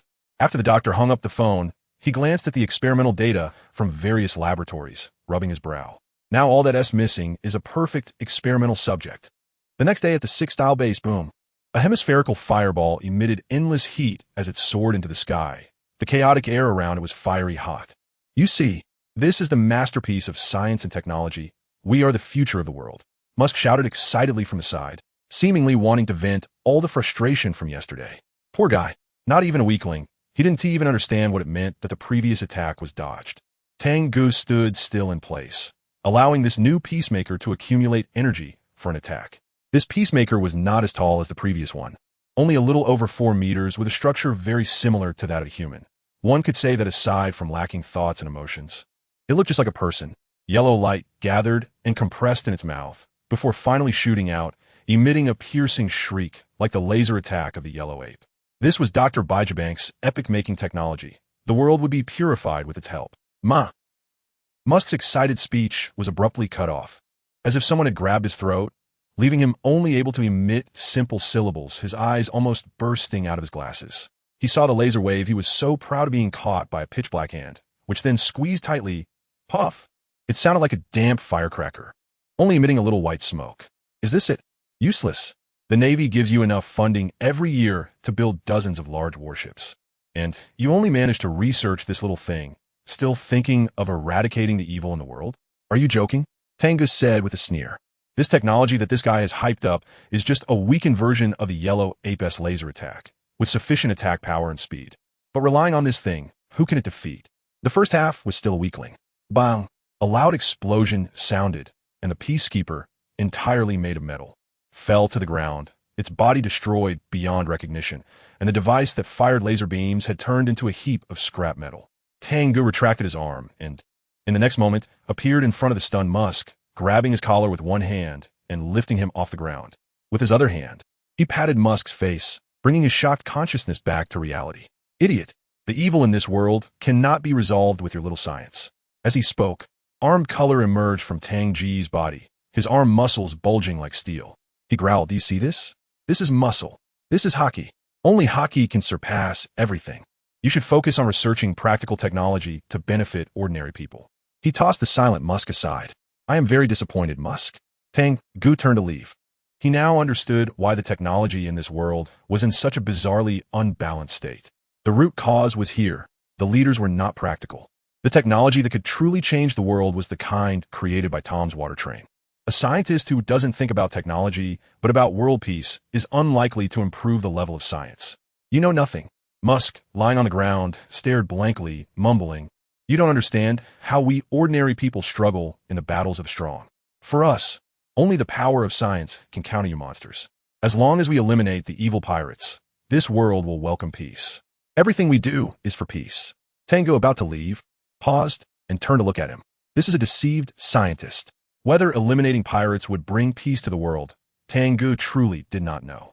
However, judging by the world government's methods, it was highly likely that a new era of mountain bandits and sky pirates would emerge.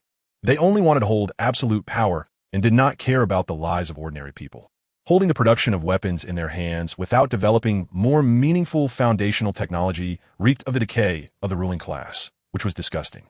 Such a level of science and technology could not bring peace to the world, don't you think, Dr. Vegapunk? Words cannot persuade someone who has already been stamped with ideological branding. Only force can. Tang Ge looked at a red telephone bug that was already connected, which had fallen from Musk. The person on the other end should be the Dr. Vegapunk that Musk mentioned, a scientist praised even by Jonathan, and the Navy scientific department was given great attention due to him. Mr. Tang Ge, in front of scientists, the statement that hockey can surpass everything lacks solid evidence. The voice from the telephone bug had an inexplicable persuasive power. It could either be a spiritual infection after achieving excellence in some area, or the means of a capable person. Tang Ge showed a hint of interest and agreed to Vegapunk's invitation. The true power of science? Where's your base? Just right. He had been too bored in Marin Fander. New World. Punk Hazard, not far from the Redland. Musk knew the route, and Vegapunk on the telephone bug was very satisfied. He had learned about the past of the Fierce Tiger and knew that it shared similar ideals. New World. Punk Hazard. Tang Ge was certain he had never heard of this name. It was classified as a secret island on the Navy's map. Then let's go see your base. If it's only at this level, I will make you aware of the consequences of deceiving the Navy's military funds. The world government treasured this group of researchers. When passing through Mariehua, they actually had a special line, not needing to wait at the crowded bubble elevator in Redport.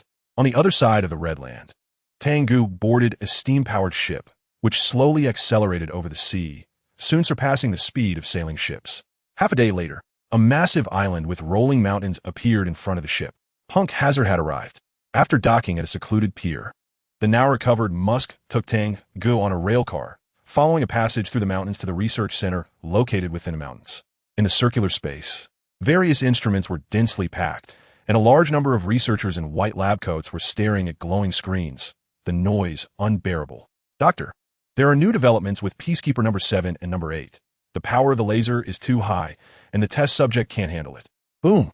An explosion was heard from the screen, and the bright light was blinding. However, the people around were not flustered, as they were used to such situations. It seemed that due to the failure of the experiment, the people in the research center finally noticed Tang Ge and the others. Someone asked, "Musk, why are you back? Were you not supposed to take Peacekeeper number 1 to the headquarters for testing?" Who is this Navy person? A tall, thin man wearing round glasses and a striped t-shirt under his white coat approached, the lenses flashing with light, while the others automatically made way. "Hello, I am Vegapunk. It's a pleasure to finally meet you, Fierce Tiger, Tang Ge." Vegapunk spoke gently, with a friendly smile, around his 40s, dressed like a typical scientist. Tang Ge squinted, his voice flat. "Dr. Vegapunk, I've long admired your work." As he arrived at Punk Hazard, he felt a discomfort greater than that on Granary Island. And upon entering this room, he sensed a hint of danger that was hard to articulate. It was only when Vegapunk walked out that he confirmed that the source of that dangerous aura came from this renowned scientist. This was surprising, yet also understandable. If the other party did possess scientific technology beyond this era, having some strength was quite normal. Doctor, let's skip the small talk. My time is valuable. Please allow me to witness the true power of science. Tang Ge glanced around the laboratory, stopping Vegapunk from introducing the lab. He emphasized the word true. The projects being experimented on here should be the enhanced versions of the Peacekeepers. No matter how strong, there were limits, and he had little interest. In that case, let's get straight to the point. Seeing that Tang Ge was not interested in the things in this lab, Vegapunk did not say anything further. Please follow me. He led Tang Ge and Musk into a train carriage, then followed the tracks laid within a mountain passage all the way up to the summit of a high mountain. Here was an ordinary bluestone platform, but as Tang Ge stood at the high point and gazed into the distance with his vision, he could naturally see the enormous creature soaring in the sky. Vegapunk took out a whistle and blew it. Soon, a strong wind whipped up on the platform, and the temperature suddenly became scorching hot. A dragon, which would only appear in Western myths of the previous life, glided down and landed on the platform, exhaling hot air from its nostrils, sending dust swirling around. The skin is completely red and covered in scales, exceeding 20 meters in length, with an even larger wingspan. 2 dragon horns stand upright on its head, sharp teeth interlocking, and a pair of vertical pupils that are cold and merciless. It even carries a hint of a dragon's might. This is a small research achievement of mine. I extracted the bloodline factors of a dragon from the remains excavated from ancient ruins, combined with research on a certain ancient race, which made its skin as hard as arm color. I raised it with the intention of having it responsible for the island's vigilance and security. However, this place is well protected by the Navy, and it has not been put to use, its strength remaining an unknown factor. Speaking of research achievements, Vegapunk became spirited, his tone no longer flat, as the earlier slight from Tang Ge ignited a spark of competitiveness in him. Bang! A loud noise interrupted his lengthy speech. Dust enveloping the platform, small stones splattering through the air. As the dust settled, a dragon's head was embedded into the solid mountain, its cheek completely caved in. Eyes losing focus, the red dragon that had just exhibited a dominant stance in the sky was clearly on the verge of collapse. Doctor, what did you just say? Tang Ge frowned and looked at Vegapunk, saying that the beast had emitted a hint of disdain was intolerable, even if it was just a hybrid breed with superficial traits. A real mythological giant dragon would definitely not withstand that slap. Ah, it's nothing. It seems there is still room for improvement. Vegapunk momentarily choked, took a while to react, and his eyes behind the lenses concealed an unclear meaning. By the way, Doctor, where is the true scientific power? Tang Ge glanced at the already unconscious red giant dragon and asked, is it really this superficial kind? He sensed the arrogance and pride hidden beneath Vegapunk's gentle surface and couldn't help but employ the tried-and-true method of provocation. Sure enough, even a top scientist like Vegapunk couldn't escape human emotions. The term superficial applied not only to that dragon. He adjusted his glasses, his calm tone tinged with a hint of anger. Of course not. This is just a small episode. The real main event is yet to come. Glancing at the state of the red dragon, he gained a more precise understanding of the data regarding the strength of the man, known as the Fierce Tiger. It was definitely beyond ordinary levels. If he could cooperate with experiments, the train carriage slid down the track once again. Musk was completely stunned. Even the proud creation of Dr. Vegapunk was slapped against the mountain by that man and was now lifeless. Can the battle robots produced by their scientific technology really contend with such an existence? This was the first time he had doubts. The carriage passed through a steel door, entering a highly secured laboratory. This is the core of Punk Hazard, Mr. Tang Ge. You're the first Navy to enter here. Vegapunk stood at the center of the laboratory, arms angled upwards, seemingly showcasing his proudest creation. Immersed in a light green liquid were giant humanoid figures, varying in size. Some were only 7 to 8 meters tall, while others were 30 to 40 meters tall, all with their eyes tightly shut, and a few had protruding sharp horns on their heads. Standing at the center of the laboratory, Vegapunk entered a passionate stage of speech. His words were highly infectious, and Musk, standing beside him, was completely captivated, staring at him blankly. This is my masterpiece. Devil fruits, ancient races, sea prism stone, and even hockey, I have achieved significant results. But none can compare to this achievement. Human gigantification. Seeing Tang Ge standing seriously in front of the petri dish, Vegapunk couldn't help but raise his voice. The first phase of the pacifist program only utilized laser technology and sea prism stone. In the second phase, I will incorporate the adaptive bloodline factors from the ancient race. And the final pacifist will be a combination of all my technologies. In his mind, the image of an endless army of steel giants appeared. They not only had skin as hard as arm color, but also the sea prism stones means against ability users and the destructive power of laser technology. Pirates occupying the New World would stand no chance against them. His ambition reached far beyond this. The thought of this vision sent shivers down Vegapunk's spine, and he struggled to contain himself, extending his right hand toward Tang Ge, seemingly inviting him. Mr. Tang Ge, join me, and together we can realize the ideal of world peace. These giants are failures. After leaving the petri dish, they will all die due to the immense pressure on their hearts, leading to ruptured blood vessels. Thus, he needed a being with extraordinary physique as a template to replicate a batch of experimental subjects. There were indeed such strong individuals within the world government. However, the experimental subjects created using them as templates were also failures. Vegapunk looked hopefully at the fierce tiger, Tang Ge, who had been shrouded by his powers for a long time, hoping for an affirmative response from him. You use people for experiments?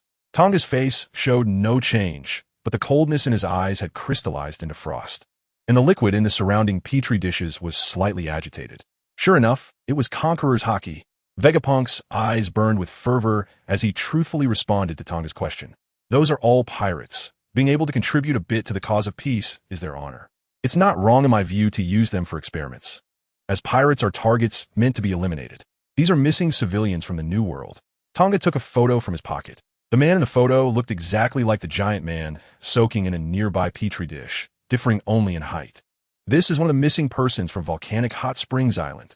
Since entering this laboratory, he had discovered that the giants used for human experiments included not only civilians but also pirates he had previously captured, those who should have been impelled down.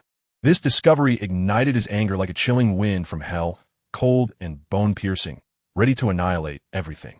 Just then, 3 men wearing white masks appeared before Vegapunk, halting his boiling murderous intent to crush the fool.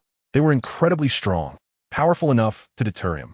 The 3 men formed a triangle around Vegapunk, emanating a cold and powerful aura, each one a formidable opponent comparable to Magnus, with the leader being only slightly weaker than Kizaru. So what if they are civilians? If they can contribute to the cause of world peace, that is their honor. This is a forbidden zone of the world government. It's not for you Navy to manage. Wouldn't you agree, Fierce Tiger? Tang Ge, the leading man, wearing only half a mask, revealed a smile. His eyes filled with 7 parts arrogance and 3 parts provocation.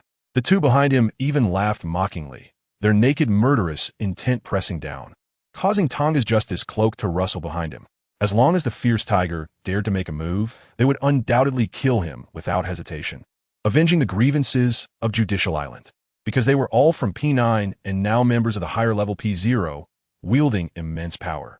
The space has solidified, time has stopped, and only the heartbeat continues to throb. Different paths do not conspire is the best annotation for this moment. This moment will be forever remembered in the heart. This instant will always become the driving force for moving forward. Top. Tang Ge did not get angry, nor did he say any unnecessary words, as he walked step by step towards the exit of the laboratory, stopping when he stepped out the door. Looking back at the rows of petri dishes, the bodies soaked within were pale and swollen, like those seen in a documentary about human experiments played in a certain memorial hall in a past life. The vital signs of those huge bodies were gradually weakening. As failed test subjects, they could not possibly survive. Turning away from this scene also became the opportunity to release the demons in his heart. What is wrong with you? How could there be civilians appearing among the test subjects? After Tang Ge left, Baijibank questioned if it got out that he was using civilians for experiments. Those crazy scientists who once worked with him would be laughing their heads off. This concerned reputation and could not be taken lightly. Doctor, this was the mistake of the subordinates below. We guarantee it won't happen again. The leading P0 quickly explained. The importance of Dr. Baijibank is self-evident. Even if they all died, his safety must be ensured. This is the last time. With a cold snort, Baijibank angrily left with Musk. I thought that idiot would be unable to hold back. It's just right to kill him, leaving the naval headquarters speechless.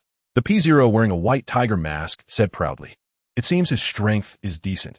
He can be considered a talent in the Navy, but to us he has just a slightly bigger ant." The three red dots on the white mask made P0 laugh as well, his voice muffled. After this incident, he should be able to see the gap from the world. His humble sense of justice is insignificant. So what if he can't see it? If he dares to provoke us again, we will just kill him. The leading P0 remained silent, looking in the direction Tang Ge had left, still pondering why the doctor had just reached out to the fierce tiger. What special qualities did the man who retreated before them possess that required the doctor's attention? In the passage they entered, Tang Ge remained silent as iron. His pace not slow. Whoosh! Navy, wait a moment.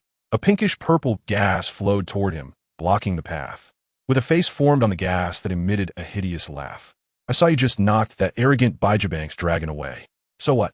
Tang Ge looked expressionlessly at the gas moving around, emitting sharp laughter, struggling to control his discomfort. This was a natural type ability user.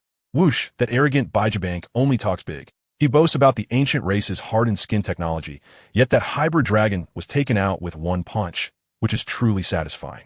Only idiots from the world government would believe he could successfully conduct human giantization experiments and put in great effort to let him work on the pacifist plan. If they had given me the funds to research poison gas bombs earlier, pirates would have disappeared from the world long ago. You said poison gas bombs? Tang Ge interrupted this guy who seemed to love boasting even more than Baijibank, coldly asking.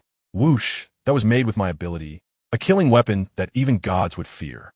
One bomb can kill a large area. The gas man's voice was like a duck, laughing maniacally. You don't understand. Tang Ge looked at him, his eyes already extremely cold. Researching poison gas bombs ISNT much different from that scum who uses humans for experiments.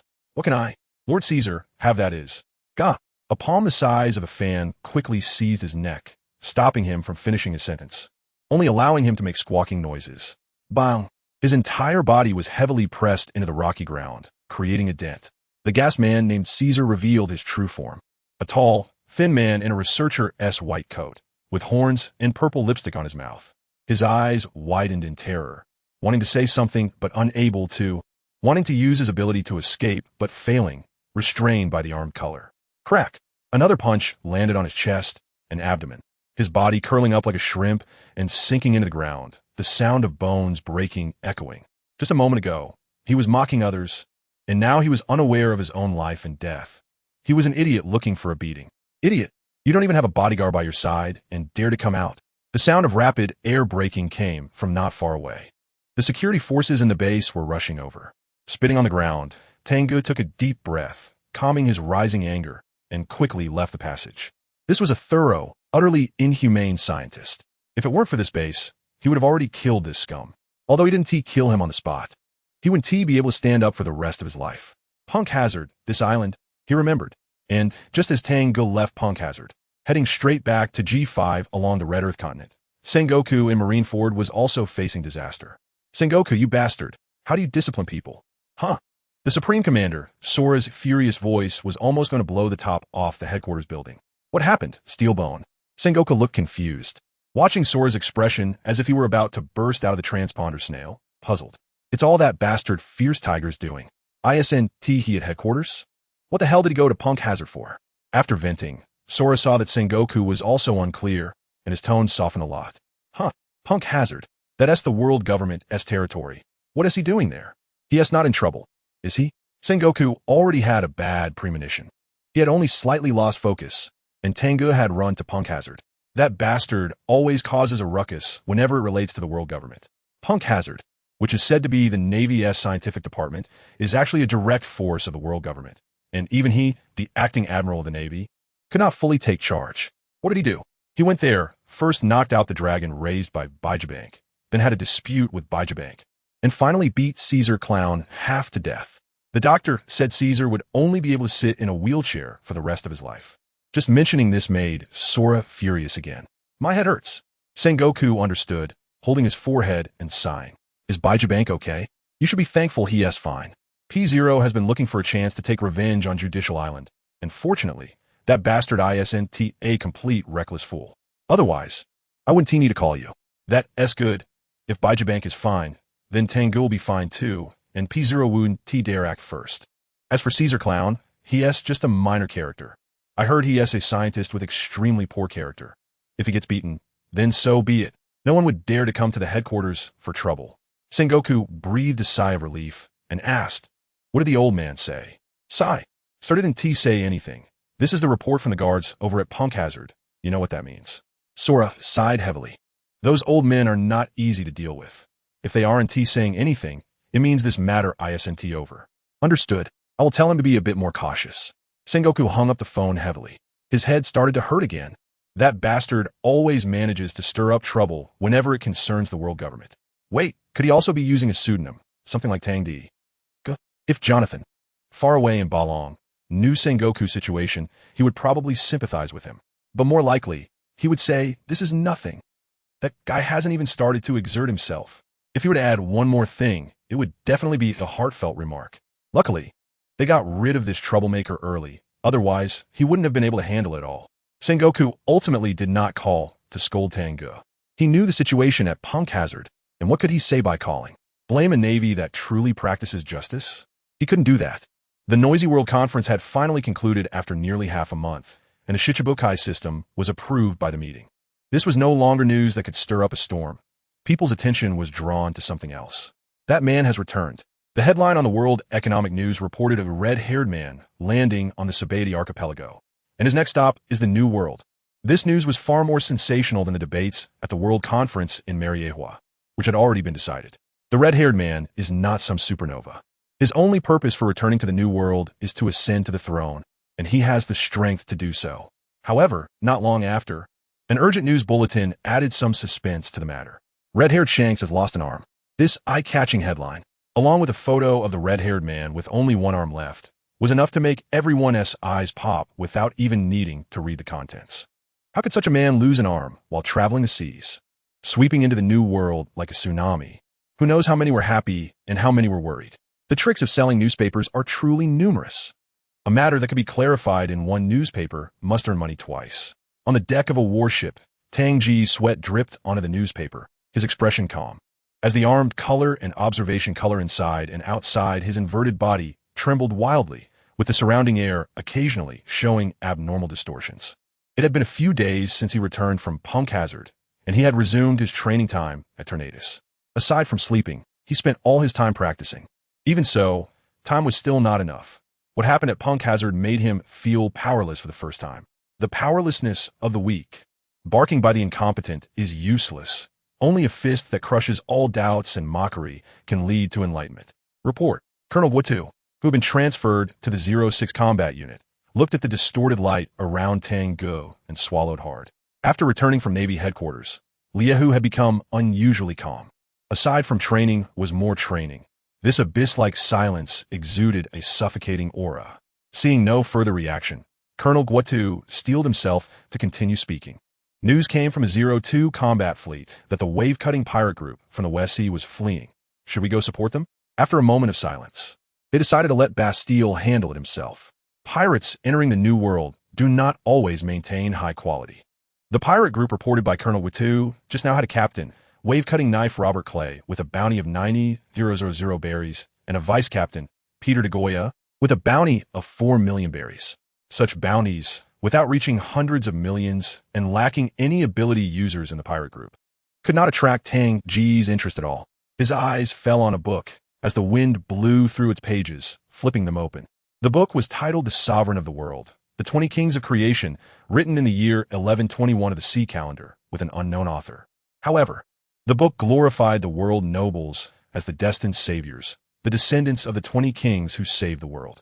The rule of the world nobles was deemed sacred and noble, unquestionable, unprovocable, and unresistant. To resist the world nobles was to resist heaven, which had the right to impose any punishment. Anyone other than the world nobles was forbidden to resist punishment. The people, to repay the 20 kings for their salvation, must obey the rule of the 20 kings' descendants for generations without any defiance. The various brainwashing phrases in the book expressed one meaning. The world nobles are supreme. Whatever they do is right, and the world as populace must unconditionally comply without resistance. What complete nonsense! Suppressing his discomfort, Tang Ge patiently finished reading this brainwashing masterpiece comparable to a pyramid scheme. Only a die-hard fan of the world nobles could write such a book. Sadly, this book had long been at the top of the world bestseller list, essentially read by people from all over the world. However, the book also had some value. It spent some time introducing the surnames and family emblems of the 20 kings. This was to make the populace across the world obey whenever they saw these emblems. Tang Ge read carefully, memorizing all 20 exquisite patterns. Once he was sure he wouldn't mistake them, he crushed the book to pieces with one hand and let the wind carry it away. He was not here to obey. Boom, boom, boom. 3 warships formed a triangle, chasing after a pirate ship that had just surfaced. The ship's cannons roared continuously, raining shells down on the pirates. The pirate ship was not without experts. The cannonballs aimed at the ship were all sliced apart by a knife-wielding man standing at the stern, exploding in midair. The knife-wielding man wore a dark red swordsman outfit, with thick eyebrows and a handlebar mustache, provocatively laughing at the warship's idiot navy. Can't catch up, huh? Our pirate ship is the fastest. Ha ha!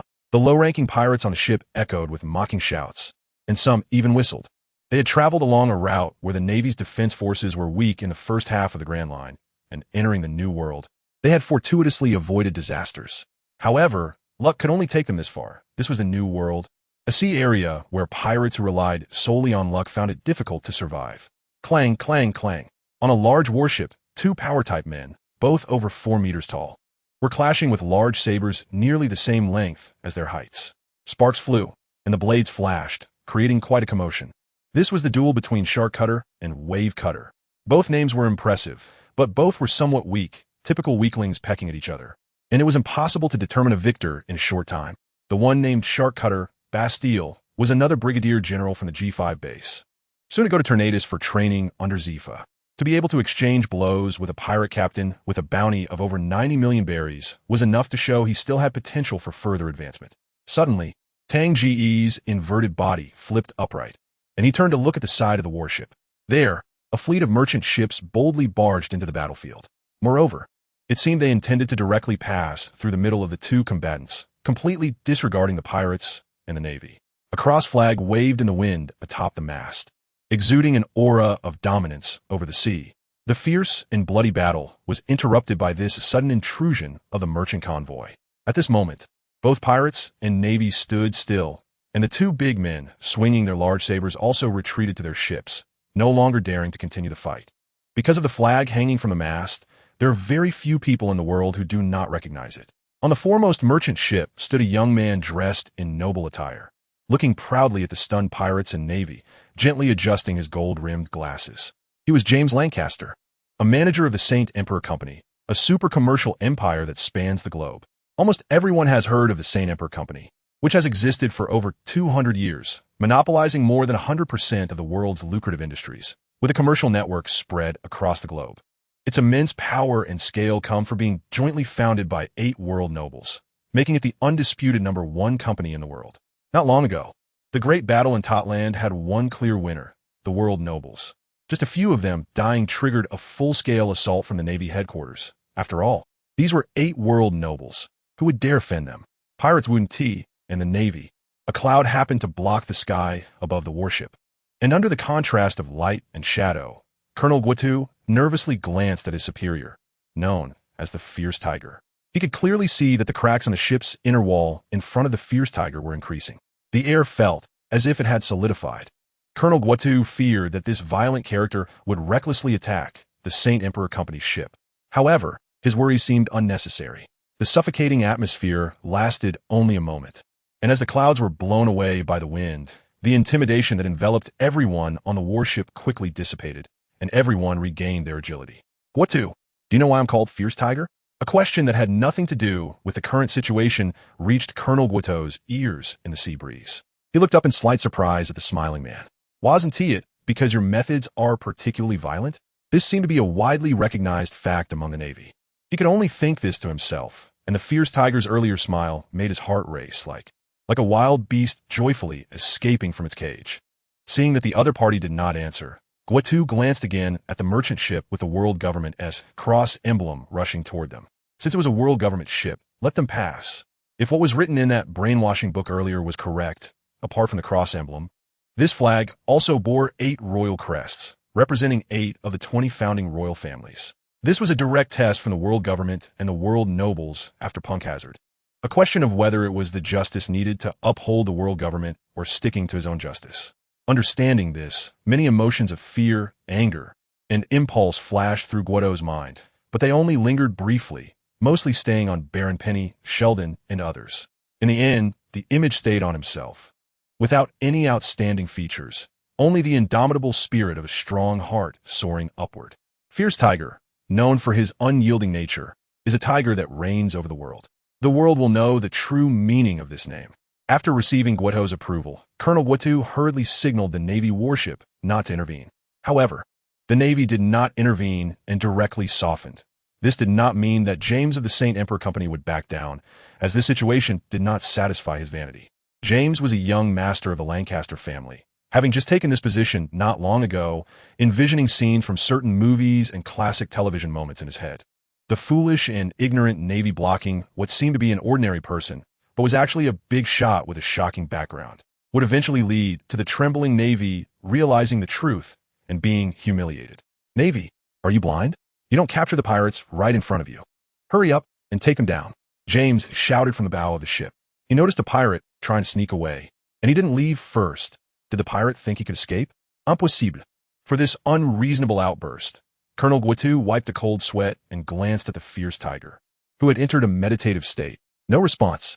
Thus, he dared not move, and the other warships remained still, which made James furious.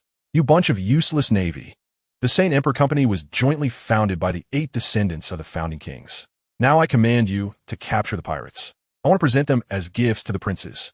James thought the Navy didn't know the origins of the Saint Emperor Company, so he spoke loudly, raising his chin high when he mentioned the 8 founding kings' descendants.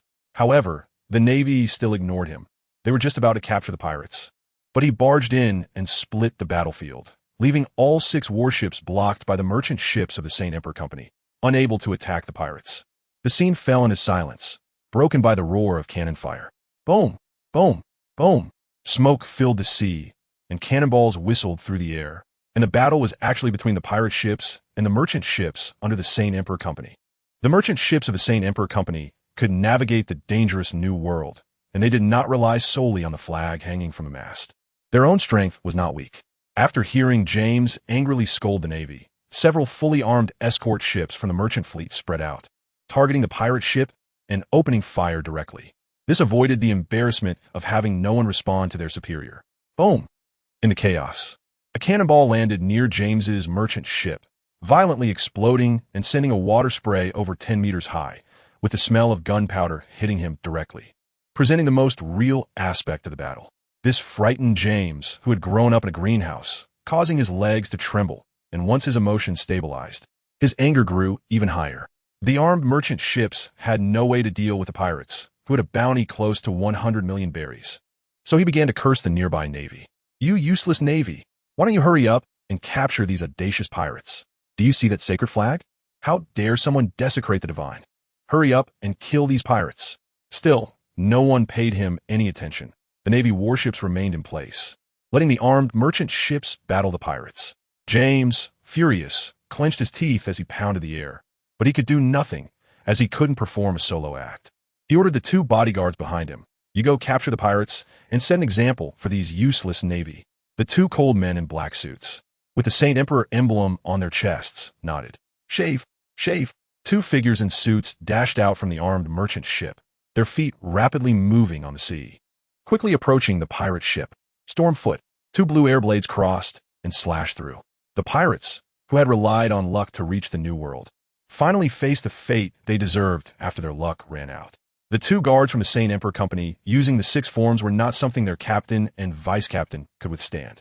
The vice-captain was defeated first, and the captain, Robert Clay, known as the Wave-Cutting Blade, was overwhelmed in the siege. The pirate ship was battered, and all the pirates were captured, facing a fate more tragic than going to impel down. Hey, do you see this, you bunch of useless? The 2 subordinates displayed their might, making James want to show off to the Navy that had been ignoring him. However, when he turned to look, the Navy warships had already moved away, leaving a few white sails faintly visible on the horizon. This drove James, who had prepared a belly full of humiliating lines, to the brink of madness. Find out the leader of that group of Navy just now. I want him to understand the consequences of ignoring the Saint Emperor Seal Company. Compared to the G5 Navy's bullying of the weak, This is the ultimate representation of taking advantage of the weak, squeezing a soft persimmon until it's dry. Yes. The guards who captured the pirate captain and his deputy walked towards the cabin. As they would pressure the Navy headquarters through the company to hand over the Navy they encountered earlier. They didn't expect this mission to go so smoothly. Not only did they bring back the latest goods, but they also captured a capable pirate captain, just right to be a mount for His Highness. James was very satisfied with the obedient attitude of his subordinates, which greatly satisfied his psychology. After saying a few words, he immediately changed places. However, Pizarro's attitude was becoming more and more arrogant. His appetite was too big. After returning this time, he would report to His Highness and suggest locking that idiot up and impel down. Very good. He knows too much. Only one person's ship's bow had two different voices, as he played both roles, conversing with himself. Even without a stage, James was determined to keep the act going. You really have a lot of drama. It's a pity you're not an actor. On the sea's surface, a sudden voice made the guards on the armed merchant ship feel like they were facing a great enemy, all guns pointing at the figure standing on the water. Who are you? What do you want? James spoke in a flustered tone, but in his eyes was an excited glint. He was sure that this bare-chested man was one of the Navy from earlier. This was the script he had been eagerly anticipating. The furious Navy dared not offend the St. Emperor Seal Company openly, disguising themselves to strike from the shadows. In the end, the foolish Navy would discover that the big shot not only had an astonishing background, but also incredible strength. Thinking of the scenes to come, James felt that his performance had to be spot on. What if he scared away this foolish Navy? What do you think? The man standing on the water stepped closer to the armed fleet, his black knife slowly unsheathing, a smile on his face. Of course, it's to cooperate with your performance. Boom! The water underfoot exploded into white bursts, and the figure instantly vanished from the spot, transforming into a flickering shadow that flashed onto the merchant ship. The black knife slashed down, the air vibrating with a buzzing sound. Idiot! This will be the biggest mistake of your life. Capture him, Cameron. With such cooperation from the visitor, James no longer concealed his excitement and shouted to the leader of the guards behind him. He wanted to capture this Navy alive, subject him to the heaviest humiliation in the world, and then let him regret it in Mariejois. Understood. The guard leader, named Cameron, leaped from the ship, his hands covered in a thick layer of hockey, reaching for the descending blade, confident he could defeat the visitor in one exchange. The existence of domineering and non-domineering is two different levels. Clang! The blade struck the hockey, producing a dull metallic clash, and the immense force transmitted to Cameron's palm made his face go pale instantly. Whoosh! The force, like a mountain crashing down, erupted instantly, and Cameron flew up, crashing back onto the merchant ship with 10 times the speed and power.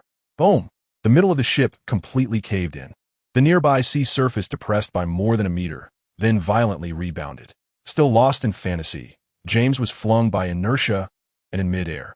A large hand clutched his neck. This time he truly felt fear, his face going pale.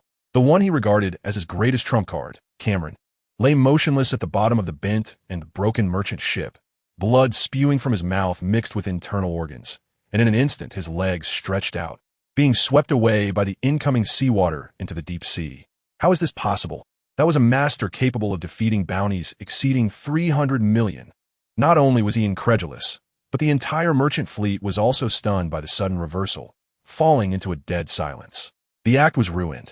They had truly drawn out a ferocious beast. Run! Without needing James's command, the others knew that as long as someone among them could escape, there was still hope. The sails turned as fast as possible, and the long line of merchant ships scattered and fled, while several figures flickered, racing across the surface of the sea. Buzz! Countless sword lights, over 10 meters long, shot out from a point, shredding the sea surface to pieces, including everything within their range. The merchant ships, with thick steel armor, were sliced into several sections, and fragile human bodies that were grazed by the sword light were split in two, falling into the water, vanishing into the deep sea amidst the rolling waves. This was a one-sided crushing. It's a pity it didn't follow the script in James Lancaster's mind. This was different from what was portrayed in movies and TV. Passing through here was your biggest mistake. This was the last thing he heard before his consciousness fell into endless darkness. His neck was crushed to bits. There was no way he could survive. After discarding the limp body like a rag doll, the visitor stood still for a moment. Beneath his feet, a large group of sharks, attracted by the smell of blood, had already arrived, devouring the remains. A figure broke the surface in the returning Navy fleet, Tang Ge stood on the deck of the warship, letting the seawater flow down his iron-like solid body. Much more comfortable, he looked up at the sun overhead and continued his training. Taking this step, there was no turning back. Just near the sea where the St. Emperor Seal Company's fleet was annihilated, boom, colorful bubbles burst, and a pirate ship with red hulls surfaced. Its bow adorned with two dragon horns curling towards the sky, the white sails displaying crossed swords and skulls, with three red scars under the left eye adding to its ferocity. Finally back, a man with dazzling red hair stretched on the deck, his words filled with unutterable nostalgia, his remaining right arm instinctively reaching back. It was empty. Right, it was gone. The thing representing the captains will have been handed over to the new era. Now it was time to start his own era. The red-haired man smiled, filled with hope for the future. Finally back, the other pirates on the deck were breathing in the air of the new world with joy. After years of traveling the seas, they had almost forgotten the blood and passion here. "Captain, where should we go now?" Among the crowd, a chubby man with a waist-size height was gnawing on a meat leg, asking indistinctly. The enemies on this route are not simple. There are several major pirates controlling different territories, and the Navy supernova that defeated Magnus not long ago is stationed at G5 Fortress. Too many strong opponents have poured in here. The first mate, chewing on a thin cigarette, noticed the captain's lips curling up and blew out a series of smoke rings. This guy is at it again. The more enemies there are, the more excited he becomes. It's as if this is not a life-and-death battle, but a banquet. Indeed, ha ha ha ha. The red-haired man's hand patted the first mate's shoulder vigorously, laughing heartily. "Beckman, this is the coronation ceremony I want. What is the use of just defeating a few weaklings? The more lively it is on the road to becoming the strongest, the better. This guy is hopeless." The first mate, Beckman, sighed silently. But it was precisely because of such a captain that he felt comfortable. If it were just a few scraps, it wouldn't reflect the glory of their upcoming coronation. "Idiot, get your hands off. How long has it been since you last trimmed your nails? They're all full of black dirt. You might as well change your red hair to black nails." Back in the New World, Beckman was like a different person, his calm and composed image thrown aside, his gray hair wildly cascading down. All he wanted now was to fight, to find a strong opponent and have a fierce battle. No one knew how he had spent these past few years. He had wandered around the four seas, a place where a single fight could wipe out a large group. For 3 years, more than 3 years, his boiling blood had nowhere to vent. Black nails? If it were anyone else, they would at least pause after being ridiculed by Beckman. But for the red-haired man, it had no effect. He was even resting his chin on one hand, contemplating the feasibility of changing his red hair to black nails. Or perhaps he could change it to one-armed sword emperor. That's also a resounding title. The sniper with yellow dreadlocks chimed in, and just by looking at the way his mouth was turned down, one could tell how hasty his chosen title was. 3 scars would work too. The scar on the captain's forehead is quite impressive.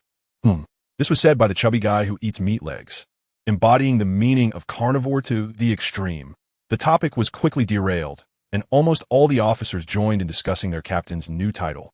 And the key was that the captain himself seemed quite interested as well. Beckman's forehead twitched with veins. The main topic he had just raised was tossed aside, and he couldn't tolerate this. This is intolerable. A gust of wind swept through, rustling everyone's capes, and the wooden planks on the deck cracked under immense pressure. "Shut up, you bunch of bastards. What we need to determine now is who to fight first." As the oldest on the ship and the vice-captain, he was genuinely worried. At this moment, everyone looked towards the red-haired man, sitting there casually chatting, waiting for him to speak. "Of course, it's the strongest one, Beckman. We came here to become the strongest." The red-haired man grinned. His firm and deep voice resonated across the sea, shaking the entire surface, causing countless droplets to bounce up, seemingly trembling. "You little ones, get ready for battle. Let the new world know that our red-haired pirates have returned." Back at the G5 base, Tang Ge was summoned to the conference room by Rommel. It goes without saying that it was about the red-haired pirates returning to the new world.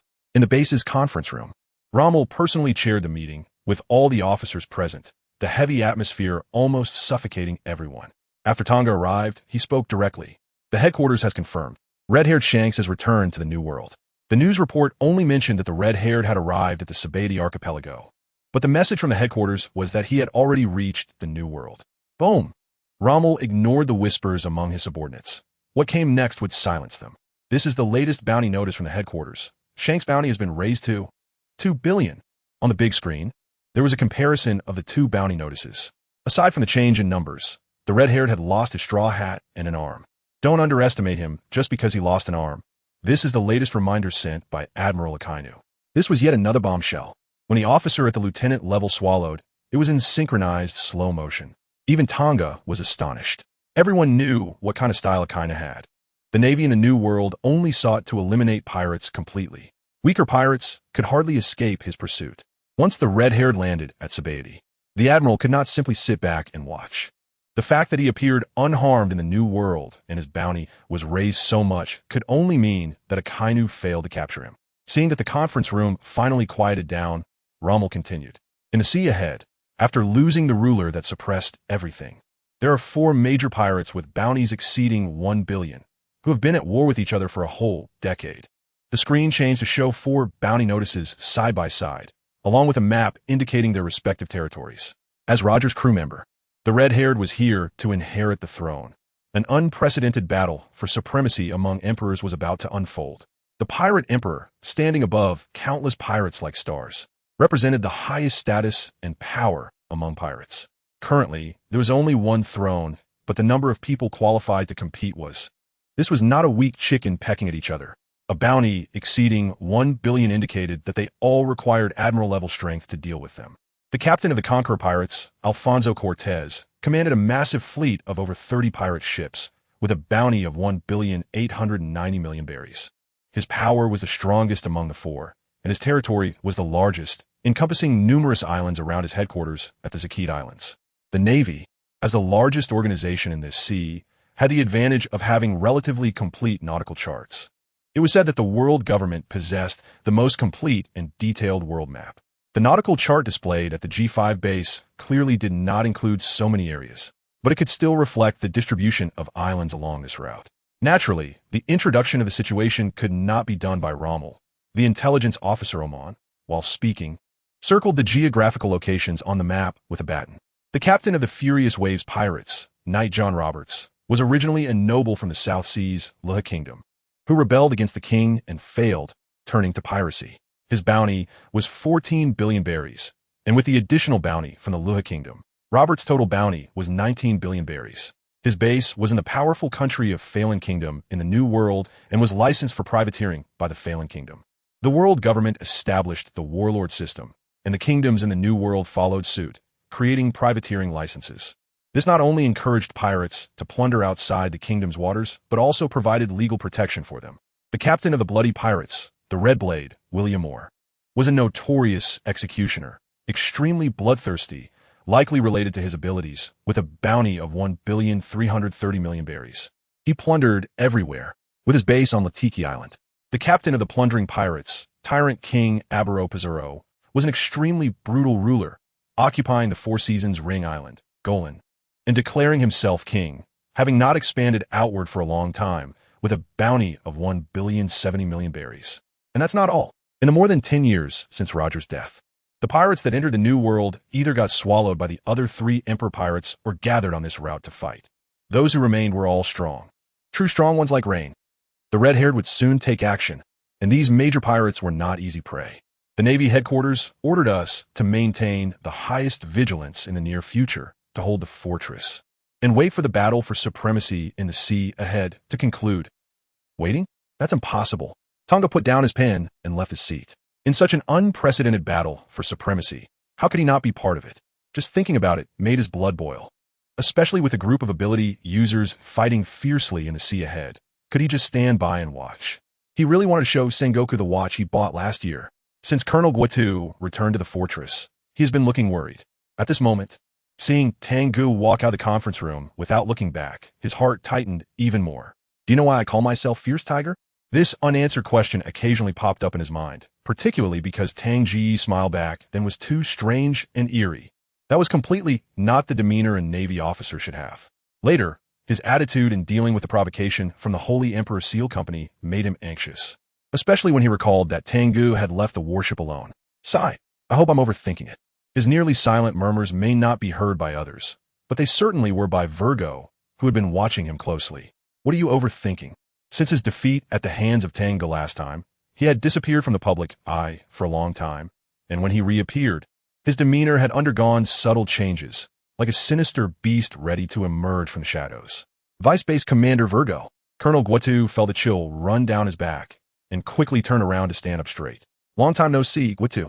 Virgo resumed his persona of an honest man, with only a hint of dreamy pink light appearing under his sunglasses. Long time no see, Vice Base Commander Virgo, how have you been? Colonel Guatu unconsciously relaxed his body. Among the two very different Vice Base commanders, he naturally leaned more towards Virgo. Fierce Tiger may be powerful, but he wouldn't stay in G5 forever. Guatu saw this clearly. On the other hand, Virgo was different. Once Fierce Tiger left, he would undoubtedly take over as base commander. Let's go. We haven't had a good chat in a long time. Virgo smiled, recalling what Doflamingo had said. The cowardice deeply rooted in the spirit of the Navy cannot be changed by just one person. You don't understand this, Fierce Tiger. In the Grand Palace complex of Mariewa, there was a particularly large palace, one of the most magnificent in Mariewa. Boom! The sound of dense cannon explosions and the cries of battle echoed in a theater within the palace, where troops dressed in red and white were engaged in combat. Sitting in the center of the theater, Liar was captivated, his emotions surging, tiny beads of sweat forming in his slightly curled golden hair, with the top few buttons of shirt undone, revealing his solid muscles. When he saw an exciting part, he couldn't help but cheer, standing up to applaud and whistle, showing no signs of being a noble. Feeling Liar's enthusiasm and praise, the two sides fighting on the football field-sized stage put in even more effort. As the sharp blades pierced the bodies, the blood sprayed out didn't look like special effects at all. Cannonballs exploded, severed limbs flew everywhere, and the realism was striking. Kill all those red pigs. White monkeys. Leave no white-skinned monkeys behind. Red pigs. The semicircular theater was packed, with the audience's eyes turning red from the incredibly realistic bloody scenes, each person letting out the most savage, bloodthirsty shouts, echoing throughout the palace like a tide. Liar was extremely satisfied with this situation. This was adapted from a classic war scene described in a poem. While otherworld nobles liked to keep slaves and use them for beast fights, he was different. He was a cultured person who enjoyed watching dramas.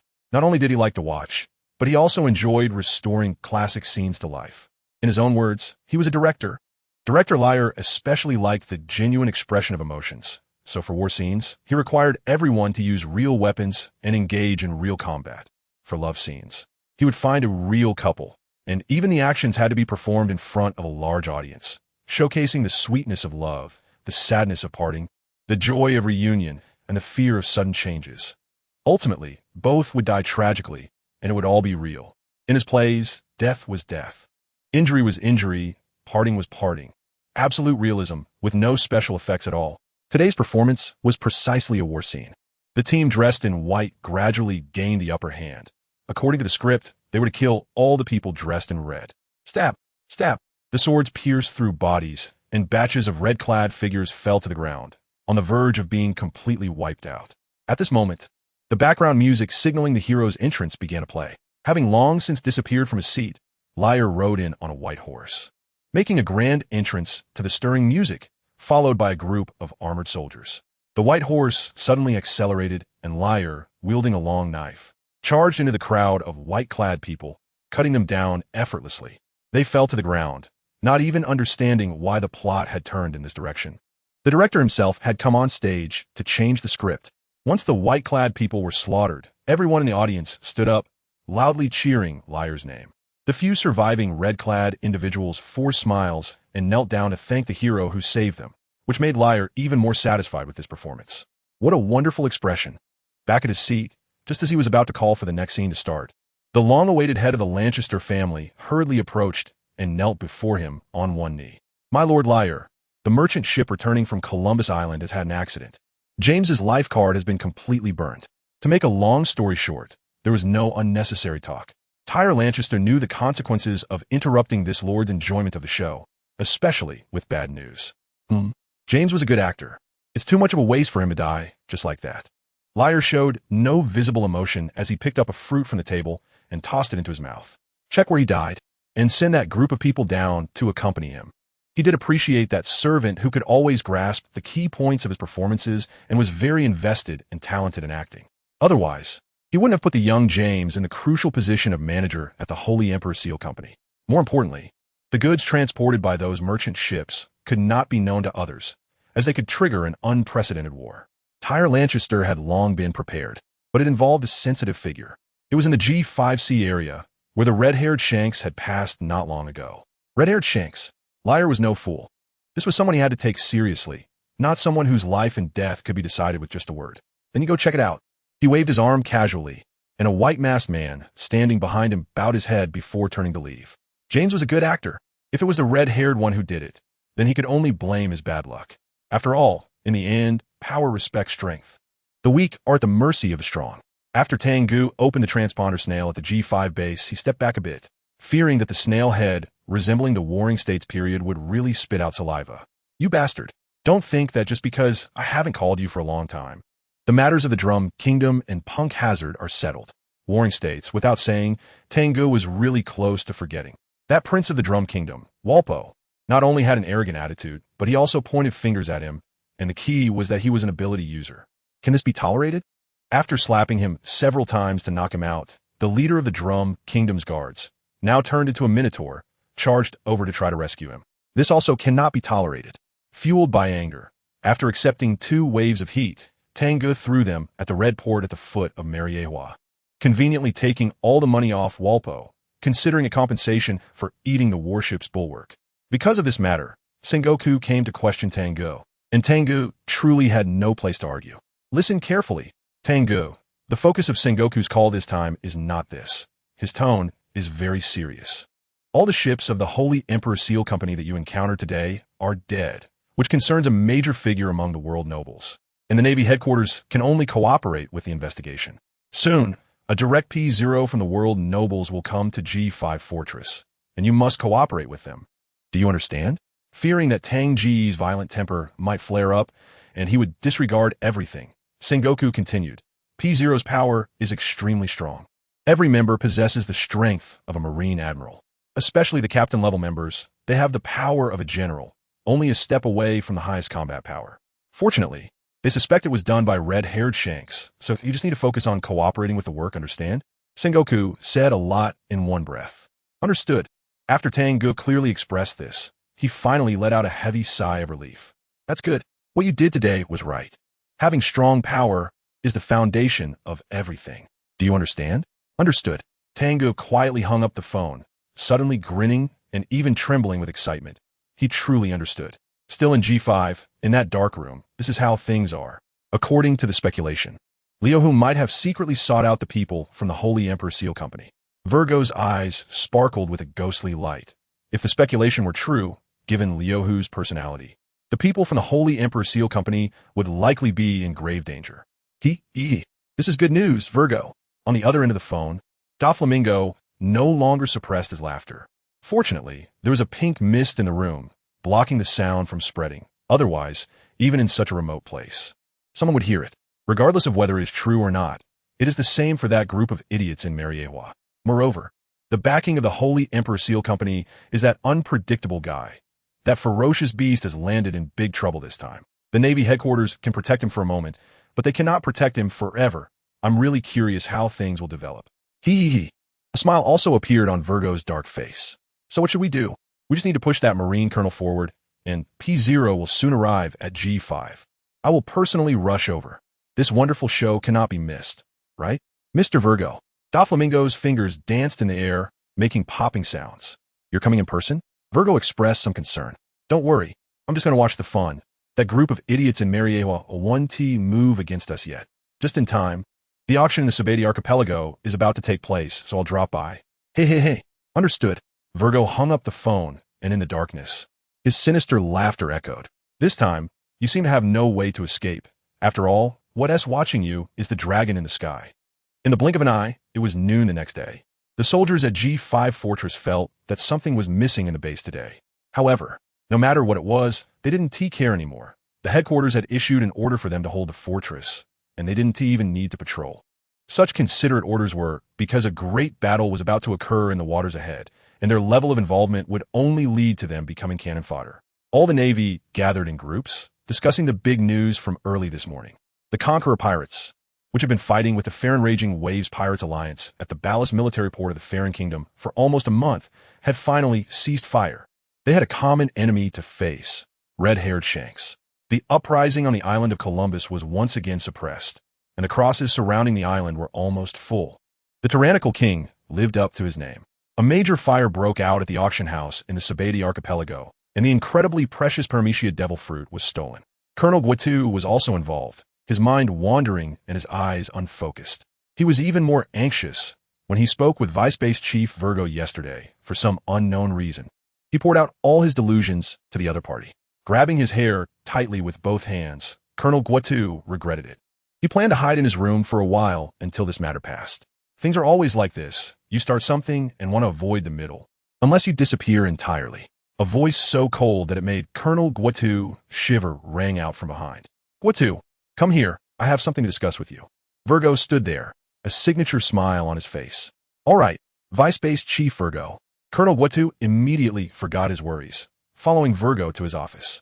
In the sea area where the Holy Emperor Seal Company had an incident, all traces had almost disappeared, only small remnants occasionally surfacing, indicating that a great battle had occurred here.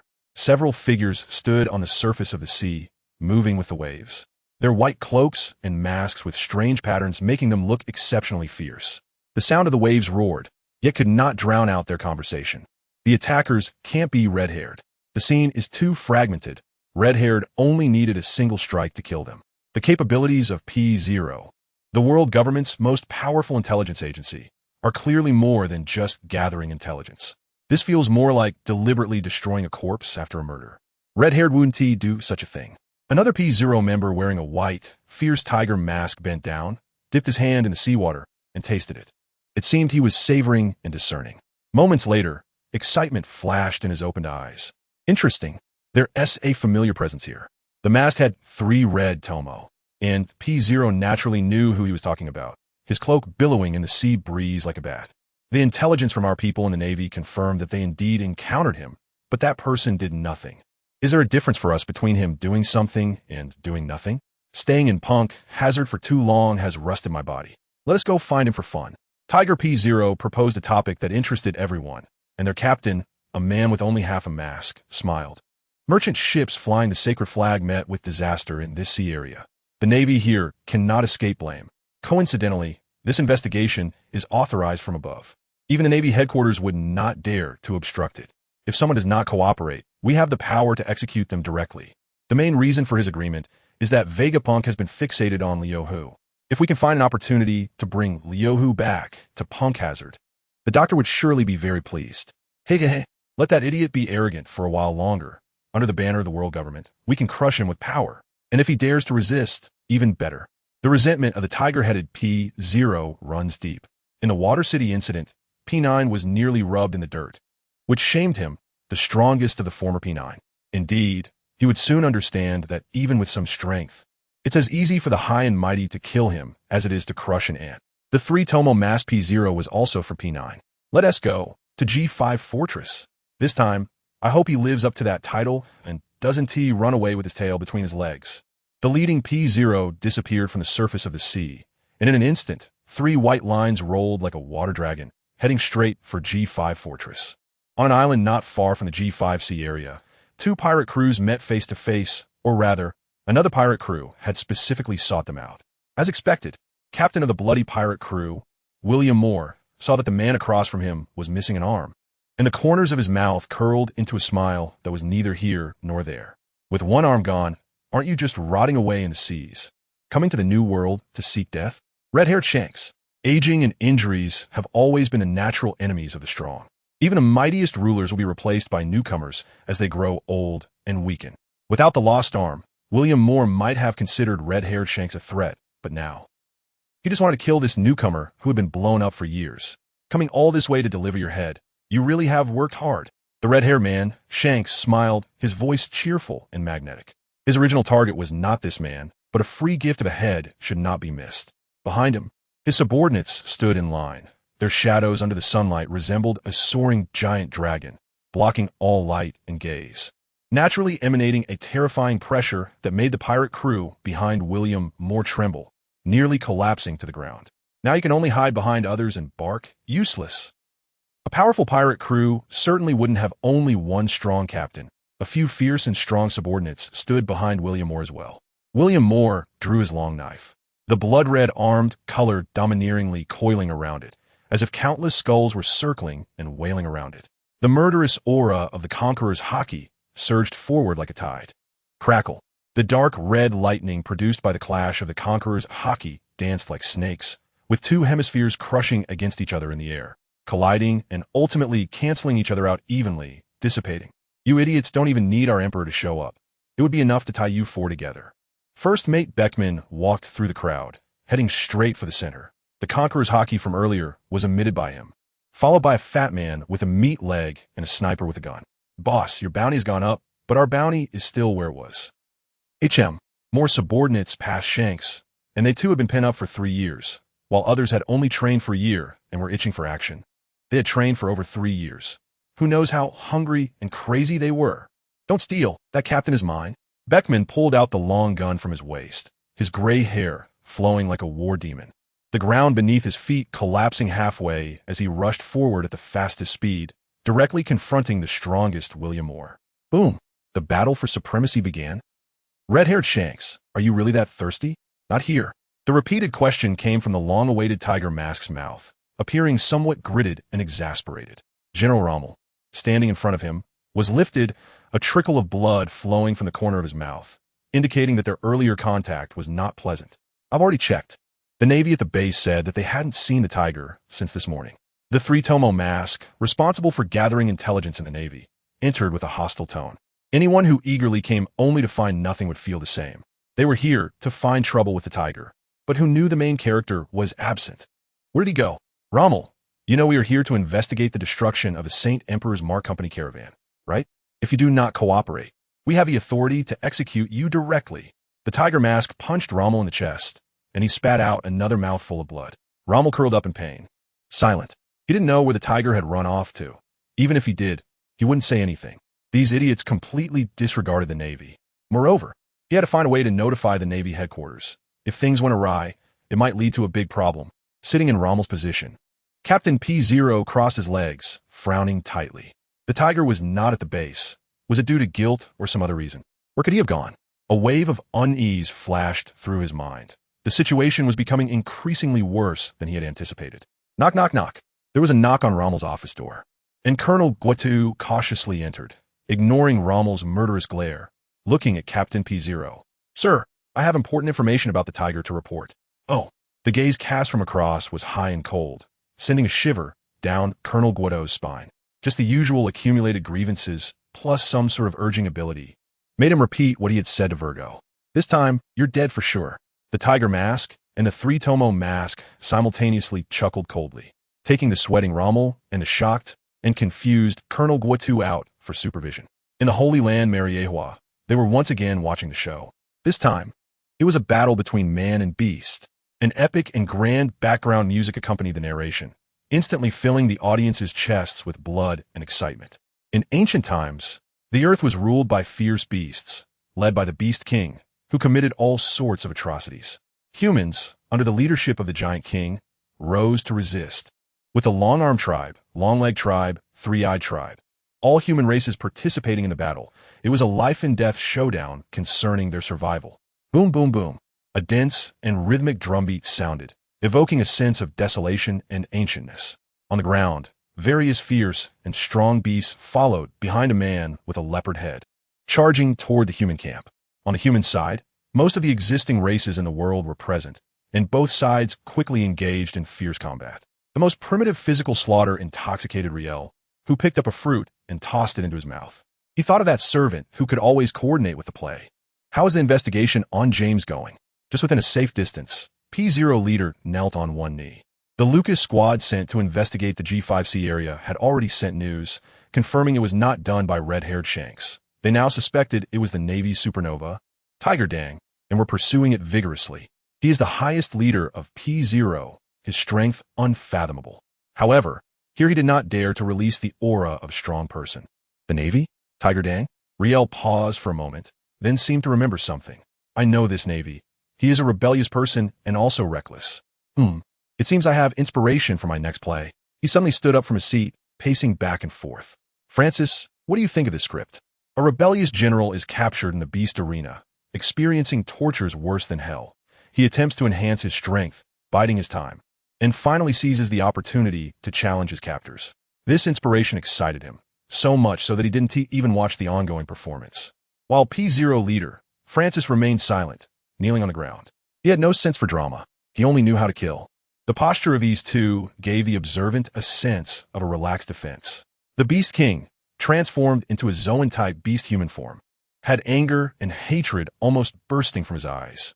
Seeing this once-in-a-lifetime opportunity, he could no longer hold back. Stepping on the arm of a giant, he propelled himself like a cannonball, generating a series of invisible white air circles at an unimaginable speed, swinging his sharp claws to tear apart the unresponsive Riel. Ding-dong. Ding-dong. The bomb collar on the Beast King's neck is counting down. But the Beast King no longer cares, even if it means mutual destruction. He wants to drag this heartless world of nobility down to hell. Seeing Liar still mumbling there, completely unresponsive to the impending attack, the Beast King reveals a delighted smile.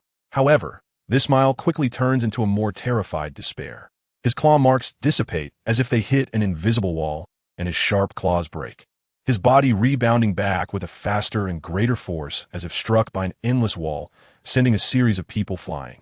The conscious Beast King immediately raises his intact paw to end his life, but finds himself unable to do so.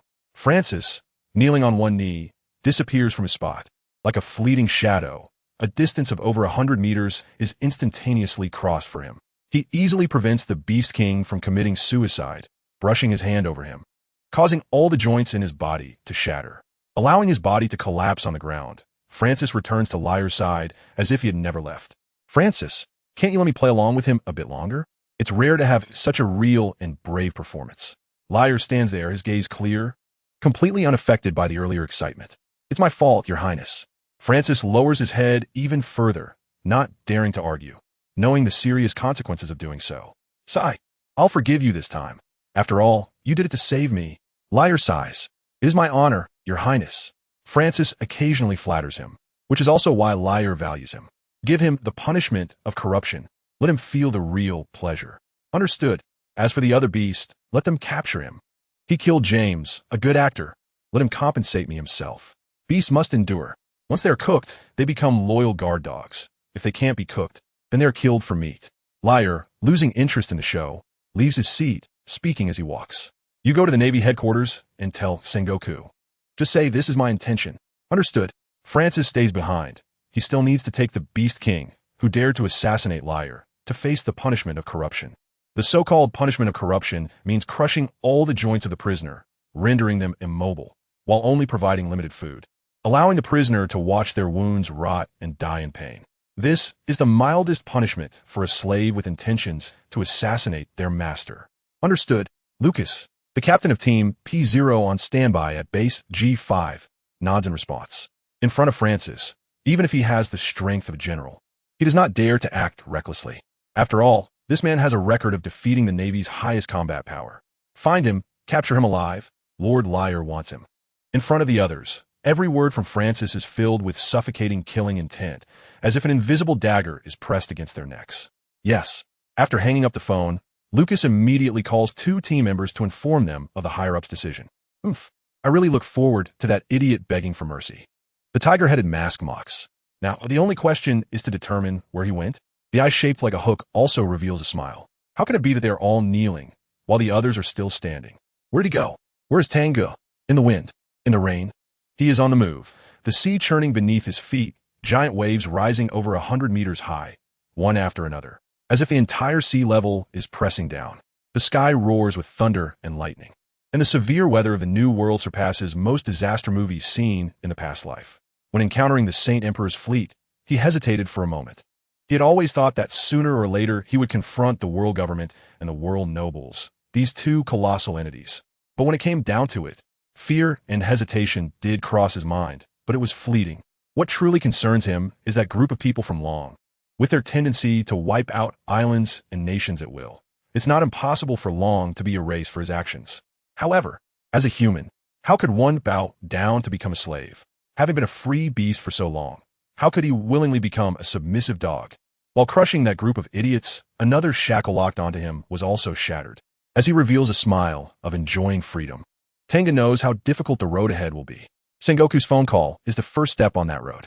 It must be said that anyone who can sit in the position of a Navy commander is not an ordinary person. There were definitely his spies on the warship at that time. Combining some clues, Sengoku directly concluded that the Saint Emperor's fleet was destroyed by him, involving major figures among the world nobles. The Navy headquarters cannot cover this up, and P0 will definitely investigate thoroughly. His intention has two options: either eliminate all the Navy present at the time and push the blame onto Shanks, or rely on strength to carve out a path. There are only these two roads. For Tang Ge, there's actually only one road. Eliminate those innocent Navy personnel involved. It's a compromise to seek survival, which goes against his heart and conscience, and was excluded from the start. His path has always been this one: strive to become stronger. Only with overwhelming power can one dominate everything. Just like Shanks, even if the people from the Saint Emperor's company were killed by him, what can the world nobles do? Just like Big Mom, even if her son killed several world nobles, after a great battle, she had no repercussions. Tang Ge needs to be stronger than them. Strong enough that the upheaval of heaven and earth cannot touch him. Strong enough that at the ends of the world, hearing his name would make others tremble. The stronger he becomes, the safer those related to him will be. This is the truth. Those strong who cannot see this often have short heroic lives, and their ambitions are hard to achieve. A general-level figure plus two extreme combat powers of the Wuhai? You better seize this last opportunity. Before him, another wall of water presses down, and the ambition to fight against heaven and earth fuels Tang Ge's desperate roar. Not long after hanging up Sengoku's call, he finds a record pointer of an island. He is going to hunt ability users. On the panel in his mind, the red plus sign is just a final sliver away from being filled. This is his trump card. A next-level disaster physique would be enough to push his strength to a point where he could roam the seas. This truly is a world of uncertainty. Anyone could become a dark horse. Buzz. The black blade emits a ray of light, piercing through the water curtain, blocking his path, cleaving an opening for passage. The golden scales are not mere creatures in the pond. Once they encounter wind and clouds, they become dragons. Boom!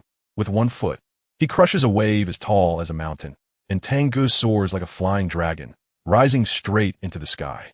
Holding a belief in victory in his heart, he swings his slaughter knife towards becoming a hegemon in this new world. This is his path. Shanks ascending to the throne? Nonsense. If Shanks is not strong enough, then Tang Ge will cut him down too. In a certain place in the new world, the thick smell of gunpowder mingled with blood lingers, refusing to dissipate. Now you know what we were here for, right? Beckman lights a thin cigarette, putting it in his mouth, taking a deep puff before contentedly blowing out smoke rings. We are here to ascend to the throne. After a near roar, with a heavy stomp, the ground on one side of the island collapsed, and William Moore had his neck broken, gradually losing his life. Having defeated an enemy with a bounty of over $1 billion, his injuries looked severe. With an X-shaped wound on his chest where the flesh was rolled back, the blood inside had dried up, making it look very pale. He didn't care. After holding back for more than 3 years, only such an enemy could satisfy him. That black-nailed fat guy still wanted to compete with him. He really wanted to chop them both down. The sound of him gnawing on a leg of meat did not stop at all. The fat guy, Laruji, didn't he even chew, swallowing the meat whole. After the battle, he had consumed quite a lot, feeling like he had lost a lot of weight. So he needed to replenish it. What is this group of trash coming to him mean? Are they afraid he can't take them down? The most frustrating was the sniper, Jesus Burgess. His opponent was the weakest and was taken down in just a few shots. Where did Shanks go? Could it be that he's bored and went to the town to drink? One of the pirate officers, Angry Gab, tugged at his torn clothes. The enemy that Jesus Burgess had his eyes on was snatched away by him. No, a strong enemy is coming, and he wanted to deal with it. Beckman sensed something, squinted his eyes, and restored his calm demeanor. At that moment, all the pirates looked toward the sea outside the island. Red-haired Shanks had drawn his famous sword, Griffin, with a fierce smile. On the sea, a man wielding a black sword was rushing over, his cape billowing, with flashes of the sword and roaring waves behind him. A great battle was about to break out. The G5 fortress was vast and boundless. If they didn't know the exact location, where could they look for it? Damn it, I must crush his legs if I find him. The tiger mask was restless, like a furious beast roaring in the room. Outside the fortress, the wind and rain were raging, and his tracking ability had lost precision. Just thinking about not being able to complete the mission's punishment made him tremble all over. Shut up, Daikama. Captain Lucas also frowned, his fists larger, leaving others to endure. He looked toward the door. Just then, there was another knock at the door, and in walked Virgo, grinning and wearing sunglasses. The fierce tiger suddenly went missing, and this group of useless fools made no progress. He had to step in personally, even if he faced reprimands from the Navy headquarters afterward. Who are you? Lucas looked at him more seriously. This was a naval officer stronger than Rommel. Sir, I am Virgo, the deputy commander of this base, and I am here to report on the whereabouts of the fierce tiger. Virgo had a firm grasp of the role he was playing, expressing great indignation and jealousy. He had reason to do so. The fierce tiger not only humiliated him in front of many Navy personnel, but was also the biggest obstacle in his path to the position of base commander. Quickly say, where did that bastard go? The tiger-masked Daikama rushed over, asking urgently. Captain Lucas also stood up, his imposing aura instantly covering the entire room. I had the soldiers check the recording pointers, and one leading to Goron Island is missing. Virgo lowered his head.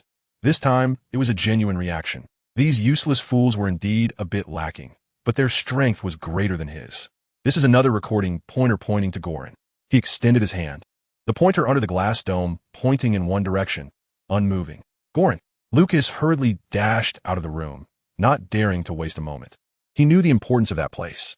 The other two also followed closely behind, quickly disappearing into the vast storm. Virgo looked at his now empty hand. He hadn't even felt the recording pointer being taken away. This time, let's see how you escape. Turning around, he concealed his predatory visage, transforming into a gentle deputy commander, even stopping to greet passing sailors. As long as he dealt with the fierce tiger, it would be a sure thing for him to become the base commander. He had to maintain his image. In the New World, Goron consists of 4 interconnected islands, each with a different climate, divided into spring, summer, autumn, and winter. This is the 4-season circular island, Goron. The islands in this world are already excessively vast, and the 4 connected islands can no longer be called islands. It's a landmass. The entire massive land is filled with steep mountains, with only the connecting points of the 4 islands being wide, fertile plains, and an inland river connecting the plains to the sea. From a high vantage point, the islands look like a platter of 4 colors. The spring island is colorful, the summer island is lush green, the autumn island is golden, and the winter island is icy white. At this moment, in the center of the vast plain where the 4 islands meet, a huge granite outcrop rises. The part facing the inland river, shaped like a longhorned tiger's head, resembling a fierce beast lying on the ground. Surrounding it is a white town, now occupied by pirates. On the tiger's head is a palace built of gold and gems, where the tyrant King Abelo Pizarro sits on an open-air platform in front of the palace, watching the slaves laboring on the plain and the endless sea of red flowers, raising a goblet of blood-red wine and downing it. What a beautiful sight. Meow. After conquering the kingdom of Act, the original kingdom on Goron, all its people were forcibly turned into slaves. Not only that, but he also purchased a large population through slave traders. The plains, originally used for growing food, were now entirely planted with these blood-red flowers, looking beautiful as the sea breeze blew through. Your Majesty, this is all your achievement. The former vice-captain of the pirate ship, now the prime minister of the kingdom, Jesus Hart, spoke with a wooden fan in hand, covering his mouth as he spoke. He had some fur tri-blood, with black hair covering his body. Jesus, why are you here instead of watching over in the lab? Do you have good news? Meow. Pizarro rested his head on his hand, his pupils like vertically slit eyes, wearing a crown with a gem in the center that looked like a burning sun, appearing extremely luxurious. Inside the palace behind him, his pirate companions were drinking and having fun. Occasionally, some eager pirates would drag women pouring drinks into small rooms to do some indescribable things. Of course, Your Majesty, Walter has developed the deadly drug you wanted. Jesus smiled, his eyes narrowing into crescent shapes as he handed over a gem-decorated box. This is wonderful. Meow. Pizarro eagerly opened the box, revealing several capsule-like drugs, all bright red. The attitude of the Holy Emperor Printing Company is getting worse. With this, we can give them an unforgettable lesson. Your Majesty, we must leave ourselves a way out. The recent situation is a bit unfavorable. Red-haired Shanks has returned to the New World, and the fierce tiger at G5 Fortress is not a good character. He will come to Goron sooner or later. Hart wanted to continue, but Pizarro suddenly stood up from his seat, his vertical pupils gazing at the sky, slightly expanding. He has come. As he spoke, Pizarro's body rapidly expanded, transforming into a towering tiger-headed beast covered in blue fur, with a pair of white curved horns shooting up. Tiger Fong, 1,000 cuts. A thick palm extended a claw nearly half a meter long, slicing rapidly through the air, causing the atmosphere to ripple like water. Layers of green slashes shredding everything in front, surging skyward like waves. Just as Jesus was wondering why the captain was attacking the sky suddenly darkened. Clouds were torn apart, and a torrent of blade light descended from above like a furious sea, dense and overwhelming, threatening to obliterate everything below. Boom, boom, boom. In midair, the green waves collided with the blue blade waterfall, transforming into a brilliant azure light rain that spread across the sky, the deafening explosion resonating throughout the universe. The sky was moving, the earth was shaking as Tang Ge, diving rapidly from the high sky, locked onto the towering figure on the ground, his eyes glinting with fierce intent. He looked like a Zoan-type devil fruit user. This was his favorite. Only one thought filled his mind. I will shatter this land along with everything on it. His feet pounded with thunderous speed, and the blade light circled around him like a mountain. Boom! Jesus' heart collapsed to the ground. He was not a minor character, being the deputy of Abelo Pizarro, with a bounty of 320 million berries. However, the sudden attack from the sky was simply too overwhelming. It seemed the enemy's stamina was limitless. Another round of black blade light cascaded down to the earth, tearing apart the azure light rain, with the attack's coverage area several times larger than before. In the center, a figure wielded a blade like fire, a red tiger illusion appearing around his body. Ripples rising from the surface, and the imposing spherical conqueror's haki's edge crackling with electricity. Like a meteor breaking through the atmosphere, engulfed in flames, it descended toward the earth, destroying everything in its path. The sky cracked open, and the earth split into valleys. The sound arrived before the figure did. Within a radius of 1,000 meters, people, trees, flowers, and grass all bowed their heads. Roar, roar, roar. Pizarro, directly under the attack, let out a roar reminiscent of a dragon and a tiger. His body covered in armament haki, the blue conqueror's haki swelling like clouds, with a blue tiger illusion with dragon horns and whiskers roaring skyward. The hard granite beneath him collapsed and exploded within a 10-meter radius, his figure shooting skyward, transforming into a blue beam of light, scattering a layer of blade light. A red and a blue figure, leaving afterimages collided like two meteors. Crackle. Thunder roared in the sky. The impact of the two spherical conquerors' haki created dark red lightning over 100 meters long, dancing like a swarm of snakes, sizzling. With a visible spherical shockwave shaking the void, stirring the river water into waves of over a meter high, ripples spreading toward the sea outside the island. The ground rumbled. Boom, boom, boom. The explosive roars from the slashes grew louder until they merged into one sound. The grand golden palace on the massive rock was shattered into pieces, gems scattering and sparkling under the sunlight. The unyielding black blade light cut into the rock, forming deep and long ravines. The once mighty tiger-headed shape, now unrecognizable. The granite lying on the ground suffered the impact of the blade waterfall, and the surrounding towns were caught in the chaos, all buildings exploding into dust, and the pirates who hadn't escaped the attack were reduced to pulp, swept into the air by the turbulent currents from above. Sizzle. Claws and black blades clashed half a foot apart in midair. Armament haki surging from his body like a tide towards his arms, with hundreds of shocks colliding in an instant, the central circular area completely becoming a vacuum. Only flickering yellow lightning visible. The shockwave rippled outwards with a black halo, the violently shaking air producing a continuous series of explosive sounds, stimulating the eardrums of the surviving slaves on the plain. Abelo Pizarro's murderous intent surged, his slit pupils fixated on Tang Ge, his voice a low growl. Roar, bastard! I will cut you down and hang you on the island to dry. His massive body began to condense, muscles and bones writhing. Beneath the blue fur was a body refined to the utmost strength. The earlier form was just an ordinary battle stance, not suitable for showcasing his abilities. This form was his true combat stance. The death of the pirate crew in the palace was inconsequential. Stronger ones could be found. But Jesus and Walter in the town's laboratory were his trusted aides, the key to his ascension. Now they were all dead. He couldn't withstand such a wide-ranging slash. Jesus and Walter couldn't escape either. In midair, blade and black claw interlocked, golden sparks flying out continuously. Tang got a clear look at Pizarro's appearance.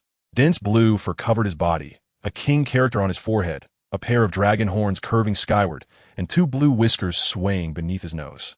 If it were me, I wouldn't be so merciful. This is definitely a true, formidable enemy.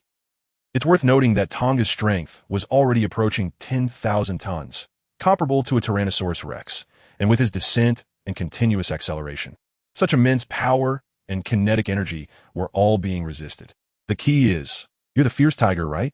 Killing a waste like Magnus made you lose sight of your own strength. Encountering me marks the end of your hollow fame. I am the user of the mythical Zoan-type dragon whisker tiger fruit. Go to hell and regret it. Roar. Pizarro opened his mouth full of serrated teeth, a fierce light flickering in his eyes, the conqueror's haki swelling even more, the armament haki on his claws condensing and breaking through the spatial barrier, piercing through Tang's armament haki defense, stabbing into his body. Boom! A massive impact sounded as Tang's body broke the sound barrier, shooting toward the sky, contrasting sharply with the previous reverse motion. On his chest, a bloody claw-shaped wound appeared on the surface of his muscular skin, the immense force exploding within him, impacting his bones, muscles, and internal organs. A mouthful of blood spurted out, just one strike, and his armament haki along with his tough copper skin was pierced through, nearly having his heart extracted. This guy's armament haki actually reached the awakened state. Not as powerful as Carp, but indeed had reached that realm. There was no time for astonishment or fear. Battles between strong opponents never ceased until death, and there was no pause to observe your expression. Even without training in the six forms moonwalk, Pizarro, with his extraordinary strength and speed, had gained the ability to move in the air. Boom! Boom! A series of explosive sounds echoed as Pizarro shot towards him, his claws like drills, piercing again. This was his best, hardest weapon. Even when sent flying, Tang still maintained control over his body. He had been knocked around too many times, honing his skills.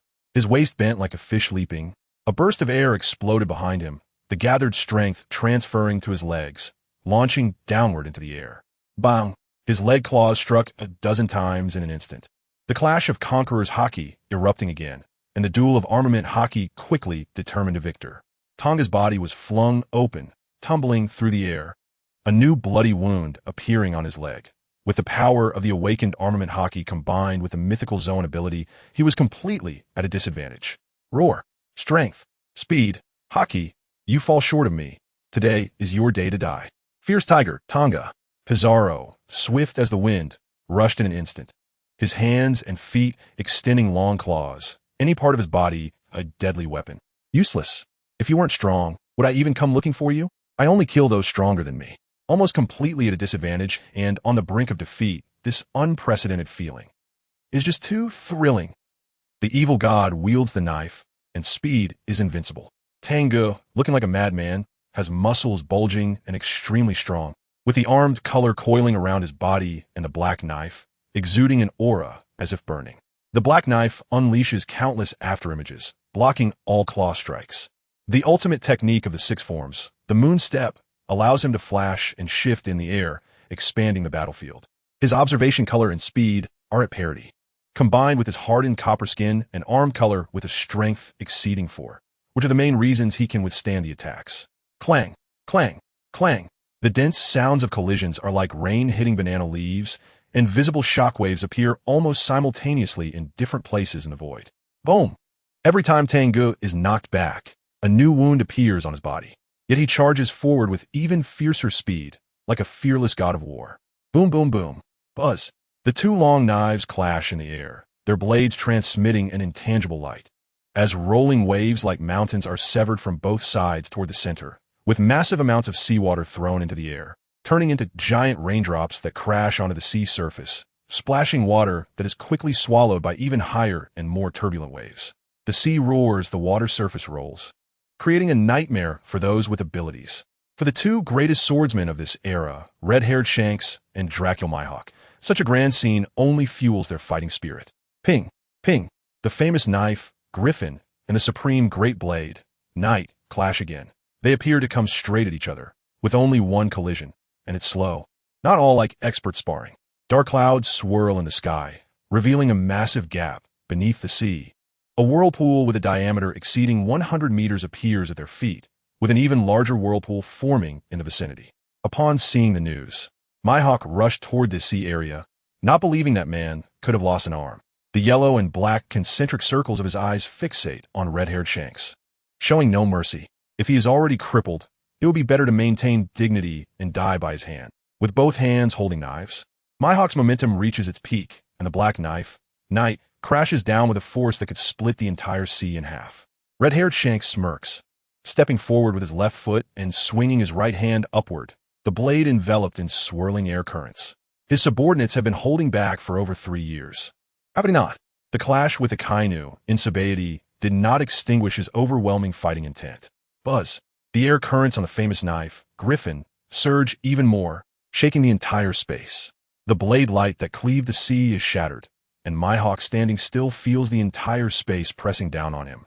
His body sliding across the water surface, carving a smooth trench that crashes through a wall of water. Ha ha ha! Red-haired Shank's face is drenched, unsure if it's water or tears. This is the power once mastered by his former captain, and now he has grasped it too.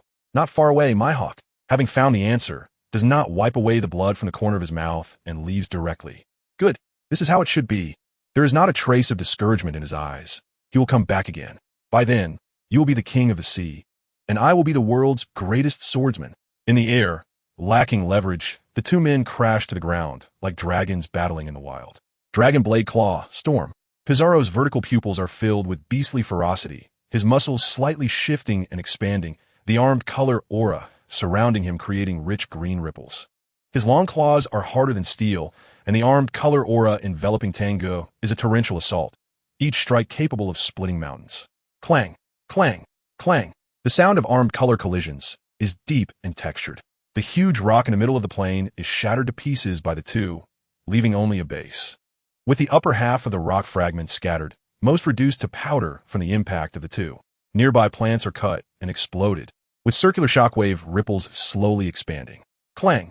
The black knife strikes accurately at Pizarro's claws, producing a metallic clash. In an instant, Pizarro's feet, elbows, shoulders, and even his entire body relentlessly attack Tang Ge like a tornado. The ground around them explodes, with craters dozens of meters wide continuously appearing. Rocks and soil are all shattered by the forces directed toward the ground, sending shockwaves flying far away. Boom, boom, boom, boom. In the continuous collisions of bodies, Tang Ge makes no dodging moves, even as the wounds on his body increase. This is a pure clash of physical strength and speed. Dodging is meaningless and only weakens his momentum. In terms of strength and armed color, he is already inferior to Pizarro, and being weaker in momentum becomes the last straw that breaks him. This unwavering belief in victory is like a spark, igniting the power of his armed color. The crimson armed color completely transforms into flames burning bright red, hot as the sun, eternal and undying. Boom, boom, boom. Amidst the violent explosions and loud sounds, the earth groans, with endless gashes and huge craters marking its scars. Armed color against armed color. Observation color against observation color. Conqueror's color against conqueror's color. This is the melee of will and flesh. Clang, clang, clang. The dense and heavy sounds of collisions echo continuously, as the azure dragon whisker tiger and the blazing tiger crash into each other again, roaring apart. The blue-red aura of armed color shines in the air and the ground. Already cut and sliced by countless blade lights, suffers again from the violent airflow, with dust filling the sky. Useless. Is this your level? Come on, kill me. Forgetting the pain on his body, Tang Ge lets out a low laugh and shouts. Roar. Pizarro's beastly eyes are icy cold. Not having killed this navy in the shortest time has already cost him patience. From a box hidden beneath his fur, he picks up a capsule and puts in his mouth, his heart pounding like thunder. When a person with abilities possesses strength and spirit that match their abilities, a qualitative change occurs, stepping into a new realm known as awakening, similar to armed color. A cold voice reverberates, seemingly declaring victory. Under the influence of that capsule, his blue fur shortens and disappears, his already explosively powerful body expands further, and his claws shrink to just over 10 centimeters.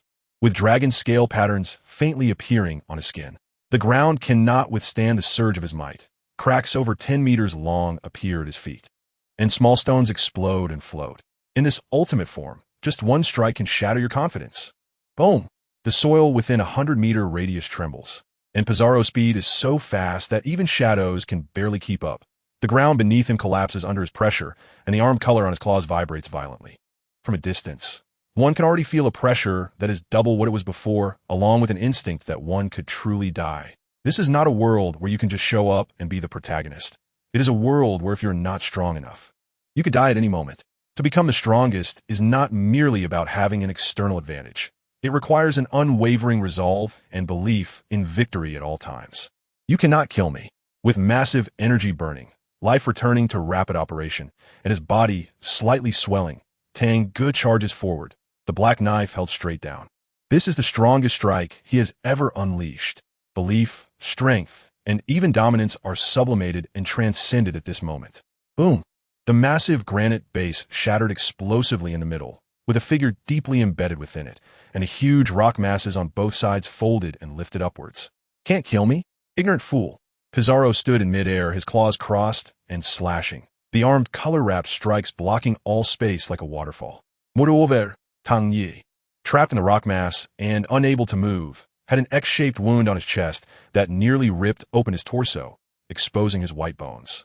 He looked at the descending slash without any panic, even revealing a slight smile at the corner of his mouth. Boom, boom, boom.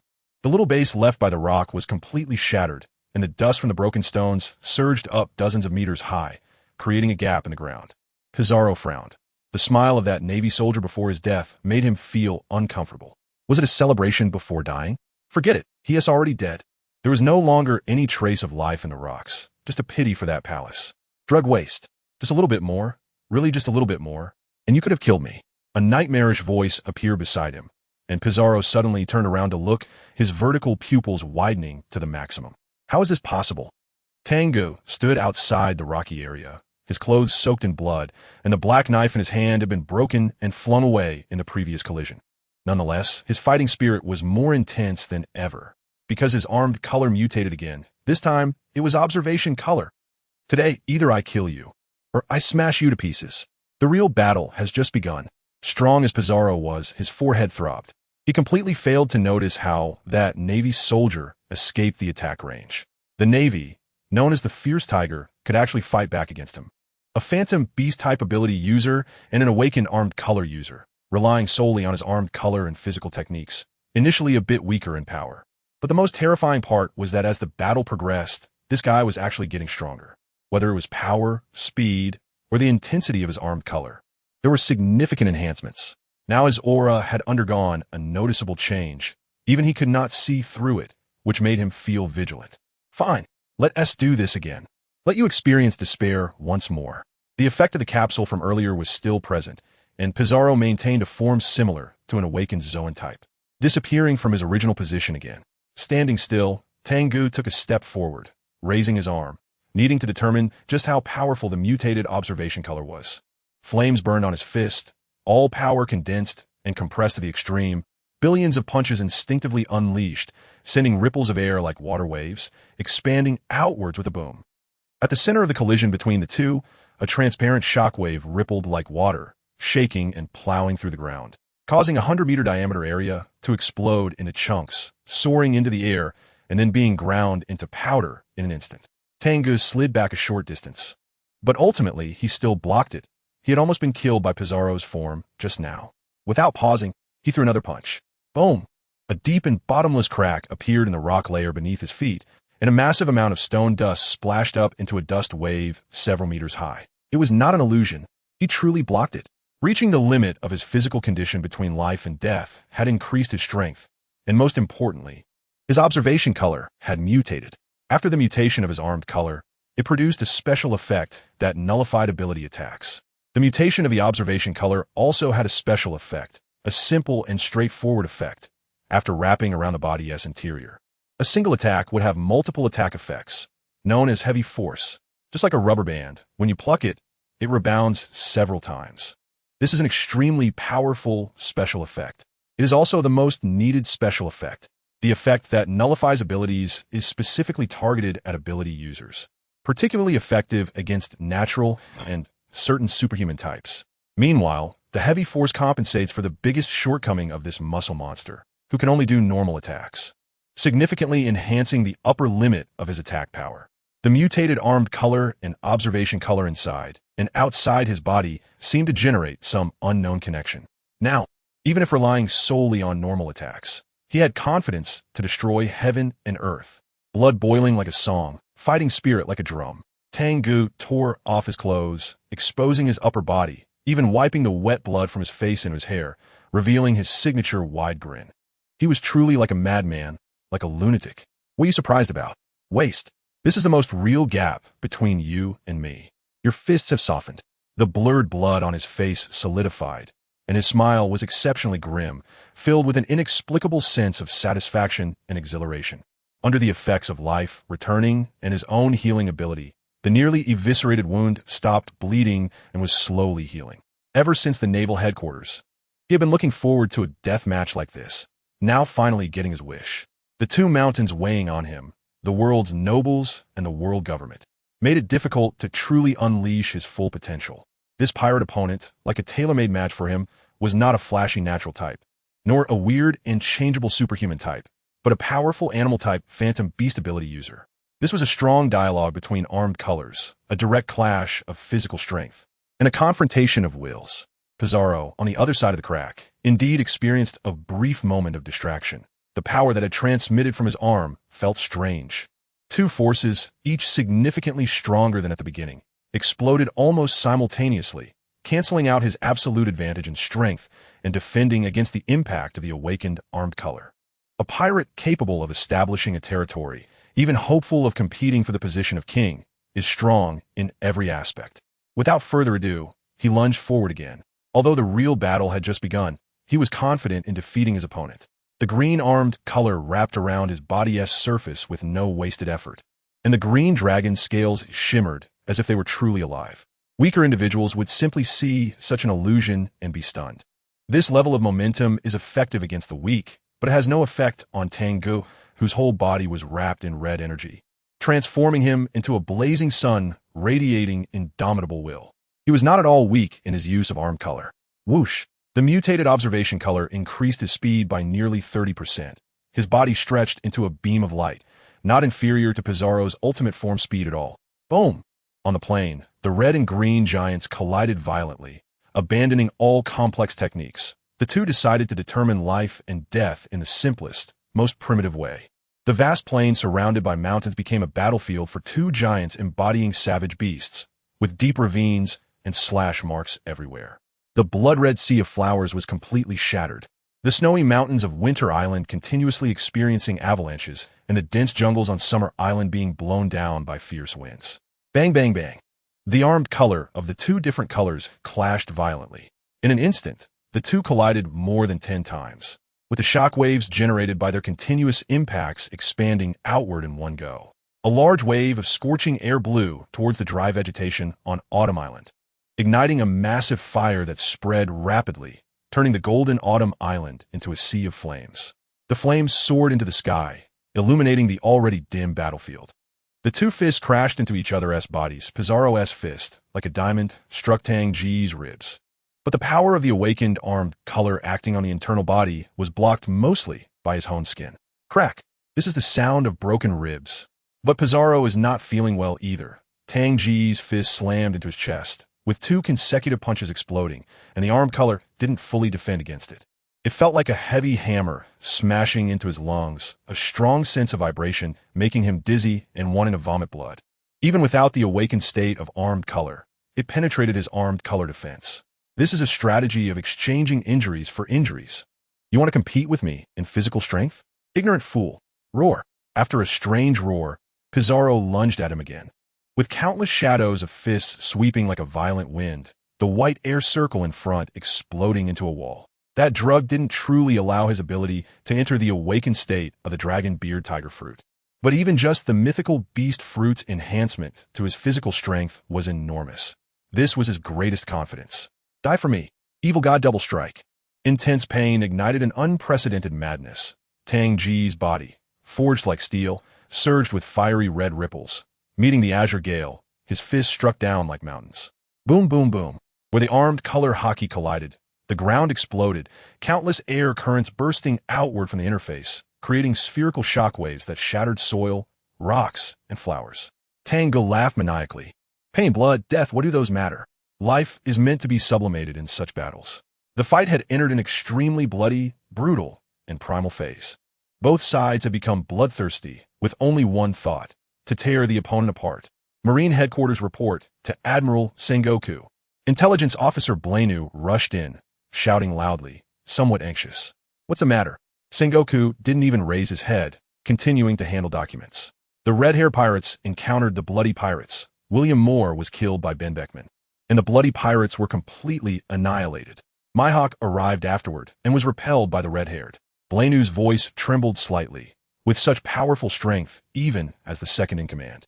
The red-haired pirates ascending to the throne was a done deal. The New World would once again welcome an era of 4 emperors' rule. Understood. Raise Ben Beckman's bounty to 6 billion berries, and increase the bounties of the remaining cadres of the red-haired pirates by 200 million. Send the bounty notices to all newspapers, and announce it to the world with tomorrow's papers. Sengoku's reaction was unexpectedly calm. Blainu paused and continued, there's one more thing. According to intelligence, a huge fire has broken out on Golan Island, and Aburo Pizarro seems to be fighting there. Before Sengoku could respond, a cold voice came from his side. Golan. Francis's face looked extremely grim. This was the worst thing that could happen, and it had occurred. The fierce tiger had vanished without a trace. He had thought it had fled or hidden, but unexpectedly went to Golan, a deadly place. Once the things on Golan Island enter the public eye, that would truly be deadly. Those useless fools. They can't even handle such a minor issue. Bang! He smashed through the wooden window and arrogantly left Sengoku's office. Sitting behind the desk, Sengoku remained calm, standing up to watch the direction Francis left. This fool had been blocking for so long, unaware that he had already let the news slip. If you want to pursue true justice, then this is the trial you must undergo. Either live or die.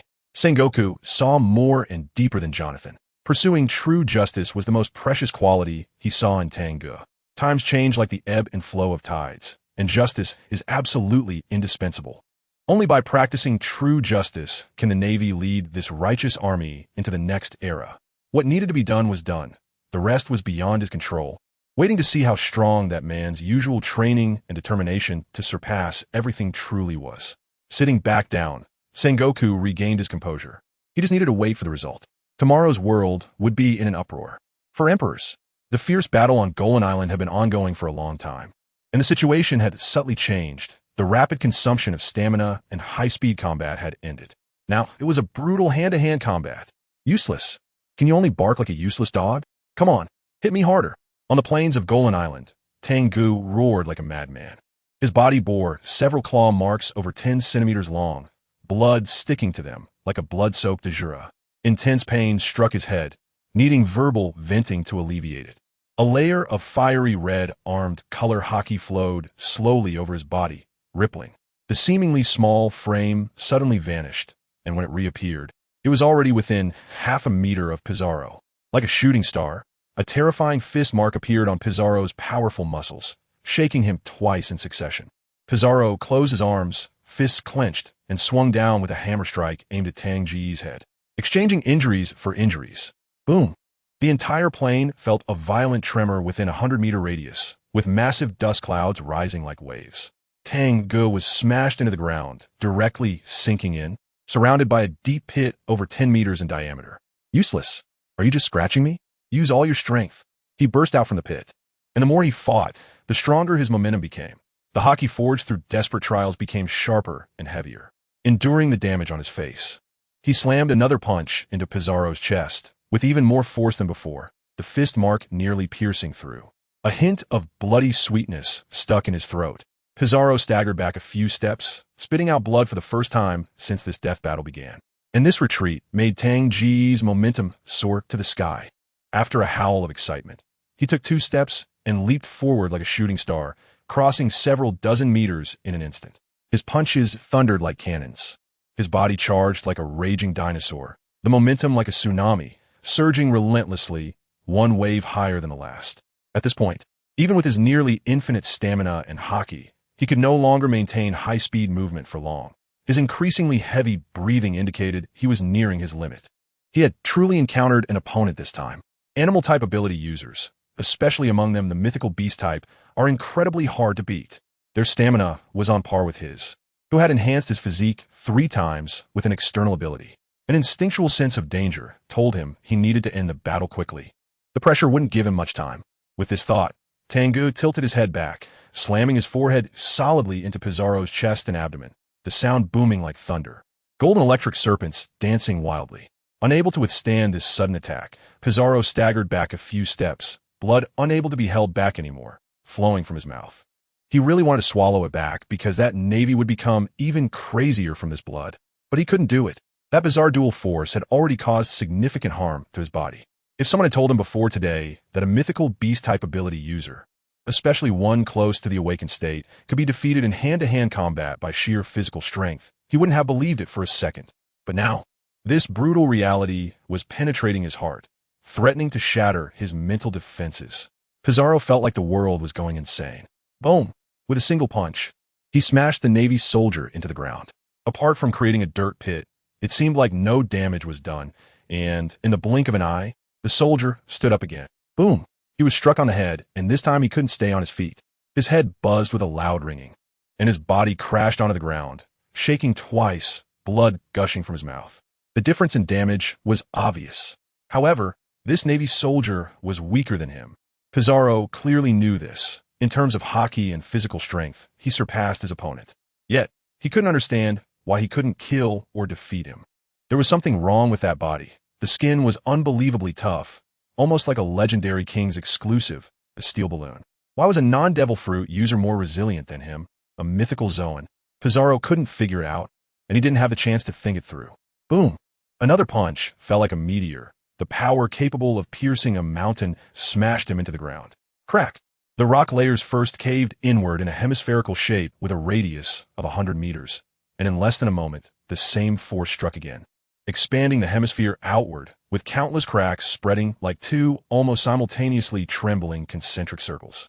You lose, Tang Ge shouted, his voice like rolling thunder echoing across the plain, piercing through Pizarro's already fragile mental defenses. Outside of Goron Island, huge waves were still rolling, reflecting the soaring flames, and 3 figures could be seen forming a triangle, shooting towards the inner river's entrance. The flames spread towards the remaining red flower sea on the plain, changing the color of this painfully scarred land. Fire can illuminate the sky. Rage can also awaken a person's ferocity. The rolling declaration of victory, the condescending gaze from above, and the relentless offensive all tormented Pizarro's heart to the extreme. He took out the last 2 deadly pills, popped one into his mouth, and swallowed it down with the blood in his throat. I haven't lost yet. The blood-red power surged into his veins, chaotic and powerful. A euphoric feeling akin to addiction flooded his mind, suppressing his negative emotions. The sound of his heart pounding like a drum echoed outside, taking 2 deadly pills at once. The dragon scales on Pizarro's body became denser, and a thick tiger tail extended from his tailbone. Sharp fangs protruded from his mouth, and his eyes turned blood-red, showing a trend towards evolving into a true, ferocious beast. A war of attrition wouldn't work. This was the truth told by nearly a day of fighting. Only a single strike could achieve complete victory. Similar to a return to life, Pizarro squeezed out all his strength, condensing it into his right fist. His momentum became incredibly violent. The edges of his blue conqueror's hockey flickered with subtle electric lights. As he stepped onto the ground, the terrifying power released along with his tiger-like lower body, causing the ground to completely collapse, and he smashed through all the barriers ahead. Layers of blue air currents rolling in.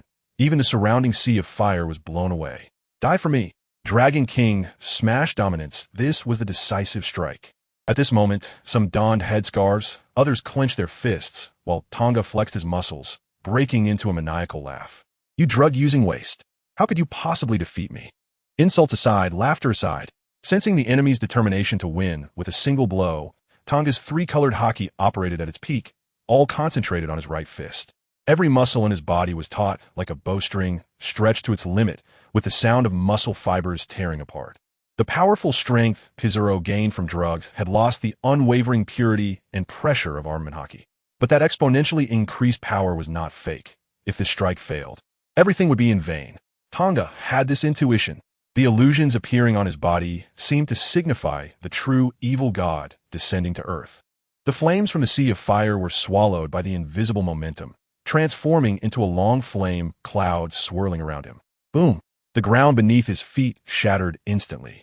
The entire earth was pushed back, and taking advantage of this recoil force, Tang Ge surpassed the speed of sound. The air pressure waves pulled behind him. Layers of white rings exploded. Evil God clenched fist fourfold force, falling tiger.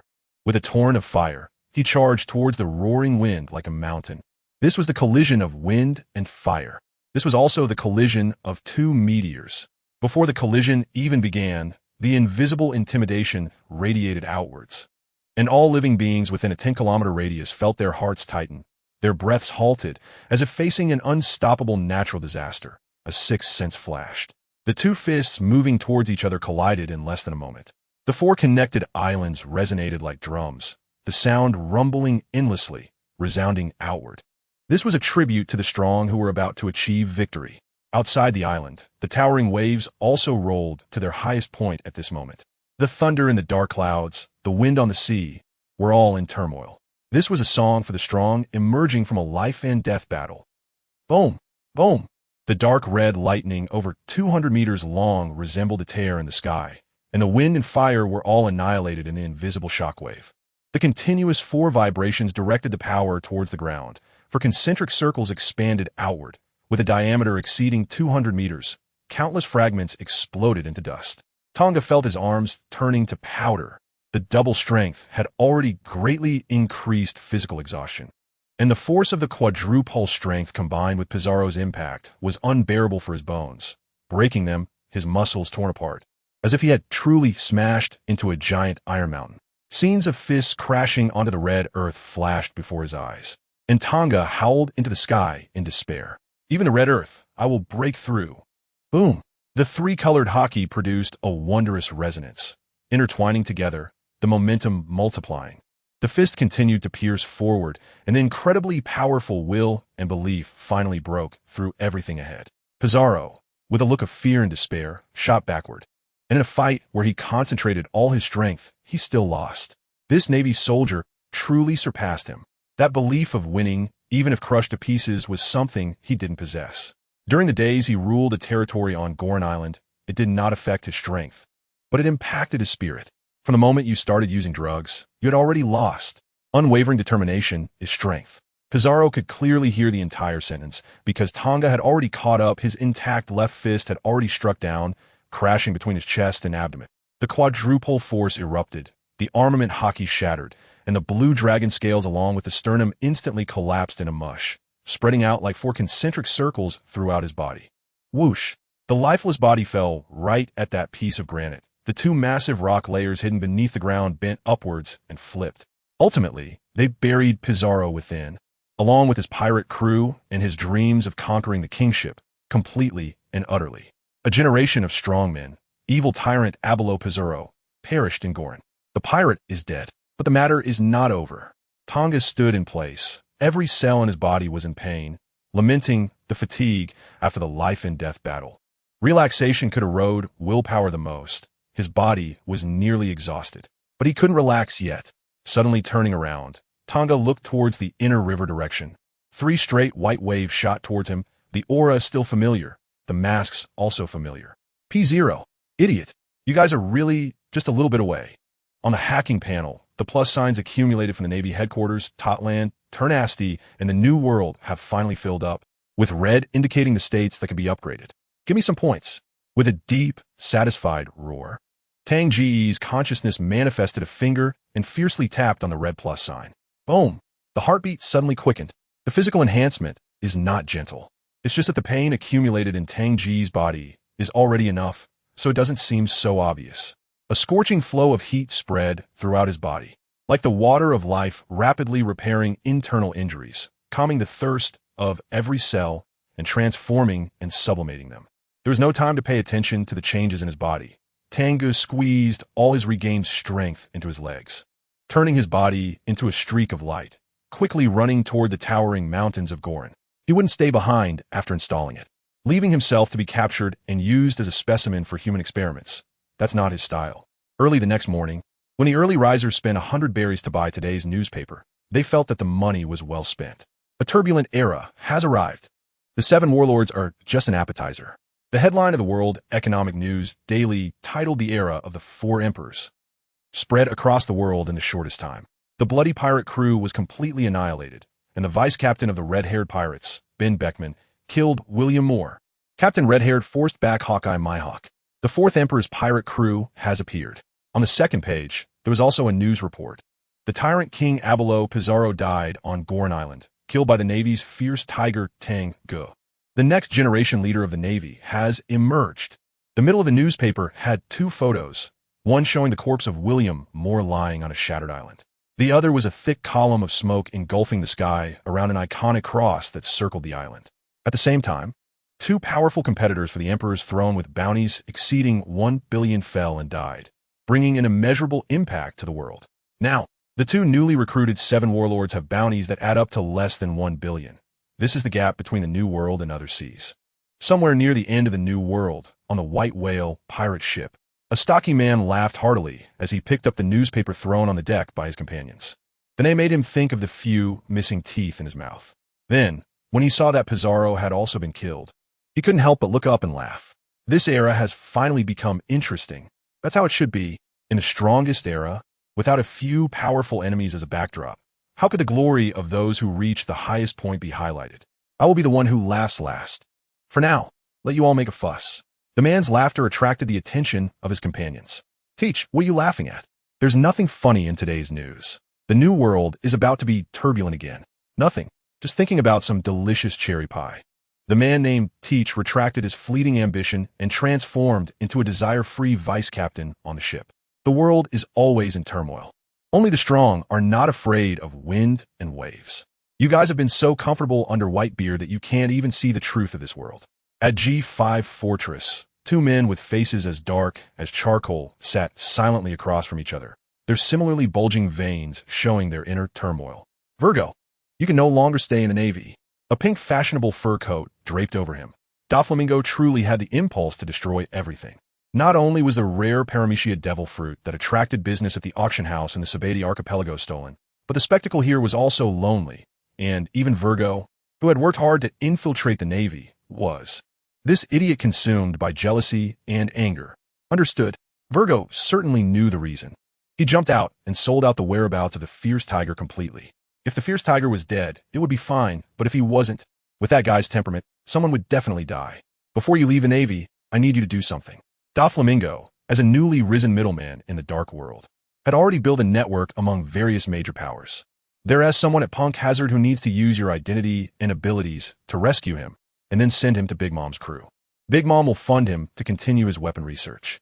Okay, our collaborator is Big Mom? Virgo breathed a sigh of relief. Bringing someone out of Punk Hazard was not a difficult task with his abilities, especially since there was no P0 station there now. No. Fufufu. Our collaborator is Kaido of the Beasts. Doflamingo said with a smile. Big Mom was unable to expand her influence over Topland. Only by collaborating with Kaido could she have a chance to achieve her vengeance against that group of idiots. The upcoming seas will not be calm. Even if they're a red-haired, the fierce tiger is not a docile guy. As long as he is alive, he will eventually cause another major incident. Jonathan, who was fishing in the inner lake of Long Fortress, suddenly heard the entire base begin to stir, the noise growing louder until almost everyone was shouting one name. Fierce Tiger. Quickly putting away his fishing gear, Jonathan grabbed his things and ran to the office, with only one thought in his mind. That guy 1T have caused another earth-shattering incident, will he?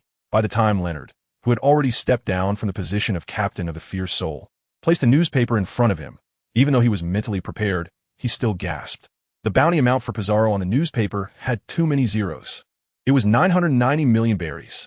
Leonard always spoke concisely. Hiss. Jonathan's actions had changed from combing his hair to gasping. After the Totland War, along with Magnus, he had been almost driven mad, shocked and addicted, unable to put down the newspaper for days. I'm heading out. Leonard knew Jonathan had something to do, so he directly took his leave, leaving the newspaper behind. After all, he had already remembered it clearly. Truly, truly powerful. From the Emperor's cadre, to the over 800 million supernova killer, and now to being a contender for the Emperor. This extent of evolution left Leonard at a loss for words.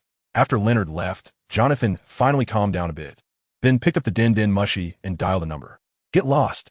The Den Den Mushy, glowing with magma flames, only spat out one word before hanging up, leaving Jonathan with nowhere to vent his excitement. TCH, weaklings like you are just jealous of my vision. I have to say, some things really are contagious. Jonathan wasn't angry at all, and he switched to call another person. Not answering. Even capturing Fisher Tiger is such a hassle. He will be surpassed sooner or later. After trying these two people, thinking that the last one might be sleeping, he started on the next level. Hey, Mole, it's me, Jonathan. Did you see today's news? This is Jonathan's new hobby. I may not be as good as you, but the soldiers I bring out are said to be the next generation of Navy leaders. Do you have this vision? Jonathan was endlessly boasting, and some were both showing off and getting irritated. On a mountain in Donghai Windmill Town, Carp, who had just dropped a newspaper, hadn't he had a chance to gloat before he saw two grandkids with the posture of a king and talent of a general start to squabble as soon as they got a bit of free time. I will be the pirate king. Rubber rubber. Black tiger, hard extraction. The one who was the most excited was a little boy wearing a straw hat, probably about 6 or 7 years old. However, before he could throw a punch, his arms stretched out long and awkwardly fell to the ground. Damn it, why can't I ever hit you? Stupid Luffy. Mountain-crushing wave. A freckled boy jumped down from a tree, his face filled with disdain and hatred, and threw a punch that had some force behind it, hitting the straw hat boy in the face. Like a piece of rubber. The straw hat boy's head stretched out long, and then bounced back to its original shape. Weakling ability user. The man who will become the Pirate King is me. Before he could finish speaking, a massive shadow loomed over him, completely covering him, with only the fierce light in his eyes shining through. What were you just saying about becoming a king? This little brat always talks about weak ability users. Learning all the bad things from the notebook, but none of the good ones. It's simply outrageous. Thud. The freckled boy laid down beside the straw hat boy, a lump on his head, glaring hatefully at Carp, who was spewing spit. I will become the Pirate King. I will definitely surpass you. The straw hat boy's voice was still childishly high-pitched, but his ambition was not small. The last person who said that in front of Carp had a terrible fate. Bam! The straw hat boy rolled on the ground, holding his head, not understanding why his rubbery body could still feel pain. Bam! What are you looking at? The freckled boy just glanced in a direction in the woods and then got punched in the head, causing a lump to form. Seeing the hate-filled gaze in this big brat's eyes, with a face full of nihilism and self-abandonment, Carp would usually stop. He didn't know what to do. But now, Carp pretended not to see, and with another punch, this time with even more force, he knocked the freckled boy dizzy. This old man is different today. Of course, he was different. A bounty of 1 billion is the most important boundary. Pirates who exceed this number require the strength of a general to deal with. If even such a figure is killed, Carp really can't imagine where that brat's limit lies. It's as if the ceiling of a Wu-Hai-level physique doesn't exist on him. Carp pounded his fists against his chest, making a loud sound, and 2 jets of white air shot out of his nostrils. U2's training volume is doubled today. These 2 little brats, always talking about becoming the Pirate King in front of him.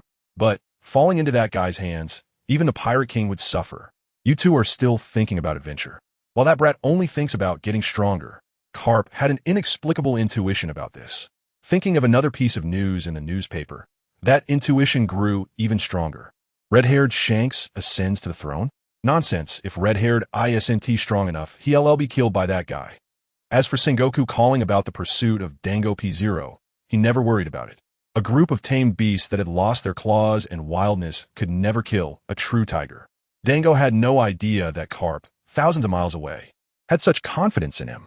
If he knew, he would probably just say one thing to that old man.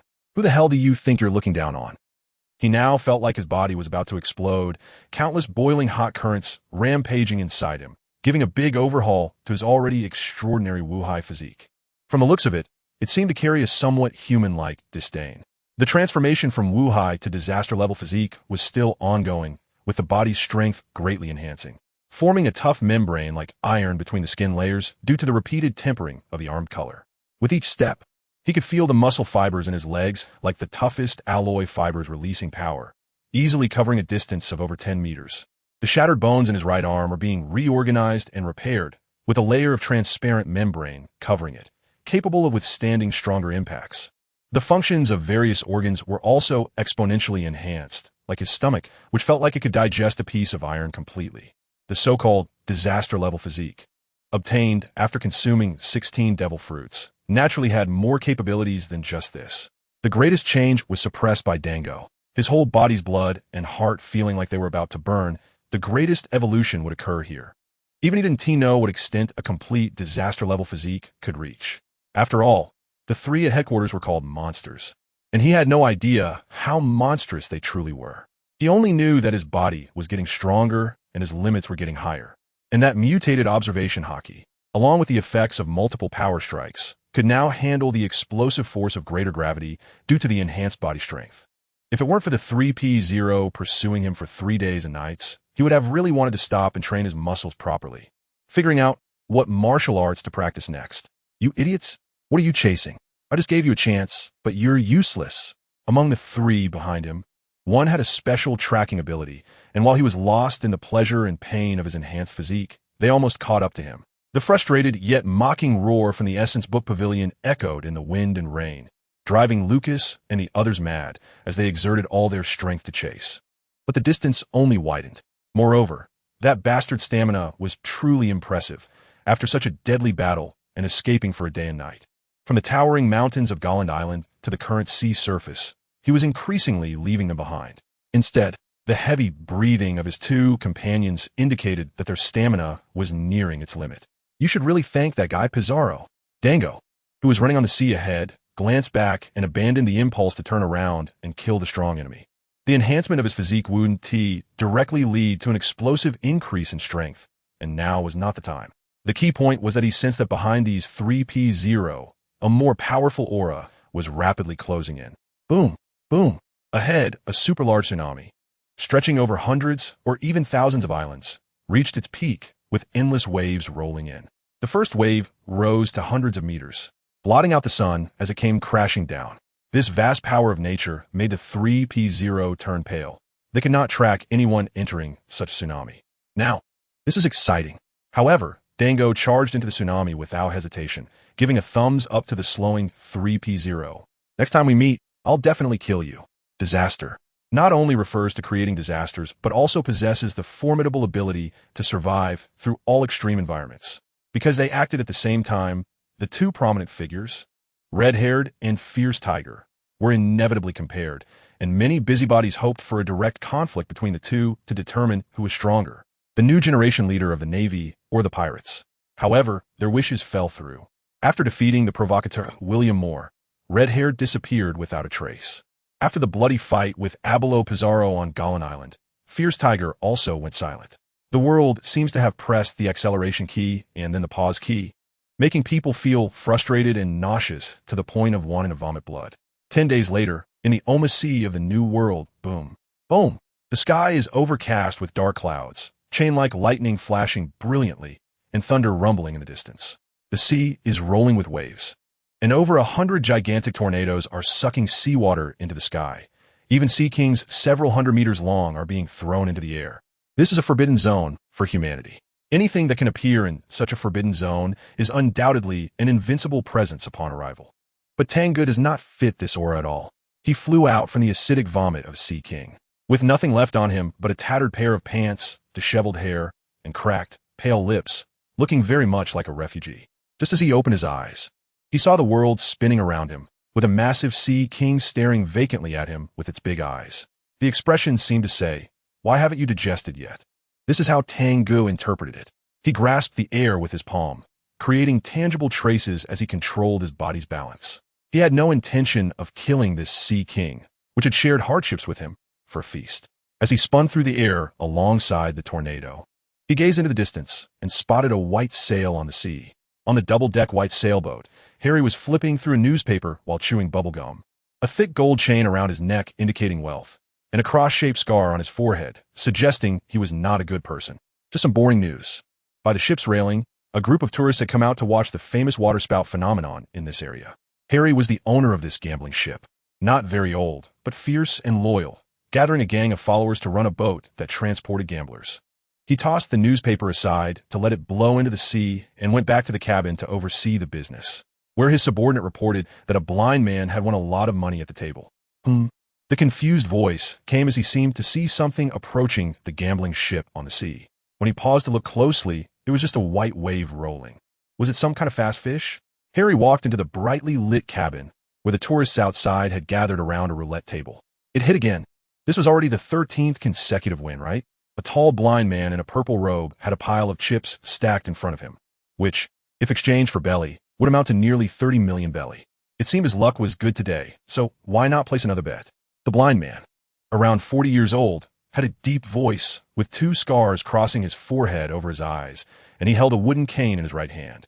This time he bet on 13. Ding, ding, ding. The white ball bounced on the roulette, making a crisp sound. Harry's heart raced along with the ball, unable to contain himself. If he lost any more, he would go bankrupt. His subordinate behind him gestured a neck-cutting sign, but after thinking for a moment, Harry shook his head. It was not his principle to overturn the table after losing. Ding! The white ball paused briefly on the slot representing 13, then rolled forward 1 slot, settling firmly on 14. 14. The banker wins. The croupier under Harry's command breathed a sigh of relief as he collected all the chips that had been bet, signaling the spectators around to keep quiet with their expressions of regret. Oh, what a pity! A smile appeared on the blind man's face as he stood up, tapping his cane lightly on the wooden floor, showing no frustration over just losing a huge sum. On the other side, having changed into a new outfit and won a little money, Tang Ge sat in the best suite of the gambling ship, quietly enjoying a table full of delicious food. His stomach churned as the food he swallowed was quickly melted down, decomposed, and converted into energy transported to various parts of his body. Tang Ge had the waiter bring him all the newspapers from this period, flipping through them one by one, and they were pretty much what he had imagined in terms of tumult. After the report, titled The Era of the 4 Emperors, the originally competing Conqueror Pirates and the Angry Wave Pirates had surprisingly formed an alliance, indicating how great the pressure from Shanks was on them. Meanwhile, the Warlords of the Sea had gained a new member, Pirate Empress Boa Hancock, while Hawkeye Mihawk had surprisingly refused the recruitment of the Warlords. Boa Hancock was the head of her nation, though not a member of the world government. Her bounty was very high, and she was officially confirmed as a warlord without going to marry Geos. It was evident how determined the world government was to assemble the 7 warlords. Flipping through the pages, there was no news about after the incident on Golan Island. It seemed this matter, aside from the death of Abelo Pizarro, had all traces erased. The stance of the world government was also quite strange. They neither publicly issued a bounty for him due to the Holy Emperor Printing Company incident nor announced his defection from the Navy. It seemed they wanted to keep things under control in the shadows, to handle it quietly. Even if it didn't come, Tang Ge would still find them. Some humiliation lingered. It would only be over when one side was dead. Early the next morning, screams disrupted the tranquility of the gambling ship. There are bodies in the sea. Tourists who had come to sightsee pointed at the floating human bodies, screaming in horror, and a crowd rushed over. Harry's subordinates lowered a small boat and placed the already decayed and deformed corpses into bags. Sharp-eyed individuals had already noticed that the insides of the bodies were all hollow, with organs removed. It was done by the organ trafficking group again. Harry slammed his fist against the railing, seething with rage, seeing that those around him were unaware. He explained, the organ trafficking group was a criminal gang that had emerged in recent years, specializing in organ theft. Those targeted by them often had their organs cut out and thrown into the sea, ultimately dying in agony. One of his subordinates had been targeted by organ traffickers when he was alone, and by the time he was found, he had been dead for a long time. The blind man who had showcased his skills at the gambling table sat on the deck, continuously rolling a die in his hand. The die kept rolling but never landed on one, which frustrated the blind man. This was the decision of fate. The blind man raised his head, his white eyes twitching. Although he couldn't see, he clearly felt someone standing in front of him. If such a thing truly existed, what more would that person need to strive for? A hand pressed down on the die, directly flipping it to the one side. I believe that destiny is in our hands. Humans can conquer heaven. Tang Ge sat across from the blind man, like 2 real beasts sitting together. If destiny truly existed, it was to allow 2 such people to meet. Oma, a well-known tourist island in the New World, in a sea filled with pirates. This island managed to become a popular tourist destination primarily because it was centered around the gambling industry. Whether pirates or thrill-seeking ordinary people, they indulged in debauchery here, living in a drunken stupor, with a grotesque prosperity growing wildly. The island covers over 300 square kilometers, most of which is a desolate desert. Only on the southern side of the island is there a 10-kilometer long and 2-kilometer wide area filled with well-developed casinos and various luxurious entertainment venues. As long as you have money, you can enjoy treatment comparable to that of the world's nobility here, if you seek the thrill of gambling. Oma's gambling ships will pick you up and drop you off. Through the azure sea, white sandy beaches, and dense clusters of coconut palms. At a casino named Geely, neon lights shimmer and a bright red carpet stretches from the opulent hall to the roadside connecting to the main avenue. A pure gold statue stands at the entrance, and everyone entering or exiting the casino must pass by it. There are indeed bold and powerful pirates who have aimed for it, but the next day, their corpses would be found hanging in the nearby desert, picked at by vultures. Upon entering the casino, it feels like stepping into a bizarre palace, with crystal chandeliers casting enchanting light. In the center, elegantly dressed singers and dancers perform, igniting the passion of the predominantly male guests, while scantily clad waitresses weave between the gambling tables, serving fine wines or chips. Surrounding the central stage are various gambling tables, large and small. There are many types of indoor gambling activities that can be bet on at any time. Card games, dice, slot machines, and other relatively mild forms of gambling abound. At the back of the palace, there's a larger cylindrical building, the only gladiatorial arena on the entire Oma Island. Inside, it resembles a gigantic Roman Colosseum, with spectators filling the tiers, pirates, merchants, nobles, and commoners alike. The atmosphere is frenzied, regardless of gender. All eyes are glued to the fierce battle taking place in the center of the arena, faces flushed with excitement, shouting wildly. A giant wielding an axe clashes with a tall, slender man holding a rapier, a battle of strength versus speed. The giant, as ferocious as a beast, slams his axe repeatedly into the ground, creating craters, but only dust and debris fly without hitting his opponent. Meanwhile, the slender man, clearly swift, uses his agile footwork to create numerous fine wounds on the axe-wielding giant. It seems victory is near. Yaga, shouts the host with a Mediterranean hairstyle and flamboyant attire, using his sharp voice to narrate the battle. It appears that the ferocious axe-wielder, Findord, is nearing his end. Even with his strength, he can't hit anyone. And is his winning streak coming to an end at the hands of the swift shadow, Robinson? As the host's suggestive commentary unfolds, those who bet on Findord's victory curse in anger, while those who bet on Robinson are already grinning with joy. Useless. Findord, give me back my money. No. Chop down that monkey who just runs around. Findord, take out that muscle man, Robinson. Swift shadow, keep it going. Screams, roars, and excitement are the common scenes in this bloody arena, where desperate men fight for their lives, thrill seekers bet their fortunes and lives, and the deepest human desires for violence and bloodshed are awakened here. The slender man accelerates his efforts to end the battle, thrusting his rapier in quick succession, creating illusions. His steps light as he swiftly circles the giant. With a rapid thrust, swift wind, the phantoms converge, and with dazzling footwork, he leaps high, aiming directly for the back of the giant's neck. If he lands a hit, it will surely pierce the fragile spine and end the fight. Just as the tip of the sword approaches, the giant shows no reaction, and the slender man's eyes flash with joy. He has observed the arena for days, ultimately choosing this clumsy, brutish opponent as his target, betting everything he has. But the rapier still doesn't plunge forward. A massive, hairy hand grasps the blade, preventing any advance.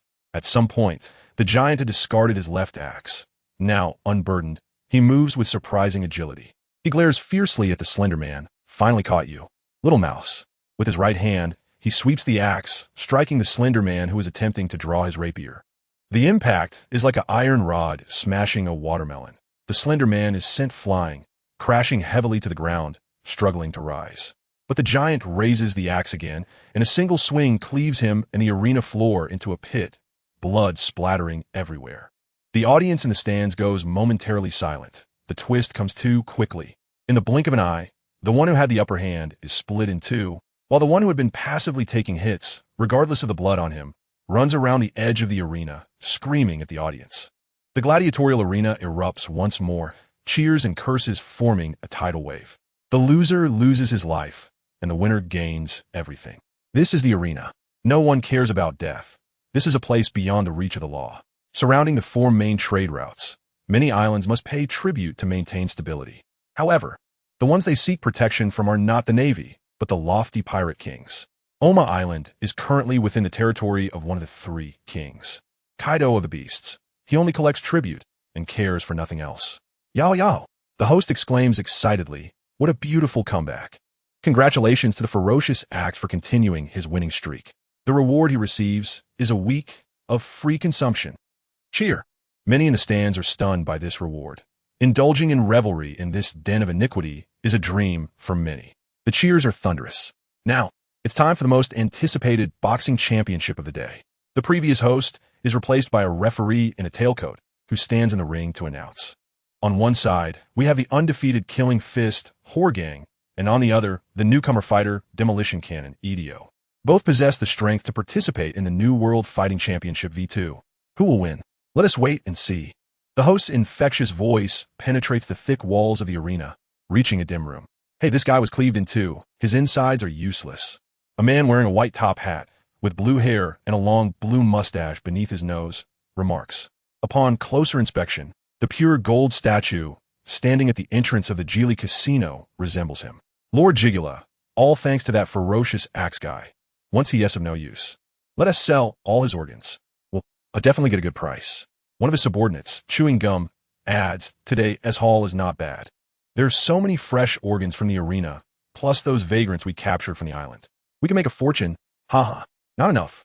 First, transport these to the warehouse, then hand them over to Meat S subordinates, Jigula says, laughing maniacally. Jigula, who really needs so many organs? It's strange. We've never seen the organs we plundered on the market. A wolf, standing upright, full of doubt, asks. But he is met with Jigula-esque cold. Piercing gaze as he sharply replies, shut up. Where the organs go is not for us to know. Making money is what matters, understand? Grey Wolf, you lead the team to transport this batch to the warehouse. I'm off to watch the boxing championship. The subordinates understand the seriousness of the matter, falling silent. While the upright wolf, carrying a batch of organs packed in ice, leaves the arena through an underground passage. In the vast yellow sands under the solitary moon and stars of Oma Island's desert, there lives a highly drought-resistant reptile called the sand lizard.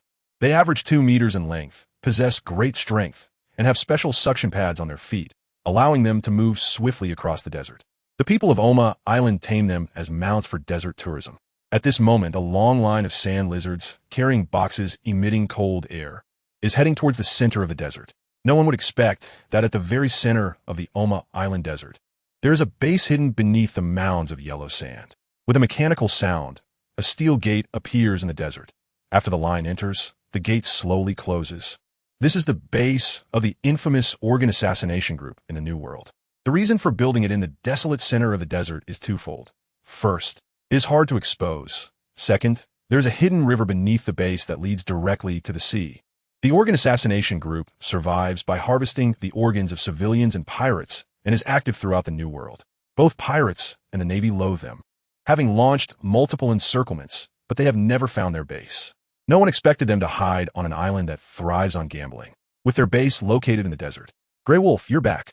This time you brought some good goods, right? The submarine is already waiting. Hurry and load the cargo onto the ship. We can sell it for a good price this time. This batch contains several skilled fighters' organs. They will definitely sell for a high price. The base is brightly lit, with boxes piled up next to the hidden river, and a small crane loading boxes into a submarine docked at the river. The voices of the assassins from the organ assassination group, wearing clown masks, can be heard. They are happy because they can make money.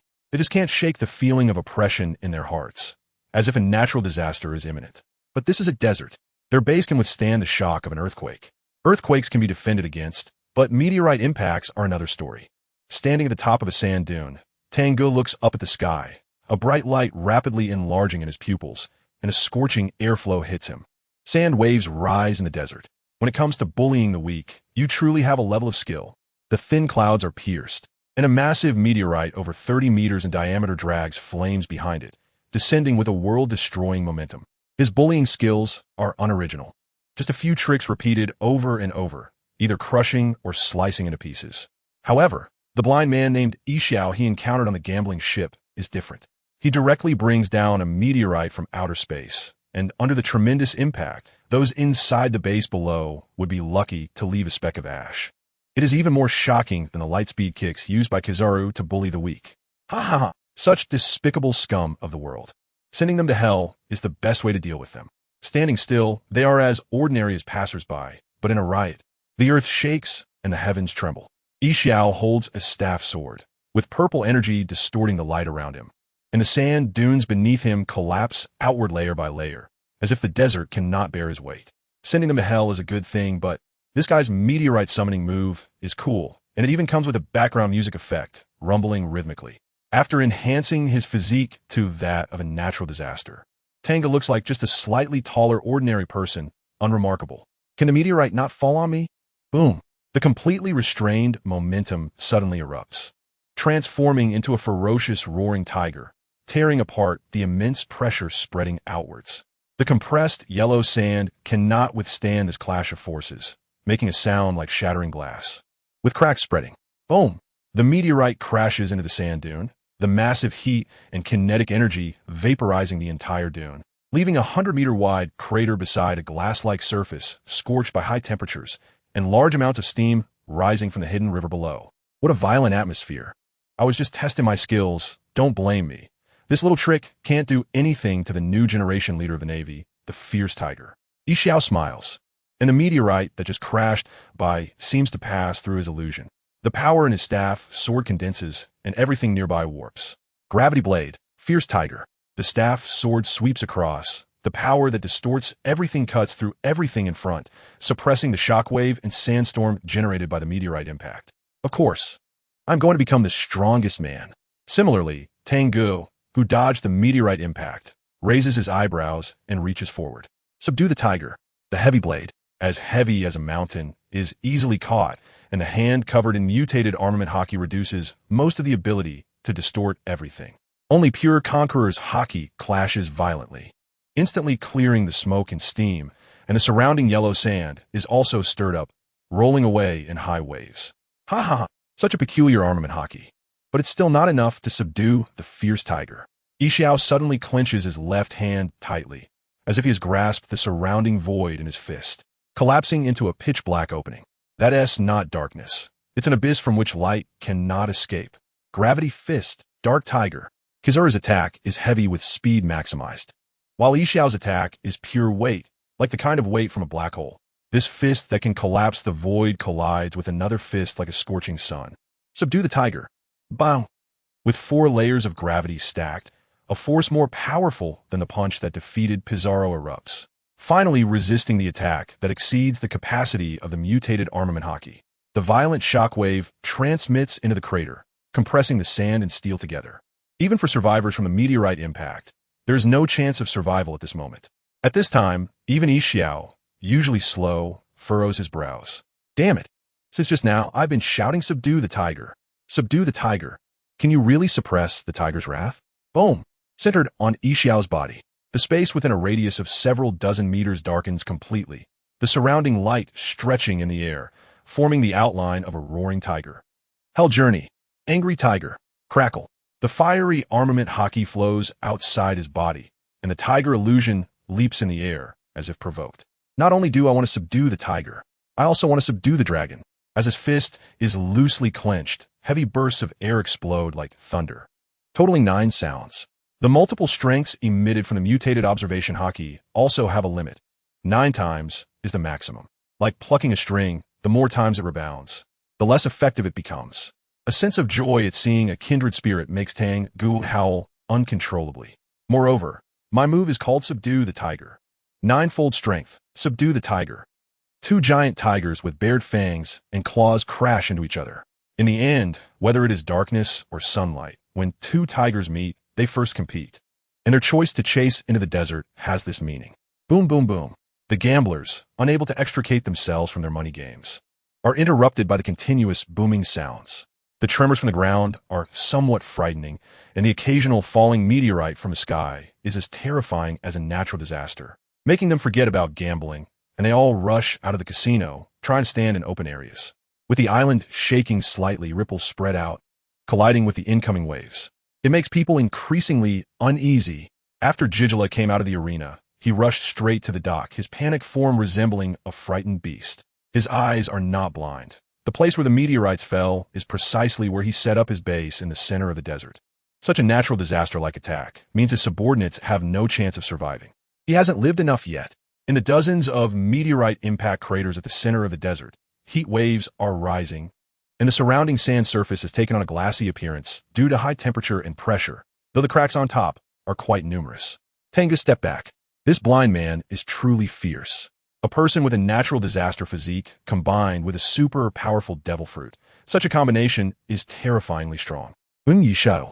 He saw the imposing might that only the highest combat power of the headquarters possesses, like a towering mountain, like a deep abyss, both possessing a natural disaster-level physique.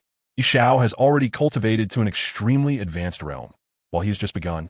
The fact that he was pushed back despite having a two-colored variant of hockey speaks volumes. However, with their level of strength, it would take days and nights of all-out battle to determine the victor. This is one of the terrors of a natural disaster physique. Super strong endurance. Endurance means being particularly tough and able to take hits. Strength means having endless physical power. The far superior physical strength grants resilience in high-intensity battles. Just like Tang Ge himself, when he was still at the Martial C physique level, the fourth level of strength was already too much for his body to bear. Now, in his ultimate form, the ninth level of strength only caused some muscle strain. A battle like this lasting for days and nights would even cause this island, which spans over 100 square kilometers, to collapse. Oh, there is no need to keep fighting.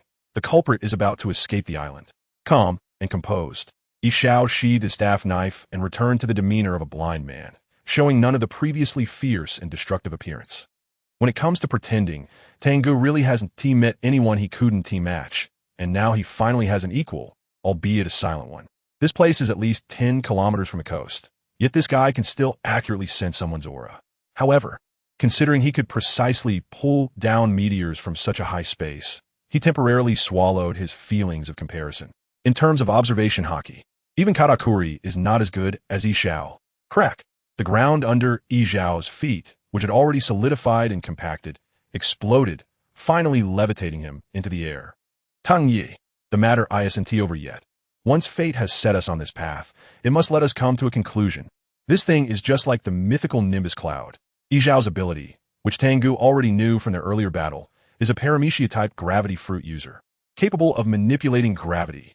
Gravity, any ability related to force, has an absurd upper limit, and in the hands of a man like Yishao, it becomes even more formidable. It's just unclear if he has cultivated his ability to the awakened state. What we start is not fate. Yishao. Fate is always in our own hands. In a flash, he appeared beside Yishao, and fortunately, the levitating ground was large enough that the two giant men, both around 3 meters tall, did not seem crowded standing on it. I must say, although the ability users are weaklings, their abilities are indeed flashy. After speaking, he forcefully stomped on the rapidly moving ground in midair. Crack! The spot he stomped on shattered immediately. Even without sight, Yishao had a pair of fierce eyes. This bastard is either a fierce tiger or a weakling-type ability user, truly infuriating. Sigh, thinking of the special armed color that reduces his ability's power by more than half. Yishao temporarily swallowed his anger. That thing is too restraining to his ability. Soon, the two blocked off Jigula and his subordinates were trying to escape by boat on the sea. Then, regardless of how Tang Ge treated them, Yishao, leaning on a staff knife, ran off to gamble at the casino. Seeing his impatient demeanor, he was definitely a veteran. The aura of a profound master had instantly dissipated. Tang Ge was left utterly speechless. After crushing all the bones in Jigula's body, this organ trafficker's leader revealed everything. Sure enough, it was related to you guys. Upon hearing about the organ trafficking group, he immediately thought of the population trafficking group that appeared on volcanic Hot Spring Island.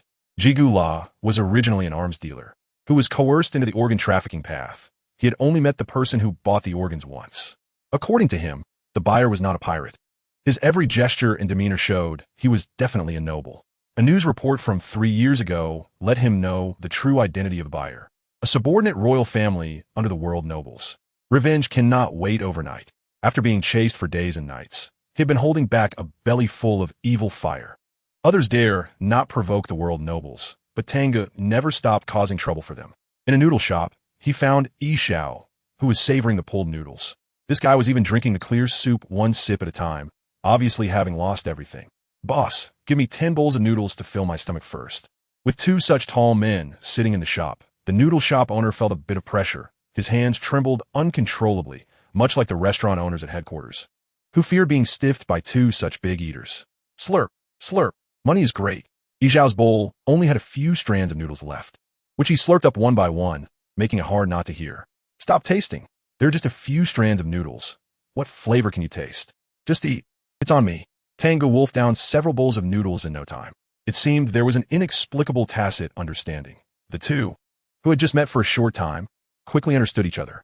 Xiao was a gambler who has long roamed various casinos. After accumulating massive gambling debts, he would escape, but of course, before fleeing, he would destroy the casino, under the guise of eliminating evil. Then I want to be polite. Boss, give me 100 bowls. Xiao was just waiting for this sentence, unceremoniously eating like a big spender. The two bottomless pits devoured all the food in the noodle shop and contentedly patted their bellies. Tang Ge handed a thick stack of belly to the sweaty noodle shop owner, and seeing the owner relax his grip on the knife and head to the kitchen, he turned to Xiao. Once fate has set us on this path, it must let us come to a conclusion. The mastermind is the Fravan's royal family. Let us create a ruckus together, Mr. Xiao. A gentle sea breeze passed through, unaware of the great storm it would stir after crossing mountains and seas. There was no grand scene, nor was there an epic moment sung by later generations, such as the earth roaring and the winds howling or the waves shaking. It was just an ordinary conversation in a small noodle shop. This is an invitation. Naturally, there are common topics and shared ambitions between beasts, a sentiment that can be understood in the shortest time. Dong, dong, dong. The sound of dice bouncing on the table was drawn out. Even in everyday life, Xiao did not stop training his observation hockey. Fravan's royal family. Upon hearing this name, he fell silent, not hesitating but entering deep thought. The events that occurred on Grand Island made the newspapers, even occupying a trivial space. The name of the fierce tiger first entered his ears then, and he had wanted to meet this fearless man who dared to practice true justice. As for the Fravan's royal family, he had learned of them not long before, with the destruction of the White Town. This is an extremely greedy royal family that sacrificed an entire country for wealth, abandoning all its citizens to gain the protection of the world nobles. It is not surprising they would engage in organ trafficking. However, they eventually became associated with the world's nobility, becoming royal families under their subjugation, enjoying wealth and luxury for eternity. Naturally, any reckoning with them cannot avoid the world nobility. The world nobility is an insurmountable mountain, dominating the peak of the Red Earth continent. And no one knows what kind of power it harbors beneath its 800 years of rule. There have been seemingly strong and peculiar individuals who invited him to resist the tyranny of the world nobility and the world government, some even wanting to recruit him as their subordinate. Yet those individuals, despite their outward strength, openly revealed their desires and filth, being no better than the world nobility. Weak as chicks, dying with a single punch. The fierce tiger is different. This is a true beast. Losing his sight has allowed him to develop unprecedented observation hockey. In the perception of observation hockey, the fierce tiger shines like an indomitable sun. Its will to challenge the heavens is its flame, and its unwavering sense of justice is the heat it radiates. This is a ruler who is the same inside and out. Tap. The still rolling dice is pressed down, and no one knows what number it will show, regardless of whether this round yields a high or low number. Since Fierce Tiger has already placed his bet to eradicate evil, I am determined to bet my life on the line. For someone like Xiao, what is lacking is merely an opportunity. During his travels around the world, he has witnessed too much filth and depravity, and choosing to close his eyes, to ignore it is a torment for him. If he can practice true justice, who would rely on dice to decide whether to act? With like-minded companions who fear nothing, what does he have to fear? Ha ha ha! Tang Ge laughed heartily, filled with joy at finding a kindred spirit, a joy of having someone to trust with his back. We will not die, Xiao. From the moment Tang Ge saw Xiao, he felt a sense of recognition, except that half of his foot still remained in the cage. Now that this beast has been pulled out of the cage by himself, one with courage and the other with strength, shouldn't they give that group of fools a good thrashing? Tang Ge, slightly taller than Xiao, used the familiarity of his true mentor to pat him on the shoulder at this moment. Xiao, to venture into the seas, you must first determine your name. Otherwise, when you accomplish great deeds, if others give you a ridiculous name, it will be a lifelong regret. I have a powerful name that suits you. Let's call you Black Tiger. Xiao's face darkened as his observation hockey sensed malice, and he firmly rejected it. No, why not? It matches your fighting style perfectly. Jonathan, you are wronging me. I don't want that name. Because I already have a name. Xiao declared firmly. The one who wants to give himself a ridiculous name stands right in front of him, as his observation hockey can perceive this. Remembering the last color he saw before going blind, he resolutely declared the name he had just thought of. Fujitora. My name is Fujitora. Fujitora, That's acceptable, I guess. Tang Ge's face showed reluctance. He would eventually use the name Black Tiger. Hoo-hoo. Haha. In a noodle shop on Oma Island, the two suddenly laughed. One deep as a mountain, the other flamboyant as fire. The joys and sorrows of the world are not the same. Some rejoice at finding companions, while others feel guilt over the loss of loved ones. Boss, it's not your fault. R.A. Luigi, even when comforting others, couldn't put down his big meat leg, and he couldn't come up with a single useful word. The usually cheerful and positive red-haired pirates were not celebrating their victory over a strong enemy. Red-haired's daughter was missing. Many new crew members didn't even know that the captain had a daughter, but that heavy atmosphere still affected them. Standing alone at the bow of the ship, Red-haired recalled the moment of parting with his daughter Udo, that heart-wrenching moment striking the softest parts of his heart, a memory that belonged solely to him. I have a responsibility. When he left, he was too resolute, as if leaving a bad impression in that child's heart. He originally planned to defeat the two allied pirate crews after picking up his daughter, but when he returned, his daughter had already left her hometown and was missing. The Underground World's intelligence organization had just sent word that the child had appeared in the Happy Street. Currently, among all pirate crews, the vice captain with the highest bounty, Ben Beckman, brought this news. Upon hearing one particular word, Red-haired suddenly turned around, his eyes filled with a murderous intent. He had never shown such ferocity even towards the Sea King that had bitten off his arm. Who? Beckman exhaled a puff of smoke. This news was not surprising, and he nodded affirmatively. It's Happy Street. That place is the territory of the world nobility, and in recent years, it has become even more chaotic since that group of fools from Fravans arrived. Whatever appears on the surface of Happy Street seems joyful, but behind it lies more suffering. A small girl running to that place. Red-haired's fists clenched tightly. The wind blowing through his hair concealed his eyes. Set sail. Happy Street. I hope nothing happens. Otherwise, his rage would be enough to cut through the world. Yes, Happy Street is globally recognized as a special neutral zone, located between the Navy and pirate forces. It is not surprising to see anyone there. A super-luxurious steamship docked at the pier, with several layers of buildings on its deck. And the faint, sweet singing coming from inside was like a heavenly melody, intoxicating. It traverses various islands in the New World, carrying guests heading to Happy Street for consumption. Dear travelers, please note, those who have not boarded yet, please board as soon as possible. This ship will head to Zhongli Island. And the next stop is the final battle, Happy Street. A strong train station-style announcement was conveyed through the speaker snail to the entire pier, and the steamship also let out a few horn blasts in coordination. The pier was crowded with people. Only a small portion boarded the ship, while the majority remained behind. They were not waiting to board. They were envious, yearning. Happy Street is the world's top consumer destination, and the minimum threshold for entering is having 100 million berries in the bank account. Poverty is truly a sorrow. Those without money can only watch from here, while the wealthy will enjoy everything in paradise. In the last minute before the ship departs, a man danced and sang, weaving through the crowd with a large package on his back. Dressed in the utmost luxury, every place that could be adorned with gold was covered in it, with gold necklaces, earrings, and rings shining exceptionally, and with every gesture, he sprinkled gold dust onto the crowd, flaunting his wealth. This is a showy person, with a strong desire to perform. Sir, may I ask your name? A tall, honey-skinned beauty guarding the boarding ramp politely inquired about the man's name. Only a name is needed. With Happy Street's capabilities, they can quickly check if his bank accounts hold sufficient balance to qualify for entry. Guild Tesoro. This name will be remembered by the world. The man revealed his white teeth, exuding confidence that comes from sudden wealth.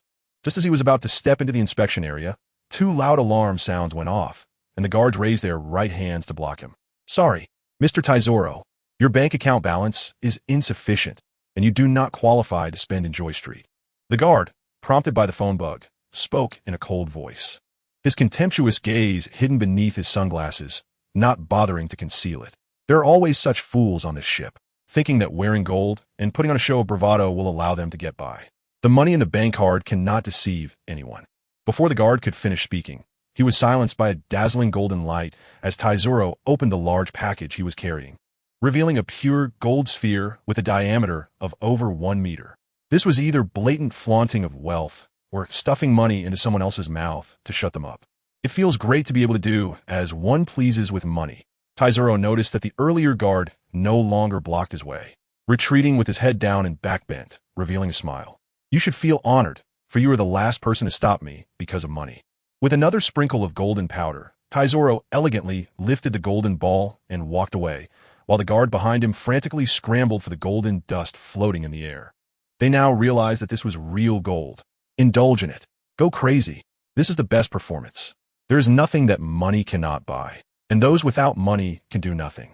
I will become the god of this world. Taizoro's voice, comparable to that of a pop star, echoed with ambitious lyrics. He had crawled up from that hellish suffering and finally gained the power to rule the world in the Shambody archipelago. As long as he could buy a few devil fruits at the auction in Joy Street and recruit a group of subordinates, establishing connections with the rulers of the dark world, he could realize his dream of controlling the world with money. At that time, I will make those scum kneel at my feet. This thought could only be shouted in his heart, but it didn't stop him from striking a flamboyant pose and walking with an arrogant swagger. However, when a person is at their peak, various unexpected events always occur. Taizoro boarded the ship, and in the aisle leading to the restaurant, he encountered two people, one large and one small, hurrying towards him. The larger one was a man, over 6 meters tall, resembling a wall, with golden hair cascading behind him like a porcupine and a white mustache curled like a hook. The smaller one was a woman, not even a meter off the ground, wearing a leopard print coat and adorned with more jewels and gold than he had. "Get a grip. Weibel, you ate too much. Our money isn't enough to buy clothes. We need to find a higher bounty pirate to kill." The small woman's wrinkled face, at least 60 years old, struck the large man's shoes with her cane more than 10 times, but it was neither painful nor itchy. "I'm sorry, Mom." Weibel walked past, the sound of the floorboards cracking beneath him like a heavy beast trampling through, accompanied by a suffocating sense of pressure. Despite his imposing presence, his tone was that of a child who had made a mistake, hastily admitting fault. "I don't blame you. Let's go. You should say what we need to do." The small woman's short legs moved quickly in front, trying to keep up with her son's strides of over a meter. "Forget it. But Mom, this person next to us has a lot of gold. Why don't we just kill him and take the gold?" Weibel looked down at Taizoro, who was already pressed against the wall, making way for them. The large golden sphere and the golden accessories on Taizoro were indeed dazzling. His mother was too short to see, but he could see it clearly. A cold sweat instantly broke out on Taizoro's forehead. He knew who these two were, the infamous violent bounty hunters of the New World, the Bikini mother and son. They were notorious for their love of stealing money, and he had the most money. The key was that their strength was genuinely formidable. It was said that these two had an unclear relationship with the world's strongest pirate, Whitebeard. The seemingly foolish look in Weibel's eyes gave Taizoro a sense that he could die at any moment, and he felt anxious inside. Why did he have to wear so much gold to flaunt his wealth? Weibel looked toward the entrance of the restaurant, where more people were arriving. "Wow, is it okay for you to show up like this? Didn't you say you were being hunted? We're just here to cause a ruckus. Do we really need to hide?" Two unabashed voices came, tightening Taizoro's heart again. When he finally saw the faces of the newcomers, he broke out in even more cold sweat, and his heart trembled, wishing he could shrink into the wall and become invisible. Then he quickly tucked away all the dazzling gold on him. "It's the Fierce Tiger." Fierce Tiger, Tang Ge now had a terrifying reputation and strength, with a bounty exceeding 1 billion. A pirate like that wasn't just a joke. Moreover, the person beside Fierce Tiger was also very powerful, not at all weaker than Weibel, who had just threatened him. The two walked together, exuding no aura at all, only a natural sense of oppression that comes from being at the top of the food chain, causing other beasts to retreat.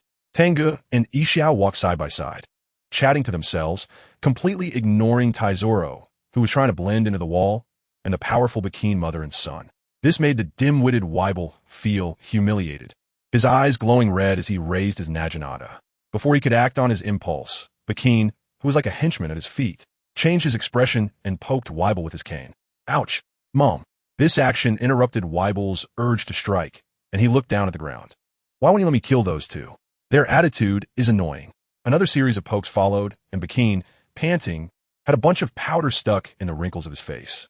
"My silly son, that guy is from the Navy. If you kill someone without money, you'd be hunted down by the Navy. What's most important for us now? It's money. Got it, Mom." Weibel raised his head, looking in the direction Tang Ge had disappeared, with a different glint in his eyes. Money. Taizoro, who had been trying to minimize his presence, trembled again. That damned gold was still in his hand. However, this time he did not feel Weibel's fierce gaze. When he looked up, he found Weibel and Bikini actively pressing against the wall of the aisle to make way. Top, top, top. 2 more people are coming. 2 seemingly ordinary men passed by, not tall and lacking any aura of strength, even wearing gentle smiles on their faces. But Weibel's slightly exaggerated reaction told him that these two were stronger than the fierce tiger. What is happening in this world? Can money really rule the world? Taizoro's mind was filled with questions. Bakine also had the same questions. So many strong individuals were crammed onto a single ship, and it seemed they were all heading to Joy Street. What event was about to occur there that she didn't know about? They were just going to auction a few devil fruits. Mom, those two earlier were so scary. Do we still need to buy clothes? Even with Weibel's dim-witted brain, he understood the seriousness of the situation. However, he underestimated Bakine's desire for beautiful clothes and money. Of course we have to go. So many people are heading to Joy Street. Something incredible must be about to happen, and our business is coming, understand? My precious son, Bakine not only robbed money, but sometimes used money to get things done, albeit at a high price. Let's go. We should go back to the room and talk about it on Joy Street. Let's take this guy's gold too. Just in time, we need the money. Okay, Mom, Weibel said like a big silly, excitedly squeezing the gold ball flat and picking it up without even asking Tazoro for permission. If he disagreed, he would have to die. Tazoro didn't dare to breathe, watching helplessly as all his wealth, meant to show off, was taken away. To hell with using money to rule the world. A fist is more useful than money. On this ship full of strong people, he felt very insecure, and his recently ignited dream of ruling the world was almost extinguished. He wanted to get off the ship, but this was the sea. Watching the show in Mariewa was just part of Liar's daily life. And this time, it was a very interesting play that he named a series, which he had been watching for several days. Inside the magnificent palace, a narrator spoke, introducing the background to the guests who hadn't seen the play. The male lead gained a special ability and breezed through his journey.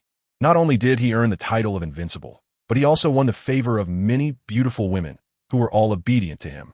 However, he arrogantly sought to challenge the gods and even wanted to replace them, so the gods cast down their punishment. Today's performance happened to be the scene of divine retribution.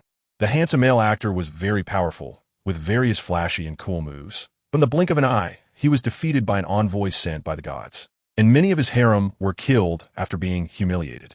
Angry, desperate roars echoed throughout the palace, but they were met with applause from the audience. What a great performance. This is the fate of the lowly who become arrogant with a little power.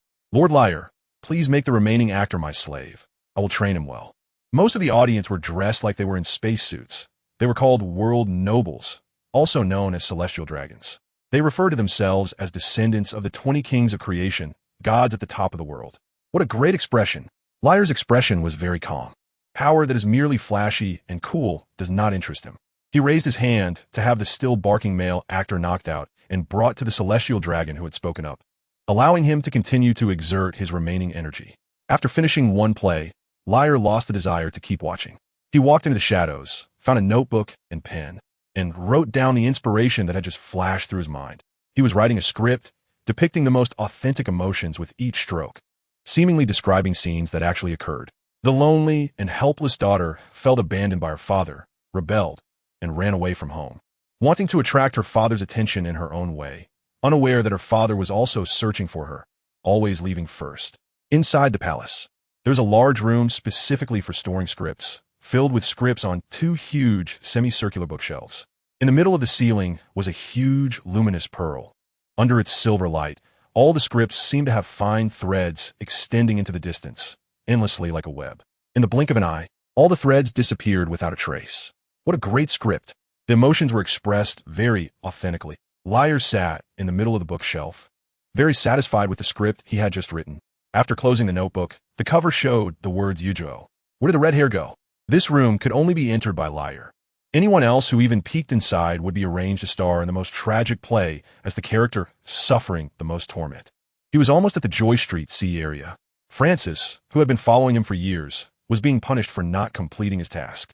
Now, this P0 was also strong, answering from a distance outside the door. Then let the Navy send someone to Joy Street. Such a powerful pirate going to Joy Street. The Navy needs to take action too. Liar pulled out a script from the bookshelf, frowning slightly. The cover of the script read Abelo Pizarro, and the contents were already incomplete, with a few words faintly visible. Advance 6, the script was wrong. Whoever dared to change my play would have their fate changed. In the only room, Liar's face was very grim. The restaurant on the luxurious ship was large, with many options. Joy Street controlled the largest entertainment company in the world and had good relationships with all the news media, making it the world's largest star-making factory. Most of the stars and singers who became popular worldwide came from here. The upper half of the circular restaurant had a small stage where many hot, scantily clad women danced provocatively. Singing on the stage were also world-famous singers, their voices captivating and genuine, and they were even blessed with sweet and pure looks. This stage style occasionally attracted the attention of male guests below, except for those men who only had muscles in their brains and the blind who couldn't see. Ding, ding, ding. The clattering of empty plates echoed in the air as Tang Ge and Yixiao buried themselves in their food. No wonder he's the center of attention. I've never seen so many strong people crammed onto one ship, Yixiao said while eating. When he traveled the world alone, encountering someone who could fight was already good. Now teaming up with the fierce tiger, the difficulty level had jumped straight to hell. What could he say? To cope with the upcoming emergencies, he had to eat more and store some energy. Strong people? That one is at most a wild beast. Tang Ge was referring to Weibel. That guy was notorious. Besides his strength, he was just a brainless muscle man with a chaotic and savage aura around him, like a beast devoid of wisdom. Not far behind them, two people who had just boarded the ship remained unmentioned because they were inscrutable. At this moment, after the singer on stage finished her song and changed her outfit, she headed straight for the central position of the restaurant to dine with a portly man. Her flirtatious demeanor was so captivating that it was as if she was about to feed him with her mouth. Meanwhile, the loudspeaker insect was also busy broadcasting advertisements for Joy Street, effectively promoting their business. The Joy Queen Hotel is the only 7-star hotel in Joy Street, offering various unique services and welcoming your stay. Tonight at 8, there will be an auction of 6 extremely rare devil fruits. The Oak Casino will hold a grand gambling king competition, gathering famous gambling masters from all over the world. The Joy Grand Theater will host a singing competition for stars. This advertisement is much more substantial than the previous butt-shaking dance. Tang Ge slowly chewed on a leg bone, his eyes shining with a terrifying light as he discovered a new way to obtain devil fruits. As the warm-up music and dance concluded, the most popular female singer currently would perform next. Even the diners who had finished their meals lingered in the restaurant, waiting for her to appear, just to catch a glimpse of her beauty. The clinking of iron chains echoed, and heavy breathing could be heard on the ground. One person rode on another into the restaurant, followed closely by a group of armored guards with long guns. The people along the way lowered their heads and dared not to meet the gaze of the person sitting on top, while all the women wished they could cover their faces with their hats. Finally, when Taizolo arrived at the restaurant and saw this scene, his fingers dug into his palm without feeling any pain. Celestial Dragon. The endless pain and the powerlessness of not being able to laugh surged back into his heart. This group that brought him humiliation was unforgettable. Young Master Pashas. The person managing the ship naturally recognized the newcomer and hurriedly ran out from the back, bending at the waist to the maximum extent. This person was indeed a powerful figure among the Freevan's royal family, with a father who was a hardline military commander. I'll go have Adele start performing right now. Stepping on the head of a person crawling on the ground, Pashas yawned, his eyes showing the vacant look of someone who had indulged in too much alcohol. Where's Cheryl? Have her come dine with me. This question made the manager, Fuelin, feel somewhat awkward, glancing towards a certain position in the center of the restaurant. The renowned prince of a strong nation in the New World, Prince Hanberg too, had called Cheryl over, and from the looks of it, the two were about to enter a deeper level of interaction. Pashas noticed Fuelin's gaze, tightening the iron chain in his hand and adjusting the direction of the head of the person on the ground. Hey, Cheryl, hurry over here. The rude commanding tone made the singer named Cheryl tremble violently, caught between two people she couldn't offend, unable to move forward or backward. Pashas, I'm the Prince of Bollywood. Give me some face. Prince Hanberg too stood up smiling. As a prince of a powerful nation in the New World, if it weren't for the Freevan's royal family having connections with important figures in Mariewa, such a small noble who had lost his country wouldn't deserve his attention. But your Bollywood doesn't have that kind of face. Get out of my way, you lowly scum. Pashas didn't let Hanberg too finish his words before roaring. The disdain in his words was obvious, tearing at Prince Hanberg too's pride. Don't go too far. I found her first. You can go find Adele. Hanberg too's face at first turned red, then green with anger. He originally thought that by speaking gently and even lowering his stance, this little noble from Freevan's would retreat sensibly and they would each find their own fun. Who would have thought that the other party would be so ungrateful and dare to insult him? Pashas dared to do more than just insult. He waved his hand, and the armored guards standing behind him immediately rushed forward with their long spears. The cold gleam of the spear tips aimed at Prince Hanbergtu's throat. What can you do about it? What I want. You have to give up. This is the power bestowed upon us by the gods as the Free Van's royal family. After saying this, Pashus jumped off his mount and slapped Prince Hanbergtu across the face, leaving a bright red handprint that stunned him. Completely losing face as he watched the singer he admired being taken away. Without strength to back him up, how could he expect to be given face? Go get Adele too. I want both of them. Pashus' violent and overbearing style directly silenced the spacious restaurant, making it quieter than a library. Only at a nearby table, the sounds of wolfing down food and clashing dishes seemed particularly jarring. This made Pashus, who had just shown off his power, frown, tightening the iron chain in his hand and changing direction to walk away. You lowly peasants, who gave you the audacity to eat so loudly here? The sharp voice sounded like a character seeking death. The roar from above felt particularly abrupt in the quiet restaurant. Many people cast their gazes to see how these two would handle it. How to handle it? Of course, they ignored it. Tang Ge continued to enjoy the feast, too lazy to even glance, and with a smile, he couldn't help but look since he was blind. The last time he encountered someone speaking in such a tone was in Gran, and he didn't know how high the grass was on Wyland's Group-esque grave. Lowly peasants. Kill them. With a wave of his hand, Pashus directly ordered the armored guards to kill. Bang, bang, bang. A few gunshots rang out.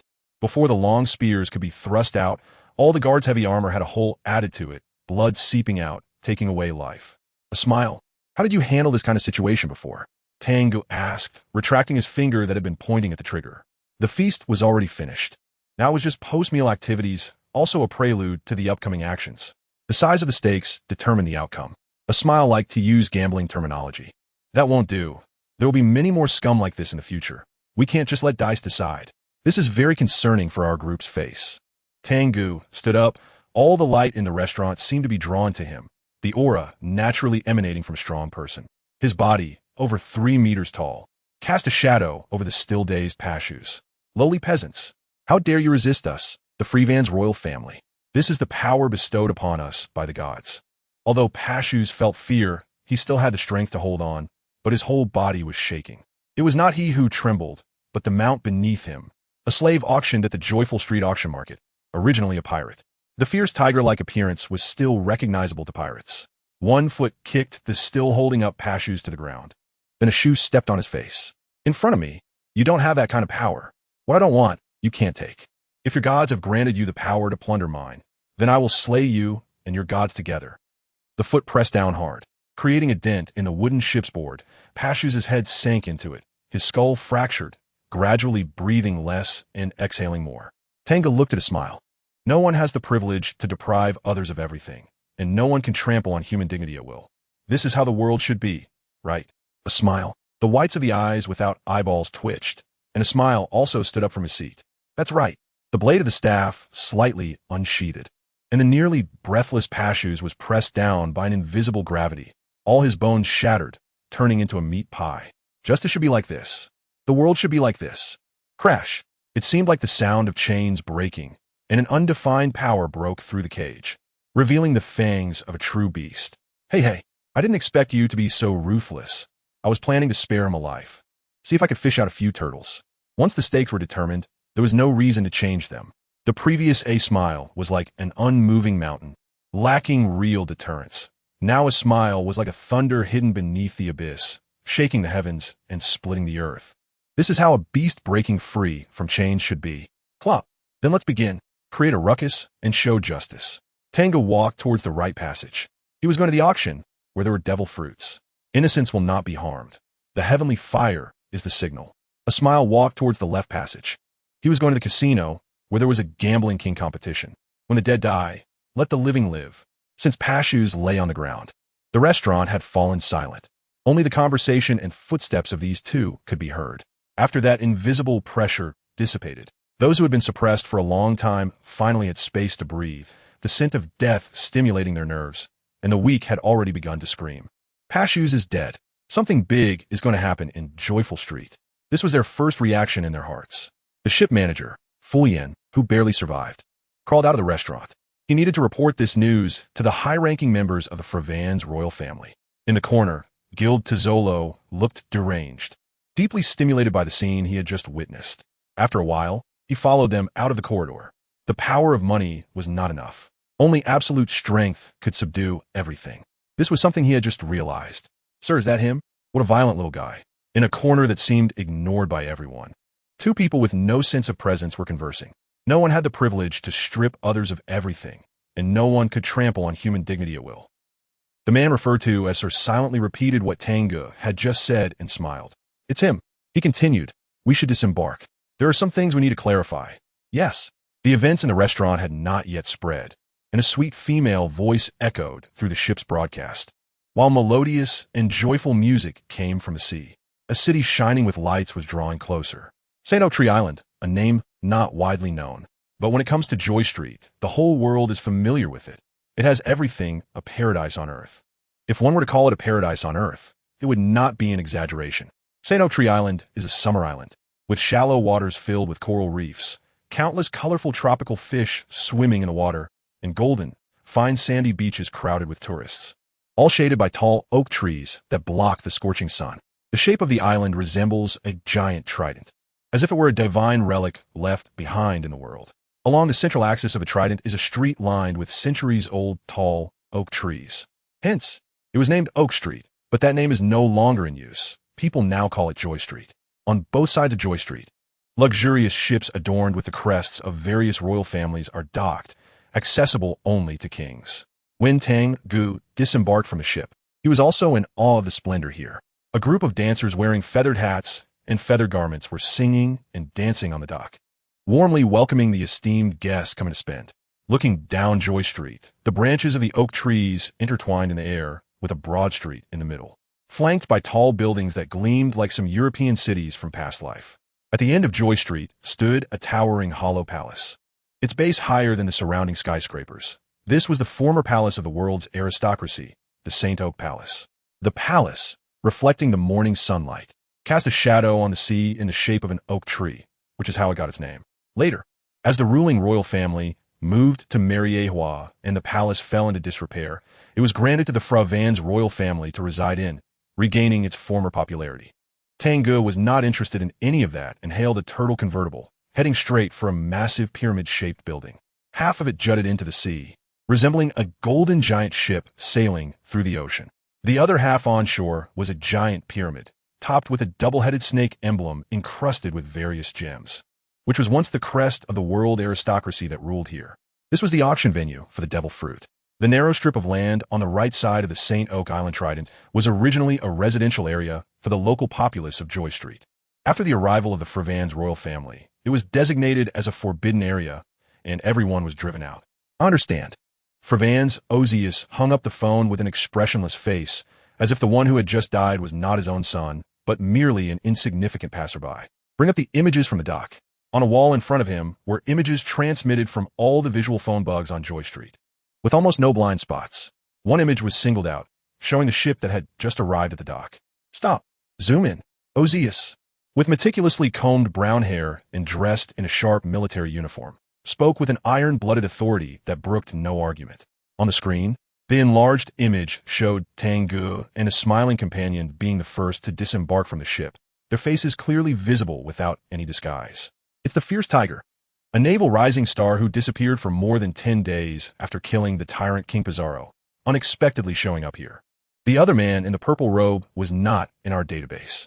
The military subordinate in the monitoring room was concise and followed Ozius's style. I understand, Ozius replied coldly, then walked alone into a room containing a red phone bug, sending out the news of the Fierce Tiger's appearance on Joy Street. Besides being a member of the Fravan's royal family, Ozius was also a P0, on par with the host of Joy Street, Tracy. Of course, he knew about the Fierce Tiger Tang Ge. He had already ruined his plans on Volcano Hot Spring Island. With a series of killings that destroyed most of the population plundering group he had worked hard to establish. Furthermore, he was suspected of destroying the St. Emperor Seal Company's fleet, which made his master, Lord Riel, furious, as the Fierce Tiger had touched the forbidden area of Gorin. Order a full alert. Also prepare a ship. Ozius continued walking. On this island, besides the Fierce Tiger, the red-haired would also come, with these two influential figures arriving simultaneously. He had to take some precautionary measures. Understood. The leader of the guard, who had always been by Ozias's side, slightly bowed and then went to issue orders to strengthen the alert. After changing into protective gear, Ozias donned white gloves, as if preparing for surgery, although no surgical knife was seen in his hand. Lying on a hospital bed was a slightly aged man wearing a noble headdress, and on the adjacent bed lay a bound slave. Ozias's hand were placed on their heart areas, and a green light flashed continuously. Both men on the hospital beds began to moan in pain. The difference was that the noble's aged face started to rejuvenate, while the bound slave's struggles grew slower until he breathed his last. "Mr. Epstein, how do you feel?" Only witnessing this scene would a different expression appear on Ozias's cold, indifferent face. It was an intoxication with power. "I feel great. I feel my body filled with vitality again." "Thank you, Ozias," the noble named Epstein said excitedly, looking at his rejuvenated and taut skin, feeling his strong, beating heart, and joyfully breaking into a noble dance. "It feels so good to be young again. Although Ozias charges a hefty fee, I have plenty of money." Epstein couldn't wait. His room had many beautiful female slaves. This is Ozias's ability. He is a user of the superhuman type replacement fruit, a very powerful ability. Under Ozias's expertise in medicine, the replacement fruit gained some capabilities of the surgical fruit. It could replace healthy organs into the bodies of aging nobles, allowing them to be reborn. Although this rebirth does not last as long as their original life, there is still a steady stream of noble lords coming to find him. Recently, the complete organ supply chain he controlled seemed to have encountered problems, failing to deliver fresh organs, forcing him to use live replacements. The effects of live replacements were better. However, good effects are not necessarily good news, as Ozias would earn significantly less. The noble lords had plenty of money, but they were reluctant to die. Over the years, Joy Street has become increasingly prosperous, and the fundamental reason lies in Ozias's abilities. The nobles indulge in pleasures without a care for their aging bodies or illnesses, as Ozias can replace them, with the sacrifice merely being the lives of few slaves. He ordered someone to drag the dead slaves away and throw them into the sea, feeling quite pleased as he looked at the pile of baileys sent over by Epstein. If only he could get his hands on the organs of the fierce tiger. That would be incredibly powerful. His emotions only fluctuated greatly regarding the matter of organ replacement. He hoped the group would arrive soon. Just as Tang Ge left the dock, a large naval warship docked right behind him. "Seriously, the warring states sent me to this dreadful place again, especially as a woman." Rear Admiral Peach Bunny, holding a golden Kintaro, grumbled incessantly. "Calm down, miss. Just treat it as a vacation. As long as we don't step into the territories of those Fervan's royals, there's still many enjoyable places here." Rear Admiral T. Pig chimed in. The beautiful women here were overwhelming, making it hard for him to keep up. How could they possibly avoid those idiots here? Since they were establishing a special neutral zone, why do we have to come protect it? It would be better to let the pirates riot and wipe out those parasites. The many lives lost in the White Town were all due to the greed of the Fervan's royals. But these idiots have allied with the world nobles, and no one is held accountable. Frustrated, Peach Bunny could only vent her feelings. With 2 naval officers of quasi-admiral level guarding, the pirates wouldn't have the capability to riot. Moreover, the security forces of Joy Street itself were quite formidable. "Miss, you mustn't speak like that. With the 2 of us here, the pirates won't have a chance to riot." T-Pig's words went unspoken as a pirate ship with a dragon-like horn curved toward the sky approached the special dock for pirate ships. A group of people wearing black hooded cloaks disembarked, led by a red-haired individual whose brilliance couldn't be concealed. Red hair. T-Pig and Peach Bunny stared as the red-haired group walked away, unable to process what just happened when someone else passed in front of them. The experiences that Taizolo had gone through were mirrored by these 2 as well. Once everyone had left, T-Pig and Peach Bunny exchanged glances, conveying only one thought. "Warring states of Gonli, have we offended you?" And Mariawaha, haha, Liar, who was seated in the middle, suddenly burst into laughter, leaving the observing, celestial dragons bewildered. What strange inspiration could this noble have now? It was quite the amusing scene, seemingly having thought of something delightful. Liar stood up from his seat and personally demonstrated what it meant to be thrilled by a hunt. News arrived simultaneously at both P0S and Joy Street. The red-haired pirates, Edward Weevil, the fierce tiger, 2 quasi-admirals of the Navy, and a powerful being known as Ishao. Such a group of fierce beasts appearing in Joy Street drove Liar's creative thoughts into a frenzy. He picked up a script in public and began writing and drawing, with translucent threads dancing about. What kind of plot should be arranged for these people? Who should be designated as the protagonist? It had been a long time since he encountered such a scene. The last time he felt this passionate about creation was during the God Valley incident. A line formed a circle, and inside it was a name, Fierce Tiger Tang Ge. You are the protagonist. This time I can't let you escape, as they have already sensed something regarding Gorin. A smile appeared on Liar's lips, satisfied with this positioning. Before he marked question marks next to the names of Red Hair and Ishao. These were two uncertain factors that needed to be eliminated. Snap! Liar snapped his fingers crisply, and P0 quickly appeared, kneeling behind him, awaiting orders. Release Francis and head to Holy Oak Island to bring back the Fierce Tiger, as long as he doesn't die. It's fine. The newly appeared P0 dared not show any displeasure, even though Francis's emergence would take his place. He quietly waited for Liar to finish all the arrangements. Order the Navy to block Red Hair. It's only natural for them to deal with pirates. The Navy is ultimately just a facade for the world government. If they don't follow orders, people will die. Many people. Call Bakine and have them block the powerful beings appearing alongside the Fierce Tiger. As long as Bakine is there. Besides that brute force beast, the rest will be world government personnel, making them the most suitable for dealing with the Fierce Tiger's companions. These two known variables had countermeasures, but it wasn't enough. This was a person full of surprises. To prevent unexpected changes in fate, send a team of demon hunters along. A person like the Fierce Tiger still had some fate left, and Gorin Island was the best example. The demon hunters were sufficient to eliminate all unforeseen incidents. As a planner, Liar personally wielded the knife, anticipating almost all possibilities. Yes, the P0, kneeling on one knee, narrowed his pupils. He never expected that even the demon hunters would be deployed, as they were even more terrifying than the divine shields. They were the strongest blades hidden in the darkness. By the way, finally, Liar looked around and sighed slightly. Anyone who saw him wield his abilities had to die. This was an ironclad rule. The actors whose performances were too poor needed to be eliminated. The actors who had just paused their performance due to his laughter suddenly collapsed into pools of blood. This audience was also inadequate. They lacked discernment. A very small number of celestial dragons sneaked away after Liar began writing the script, while more remained frozen in place. Too afraid to move. They no longer needed to move. Within a few breaths, they too were pierced through the skull with incredible fear. The celestial dragons and those acting slaves bled the same, staining the entire theater red. In the face of death, no one was seen as more noble than another. After 800 years of reproduction, the celestial dragons had also split into ranks, and this hierarchy was even more stringent. Liar was one of the top few among all celestial dragons, capable of deciding the lives and deaths of millions, including those celestial dragons. It was time to prepare a good script for the actors who were about to arrive.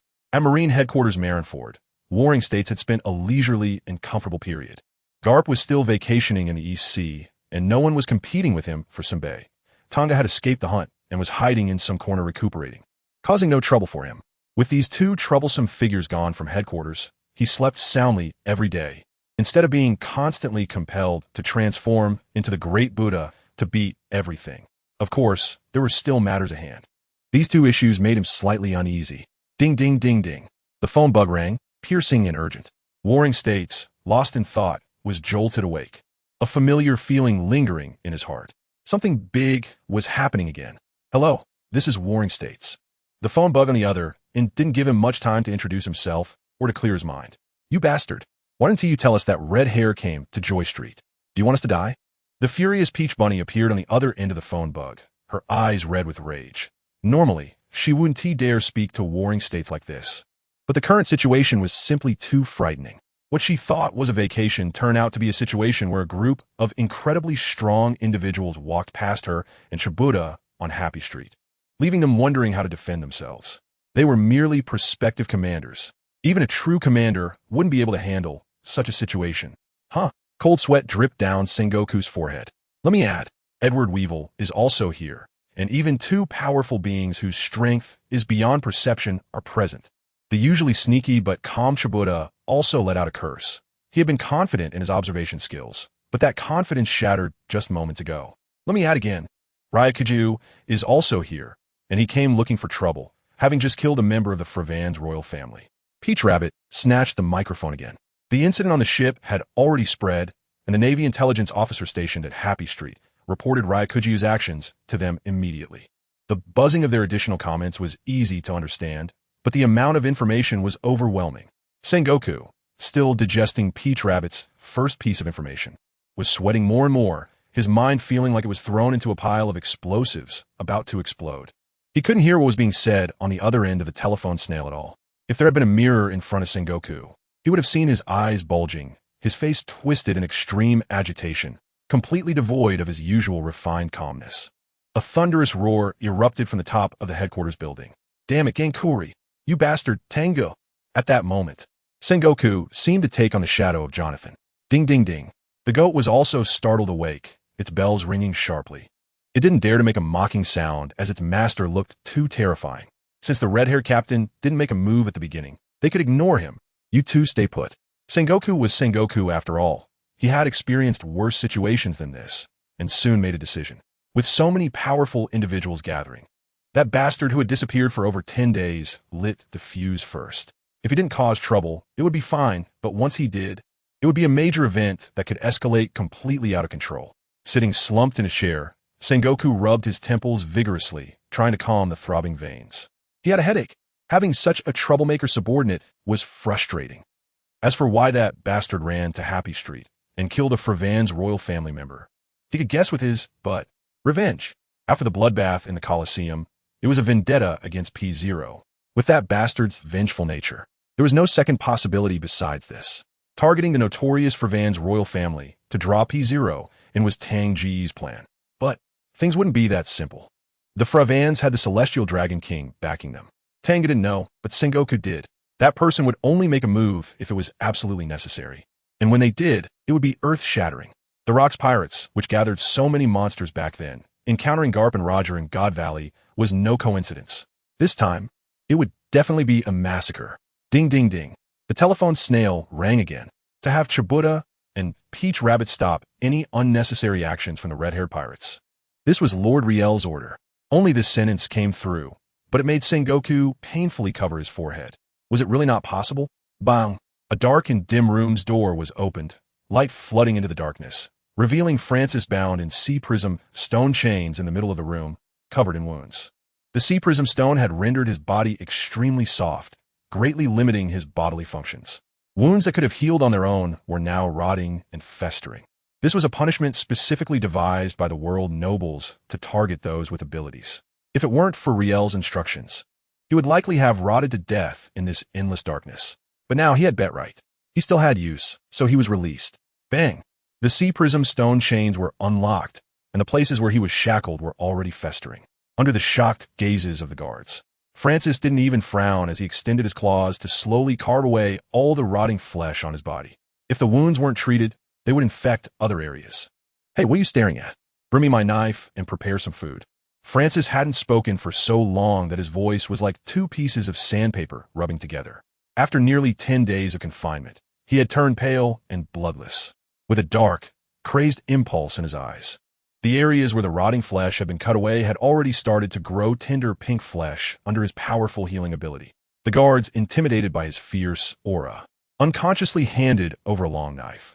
However, once the guards realized what was happening, they angrily shouted at Francis, "Damn sinner. Do you think you're still the P0 officer? Lord Riel wants you to go to Happy Street and bring Ryakuji back alive." Francis smiled cruelly. He swung the long knife handed to him by the guard, and the guard's face, which still held a trace of astonishment and anger, was split into two halves on the ground. "Hey, go release Lucas and the others too." Francis licked the blood sprayed on his face and whispered to another guard with a smile. His rage could ignite hell. A mere watchdog wasn't enough. He needed to find a real culprit. "As long as they're alive, right? I'll slice your flesh piece by piece." Soon, Francis took Lucas and the others down from the Red Soil continent. Shortly after, another group of people clad in black armor also descended from the Red Soil continent. Their goals were the same. The person succeeding Francis was not pleased. Not only had Francis been released, but he could regain his position with just a small task. What was even more infuriating was the attitude of the person on the other end of the telephone snail. "Who the hell are you? How dare you speak to me like that? Where's Francis?" Bakine was at a fashion store, demanding the best fashion master to tailor several outfits for her. "You call this aesthetic a master? You dare say I don't look good in leopard print?" Bang bang. The cane that had no effect on Weevil hit a group of ordinary people, causing them to feel pain. But they didn't dare to speak out or oppose it. The fashion master who had said Bakine didn't look good in leopard print had already been crushed to death by Weevil, who was sitting nearby eating. Francis has been dismissed. I am Bedeville, taking over his position. Ms. Bakine, I believe you should know your identity. I want to discuss a business deal with you. Bedeville forcibly suppressed his anger. Bakine was originally an ordinary crew member on the Rock's ship, who had sold crucial information under the temptation of money. Later, she even started doing things similar to what the pirate Captain Longbread did. However, Longbread had aligned himself with the king, while she had found Edward Weevil, who was somewhat weaker in strength. It was precisely because of this that this woman felt qualified to negotiate terms in front of him. Business. The price I want is not low. Bakine touched her leopard fur. Feeling satisfied, she suited leopard print. The price is not a problem. As long as the deal is done, it will definitely be enough for you to eat and drink for the rest of your life. Betawire studied the intelligence on Bajin, firmly grasping the psychology of a person who loves money like life itself. Huh, who are you dealing with? A shrewd look flashed under Bajin's sunglasses. If it were in the past, she would have agreed without hesitation. The last piece of intelligence had allowed her to live freely for nearly 30 years. Now she had to think about it. After all, there were too many strong people on this island. It's Liehu. You just need to hold back his companions.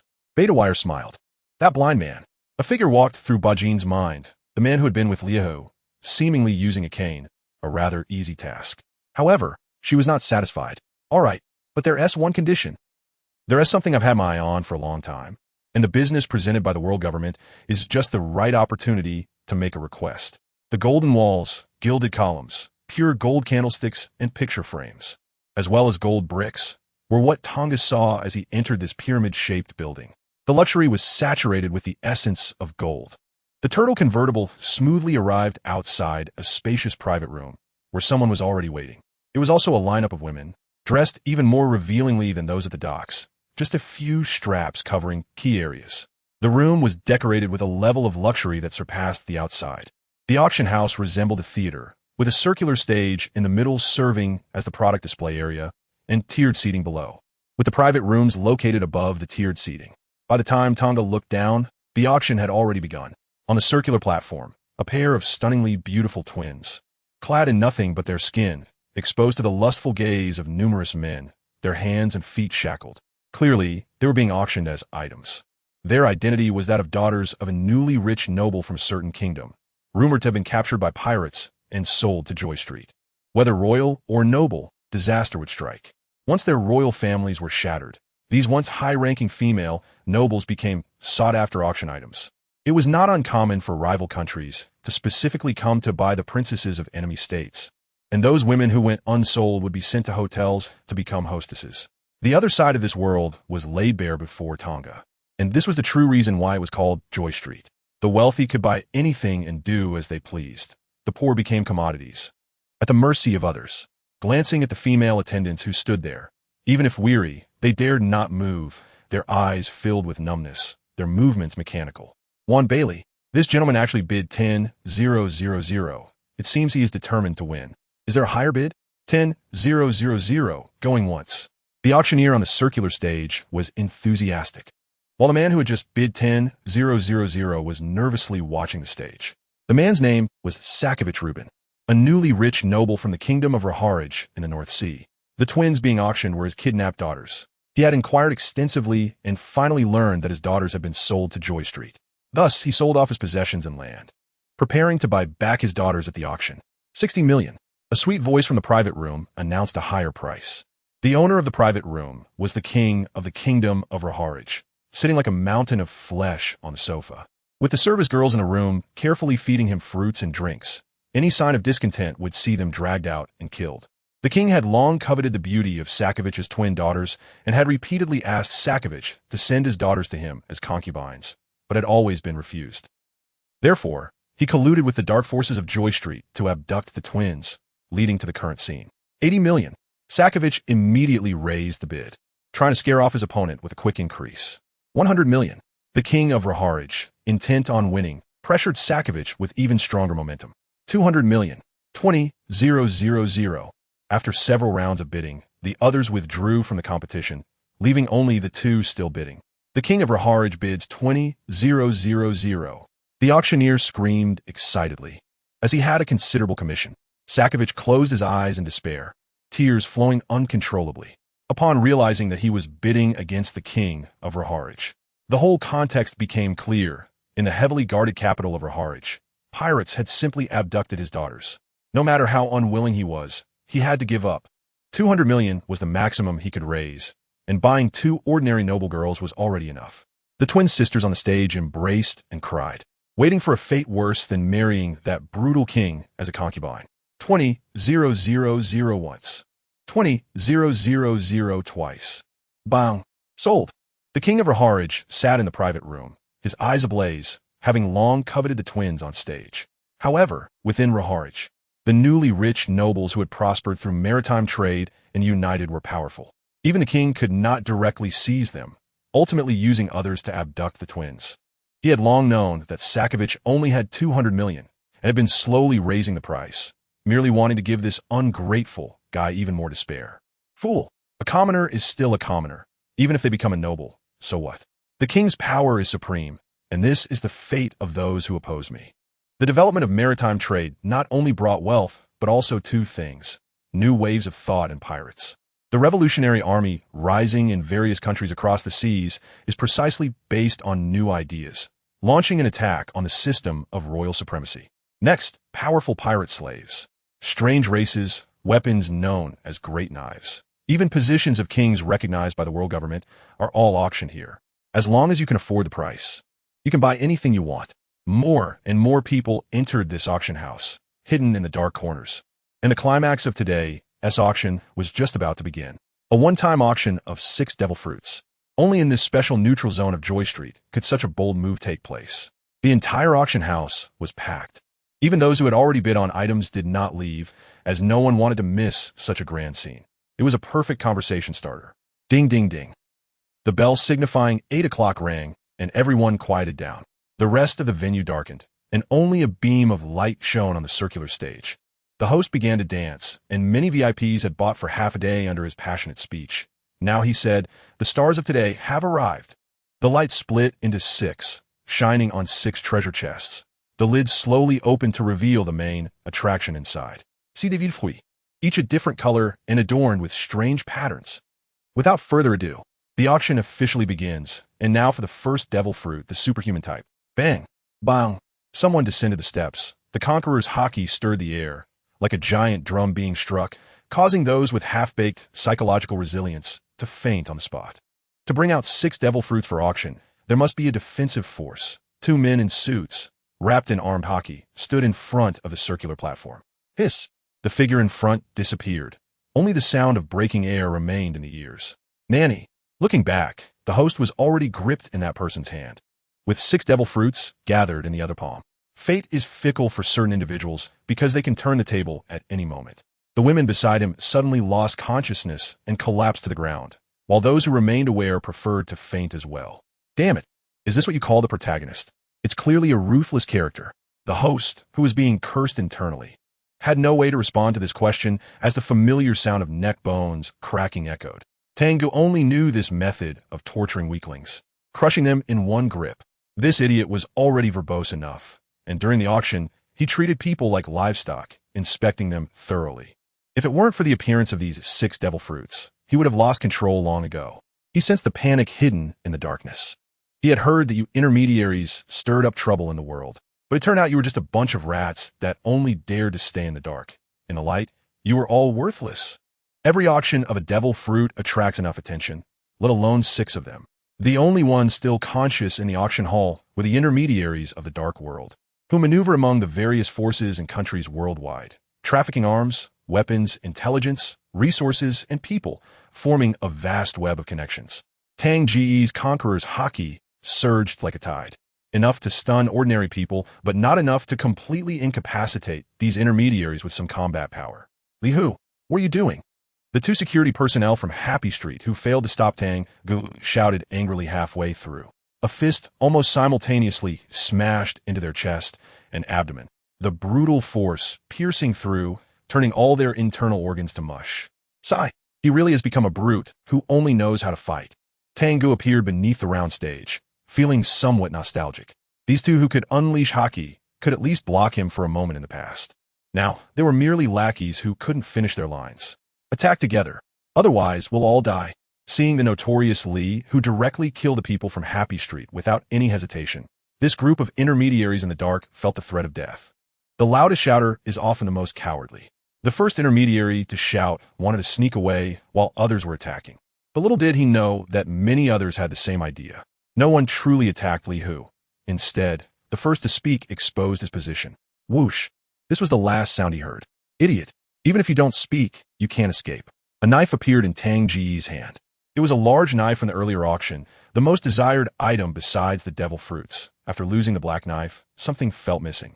The killing did not become more efficient with the addition of a knife. It became more brutal, as one slash split opponents in two. Bang bang. The marble walls used to separate the private rooms were smashed through, as if a T-Rex had charged through, in the flash of the blade. It took away the lives of characters who had dominated the dark corners of the world. This monotonous bullying of weaklings. It's already tiresome. After killing a few idiots lying on the ground pretending to be unconscious, the familiar heartbeat thumped like a song. Thump, thump, thump. Tang Ge revealed a manic grin, deciding to put an idea into practice and walk back to the spotlight of the circular stage, giving a thumbs up to the empty front. Damn the Yonko era. You go tell those 4 weaklings to wash their necks clean and wait. I will come and kill them one by one. The newly acquired large knife was held between his hands, and the conqueror's haki surged forth, seemingly wanting to pierce through space, reaching the targets he wanted to kill. Dozens of snail-like eyes widened, seemingly shocked beyond measure by this provocative act. Those who had just been killed were not all. More people were watching the live auction through image-transmitting bugs. Feeling comfortable, Tang Ge felt his whole body trembling. That was the excitement of facing stronger enemies. If I curse again, should I attract some different strong opponents? His thought was that simple. Battle. More intense battles. After reaching a disaster level, bullying weaklings was no match for Fujitora-S level. It was really annoying. A few seconds later, after striking a pose, Tang Ge packed the 6 devil fruits into a box, deciding not to eat them himself, but to give them to those in need. And since he would face fierce fighting later, he needed to find a safe place to keep them.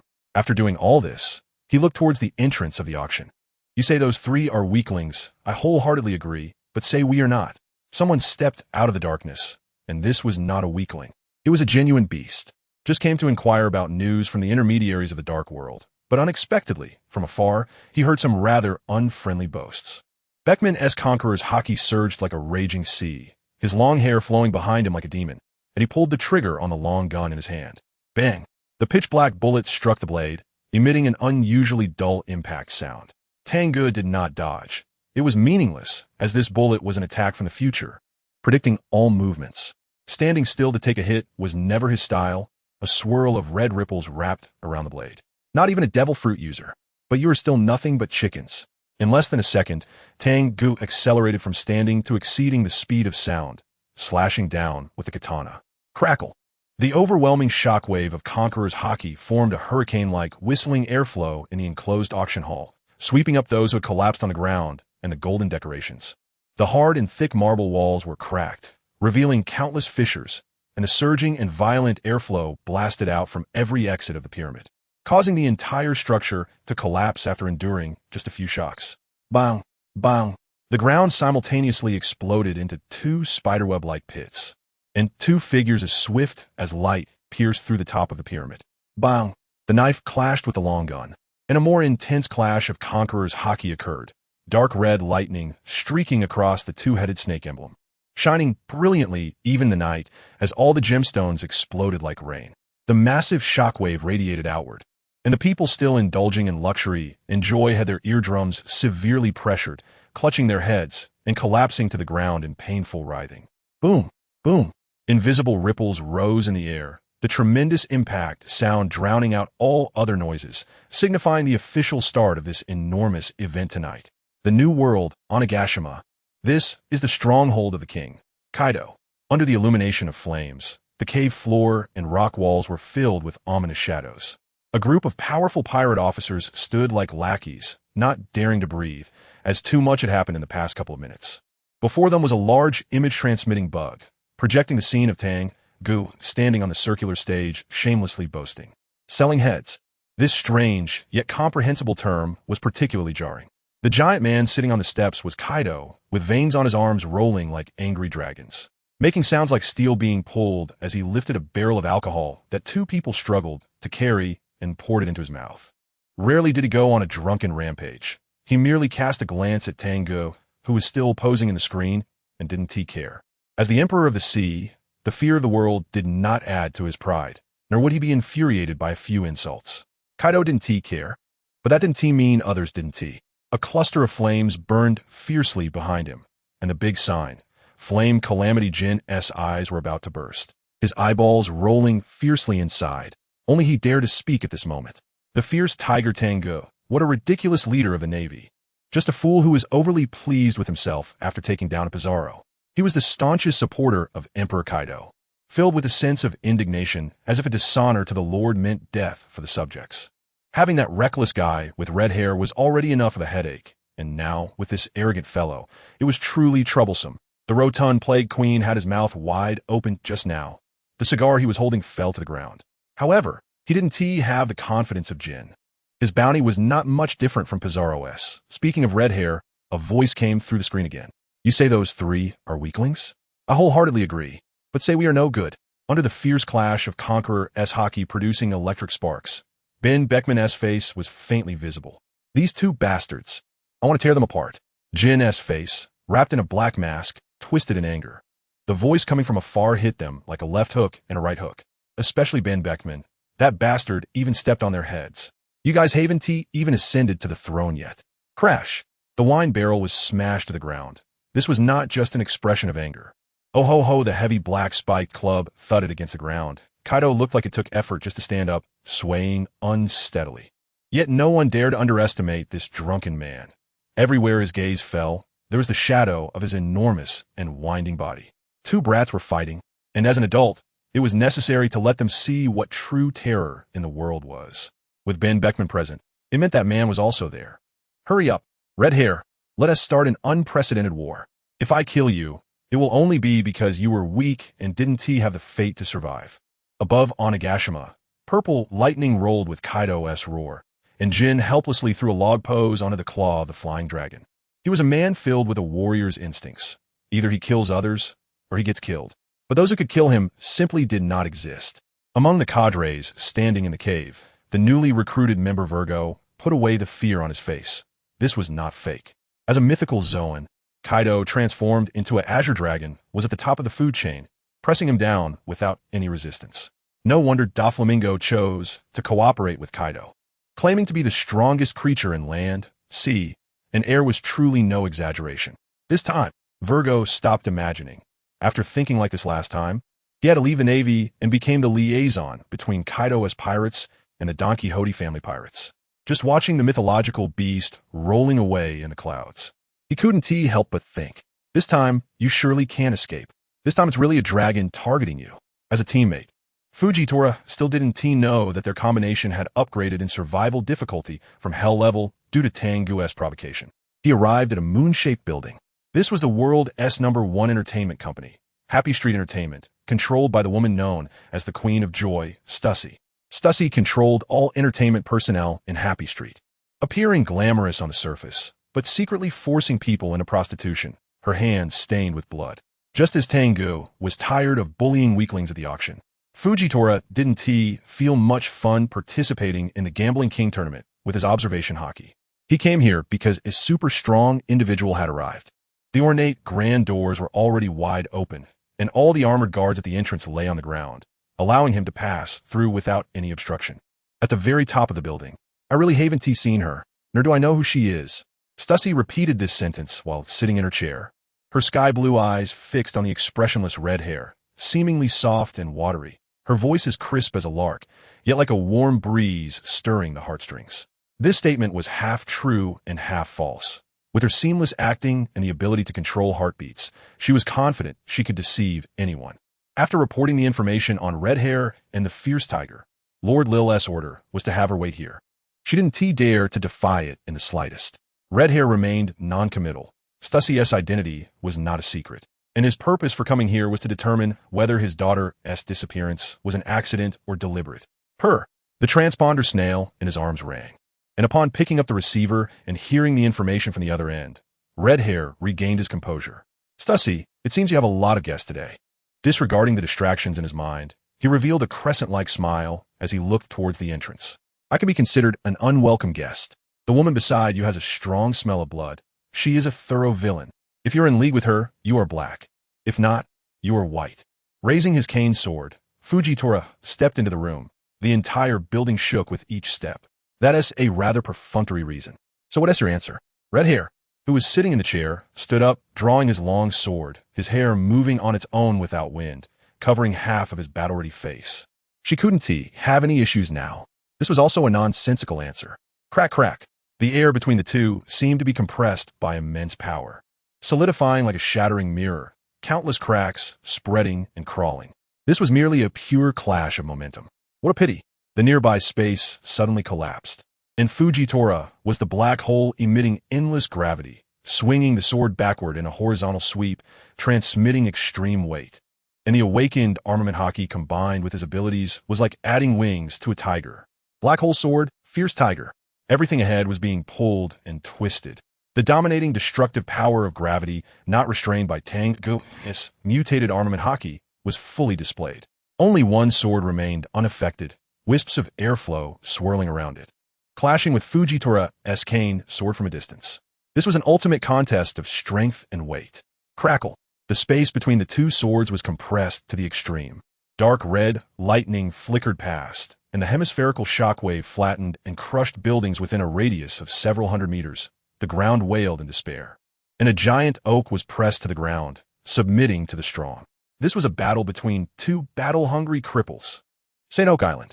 This island crowned with the title of Happy Street changed its appearance today. Chaotic flames erupted simultaneously from multiple points, igniting priceless luxurious clothes and amplifying the panic and fear of countless people exponentially.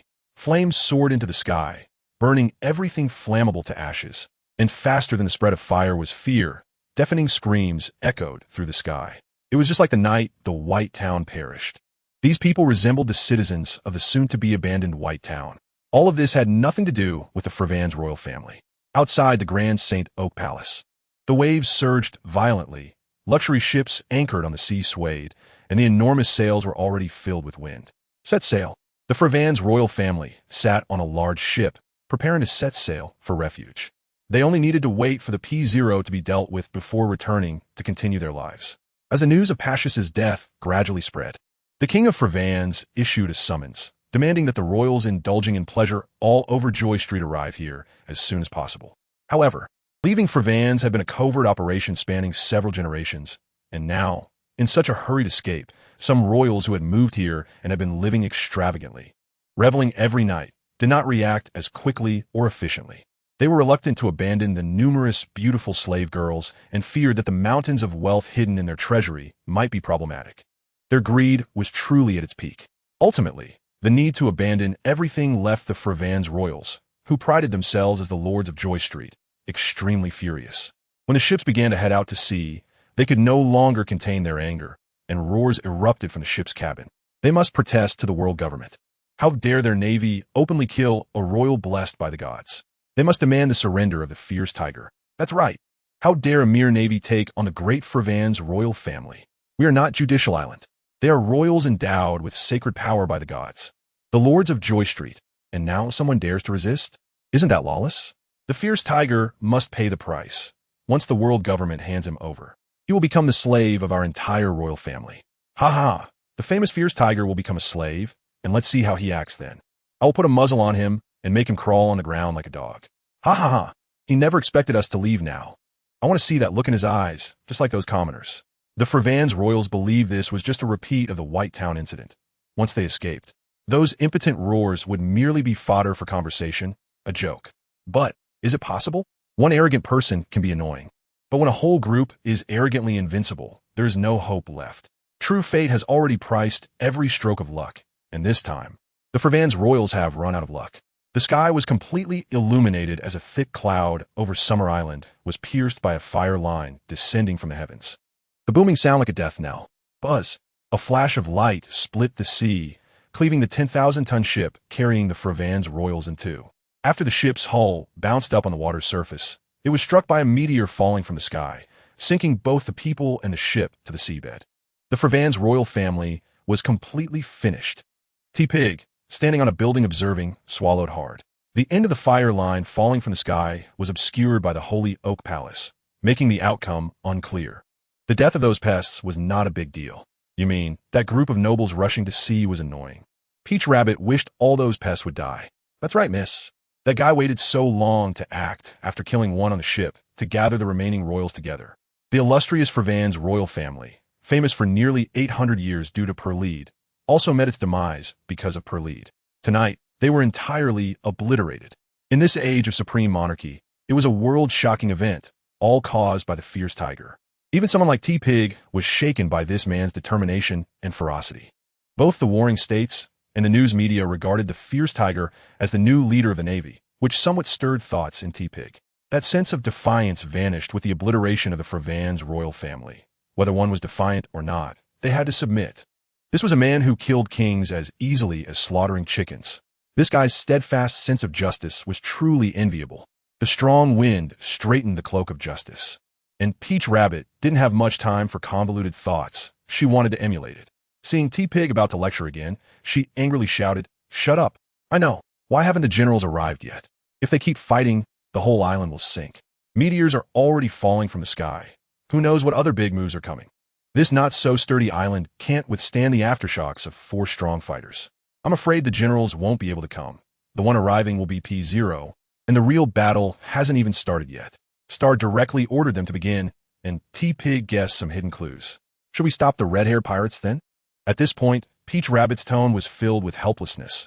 Not every Navy soldier was thinking about stirring up trouble, even going against their superiors. Obeying the commands of the world government and the world nobles was the mainstream. A navy like the fierce tiger had only emerged once in hundreds of years. Correction, miss. Star ordered us to stop the red-haired pirates. Peach Rabbit was now facing a man with a mole on his face. His eyes squinted to the width of her blade. You really are a genius. Not only T-Pig was a genius. Talp, fight, make a fuss. I am the greatest victor.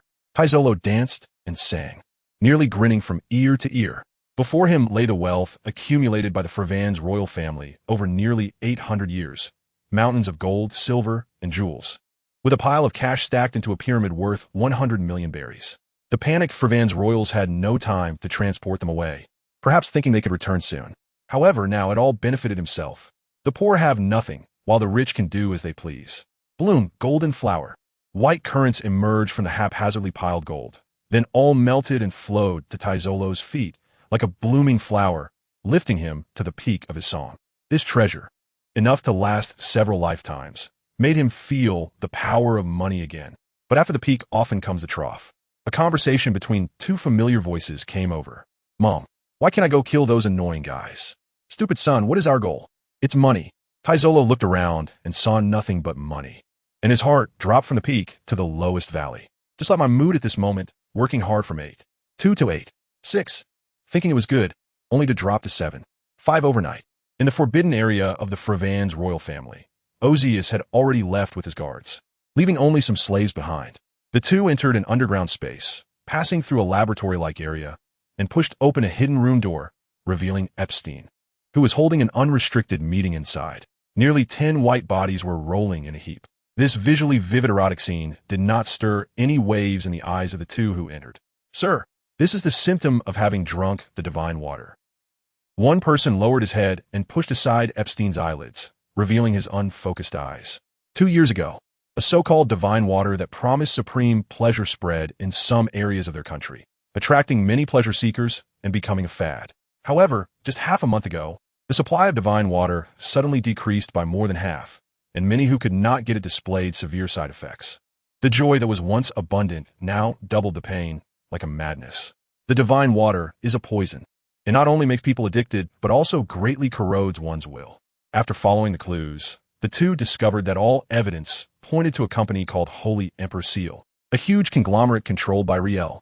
The man referred to as Sir quietly flipped through his notebook, which clearly recorded the experimental data of the divine water. The laboratory they just passed was one of the factories producing it. This was an undeniable fact. This is war. Riel will pay the price. His resolute words echoed like thunder between heaven and earth, and the thick ground could not conceal the fleeting rage. Rain began to pour from the sky, and a white lightning bolt struck the ground, causing the 4 who were in a fierce battle to pause, landing on top of the Holy Oak Palace. where the raindrops dispersed before hitting them. Red Hair did not make a move, watching as the two opposite launched an attack that sent the Freven royal family to the depths of the sea. Lu Hua, do you want to join us and create a ruckus? He revealed what he considered his most sincere smile, but the corner of Beckman's mouth twitched violently. If you knew what this bastard had said, you wouldn't have such a smile. Moreover, he already knew what was about to be said below. A mere pirate king is not worthy of being my subordinate. Wait until you become the pirate king, then you might barely qualify. The saying that you shouldn't hit someone who is smiling doesn't apply to Tang Ge.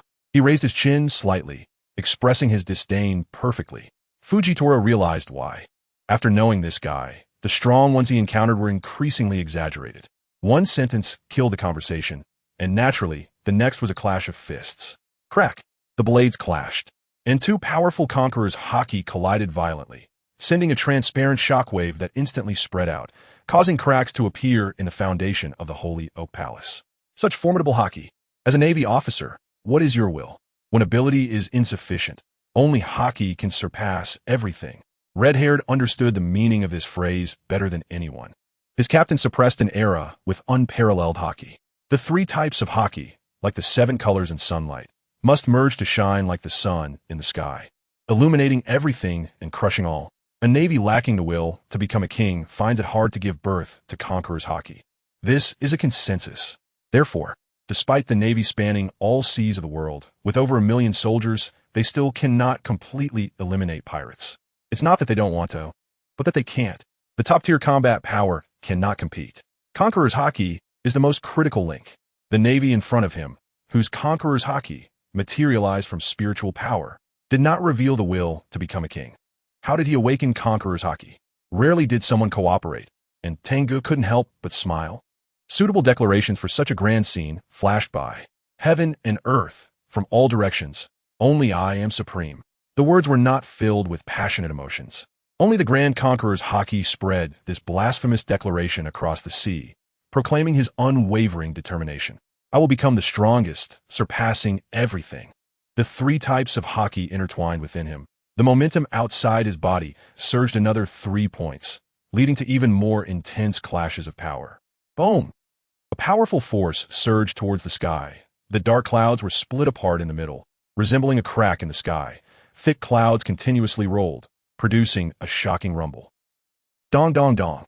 There seemed to be solemn bell sounds echoing between heaven and earth, as the people still in Joy Street stared dumbfounded at the figure standing atop the Holy Oak Palace, listening to his declaration of becoming the strongest. This man is too fierce. The other four were also dumbfounded. They had arrived and stood on the sea, afraid to move forward. Now, stepping into that battlefield, even if Francis had strength that matched the highest combat power, it would be seeking death. It was not that Red-haired was stopped by Shibutin and Momotaro. Weibel was also on the side of the world government. Where were they? Lucas initially wanted to comment on Tang Ge's blasphemous words, but Francis was already sweating, looking towards the distant sky. Not just him, on this island, those with exceptional observation haki were all looking at the sky. There, the layers of clouds rolled like waves, for flames forming a red line, and an unpredictable colossal being crossed the distance of 10,000 meters in an instant, appearing above the clouds. Boom! Countless explosive sounds followed, blasting away all the dark clouds, revealing the true form that brought an oppressive presence to everyone. It was a dragon, its body twisted and coiled over 10,000 meters. The four flames beneath it forming clouds, with fierce horns pointing to the sky, 2 long whiskers floating, and its body covered in hard, thick scales. This state clearly indicated that this was not the winged dragon of Western mythology, but the azure dragon of Eastern mythology, with winds soaring into the clouds.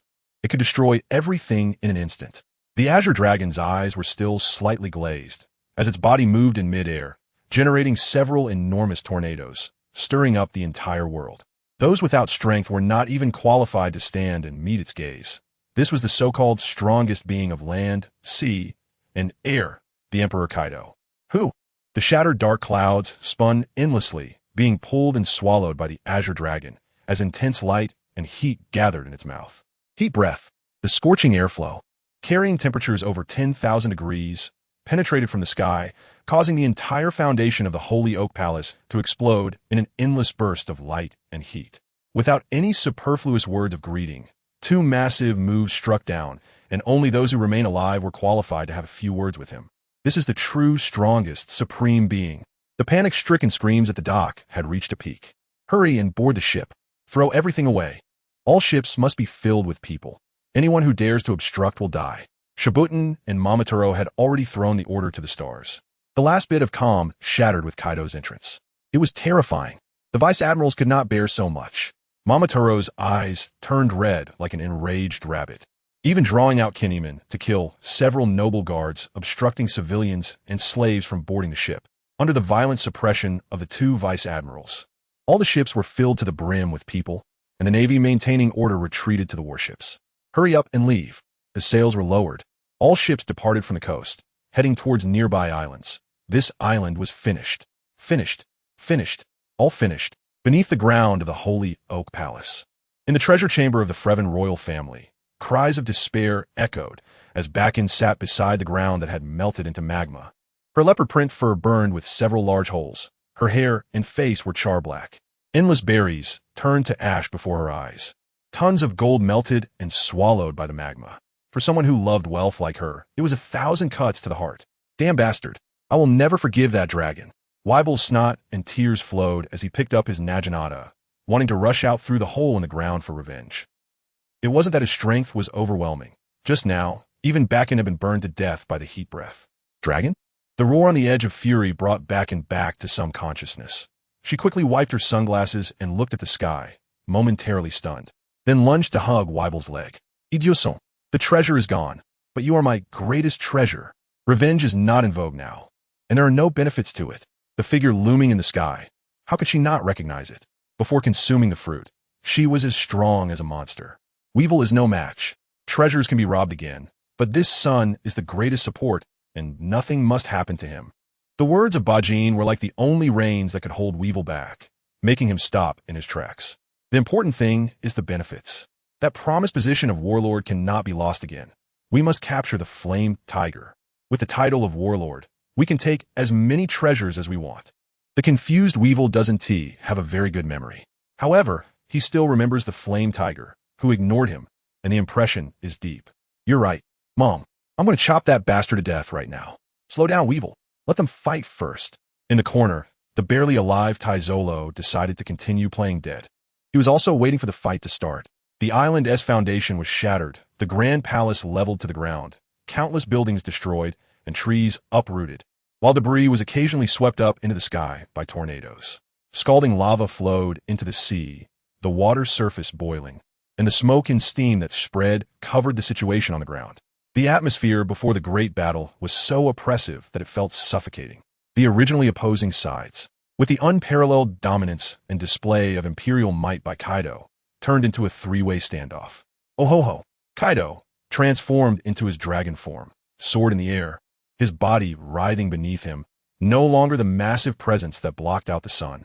However, the dragon body still stretched for a kilometer, filled with power and pressure. Its fearsome maw gaping, a massive amount of alcohol mixed with boiling blood burning in its veins. How many years has it been since that unprecedented battle in God Valley? There hasn't been such a sense of tension. The powerful beings below also exerted great pressure on him. The feeling that he could truly be killed was intoxicating. He opened his mouth, just about to deliver a shocking declaration to start the battle when he was interrupted. Someone was even more excited, more warlike. Tang Ge stepped through the clouds, leaping into the sky in an instant, his blade vibrating violently, layers of haki causing slight distortion in space. Since the appearance of this dragon, every cell in his body was cheering, all emotions turning into intense battle desire. Almost all muscle practitioners would take this mythical creature as their target, and Tang Ge was no exception. Who could refuse something tougher and more capable than a real dragon? He didn't want to say a single line. He concentrated all his strength into a single point to test the dragon's weight. Clang! The pitch-black blade struck the solid dragon scales, and ninefold power erupted instantly. The intensity matching Haki's continuous shockwaves. Boom! A pained dragon roar reverberated through the heavens and the earth. Kaido's massive dragon head bent downward, his eyes shaking intensely, nearly scattering. He expected that an attack he take seriously would explode with 9 consecutive strikes. Breaking his body's balance, and piercing through the defense of his dragon scales. As long as he could fight, Tang Ge would never stop. His body spun like the wind, the swirling, mutated hockey blade glimmering like a vortex. Following closely, Kaido's bent head was slashed down, a blade light stretching over 100 meters appearing with a shadow, emitting a buzzing and sharp howl. A black line appeared between heaven and earth, sucking away all the light. His body grew massive, and his reactions were naturally not as quick. Kaido's head, rapidly descending, was struck, crashing down with even greater speed and weight onto the pyramid structure. Boom! Boom! The 9 consecutive impacts merged into one sound, a powerful shockwave rising, sweeping the surrounding dust and dispersing the white mist on the water's surface, revealing various expressions. Beckman watched as Tang Ge continuously stepped through the air, accelerating downwards, determined to slice Kaido in half, and fell silent for a moment. This man is extraordinary. As long as he doesn't die this time, he will eventually become their great enemy. No. After glancing at the blind man who could battle Shanks, Beckman added, "He is already a great enemy." Kaido suddenly charged over. Others might not know the reason, but he probably did, especially after saying something about being the only one worthy in front of Shanks. This man had the weakest strength among them, but in this battlefield ruled by emperors, the one making the loudest noise was actually him. This guy's reckless and arrogant demeanor, using the weakest power to project the strongest momentum, was simply unscientific. Time wouldn't allow for much thought, especially on such a battlefield, as even more intense collision sounds echoed. The foundations near the seaside could no longer withstand such impacts. Massive stones splashed up and were instantly crushed into dust by the shockwave, and the nearby seawater was entirely shaken away, creating giant waves over 20 meters high that surged back. Tap, tap, tap. A stream of blood flowed down Kaido's face as he raised a jagged club to block the descending slash. A cut appeared on the beast-human form covered in dragon scales. "Weakling, are you asking for death to come to you faster?" "Step aside," Tang Ge grinned. "The era of complete chaos begins from this moment." This close-up provocation directly made the already oppressive air even heavier, making it hard to breathe. Anyone would be unable to endure it, let alone an emperor like Kaido. A massive dragon illusion soared outside his body. The water rushing into the deep pit was forced back. The dark clouds in the sky began to gather again, swirling in concentric circles, with a dark hole in the center like an eye in the sky, purple lightning flashing as if gathering strength. However, tonight was not a battle for Tang Ge alone. Several massive meteors fell from the sky, their blazing flames directly evaporating the clouds, revealing a starry night sky. Of course, the meteoric attacks, which were easy to defeat, were completely irrelevant in such a battle. All exploded into rubble mid-air, scattering everywhere. It's Fujitora. The battlefield was completely in chaos, and the continuously appearing powerful beings stirred the blood hidden deep within him. A true beast would never fear the dragon's majesty. Those who step into this level of power all have the belief to slay dragons. Sensing the battle intent of the flame tiger boiling like a blazing sun, he raised his blade again towards the dragon at the top of all beings, and Fujitora stepped forward, dragging his staff sword, his body collapsing around him like a black hole, his speed not the slightest bit slower than Tang Ge. The two fierce tigers roared to the sky, running side by side, challenging the dragon known as the strongest creature, proving who is the king of beasts. The clouds come from the dragon, the wind comes from the tiger. Before the two tigers even arrived, the layers of air were compressed like a hurricane passing through, the ground nearly flattened, and the Overlord's haki clashed with flashes of lightning. Oh ho ho, what a bunch of monsters! Gripping the jagged club and pulling it back to the maximum extent, wisps of air wrapped around it. Kaido's vertical pupils glowed fiercely. The ground beneath him flipped as he charged towards the two tigers. Thunderclap agua. The jagged club, swung from above, struck against the two blades, crossing downwards. Boom! A drum sounded between heaven and earth. The sound hit the ground, causing the rocks to ripple and turn over, shattering all the islands within a mile radius. The sound traveled to the sea, where waves surged up to 100 meters high and rolled outward. A man-made tsunami was that simple. The sound reached the sky, and the sky split in two. Crackle. A dark red lightning appeared, more intense than the collision with the red-haired man. But in an instant, the infinite armed color was obliterated in their collision. Kaido is powerful. He surely has his place among the strongest in the world. This is evident from how Tanga and Fujitora had to exert all their strength just to withstand the downward pressure of his Kanabo. An ordinary mythical Zoan in the hands of a strong person is already extraordinarily powerful, let alone the Azure Dragon paired with Kaido. Boom! The airflow wrapped around Kaido's Kanabo increased by threefold, as if the entire space was pressing down. Just stepping into the disaster physique, and having not undergone long-term training, Tanga could not hold on any longer. The knife in his hand was actually pressed down. This imbalance caused Fujitora's pressure to double. Hell, Journey Dark Tiger. The gravity that could collapse space only slightly dulled Kaido's body, but that was enough.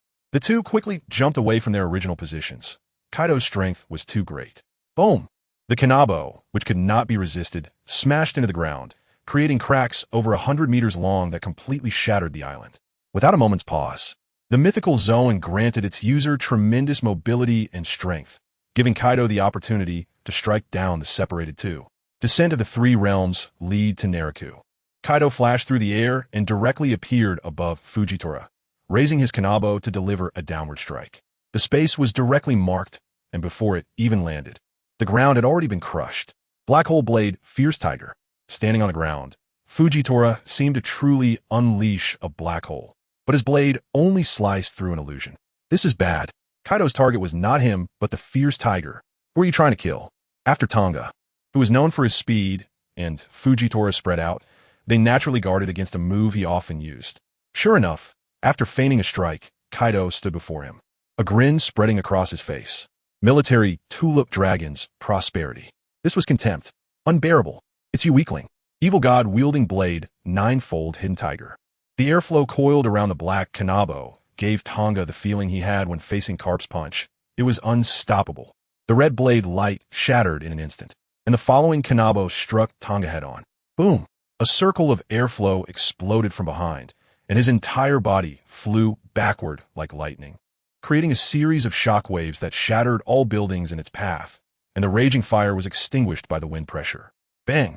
Ultimately, Tanga's body landed on a platform that jutted out from the ground, a place for disembarking passengers at the dock. He was hit from one side of the island to the other. Hey, weakling, that's you. Kaido's words seemed to penetrate the space, reaching Tanga's ears, as blood gushed from his mouth. In the darkness, several figures rushed over. It was P0 and Weevil, who had been waiting on one side. The situation was critical. About 20 kilometers away from the Happy Street, it was meaningless for Liar, who sat on a boat watching the show. His true trump card was not that team of demon slayers, but himself. What a wonderful performance. This move is truly powerful. The several strong fighters battling on the island made his blood surge, wishing he could personally take the stage and defeat everyone. Osius knelt behind him, trembling and silent. It was his first time seeing Lord Liar leave Mariewa. Such a big shot leaving the Holy Land. If something goes wrong, it would truly be the sky falling. His premonition came true. Just a moment ago, Liar was calmly watching the show, but suddenly turned to another direction in the darkness, where two figures walked across the sea. Life is like a play, and play is like life. Today, you can't watch the show peacefully, Liar. The man referred to as Sir spoke. Unexpectedly, the change of fate would be so great that even you appeared in the sea ahead of time. Liar's face turned extremely ugly. Even 20 years ago, when someone attacked his doorstep, he didn't have such an expression. You who pride yourself on being the master of fate, do you really know your own fate? The man continued, his voice embodying the weight of a mountain, his eyes fixed on Liar. Unknowingly, a deep and unfathomable trench opened in the middle of the sea, seemingly pushed apart by some force. Then it bent downwards. Two fists collided together. It was like the clash of heaven and earth. Today you are doomed, King Liar. Boom, boom, boom. Buildings constructed with immense manpower and resources crumbled like sandcastles on the beach, being smashed one after another. The sea of flames that burned everything was merely collateral damage crushed along the way, coupled with the already half-shattered island. Just two attacks had caused such significant changes in the terrain. Ben Beckman took a deep breath. Looking at the man Kaido was truly after, that black. No, red-haired. Is this the height he can reach? The King-S examiner. Kaido will tell Beckman the answer. If you die just like this, then blame yourself for being too weak. Crack. A dragon's roar echoed, and the leaping Kaido instantly reached above the red-haired man, his furry cloak billowing in the wind. His arms slightly bulging as he fully released his power from the stretching dragon muscles. Dark clouds rolled in the sky. Purple lightning gathered enough power to be pulled down wrapped in invisible airflow, intertwining around the Kanabo. A powerful downward strike. Great majesty, thunderous 8 trigrams. Infinite airflow pressed down. And before the attack even arrived, cracks began to appear on the island beneath their feet. This momentum was truly like the gods and demons of mythology. Crushing the earth. Go ahead and try if you can. From Kaido transforming into a giant azure dragon to the fierce tiger's defeat, the red-haired man watched the whole time, knowing that Kaido had come for him. At this moment, with Kaido's overwhelming offensive, even the fiercest beasts would feel fear. And a fierce light sparkled in the red-haired man's eyes. He stepped forward with his left foot, and the ground that had cracked instantly shattered, with fragments of stone flying upwards. His not-so-tall body stood tall like a spear piercing the heavens, like the rising sun above the sea, representing the limits of human strength. Swinging a long knife at the gods and demons ruling the sky. All gods retreat. There was no sound of weapons clashing, nor the unique sound of armed color colliding. Between the iron rod and the long knife that never made contact, there was only the unique red lightning of conquerors hockey crushing and colliding with each other, exploding around at a rate of hundreds of times per second. A man-made disaster more intense than a hurricane swept outward, extinguishing the raging flames and shattering all buildings. The entire island became a seemingly flat surface. This is the collision of kings. Ololo, the Kanabo resting on his shoulder. Kaido landed opposite the red-haired man, 6 dragon horns symmetrically standing tall towards the sky, resembling a crown. Kid, you've reached this level now. Time flies. Amir in turn on Roger's ship has surprisingly become so strong, with the aura of a king bursting forth, managing to withstand his full-force strike. Zizizi, just a simple exchange of glances, and white lightning appeared in the void, flashing away in an instant. This was the collision of the natural auras emitted by 2 kings. In terms of pure destructive power, someone like Fujitora is already not far behind them. Only the conqueror's haki, or the true power of dominance, is the fundamental reason why kings can suppress a region. It should be said that you are still standing still. Strength determines one's tone. Without sufficient strength, one has already turned into a pile of minced meat, unable to make threats. Red-haired glanced at the X-shaped scar on Kaido's side. That must have been caused by Odin. It's a pity that such a character died at your hands. With the regenerative ability of the mythical Zoan azure dragon form, the scar has not disappeared, indicating that the one who inflicted the damage truly struck at Kaido's essence.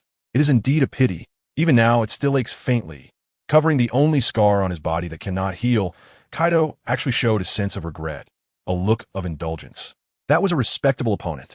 Unfortunately, he died in an unfair duel. Over the years, he has been seeking a truly fair and exhilarating enemy. But unfortunately, there hasn't been a single one capable of fighting back. The strongest of the previous era is gradually aging, and in the same era, he is already invincible. In the new era, only red-haired can catch his eye. The path of the strongest is too lonely. How can he just stop here? Thunder, roar 8 trigrams. Reining in his emotions, Kaido's dragon leg bent like a strong bow, releasing power, instantly closing in on red-haired as the Kanabo swung again. Crackle. The conqueror's haki clashed once more. The 2 kings engaged in chaotic battle, shaking the entire island, which could not withstand such shockwaves and was about to sink. Boom, boom, boom. On the other side of the island, the fierce battle raged on as Shanks and Weevil were determined to capture the severely injured tiger. This was a once-in-a-lifetime opportunity. A little further behind, Fujitora shot forward. The space ahead twisted violently, shortening his distance. Just as he was about to catch up, Weevil took the initiative to break from the group, swinging his Naginata, heavy as a mountain. Clang! Fujitora, who was not much inferior before the King Kaido, was blocked, the ground beneath him exploding. Weevil had strength not weaker than his, and his power was astonishing. For pirates, with Francis as the arrowhead, followed closely behind, rushing towards the trapped Tang Ge in the pile of stones. Enduring torment in prison, watching his flesh rot and life slowly fade away in pain and despair at this moment. It all transformed into the delight of impending revenge, cruel and bloodthirsty. Lord Riel only wants a living person. They will definitely bring back a living one. The kind that begs for death. Stormfoot Shatterbody. 3 blades of light, each over 10 meters long, surged towards Tanga's legs, aiming to first disable his mobility. Francis's body suddenly accelerated. His strength was the strongest, and even the tiger in peak condition would not be his match. Now that he had been severely injured by Kaido's blow, how could he escape? The dark long knife lunged forward, An attack capable of piercing the island aimed to stab a hole in this navy that repeatedly opposed them.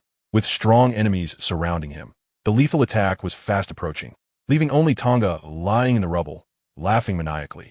Waves of shockwaves that could shatter rocks continued to arrive. It was the two kings in fierce battle, wreaking havoc. However, for him it was a joy. The path to being the strongest is not lonely.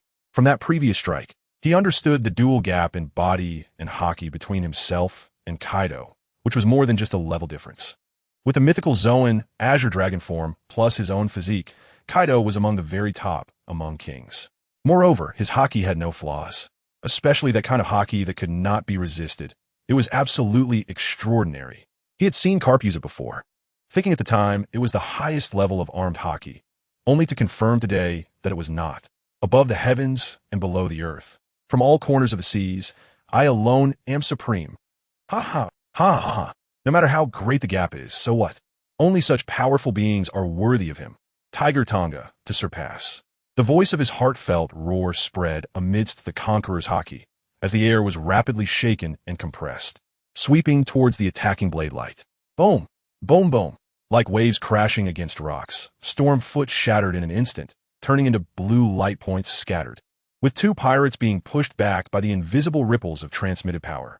Daikama, be careful.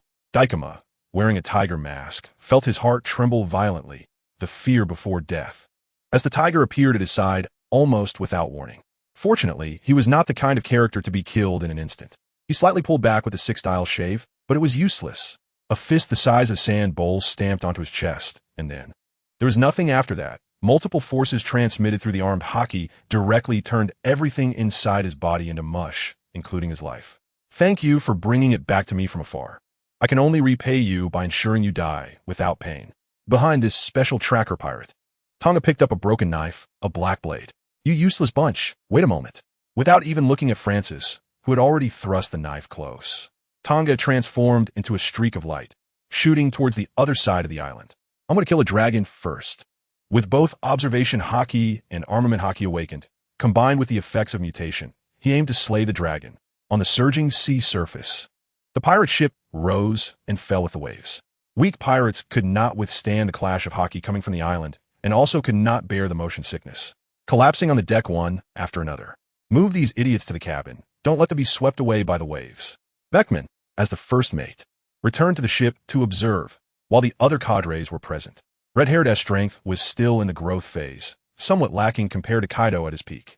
If that dragon insisted on fighting to the end, they were considering going all out together to see if they could slay the dragon. However, Beckman truly had no confidence. Kaido's skin was too thick, and both his speed and strength were top-notch, with too few effective attacks. The two fierce tigers had just provided the best negative example.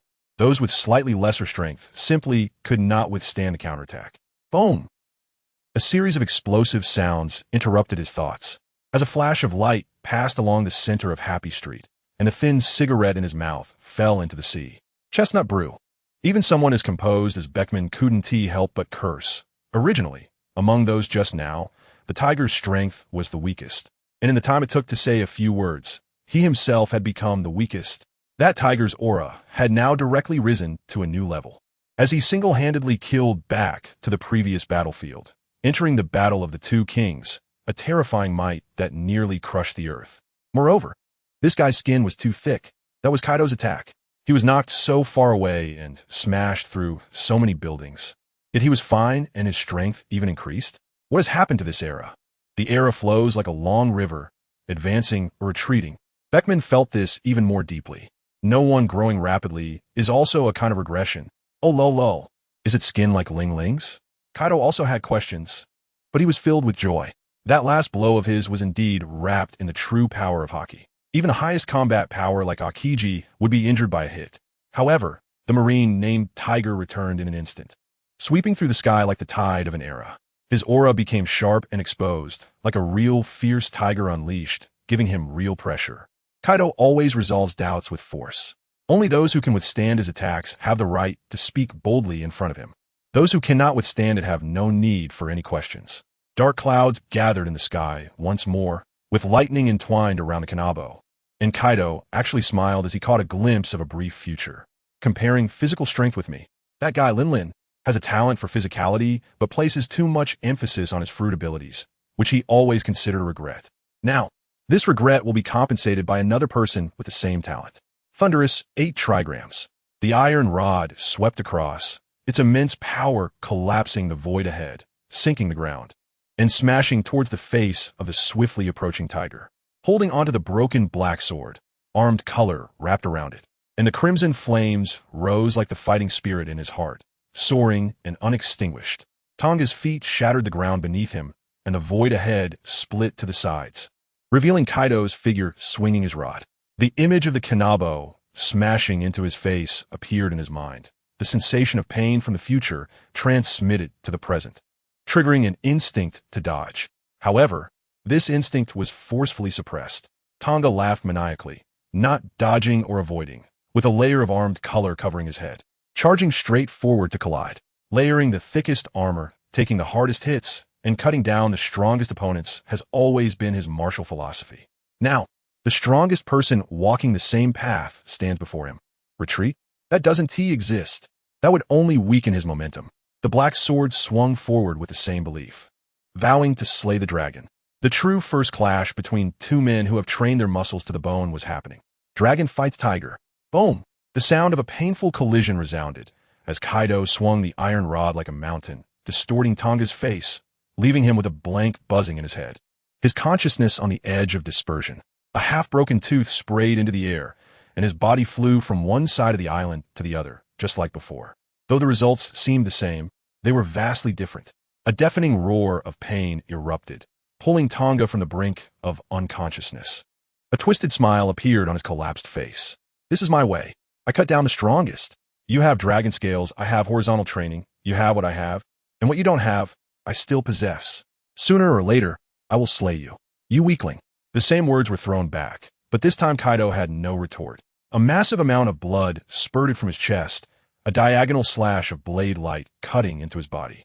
The intensity of the advanced armed color was already able to unleash a mutated effect, suppressing the dragon scales of the Azure Dragon form. The combination of awakened armed color and mutated observation color was the most powerful, and under 9 consecutive shockwaves, it penetrated the dragon scales with half their defense suppressed, cutting through the incredibly dense muscle layers and transmitting power deep into his body. An unprecedented pain shot straight to his brain. Even Odin had never inflicted such damage. Kaido staggered, taking a step back. Another mouthful of blood sprayed from his mouth. He was injured. The powerful, self-healing ability of the mythical beast type activated, with layers of muscle writhing, healing almost instantly. However, a scar that could not be erased remained on the surface, crossing his chest. Oh, it hurts so much. It really hurts. Kaido raised the Kanabo. The pain transformed into overwhelming fighting spirit. The path of the strongest is never lonely. You have earned the right for me to remember your name, Tiger Tanga. Like a tangible sound wave, it swept through, dissipating the dust from the collision and chilling the hearts of those present, making them tremble in fear as that man stood up again, his fierce gaze bearing down like a heavy mountain. Swinging. Your heads off. The sound of leaking air didn't affect anything. Instead, it made people's hearts pound even more. This man is too fierce, too wild, too strong, too resilient. Even Francis felt the pressure. Whoosh! Tanga no longer wanted to make eye contact with this group of weaklings. They were merely stepping stones he had already surpassed, despite this being his first battle with them. Who told him to grow so slowly? If he was going to kill, he would kill the strongest. He had no time to waste on these weaklings. The fierce battle in the Dark Joy Street raged on, while the waves around the island crashed outward in layers. And outside Joy Street, the world was also shaken. The reason was, of course, that Tiger and the red-haired pirate's vice captain humiliated the 3 emperors in front of half of the intermediaries in the Dark World. Morgan, who controls the news industry, immediately made this event the headline, announcing it to the world. He even titled it Challenge of the New Era. Recently, a strong person defeated 2 pirates with bounties over $1 billion at the same time, clashed fiercely in Joy Street, and simultaneously issued a challenge declaration to the current 3 emperors. This highly topical news instantly ignited the world's public opinion, which had been silent for more than 10 days. The news of Tiger stealing 6 devil fruits and killing dozens of intermediaries also sparked considerable discussion. Ordinary people watch the excitement, while insiders see the significance. All major powers know that the main event is not Tiger versus Ben Beckman, but Kaido versus Red-Haired. Joy Street lies between Kaido's territory and the Navy's influence. How could the red-haired pirates venture there without Kaido, the Emperor and top warrior, seizing such a great opportunity? Whether the fourth Emperor is genuine or not will soon have results. Others merely speculate that Kaido would face Red-Haired, while the Navy headquarters has already confirmed that the two are fighting. Chopper and Momotaro transformed into two furious speakers, conveying the news of Kaido transforming into a giant dragon and attacking with maximum speed, in the loudest and most brutal tone to the higher-ups at headquarters shortly after the warship left Joy Street. The situation seems to be developing in an unexpected direction. Akiji touched his face as the saliva from the telephone bug splattered onto him. The man at the center of the topic always brings unexpected changes. This time, with his own power, he has stirred things up between the two emperors, buying himself a glimmer of hope. What is there to predict? It's merely a choice between death and a more miserable death. No matter what Akiji says, there will always be a man named Akainu who stands up to rebut, as ice and fire cannot coexist. Sakazuki was right. The key still lies with him. Pirates, one team mix with the internal affairs of the world government. After experiencing a series of intense emotions such as rage, worry, and despair, Sengoku felt his hair had turned significantly gray. Kaido's appearance would indeed lead the battle situation towards complete chaos. Whether they could find a glimmer of life amidst the chaos ultimately depended on whether Tang Ge could defeat his strong enemy. To prevent the Navy headquarters from supporting, the world nobles have already activated the summons for the admirals, under the pretext of protecting the celestial dragons in Sabaody, pulling Akainu and Akiji back to headquarters. This was one of the conditions for the Navy when promoted to admiral. They must always prioritize the safety of the world nobles. News came from Mary Joa that Francis had taken a P0 to Joy Street. So what are the chances of the fierce tiger? The headquarters chief of staff, Crane, was looking at the silent Kizaru, while everyone else also turned their gaze towards him. Picking up the cup on the table, Kizaru took a shallow sip, and a hint of seriousness appeared on his eternally expressionless face. Even if the fierce tiger's strength had doubled compared to when he defeated Pizarro in a short time, his chances of winning were still 0. That man is incredibly strong. Moreover, his abilities are troublesome. At this point, he paused, recalling Tang Ge's special hockey, which might be a variable. This answer made everyone present stop their discussions. It was no longer necessary. The fierce tiger's physical condition, at the level of the sea warrior, could not support such a sudden increase in strength, unless he was willing to consume a devil fruit, and a powerful one at that. Furthermore, Edward Weevil was also present. The world government had no reason not to recruit such a powerful individual, even if he only had strength to command. Only Ben Beckman had the most say about the chaos of the battle on Joy Street. From the side of the pirate ship, he could see everything. The original standoff between three parties had turned into 3 battlefields. He had already given up on the idea of everyone attacking Kaido together and could only silently say, "Shanks, hold on. Kaido's speed, strength, and hockey are all top-notch. Weak individuals don't even qualify to stand in front of him, let alone attack. With the strength of that dragon, even if the red-haired pirates attacked together, whether they could win was one question, and how many of them could survive was another. These two are clashes of hockey. In the central part of the Long Island is the battlefield of 2 super-strong ability users. Apart from a period of fierce counterattacks at the beginning, they have now started to take it easy. You unleash a lateral gravity slash, and I unleash a blade of flames. Aside from destroying the island beyond recognition, they nearly killed the onlookers. It seems that these two cannot determine a winner in a short time. Even Beckman had to admit that the outcome of the battle tonight was determined by the fierce tiger. He already had that power. Moreover, the scales of victory were tilting towards this man. Bang! The ground exploded several meters high, with a 3-pronged mask P0 pressed down by a single hand, and his head burst like a watermelon. This legendary 3-eyed clan member died, without even unleashing the special ability of his third eye. Tang Ge stood up. Blood splattered on him, enhancing his fierce aura as he looked at the last 2 individuals, who were both ability users. It was once again one against many, but it was no longer a weak against strong situation. Lucas was a superhuman type who could enlarge any part of his body, and at this moment he transformed into a 6-meter-tall giant, combining strength and speed. Francis was a Zoan type, also tall in his human beast form, with red eyes exuding an ominous aura, wielding a dark long knife, his momentum not weaker than Tang Ge's. Aren't you afraid that everyone related to you will be wiped out? Afraid? This nonsense made Tang Ge laugh as he pointed. He didn't want to chat. He just wanted to fight. Ding. Missing a few teeth no longer affected his speech, but Francis didn't understand this meaning. If you don't die, I'll tell you the answer. Francis's face instantly turned cold, the madness in his eyes intensifying, dark flames burning within. Tang Ge silently counted a number in his heart. All his ferocity and dominance retracted, his face showing no expression, only haki swirling around his body. Boom! With the enhancement of observation haki, he executed the 6-power shave, transforming his body into a streak of light as he attacked the two individuals opposite him. One hand wielded a knife, the other threw a punch.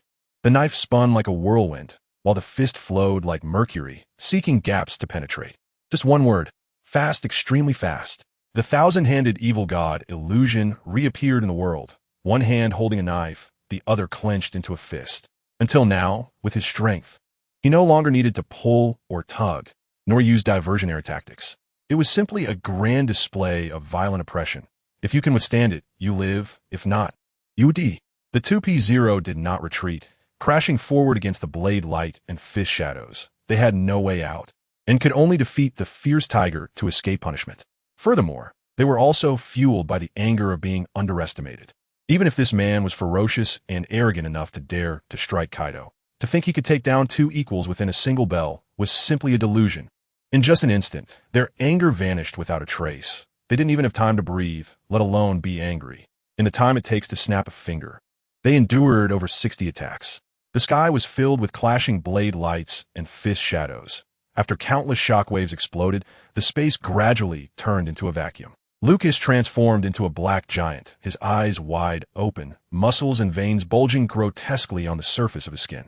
Gritting his teeth, he squeezed every ounce of strength from his body, but it didn't change the fact that his body was trembling violently.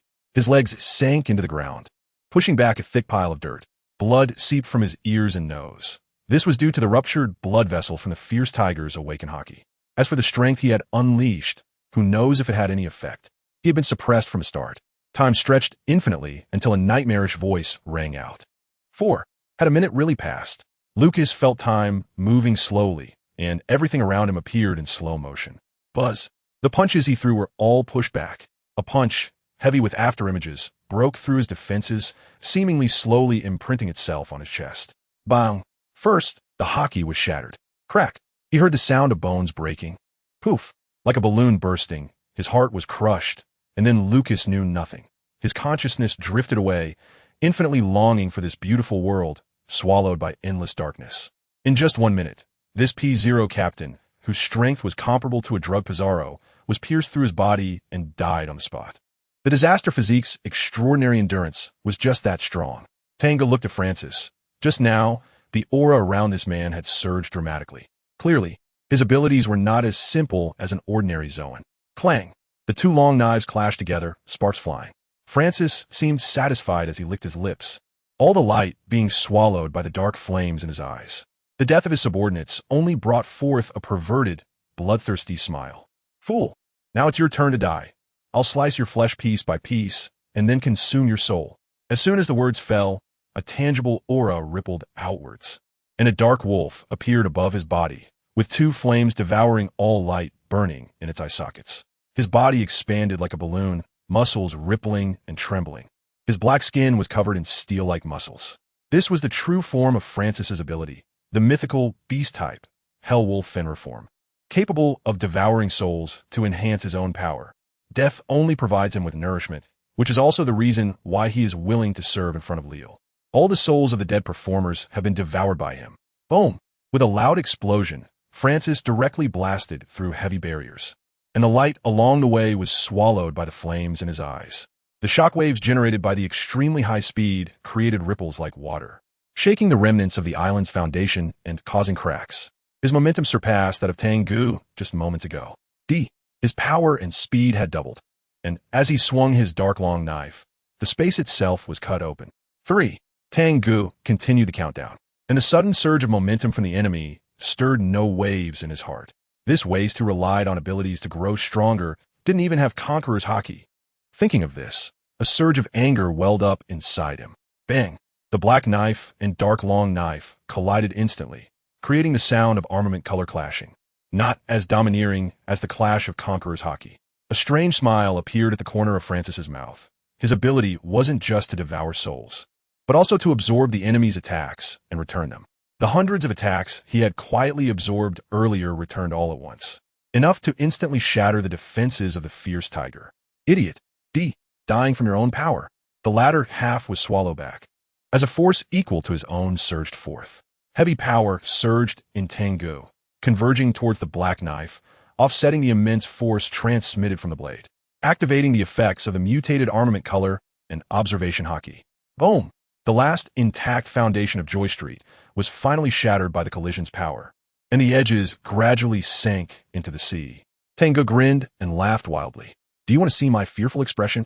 Not only are you a waste, but you're also a fool. The abilities of mythical beasts are bizarre and diverse.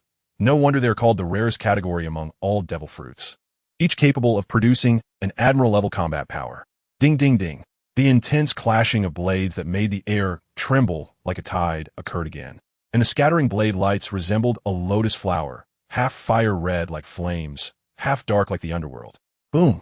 After thousands of clashes, even with Francis's extraordinary stamina as a mythical beast, he couldn't withstand the relentless highest intensity collisions. Under the weakening of power, his steps slightly retreated. If Pizarro had any spirit in the sky, he would definitely tell Francis, who is also a mythical beast, what this meant.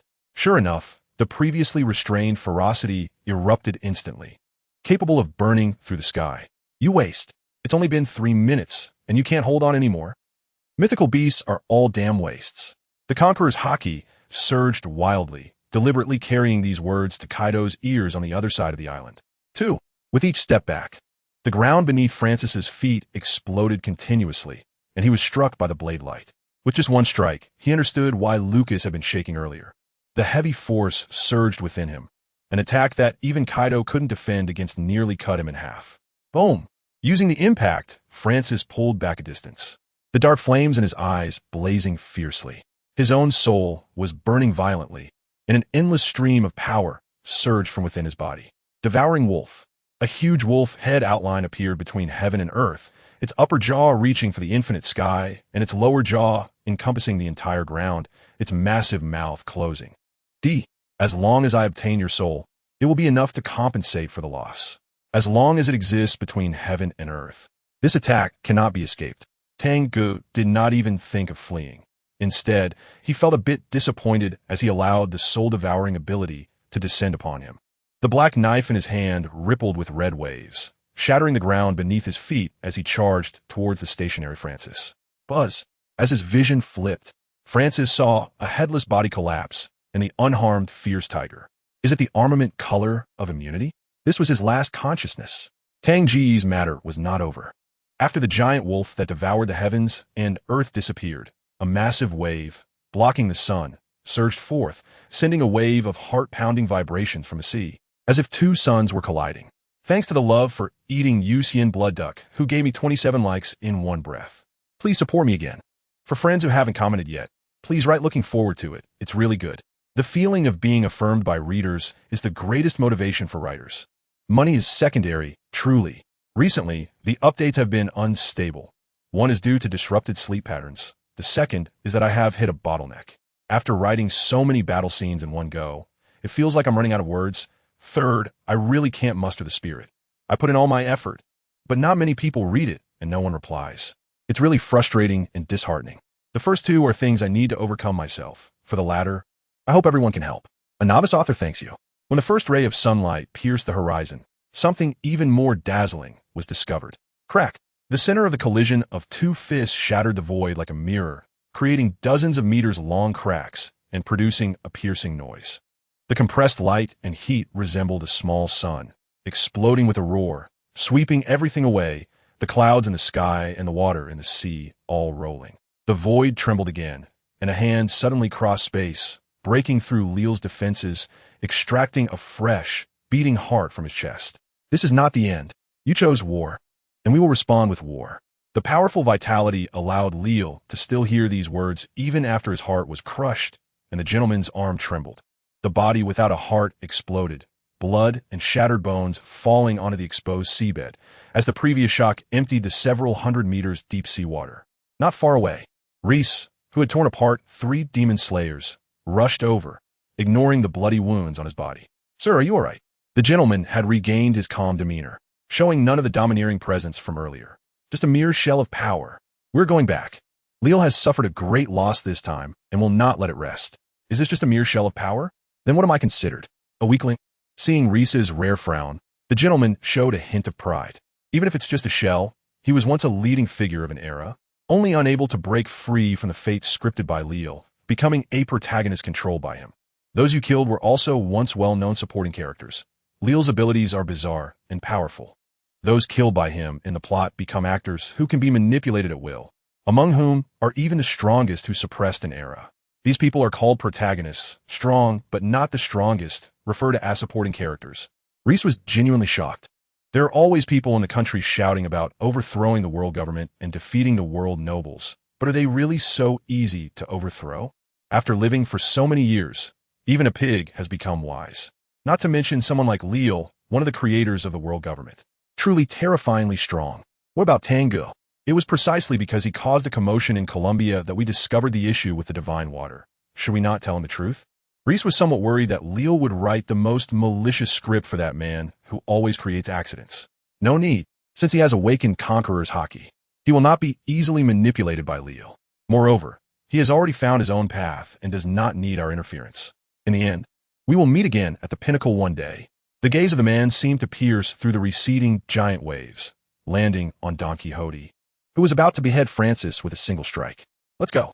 The two turned and disappeared without a trace. Boom! Dozens, hundreds of meters high. The giant waves rolled over the sea surface, eventually forming a higher wall of water that rushed towards the entire Joy Street. It blocked out the sun, as if the apocalypse had arrived. The people present were not characters who would be intimidated by such giant waves. It was just that fleeting aura, like the sun shining down, that left them shocked. Buzz! The giant waves were cut open, and the red-haired pirate had returned to the ship, glancing at Kaido, who had transformed into a dragon and flown away. In the chaos, Weibel also took the opportunity to leave. His gaze fell back on Don Quixote. It was because of this man that he had clashed with Kaido ahead of time. Undoubtedly, the title of the Yonko would be directly placed upon him. But Captain, how is this situation different from what you predicted? The era you spoke of has not even begun, and there's already a tendency for complete chaos. Moreover, it seemed that the fierce tiger sensed his gaze and looked over with a burning fighting spirit in his eyes. This guy is truly combative, and he will actually come to fight. Let's go back. Continuing to fight would really cause problems. The red-haired captain ordered the ship's bow to turn around and head back. Not going to search anymore. In a short period of time, La Rucky had gained 2 whole circles of weight, with fat hanging down to the deck. The pressure made him indulge in overeating. He couldn't find anyone he could beat, and almost died while watching. No need to look for Beckman anymore. Where did the rest go? Except for this fat mountain of La Rucky, the red-haired captain didn't see a single officer. They must have gone to train. Beckman said not to steal the remaining enemies. If you do, you'll be in trouble. The previous battle had completely extinguished the arrogance of the officers. There was nothing more to say about Kaido's strength. After all, he was the strongest creature, but that ferocious and domineering tiger had truly put a lot of pressure on them. Sigh. The red-haired captain felt that he might be the most relaxed pirate to ascend to the throne in history. His subordinates were all so damn competitive. Inside the massive palace of Mary Geospang, bang, transparent threads kept breaking, and the scripts stored on the shelves ignited spontaneously, turning to ashes in an instant. Falling from the air, sitting on the ground, Riel wiped a trace of blood from the corner of his mouth and then smiled. It was such a long-lost feeling. So real. There were no useless roars or anger. The reason why the strong are strong is that they solve problems differently. Excitedly dancing alone in the empty space of the room, threads appeared before Riel, and he could faintly see the faces of Francis, Lucas, and others on them. What an unsettled little guy. All the uncertainties stem from you. It seems I need to arrange a grand performance. The threads spread like a net, and eventually, in the center of the net, a face appeared. This was the key figure in the event. A golden, shining script appeared in his hand, specially customized for the protagonist. There was only one of this color on the entire shelf. The protagonist, Don Quixote. As the black pen wrote Don Quixote's name, wisps of black smoke emerged, and the writing became blurred until it disappeared. This situation made Riel frown, but he continued to write with the pen. However, all the words related to Don Quixote were dissipating, and some that did not vanish became crooked and unrecognizable. The wind direction in the lower realm was chaotic, Riel. Inside the empty palace, a second voice was heard. I am handling it, do not interfere, Im. The person who barged into the forbidden room made Riel frown. The newly appeared light had to be extinguished in time. The existence named him stretched out his hands, gently brushed over Riel's script, and the black smoke floating in the air reformed, revealing several distorted writings. To take. One must first give. Oda has a Wano country. Isn't it reasonable for our fanfic to have a dragon country? Originally, I was writing that the protagonist would follow, the man in Reyes, to the dragon country to train in Conqueror's Haki. But later I felt the plot was a bit disjointed and not exciting enough. So I revised the outline not long ago to turn it into a battle for supremacy in the new world. Recently I was stuck, also hesitating whether to let Kaido join the scene. Fortunately, I still wrote out the imagery of the first clash with the Yonko and expressed the intensity one wanted to convey. I have grown tired of fighting Zoan types.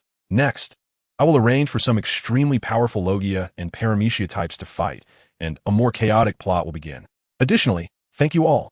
No more talk. Let's continue writing. I wish everyone a happy Dragon Boat Festival in advance. Holyoke Island has become a thing of the past. Joy Street has also become a thing of the past. But a new era is opening its chapters. In recent years, the world has changed rapidly, too quickly for anyone to know what kind of era will emerge. There were many events that happened yesterday, and many significant events worthy of being remembered in history. How to report them to create an explosive public opinion. Selling newspapers out of stock, the owner of the World Economic Journal, Morgan, understood this principle well.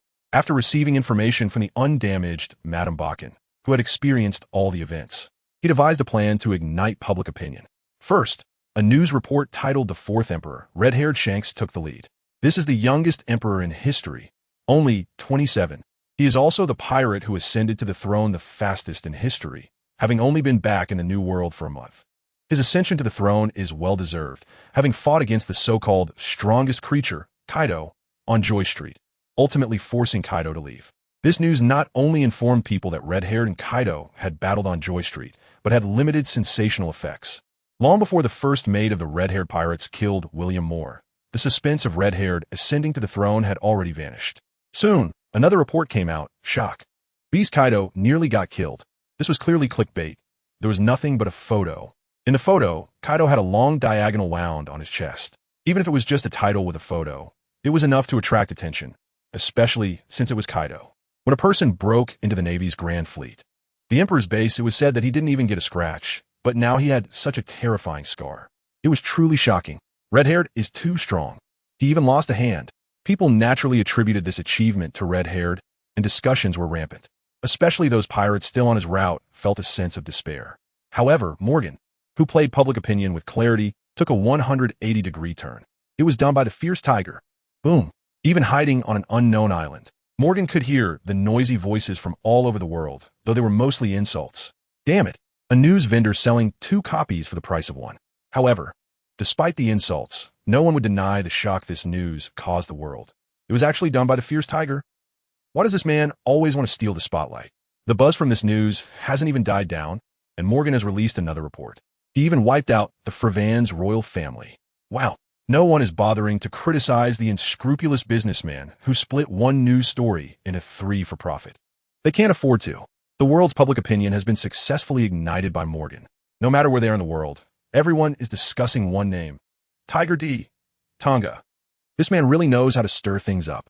In the pirate world, he has insulted the emperors multiple times, each time more viciously than the last. During the conflict between the 2 emperors, he jumped around the most and even managed to injure Kaido. Absolutely ruthless. He didn't even spare his own people. The Frevan's royal family was a definite world noble affiliated with the Navy, yet he wiped them out. If the world knew that Tiger had also insulted the highest combat power of the Navy headquarters, they would truly exclaim, "This is a world where everyone is an enemy." At the end of the article, Morgan personally wrote a statement.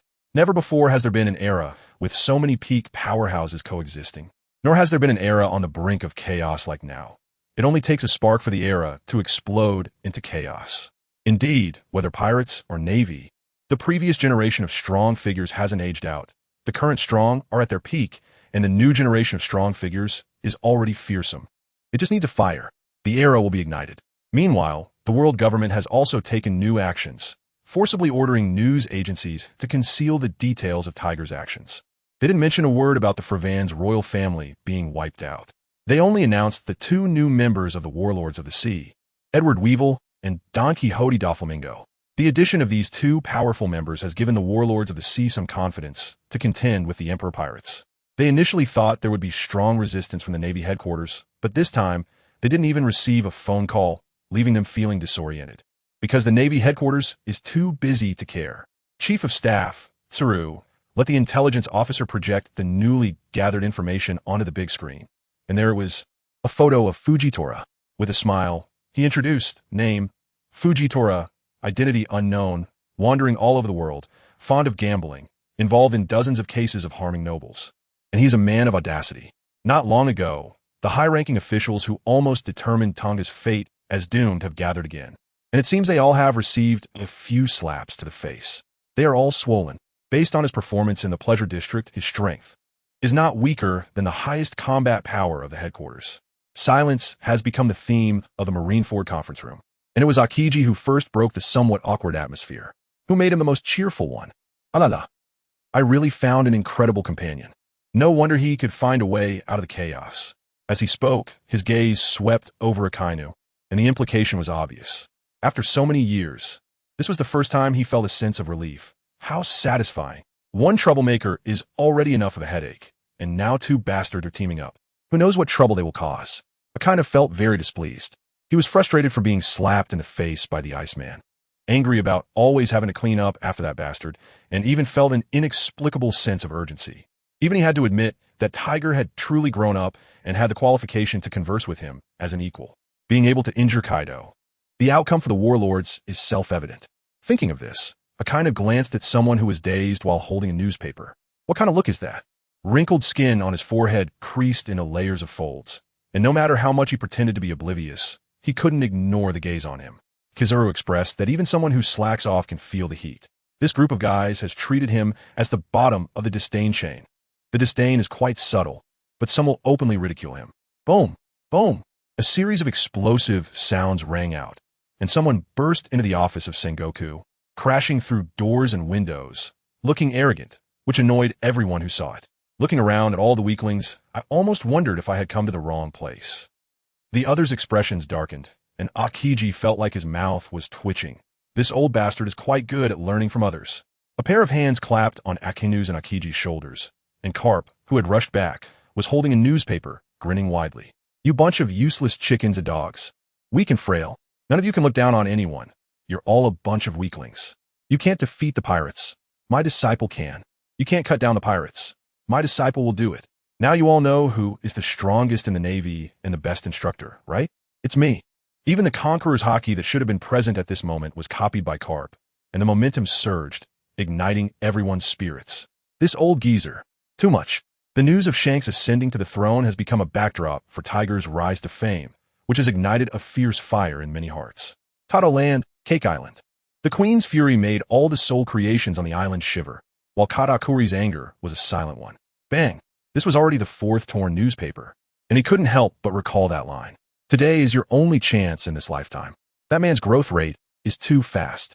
This phrase is about to become a reality. Mondor, has Caesar Clown's laboratory been set up? Katakuri made a decision in his heart. Even if he were to be shattered into pieces, he could not let the blood feud of brothers and family go unavenged. Ah, it has been set up. Mondor paused for a moment, seemingly recalling that line as well. Then give him a message. I will personally cooperate with his experiment. The power to injure Kaido. He cannot surpass now, so I can only find other methods. On a deserted island, Tezoro opened his eyes, looking up at the blue sky, and laughed maniacally.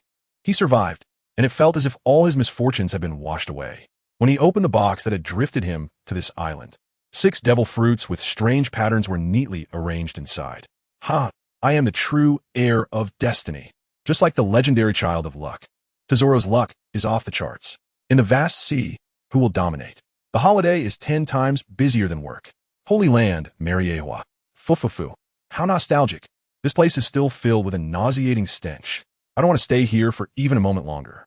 The newly appointed member of the Warlords of the Sea, Don Quixote Doflamingo, sat on a sofa, laughing recklessly. Outside the glass window, fields of golden sunflowers stretched as far as the eye could see, petals dancing in the breeze. Hurry up and get to the point. I don't have time to waste with you. Sitting opposite him was the newly appointed leader of the warlords, Baronvale. Doflamingo's slightly disrespectful remarks were ignored by him. Compared to Francis's dual face, Baronvale appeared to be a gentleman who was consistent inside and out, savoring a cup of coffee. Are you in a hurry to go to Dressrosa? I don't recommend you go to your death. The meeting place was deliberately chosen to be this palace. And Doflamingo was already quite impatient, with the veins on his forehead resembling twisted tree roots. Bang! His right fingers flicked continuously, the nearly invisible threads tightening like a net, pressing forward to crush Bellamy. When Sengoku announced the recruitment of you into the warlords of the sea, he, who had always been resolutely opposed, showed no sign of dissent this time. Do you know why? Bellamy said with a smile, while sitting still. The sharp cutting threads were blocked by an invisible force, and the surrounding air rippled like water waves. Fool. What an annoying tone. Just like your master, who loves to be cryptic. That said, Doflamingo returned to his position, ceasing his attack. Being the leader of the P0, his strength was beyond doubt. Lord RIR was always paying attention to you. Otherwise, you wouldn't have had the chance to leave Mariehua alive after bringing back your father's head. This was a blatant warning. Bellamy didn't mind telling Doflamingo that there were indeed hierarchies among abilities. Flame Tiger. Now you understand, right? As long as you dare to approach Dressrosa, Sengoku will definitely mobilize Flame Tiger to quell the unrest. With that beast temperament, even if you run back to the North Sea, you will still die. The title of Warlord of the Sea has some deterrent effect on other navies, but it's useless against Flame Tiger, a man who kills kings as easily as killing chickens. He has killed warlords of the sea before. Seeing Doflamingo, who was sitting calmly on the sofa, Bellamy continued, Good. A common goal is the foundation of our cooperation. After realizing the consequences, Doflamingo broke out in a cold sweat. His obsession with Dressrosa nearly led him into an irreversible situation. Fool. So, how do you want to cooperate? That annoying guy, Flame Tiger, really blocks too many people's paths. He must be eliminated. I know you sent Caesar Clown tot land, and I know you have a subordinate under Kaido. Compared to that bloodthirsty brute, Francis, Bellamy's methods are much more sophisticated, and he has investigated everything hidden in the dark clearly. Go tell those two emperors that the world government has a business to discuss with them, and the reward will definitely satisfy them. Fool. Compared to dark methods, I truly can't compare to you all. A shadow flashed in Doflamingo's heart. The world government has too many forces lurking in the dark. Nothing can escape their notice. Achoo. Perhaps it was because too many people were talking about him. Tang Ge let out a big sneeze. If those internet celebrities and stars from his past life had this kind of traffic and popularity, they would probably be posing for the camera, even in their dreams. Undoubtedly, the whole world now knows the name Flame Tiger and Tang Ge. Putting the newspaper aside, he continued to train. Fame and vanity were of no use to him. Only the power that grew stronger every moment was real. The pinnacle of the world was right in front of him. None of those strongest warriors were useless trash. Tang Ge felt every cell in his body cheering with excitement. After reaching the awakened state, the armament haki and observation haki that could enter his body intertwined and resonated throughout his limbs and bones. After each resonance, his skin, muscles, bones, and nerves would become more resilient and sensitive. His strength was also enhanced through this high-intensity training.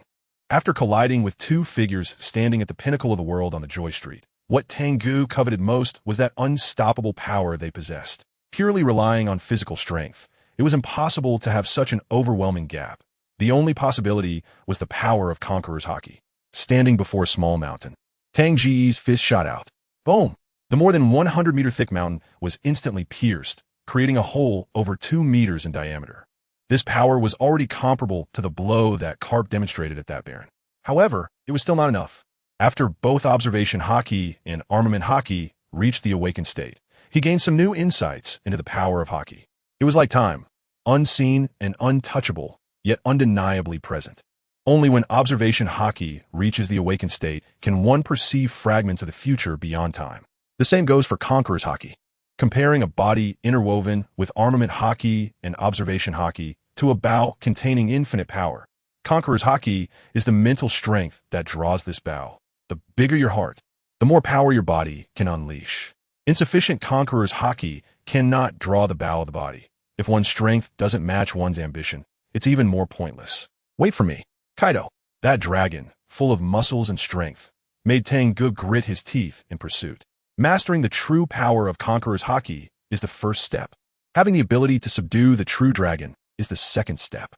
After the battle on Joy Street, Tang Ge found a beast-infested island to train his muscles, while Fujitora returned to Oma Island, where the gambling atmosphere was good, and he could enjoy his favorite ramen. At this stage, heading to the Emperor's stronghold was not realistic. After something happened to the Fravan's royal family, all the celestial dragons returned to the front half. It seemed like they were afraid. Two fierce tigers lay in wait, while the New World was anything but peaceful. On November 3rd, the red-haired pirates defeated the last two strong enemy allied forces, and Alfonso Cortez was killed on the spot. John Roberts withdrew from the New World and headed to the Four Seas. On December 18th, the new warlord of the sea, Edward Weevil, invaded the non-member country of the world government, country of the giant tree, and on the night of the Great Fire, the entire country was looted clean. On December 31st, the last day of the year, 1510 in the Sea Circle calendar, Dracul Mihawk officially became the world's #1 swordsman and announced his acceptance of the warlords of the sea's recruitment. A new era was coming in full force. Time moved in an unpredictable direction, entering the year 1511 of the Sea Circle calendar. In the darkness of night, there was a volcanic island, glowing with dark red lava illuminating the sea surface. The solidified volcanic magma formed bizarre landforms, with jagged rocks creating a natural coastal barrier. On this barren island, the Navy built a fortress that was easy to defend and hard to attack based on the terrain, coupled with two giant marines stationed there for years, forming a defense force that was not weaker than the G-series forts. Woo-woo.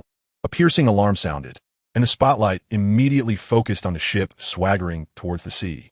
A figure standing at the bow of the ship closed his eyes and listened carefully. Under the dark red light, a scar that almost split his head in half appeared on his face. What a wonderful sound. The ship beneath his feet did not fly a skull flag. Its pure black sails billowed in the wind, and all the cannons on one side of the ship roared. Boom, boom, boom. More shells exploded on the sea surface, splashing water over 10 meters high. The entire ship began to sway uncontrollably. Attacking a naval fortress with a single ship was indeed overestimating one's strength. However, those who dared to directly attack a naval fortress definitely had more than this strength. Three figures dressed in black cloaks jumped off the ship, their forms flickering as they took several steps on the sea and ascended the island. A large number of naval soldiers were crossed over by this ghostly speed, instantly killed, and the coastal defense forces collapsed in an instant. More figures in black trench coats landed on the island from the ships, charging towards the naval fortress behind the leading trio. Is it Six Powers? Who are you? Among the Navy stationed here, besides the giant Vice Admiral, there was also a Vice Admiral skilled in Six Powers hidden in the shadows. At this moment, a chill ran from his tailbone to his forehead. The strong ones in the New World can also achieve the movement effect of Six Powers Shave by relying on observation haki. But these few attacking the island not only knew Six Powers Shave, but also could use Finger Pistol and Gale Kick. Bang! Two figures, one black and one white, collided fiercely, with blue air blades continuously shooting out, shattering rocks. Is this the level of a Navy Vice Admiral? Not impressive. A mocking voice came from beneath the demon mask. The body under the cloak was muscular and filled with explosive power, with a hint of red in the eyes. As both hands swept through the air, the invisible air rippled like water, transmitting forward. Arrogant fools! How dare you attack the naval fortress here? The Admiral will arrive soon, and none of you will escape.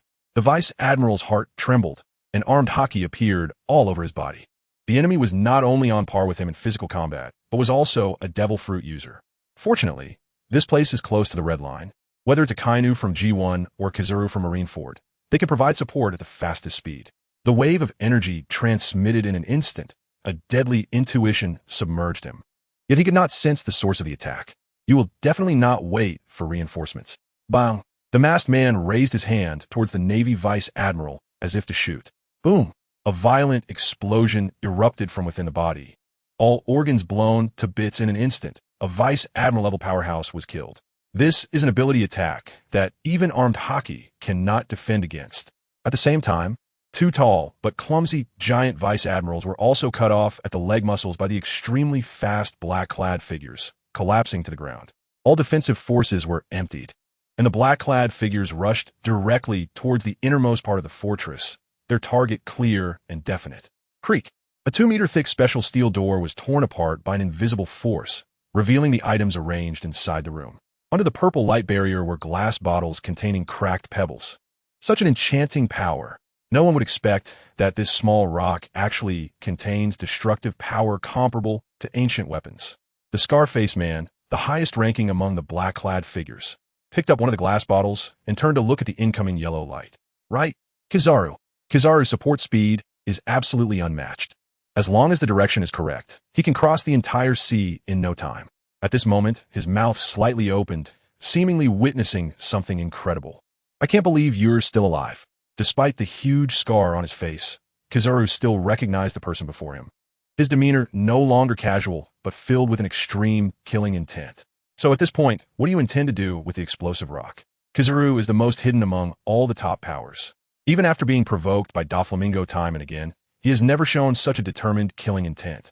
Layer upon layer, the air surged like a tangible wave, all light converging. Light speed kick. Buzz. A laser beam as thick as an arm shot through the air, carrying immense energy and weight, flashing across dozens of meters in an instant. This person who has come back from the dead poses a great threat to him. It is hatred towards this world. The explosive rocks cannot fall into the hands of this dangerous man, even if I have to destroy them all. His abilities combined with the explosive rocks could be very troublesome. You will know soon. The powerful wind pressure tugged at his clothes.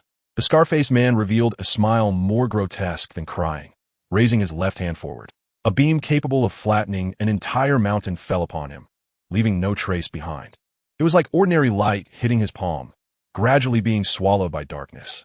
Crack! The glass jar in his right hand exploded violently. The pink explosive rock began to shake violently upon contact with the air, unimaginable massive energy released in a series of chemical reactions.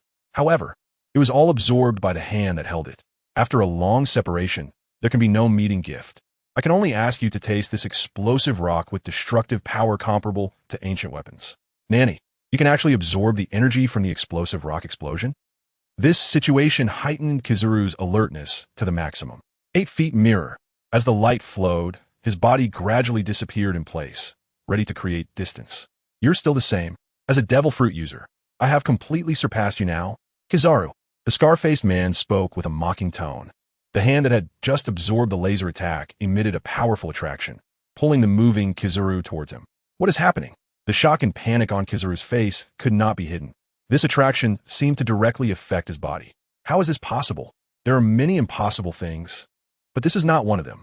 The scar-faced man enjoyed the expression on Kizaru's face, his left hand gripping Kizaru's shoulder, while his right fist smashed into his chest and abdomen, releasing energy capable of collapsing a small island in an instant. Boom! This is pure explosion. A massive fireball expanded. A mushroom cloud rising above the volcanic island, destructive power expanding outward, destroying everything. Boom! The island's foundation could not withstand such a violent explosion and cracked open. The already active volcano began to erupt. Massive amounts of magma and flames broke through the sky, igniting the entire sky. Layers of clouds appear to be burning cotton, rapidly spreading into the distance. Explode. Destroy. This world needs to remember the pain. The scar-faced man, who had safely withdrawn from the catastrophic explosion that destroyed the island, stood on the ship's mast, laughing maniacally, a hysterical release. Let's go. It's time to implement the plan. Berenville glanced at the man who was laughing wildly, feeling a surge of anger. The original plan was to end it quickly, and they would not encounter Kizaru at all, but now it added many variables. Let's go. Not enough. The pain is not enough. The towering pillar of fire illuminated the twisted, ugly faces. On the other side of the island, the remaining naval soldiers fished out the justice cloaks floating on the sea, among which one, dressed in a yellow-striped suit, was especially eye-catching with his chest caved in. Unconscious. Is it Vice Admiral Kizaru? On February 21st, 1511 of the Sea Circle calendar, a naval base was attacked, the island was destroyed, and the majority of the naval officers stationed there perished, while the highest combat power Kizaru who arrived for support was also defeated and severely injured. This is the beginning of the chaos. It is not surprising who dies and who gets hurt. During the Dragon Boat Festival, either eating or driving, there was simply no time to write during the day. Normal updates will resume tomorrow or the day after. Don't worry, I have not given up.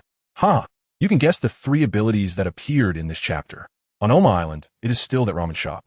The boss skillfully tossed a die onto the table, letting it roll, lit a cigar, and took a deep puff while listening to the two hefty men yelling. 1/6 these two big men eat more noodles in the morning than he sells in a month, never owe a debt, and have made him a nice retirement fund. The only annoying thing is being treated like a casino dealer. After finishing their noodles, they make him roll the dice. Are those hands that make the most delicious noodles meant for this? These two gluttons. Sigh. For the money, he tolerates it. Wow. The winds of the times have changed. The ramblings of the gambling blind man pulled the noodle shop owner back to reality, looking at the sky outside, showing no signs of changing, and the wind direction remained the same. They got drunk off a few bowls of noodles. Ha! The sudden sinister laughter made the noodle shop owner's hand holding the cigar tremble, scattering some ash, and he glanced at the other man with poor gambling skills, who always crushed the dice in frustration after losing. This man is even more ridiculous. He has never won once. So unlucky. Ha! Finally, it's my turn to take charge. Fujitora. This laughter, in plain terms, was long-awaited teeth gritting, and to put it more profoundly, it was an unfathomable ferocity. Tang Ge had already seen the number on the dice. Thud! The dice came to a steady stop, with the number 6 facing up. The first time in so many days. The probability was so low that even the noodle shop owner couldn't believe it. So what do you want to do? Fujitora felt a bit of a headache, his forehead furrowed like the character for King on a tiger's head.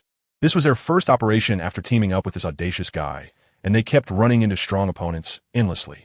He had to use his special skill, fate arrangement, deciding the direction of their actions based on the dice. If it's 1, he decides. If it's 6, Tang Ge decides, and there's no turning back. However, for the past few months, despite rolling the dice every day, a 6 had never appeared, making him almost believe that fate truly existed. His observation haki could hear the distant sounds of clouds and wind, and he had a unique skill for sensing people's auras. The fierce tiger in front of him had improved dramatically in strength during these months of training. However, the ferocious aura that couldn't be contained before now seemed to merge with the heavens and earth. This was a characteristic of having power refined to the extreme, already reaching a critical point. The dice cannot decide fate. It is always determined by the person themselves. Not rolling a 6 was the fierce tiger's own decision. Don't you already know? Tang Ge's mouth curled up slightly, revealing his iconic smile. It is him. If I don't go and see the strongest one soon, I'll grow old. I have no interest in old strongmen. The red-haired one is still too young. Kaido and Big Mom have exhausted their strength. Only Whitebeard is worth looking forward to. Haha, this is Fate's arrangement. Fate is letting us see this strongest pirate. After all, this era is known as Whitebeard's era. Don't you think so, Fujitora? The Rock's era, the Roger era, and since Roger's death, this vast sea has indeed entered the era named after Whitebeard. Hey, what are you talking about? What red-haired one? What Whitebeard one? The noodle shop owner's mind spun in circles. He knew the names this ridiculous man was spouting. It was precisely because he knew that he found it unbelievable. What do those names have to do with you two unremarkable, ordinary guys? In the end, he uncertainly glanced at his palm. He didn't mix any alcohol into the noodles today, did he? Wow. I don't know what fate has in store, but you probably won't be able to reach Whitebeard. Fujitora's furrowed brow relaxed as he looked out at the sea. Huh, how did those guys find their way here? Tang Ge's eyes flickered like a beast's, with a glow flashing, reflecting the white sails approaching the horizon. As he spoke, his bones crackled, and a slight twitch of his face completely transformed his appearance. He had mastered a form of disguise through life return. Soon, a warship stopped at the shore, and the person who came down was not just anyone. A bald head stood out prominently. Watching Tang Ge, who was sitting with his legs crossed, the members of the crew couldn't help but twitch their lips. Every time this bastard made big news, it was the hardest time for them. The term defeated underlings on Ola's Square was like an annoying fly in their minds, impossible to swat away. Moreover, there was an idiot flaunting himself in front of them, constantly talking about how keen his vision was back in the day. It was maddening. The most annoying part was being mocked up close. Hey, why has it suddenly become so glaring? Like too many light bulbs.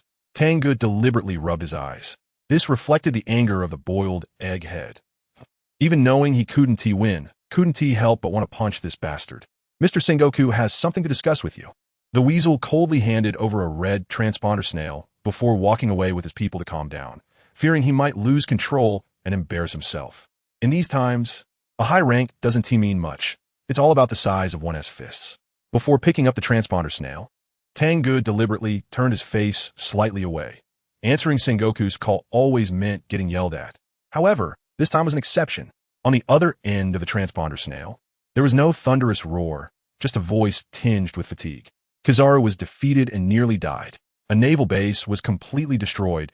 Powerful strategic materials were stolen, which could cause massive casualties. They must be retrieved. As Tang Ge listened, he felt it was somewhat familiar. Isn't this what he often made others do? Now, it was finally his turn. Clean up the mess. The Navy headquarters couldn't contain the fiasco, and they wanted him to clean it up. I only have one question. Even if Kizaru is a bit weak, with his abilities, escaping shouldn't be a problem, right? How could he be defeated and almost killed? Kizaru's ability is light. He didn't see anyone faster than light when facing Kaido, and he is not the type to fight to the death. How did he get severely injured and near death? On the other end of the transponder snail, Sengoku could not hide his worry. I had the weasel bring you a devil fruit encyclopedia. After you read it, you'll understand. A devil fruit encyclopedia? Tang Ge opened the book, similar to an encyclopedia, and on the first page was a fruit highlighted with a red line. Dark fruit? It looked like a pale purple pineapple with spiral patterns resembling a snail. The introduction was extraordinary. A Logia type, one of the most vicious fruits in devil fruit history. This fruit has appeared very few times in history. Even the Navy knows little about its abilities. Now, Kizaru speculated that it could absorb a user's physical form and render the user's abilities ineffective. If Kizaru's speculation is true, this would be an existence at the pinnacle of all devil fruits, completely suppressing other users' abilities. No wonder the headquarters would come to find me. They're all a bunch of weaklings. Huh, there's another one. Tang Ge casually flipped through a few pages and saw that another devil fruit was circled with a red line below as a marker. This is what I wanted to tell you. Sengoku's composure and serious tone were conveyed through the transponder snail. The person who attacked Borsalino may be the first ever dual devil fruit user in history. That is exactly his other fruit, the Paramecia type BB fruit, which can absorb, store, and release energy. Below the devil fruit catalog, there was a stack of materials documenting the situation of the strategic materials, dynamite rock, that were plundered from the Navy. I said, why didn't you destroy such things earlier? That group of idiots didn't allow destruction, but they should at least preserve it well. According to the records, that thing called dynamite rock, even just one piece, releases energy equivalent to thousands of tons of TNT. With the dark fruit combined with the BB fruit enhanced by dynamite rock, it's simply a hell-level big boss. Tang Ge felt a bit numb on his scalp.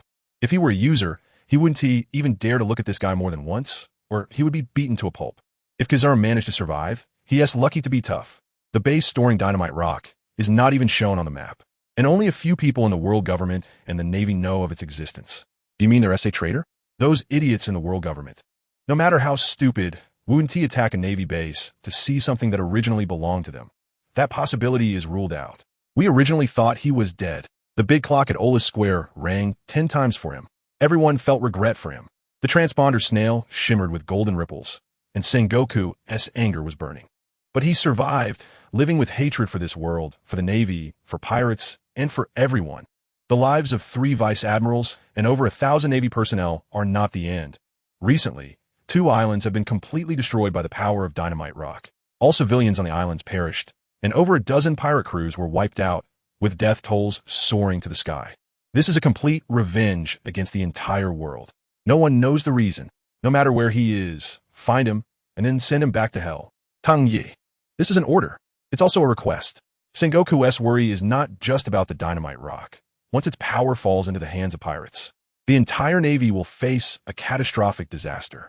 Their strength cannot deal with an enemy possessing dual fruit abilities. The suppression of the dark fruit is too strong.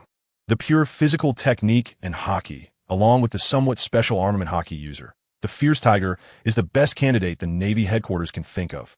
Splash. The materials flip to the last page, revealing a photo of a Navy general in a justice cloak, handsome, with short black hair that exuded a capable aura. I promise. Tang Ge was not interested in whether the enemy was a Navy traitor or what the traitor's struggles were. He was only interested in the traitor's strength. An unprecedented dual fruit user combined with the destructive power of dynamite rock, such an enemy, is simply irresistible. Too strong, cannot be fought now. Too weak. Doesn't pique interest. This one is just right. Where is he now? Tang Ge just wanted to go and kill this freak of a user in history, to see who has greater restraint against users. After destroying Parna Island, he disappeared. Parna? Isn't that Whitebeard's territory? This is fate's arrangement. Tang Ge just happens to want to meet this top pirate, conveniently solving a Navy traitor and gaining 2 devil fruit powers, killing 3 birds with 1 stone. Sengoku. So all that was said earlier was for nothing. This guy's enthusiastic demeanor makes it hard to know what to say. Not afraid of strong enemy, just afraid of a weak enemy. Bam! A sound of someone falling came from the side, and Tang Ge turned to see the trembling noodle shop owner. This guy is telling the truth, because he is the fierce tiger, the man who injured Kaido, and now he's going to chop Whitebeard. It seems we must bid farewell. This is an internal affair of the Navy. Tang Ge looked at Fujitora, who had been silently sitting beside him. The two are not superior-subordinate relations, but like-minded partners. Eliminating Navy traitors does not belong to their common goal. Here, take this. As long as the world still needs justice. We will meet again, Fujitora. He tossed the dice in his hand and directly walked toward the warship, while Ghost Spider hurriedly draped a Navy justice cloak over his shoulders. This action, he practiced very smoothly. The wind of the times has changed. Fujitora sat in the chair, facing the direction where the fierce tiger had left, and repeated that sentence again. Thank you for your hospitality. I am leaving too. He slightly nodded in thanks to the noodle shop owner, who was still lying on the ground. The die left by Tang Ge was placed on the table. He no longer needed this thing. The upcoming era is unpredictable and cannot be sensed. He only saw the fierce tiger wielding a blade toward the heavens, with battles continuing endlessly. The fierce tiger not only dares to slay dragons, but also to slay gods. How could I be absent? Protecting the people from harm is justice. Those people are not worth protecting. They all deserve to die. If it weren't for them, how could you lose? Justice cannot be absent. My justice is to send those pirates to their deaths. They all deserve to die. D-Whale, you must be a hero. No, Teacher Zifa, the Navy is too weak. Justice doesn't need weakness. 2 voices echoed in the dark cabin, like snakes of fear, crawling into the ears of everyone who heard them, sending chills down their spines. At the scar line, 2 expressions appeared on D-Whale's face, and the gazes in his 2 eyes were different, as if it were 2 faces overlapping. Bang! Lord D-Whale, we have arrived at the destination. A knock sounded, all arguments ceased, all illusions before him vanished, and the 2 expressions unified into a mad and eerie laughter. This little pain is not enough. The world needs greater pain. D-Whale picked up the cloak behind him and walked out the door. He was already used to the fearful eyes of the henchman, because he was originally a monster. From a young age, D-Whale knew he was different. He didn't need to sleep and felt no fatigue. He thought he had a great mission bestowed upon him and resolutely joined the Navy to uphold justice. With half an hour more of training than others each day, he quickly stood out among that batch of Navy personnel and even consumed a devil fruit of boundless potential. Together with the other 2, he was called the backbone of the new era of the Navy, the inheritor of those 3 monsters, and for a time, he was spirited and famous across the seas. But the power of destruction roared between his fists, and darkness spread and lingered in his eyes. This is not Lord Riel's plan. What are you doing here? Ever since this man displayed the unprecedented dual fruit abilities and defeated Kizaru, Baronwile felt a sense of foreboding, especially that ability that could attract the essence of other users. He didn't know if Lord Riel had noticed. The fierce tiger is already headed to Whitebeard's territory. What you need to do now is to kill him. This is Lord Riel's order. The name liar is like a mark stamped on the mind, exerting absolute constraint on those who have sworn allegiance to the world nobles. However, Dwyer is not among them. He aligned himself with the world nobles from the very beginning to gain greater power. The unintentional acquisition of the dark fruit ability gave him the capital to confront anyone, and the smile on his face became even more dangerous. Liar? It must have been him manipulating my encounter with Magnus back then. The Navy doesn't need to be too strong. This realization came to Dwyer only after the appearance of the fierce tiger. During the attack on the Navy base, he calculated the support time of Kizaru. He had fought Magnus for nearly 2 days and nights, enough time for light to cross the entire ocean. However, the support did not arrive, leaving him to fight alone. If it weren't for his monstrous body, he would have truly died that time. What is happening now is like a replica of that year. Pitiful lapdog. You cannot escape. Seeing Dwyer daring to call out Liar's name directly made Baronwile's heart sink to the bottom. Transforming into a beam of light, he tried to flee across the sea, regretting getting too close to this dangerous man. His body felt like an insect flying willingly into a spider's web, irresistibly drawn back by an infinite gravitational pull. Boom! The massive energy stored within his body erupted in an instant as he delivered a punch that severely injured Kizaru once more, But this time the target had changed. A huge fireball evaporated a hemispherical concave surface on the sea, emitting a tremendous amount of light and heat like an artificial sun. This time, it was a full-powered punch. Baronwald's body was pierced through by the blow. The dark fruit is called the most sinister existence in the history of devil fruits, not because it restrains other abilities. Dwyer displayed two expressions on his face, engaging in a self-conversation. It's because of this. A vast darkness appeared in his palm, absorbing everything within. When the darkness vanished, an apple with rippling patterns emerged in his hand. It was a devil fruit. He casually tossed it to a person wearing a monster mask, both expressions on Dwyer's face roaring. Not enough. The Navy, pirates, civilians, and those who claim to be gods. This world is beyond saving. So let's just destroy it. During these years in Mariewa, he had already seen clearly the roots of world war and chaos. Everything must be toppled and started anew. I will become the new god, a god who creates a world without war and suffering. Boom! Invisible ripples spread across the sea, stirring up waves, with invisible restraints breaking apart like a landslide. Like the earth cracking. A rampaging beast, uncontrollable. The main island of the Thousand Kettle Archipelago resembles a gigantic teapot, with a massive waterfall flowing from its spout into the sea. Occasionally, schools of fish swim into the island's inner lake along the current. The shapes of the subsidiary islands are also varied. Some resemble cups, others bowls, and some spoons. Each shape distinct, like a coffee table set on the ocean. A masterpiece of nature. The residents living on the island are also quite unique. Once a person comes of age, they must balance a plate on their head, with a large and a small cup placed in the center. What is contained in the large cup varies widely. Tea, coffee, alcohol, milk tea, cola, or even plain water. As they walk along the road, when they encounter familiar faces, they stop to take a sip from each other's large cups using their own spare cups. This is a relatively closed-off and leisurely island. In a remote corner of the main island, there is an old storage business, and the owner, Kyberson, is a drunkard who drinks himself into a stupor every day. No one would expect that such a hidden person in plain sight is the renowned king of storage in the dark world, known as the Hider, managing nearly half of the world's goods storage. I currently have a plan that requires your help along with a meet. I wonder if you're willing? This sudden voice startled Kyberson, and he turned to look at the person who appeared in the store. It's you. A swirling black smoke that seemed to devour everything appeared beneath his feet. This is not a multiple-choice question. It is a life-or-death proposition. Storage and transportation are inseparable anywhere. Umit, who controls most of the world's smuggling under the tidal deep ocean current, is right on this island. Being able to control such an important commercial channel is naturally due to their backing from the world nobles. It seems you are unwilling. Before Kyberson could respond, darkness surged like a tide, pulling him into the ground, compressing his body. Soon, a fruit resembling a kettle appeared in his hand and was tossed to another masked person. Let's go. Find a meat and see if he is willing to help transport the goods around the world. The person who swallowed the kettle-shaped devil fruit had a passage appear before him, resembling the spout of the kettle. The three stepped into it and arrived in an extremely spacious area filled with boxes that seemed to stretch endlessly, containing massive amounts of weapons and explosives.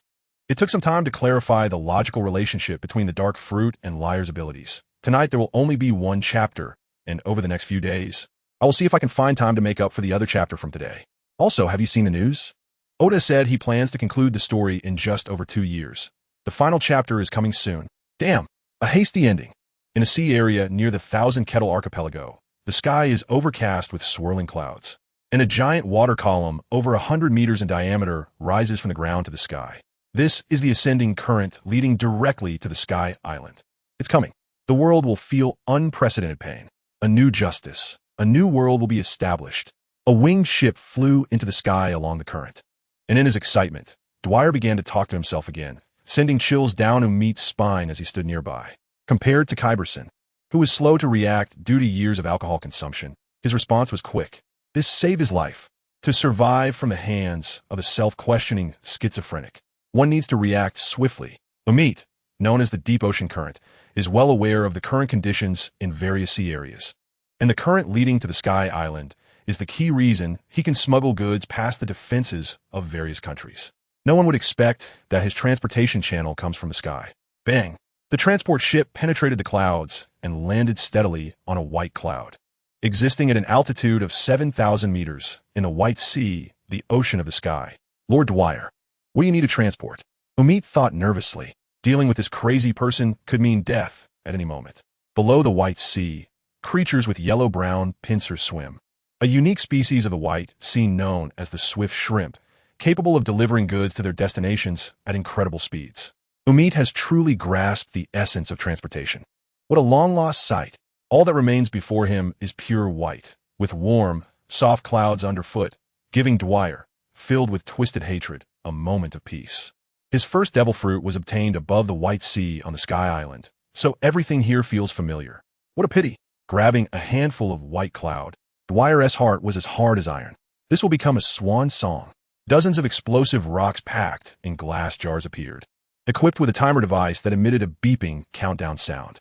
They were lifted by the express shrimp and quickly disappeared from sight, being sent to Thunder Island, Angel Island, Cloud Sea Island.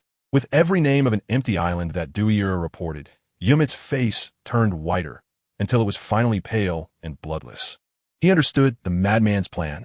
The existence of the White Sea in the sky has its foundation. The accumulation of clouds beneath those large floating islands is the basis of the entire White Sea. Once they're all destroyed, the entire sky will collapse, falling towards the Green Sea, and the clouds of this world are not weightless. Understanding this was of no use. He should not have summoned the express shrimp, which could reach various islands so quickly. Crack! The two subordinates who had been following Dwyer removed their masks and crushed them, and Yumit's neck broke along with it. There was no need to hide anymore. Lord Dwyer. Under the masks were two men of different skin colors, one black and one white. At this moment, the one with skin as dark as ink and a body as strong as a rhinoceros, Reyes, spoke up when he saw Dwyer showing signs of distraction. I'm fine. Where is Vicky? The recovered Dwyer turned to ask. These two were slaves saved at Mariehua, loyal to him. He is not far below, in Hachinos, luring the fierce tiger to Whitebeard's territory to prevent him from disrupting our plans. The white muscular man, Benjamin, felt that Dwyer seemed a bit strange now, and his state was also off. Are you still hesitating? It's too late. Justice. The Navy's justice is too weak. We need to execute true justice. Everyone must die. At this critical moment, Dwyer suddenly clutched his head and began to struggle. The argument between the two voices in his head grew more intense. In the end, all the arguing stopped, revealing an extremely strange face, with savagery and peace occupying each side. Let Vicky bring the fierce tiger here. We don't need him to make unnecessary sacrifices. I think he shares our common goal. A new world requires more people to create it together. Two different voices conveyed one meaning, and Reyes and Benjamin slightly bent down before jumping into the White Sea. New world. Dwyer then stepped towards the higher White Sea. Boom, boom. After returning to the Navy's territory, the warships transformed from 1 into 10, and their firepower was fully unleashed. The sea was filled with the explosive roars following the whistling cannonballs, with white waves flying everywhere. A Sea King-class creature, over 100 meters in size, let out a few wails before being completely covered by this firepower and blown into fragments, sinking to the seabed. Even the Navy felt a bit sorry for it. Encountering such a boringly extreme nemesis was just bad luck. The soldiers merely felt pity, some even had flames almost bursting from their bald heads. That bastard. The thick smell of gunpowder wafted through as bald General furrowed his brow, wishing he could kill the bastard who sat there cross-legged reading a book. If only they could. Summoning the Vice Admiral and the battle power of 10 large warships to carry out indiscriminate attacks over a region. The power to destroy everything and burn everything is the fearsome Demon Slaughter Order. And now, ooh, the alarm on the warship sounded again, as a Sea King-class creature over 1,000 meters in size appeared ahead. This was not the reason for the warship to sound the alarm. Demon Slaughter Order activated. Target ahead. Sea King-class creature. Tang Ge casually pressed the nearby golden transponder snail, experiencing the ultra-luxurious thrill of fishing. However, this kind of fun was destined to be short-lived. The golden transponder snail rang, the voice urgent, and even before it connected, one could feel the anger from the other side. Bastard, giving you the authority to activate the Demon Slaughter Order is not for fishing. Sengoku regretted giving this bastard the golden transponder snail to activate the Demon Slaughter Order. When the silver transponder snail at headquarters rang for the first time, he thought the battle had begun. Instead, that bastard said he wanted to test the power of the Demon Slaughter Order and unleashed it on a deserted island. This was understandable. Who wouldn't be excited when they first received the authority to destroy islands and towns? But now, the Navy's strategic deterrent power was being used by this bastard to fish. Truly ungrateful. Hey, if Whitebeard's ability is really that, what can a weak chicken plus 10 warships do besides fish? The Devil Fruit Encyclopedia, who knows which era and which person compiled it, actually recorded thousands of specific shapes and abilities of devil fruits. The version Sengoku provided was even more comprehensive, marking which fruits were eaten by whom. Whitebeard, the king who had dominated the seas for decades. His ability was naturally not a secret. The Paramecia Tremor fruit user can trigger powerful earthquakes, and this so-called demon slaughter order, which can destroy cities and nations, would wipe out the entire army before even getting close. Sengoku was stunned. He couldn't just say those Navy personnel were sent to monitor you. After the Happy Street incident, he already knew how strong the destructive power of this reckless guy was. This bastard was openly disdainful of the strength of the weasels, but in reality, he just wanted to act alone. However, what this bastard said was true. The earthquakes and tsunamis triggered by Whitebeard could indeed destroy a Navy fleet. Let the weasels support you in the nearby sea. After hanging up Sengoku's rambling call, Tang Ge continued to flip through the encyclopedia, and one question in his mind also found an answer. He had been curious whether the devil fruits absorbed by the wood disappear and no longer appear. Now he had the answer. His gaze landed on a completely black, nut-shaped devil fruit image. This was the hard fruit. The previous user was Reginald, who was killed by him on Maya Island. And one of the 6 devil fruits he snatched at the Happy Street auction was the hard fruit. Tang Ge speculated that devil fruits were more like the embodiment of the rules between heaven and earth and would not disappear. What he absorbed was some kind of rule attached to them. His gaze fell on another fruit image, Paramecia, childlike fruit. This was the one he lost when he crossed over, which ultimately fell into the hands of the Don Quixote family pirate group. Don Quixote family pirate group? This pirate group's users seem to have many abilities too. The royal physique requires the abilities of 64 devil fruits. And the 6 devil fruits he obtained at Happy Street only filled the bottom of the. A serious voice sounded beside him, and the light on the encyclopedia brightened slightly. One of the attackers in the Navy base appeared in Hachinos. The weasel was really awkward, not wanting to say a word more.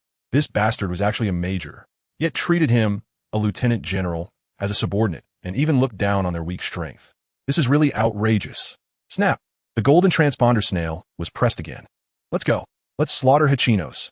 If I had the ability to create a world, I would definitely create floating islands. It would be so leisurely and comfortable. Woo!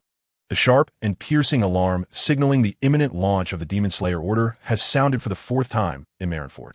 Admiral Sengoku has ordered the activation of the Demon Slayer Order. Target Island, Hokkien-no-Su, struggling to suppress the impulse to smack the diligent messenger.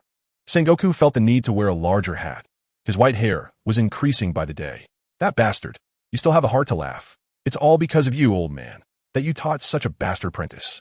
Sengoku felt that his lifelong enemy was not pirates, but Garp. Before that bastard's apprentice came to headquarters, he was so spirited, a hard star, intimidating the new world, known as Buddha Sengoku. And now, all the dirty work falls on him. The formal appointment of the marshal has been repeatedly delayed, and that messenger even announced Admiral Sengoku's heavy accent across the entire island. Moreover, this old man's son is also causing trouble, recently stirring things up across the seas, with several kings being overthrown. Cursing Garp is useless. The more you curse him, the happier he gets, and you can't win against him. Haha, no wonder he's my disciple. He actually dares to launch the Demon Slayer Order on Hokkien-no-Su. Now Newgate won't be able to sit still. Ha! Newgate. That's a name only those with real power can call. Those without it can only refer to him as Whitebeard. You bastard. The same scenes that need to be played out countless times every day have begun again. Sengoku's roar drowning out all other noises. Here we go again. After the incident at Joy Street, that group above remained silent, and Doflamingo was definitely a pawn they targeted against him. His situation was even more perilous than Zifa and Doflamingo. Only 2 voices could be heard circulating. With no trace of anger on Sengoku's face, this time he was not worried, but calmly analyzing.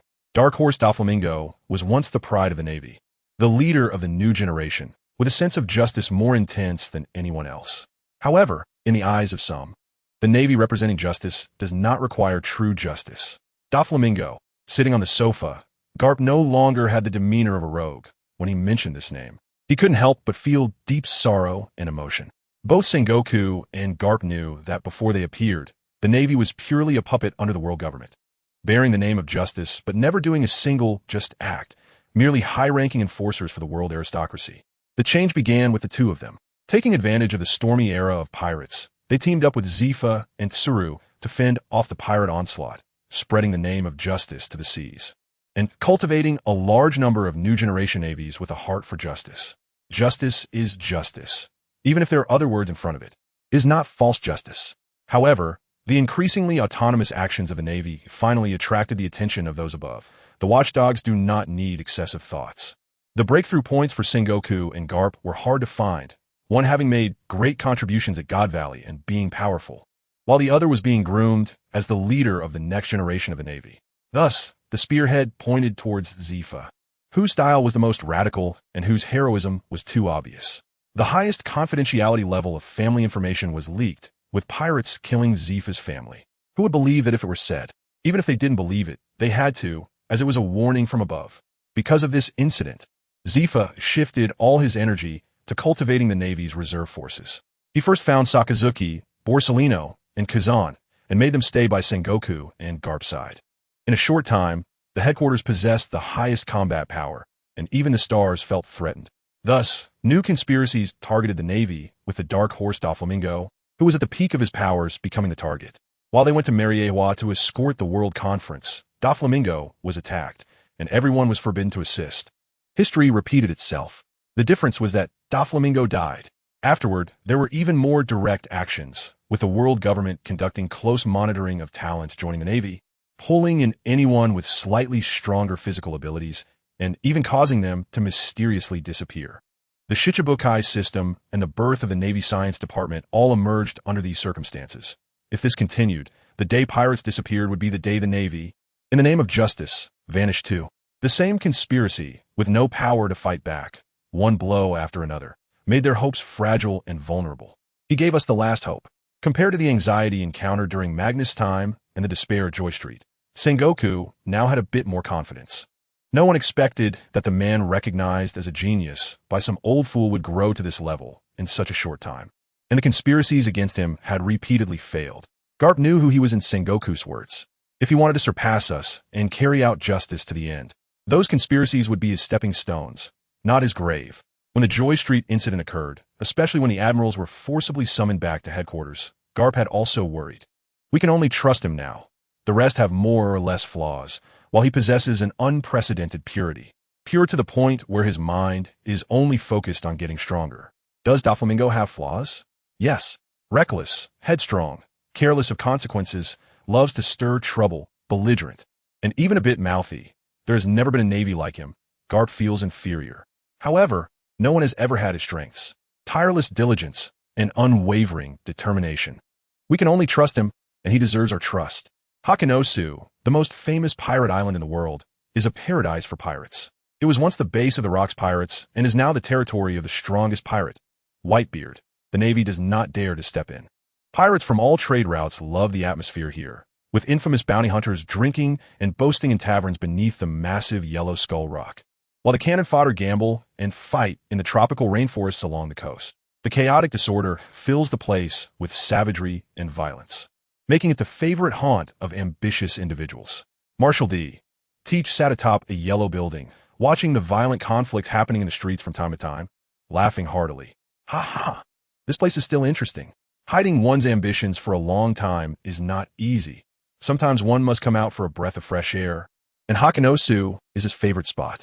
And just below him, even more interesting things are happening. This is a secondary setting for the Navy as a whole, and also a supplement to the series of reasons that help the protagonist clean up the mess. Later, there will be a bit of personal interpretation regarding the three admirals, as Oda has revealed somewhat in the plot that the world government and the Navy are not completely united. In Hakanosu, within Whitebeard's territory, the most frequently seen are members of Whitebeard's pirate crew, with a large whirlpool spider, Squardo being one of them.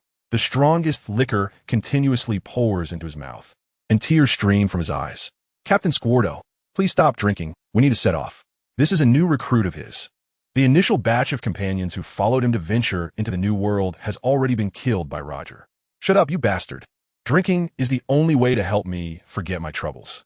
Today is the day when all those partners perished, but this group of newcomers doesn't understand. Gulugulu, have you heard? The fierce tiger is coming to Hachino's. The conversation from another table in the tavern reached Squardo, and one name made him stop drinking. Really? That bastard who dared to insult old man is so rampant. It's true. He even brought warships. The person who first spoke was certain, as if he had seen it himself. Once he comes, he won't be able to leave. Who does he think he is? Even the generals wouldn't dare step on our territory. I want to kill that bastard. Kill the fierce tiger. Defeat the navy. Just a name made all of Whitebeard's subordinates in the tavern furious. And under the influence of alcohol, they didn't bother to question the truth of the matter. Shouting to kill the fierce tiger. The number of pirates echoing the call grew, and the clamor spread from one tavern across the entire island, with pirates under Whitebeard shouting to kill the fierce tiger, while the others followed suit demanding to defeat the navy. Puff! A long tongue swept across his wet face. Squardo picked up a long knife from a table, pushed open the tavern's door, and walked straight to the dock. Set sail. Let us create chaos over at the navy. Whitebeard Dad is the person he respects the most, and the humiliation brought by the fierce tiger can only be washed away with the blood of the navy. The sails filled with wind, and just after departing from the harbor, the pirates on the lookout tower cried out in alarm. The navy's grand fleet has arrived. 10 large warships appeared on the sea, their dark cannons already spewing fire. Whoosh, whoosh, whoosh.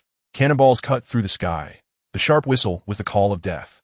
After a breath, dense explosions echoed across Hachinos. Fireballs rose in succession, burning everything and recklessly reaping the lives of pirates lost in joy.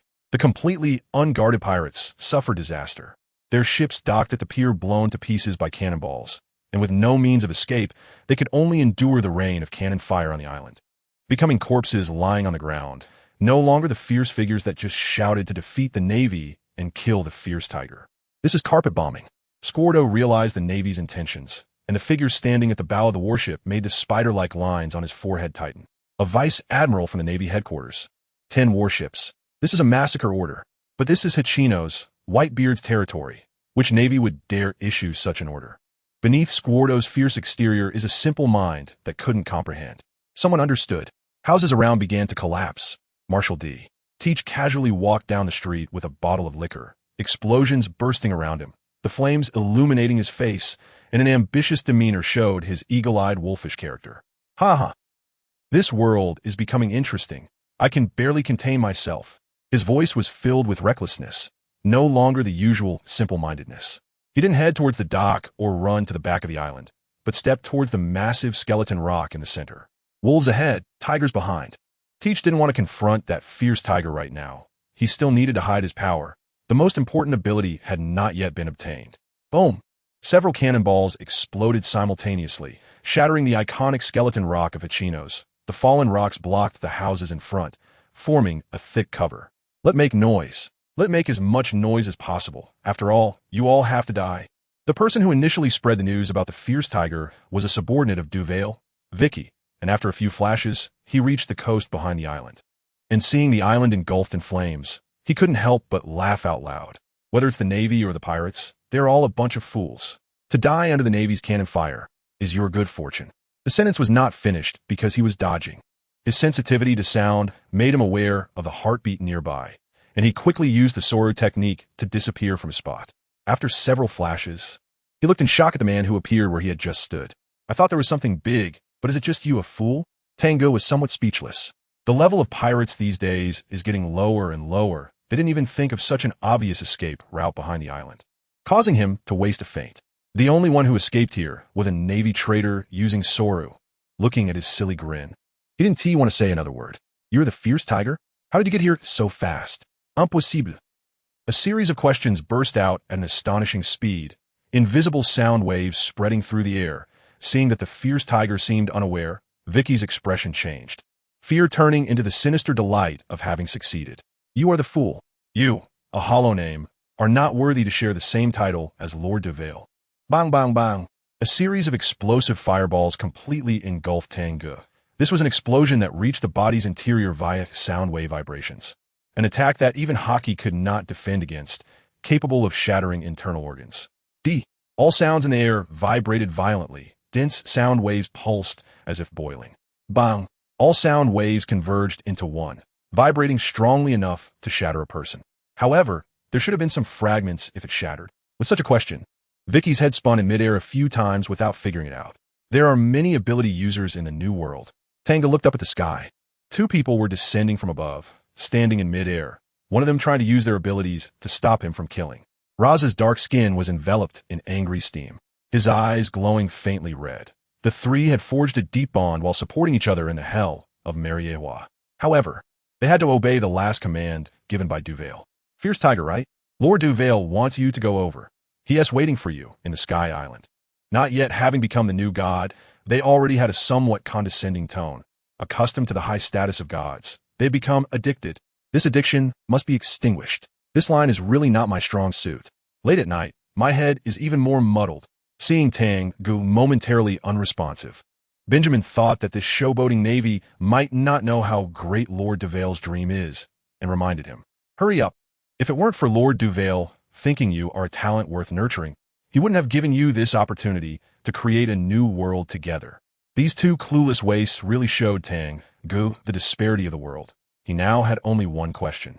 Is there no newspaper where they are staying? If not, I hope someone can burn one for them. Torturing vegetables doesn't need to be such a grand spectacle, with dust flying and airflow exploding. However, even when hunting rabbits, one must use full strength. Tang Ge only prepared to make one slash. If he could take it, he would live. If he couldn't, he would die. His feet slightly apart, his hand pressed against the knife handle in a drawing motion. Oof. Stupid Navy will never know what kind of opportunity they missed. A transparent barrier with a diameter of more than 20 meters enveloped the two, and the anger on Raz's face could no longer be concealed. Let you know just how powerless your attacks are. I am the barrier man of the barrier fruit, capable of creating barriers that cannot be broken. If it weren't for Dwyer's dark fruit ability suppressing other ability users too strongly, my barrier ability, known for its absolute defense, would be unbreakable even by dynamite rock. Lasse is responsible for defense, while Benjamin handles the attack. A circular passage opened above Tanga's head, and countless bombs poured out like water from a teapot. He is the user of the kettle fruit, which has a giant space inside his body and can open a passage within a certain range to pour out what is stored inside that space. The number of falling shells has already surpassed the total number fired at the island by 10 warships during this time. Such a concentration of bombs exploding together is enough to rival the power of dynamite rock. Moreover, multiple passages appeared in midair, with bombs continuously rolling down, blocking all ground nearby. This is a saturation and covering bombardment. Absolute defense? This is why Tang Ge listened to such nonsense and posed for so long, allowing the two to unfold their offense and defense. Otherwise, their speed was too slow, and they wouldn't have had the chance to raise that spherical barrier before being cut down. He wants to know which is stronger, absolute defense or Kaido's defense. The momentum gathered within his body erupted violently. The air let out a mournful cry under the unbearable pressure, and the entire space seemed to stagnate under this immense oppression. Everything slowed down. He stepped forward, drawing his black sword in a sweeping motion. The combined explosive force of his physical strength and hockey cut through the void, with black halos shimmering, stealing away all light. Buzz! The enormous noise was infinitely stretched. The void was severed like a mirror, and everything on one plane slowly floated upwards. Distant rocks disintegrating in midair, while the nearby absolute defense and the people inside it were split in two and slid apart. It seems it's not that absolute after all. The black sword was sheathed, and the stagnant space began to come alive. Tang Ge looked up at the sky. Is there an island in the sky too? The bald head that revived brought a black halo, extending over the warship. They could hardly breathe. Boom! Boom! The floating rocks crashed to the ground with a rumble, and the falling bombs collapsed a small part of the ground, pulling their sight to the island, revealing a smooth and flat surface ahead. With just one slash, the mountain-like rock group was cut into two segments. A uniform sound of swallowing saliva arose. They knew what kind of strength it took to achieve this level with a knife. Is this his current strength? The Weasel and the others only now understood why the headquarters, knowing this guy could cause trouble, still sent him to deal with the traitors. So strong. It's the kind of strength that is completely on par with the top combat power. Let's go. Admiral Sengoku ordered us to retreat to the Navy's sphere of influence and weight. The rest is beyond our control, all left to the fierce tiger. Without the top combat power to back us, it's just delivering food. Someone stepped into the air, shooting towards this place. Here they come. Yes, they are coming. The road to great dreams is never lonely. Two voices intertwined, carrying a slight tremor, an excitement-filled shiver. Behind him, Tang Ge stopped his flickering figure. Landing on the soft, white clouds, The unique scenery in the sky made him marvel. He never expected there would really be islands in the sky. Then his gaze fixed on the first dual ability user in history. The former Marine candidate Dark Horse Dwyer's handsome and sunny face now only had half left. The other half alone revealed how deep his hatred for this world was. I have a world-overturning plan. I don't know if you're willing to join? Swish. The fierce wind howled past, leaving a clear mark on the clouds. Dwyer's sinister voice drifted over. Boom. The energy from dynamite rock exploded from his right hand, striking Tang Ge. A massive fireball rolled over, evaporating the clouds and thin air of the sky island. Flames could be seen flashing through the clouds from the sea surface. And then a huge void appeared. It seems you are unwilling. Such a waste to bury you. Dwyer paused. The one just hit was only an illusion. Looking back, he saw Tang Ge appearing with a grim face where he had just been sitting. The adjacent island clouds were cut in half. This is awkward. It's like thinking the same as a person with schizophrenia. In Tang Ge's perception of the world, the Dark Horse Dwyer before him had two auras within his body, one slightly normal but still extreme, and the other completely filled with destructive madness. Are these two personalities? We are the same kind of people. Breaking the silence was Dwyer, his eyes shining brightly. Join me, Tang Ge.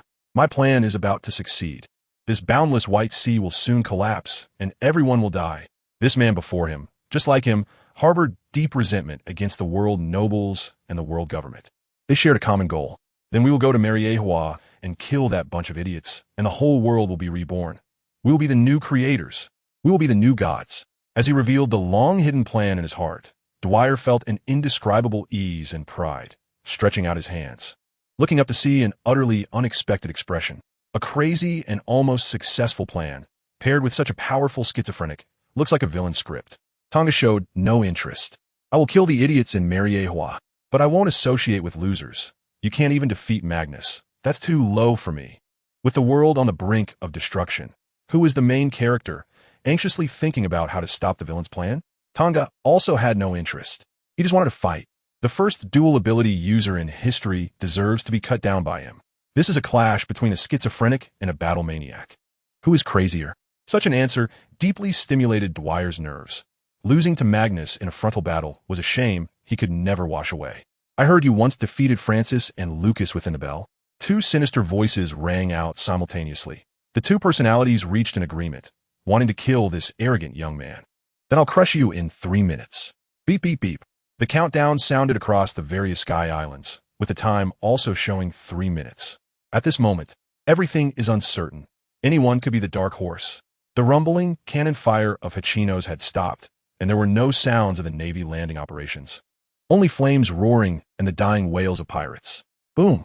A mountain-like yellow rock was pushed aside, and the hiding Teach was unscathed, even pulling out a bottle of rum and taking a few swigs. Ha ha! What a violent man. This era is truly interesting.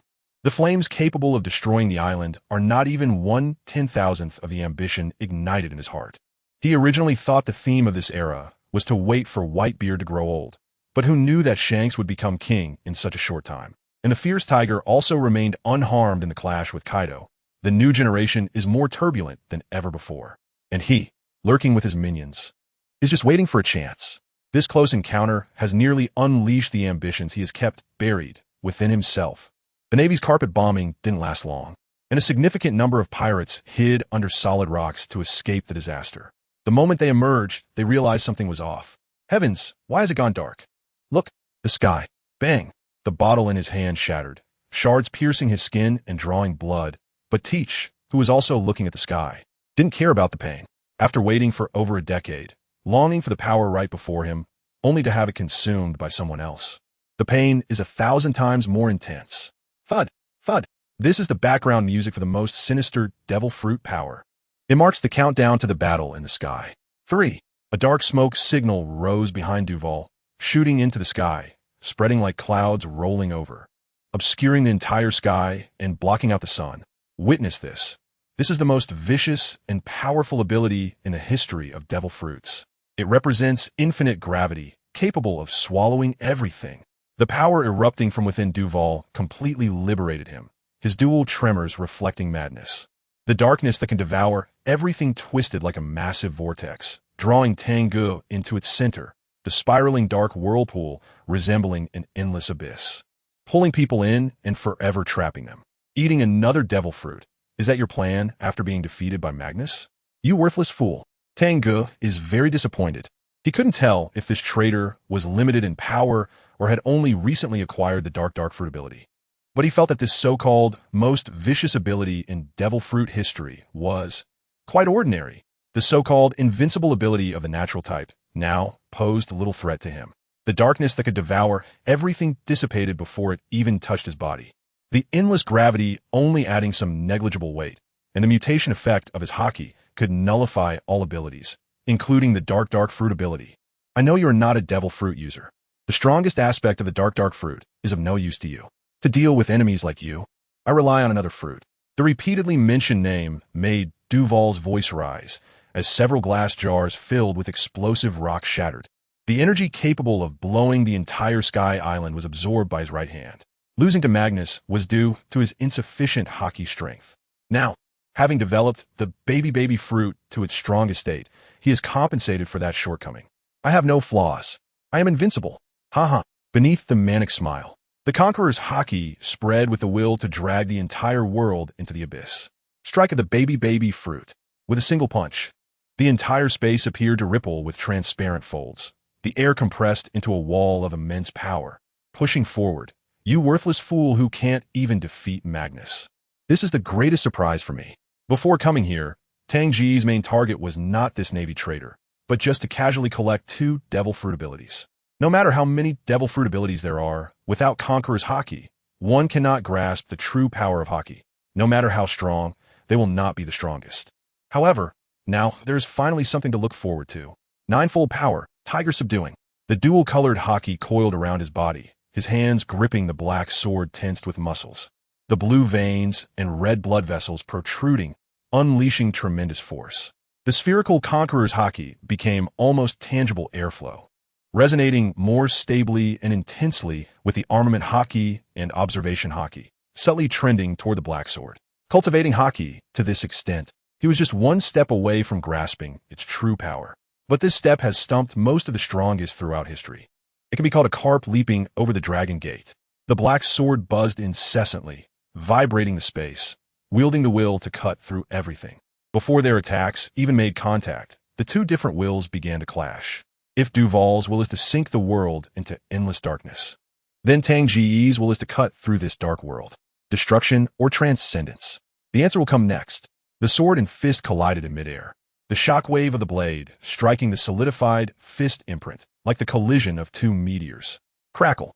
The clash of Conqueror's haki generated dark red lightning that struck the void, rippling visibly in the air as it spread outward. The already unstable island clouds evaporating in the first clash, revealing a diameter of over a meter. And the island clouds further away were also lifted by the shockwave, forming a circle of cloud waves that receded. The surrounding dark whirlpool also disintegrated in this shock.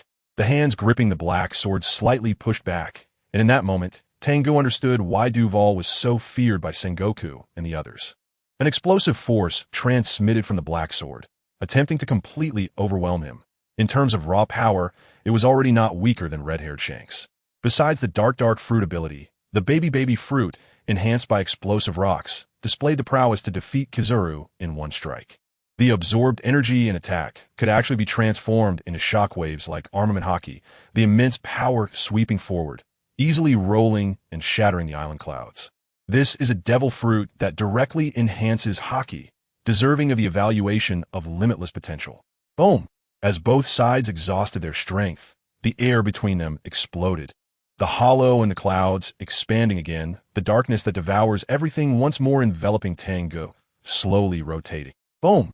Both were masters of physical combat trained by the Navy, and their fists and blades clashed again, exchanging dozens of blows in an instant. They both aimed to knock each other down as quickly as possible. Compared to their previous battles, which were filled with booming sounds, explosive air currents, and shattered land, this one felt somewhat quiet. Other than the occasional slicing blade light tearing through the black hole, all the residual battle waves were swallowed by the darkness. Even the sound couldn't escape. Struggle. All your strength will be devoured. Everything is powerless. This is the strongest ability. In the darkness, Duval laughed maniacally. As a fellow user of the 6 powers, he thrived in the darkness, appearing in several different places in the blink of an eye.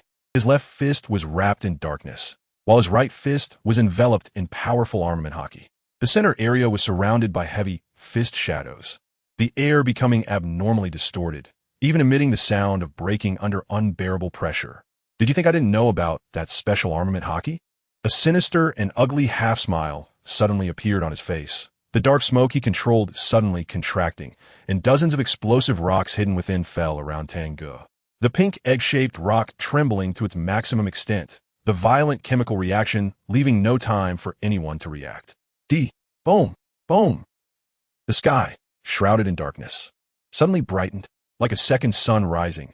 A gigantic fireball ascended, emitting endless light and heat, illuminating the world and instantly filling everyone's vision. The scorching heat ignited everything. A visible spherical shockwave spreading in all directions, evaporating the entire sky island. The thunderous roar echoed through the heavens and the earth, shaking the void. The sound waves transmitting power. Even the ocean 10,000 meters below surged with colossal waves. This is pure explosion, comparable to a small-yield nuclear bomb. It's over. Even if you have that kind of armament color that nullifies attacks, it can't withstand this destructive power comparable to ancient weapons. Under the dazzling light shining across the heavens and the earth, Dwyer's pupils expanded to the maximum, his face twisted violently. At the center of the explosion, that life force that was once as intense as the sun had vanished. Under such an explosion, a pure Conqueror's Haki practitioner could not endure it. Being vaporized into thin air was the best outcome. The Sky Island is indeed a burial ground with excellent feng shui. Unfortunately, you no longer need it. Dwyer regained his calm. There was 1 minute left on the countdown, and he wanted to enjoy this final moment of changing the world. Next, will be Mary Ahua.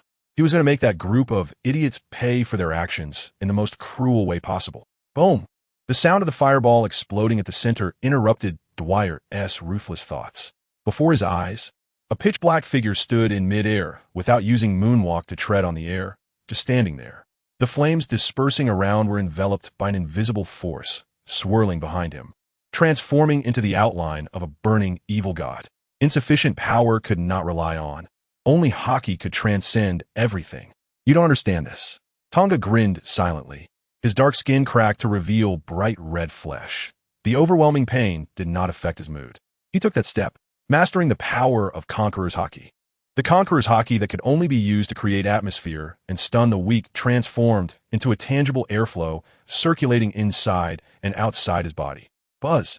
The resonance of the 3 types of Haki produced a humming sound like a vibrating bowstring, creating a circle of invisible ripples in the void, spreading out in all directions, proclaiming that another person had stepped into this highest level. It was this power that allowed him to survive such an explosion. Next was the test of how powerful this so-called Conqueror King's strength truly was.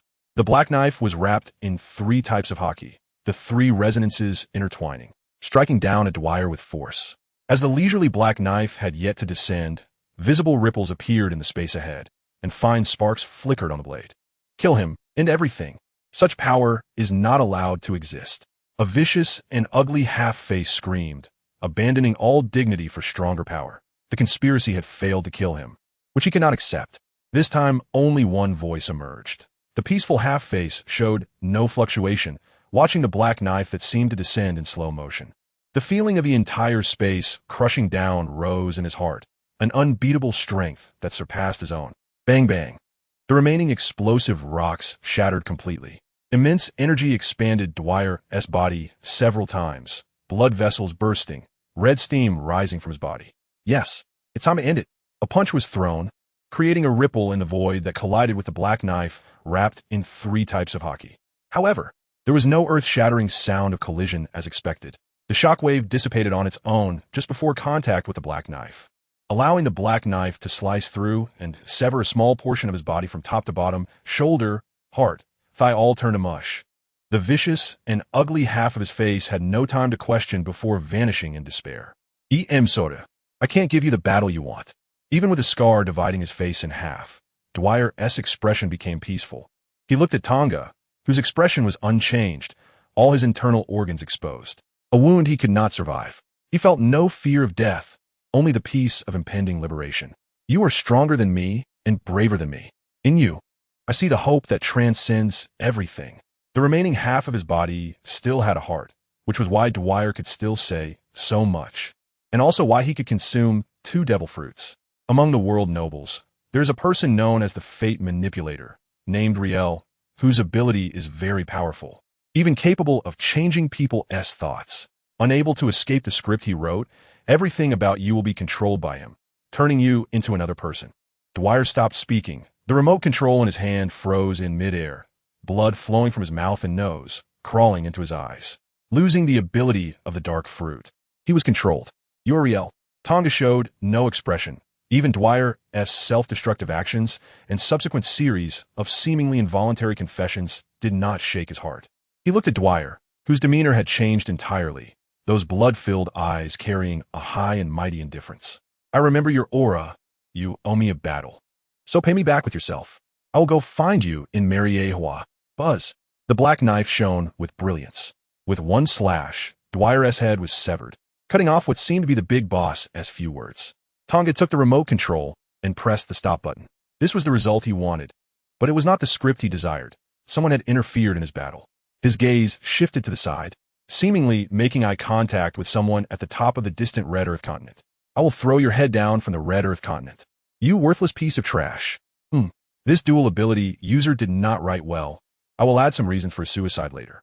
It's still easier to write about mythical beasts. Hiss. The script in hand spontaneously ignited without fire, turning to black ashes that drifted through his fingers. The blood color in Riel's eyes dissipating, revealing a boiling anger. Very good. Very good. A mouthful of steel teeth ground together with a creaking sound, repeatedly losing control. The script's plot was a jumbled mess. Everything he wanted to say was stuck in his heart with nowhere to vent. All of this disrupted his calm state of mind. A strong person does not lack anger. It's just that most of the time, anger is a sign of incompetence. And it's quicker to eliminate the factors that cause anger. Let us start moving on the star side. This time, let that fierce tiger have no chance to escape. The voice reached outside the door, and only an ordinary P0 half-knelt on the ground, bowing his head to respond. Yes, because he had activated Dwyer, who had not fully transformed into an actor. The highly valued Baronvale was also dead, along with the demon slayers who were wiped out on Happy Street.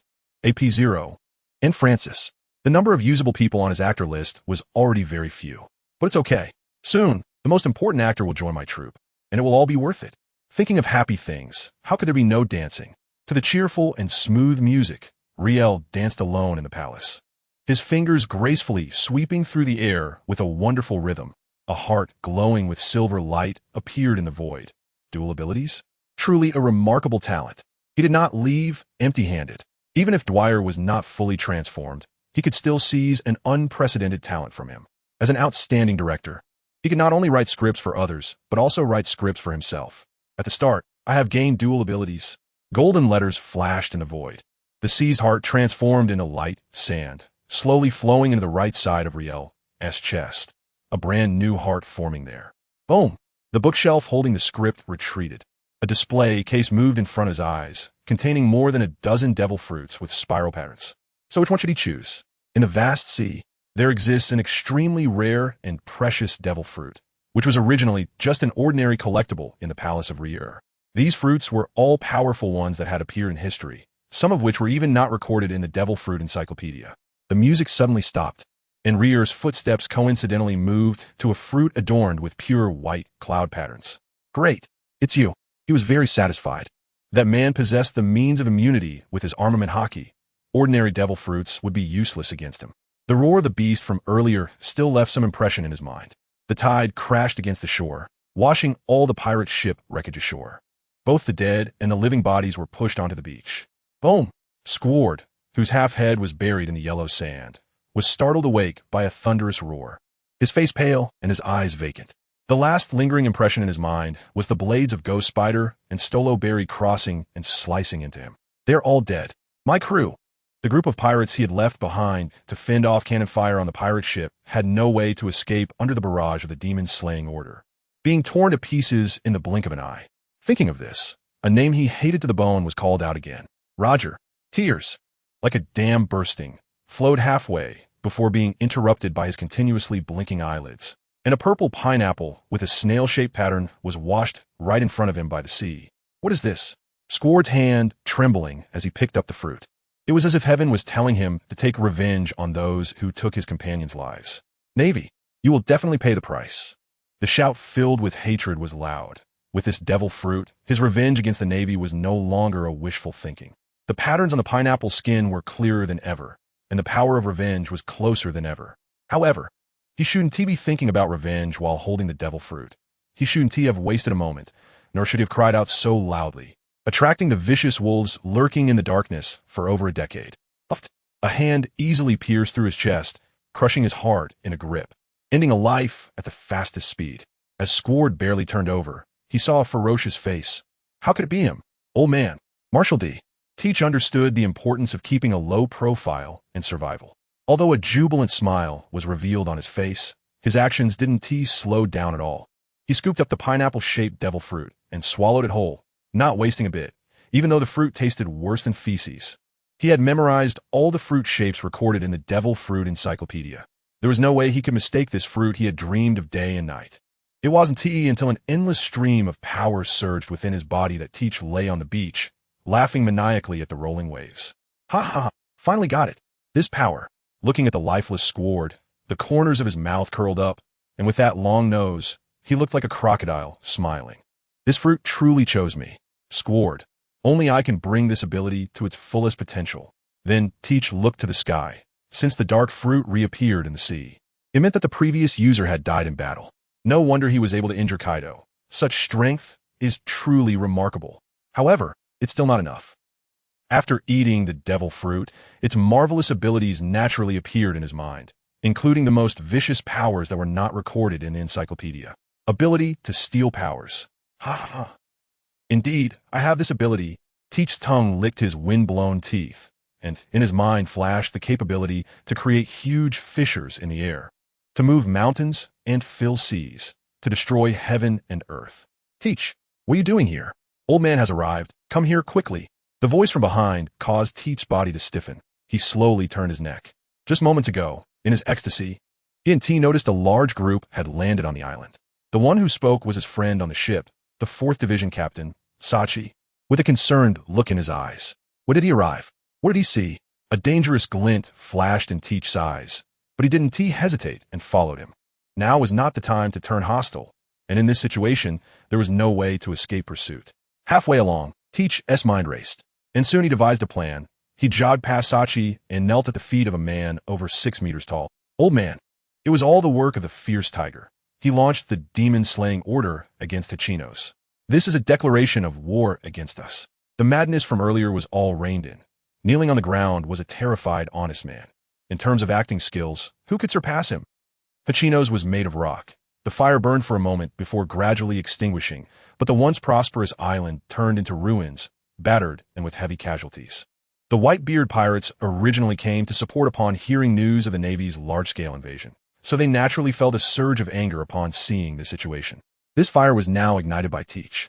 That bastard Navy! How dare they come to our territory to launch the demon-slaying order? Where is he? We must kill him. According to the order of speaking, the first to speak is usually the second in command, and the squinting-eyed Marco was such a character, his anger spilling over, blue flames burning in the palm of his hand. Kill the fierce tiger. His words had many supporters, most of whom were newcomers who had recently joined the Whitebeard pirates. Their shouts the loudest. They were used to the intimidation of the Whitebeard pirates. How could the mere Navy dare to come and launch the demon-slaying order? It was simply outrageous. Following closely behind, the sentiments of the 3rd and 4th Division captains, as well as others, coalesced into a question from the 3rd Division captain, Diamond Jozu. Old man, what do we do now? The man everyone called Old Man, whose real name was Edward Newgate, stood over 6 meters tall, with thinning golden long hair and a white crescent mustache, known as Whitebeard. His white cloak, aside from lacking the word justice, was no different from the Navy's justice cloak. However, he was a pirate. Among the countless pirates, he was the most dazzling one. Even the glory of Roger S. Rain could not overshadow his brilliance. He was a living legend. Those who wished to step on Whitebeard's head to ascend to the position of the strongest. The scattered bones beneath the sea could pile up into a mountain. Teach, what happened to Squard? Compared to his sons blinded by fame and anger, his gaze remained sharp, and his thoughts were still clear. The Navy coming to Hachino's to launch the demon-slaying order was already strange. But the strangest was this son he had high hopes for, Teach. The man who once stood toe-to-toe with red-haired Shanks. Now was actually frightened to the ground by the demon-slaying order, and the aura around him was also off. Not long ago on this island, the only ones he could call sons, besides Teach, were squared. What happened? Dead. However, Teach naturally couldn't tell the truth. He lifted his head and maintained a bit of panic and anger in his expression. When the Navy launched the demon-slaying order, Squard happened to be at sea. This was the truth. There are many living pirates who can testify. There's no need to say more about the rest, as there will naturally be someone to fill in the gaps. Old man, we can't let the Navy off so easily. We must avenge Squardo. Encountering the Demon Slayer order basically announces death. Even Whitebeard thinks so. His expression silent, and after a long while, he finally speaks. My family cannot have died in vain. The pain of losing a loved one comes crashing back upon him. Family is his most precious treasure. This is an iron rule. It is his responsibility to let everyone know this iron rule, even if it means igniting a world war. Pausing for a moment, he looks in one direction, his eyes filled with fierce light. Caw. The place of refuge is engulfed in flames, and the seabirds circling above suddenly take flight, fleeing the island. As if a natural disaster is about to strike, startling them away. A figure completely shrouded in black walks step by step onto the island from the sea, with a faint glow covering his eyes. Who the hell are you? Come here. Tang Ge can't even be bothered to look at these lowly minions. They no longer serve to highlight him. The color of Conqueror as hockey sweeps through invisibly. Only those who can stand have the right to gaze upon him. The scorched skin peels away like shattered porcelain, revealing the new skin beneath. Life has returned, and having cultivated to this point has granted him another essential attribute to become a qualified muscle man. High-speed regeneration. The full body burns that would leave ordinary people with no chance of survival have, in a brief period. Completely healed thanks to his powerful vitality and the high-speed metabolism of life return. Fortunately, he still has a pair of pants that no amount of damage can destroy. Otherwise, once the outer layer of charred skin completely falls off, he would be left bare. To meet Whitebeard, the strongest man of this era, in such a state would be a bit too revealing of his ferocity. The surrounding people fall to the ground for unknown reasons, causing some to cry out in shock. The cadres all follow Whitebeard's gaze to the man walking over, recognizing the face that has appeared multiple times in the newspapers, filled with killing intent. Fierce Tiger. He dares to stay here after killing our people. He is simply asking for death. Old man, let us kill this bastard of the Navy and avenge Squardo and the others. One by one, the pirate cadres, their eyes bloodshot with rage, roar, eager to kill this arrogant Navy officer immediately. Captain of the Dual Sword Squad, Flower Sword Bista, and Diamond Jaws, even more so, lead the charge to block Tang Ge's retreat. Avenge? Tang Ge glances at the small, squinty-eyed man blocking him and Whitebeard, feeling his aura. He is still barely capable of saying a few words. Killing evil pirates is something I, as a Navy officer, should do. Of course, if your strength is enough to kill me on the spot, I believe the Navy won't seek revenge on you. It's a matter of opposing stances. There's no hatred, only strength and weakness. This statement further enrages all the pirates, weapons drawn, almost shoved directly into Tang Ge's face, with angry curses boiling over. And in this situation, Tang Ge certainly wouldn't back down, looking around. After surveying the area, he feels you will never have this chance in your lifetime. Just a bunch of frogs hiding beneath the strongest halo, none capable of fighting. You're all nothing but waste. Boom! Being insulted to the face. The royal pirates are certainly not spineless fools. Two figures rush towards the center where Tang Ge stands. Diamond. Such powerful abilities fall into the hands of weaklings. The palm turns into a diamond fist, pressing down, causing Diamond Jaw's entire body to be pinned into the ground, deeply sinking in. Immortal bird? Using a mythical beast like this, that just being a waste. Marco, with his wings ablaze in blue flames, is kicked away, unable to defend against the Conqueror's hockey-infused attack, crashing into a pile of rocks, the blue flames extinguished in an instant. The pirates who had been cursing just moments ago fell silent, watching as the Navy officer stepped closer to their emperor. Without the cadre's obstruction, Tang Ge's gaze finally falls upon this peak state strongest man. He is truly a powerhouse capable of destroying the world. Carp is the first man Tang Ge wishes to surpass. Kaido is the second, and while one is known as the strongest Navy, the other as the strongest creature. Neither can compare to the man before him, who is known as the strongest man. I am Fierce Tiger, Tang Ge, someone who will surpass you. In the past few days, I participated in an advanced writing practical training organized by the Tomato organization, where I met many authors and a well-known editor, 7 stars. After a round of learning, I truly feel that writing a book is very difficult. Writing a good book is even harder, and persisting in writing is the hardest of all. There are side effects too. I've become less capable of writing, my mind filled with methods to write a good web novel. Yet I can't write a single word, because that requires tearing down and starting over.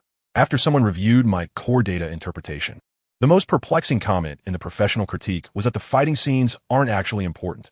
Writing too many makes it feel like padding, and the repetition rate is very high. The key point is the thrill. Sigh. Next, I will take some time to study and will also revise those earlier chapters. The later plot will continue to be written. Boom! Boom! The storm of generational change begins here with the clash of Conqueror s Haki. Under the intense collision of invisible ripples, the ground sinks as if pressed by immense power. The places where the two stand suddenly sinking down, a fan-shaped airflow spreading outwards, blowing apart the rocks like weathered cracks, and stirring the hearts of everyone. Fierce Tiger, Whitebeard quietly watches this man, who claims to be the new generation leader of the Navy, walk before him. A strong person naturally has a presence. Those who dominate and suppress an era are even more so. The two strongest sons are instantly defeated, yet does not stir any thoughts of ambush in him. The name Fierce Tiger first reached his ears shortly after the Battle of Totland, when Marco brought a newspaper pointing to a photo of an arrogant little brat, saying he would take him down. At that time, Whitebeard remembered this name and that declaration of wanting to defeat all emperors. He does not consider it baseless arrogance. The heart's ambition determines how far one can go. Standing at his height, he would not think that the Navy is weak, allowing emperors to dominate the New World. The hidden energy within the Navy is unmatched by any pirate crew. To control such a behemoth, aiming to be the strongest is only natural. Indeed, the balance the world government hoped to create is on the verge of shattering. The winds and clouds of the New World are all stirred by Fierce Tiger. Underestimating this man could cost one their footing on the path to the peak. This is a navy with the potential to surpass Carp. But what of it? The dragon's wrath brings thunder, the tiger's wrath brings wind. The strongest who transcends the dragon and tiger naturally has extraordinary phenomena. Ha ha ha! The snot-nosed brat has become arrogant. The entire ground shakes like a drum under Whitebeard's laughter, 2 thunderclouds in the sky, crashing and rumbling, 3 voices harmonizing, like a symphony with an increasingly urgent rhythm, heralding the impending war of generational change. Once on my ship, even the dullest becomes my child. Dying in battle against the Navy leaves no one with a word to say. As a father, the only way to grant peace to the souls of the fallen children is to sink you to the bottom of the sea. The increasingly loud roar prompted the pirates of the Whitebeard pirates to quickly spring into action. Their comrades knocked out by the Conqueror's Haki were lifted and all rushed to the other side of the island. They had practiced this maneuver countless times before. Get out of here. Dad is about to get angry. Don't get caught in his attack. Wrapped in the 3 types of Haki and with martial arts protecting his body, Tang Ge grinned, feeling no fear at all. Let's see if you can do it. To become the strongest, you must defeat the strongest. I respect your strength, not your profession, and certainly not your father-son bond. You better give it your all today, or your sons will eventually fall into my hands. How will your soul rest then? The pirates hiding on the other side of the island from the battle looked unusually grim, their faces dark with dread. Yet the oppressive intimidation clearly told everyone that without Whitebeard, they would be slaughtered like chickens. This is the reality. Tang Ge stood proudly, his ferocity on full display. Your glory has passed. Even if you return to your youth, you will never be my opponent. Today I will show you who is the strongest in this era. His voice rolled like thunder, extending in all directions, becoming an eternal declaration etched in history. Time seemed to slow down at that moment. All the raging winds abruptly ceased, and the Conqueror's Haki that radiated across the island was subdued, but the hearts of the pirates tightened even more, not daring to breathe a word. Even the top-ranking captains felt uneasy looking at the tangible flow of energy coiling around the fierce tiger. It was unsettling in their hearts. That bastard from the Navy actually mastered the same power as Dad. However, what left them speechless was yet to come. Tang Ge pulled his fist back, and the entire space seemed to stretch like a drawn bow, emitting a powerful humming sound. Ninefold force dragon descent, with a punch thrust forward. The wall of air in front exploded violently, revealing cracks in the void. Using the strongest move right from the start was his way of showing respect to this strongest opponent. To become the strongest, you're still 100 years too early. I am Whitebeard. Whitebeard gripped the hilt of his sword with his left hand, while his right arm stretched back, the ground itself seeming to curve as it emitted a rumbling like an earthquake. This was the true clash of conquerors' hockey. Boom! The space could not withstand the force of the two fists, and a spherical white lightning appeared in between them, while the island trembled under the impact of this force. The shockwave whipped up hurricane-like air currents, overwhelming everything. How is this possible? The cries of the observing officers were scattered before they could travel far. They saw Dad's punch being blocked. Blocked. Impossible. The strongest man in the world had far more power than this. The earth-shaking force gathered into a single punch shattered the precarious balance. A gigantic fist broke through the defense and struck Tang Ge's body. Crack. The atmosphere within 100 meters shattered, the void fracturing like glass, producing a sharp, piercing noise. His body fell like a meteor to the ground, layers of explosive sounds erupting, and as he struggled to regain control, he sensed another attack coming. Whitebeard's hands plunged into the void, his arm muscles bulging with veins. Pulling downwards, the void, like a curtain being drawn, pulled the airborne Tang Ge back, his body uncontrollably landing within the range of his attack. Crash! The cape behind him suddenly straightened, his right hand raised high and then brought down fiercely. Crack! The atmosphere shattered again, a fissure stretching for hundreds of meters. With Tang Ge's body embedded in the void, a shockwave appearing behind him, destroying everything in its path. Boom! The entire island could not withstand such a battle. Splitting in half along the path of the shockwave, this renowned pirate island was about to disappear from history. This is the power of the tremor fruit. Earthquakes. The most violent natural disasters. Even the mildest quake releases energy equivalent to multiple nuclear bombs. Coupled with a man like Whitebeard, it's like holding up the heavens and moving the earth, capable of turning the world upside down. The strength of the strongest man in the world is without a doubt. Fiasatiga. There is no way you can survive being hit by Dad's power. On one side of the shattered island, some unknown pirates were getting excited, but the officers standing in the front wore expressions of disbelief as they looked into the fissure. There, a man stood up, fierce and dominating. He was imposing. It made people gasp in shock. The turbulent air blew through, and on the rolling sea, a massive, crudely made pirate ship made of large logs swayed, the black sails still bearing the symbol of the Whitebeard pirates. Ha ha ha! What tremendous power! Truly worthy of Dad. Marshal D. Teach stood at the stern of the ship, letting the fierce winds carry the vessel into the unknown distance. The most important ability had been obtained, and his ignited ambition would not allow him to wait for the storm to begin with the Whitebeard pirates. Fate must be grasped in his own hands. The world should know, the new era is not just about red-haired and fierce tiger. Watching you grow older day by day is a painful thing for me, Dad. I will return. I will take your abilities and your name. The giant fissure that flickered across the island, the surging waves on the sea, made him long for that power. First, I need to find some strong companions. No storm can block a man's pursuit of dreams and freedom. Ha ha! The already crowded sea of strong men now has another fierce beast with immense ambition joining in. The world might erupt before the prophecy even appears. Some people, you think they're strong, but you never expected them to be this strong. Some people, they may seem fine on the outside, but you never know what is inside. Truly the strongest in the world. This power is simply monstrous.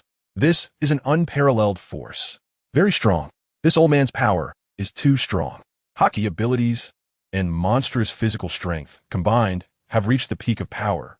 No wonder even a brute like Carp can't match a dragon like Kaido. This is a different level of existence. Tang Ge looked at Whitebeard with eager eyes.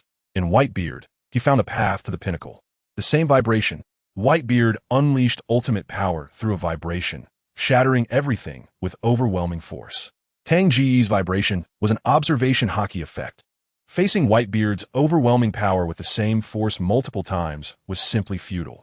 Instantly shattered, his entire skeletal structure suffered multiple fractures. 2 ribs collapsed inward, piercing his body, just millimeters away from his heart.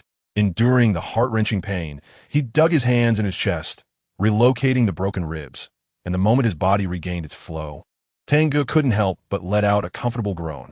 This strange sound spread, sending an uncontrollable chill from the spines of the watching pirates straight to their scalps. more chilling sensations lingering in their hearts.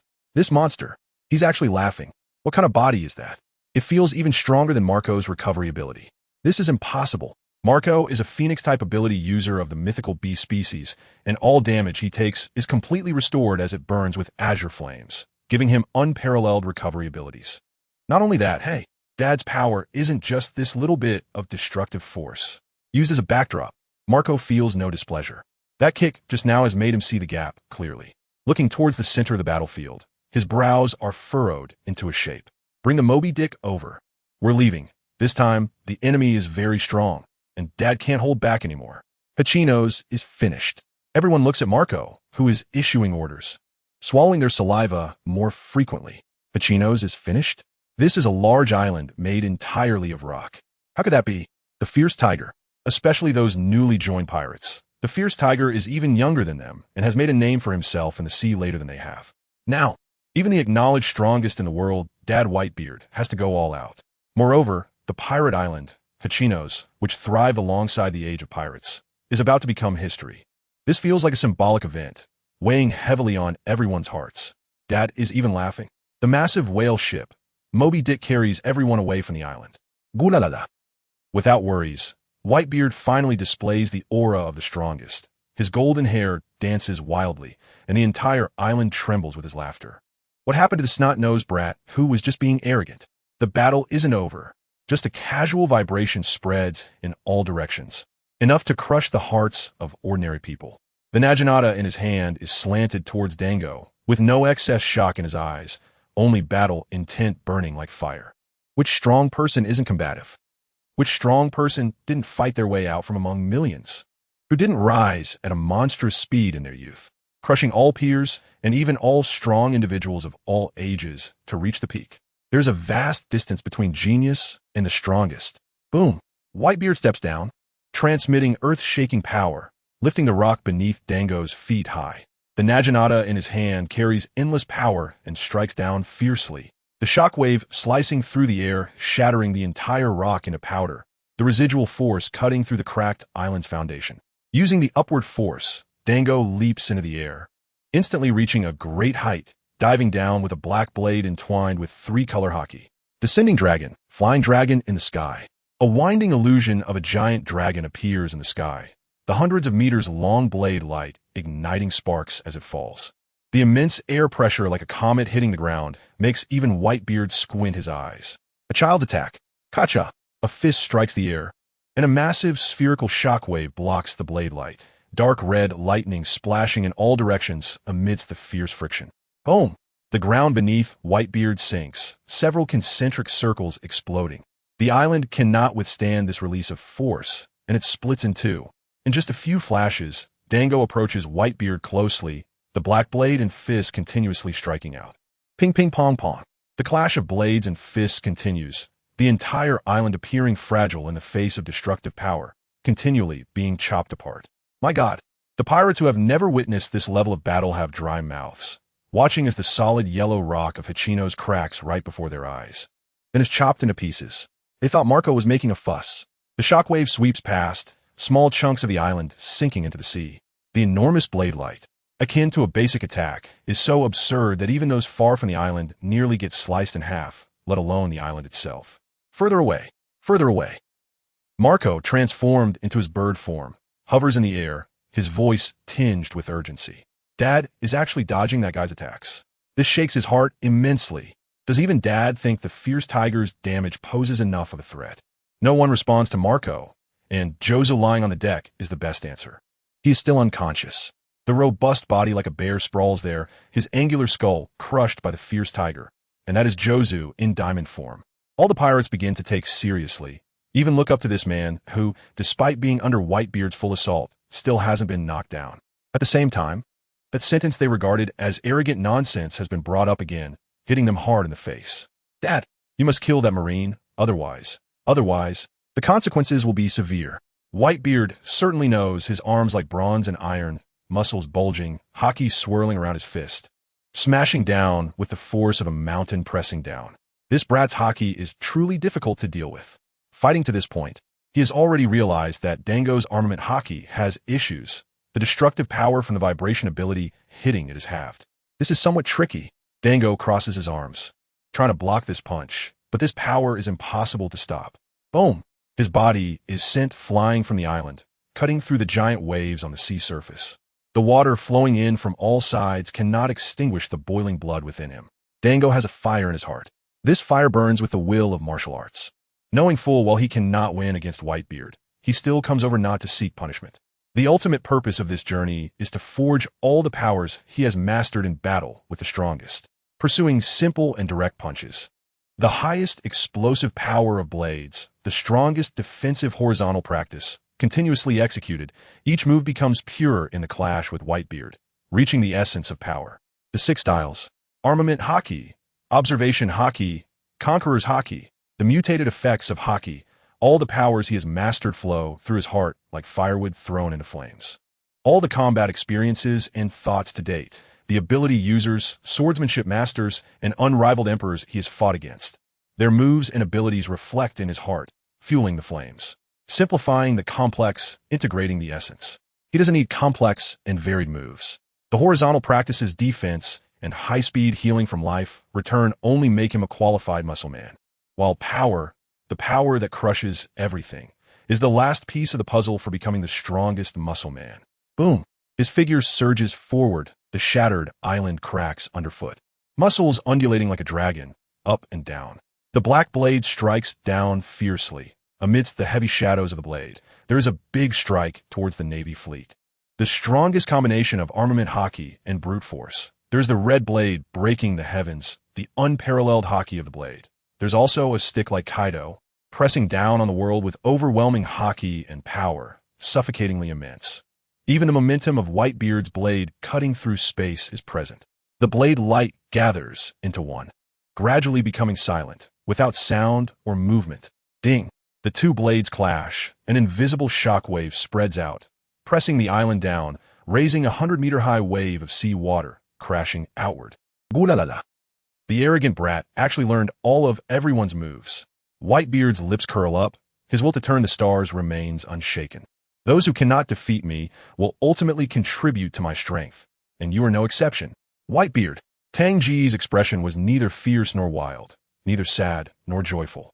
His eyes only held a desire for battle. This was his resilient true nature. His aura was calm and unyielding. Yet he had the demeanor to stand shoulder to shoulder with a monarch. Clang. Battles where the strength is similar often last a long time, especially when both sides possess monstrous stamina, with fights lasting several days and nights becoming the norm. However, no one expected that the significantly mismatched fighters, Laihu and Whitebeard, would also fight for a day and night, leaving only a 100-meter square piece of rock intact beneath Whitebeard's feet on the legendary pirate island of Hachinos. Vista and Marco did not move far from the battlefield, watching the fight from a kilometer away on the sea. Their strength allowed them to maintain such a distance. With most of the island collapsed and the battlefield surrounded by the sea, it was very unfriendly to those with abilities. Their purpose here was to prevent Laihu from playing dirty and making Whitebeard fall into the water. Truly, as figures at the highest combat level of the Navy, their power was enough to change the situation of the sea. Bista was a renowned swordsman in the New World, and his dual-wielding flower sword style was not at a disadvantage against a quasi-admiral like Peach Rabbit. Not long ago, Dracule Mihawk ascended to the throne of the world's #1 swordsman, becoming the goal of all swordsmen worldwide. And those 2 on the island with swords were probably the targets of the #1 swordsman. The outside world must be boiling with excitement now. Everyone was waiting for the final result of this battle. Bista could feel the noise of the entire world and the silence of the world at the same time. Both of them had absolute confidence in Whitebeard's strength. However, the impact of this battle had gone beyond mere win or lose. Winning, but not being able to kill, was not contradictory. With the strength Laihu displayed now, if he wanted to leave, no one could stop him.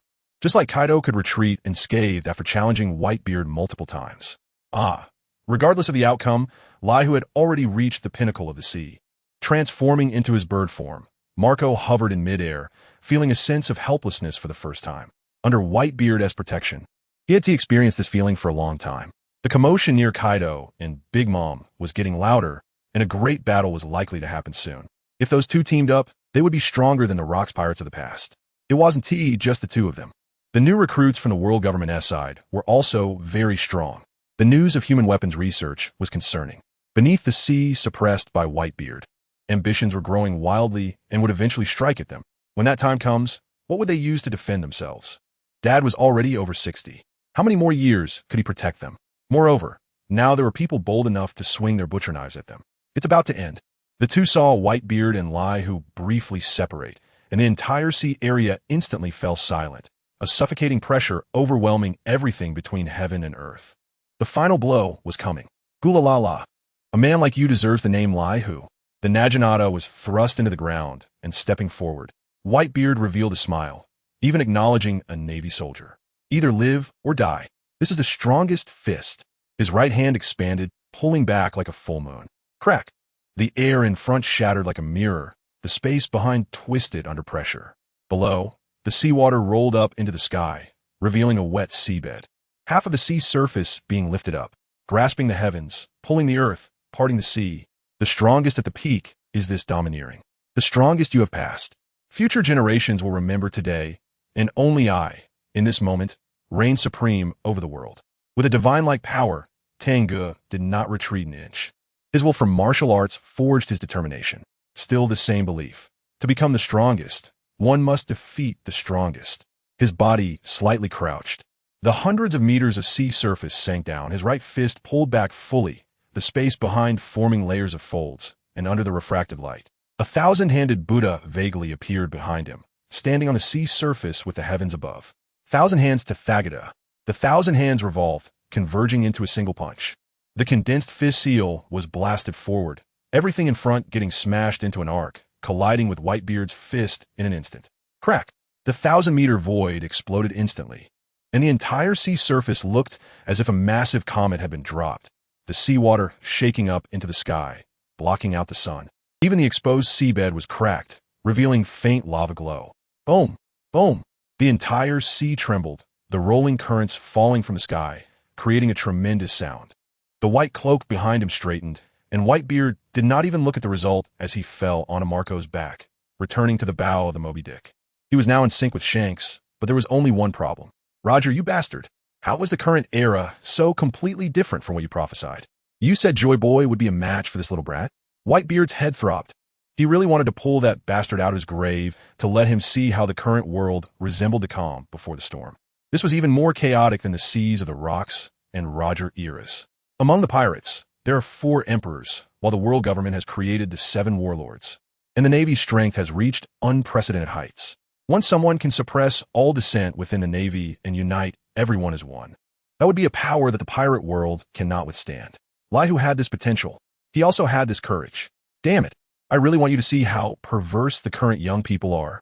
That guy's determination to become the strongest is unprecedented. Even the strongest have their inner struggles, but soon, a series of urgent shouts brought him back to reality. Dad, Squardo has been found. Vista rushed back from the sea, dragging a person in his hand. It was Squardo's corpse.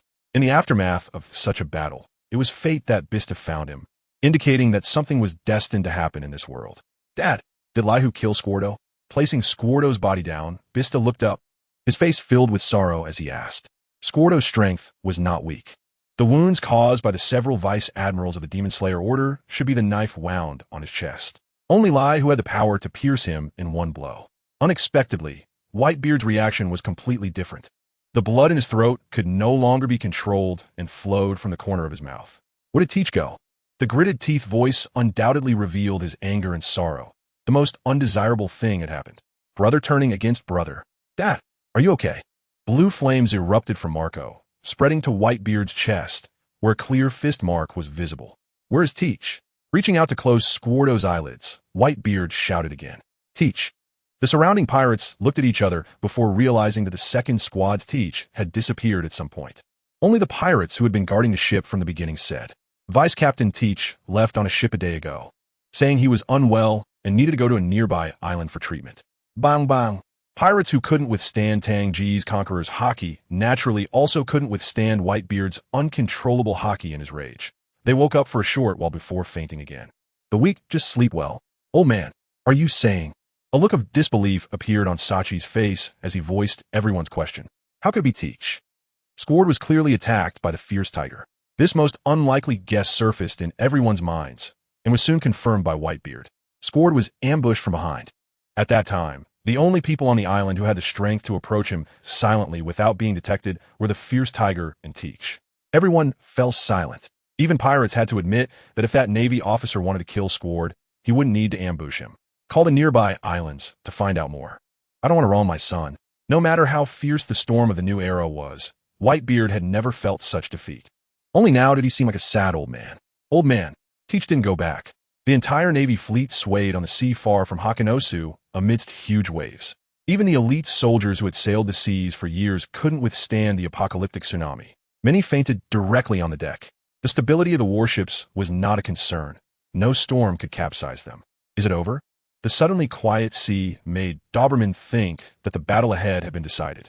Even though he held no hope, daring to challenge Whitebeard was already an impressive feat. That man was very young enough that everyone believed he truly had the hope to rewrite the history of the Navy. Ding ding. A gigantic, colossal tsunami was coming.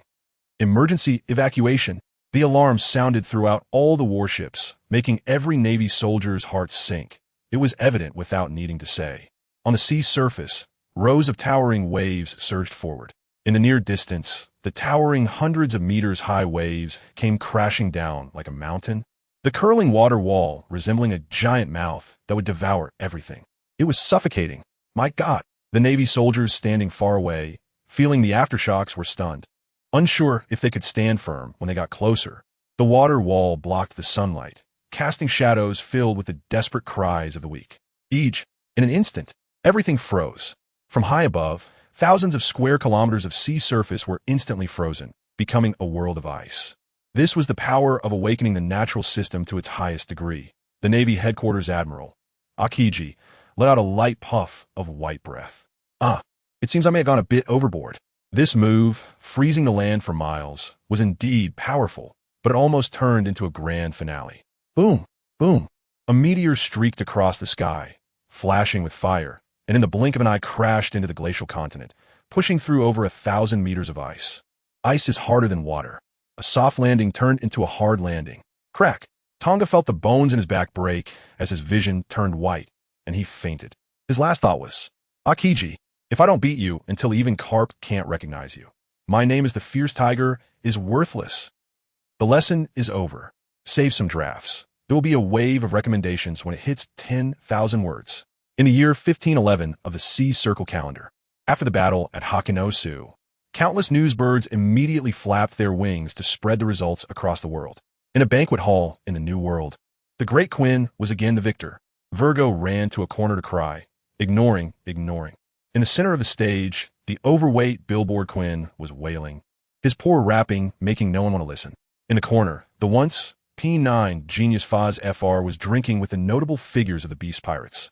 TCH, this arrogant fat pig will eventually be drained by someone. The pirate crew recently added many new members. They all seem to be ability users. Do you know what's going on? Sasaki. Spandam's mission failed, and after escaping from prison, he could only seek Kaido's protection. Even after joining the pirate crew, he did not change his habits as an intelligence officer, pointing at the two noisy kids at the other end of the banquet hall. Governor Kaido has decided to form a legion of ability users. That brother and sister are newly joined Zoan-type ability users, while others have eaten artificial Zoan-type devil fruits. The man named Sasaki, wearing a white hat with 3 horns on his head, had a long-standing position in the Beast Pirates. Artificial devil fruit? They were obtained at a great cost by Governor Kaido, but unfortunately, the probability of awakening abilities is not high, only 10%, and their strength cannot compare to us true ability users. However, as long as we're given time to accumulate, an army composed entirely of ability users will be born. By then, Governor Kaido will be the king of the seas. Perhaps due to having drunk a bit, Sasaki's eyes showed an abnormal red, turning towards the door and looking at the man who walked in. Speaking of which, all of this is your doing. Virgo. Fazephyr also looked over, took the cigarette out of his mouth, and smiled as he asked, So did you lose again? If that fat pig Quinn dies, who do you think will be the next big billboard? Virgo.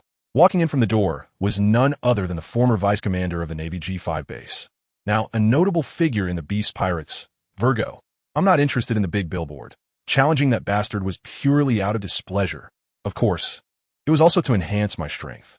Not answering Sasaki's question, his dark face bore several wounds, as if he had just fought someone. In the Beast Pirates, the strong are king. As long as your strength is sufficient, any position can be challenged. Standing at the top of all beasts, Kaido. No normal person would dare to challenge him. Among the two big billboards, Jack's position was unshakable. Only the despised and vulgar Quinn was someone all the officers wanted to take down. You're looking to enhance your strength. Is it to seek revenge on that fierce tiger who forced you to leave the Navy? If so, I advise you to dismiss that thought. The first question was ignored, and Sasaki threw out a second question, which was more direct, momentarily choking Virgo. During the incident on Joy Street, even Kaido was injured by that man, making him feel the gap between himself and a monster. Moreover, this gap is growing larger and larger, almost hopeless. That monster. Did the fierce tiger create more big news? Seeing the few people sitting in this area looking over, having been dueling with Quinn these days and unaware of what happened outside, he couldn't help but ask. He ordered the extermination of demons against Hakanosu and is still surviving in battle against Whitebeard. To be able to escape unscathed from a man like that, you have to say you're lucky. Foz Fr handed over the latest newspaper, sighing. He is also lucky. Fortunately, Spandam let that idiot Lucci go to Water City at that time. Otherwise, he would have been used as a stepping stone by the fierce tiger. When Virgo took the newspaper, his heart sank. The giant photo of two people made his pupils dilate sharply. Is it still safe to stay in the Beast Pirates? This was the only thought that arose in his mind. Across the red line, there stood a fortress as magnificent as Marineford in the New World. This was Fortress G1. The G1 fortress, commanding all navies of the New World, faces a risk of war far greater than Marineford, having abandoned all impractical structures. Everything exists for the purpose of war. This heavily armed war fortress complements the style of its supreme commander stationed here, Akainu. After this incident, the reputation and strength of Admiral Ryakujiu have gained the recognition of everyone, and the expectations of the soldiers for him go beyond this. Sakazuki, on the other end of the Den Mushi, the figure stands or leans, always in a riddle-like posture. Compared to you, his sense of justice is closer to Kazan's. As disciples of Garp, the two are natural allies, which is also the reason why Sengoku sent Kazan to assist him in the past. Are you willing to be overshadowed by Kazan under the same flag? The attitudes of the high-ranking officials at the Navy headquarters towards justice have always varied, with the biggest divide stemming from Akainu and Akiji. Now, there's also Ryakudu.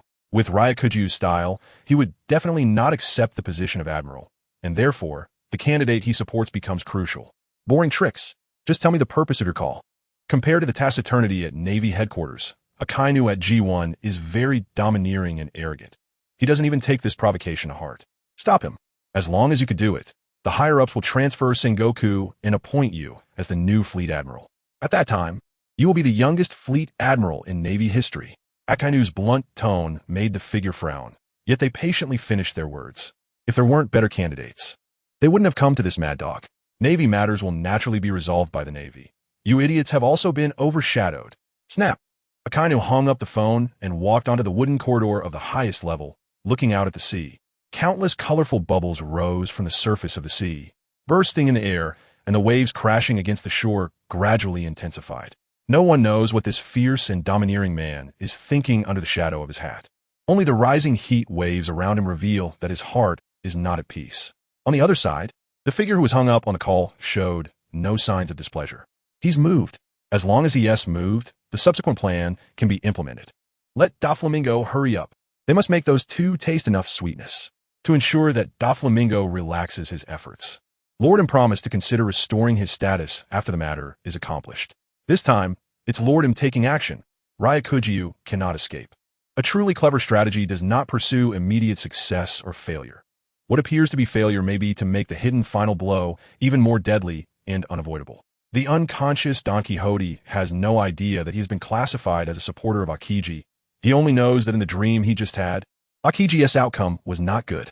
His face was beaten to the point that it was unrecognizable, and one of his legs was broken. Admiral Ryakujiu, you're awake? I'll go call Admiral Akiji over. Appearing before Don Quixote is a man in a white coat with a stethoscope around his neck, around 40 years old, with a receding hairline. No need. These injuries. Hiss. Forcing himself up from the hospital bed, Don Quixote sweated on his forehead, as his nap did not fully recover him from the double injuries from Whitebeard and Akiji. The pain in his bones and muscles still lingered. He should have broken all of Akiji's legs in a dream. That guy was too slippery when teaming up with Whitebeard, always targeting his own people. This is still too much. You should rest well. The ship's doctor hurriedly came over to assist, but his height was too short. His hands could only reach Don Quixote's waist, unable to stop his strong body like a walking Tyrannosaurus. It's fine. I can already smell the food. Let them bring it to the deck. Quickly adapting to this level of pain, Don Quixote's nostrils flared, and he took a few strides to the deck. With a powerful vitality that can fully recover all injuries from a nap followed by a meal, it has become even more abnormal after reaching the disaster physique. Medicine cannot explain it. The prepared Navy soldiers set up a table on the deck and pushed over a cart full of food. The Navy's food is characterized by large portions, perfect for a glutton like Don Quixote who does not seek flavor. That doctor just called you Admiral Ryakujiu? Did Sengoku promote me again? The ship's defensive strength is the strongest, with a bald-headed commander and a new face of an admiral who came to assist Akiji both present. Hearing such a casual tone, the weasel has already gotten used to it, while the new face of the admiral stepped forward. As a veteran admiral, I have a responsibility to remind you to remember your identity. The Navy is not a reckless organization, and not everyone will revolve around you. Admiral Ryakujiu. His expression remained unchanged, feeling it necessary to remind this troublemaker that their relationship is equal, not superior and subordinate. As soon as he finished speaking, the weasel quickly stepped back from him, distancing himself from this idiot who cannot recognize reality. If ranks meant anything, he wouldn't be commanded by a rear admiral. Identity? Sitting in place, Don Quixote showed his white teeth, picked up a massive leg bone, crushed it, and swallowed it, causing the wind on the deck to suddenly stagnate. The new face of the admiral felt a domineering will that could crush him at any moment, forcibly invade his mind. He had to concentrate fully just to maintain his consciousness. He now understands how terrifying a man is who dares to face Whitebeard at his peak and still comes out unscathed.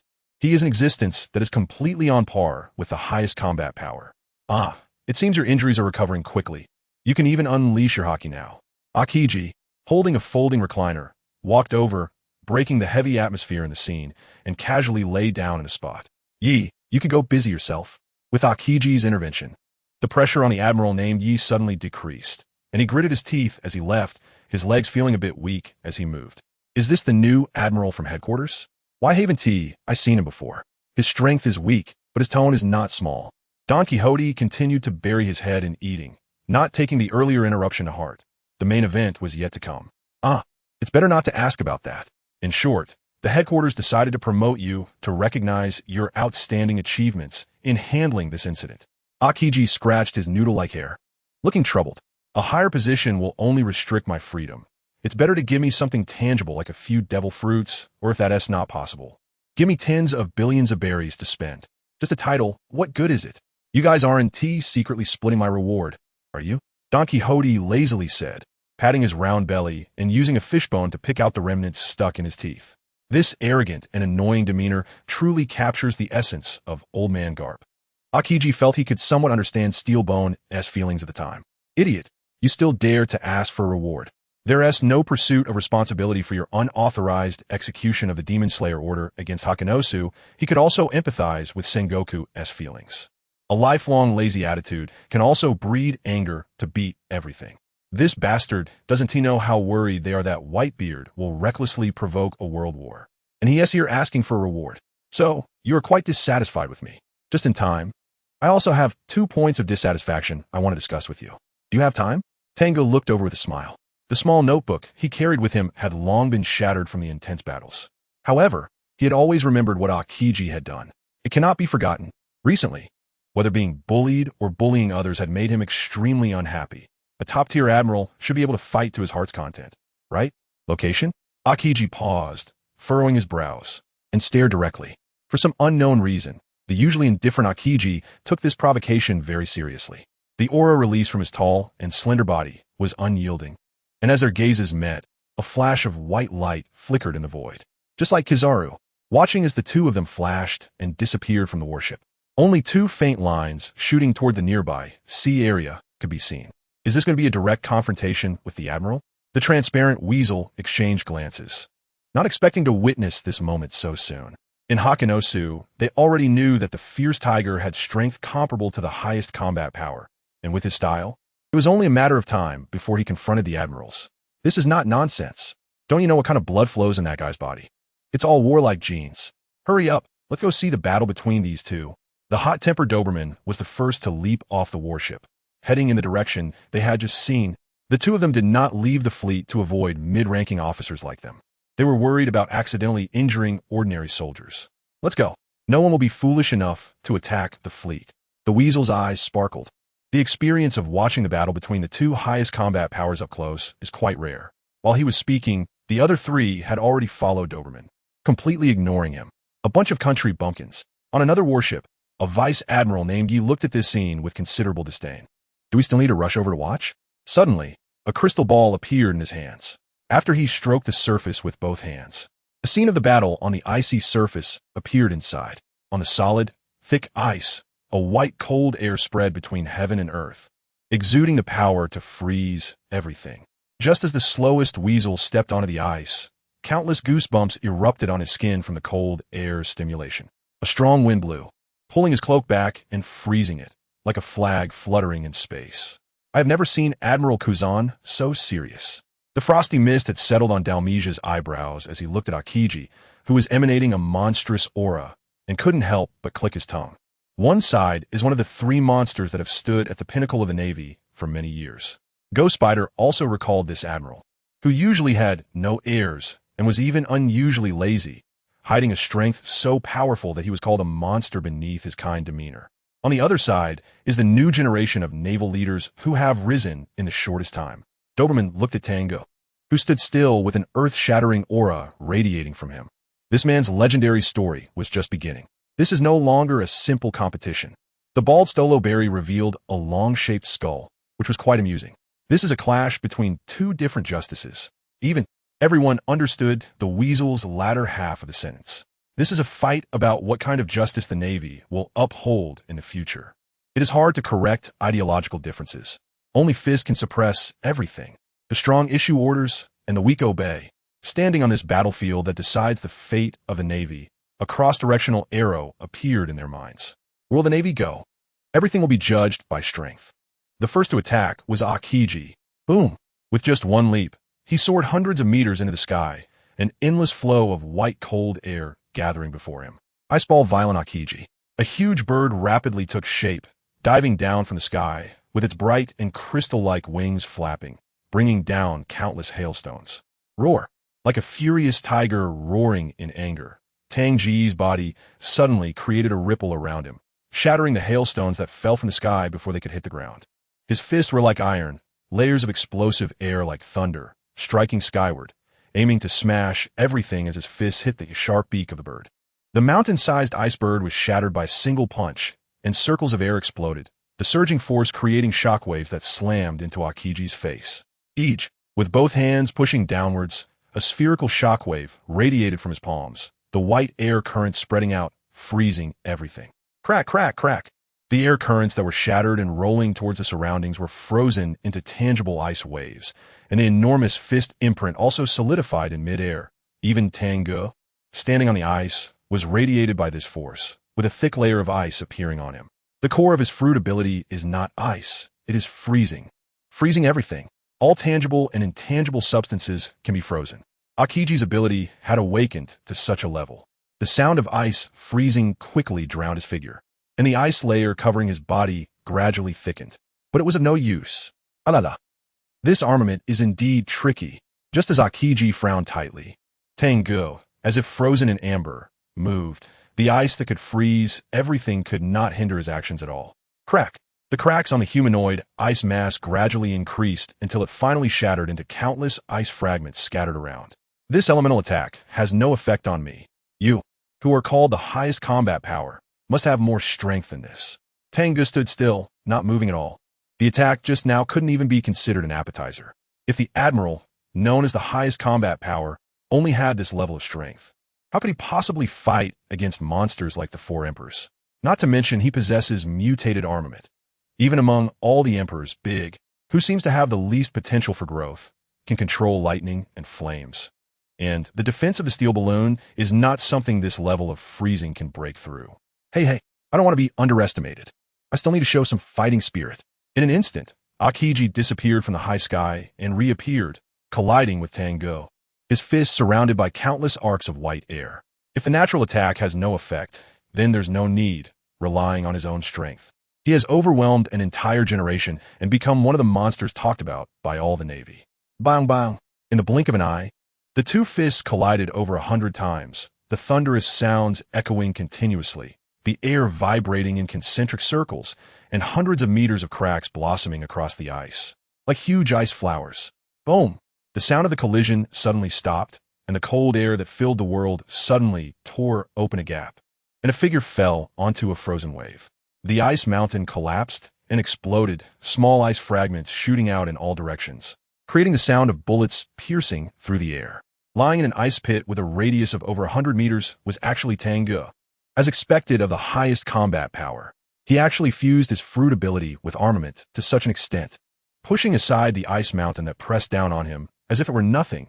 Tang Ge's body surface was covered with a layer of white frost, and he could also hear the faint sound of ice fragments breaking inside his body. The ability to freeze everything has been transmitted into his body through the awakened state of armed color hockey, affecting his reaction speed. This is not the power of a pseudo-strong person who relies solely on the fruit's ability to reach such strength. It is a true understanding of the essence of power, having brought hockey and physical training to the peak of combat strength. Alala. Such a monstrous defense ability. Akiji's brow twitched, and his regard for that armed color immune to attacks increased another level. As the highest combat strength of the headquarters, even without mastering the Conqueror's hockey, he has already reached the pinnacle in the training of the other two hockey colors. Merging the awakened fruit ability into hockey to form an armed color with the effect of freezing everything is the strongest means to counter a ruler with Conqueror's hockey. What I possess is not just a monstrous defense ability. Kazan, if you can't take it, just admit defeat. Losing to me, the strongest, is not shameful. Tang Ge took a step forward, charging ahead with all his might. The air in front was pressed out into a tangible arc. You're still a long way from being the strongest. Akiji also charged toward the center. Boom! It began. The balance among the three was broken, and there was only one chair issuing orders. An unprecedented naval showdown would determine the overlord of the next era, and even the current era of all navies. The white cold air gathered and obscured the vision, with only the sound of sonic booms erupting. Boom boom. The speed of Akiji and the fierce tiger's clash was extremely fast, stretching the battlefield greatly. And the two moving at super speed made the circular airwaves from their collisions appear to manifest simultaneously in different places. Those observing closely could not catch sight of the figures, and watching from afar with a magical crystal ball, naturally, nothing could be seen. A hand swept through the void, and the crystal ball disappeared into thin air. Oof. If it weren't for my power still being sealed, I could easily annihilate this pure hockey muscle man. Rear Admiral, ye seem to still be resentful from earlier when he lost face in front of everyone due to Tang Ge's hockey, his teeth grinding audibly. He looked about 27 or 28 with a very distinctive appearance. One word to describe him would be handsome, and adding a few more words would describe his black messy hair and bright eyes that revealed a maturity and steadiness not typical for his age. Both ordinary and special. No, I can't let this muscle man who appeared out of nowhere ruin the plot too much. He must know how high the sky is and how thick the earth is. Otherwise, the rare items we worked so hard to obtain would be wasted. Rear Admiral Yi glanced at the direction of the battle, a cold smile appearing on his face. No matter which side you are on, it is all in vain. Our arrival has taken full advantage of the timing, location, and harmony of people. When you return, you will know that the world's aristocracy still rules this world. And as the adopted son of the Celestial Dragon and the apprentice of the Supreme Commander, just by my identity, I can crush you. After speaking, he showed no intention of watching the battle any longer, closing his eyes and focusing on his own training. Seemingly indifferent to who would win between Akiji and the fierce tiger. Get out of the way. The weasel, whose reactions were slowed by the freezing, pulled the even slower Stalaberry away, leaping off the ground. What happened? Looking at the huge hole that had just appeared on the ground, with seawater gushing up from below, Stalaberry's face turned even paler. Is this their true power? Was that just a warm-up?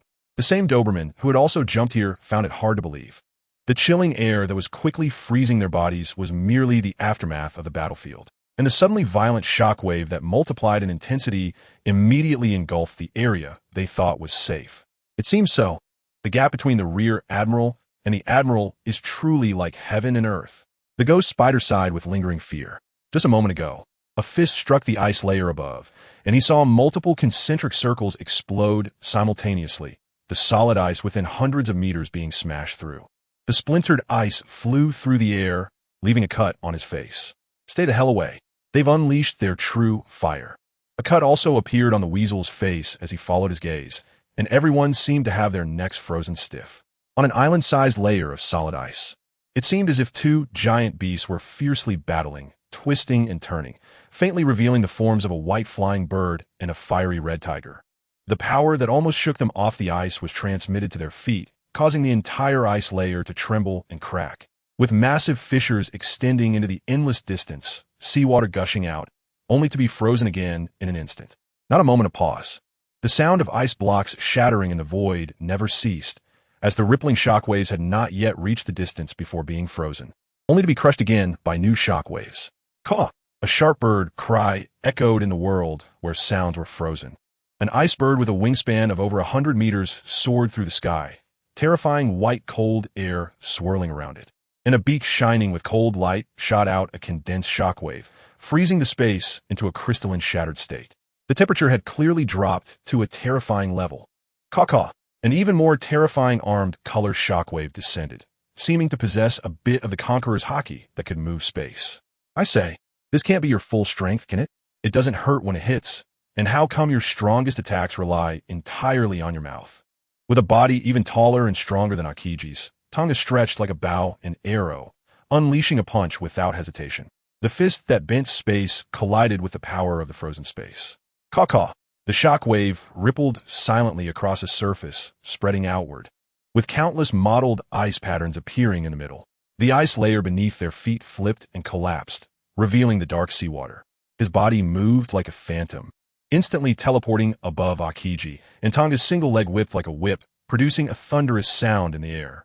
Akiji barely had time to raise his arms to block the kick aimed at his face, half of his body becoming ice, and with no leverage in the air. The immense force couldn't be diffused. Boom! The sea surface was shattered, a massive amount of seawater splashed into the sky, and more seawater squeezed outward, forming a giant wave over 100 meters high. Buzz! The momentum with the cold air spread outward. The splashes and giant waves froze in an instant. A tremendously large ice flower blooming between heaven and earth, witnessing the impending outcome. This bastard is really asking for a beating. Before the fight began, Akiji had already prepared himself psychologically, telling himself not to get angry. Getting angry would mean losing. Look at Carp, look at those monsters in the New World. Which one hasn't been outputted to the face and found themselves helpless? Now, this psychological defense line has developed a fracture. However, the unfortunate part is that it seems he really can't move this man who can withstand Kaido's attacks. The freezing fruit's ability hitting that arm color originally had no effect. And, as his body rapidly condensed on the ice surface, a trace of blood appeared at the corner of Akiji's mouth as he looked up at the real flames igniting on Tanga's body. This guy can't have mastered that power so quickly, can he? The part that was kicked earlier had already burned through his suit, revealing charred skin underneath. That is real fire. His armed color couldn't defend against it. Only when the power of the mind reflects in reality can a non-ability user ignite flames on their fist to strike at the flowing body of their opponent. That is the power of Conqueror's Haki. You are a monster, and I am a man who transcends monsters. I have a punch technique that descends from the heavens. Being defeated by it will not tarnish your reputation as the strongest. Tang Ge heard the voice of Akiji, and his unwavering voice expressed his determination to surpass the embodiment of the highest combat power. Boom! The flames burning on his body suddenly expanded outward several times, like the sun in the sky, transmitting a will that crushes everything between heaven and earth, vast and mighty. The chill and ice layers rapidly retreating as if encountering their nemesis. Great Sun Agita, even the surface of the sea was bent, and on the concave water wall, not a ripple or wave could be seen. If a true Buddha descends upon the world, then we will see if you can truly surpass all monsters. Truly shine like the sun at noon, and end everything. All the nonsense is unnecessary. Long ago, Akiji already knew that the indomitable fighting spirit in the heart of the man above was as scorching as the blazing sun. Today, with the movement of the heavens and the earth, he truly cast the sun in his heart into the world. Freeze, wither all things. There is still a little left unwritten, and he whispered again. With both hands raised upward, a spherical, transparent barrier appeared around his body, without a trace of chill present, because the surrounding space had all been frozen. Freezing ability. This ruler of temperatures at 0 degrees and below seemed to have truly brought the impossible absolute zero to the world. A silent impact. The heat and kinetic energy attached to the descending fist were continuously absorbed, filling this absolute freezing point. Crack, crack. Several cracks appeared on the frozen spatial barrier, gradually expanding. The extreme, cold white vapor spread from the fist to the arm, even freezing the internal body. This was damage that would shatter upon contact. Like a massive pit created by a comet striking the sea surface, this was a world frozen in stillness. Everything remained in a state of stillness, with the seawater spreading outward and the exploding rock layers suspended in midair. Your arm will shatter. Akiji's half-body had already been pressed into the seabed rock layer. Looking at Tang Ge, his brows and eyes were deep and solemn. This is the truth. This is a realm he recently attained, originally meant to deal with that volcanic man, but unexpectedly used on Tang Ge first. In this battle up to now, he had used all his strength, only to find the outcome had stalemated like this. Shatter. Tang Ge also felt the deadly danger. If he exerted a bit more force, his arm would truly shatter. However, Akiji did not want to lose, so he did not stop, and he himself wanted to win, so he would not fear. Tang Ge smiled, grinning like a crescent moon, and without hesitation increased the force pressing downward. Kazan, your justice is not relentless enough. It cannot withstand the torrent of this era. Only I, who surpasses all of you, have the ability to ascend to the throne of the strongest and bring true justice to the Navy. In his heart, the martial will, forged into one, burned with unprecedented intensity, condensing a vague golden light rising from within his body. Buzz. This is the power that crushes everything. The freezing ability was also within the range of being crushed. Crack. The barrier that could wither all things was shattered, and a fist slammed into Akiji's body. Boom. Boom. The Navy fleet stationed on the surface of the sea ran to the deck, watching the distant scene like a catastrophic disaster, silent as a group of statues. A towering wall of clouds rapidly formed, slowly rotating around a vacuum area like the eye of a super hurricane. Countless white cold air spread outwards, taking away all the heat from the world. The Weasel retreated again and again, now back to the warship, while the slightly slower Staloberry had turned into a white ice sculpture, being carried by Doberman. Who? The ghost spider closed its wide mouth. A breath of cold air stuck in its heart, freezing it to the point of speechlessness. It missed its long hair, which could provide warmth. Is it over? The stuttering Dalmesia asked. This is no human battle. The artificial power has lowered the temperature of the nearby sea area to prehistoric ice age levels, instantly freezing the endless sea surface, a height that ordinary human warriors could not even imagine. Not yet. This is likely to be a decisive blow to determine the winner. The warship cannot wait for them for days and nights here. The Weasel responded. For monsters like Fierce Tiger and Akiji, determining the outcome would take days and nights. And using the strongest blow to settle it is the quickest method. If it really drags on for days and nights with that Fierce Tiger's stamina, even Admiral Kazan might lose. It seemed to recall a certain painful memory, causing the scar on Doberman's face to wrinkle into a frown. Only those who have fought against that guy know he is an unyielding monster, tireless and unafraid of pain, not an ordinary human. Cannot be killed, cannot be defeated. How could it be? Admiral Akiji is one of the strongest monsters in existence at the peak of the sea, even among the highest combat powers. There are distinctions of strength and weakness. Fierce Tiger wanting to surpass him is still a bit early. The oppressive feeling coming from between heaven and earth made Rear Admiral Yi stand outside as well, looking at the Weasel who returned to the warship, with a clear tone of disdain in his words. This made the Weasel and others frown, feeling somewhat uncomfortable. This Rear Admiral Yi was originally an obscure base officer, but in recent months had shown extremely high talent, with his strength and rank skyrocketing like a rocket, coupled with a special background, appearing somewhat arrogant. However, before they could come up with any rebuttal, everyone suddenly turned their heads to look in the direction of the battle. Boom! In that instant, it seemed as if a bell that resonated throughout the world had sounded. At the same time, they saw a golden sun rising on the horizon of the sea. The golden light penetrated everything, illuminating the vast world. The clouds dyed gold, and the sea rippling like a pure lotus Buddha sea. But, More and more people fainted, causing confusion among their companions. Hey, what happened to you? Why are so many people suddenly fainting? An enemy is attacking. Rear Admiral Weasel. The shouts from the warship pulled the dazed Weasel back to reality as he gasped for fresh air. The golden sun that had appeared before was not an illusion. It was something only those awakened with observation hockey could see. Who won? Looking at the now evaporated white cloud wall, the frozen sea surface all returned to normal. The answer was self-evident, but they did not dare to speak it out loud. It was him. It was Fierce Tiger. The sunlight refracted on the sea surface. And in the blurred and distorted light and shadow, two figures emerged, one standing and the other being carried on the back. This scene was etched in the minds of all the Navy, standing solemnly, paying their respects. When a strong one falls, there naturally is a stronger one who wins. That stronger monster is Fierce Tiger. What are you still dawdling for? Hurry up and put this guy on the sickbed where I was just now. That doctor is pretty good. Tang Ge cursed, but in his heart, he felt a great sense of satisfaction. Another devil fruit user. There are more at headquarters. Yes, in what seemed like a solemn and sacred ceremony. The Weasel slowly stepped forward and responded in a deep voice. He had previously been somewhat resistant to such orders, but now he was willingly compliant. Of course, when he took over the unconscious green pheasant and saw the six-colored head, the admiration that had just risen in him diminished by more than half in an instant. That vile bastard. Before long, an exclamation came from the ship's cabin. Who the hell is this? Is this Admiral Kazan? Why is his head swollen like that? The rapid-fire questions expressed the severity of Kazan's situation.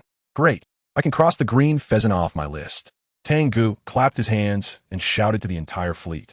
Set sail. Back to Navy headquarters. Oh, what a mess. Marineford, let's go. A cup rolled onto the floor, the sound gradually fading, much like the mood of certain individuals. Admiral Kazan was still unconscious, his injuries not severe, but, well, we are already on our way back to Marineford. On the other end of the image snail, the Weasel was still faithfully reporting the situation. He couldn't describe the green pheasant's injuries, so he directly provided a shot of the affected party. That vile bastard. Sengoku covered his head, unable to hold the cup in his hand steady. The six-colored flesh was squished together, creating a strange sense of empathy that made him shudder. So be it. You all come through the underwater passage. Recently, many high-ranking Air Force and Army generals have gathered at Mariewa, and we cannot let that troublemaking bastard get past. The height of the White Sea is even higher than the peak of the Red Line, and to prevent anyone from attacking Mariewa from above, the world government specifically stationed the Air Force to guard the White Sea. The vast Red Line that encircles the world is home to the Army. Both of these forces are quite strong. I have an operation that needs approval. The yellow monkey, still in a cast, stood up with a serious expression, his cape billowing in the wind. Borsellino. Sengoku lifted his head and looked over, seeing the serious expression, thinking that the yellow monkey was feeling indignant and wanted to compete. However, with dual abilities, Doflamingo, a fellow monster-level figure, had already lost to the green pheasant, and he would only achieve the same result. Fisher Tiger, who attacked Mariewa, had not yet been captured, and the celestial dragons were constantly causing trouble. Next, I will be moving out. I will be away from Marineford for a long time. The yellow monkey spoke as he walked, his body starting to turn into light, and in the blink of an eye, he shot out of the window, regardless of whether the operation had been approved. If he was going to run, he would run. That damn Fisher Tiger excuse has been worn out. Sengoku's expression darkened. He didn't expect this twist to be so big. However, what made his face darker was the ringing of the phone snail on the table. Report to Admiral Sengoku. 3 explosive rocks have been found on the Sky Island. Requesting destruction. The phone snail formed a delicate mustache, reporting seriously. Damn it, you don't need to report every time you find an explosive rock. Also, the matter you are particularly concerned about has already been answered. In just a few minutes, I will have to take this guy's call, which is making Sengoku quite annoyed. He didn't know how he got wind of the news. From the reports of the Weasel, they guessed that the battlefield of the Fierce Tiger and Doflamingo was on the Sky Island, using explosive rocks to bring down the entire White Sea. Although the plan is now halted, the lost explosive rocks must be recovered, or it would be like a ticking time bomb. There just happened to be several Sky Islands above Balon, and the warships could reach the White Sea along the nearby upward currents. He sent Jonathan to search for those explosive rocks. He didn't want that dangerous thing to fall into the hands of the Air Force. Yes, on the other end of the phone snail, Jonathan forced himself to calm down, already preparing a glass of cool water to soothe his nerves. During this time, he had developed a condition. It's called shock and excitement syndrome. The internal pathology led to accelerated blood flow causing intermittent cardiac arrest, severe emotional fluctuations leading to blanking out, respiratory pauses, and so on. The external manifestations included a liver-colored face, twitching limbs, even unsteadiness while standing, and occasionally laughing like a pig, among other symptoms. The aftereffects were strong, and patients especially liked to make phone calls to boast, suspected of having mental issues. His walking posture gradually became outwardly angled, taking steps that made him seem unrecognizable. Sengoku reluctantly made a confirming sound. Cough, cough. It seemed something was stuck in Jonathan's throat. Or perhaps it was a sign of suffocation due to heightened emotions. He couldn't make a sound, and his body entered the symptoms of shock and excitement illness. Fortunately, Leonard was timely, handing over the universal water. Cough, cough. Jonathan, shaking as he drank water, still couldn't believe it. He won. Just a while ago. The newspaper was reporting on the fierce tiger challenging Whitebeard, and now he has immediately defeated the long-reputed monster-level Admiral Kazan, along with the previous red-haired and Kaido. He had already been shocked to the core during this time. Sigh. There are indeed strong and weak distinctions among monsters. The weasel and the others knew it on sight. However, the people at the Burning Mountain still didn't know. He had to tell them well. Jonathan hung up the phone with a snap and dialed another number. That bastard.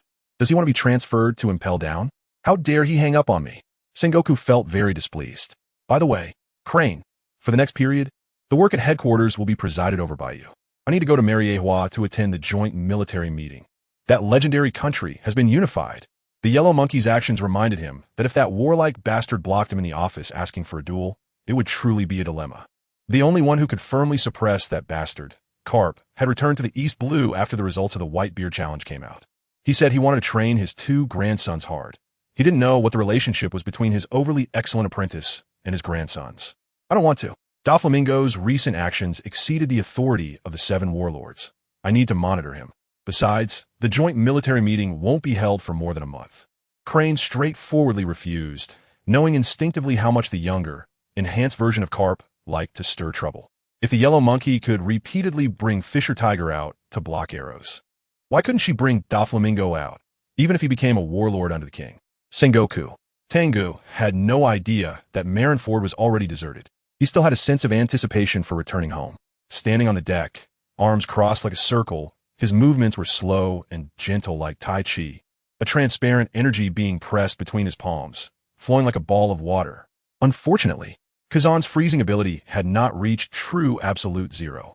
He wondered if awakening the Conqueror's Haki would allow him to reach that realm. Kazan's final move was already a bit like an absolute freezing domain power. However, the power of the Conqueror's Haki was indeed slightly superior. Tang Ge thought of the other 2 monsters at headquarters. If those 2 also fused their abilities into armament Haki, their power would be extraordinary. The Yellow Monkey's light and laser attack was indeed powerful, but it could only bully weaker opponents. If he could accelerate an attack wrapped in armament Haki to the speed of light, its power would be extraordinary. However, his physical strength could not withstand the real impact of light speed. Otherwise, he would have long been an admiral. Akainu's magma ability is the most domineering, with high temperatures that can melt most objects combined with an explosive power that directly enhances combat strength. Once fused with Haki, his power should be the strongest among the 3. Suddenly, the surroundings fell silent, and Tang Ge opened his eyes to see a figure appearing in the darkness. Growing strong enough to defeat Akiji in such a short time. It seems your cheat is quite powerful. What should I call you? Fierce Tiger, Tang Ge, or Transcender, Tang Ge? The biggest secret hidden in his heart was completely revealed. Transcender, cheat, and this long-lost Mandarin. The experiences he had gone through felt so real, and the powers surging within him felt completely tangible, to the point that Tang Ge almost forgot he wasn't originally from this world. At this moment, being bluntly exposed by someone, even with his steadfast temperament, he was slightly taken aback. Such an interesting expression. The secret in your heart has been pierced, and your belief of being the unique destined protagonist has shattered, leaving you speechless in shock. The figure walking out of the darkness wore a white robe, exuding a smoky, hazy aura, with a hint of an eternal smile at the corner of his mouth. Light passed through his body, leaving no shadow on the deck, as if he did not belong to this world. Tang Ge's expression gave him a sense of vengeful pleasure, and he sneered. My purpose in coming here is to inform you. Do not change the plot of the pirates any further from now on. Just stay at the Navy headquarters and be your rear admiral. Otherwise, I will show you. what power truly is. Buzz. When the last sentence fell, the figure standing on the warship had his left eye transform into a dark red, triangular Tomo, his body morphing into an armored samurai, infinitely towering, instantly several times taller than the highest giant. Crack! The long sword at his waist was drawn, the white blade wrapped in black flames, descending from the sky to cleave down. Tang Ge, standing directly below, didn't even look at the blade that was about to slice the entire fleet in half. And in a flash, he appeared where the figure had just stood. You've said too many arrogant words. It makes you look weak. Idiot. Crack. It seemed like the sound of something shattering echoed, and that towering giant vanished in an instant, the background environment suddenly changing, the noise returning to his ears. It was an illusion, a large-scale illusion far more advanced than the mythical beast type, nine-tailed fox form, reaching deep into the human heart, attempting to alter his memories and thoughts. In Tang Ge's hand was an eyeball, which was dissipating, turning to ash in an instant without a trace. On another warship, Rear Admiral Yi was startled from his stillness, and a scroll appeared in his hand. After a brief flash of light, he had vanished from the room. Bang! The ship's wall and the room's partitions exploded, and Tang Ge appeared here. After carefully scanning the surroundings, he smiled at the approaching navy. I have urgent business with Rear Admiral Yi, so I was a bit rough. If you see him again, please pass on a message for me, just say. At this point, a genuine joy appeared on his face. I really look forward to witnessing his true power. With one, the world will eventually give rise to two within infinite time and space, and then countless others. Tang Ge was mentally prepared for the fact that he was not the only one to have traversed. He wouldn't be the only one with a cheat. However, he didn't expect this kindred spirit he encountered in another world to be somewhat unfriendly and seemingly in possession of more information. Plot? That term sounds a bit familiar. In a room, with a hexagram pattern drawn on the floor, after a flash of light, Rear Admiral Yi appeared in the center with an unpleasant expression. What was that power just now? It could actually break through the illusions of other gods. Was it Conqueror's Haki? He only saw a flash of golden flame, and the entire illusion space was shattered, even damaging the rare item he had obtained in the previous world. Pulu. Pulu. The large phone bug in the room rang, and upon connecting, Rear Admiral Yi immediately spoke. Akiji has been defeated. He concealed the experience of going to regain phase, but being recognized. The figures on the other end of the phone fell silent. Akiji is one of the peak combat powers in the pirate plot, and his defeat signifies that the strength of that transcender cannot be directly matched by those whose powers are sealed and who have only just arrived. Not bad. Defeating Akiji among the three admirals shows that this muscle route transcender has some skills. Yiping, you're most familiar with anime plots. Has the identity that descended this time helped us gather intelligence? Have you figured out what plots he has changed? Someone on the other end of the phone asked. The muscle route is only somewhat useful in this world. Yiping's tone still carried a hint of resentment. Let's get to the point. A pleasant female voice interjected, forcing the remaining words back. Yes, Captain. Using my authority, I reviewed all the data on Fierce Tiger, Tang Ge. He appeared in Balon, helped Maya Island resolve the 7-star sword, and killed a warlord who did not appear in the plot, killing Spandam during the collision with P0. I learned from Mariehua that there is now a King Rear among the celestial dragons, second only to him, and a dragon nation has also emerged. The usually defiant Yi Ping became honest and detailed Tang Ge's experiences along the way. The reason for launching the Demon Slaughter Order in Whitebeard's territory is also due to a traitor who has appeared in the Navy. A dual ability user possessing both the Dark Fruit and the Baby Fruit. He was a fan of anime before appearing in Infinite Space and was extremely familiar with the pirate plot. Damn, no wonder the Dark Fruit has already appeared. I have a major plot change here. Blackbeard killed Squardo and left Whitebeard's crew early. It seems he should have obtained the Dark Fruit. That bastard, a man cursed, having finally joined the Whitebeard pirates, was preparing to wait for Blackbeard to kill Ace and then steal the Dark Fruit. Our plan to use the Dark Fruit to plunder Devil Fruits must change. The last silent phone bug spoke up, calmly analyzing. This is the change brought by that transcender. The plot has undergone a tremendous shift, and the world's consciousness defense mechanism has been triggered, leading to the emergence of many characters not present in the plot, making key figures difficult to approach. In the infinite planes, the encounters of system traversers and infinite spaces are not limited to this pirate world. So it's not too strange. It's just that the probability is frighteningly low. Traversers with systems often act alone, and the abilities of the system vary widely. Infinite space drops infinite teams at specific plot nodes, and only those who survive qualify to continue to the next world plot. They also spent an extremely rare plot intervention item to enter this world before the main storyline began. However, now, due to the appearance of the Transcender, their plans have been aborted before they even began.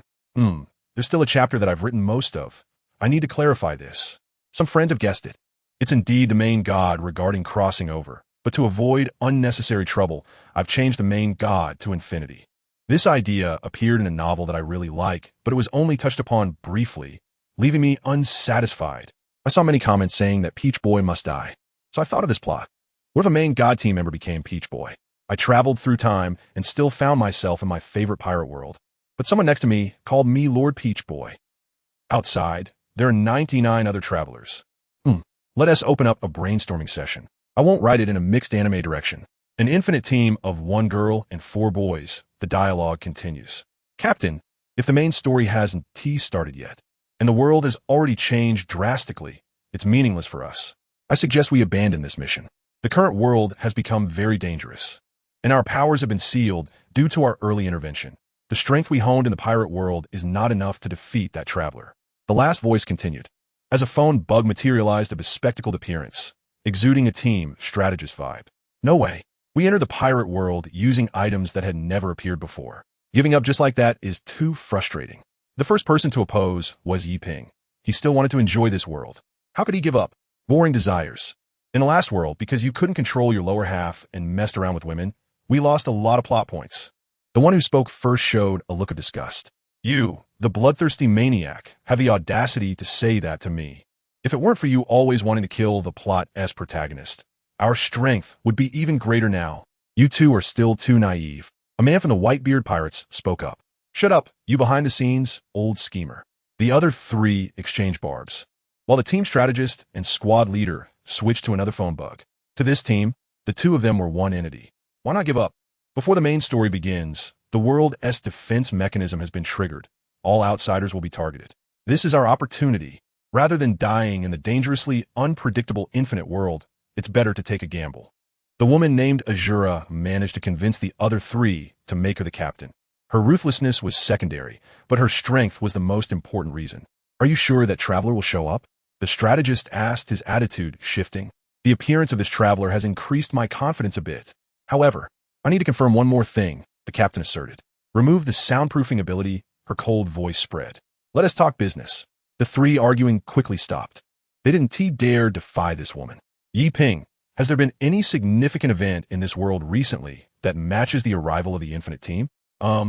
Recently, the only plot that fits the criteria is that 2 years later, the former Marine Admiral Zephyr will be attacked by Edward Weevil while transporting new recruits.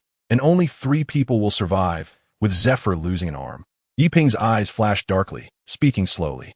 However, Weevil is already one of the 7 warlords now. It's impossible for him to attack a Marine warship. This was originally a great opportunity to earn plot points, but now it's gone. Our existence means turning the impossible into the possible. We must do everything we can to make this plot happen. The captain decisively issued the order. What if that traveler interferes? The impact of changing the plot on him is minimal. Then we'll take him out. The King Riel you mentioned is used by the world to eliminate Dango. We can leverage King Riel's hand at the right moment. Understood. Yi Ping gritted his teeth in response, agreeing with his thoughts. Gu Chuan, go to Baikan now and get the thunderfruit that appeared in the main plot. I'm worried the plot might erase this too. Yes, if this is lost when the main plot starts and my powers are unsealed, I will make that traveler know what it means to suffer. This is the team member who enjoys killing protagonists. In the office of the Supreme Commander of Mariewa Kong, having lived at sea for too long, Kong was not accustomed to the atmosphere of the Red Earth continent and had placed a giant glass tank large enough to hold a small sea king in his office. What is the matter that you called me here?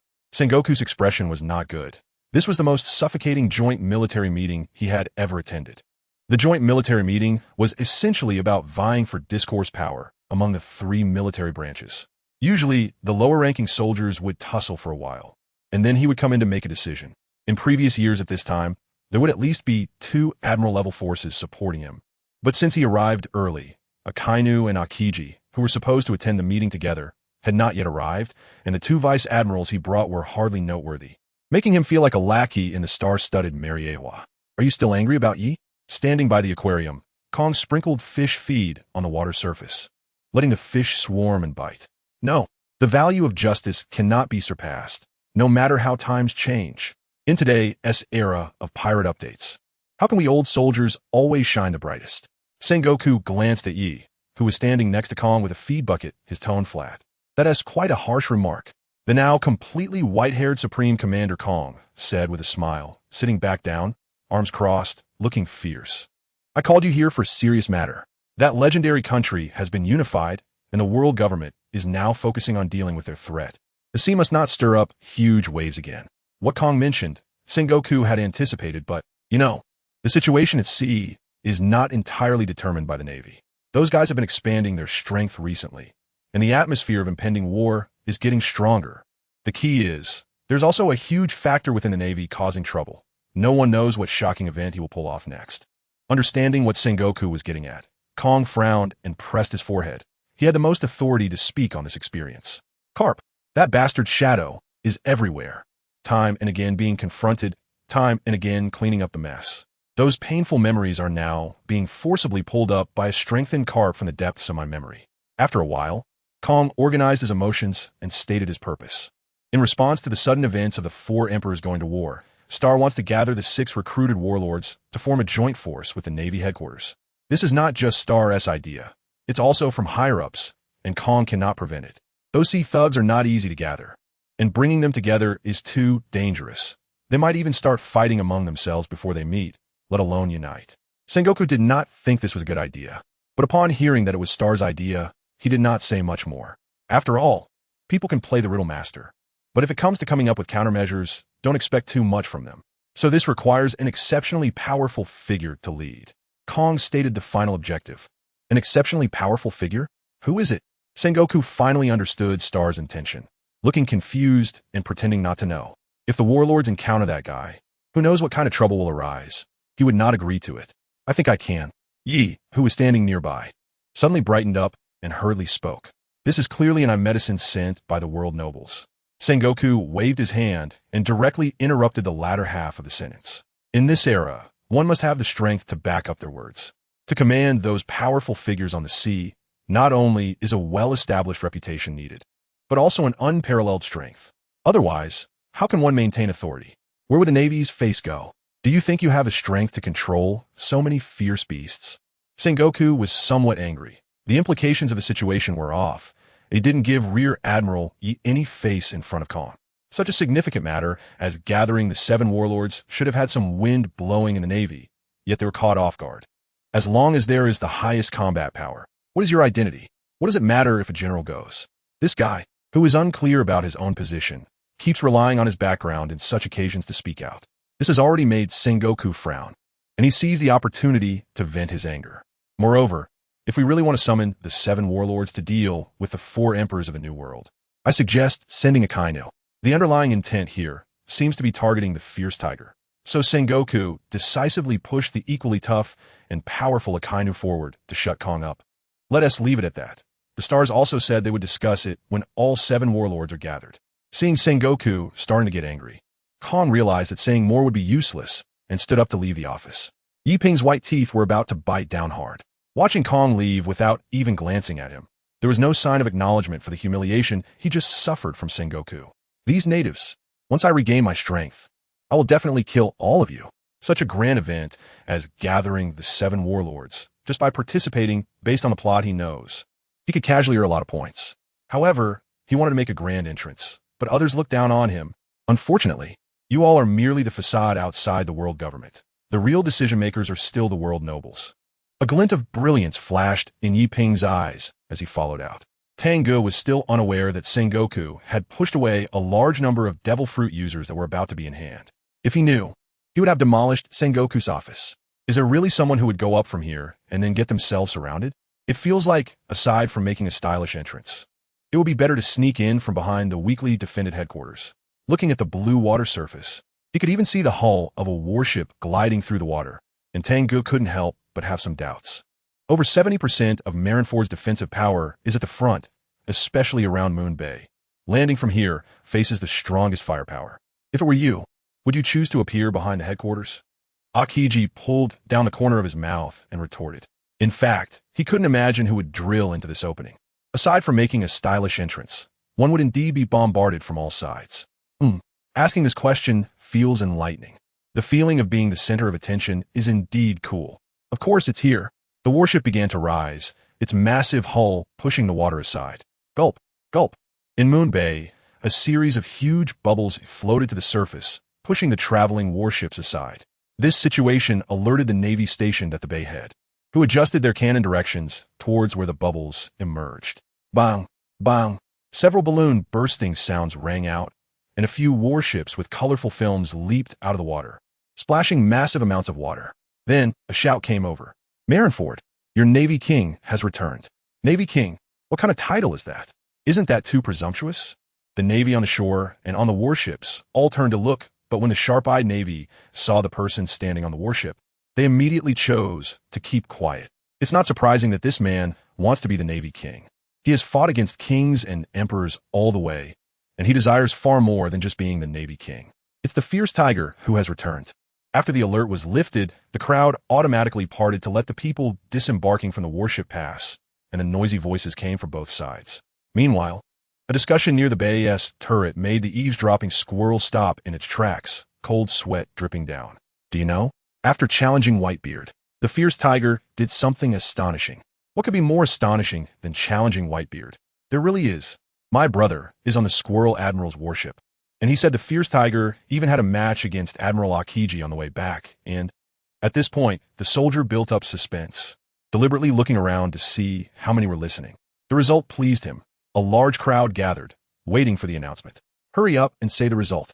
Be careful of getting beaten if you only talk halfway. The crowd was restless, and after the soldier coughed, he continued. Furthermore, Admiral Akiji lost. He was beaten badly. My brother saw it with his own eyes. Ugh.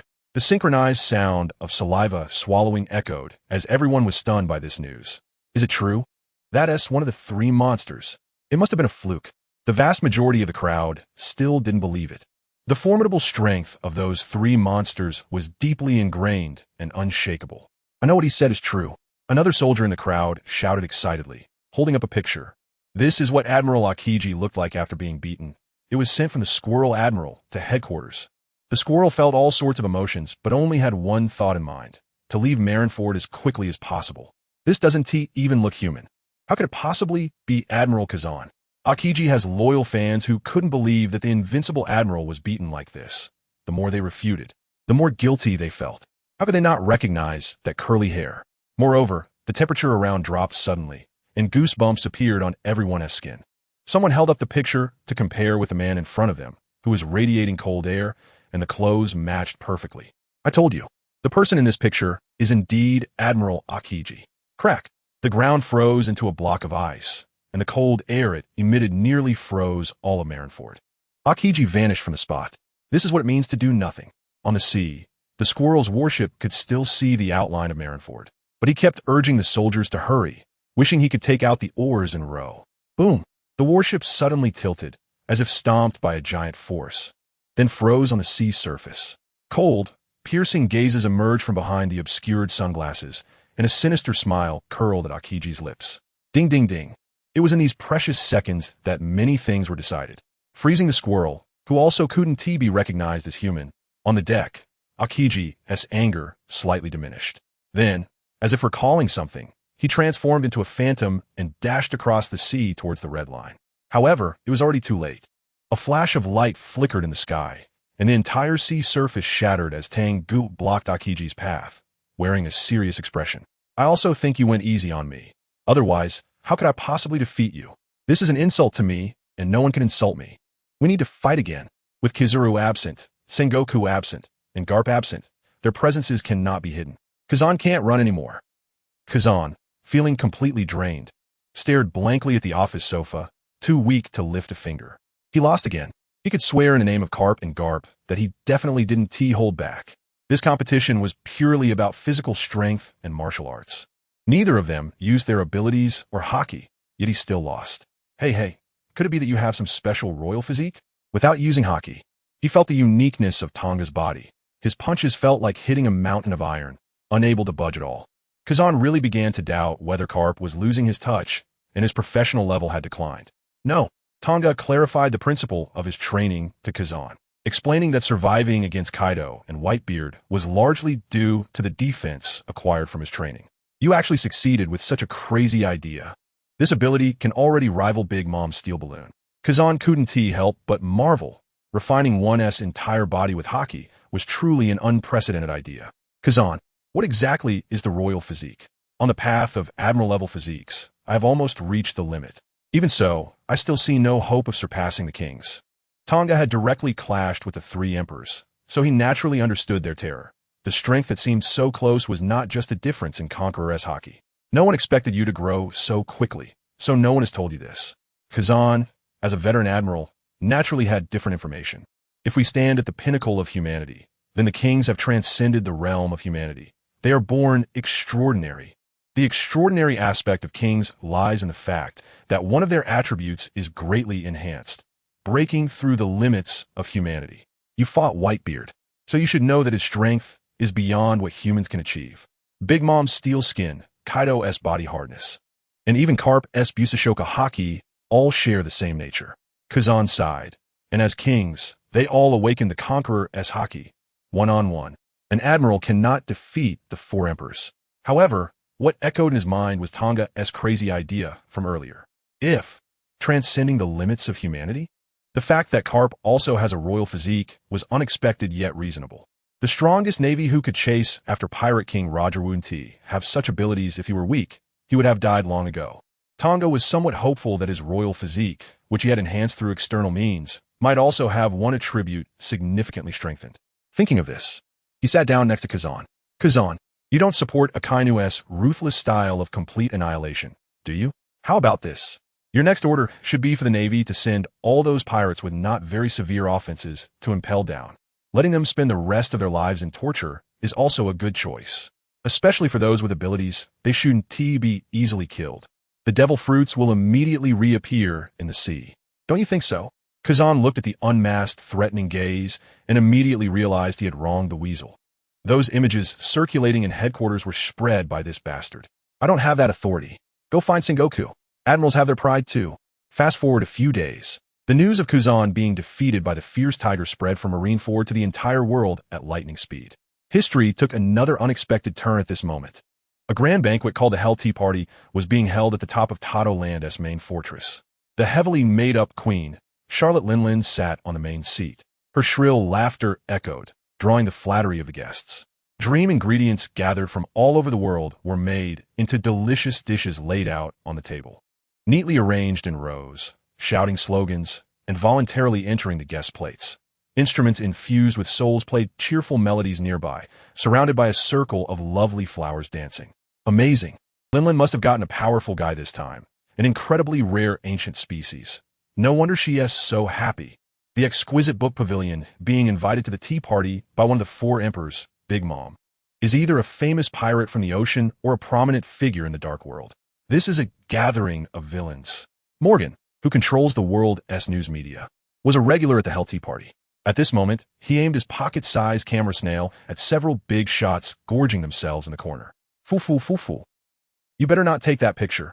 It will cause me a lot of trouble. Morgan's finger couldn't press down anymore. He turned to look at the man entering through the door, his beak gaping in surprise. How could you be here, Don Quixote da Flamingo? The Navy headquarters would never allow you to contact the four emperors. Aren't you afraid of losing your title as a warlord? Almost invisible threads bound Morgan's fingers pressing on the camera snail.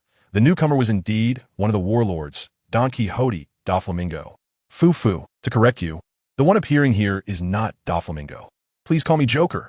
And don't do anything unnecessary. It's better for both of us. Whoosh. A smile appeared at the corner of Doflamingo's mouth as his fingers moved up and down, extending transparent threads in the air, extracting two smaller camera snails from Morgan's clothing. Joker. Morgan broke out in a cold sweat, allowing the camera snail in his hand to be taken away. Since a certain man appeared in the New World, the four kings who controlled assassins, entertainment, logistics, and warehousing had consecutively died or disappeared. And half of the intermediaries were also dead, leading to a significant change in the dark world hidden beneath the sea. An entity known as Joker rapidly swallowed the industries of those four, forming a massive underground crime group with influence covering the entire world. Unexpectedly, Joker is Doflamingo. Then behind him, it wouldn't be. You've really made something of yourself now. Originally, just coiling up in the North Sea and making minor troubles. After obtaining the title of warlord, you've become a renowned figure. Doflamingo's reputation and strength destined him to be the main guest at this LT party. Big Mom glanced over. Her erratic personality and arrogant, unruly style made it so that ordinary people wouldn't even dare to look her in the eye. Ding ding. Foo. I'm flattered by your praise. Gently swirling his wine glass, the crimson liquid inside clinked with the ice cubes, representing the drinker's mood, joyful and lighthearted. Using his identity as a warlord, his power rapidly expanded, bringing most of the Dark World's businesses into his grasp. At this moment, he was undoubtedly the strongest king of the Dark World. Of course, if that annoying guy were dead, he would also be the king of the countries affiliated with the world government. I'm here this time to discuss a more significant business collaboration with you. A bigger business? Big Mom showed interest, licking her lips and swallowing the dessert she was currently munching on. She didn't care who the trading partner was, as long as the other party could provide what she wanted. Yes. Blurp. Just then, among the camera snails confiscated by Doflamingo, one with a red shell glowed with excitement, its body shaking vigorously, emitting urgent calls. That was an emergency situation camera snail. Morgan was anxious and determined not to miss any major news. He had the most reliable intelligence channels in the world, but it was impossible for him to review everything. Therefore, only significant and urgent events would be reported to him through the telephone bug. Red indicated the highest level. Snap! Doflamingo's fingers curled slightly, and the microphone floated in midair. A loud male voice immediately came through, shouting the most explosive news in brief. Report, President. Not long ago, Aokiji fought against Ryakuju, and Aokiji was defeated. Nanny. The voice from the telephone bug instantly suppressed all noise, plunging the lively banquet into an eerie silence. Only the ignorant food items continued to shout slogans, particularly jarring. Buzz. Ryakuju. The sharp cry created a shockwave that spread outward, instantly obliterating the consciousness of all soul creations in the cake castle, cracking the ground beneath. A red, killing intent surged out from the big hole, unabashedly covering the guests at the banquet, making them tremble. The veins on Doflamingo's forehead bulged, making a sound like rubber stretching. That bastard again. The wild growth of the natural beings in the Temptation Forest ultimately concealed the devastation left after the battle. Hidden among the towering trees was a laboratory. Roar. The sound of painful roars echoed in the enclosed space, as the massive human locked in the laboratory violently slammed against the metal walls. A pink gas was inspecting various experimental data. Whoosh. Thanks to that bastard Togabank, I have grasped the trick of the gionization experiment. However, even if I extracted the bloodline factors from those ancient giants I bought, the probability of success for the gionization experiment is still low. The heart is likely unable to bear such a huge burden and will fail and die. After Punk Hazard was interrupted by Doflamingo, Caesar Clown could only move freely in his gaseous form. Moreover, human gionization is not something that can be completed instantaneously. It requires long-term adjustment. Just one mistake, and death will come. So, are you sure you want to go in person? Katakuri's crimson pupils showed no emotion. Only his telepathically connected brother, Oven, could understand the pain and anger in his heart. His biological sons were slaughtered by the Navy, while their mother made deals with the world government. His brother, who wanted revenge, lacked sufficient power, and the news that Aokiji had been defeated by that man had just arrived here. Brother, have you really made up your mind? Charlotte Brule, with a scar crossing her face, was anxious and uneasy. The gradually silent experimental subjects inside the lab tightened her heart. Katakuri. The other Charlotte family executives looked at this invincible man with complex expressions. Just moments ago, the news of Aokiji's defeat by Ryakuju had spread throughout the world. Aokiji, a general of similar age to Katakuri, was recognized as one of the monsters in the world with unfathomable strength, having been at the peak of Navy combat power for many years. Ryakuju, the enemy of this family, had reached a terrifying level of strength. To defeat him, the exhausted Katakuri could only take a risky path. Either live or die. Katakuri resolutely walked into the laboratory. There should be a follow-up to this gionization plot. I have a few ideas. I posted them on the headlines 2 months ago, but it seems no one saw them. The shape of the Red Earth continent does not appear to be naturally formed. The giant race's Nika form could turn the entire land into a belt surrounding the Earth. And the Grand Line also does not seem to be naturally formed. In the end, the Red Earth continent might collapse, the doldrums dissipate, and the Grand Line complete its mission. Islands like Sky Island and Fishman Island appeared among pirates, but the Hard Island has never appeared. Lastly, Nika saved a group of slaves who were either part of the D clan that inherited the will of D or had become celestial dragons in Mariehua. The oppressive silence on Onigashima made everyone hesitant to breathe. Only the sound of drinking could be heard. Oh, what is this feeling? Why can't I get drunk? Barrel after barrel of strong liquor poured into his mouth, but Kaido felt no intoxication at all. The smile at the corners of his mouth grew more intense, and the beating of his heart thundered like a giant drum, with blood flowing hotter than heat itself. The rising emotions increased the surrounding temperature, and beads of sweat appeared on the foreheads of the executives. They had never seen Kaido like this, and it even felt absurd to them. It was as if the old Kaido was asleep, and now he was awake. Oh, there are no excuses for failure. It's simply not strong enough. Oden, that little brat is stronger than you. Much stronger. Not getting drunk means not wanting to. Every day, he used massive amounts of alcohol to numb himself, stumbling around in a drunken stupor. What seemed like a mad pursuit of death was merely an emotional release. Invincible loneliness. A desire for a real fight. He ran his hand over the old scar beneath his ribs, which no longer hurt. The man who caused that scar resurfaced in his mind. Kazuki Oden. The real reason he felt pain around the wound was not that the damage caused by Oden was so severe, but the regret of that battle lingered in his heart. If Oden had not been distracted, if he had grown a little longer, if all the hypotheticals were something Kaido had conjured up himself. He just wanted a true opponent, a real fight. And now all the hypotheticals and regrets had vanished. He had crossed over this mental hurdle, and the scar would no longer hurt. Come on, let us have a battle in the new world. Ryakuju Doflamingo. The memory of Kazuki Oden was completely replaced by another man, the blade that had completely cut through his dragon scales, leaving a scar that crossed his entire chest, as if crossing through time and space, striking before him once more. Growth time? Unfair battles? Those are not reasons for defeat. Ryakuju Doflamingo, just a brief clash. And Kaido already understood that this was a man far beyond Kazuki Oden. It was will and awareness. A will that is undisturbed by external factors, and an awareness that desperately pursues power, which Kazuki Oden did not possess. The scar beneath his ribs slowly healed, and the fighting spirit in Kaido's eyes was unprecedentedly fierce. Someone, go to Rabbit Hole and bring back the highest density sea prism stone chains. I want to train. When we meet again, I will definitely take down that arrogant, fierce tiger. That fierce tiger is strong. Not only does he have a physique like Lin Lin, but his strength, speed, and imposing manner have no weaknesses. The fierce and wild blade light revealed a will that Kaido had only sensed in two people before. His former captain, Rox, and Roger. This ignited Kaido's fighting spirit. Lord Kaido. The pupils of Jin, who stood to the side, suddenly widened. He was not shocked by Ryakuju defeating Aokiji, but because Governor Kaido had actually begun to train. He was one of the earliest executives to follow Kaido and naturally knew that behind his seemingly mad behavior, there was also a negative side.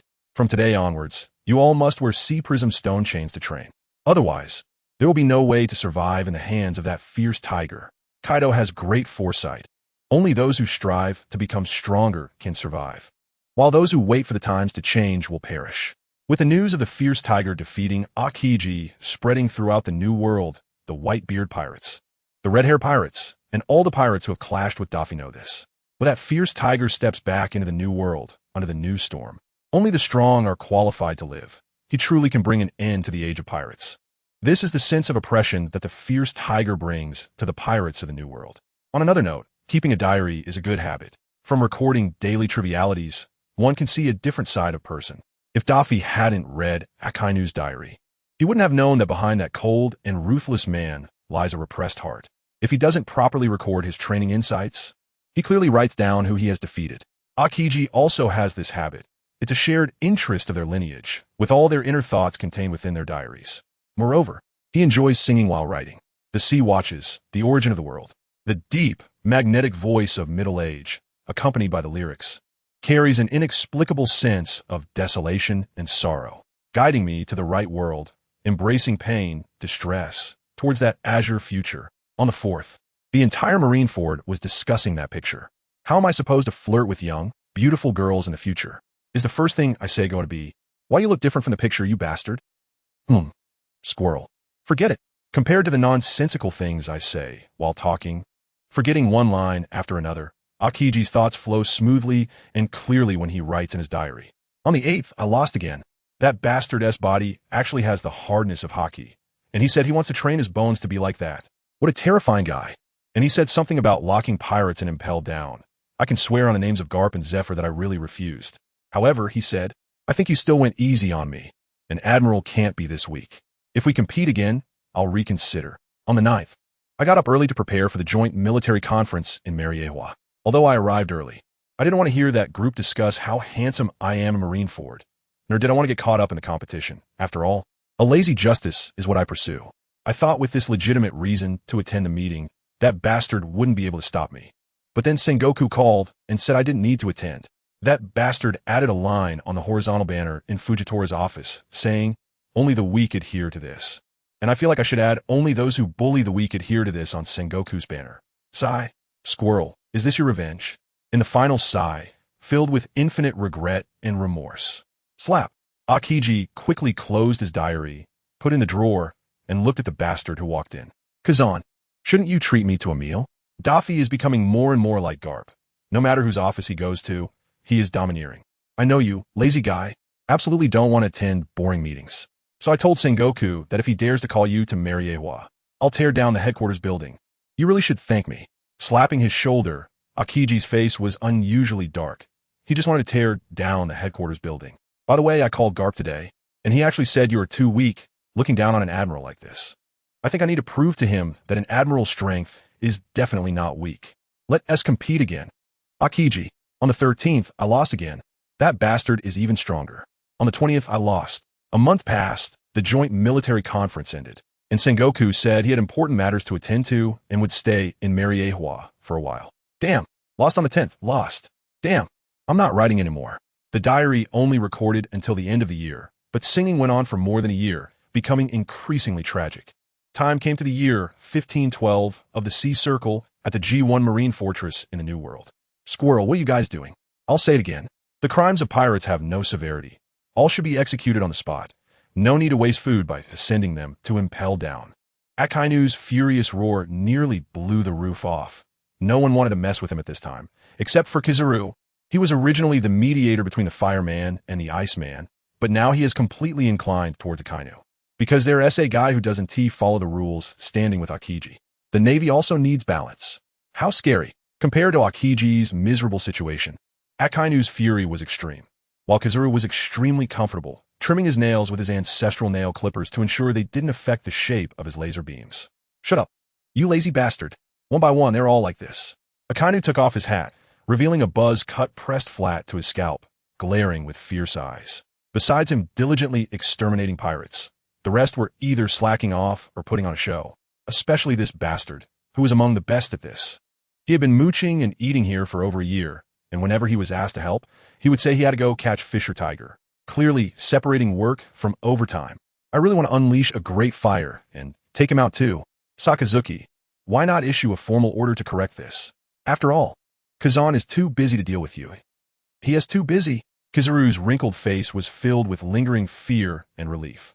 Back then, if he had hesitated even a little, the one busy to the point of suffocation would be him. Akainu, who had just been overflowing with anger, was also stunned. The atmosphere suddenly became complex and silent. Akainu, even if he doesn't get along with the Iceman, he feels a toothache for that guy's situation. It's really too miserable. I believe the Admiral definitely has more strength than this. You're not serious, hiding your strength. This sentence also reached his ears, along with another sentence. I don't want you to think. I want what I think. Just these two fallacies trapped the Iceman in a cycle of forced operation. The last time such a situation occurred was when the two were training in tenacity, but back then, the Iceman was still young. Newcomers reporting to G1 said that the Iceman's appearance has changed a lot. Sigh. I wonder if he can hold on. One topic ended, and another had to be changed. Kizaru, why are you still here? Catching Fisher Tiger was originally your job. Is it okay to leave it to that kid? Those idiots have already been quite dissatisfied with the Navy. After a moment of silence, Akainu looked at the lazy guy still daydreaming here. Yo, relax. The young people nowadays are very motivated. Leaving it to him is no problem. Originally, 2 years ago, Kizaru had already formulated a plan to take Fisher Tiger out. But then the incident at Happy Street suddenly broke out, and he was recalled to Marine Ford, wasting the plan. After that incident, Fisher Tiger led the Sun Pirates' actions more cautiously. Speaking of which, Sakazuki, don't you think that over the past year, the pirates in the New World have been unusually quiet? It's as if they're all preparing for some big move, which makes people very worried. The yellow monkey smirked and glanced at Akainu, hoping to gather some information from him. If a New World wasn't safe, he wanted Fisher Tiger to live a few more years. After all, being an admiral meant always being at the forefront. Leading the fleet to put out fires every day could be quite bothersome. Those mere pirates, no matter what schemes they have, I will sink every last one of them to the bottom of the sea. Akainu stood up and walked to the corridor, feeling the calm before the storm. For more than a year, the New World had been peaceful, aside from the few useless supernovas stirring up some trouble. The 4 emperors reigning over the seas had been silent. Moreover, those idiots in the world government were restless again, trying to summon the 7 warlords and stirring up trouble in the Dark World. It was as if they were deliberately provoking war. Boom! A fire ignited in Akainu's heart, the heat in his fist boiling. What era of great pirates? The pirate era should have ended the day Roger died. As long as those 2 bastards were willing to cooperate, the Navy could end this era. From the ruthless and unhesitating methods displayed by that bastard, he initially thought their sense of justice was the same. But why endorse Kuzan's naive sense of justice? Tang Ge, somewhere in the New World on an island. Report. We have released the information that there are a large number of fishermen slaves on this island as ordered. The world government personnel in black suits saluted the new P0 members. A chain of fishmen, their eyes vacant, disembarked from the ship. Good. Have them all withdraw. As soon as Fisher Tiger lands on the island, surround him immediately. I want to duel with him. Yi Ping, with his feet on the table, looked smug. The moment he confirmed Fisher Tiger's whereabouts, he volunteered to lead his subordinates to capture him. Additionally, he borrowed some fisherman slave from the Celestial Dragons to lure Fisher Tiger into the trap. Originally, the fisherman hero Fisher Tiger, who should have died 2 years ago due to human betrayal, was still alive, a legendary character, making him the best choice for gaining plot points. With enough plot points, he could exchange for items and even restore his strength in advance. Heaven was favoring him, the destined master. But the Sun Pirates led by Fisher Tiger were filled with strong fishmen. Especially recently, the infamous sea warrior Jinbei had a bounty that reached 200 million. Should he notify the Navy and ask Admiral Kazuru for support? The leader in front of him was originally a Navy vice admiral, and he didn't know how strong he was. It would be troublesome if he couldn't catch him. Do you think I'm not capable? Yi Ping suddenly appeared in front of the man in the black suit, gripping his neck with one hand, his cold eyes staring directly at him. He hated being questioned the most, let alone by a bunch of cannon fodder natives. And no, the man in the black suit turned pale, his hands flailing desperately.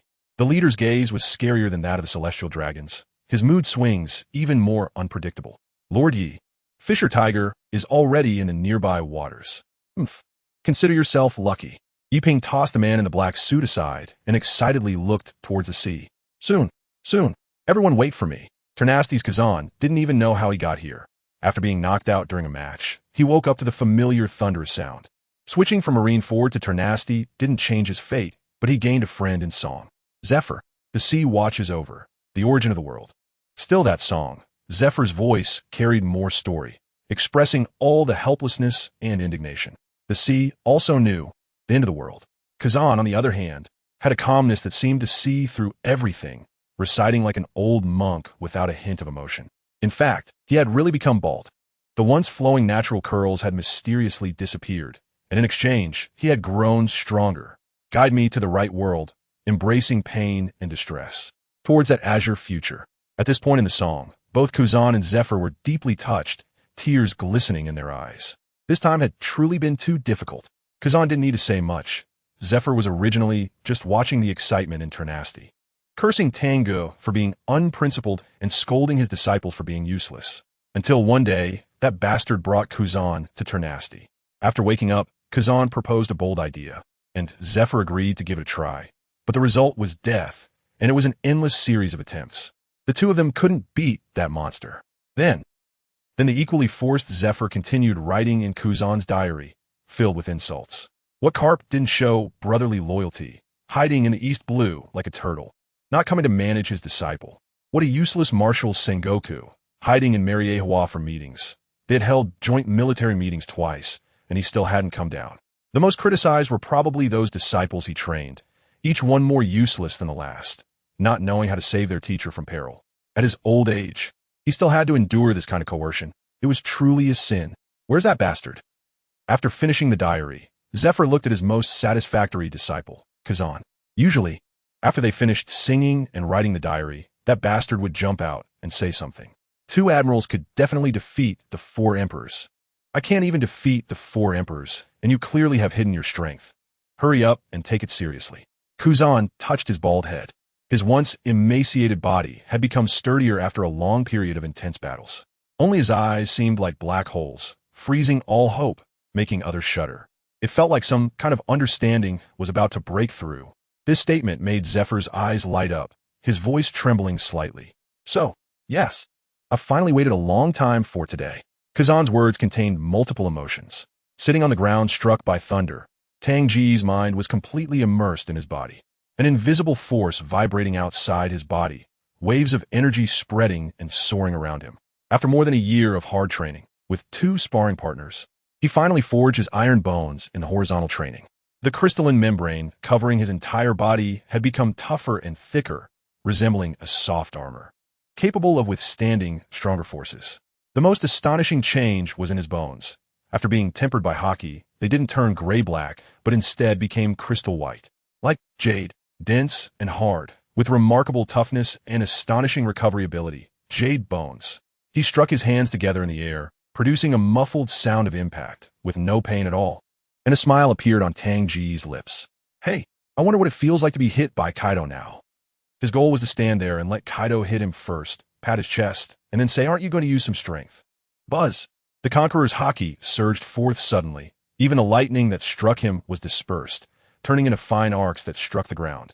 In terms of physical training, he had also reached the pinnacle of ordinary humans, the familiar feeling appearing in his heart. Haki was about to mutate.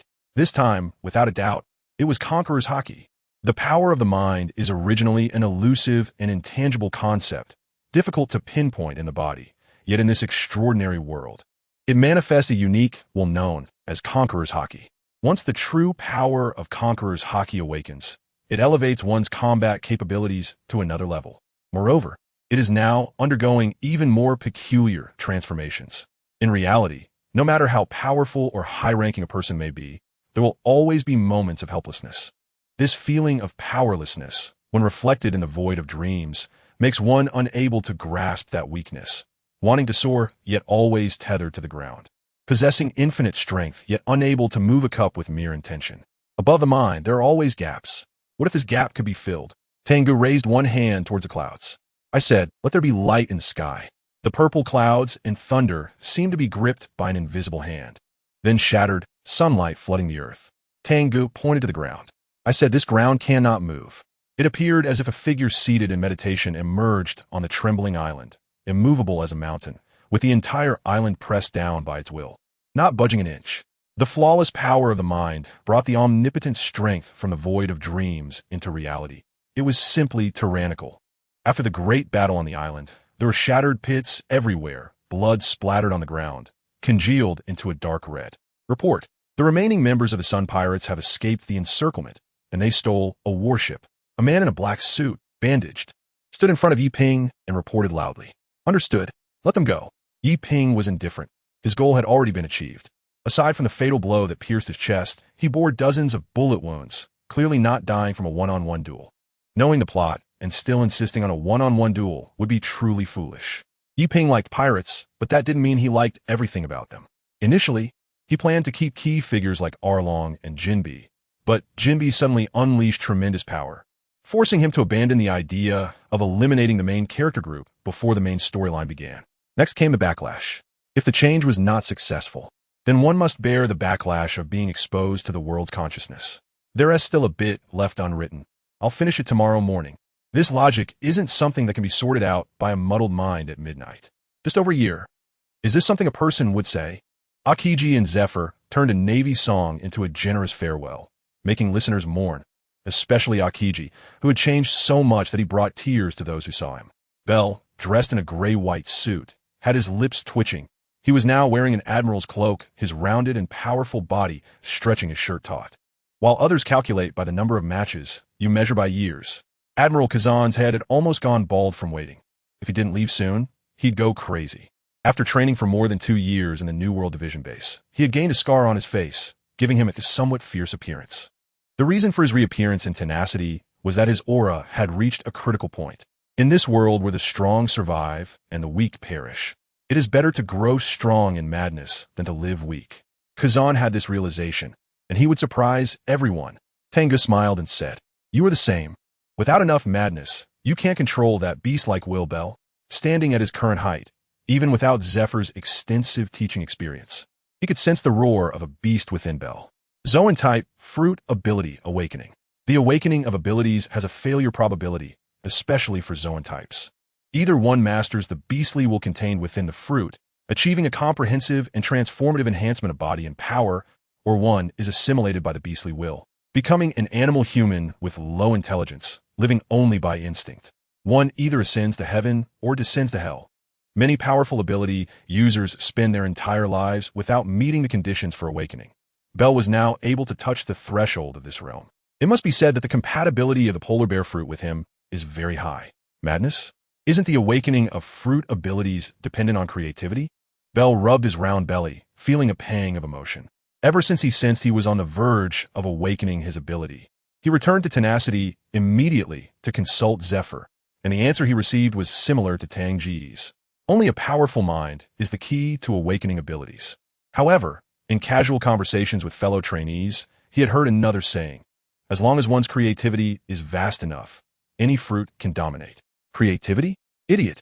When you fail to awaken because you believed in such nonsense and turn into a snot-nosed polar bear human, don't blame me for finding you a female polar bear to play with, so you can truly unleash your creativity. Tangye triatanid fiashidi.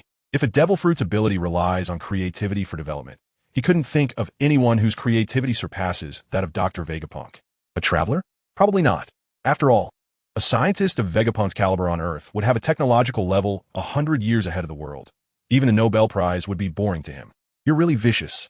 Thinking of that scene, Bell's skin crawled with goosebumps, feeling a chill in his heart. This bastard could really do it. A jolt reminded him of the matter at hand, and as he spoke, Bell took out the latest newspaper and handed it over. Mary Geos is going to hold a grand event. Admiral Sengoku is going to officially take over as Fleet Admiral, and Admiral Kazuru will also take over as Admiral. This is a very rare scene. Shall we go see it together? Tang Ge smirked, unfolding the newspaper with confusion. The eye-catching headline on the front page read, "The Great Uprising at the Holy Land. Fisher Tiger is dead. The Navy will welcome a new era of 3 admirals." Bell was not a qualified newspaper reader. He missed such key information. Fisher Tiger. It's a pity that this legendary figure died before he even got to meet him. Just as Akiji and Akainu had to undergo the test of the O'Hara incident before becoming admirals, Fisher Tiger was a test set for Kazuru by the world nobles. Now that Fisher Tiger is dead, regardless of who killed him, Sengoku and Kazuru can naturally take a step forward. However, Bell clearly did not know that his relationship with the idiots of Mary Geos was already irreconcilable. As long as he dared to step into Mary Geos, those guys might issue an order to execute Tang Ge on the spot without hesitation. With his current strength, Tang Ge was confident he could come and go unharmed in the territory of the 4 emperors, but Mary Geos was different. Even with Kaido's madness, he had never seen him dare to directly charge into Mary Geos. "I'm not going. The stage of Mary Geos is no longer worthy of me." This familiar tone left Bell at a loss for words. This guy is still so pretentious. Just then, a soft footstep approached. "Major General Raging Tiger. Here, a letter for you." Ion, who possessed the backward fruit ability, timidly ran over, dropped a letter, and fled like a frightened deer. I said, "Ion wouldn't he have fallen for this guy, would he? Why does it look like you always have a strange expression?" Bell instinctively sensed something was off.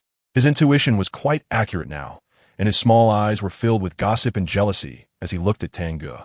What is she thinking? She doesn't like me. Having cultivated his dominance to this level, Tang Ge's perception of everything around him had reached an extremely subtle level. He could even accurately sense people's emotions. Anger value 666. This was the feedback he received when I approached him just now. This emotion peaked when Tang Ge was beating up ZFA. Anger value 9999. And when I helped ZFA deal with his bruises, another emotion would manifest. Admiration value, 999. Blocking Belle's sneaky glance, Tang Ge opened the envelope that still carried a hint of a girl's fragrance. Sure enough, there was nothing written on the letter. It wasn't a confession of admiration from a little girl. What does this mean?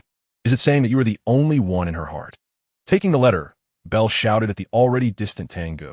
He couldn't make sense of it, as there was only a black dot smeared in the middle of the letter. It was a call. Not long after Tang Ge left Tenacity, another piece of news reached Belle. Maybe you are right. Only crazy people can survive.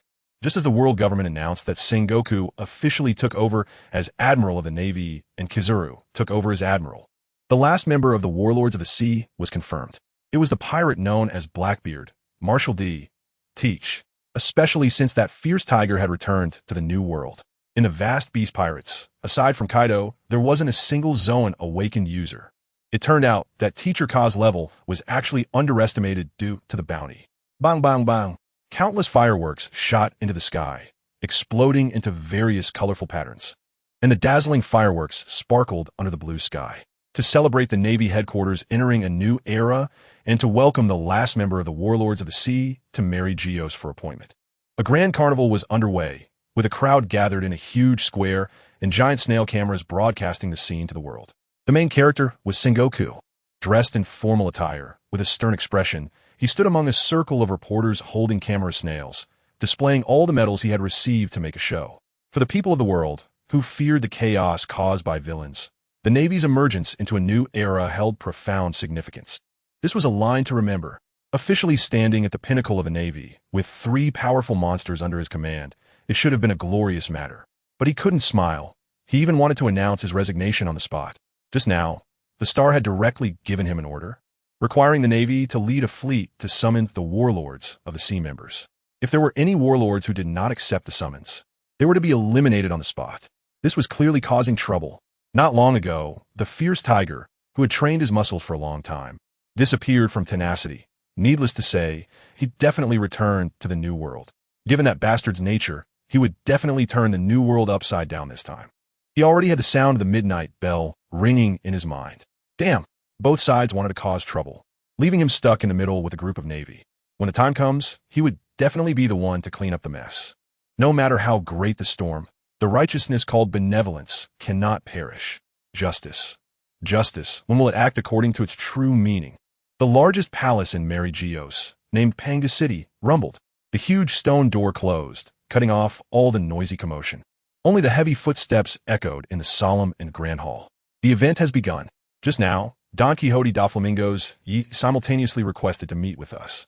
The Don Quixote family S. Horomingu is the only one who has given up his identity to descend to the lower realm.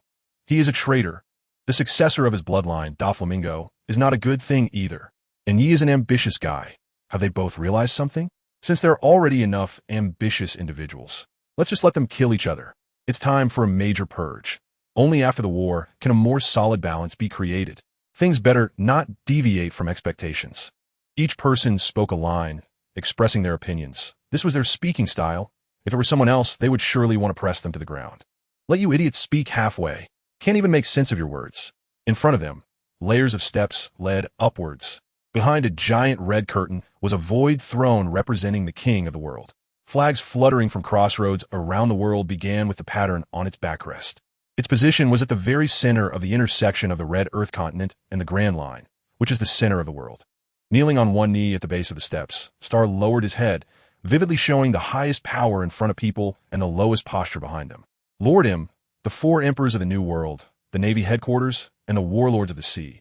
The balance of the 3 major powers has been formed. Sitting on the throne of the king of the world, with hands resting on his knees, Im's red-black eyes showed no emotion as he looked into the void ahead. Balance. Perhaps only you idiots think so. A voice rudely interrupted the hall, cutting off Star's speech. Lord Riel, kneeling on the ground, Star quickly greeted the figure that appeared near the throne, not daring to show any anger. The army suffered a crushing defeat at the Dragon Kingdom's border. The balance at sea shattered at the slightest touch, and things have already slipped out of your control, Im. This unceremonious statement made Star's heart tremble. They sensed something. Everyone thought that after a century of chaos and foolish rule, the Dragon Kingdom's national power had declined to the point of no longer threatening the world government. However, not long ago, the army suffered a complete collapse. One of the generals was even killed. The reunified Dragon Kingdom displayed unimaginable strength, making people wary. Riel generally would not come here to discuss matters. The only chair was already occupied, and he was not used to standing. But now, letting that fierce tiger grow has become a serious internal trouble, and your orders cannot affect him. The questioning voice shook the red curtain, echoing throughout the grand hall. Crackle. Dense dark red lightning appeared before the throne, and Riel's eyes spun like an unfathomable abyss, distorting everything in front of him. Bang! A finger tapped on the armrest of the throne, and him revealed a slight smile. The surging sound, flickering lightning, and distorted space all suddenly froze, gradually dissipating like a phantom. Have you forgotten? The devil's abilities have no effect on me. The black robe swished as him stood up from the throne, and Riel, who had just been aggressive, looked pale and took a step back. Whether on the sea, land, or even the whole world, what does it matter if war breaks out? We have no rivals ahead. The world government rules the world, implementing a high-pressure regime. No amount of opposition can shake its foundation, which is not dependent on ancestral blessings. It relies on strength.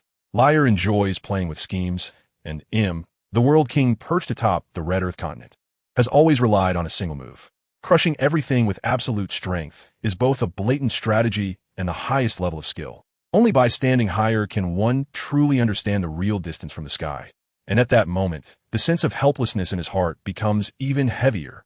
No matter how strong that fierce tiger is, how great its potential, or how much chaos it stirs, the outcome remains the same. Rox, Roger, Whitebeard, even Kaido. Even those at the Navy headquarters with differing thoughts were all once at the peak of their time, each name louder than the last. But who has ever set foot in Mariehua and launched a true challenge against the rule of the world nobles? It's not that they don't want to. It's that they can't. Let Sengoku order the fierce tiger to lead the 7 warlords to assist in the campaign against the 4 emperors.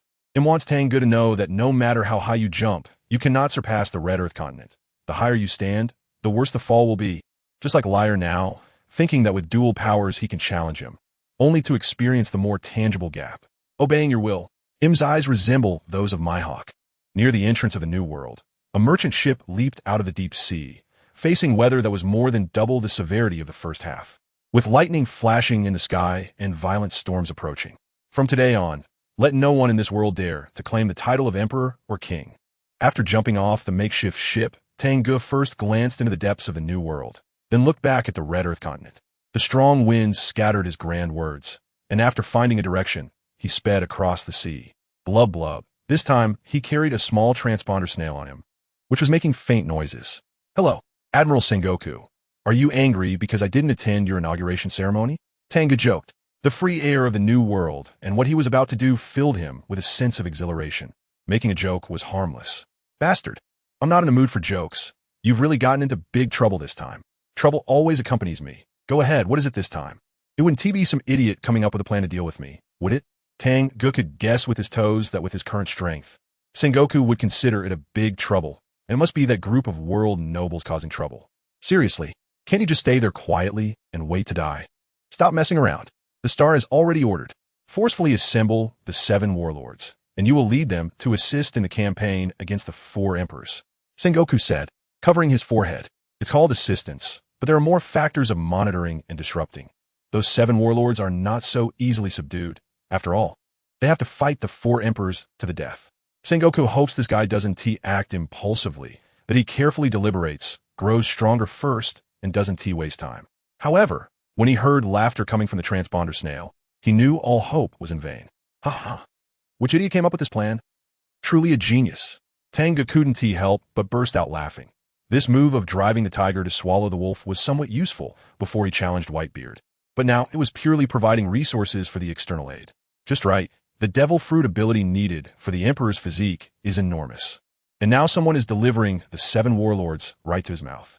Although the world nobles are enemies, they are good enemies. I have a plan. Since that group of idiots can't wait, I won't hold back either. By the way, I need to ask you for a favor. About Baron. Speaking of Baron, Tang Ge was still somewhat worried. He hadn't contacted Jonathan and the others for years, trying to minimize his emotional ties. Just not wanting to drag them into this situation. You don't need to worry about that.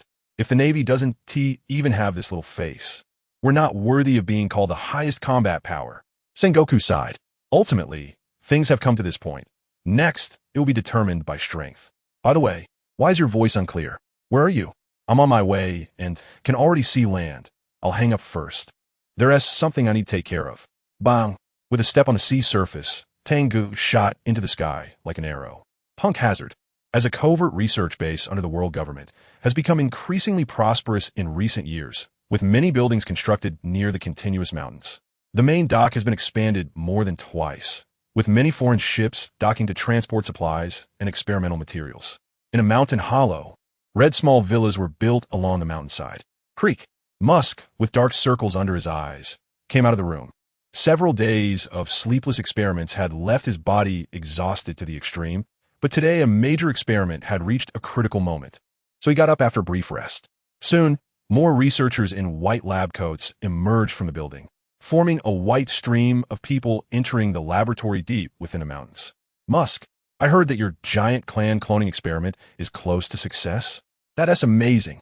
The people around greeted each other, and Musk replied with a hint of pride. This is all thanks to the doctor.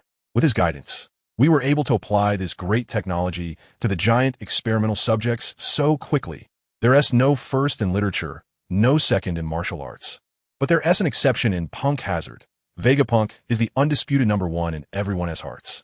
In recent years, the mountains of supplies and expensive rare materials have been continuously transported, making Punk Hazard operate like a precise laboratory, transforming Vegapunk's knowledge of technology that surpasses the world's level into visible weapons. One research topic after another was broken through. An epoch-making technology pushed forward like products on an assembly line towards the final goal, the Pacifista Project. To achieve the common goal of world peace, they willingly follow the doctor, working tirelessly. Have you felt your heart racing and your breathing becoming difficult? Someone blurted out in the crowd, turning red in the face, which led to more people agreeing. Me too. It feels like some natural disaster is about to happen. Just then, warning. In the laboratory, all models of the Pacifista had their eye screens lit up, glaring red alarm signals flashing. The beasts used for experiments were roaring like mad, and a massive amount of sedatives couldn't stop them from crashing against their cages. The world government has high security levels here. 2 individuals capable of matching the Navy's highest combat power reacted quickly, stepping on the air for months, shooting towards the sky. Danger was coming from above. Bold! How dare you attack the world government's base? Don't you fear death? Towering thousands of meters above Punk Hazard, Tang Ge coldly looked down at this world's most advanced research base. Even with knowledge of science that surpasses the world, walking down the wrong path makes it meaningless. Errors must be ended. Tang Ge extended his right hand, pressing down as if to crush the entire island. Buddha's palm, the unbreakable grip. Crack!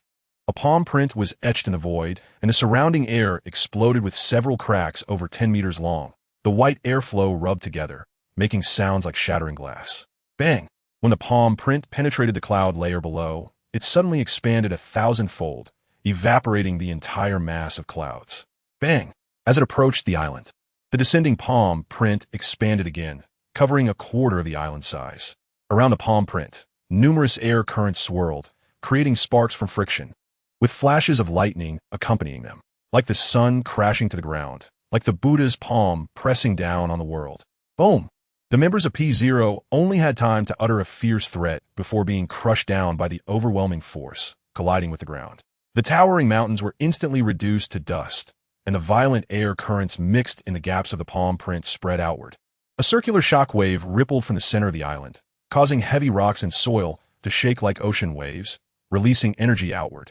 After a moment, the ground stopped shaking, and the dust settled.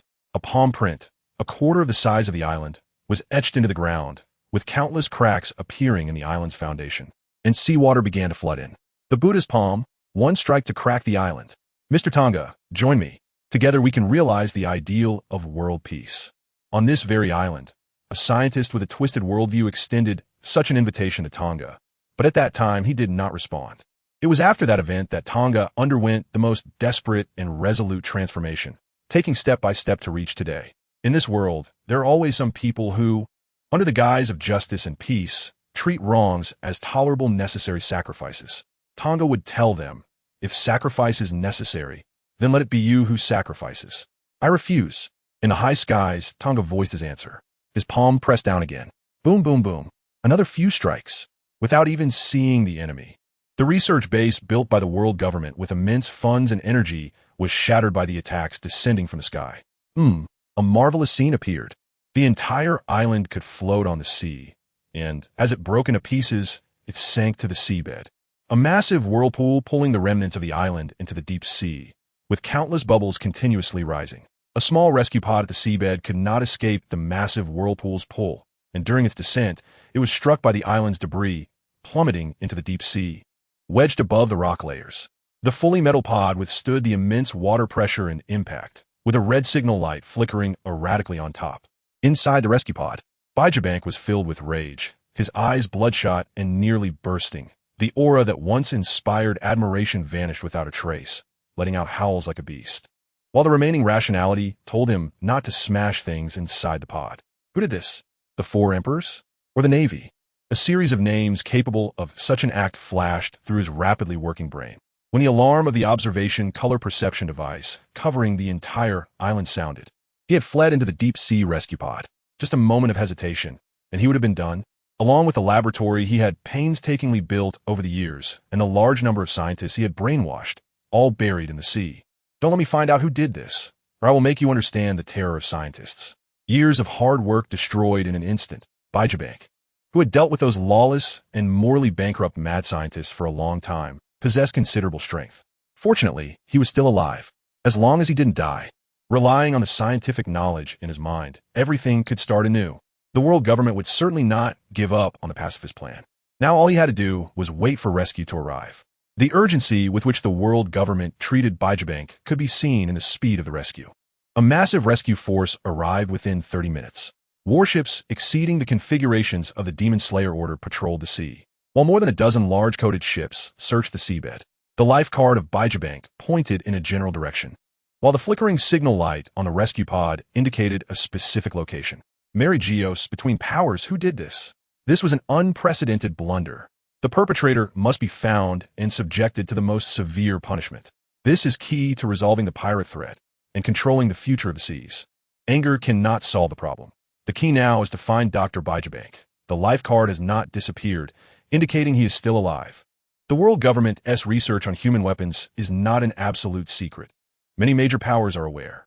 Moreover, if this plan succeeds, it will impact the order of the entire world, and they are not sure who did it. In the corridor outside the Chamber of Power, Sengoku appeared calm. Having just joined Star in cursing the perpetrator, fully expressing what it meant to unite against a common enemy. However, who isn't an actor? He was nearly laughing madly inside. Just moments ago, the news of Punk Hazard being attacked had the old men fuming, their faces turning pale with anger. It was incredibly satisfying. After all, it had nothing to do with the Navy. Punk Hazard was only nominally under the Navy's jurisdiction, with not a single Navy person present. That group of idiots even wanted to replace the Navy with pacifists. He really wanted to send 2 admirals to the island to show them what uncontrollable forces and man-made disasters were. As for who did it, Sengoku's mind immediately flashed to Tang Ge's face, especially the last words before hanging up the phone. It was highly likely. Dr. DestroysSteel's rescue pod had been found. Excited cheers came from the phone worm at the rescue site, and Star's gaze returned to the screen. As long as DestroysSteel was alive, the pacifist plan would not end. Everything was still under control. Soon, a silver spherical rescue pod was hoisted onto the ship, with the immense water pressure and debris from the island only leaving some dents on its surface. Bang! The door, controlled from inside, was kicked open, and the first thing DestroysSteel did upon emerging was to let out a howl towards the sky, with tangible brainwaves radiating from his head, instantly turning the brains of the surrounding world government personnel into mush. Even the world government experts sent to protect him dared not approach. After venting, DestroysSteel's anger slightly eased, but the feeling of being targeted by a terrifying monster returned to his mind, and the overwhelming gap in strength left him with no chance to move. His consciousness sank into boundless darkness. Doctor, the experts sent by the world government to protect DestroysSteel only saw the body of the only crew member who had not been killed by the powerful brainwaves vanish in place. And then DestroysSteel's entire body exploded into pieces like rain, with not a single intact piece of flesh left. Boom! The entire ship exploded, a fireball soaring into the sky. The shattered flesh completely burned clean, leaving no room for cloning technology to be utilized. The powerless and furious roars reached the ears of Yellow Ape, who had just been promoted to admiral. As the firefighting team leader, he opened his mouth slightly, watching a phantom flash past him, disappearing into the horizon in the blink of an eye. So terrifying. Yellow Ape just want to drag out the one who killed Fisher Tiger for a round of crazy laser attacks. This admiral would let anyone take the position. Tang's face returned to its original appearance as he shot away into the distance. A loose end? Not a chance. Since the incident in the City of Water, after being chased by several P9s, Tang Ge has never given any enemy a chance to survive. He does not want to experience the plot that sometimes appears in TV shows, movies, or even novels, where after a large-scale destruction, the confident one leaves only to be killed by the person who survived by luck. Scientists like Begabank have the potential to become supervillains, and they must be eliminated completely. The thought is clear. Well, I've written some comments in, and more interesting comments are welcome. In the new world, 2 giant sea turtles are pulling a cruise ship as big as an island across the sea. This is the world's largest entertainment center, the DestroysSteel, which has risen to prominence at an astonishing speed over the past 2 years. Luxurious enjoyment will not disappear. After the demise of Joy Street, the world's royals, nobles, and wealthy merchants are looking for a place where they can indulge in pleasure. The DestroysSteel has thus emerged, a more prosperous entertainment center than Joy Street, rising within a year, showcasing the unimaginable power of money. Located in the central area of the cruise ship, at the top of an 8-star hotel decorated with gold bricks, Gil Tesoro looks down at the countless people below, indulged in the dreamlike amusement park he created, unable to help but dance, tapping rhythmically on the ground, humming that long-lost song of money. Nothing is unbuyable, a voice says. Gold and line dancing, let me be carefree. Before him are slaves surrendering to the power of money, with strong subordinates and luck on his side, making him feel that money is omnipotent. Just as he dances with abandon, imagining transforming the entrance of the DestroysSteel into a massive concert stage for better showcasing his talents. The voice of his security captain comes through his earpiece. Lord Tesoro, Edward Weevil, and SS Bagan are causing trouble again in the luxury store. They are buying things without paying and even injured the security. The names remind Tesoro of the life and death experience in Joy Street, and he can't help but frown. However, in the blink of an eye, he smiles. Let them make a fuss, as long as they enjoy themselves. By the way, how many of the 7 warlords of the sea have arrived? Whoosh! Suddenly, a large hole appeared in the gold-paved floor, and a man just over a meter tall emerged with a tall beauty with fiery red hair. Lord Tesoro, just now, another warlord of the sea, boarded the ship. It's Crocodile. He has already gone to the VIP casino area, together with Edward Weevil, Don Quixote Doflamingo, and Moonlight Moria, who arrived earlier. There are already 4 warlords of the sea here, and P0 has also arrived. He just entered Doflamingo's room. The tall beauty, with a curvaceous figure and dressed like a receptionist, holds a notebook and speaks while looking. I don't know why so many dangerous people are gathering together. Our security force is simply not enough. Snap! A snap of fingers interrupts her speech, and Tesoro reveals a mysterious smile. The reason things have become so interesting is that just now, the world government announced an order that could change the world situation. Top, top, top. The rhythm of dancing on the floor becomes even more splendid, the gold inlaid on it swirling like water waves, transforming into the shapes of 2 dancers, dancing along with him. What do you think of this future, Barbara Tanaka? The Marine Headquarters' fierce tiger, plus the 7 warlords of the sea against the 4 pirate emperors dominating the new world. Tesoro's eyes are filled with obsession and madness as he looks at the entire cruise ship under his control. Nanny, the short Tanaka, and the tall beauty are all stunned. This is the rhythm of launching a full-scale war. What happened to the balance of the 3 major forces? How can we develop the entertainment industry now? In the VIP area, a dazzling room is invaded by an uninvited guest. Fu. I heard you had a clash with that fierce tiger? That's quite rare. You actually weren't crushed by him. Don Quixote Doflamingo, wearing red frog-eye glasses, lets out his signature laugh, scrutinizing the unexpected visitor, P0. Aren't you too scared to even go to Dressrosa? How does it feel to have to be a pirate instead of a proper king? Doflamingo, the celestial dragon driven out, appears in front of the gathering of the 7 warlords of the sea. Yi Ping, the responsible person of P0, looks at this infamous villain. With his small yellow hair and pink feather cloak, he is quite recognizable. The small yellow hair. As a minor villain who usually doesn't survive 2 episodes in various story worlds, is generally a character without even a name. Doflamingo is different. He is the most powerful and memorable among the minor villains. After experiencing several story worlds, Yi Ping no longer feels the shock of seeing him in person. However, He heard that Doflamingo had other ideas when he made an appointment with him, so he came to meet first. Put away your string ability. It's useless to me. This time I'm here to discuss cooperation. You don't want to get involved in a direct battle with the four emperors, right? That guy is blocking your way and mine. That's our common enemy. The enemy of my enemy is my friend. I think we have common ground. After a bit of posturing, Yi Ping saw the veins bulging on Doflamingo's forehead, his fingers in the air moving, and he went straight to the point. Fu. So how do you want to cooperate? This is an annoying guy. He knows everything about his past and goals.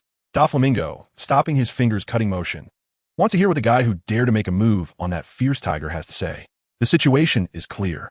The plan is to make the fierce tiger and the four emperors suffer losses, and you warlords of the sea are forced to participate due to the world government summons. You wouldn't be foolish enough to think that the 7 warlords of the sea plus a vice admiral level combat power can stabilize the new world, right? That's looking for death. Yi Ping adopts an all-knowing posture, staring at Doflamingo across from him, eager to know what kind of eyes are behind those frog glasses. If you want to go down with that guy, just pretend I was never here. Fu. Our conversation has had a great start. Let's continue. Doflamingo leans back into the soft sofa, lifting his wine glass for a sip. This behavior makes Yi Ping feel certain. I've studied that fierce tiger. He always crushes enemies with violence, lacking strategy and means. As long as we pull in the other warlords of the sea who don't want to clash with the four emperors, we can sideline him.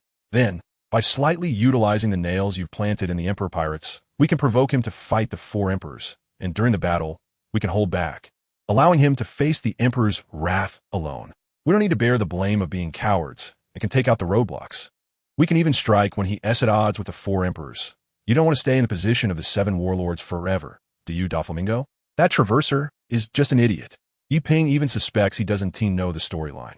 The protagonist hasn't even set sail and is already jumping so happily. If the world government isn't targeting him, who are they targeting? He can't even gather the combat power for the Marineford War and wants to fight the four emperors. That's a certain death. As long as their brains aren't damaged, these few warlords of the sea want to go to their deaths together. Not a bad idea. It's a good idea, but the key is to have someone to take the lead. The others probably don't have the guts. What a great candidate. Doflamingo looked at the man in front of him with some amusement. When his secrets were revealed, he even had a fleeting thought of profound mystery. Ha. As long as the others reach a consensus, I have no objections. Everyone has the right to live better. Don't you agree? Either go with the flow or use their identity to withdraw from the warlords of the sea. He has many choices, and it's a win-win situation. Great.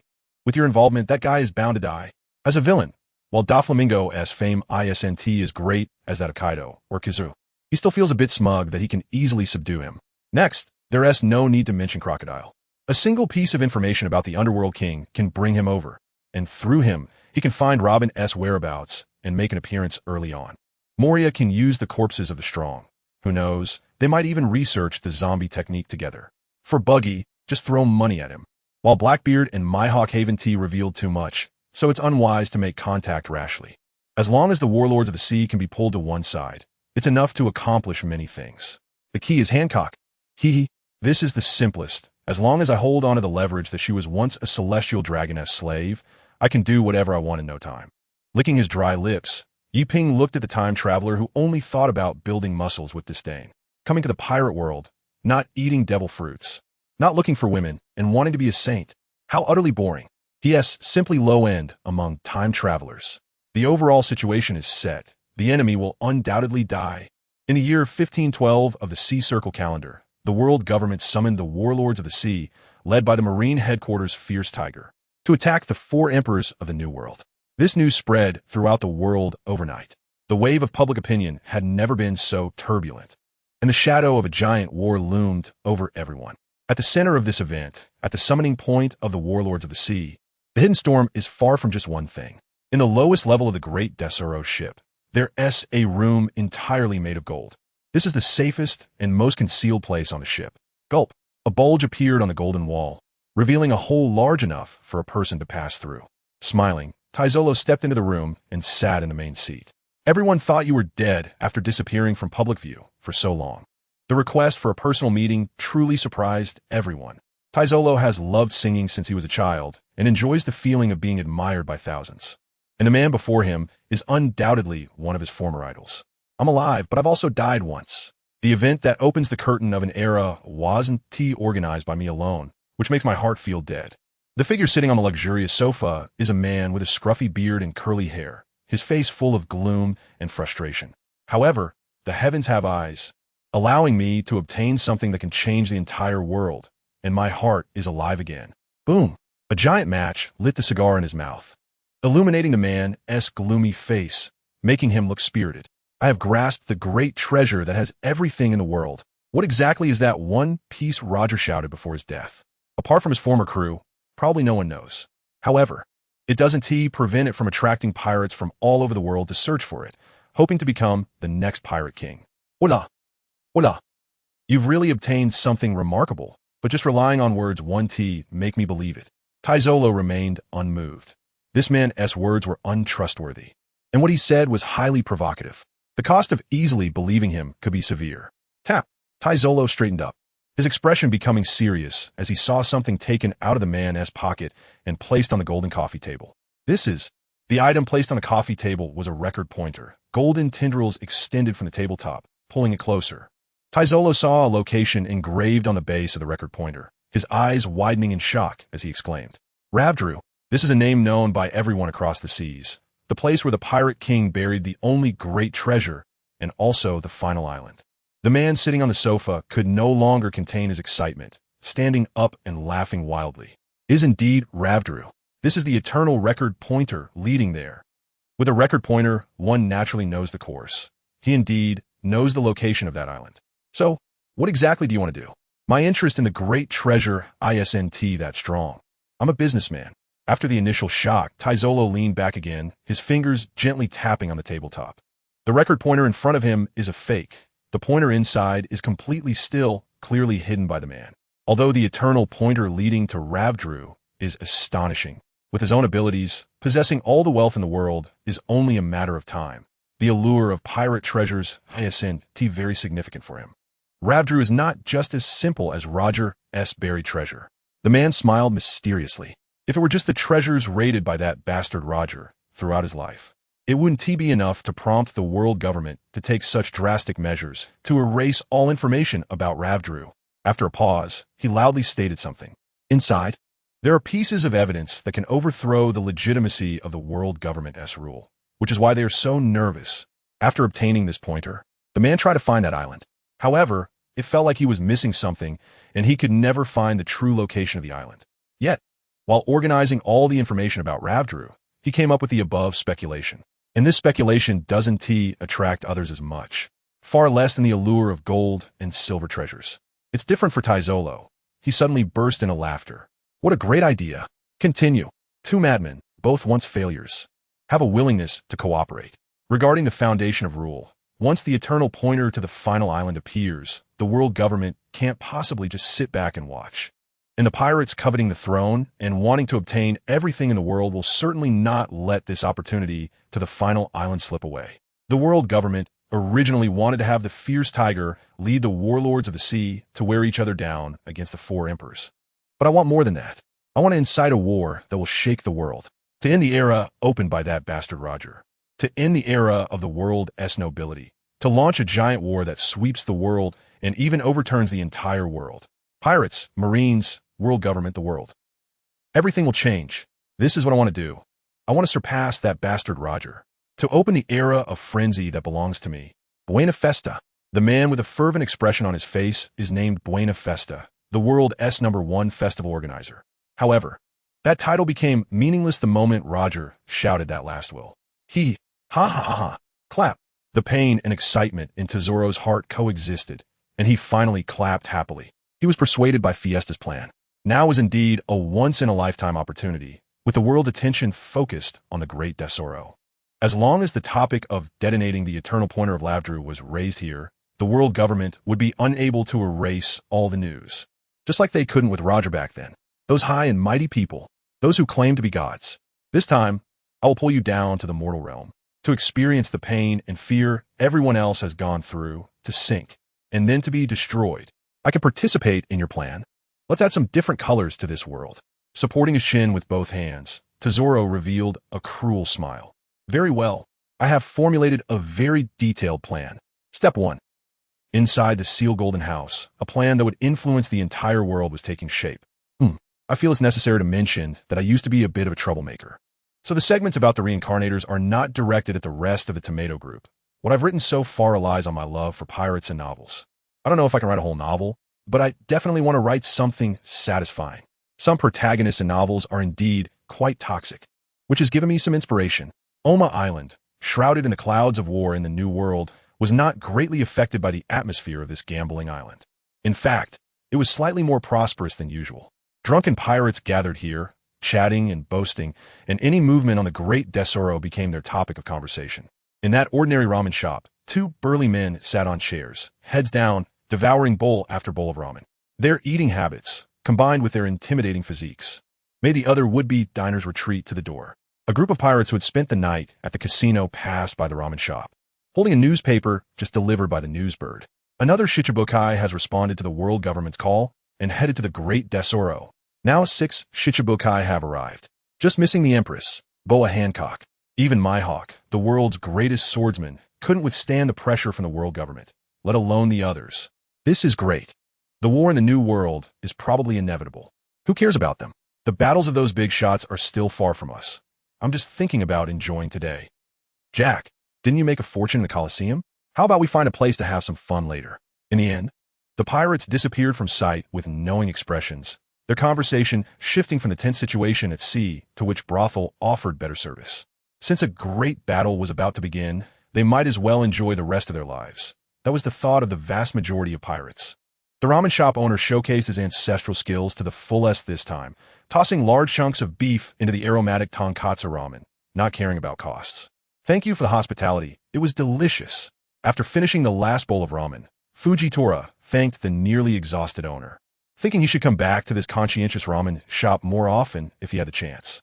To this compliment, the owner simply maintained a modest smile. If it were before, he would have calmly posed for a show. Proud, 999. Burp. A loud burp echoed, causing the ramen shop owner to shudder all over. Bowing his head to clear the dishes to the kitchen, Tang Ge contentedly rubbed his belly. The one who marked a black dot on the letter paper. Who else could it be but Fujitora? After all, asking a blind person to write complete characters is a bit unfair. The two fierce tigers gathered again. After eating and drinking, they had to chat about something. Fujitora, you didn't just invite me here to settle your gambling debts, did you? This gambling guy had lost all the money he could lose in one go. When Tang Ge arrived, he was being pressured for debts, looking as if he hadn't eaten enough for days. Crack. The joints popped. Tang Ge decided that if this guy spoke one more word, he would let him experience what it was like to be an admiral like Akiji. When I was young, I knew a man. He was an extraordinary scientist, and he said he had a plan that could achieve world peace. At that time, I believed it. Fujitora's eye sockets widened in a terrifying manner. However, not long ago, when I met him, I found he had strayed from the principles of justice. Not only did he conduct cruel experiments on humans, but he also sold weapons of war to pirates. You wouldn't be talking about a scientist named Vegapunk, would you? Tang Ge interrupted Fujitora's furious roar. The word peace sounded a bit too familiar. Do you know him? Well, with your position in the Navy, you must know this chief scientist under the world government. Fujitora panted. Know him? Sort of. Before coming here, I just sank him and his pacifist plan to the bottom of the sea. Tang Ge shrugged. However, it seems I didn't wrong him. Selling weapons to pirates is deserving of death. Fujitora's scara trembled within his eye sockets, and after a while, he calmed down and continued to talk about the second target. The link between the world government and the pirates is an intermediary codenamed Joker, quite unfortunately. It is said that he has close ties with the current warlord of the sea, Don Quixote, Doflamingo. With his observation hockey, it would be incredibly easy for him to gather intelligence. Doflamingo, huh? I have something to find him for. Tang Ge stroked his chin. He had asked Rommel from G5. Virgo had actually defected to the pirates, which ended his plan to fish for big catches. However, this time, with the Shichibukai gathering, Doflamingo would still fall into his hands. The world government's intention this time is obvious. They want to use you to deplete the forces of the four emperors, no matter who wins or loses. The final beneficiaries will be them. Do you still want to go? Fujitora was somewhat confused. How do you know the final beneficiaries will still be them? Those idiots have been reaping the benefits from the Red Line for 800 years. This method won't work on me. Unless Tang Ge is willing to be a turtle hiding its head, waiting for the main storyline to happen as mentioned by that member of the main God Squad. Otherwise, Honing one's strength in a deadly battle with the four emperors is the only way out. I want to eliminate the pirates. And I want to oppose the world government as well.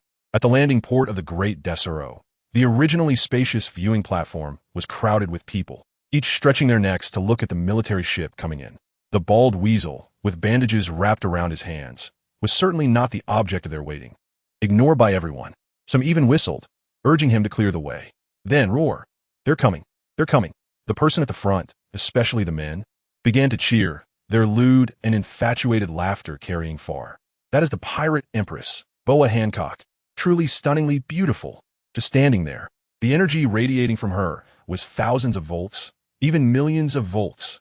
The expressionless weasel walked at the front, pushing aside the crowd that had gathered. Looking down at the bloodstains in his palm. What a bunch of disgraceful guys. Whoosh. What a noisy and rude group. Following closely behind the weasel is Boa Hancock, whose beauty is unparalleled. With flowing long hair and dressed in a cheapao, her curvaceous long legs sway enticingly, making it hard for onlookers to suppress their fantasies. As she exudes an indescribable allure from head to toe, it's no wonder she carries the title of the world's most beautiful woman. However, her personality is somewhat peculiar. Facing the adoring smiles of everyone around her, Hancock smiles lightly, her hands brushing her long hair back. This captivating gesture makes it even harder for those already consumed by lust to resist, their hearts pounding out of their chests. Since there's a guilty conscience for being infatuated with her body, then let your bodies harden. Her sweet voice blows past like a warm breeze, intoxicating to the bone. Sweet, sweet wind. With her hands forming a heart shape, a wave of pink light radiates outward, freezing everyone who had just uttered vulgar words, their hearts racing in place, their bodies transforming into stone sculptures. Alas, the weasel, who didn't manage to escape the attack range, feels the veins on his forehead throb violently as he walks without looking back toward the second-in-command, leading the Navy to rendezvous, Cranes. What a headstrong woman. General Crane glances at the new wound on the weasel's body and then at the crowd turned into stone statues and can't help but sigh. Only the most headstrong can subdue a headstrong person. Let's go. We are only responsible for gathering people here. Crane's face grows more stern. The Navy's reputation now rests solely on her shoulders. Ever since the Navy completely turned to the world government, it has been rather restless these days, jumping around, trying to recruit the 7 warlords for their own purposes. Meanwhile, the fierce tiger sent to stabilize the situation hasn't shown up yet, leaving them feeling helpless, being roasted over a fire. No wonder Hancock, that figure, that beauty is simply hidden aside. Yi Ping quickly distances himself, having avoided the previous pink light wave. His own strength cannot immunize against this direct attack of malevolent thoughts. However, he has ways to subdue this incomparable empress. With a wicked smile, Yi Ping disappears into the shadows. Ha ha! Such a level of ability. No wonder she is a warlord. Captain Blackbeard takes a sip of rum while standing on the viewing platform. The previous pink light wave had no effect on a man of his caliber. Captain Teach, should we recruit her into our crew? It seems that Doflamingo and a few others have formed a collaboration in secret. Standing beside Teach are 4 subordinates destined to follow him. And it is Lafitte who speaks up now. Forget it. Such a hot-tempered woman is not suitable for our team. Right? Okay. MHM. The team sniper Van Oka nods. However, there are indeed many capable individuals gathered on this ship. If you have your eye on any abilities, just let me know. They will all become ours. All right, Captain. Meanwhile, apart from the dim-witted Weevil, the well-known strong ones are all watching the last arriving warlord from various places. The 7 warlords of the sea have gathered, and now the main event is about to begin. However, the reaction of the 4 emperors who have dominated the New World for years cannot be underestimated. On the very day the 7 warlords of the sea were fully assembled, the allied country of the world government, Hanburg, was attacked by the Beast Pirates, and the Navy base was assaulted by the Big Mom Pirates, resulting in heavy casualties. At the same time, the red-haired pirates appeared within the territory of Whitebeard, showing signs of forming an alliance. The allied country was attacked by Kaido, the Navy base was hit by Big Mom, and both Whitebeard and Redhaired were in contact, with the 4 who stand at the pinnacle of piracy taking simultaneous action. This undoubtedly sent shockwaves across the world. Mariehua enjoys a spring-like climate all year round, with breathtaking scenery stretching from the window to the horizon. In the midst of power struggles, the calm composure of the past is gone, as news is being confirmed. Report. At this moment, a soldier in armor rushes in, kneeling on one knee at the door, loudly reporting a piece of news. It has been confirmed. Red-haired has boarded the Moby Dick. Nanny. They were prepared for the attacks by Kaido and Big Mom, even pushing them from behind. The contact between Whitebeard and Red-haired is far too dangerous. Only Red-haired Shanks, a man closely tied to the world government, would personally go to the Whitebeard pirates, which they had not anticipated. Kaido and Big Mom are a concern, but Red-haired and Whitebeard are the main focus. Their powers are sufficient to change the course of battle and could throw our plans into disarray. Kaido is reckless. Big Mom is bold. Even if these two join forces to resurrect the Rocks pirates, they wouldn't stir up a big wave. Their plan was to have the fierce tiger clash with these two. No matter who lives or dies, the world government could take over the remaining situation. But why are the actions of Red-haired and Whitebeard so extreme? This is a clear sign of impending total war. The key now is the 7 warlords. Someone must be sent to the Dorsalo to take charge, as the news coming from there is not good. Sengoku, a 1,000-mile dike, is destroyed by an anthole. That damn fierce tiger, with his personality and style, would absolutely not hide. What is he planning now? Regardless, Lordum's plan must continue to be executed. Coincidentally, Sengoku in Marineford is also frowning. If it weren't for Big Mom attacking the Navy base, he would have been in a good mood. However, one out-of-control incident after another arises, making him want to greet the stupid families with the most vicious words. Always wanting to dominate the world by balancing chaos, but now, this balance is showing signs of breaking, with the suffering not just falling on the Navy and civilians, compared to the chaos in Mariehua and the furious Marshal in Marineford. Another location at the epicenter of the storm, the Dorsalo, is clearly in more turmoil. The roaring waves of the sea create a thunderous sound that cannot drown out the boiling human voices. Journalists who are fortunate enough not to be turned into stone sculptures by Hancock are blocked at a large door, not daring to leave for a moment, waiting for the follow-up of the Navy and the 7 warlords' joint counterattack. Just now, news of the 4 emperors acting simultaneously reached the gathering place of the 7 warlords, Dorsalo, where the world government's appointed leader announced a pre-battle meeting. According to previous orders from the world government, the one responsible for leading the 7 warlords and the Navy fleet is the Fierce Tiger, and there are currently no reports indicating he has arrived at Dorsalo. Whether this operation against the 4 emperors will continue and who the first target of the attack will be. The scene is in utter chaos as we try to obtain first-hand information through all possible channels. World Economic News reporters bring you the report.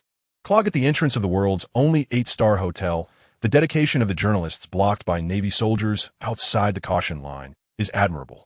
This place can now be described as a powder keg, ready to explode at any moment. Inside the door, where they cannot see, the situation is even more turbulent. The pressure of the 4 emperors acting simultaneously is unparalleled, and the entire ship is filled with an atmosphere of extreme tension. The 7 warlords, said to form a triangular balance with the Navy headquarters and the 4 emperors, now finally understand their weight. The fully assembled 7 warlords, led by Crane, sit at a massive round table alongside the Navy and world government officials. The boundaries between the 3 parties are clearly defined, each with their own thoughts. As the nominal initiator of the meeting, Yi Ping was currently feeling accomplished, just like a commanding leader. Now that the situation was critical, as the representative sent by the world government to handle this matter with full authority, I believe we could not wait any longer and must act immediately. Before that, I would like to hear your opinions. As soon as he finished speaking, he gave a look to several of the 7 warlords who had already sided with him, intending to take this opportunity to strip the Fierce Tiger of his command over the 7 warlords. According to the initial agreement, we did not accept the world government's orders unconditionally. Now that the 4 emperors are acting simultaneously, if the Navy does not stand firm at the front, we do not want to fight with those guys. Moonlight Moria's intellect was inversely proportional to his size. His large belly piled up in front of him, making him look particularly clumsy. His remarks broke the silence in the meeting, directing the blame towards the Navy first, but he was actually thinking of disbanding.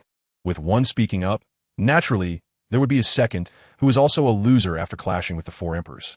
They might as well disband. Now it was the Navy that had problems, and we cannot be blamed for not responding to the summons. Crocodile understood. He had already obtained key information about the underworld from that big guy's mouth, and now just wanted to go back and implement the plan. What are you 2 bastards talking about? Clearly, it is you who fear the power of the 4 emperors. Seeing this group of pirates trying to shift all the blame onto the Navy, a naval officer present stood up and shouted loudly. Exactly. The Navy won't just let this go. Another officer, dressed in a light yellow striped suit, also said sternly, "What are you doing, Shitless? Not the time for nonsense." However, before he could finish, he saw the previously speaking Shitless draw his long knife and slash at him. "Not me. My hand is out of control. Get away." Mozambique. The panicked shout spread, and an invisible ability attack bound him, making his body move like a puppet. Clang! The two blades clashed violently together. If it weren't for the extraordinary strength of the Navy named Mozambique, he would have already been hit by the blade. Hee. If you don't want to escalate this, just clarify your words and end this boring gathering. Sitting on one side, Doflamingo pointed at the two Navy officers, his lips curling up, letting out a mocking laugh. Boa Hancock shared the same sentiment, and the four warlords wanting to disband were currently thinking of ruining this summons. After all, the protagonists of this incident were not them. Their sphere of influence was not in the New World, and no matter how big the war was, it would not affect them. Meanwhile, Mihawk and Edward Weevil had a completely indifferent attitude. The two powerful figures were confident they could survive in any situation. One half closed his eyes pretending to nap, while the other was devouring the food on the round table. Ha. What a noisy bunch. If anyone among the seven warlords wished for war to break out, it would be Blackbeard. Years of lurking and sleepless nights had made him clarify all the steps to reach the top. A full-scale clash between the Navy headquarters and the four emperors could not only divert all the people obstructing his plans from the target location, but also exhaust Whitebeard's strength. Just a few simple words showed the different attitudes among the seven warlords. "Stop it. Doflamingo, you piece of trash from the sea. Are you here to hold a meeting or to fight?" Yiping was also feeling extremely frustrated. The sudden actions of the four emperors disrupted all his plans and posed a risk of throwing everything into chaos. He had originally planned to first deal with Hancock tonight. Now we're discussing the Navy's issues, not your reasons for rejecting the world government summons. Yiping initially only wanted to mobilize the seven warlords he had roped in to pressure the Navy, but he did not expect these guys to take the opportunity to disband. If the seven warlords really left, the world government would have no way to deal with Fierce Tiger. They had plenty of means to handle him. A bunch of natives. Why can't they follow my ideas? Others could sway with just a few words. A glance would make even the strongest obey, as if scripted. Why is it that with him, everyone doubles their intelligence and acts completely ungovernable? There are many unpredictable things. Speaking harshly relies entirely on strength. Otherwise, showing off could backfire. Idiot, your tricks are not working now. Even if we don't want the title of the seven warlords, we don't want to become cannon fodder in the battle between the Navy headquarters and the four emperors. Whoosh! With fingers poised like a flower, the controlled Shitless slashed towards Yiping. At the same time, his body lunged forward, and the tip of his other finger emitted a white thread that sliced forward. Doflamingo did not want to give this pretentious guy any face.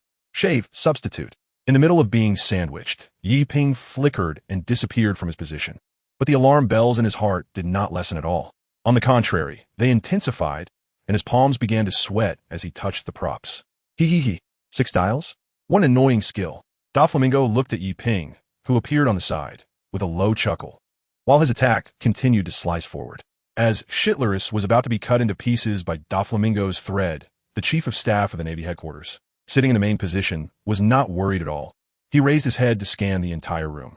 Seeing Blackbeard and Mihawk looking as if they were facing a great enemy, he frowned slightly, finally resting his gaze on the chaos in the room. Is the guy who can't see the situation also starting to decline? He actually sent such fools to host the situation. No wonder they have repeatedly suffered losses at the hands of Fierce Tiger. Just as everyone at the top knows, a war between the Navy headquarters and the four emperors is inevitable. With too many strong figures appearing on both sides at the same time, peace is not possible. Where is there a beast that does not eat people? And the seven warlords caught in between cannot remain uninvolved. Even if they escape to the edge of the world, they will be drawn into the war. No one wants to be the one to reap the benefits. As for those seven warlords who want to refuse this summons from the world government, it was never a concern. A single order from the world government can summon them, relying on the overwhelming strength that dominates the world. Refusal? How could that be possible? Do they really think the highest combat power of the headquarters is just for show? The world will have no place for them. Moreover, what a man who loves to show off. The crane looked towards a certain passage, where a terrifying aura was rapidly approaching. The most unruly guy had arrived. Blackbeard's eyes were like a wolf, and Mihawk's hand rested on his black sword. They were looking in the same direction. Boom! A massive pressure swept through. I say, what were you just laughing about? Speak it out loud, so I can laugh too. A voice suddenly appeared in the empty conference room, instantly overwhelming everyone with a powerful pressure. The entire space felt as if it had stagnated, and only Shitlerus, controlled by Doflamingo, realized his body could move freely again. After dodging to the side, he saw Doflamingo, who could no longer press down his finger, stiffen and slightly crouch. The feathers draped over him, standing on end. Behind him stood a tall figure, the epicenter of all oppression. The remaining 7 warlords, no longer making noise or appearing calm, all stood up and looked seriously at the man who had suddenly appeared in the conference room. It was Ryakujiu. How could he arrive so quickly? His body twisted like a phantom, muscles tensed, and a large amount of sweat dripped from the forehead of Don Quixote Doflamingo, as if turning around took too much energy. Before his hockey perception could react, a terrifying aura, akin to that of a king's presence, approached from behind. White waves of the wasteland, 16 sacred death bullets. Seeing Ryakujiu's unfriendly expression, Doflamingo instinctively decided to take the initiative, turning the ground beneath him into a sea of white lines, violently rolling. 16 lines, wrapped in armament hockey, stabbed forward, accompanied by a massive spider web that unfolded in front of him. A good sense of tension. He's also an awakened devil fruit user. But, boom, the lines that could pierce an entire ship were crushed by a single fist, scattering apart.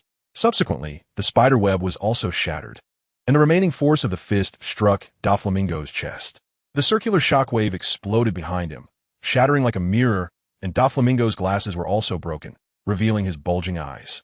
Weak and pathetic, his figure vanished again, and TangGe appeared in front of Gecko Moria, his less than 4-meter-tall body not even half the height of Moria. However, the gap in strength was not something that size could compensate for. Boom! A fist imprinted on Moria's plump belly, the immense force piercing through without any waste. Holding a meeting is fine, but there's so much unnecessary chatter. Watching Moria, who once contended with Kaido, fall without resistance, the tension among the others escalated to its peak. Among them, Crocodile felt his heart rise to his throat, his body retreating and bumping into a chair, making a noise. Then he saw someone looking over, the heavy murderous intent making it hard for him to breathe. This feeling was something he had only experienced from the former Whitebeard. His body turned to sand, wanting to flow away and buy time. He didn't believe the others would just watch the Navy defeat each of them. You really thought you could sit down for this meeting, didn't you? That was the last thing he heard. Using a Logia-type movement ability in front of someone with such overwhelming presence was simply irresponsible for his life. The quick-witted weasel hurriedly took a justice cloak and draped it over himself. TangGe sat down with an imposing presence. Now we are having a meeting. Still having a meeting? The ones who were just serious about having a meeting were either lying on the ground or cowering aside, trembling. Now, it couldn't possibly be another unreasonable attack reason. The 4 standing 7 warlords and the world government's representative, Yepping, had Moria and Crocodile as examples. No one sat down, and no one spoke. Hancock's beautiful eyes looked at TangGe, a hint of fear rising in her heart. Her beauty, enhanced by her devil fruit ability, had no allure. And that unpredictable style of attack made even the strongest hesitate, afraid to move casually. However, the focus was not on that. Everyone continued to stare at the passage where Ryakujiu had emerged. Top, top, top. The sound of wooden sandals striking the ground, the cane tapping the floor. The music turning from high-pitched to low signaled another fierce tiger stepping from the dark corner onto the world stage.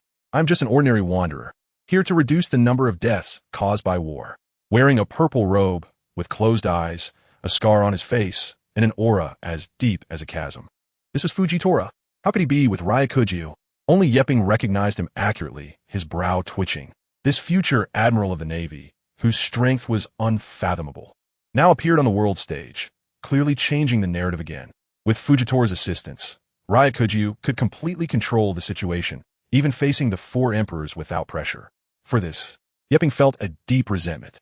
He had once thought that by waving the flag of justice, he could recruit Fujitora as a subordinate, training his body with the power of the gravity fruit while having a powerful bodyguard.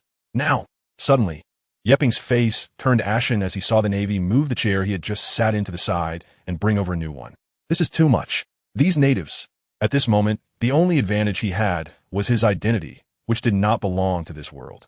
When Fujitora sat beside TangGe, Shaitiles and Masambia both let out a breath of relief, their heads slightly raised, casting a triumphant glance at those outside the Navy. At the same time, they looked at the weasel, who had reacted a beat too slowly, feeling a sense of satisfaction rise in their hearts. They hadn't reacted before, but this time they did. Their eyesight was not poor, and this blind man's strength was not inferior to that of the headquarters admirals.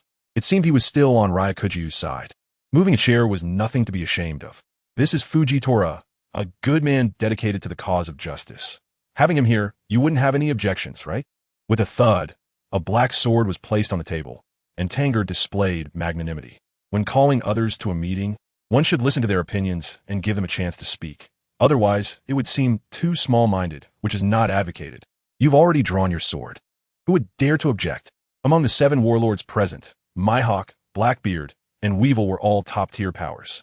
Even though Ryukujyu had real imperial strength, it was not enough to make them fear to this extent. But with this blind man named Fujitora, it was different. He was a powerhouse not inferior to any of them. Moreover, there was also the chief of staff, Crane, who was not weak either. Very good. It seems everyone has a positive attitude towards the cause of justice.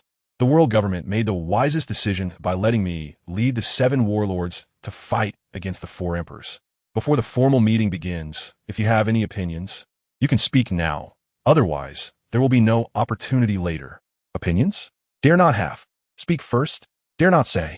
The people standing in a circle had to think carefully about every word Tang Ge said, pondering repeatedly, afraid he would come back with a retort. You actually said it. Therefore, silence became the best response. Ha ha! No wonder Red-Haired had to run to old dad. With these 2 men united, they could pierce through any Emperor pirate crew. Very good. The stronger the Navy's power, the easier it will be for my plans to succeed. After gaining the powerful abilities of the dark fruit, Blackbeard's innate ferocity and arrogance began to sprout, but at this moment, he gathered all his composure and acted humble and honest. In terms of acting and restraint, he could rank among the top 3 in the world.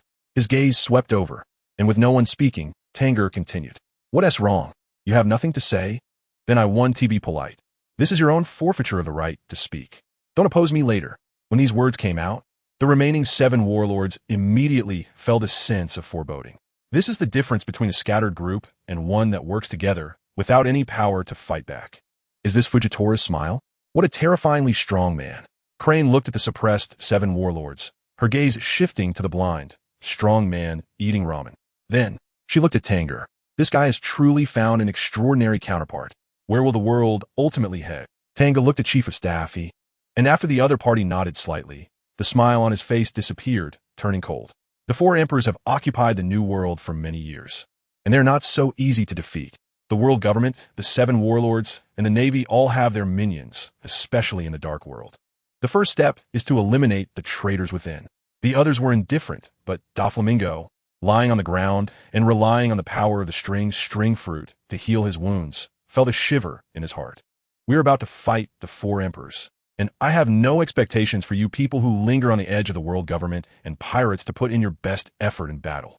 However, if we're in the front lines fighting the 4 emperors, and someone is thinking of profiting from the war, selling weapons to the 4 emperors, and wanting to sit back and reap the benefits, then I would consider it reasonable to kill such a person. Tang Ge's calm words were filled with killing intent. This was a red line that no one was allowed to cross. Ha ha, agreed. Blackbeard's pupils contracted slightly, looking at the Navy, which usually showed a posture of overwhelming brute force, with a higher regard. The words of the fierce tiger made sense, leaving people unsure how to refute. However, he could see that this was a deadly sword. Who colludes with the 4 emperors is determined by the fierce tiger. Agreed. Hancock said nonchalantly. She had no ties to the 4 emperors. Agreed. Mihawk had the same reaction speed as the intellectually challenged Weibel, because he indeed had some ties to the 4 emperors. The external member of the red-haired pirates refers to him. Very well. Since everyone is so aware, I announce that anyone who colludes with the 4 emperors will be executed. Tang Ge's lips curled up as he stood up from his seat and clapped his hands. Let the reporters in. I have something to announce to the world. The hotel door opened, and the reporters who had been waiting outside for a long time, equipped with gear to broadcast live to the world, rushed into the hotel conference room. In the golden room at the bottom of the Deso Rose ship, Buena Festa was already excitedly cheering in place. It's finally starting. The era of frenzy. The camera-like video snail flashed white light, capturing this moment. While the giant image snail connected to major islands around the world began to broadcast live what was about to happen in the conference room. No one made a sound. Except for the clicking of cameras, everyone listened intently to the speech of the man standing in the middle. This silence conveyed to the world, and everyone held their breath, focusing on the voice of the fierce tiger. The world already knew the name of this man, and now, every word he spoke required the whole world to be quiet and listen carefully. The world government has entrusted me with an important task, but I have a very regrettable thing to tell everyone. A slight commotion arose in the crowd, but it quickly quieted down as they continued to wait for Tang Ge to finish speaking. I am very regretful and very angry. The Navy is fighting bloodily on the front lines. However, some people are dragging their feet from behind, not only selling large amounts of supplies to the four emperors, but also sending them weapons of mass destruction. Tang Ge's face timely displayed anger, and his voice turned into a roar. If I had this acting skill in the previous world, becoming an official and making money wouldn't be a dream. Fortunately, the several seven warlord behind me are all individuals who understand righteousness. Just recently, they launched a surprise attack on the headquarters of the Holy Emperor Seal Company, which sold supplies and information to the four emperors, completely destroying it, and sank Punk Hazard, which sold weapons to the four emperors. They truly deserve to be the warlords of the king. Tang Ge waved his hand, asking the reporters to give close-ups of the seven warlords standing behind him. Then, he sighed and said, "What a company founded by 8 world nobles. Their ancestors established the world government. But who would have thought their descendants would be so foolish as to trade with pirates? I have to say they are unworthy to be the descendants of the 20 kings." Walking to Yi Ping's side, Tang Ge smiled and turned to face the camera. Becoming righteous. It is thanks to this high-ranking official of the world government that we were able to identify the bad apples hidden under the world government. This is a betrayal of the Navy and a betrayal of the world government. This news is like a bomb. It made the keen-nosed reporters realize what to do next. A large area of white light flickered continuously. Boom! A large sea stone sphere with a diameter of over 10 meters was punched, crashing into the wall amidst the sound of whistling air. Oh, here it comes. The fierce tiger. Kaido watched the face appearing on the screen, his skin as black as steel, and a fiery battle intent ignited in his eyes. Hurry up and start the ultimate war. Only the strong have the right to decide where the world goes. Boom! The hard rock beneath his feet collapsed and exploded, sinking down, and the air in the cave became scalding under the hot breath blowing from Kaido's nostrils. Lord Kaido, there's an urgent call. In the midst of the blasts of air, Jin's wings shielded him from the shockwave as he struggled to approach with a phone snail in hand. It's Big Mom. Admiration is the strongest emotion he feels for Kaido. He believes only this man can change the world and end the rule of the world nobles. Linlin. Kaido frowned, stopping his transformation, and casually picked up the receiver. What's the matter? Are you interrupting my battle? On the Rock's pirate ship, that old hag had helped her several times.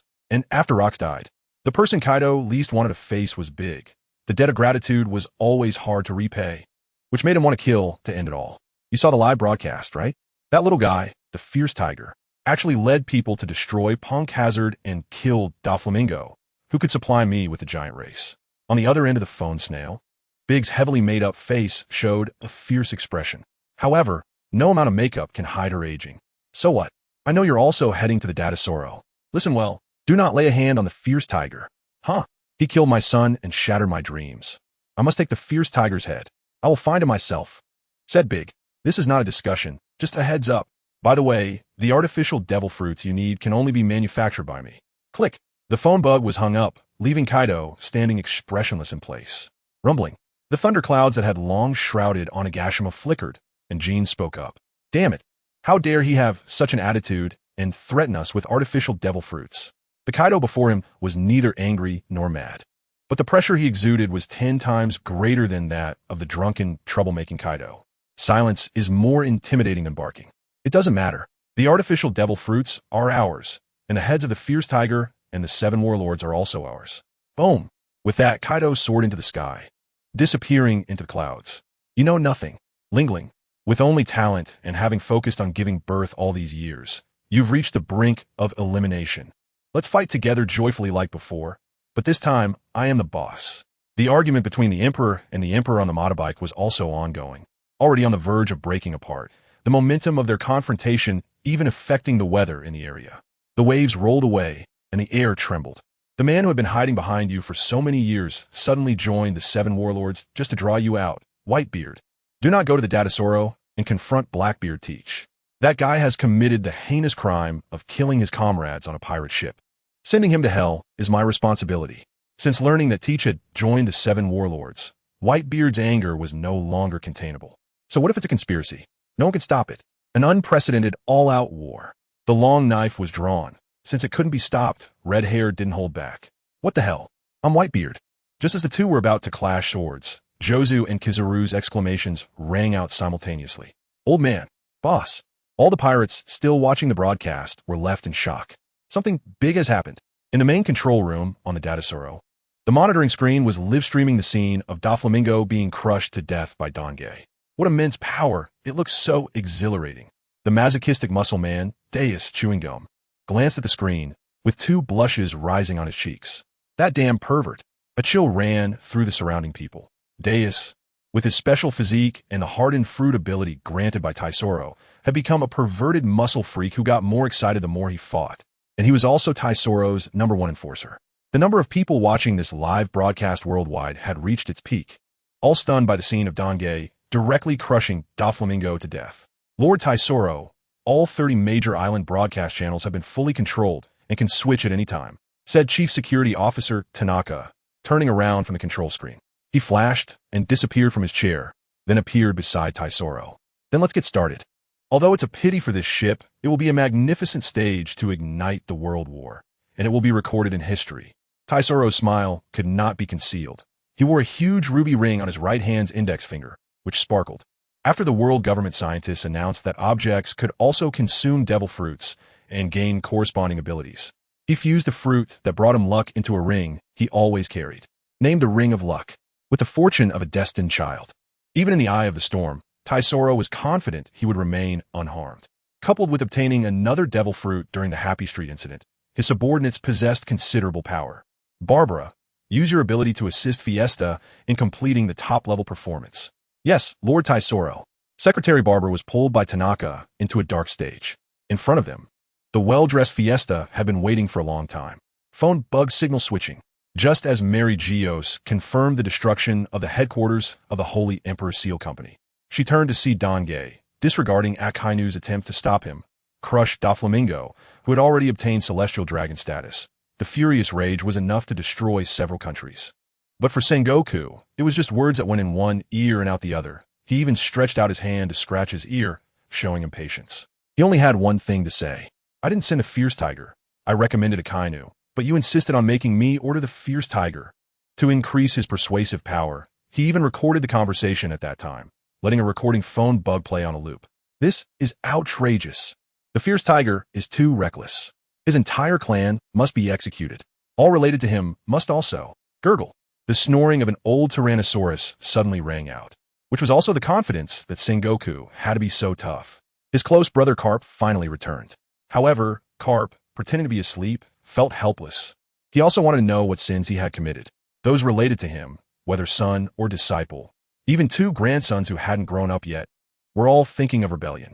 Sigh. This one is the most troublesome. How dare he kill directly?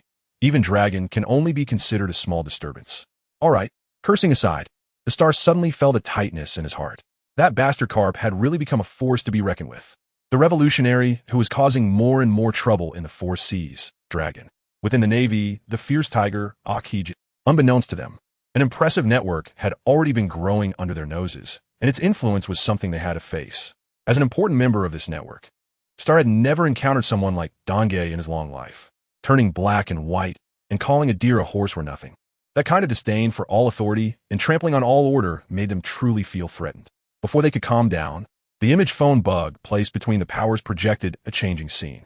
On the four Emperor ship, in Sabaody, at the Navy headquarters, in various strong nations of a new world.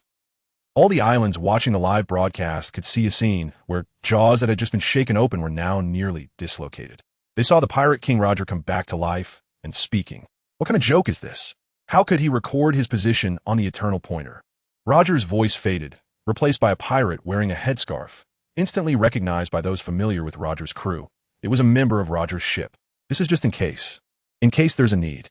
Keeping such things will only allow the world government to find this place first. Boom! In the scene, Roger waved and threw a log pose into the sea, while the crew members who had just recorded the position gasped in shock. More emotions were born in the hearts of everyone who witnessed this moment. Some felt their hearts sink into the deep sea along with the log pose. while others were filled with anticipation. Their silence was deafening. Boom! The scene continued without interruption. The log pose sinking into the deep sea was swallowed by a gigantic sea creature with a scar on its forehead, which then swam through the ocean. Eventually, the eternal log pose hidden in its belly was picked up by a hand. Clap! Clap! The darkness was suddenly illuminated as if it were daytime, and Feista, sitting in the center of the stage, stood up like a martyr charging forward. This would be the pinnacle moment of his life. With a microphone at his lips, a captivating voice echoed. The final island storing One Piece is located beyond the Waterstar Island at the end of all shipping routes. Not only is the road leading to it blocked by the Four Emperors, but its true location has also become a mystery following the demise of the Roger Pirates, the only crew to have reached it. However, now everything will change. Feista seemed to feel countless gazes focused on him, specifically on the eternal log pose in his hand. Like the eye of a storm, attracting all attention. With a manic smile, he shouted loudly, "Destiny has long been predetermined. The eternal log pose leading to Raftel will not perish. It has fallen into my hands, Lord Feista." The eternal log pose in his hand was turned around, and the scene focused on it, revealing the name engraved on the wooden base. Raftel. This is the log pose leading to Raftel. This is truly the eternal log pose to Raftel. I have made 1,000 copies of the eternal log pose leading to Raftel and scattered them across various islands in the New World. If you want the treasure, go search for it. Kill. Compete. Everything in the world is there. Obtaining it means becoming the next king of the world. Clap. The microphone fell as Feista panted and looked ahead, lighting a cigar in his mouth. White smoke rings rising like fireworks at a celebration. Did you see that? Roger. The era of great pirates you created will be ended by me. I have cleared the path to the treasure, and next is the era created by me, Feista, where you fight and kill, and the strong are respected. This is the era of frenzy. The world was silent at this moment, yet also incredibly fervent. No one cared about the authenticity of the eternal log pose in Feista's hand, just as no one cared about the authenticity of Roger's last words. The desire hidden in people's hearts drove them to pursue answers relentlessly. Witnessing all of this, stars felt their pale hairs stand on end, anger extending through their veins, highlighting their bark-like skin. At the same time, fear also grew deep within. Raftel, the secrets buried there must never be known by the world government. The 20 kings' lies they spent 800 years weaving will shatter in an instant. The legitimacy of the world government built on lies will also be denied by the entire world, including the Navy before them. Without military force, there is no power. Therefore, the secrets of Raftel must not be exposed. Let it begin. Total war. Everyone who holds the eternal log pose leading to Raftel must be eliminated. In the void, a command like a spell resonated, and Sengoku and the admirals at Navy headquarters received this signal. Yes, total war was now inevitable. Whitebeard and Redhaired had lost interest in their swords at this moment. The scene just now was so real that they both thought Roger had come back to life. Not to mention the pirates led by Roger. Desire knows no bounds. Moreover, now there was a shortcut to the peak of desire. The pirates, the Navy, and the world government would engage in an unprecedented deadly battle. Blurp, blurp. No one expected that the meeting at Navy headquarters where the warlords of the sea gathered to declare war on the Four Emperors would turn into an opening ceremony for an era. The moment Feista finished speaking, the raging sea spread rapidly throughout the New World. Feista claimed that 1,000 eternal log poses leading to Raftel were distributed across the New World, almost one on every island. The Whitebeard pirates' flag still flew at the entrance of the town on Foodval Island in the New World, its reputation enough to intimidate most pirates just by hanging there. Don't come in. This is a town protected by Whitebeard. T-Beard, are you crazy? The terrified crew hiding under the flag shouted. But today, the unprecedented turbulent situation made this flag, like a protective deity, lose its deterrent power. The desire and dreams in their hearts surged like a flood, washing away their fear of Whitebeard. A group of pirates brandishing sharp blades crossed that red line and brutally charged into the town. Boys, turn the town upside down. We must find the eternal log pose. Standing at the center of the pirates was a tall captain with a thick mustache braided like a twist, marking his identity. Pirate, T-Beard, a low-tier pirate. As long as we find the eternal log pose, we can directly bypass the Four Emperors' waters and reach the final island to obtain One Piece. War is good. War is good. We have a chance to get rich. T-Beard wore a new leopard print coat, and the obsession for money flashed in his eyes behind sunglasses. Let us go. Son, let us find the owner of this ship. I heard he is the richest man in the world. In this era of war, let us keep his money safe for him. All right, Mom. The earth-shaking footsteps faded away, and the officials sent by the world government had long since vanished, leaving only the Navy behind. These bastards, they all left. Shitirius and Mozambia felt a belly full of confusion, and the soldiers were discussing among themselves. Is Admiral Akainu really going to fight to the death with Fleet Admiral Ryakujiu? Especially at this time. The warlords of the sea had the opportunity to leave because Akainu had already engaged in battle with Ryakujiu. Moreover, from the looks of it, their fight was not just a friendly match. The massive ship, the Daisuro, was torn apart by the shockwaves of their battle. Shut up, you ignorant fools. Tsuru sighed in relief only after all the warlords of the sea had left. Quickly evacuate the civilians to the warship. Don't let them get caught up in a fight. Festa has caused such a huge incident. The positions of the warlords of the sea could change at any moment. After all, they're still pirates. Yes, Tsuru served as a pillar of support and under her command. The Navy stopped their complaints and arranged for the people enjoying themselves on the Daisuro to evacuate, including those unfortunate souls turned to stone. Sigh, the more it is at this time, the more we must determine the victor. Tsuru looked at the battlefield filled with flames, her expression serious. It seems you already know. Only by defeating the admiral can true justice be brought to the Navy. The Navy's admirals must ensure the safety of the celestial dragons. Any actions that jeopardize the safety of the celestial dragons will provoke the admiral's attack.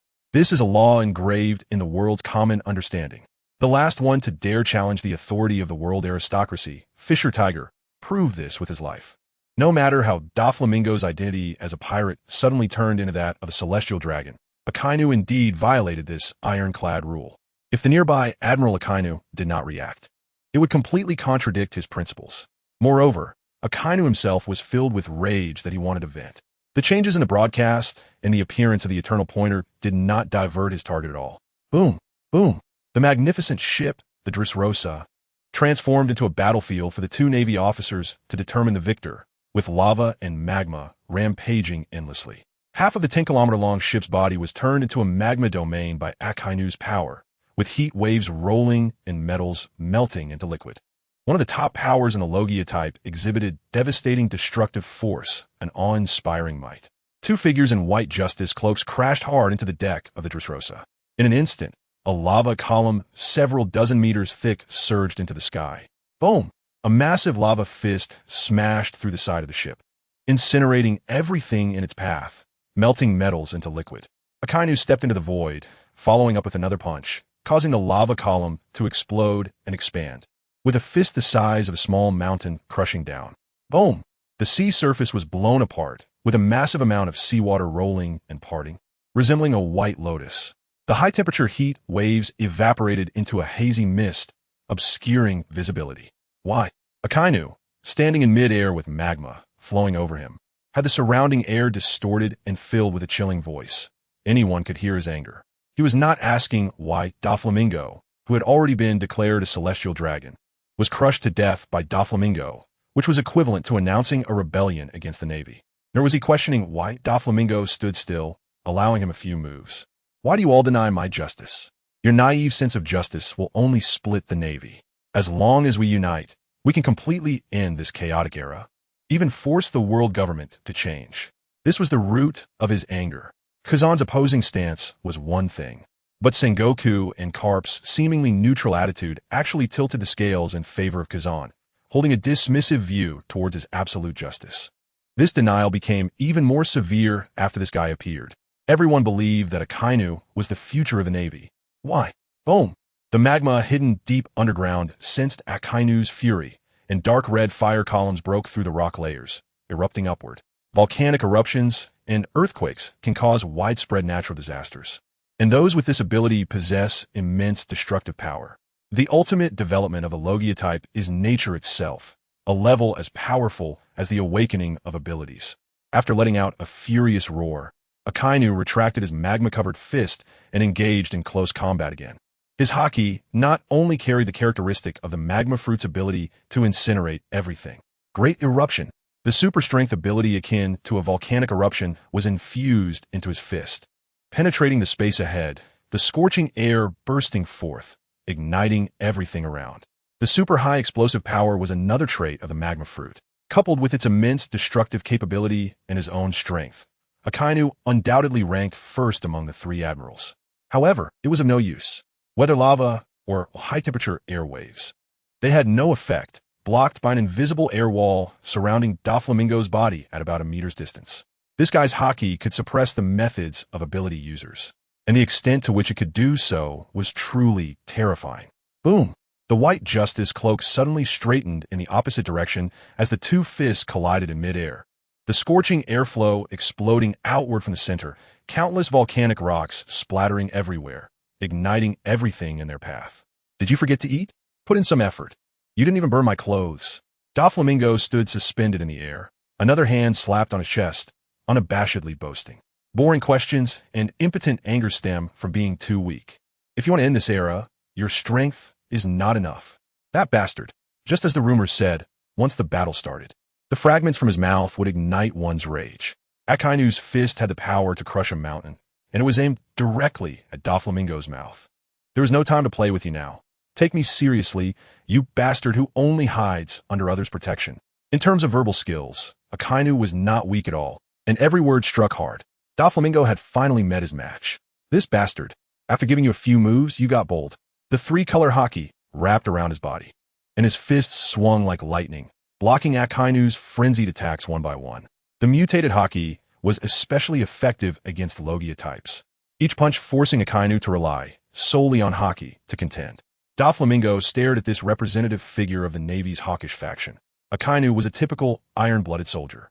He understood Akainu's anger. Even from an observer's perspective, compared to Kazan's indecisiveness, Doflamingo preferred Akainu's decisive and unrestrained style of action. As the strongest admiral, he harbored thoughts of wanting to change the Navy's situation. He even wanted to change the world government, but his path was wrong from the start. Akainu's idea was to unite all Navy forces to first eliminate the pirates. Then, within the world government, use force to resolve power struggles, using the unified Navy to compel the world government to make changes. Despite being the most extreme towards pirates, Akainu's attitude towards the world government was not thorough enough. With his sense of justice and thoughts, even if successful, the best outcome would only bring the world a result similar to a constitutional monarchy or military government. Internal power shifts could not change the oppressed state of the world, and could even cause the Navy, which claimed to be just, to fall back into a state of being a puppet of power, which is the reason why Sengoku, Kazan, and others did not have faith in Akainu. However, Kazan was in a state of confusion. Kazuru was just a slacker, and Akainu's ideas became the only choice. If it weren't for Doflamingo's appearance, the next generation of the Navy would ultimately be handed over to Akainu. Sakazuki, if you understood one thing, you wouldn't have such anger and doubts. Doflamingo crossed his arms, infused with three-color haki, blocking the magma fist that was smashing down in front of him, with all the flames being trampled underfoot by a towering Buddha illusion. Ability alone was not enough. Only haki could surpass everything. Clenching his fists, his body stretched like a bow. The surrounding air crackled like glass being compressed. Thousand-handed Buddha. Subduing dragon. As soon as the words fell, Doflamingo disappeared from his spot, and the Buddha illusion moved accordingly, with rapid punches resembling 1,000 hands in motion, continuously striking around Akainu. If you haven't heard of it, it means it has no basis. A few words without any attacking power are meaningless. Those who can win can say whatever they want. Akainu's expression was cold and resolute, his arms turning red, with lava flowing hotly, unleashing lightning with each punch. Meteor volcano. Everything exploded and burned, like an immense volcano under attack, countless heated air currents and volcanic rocks exploding outward, with the shock wave from the collisions causing the entire sea surface to shake.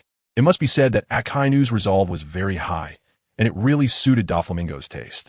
What a pity. Sakazuki, in this world where power reigns supreme, you truly shouldn't consume the devil fruit offered by the world government just to gain strength. When he retired as a vice admiral in Punk Hazard, he already stated that the abilities of the three admirals were not obtained by themselves, but rather manipulated by the world government. He also warned Tang Ge not to lose himself in the pursuit of power. However, Tang Ge once had a question. The powerful devil fruits enhance destructive power, much like weapons or tools, while haki enhances human ability itself. So, is it the self who solely cultivates haki that is strong, or the self who, on that basis, consumes a devil fruit that is strong? This seemingly unsolvable question found an answer after mastering the power of Conqueror's Haki. The devil fruit is dispensable. It has its limits. The power of Haki knows no bounds, and this extraordinary growth ability comes from Conqueror's Haki. Besides being used to wrap around the body and enhance attack power, the power of Conqueror's Haki has two sides. One side is that strong individuals with the potential to awaken Conqueror's Haki possess a charisma that makes others willingly follow them, a kingly demeanor. The other side is that it is extremely domineering. When two individuals with Conqueror's Haki compete, the victor's strength will significantly increase. As if they are plundering everything from the opponent, the completely defeated side, even if they do not die, will suffer an irreparable mental scar, leaving them at a fraction of their former strength. Among all the strong who possess kingly qualifications, the one who stands on top can become a king beyond kings. Tang Ge can feel that after reaching the king level, the spiritual power of Conqueror's Haki will be sublimated into a will that can transcend time and space, flowing through bloodlines and thoughts. This kingly will, when developed positively, can advance the era akin to freedom and dreams. Conversely, when developed negatively, it can become a ruling order that shackles the world, even extinguishing any thought of rebellion. The world government has existed for 800 years, and it is impossible for its founders to lack Conqueror's Haki. Moreover, due to the plundering nature of Conqueror's Haki, countless strong individuals have knelt under its power over the years, and the Navy has also been deeply influenced by its ideology, making resistance difficult. Just like the Akainu before him, he did not fail to awaken Conqueror's Haki due to insufficient strength. Rather, during his promotion to admiral, he lost his spirit and was influenced by the will of the world government, making awakening impossible. One can only imagine how powerful the founders of the world government would be if they were alive today, far beyond what the affected Akainu could defeat. Only a king can confront a king. This is the true meaning of this battle. Rather than saying Tang Ge is fighting Akainu, it is more accurate to say that Tang Ge is battling against the ruling will left in the Navy by that king of the world government. Your perspective is too narrow, Sakaski.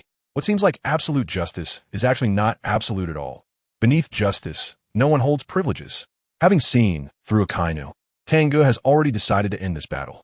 Great sun, like the Buddha, the giant Buddha with the sky above and the sea beneath, gathers a golden sun in its palm and presses down toward Akainu. The sea surface erupts in golden red flames, and fierce battles are also taking place on the half-destroyed D. Sorrow, with violent explosions sending shockwaves into the sea, creating a tsunami. The battles occurring here are a microcosm of the new world at this moment.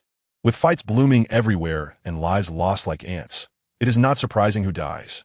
When someone lies on the ground, turning into a corpse, no one even cares whether they were an important figure. The top admirals of the Navy are continuously facing the strongest challenges, let alone some lackeys who are just there to fill the numbers.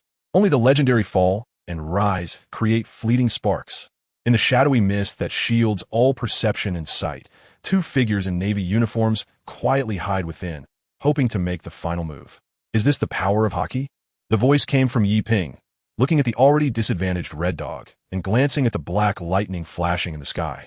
The power of Conqueror's Haki had not yet revealed its true might before he arrived in this world. Now, he couldn't help but blurt out a famous saying from the fandom. If I say there are others who can be on par with the emperors, will anyone like it? On par with the emperors? What is that supposed to mean? The tremulous Mandarin sounded like some sort of code, and a person next to him turned around, expressionless, and replied, "If I were a DJ, would you love me?" This was a member of the main God Squad, known as the behind-the-scenes Old Inbai, who was preparing to seize the dark fruit from the Whitebeard pirates. After the news of Blackbeard appearing on the D, sorrow spread. He rushed over immediately, and now he was hiding with Yi Ping in this pretentious artifact. The nonsensical exchange ultimately felt like a song that missed its cue, abruptly stopping. DJ? What terrible taste. Yi Ping turned back, feeling disdain in his heart, and looked at another battlefield, saying, "This guy's ability is good, but unfortunately his own strength is a bit weak. With our creativity, we could definitely develop this fruit to its peak. Indestructibility wouldn't be a dream. Are you not considering this ability?" The member of the main God Squad, codenamed Old Inbai, remained unmoved. However, his subtle gaze swept over a ring on Taizolo's finger. That was the most powerful ability. By the way, what do you think about the main God Squad's descent event that the captain mentioned? Even within the same team, the few of them were not on the same page. I have no opinion. I also want to know what will happen then. Seeing this, Yi Ping's gaze turned to a certain leopard print enthusiast who was shouting loudly, and an uncontrollable thought arose. Boom! Flames roared up as the masochist Davis, who had consumed the hard fruit, smashed through a series of buildings, smiling as he fell into a pool of blood. Satisfaction 999. The huge slash wound across his chest gave him a perverse sense of pleasure, even though it took away all his vitality. Taizolo's other subordinates were not so fortunate. No matter how they ran, they would inexplicably collide with Weeble's attack range. Blocking the attacks aimed at Taizolo, they became very unfortunate. Dear son, hurry up and capture that guy who can control gold. He's our money tree.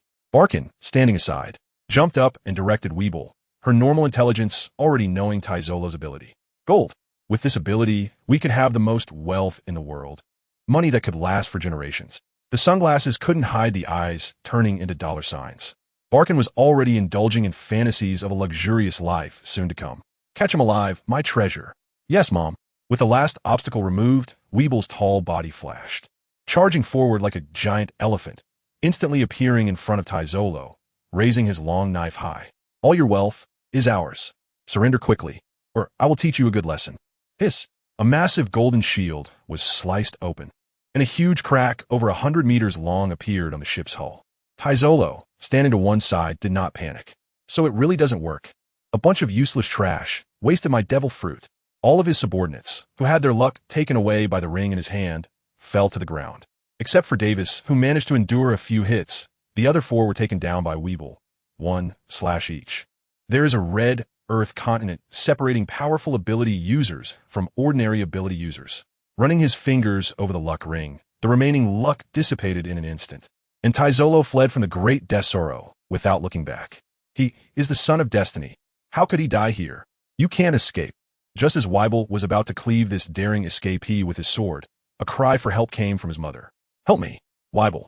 You bastard. Hurry and save me. The cursing suddenly stopped, and a frantic Weibel returned with eyes wide open. Before him, SS Bakine was beheaded, the golden mushroom head rolling a few times on the deck before coming to a stop. Mom, weakly picking up the disoriented head. Weibel let out a furious, beastly howl that shook the eardrums of the two who had just emerged from the shadows. They didn't even know why they suddenly acted on the idea of killing Bakine and framing the Navy. This was not in line with their original intention of hiding behind the scenes.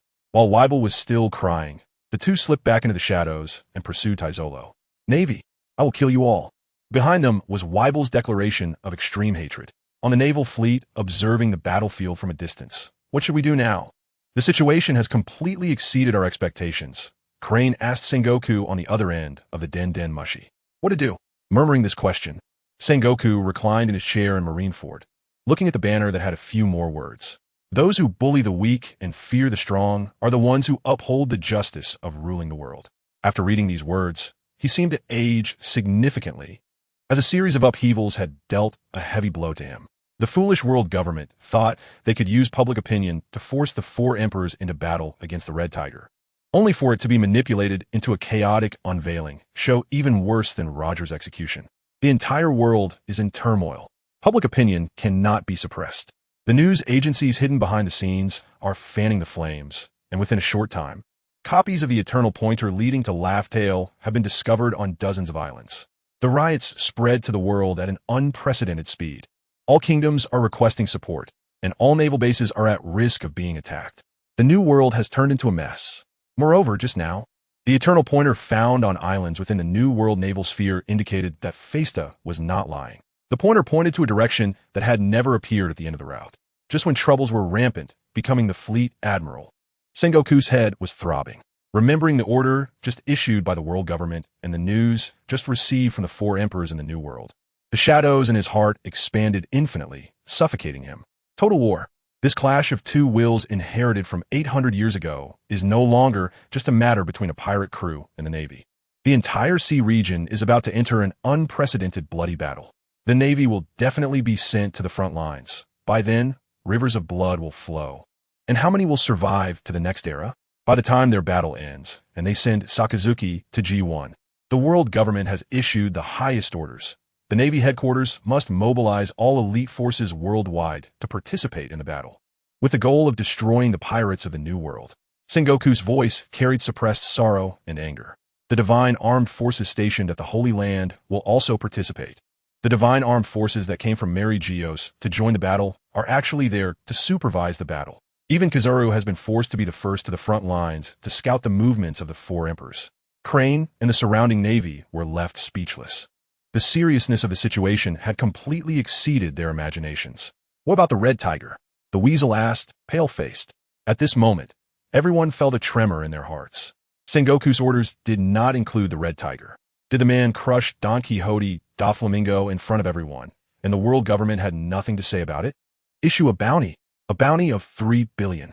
After saying this, Sengoku's hair turned visibly gray, as if he had suddenly aged immensely, and his body appeared hunched. In times like this, transforming the four emperors is an extremely foolish act.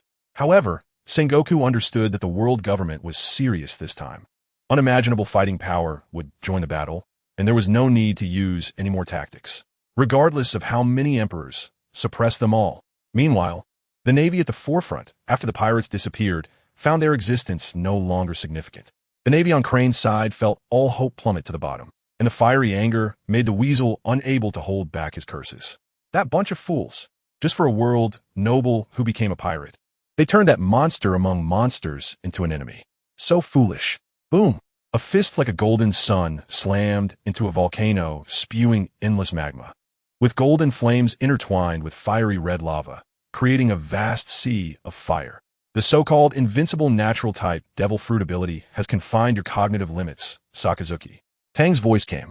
The power in his fist condensed like a blazing sun, gradually pushing back the towering magma giant. How is that possible? Transforming into a volcano giant towering over 100 meters, the cold face of Akainu was filled with disbelief. The magma fruit is the strongest fire-type ability, burning everything. Yet now, his magma was being blocked and even suppressed by that golden flame. This man is not an ability user. Akainu deeply understood this, which is why it was terrifying. An attack from a non-ability user producing an attack that surpasses that of an ability user. Could this be the power of Conqueror's Haki? At that time, knowing that the magma fruit was intentionally arranged by the world government, confident in its powerful abilities, he even abandoned the sword path. It was because of a statement released by the world government that both admirals and emperors are the peak of combat power. Now it seems this is a smokescreen. Although it is also a ceiling, there are distinctions in height. Chestnut brewed and became comparable to the emperor. The world government brewed by Chestnut. Is all this worth it? A flicker of doubt flashed through Akainu's mind, but this thought was quickly dismissed, and his gaze regained determination. What a joke! I am Admiral Akainu, the man destined to end the chaotic world. If you have the skill, surpass me. Crack! Crack! The surface of the volcano giant's body began to crack, with surging, hot magma flowing from the fissures, quickly creating a volcano as large as an island on the evaporating seabed, with magma spewing straight up, releasing the might of nature. Apocalypse Disaster Volcano. A massive eruption of volcanic magma. White lightning flashed through the air, and a gigantic fist made of lava came crashing down. This was the technique used during the battle with Big Mom, but its power was even greater than before. Your magma is merely ground fire, while my fire is the sun in the sky. They cannot be compared at all. Although it is only less than 1% of its full power, it is already enough to evaporate your magma completely. Tang's cold voice was like a declaration of victory, as the golden flames licked like long tongues, devouring all the heat and flames that rushed over. This is the power of Haki. The mutated Conqueror's Haki has only one function: to project imagined power into reality, perfectly maximizing the mental strength of the Conqueror's Haki, as long as one is strong enough. It is not impossible to bring a palm that can cover the sky from the realm of fantasy into the pirate world. Boom! Two fists collide, and a massive mushroom cloud rises above the sea's surface, releasing blinding light and heat that destroys everything. Waves hundreds of meters high roll like the ocean, turning over, sweeping everything around, burying it all. What is your justice, Tang Ge? The huge fist is cracking everywhere, and a fiery pain he has never experienced before emerges as Akainu's hoarse voice asks. From a long time ago, you have wanted to change this world, but where do you want to take it? From the first time he helped Tang Ge wipe his backside, he knew that the other party's ambition was only hidden in their weak childhood. What is the answer within this ambition? The world? That's a good question. Tang Ge's mouth curved into a smile as he softly said, "What happens to the world has nothing to do with me. Sakazuki, I just want to become the strongest. That ends everything. Professionals should do professional things. The direction of the world should be handled by those interested, like the Revolutionary Army. Tang Ge has high hopes for Carp's son, Dragon. Once the revolutionary fire ignites, even after one failure, there will always be someone to pick up the flame and overturn this decayed and dull world. For Tang Ge, killing that idiot who thinks he stands at the highest point and reducing the damage of overthrowing the old world is his greatest contribution to this world. Boom! A fist engulfed in golden flames breaks through all the lava columns, penetrating through the massive volcanic mountain. This volcano has been turned over by Tang Ge. Is that so? A sharp pain strikes his chest, and just before his consciousness fades, Kaido utters a phrase. What lucky guy, Jonathan. Just as the world enters a fervent era. The Navy's battle for supremacy has reached a conclusion with Admiral Akainu's defeat at the hands of the fierce Tiger Tang Ge. The fierce Tiger Tang Ge has become a power that surpasses the admirals, greatly enhancing the Navy's strength. However, the order from the world government was something no one expected. The fierce tiger defected from the Navy with a bounty of 3 billion berries. This is already a king-level bounty. Moreover, even more ferocious waves are coming. The highest command from the world government orders the Navy headquarters to conscript 300,000 troops worldwide to eradicate the New World pirates. All nations and individuals holding the eternal pointer to Raftel must surrender it, or face execution and annihilation. On the pirate side, the two emperors Kaido and Big Mom, originally heading towards the Soro, form an alliance and establish the New Rocks pirates. Whitebeard and red-haired Shanks announce their alliance. And the highest combat power among pirates, the four emperors, is facing off against the Navy headquarters and the world government. 3 days later, on White Cliff Island, a well-preserved ancient wilderness island, the harsh natural environment combined with fierce beasts has turned it into a deserted island. Named for the towering white cliffs on the south side reaching hundreds of meters, it serves as a navigational marker in the vast ocean. Panic-stricken beasts trample and crowd the beach, the roaring sounds of battle explosions quieting down as a victor emerges from the fight. In the center of the forest, a giant beast has turned into a pure gold statue, frozen in place, its face displaying the terror of its last moment. In the very center, tall trees are ablaze. The ground pockmarked with traces of battle, countless streams of liquid gold flowing across the ground, suddenly solidifying. Boom! A giant golden figure, several dozen meters tall, is pierced by a blade formed from black flames, collapsing to the ground. After a spasm, Tezelo becomes a body of unfulfilled ambitions, and without his power's control, the mountain of gold turns dull and lifeless. Finally took down the Golden Emperor. I didn't expect this guy had already transported the gold to this island. No wonder he didn't even want the Soro. A massive half-figure of a samurai shape envelopes his body, and with his eyes spinning like Magatama. Yi Ping gasps for breath, swiping his palm as the ring-shaped lucky fruit falls into his hand. These natives, how could they not know how to use such a heavenly fruit? They deserve it. He spits a mouthful of blood phlegm onto Tezelo's body, enduring the discomfort in his eyes, and puts the ring of luck on his finger. Familiar with the plot, he knows that the strongest fruit in this theater version's dungeon is the lucky fruit. This ability is comparable to that of the Child of Destiny. At the same time, the sound of ding-dong echoes, indicating he can obtain even more powerful items. I am the true Child of Destiny. I am a king of the world.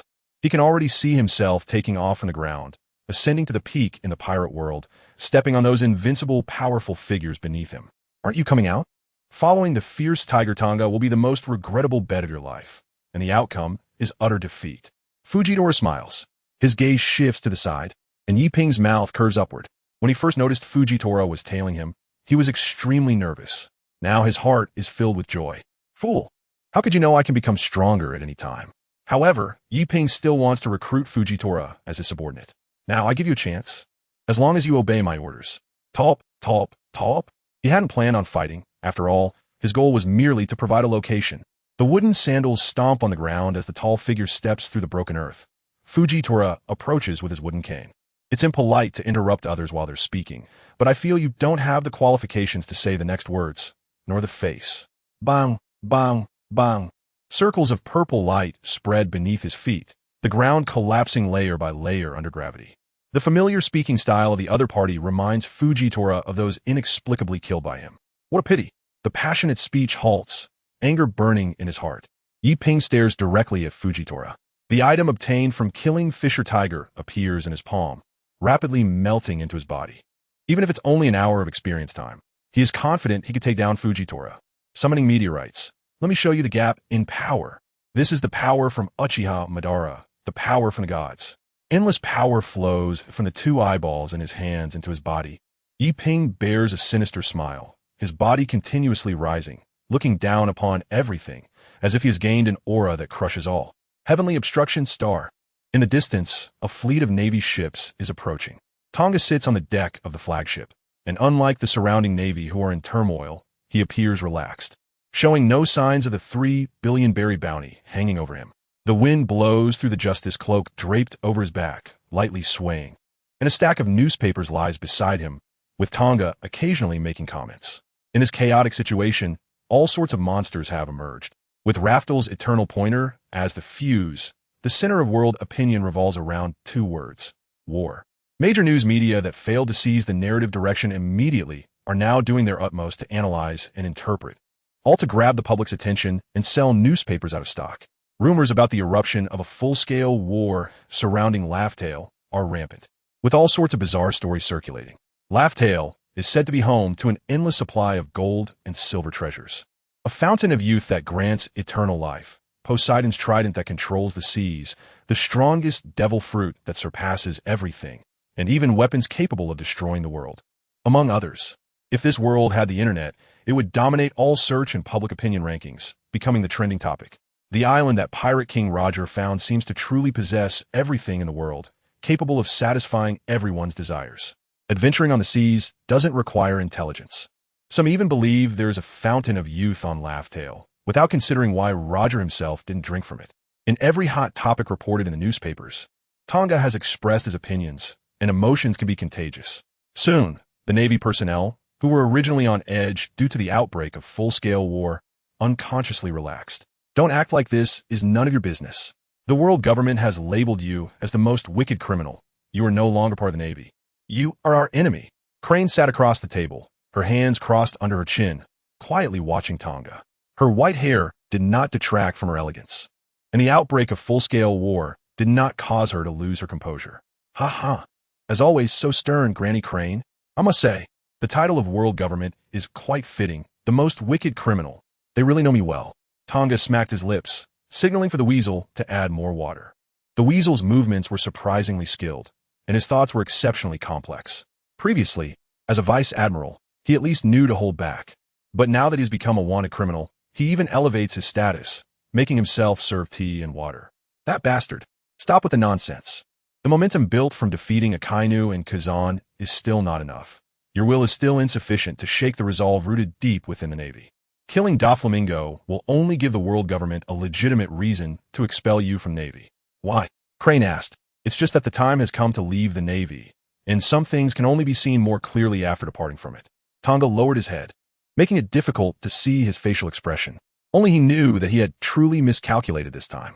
He was all too aware of the consequences of killing a celestial dragon like Doflamingo. It was just the right opportunity to leave the Navy. After all, his influence wouldn't disappear, and staying in the Navy would no longer lead to progress. The only way to enhance his strength without being targeted by the pirate world and without dragging the Navy into war was to be wanted by the world government and then challenge the Yonko in his personal capacity. However, he never expected that guy, Festa, would be so crazy. None of the Yonko are foolish. They at least know how to distinguish between light and heavy matters. The world government has made it clear that they want to reshuffle the deck, turning this period into a blank slate.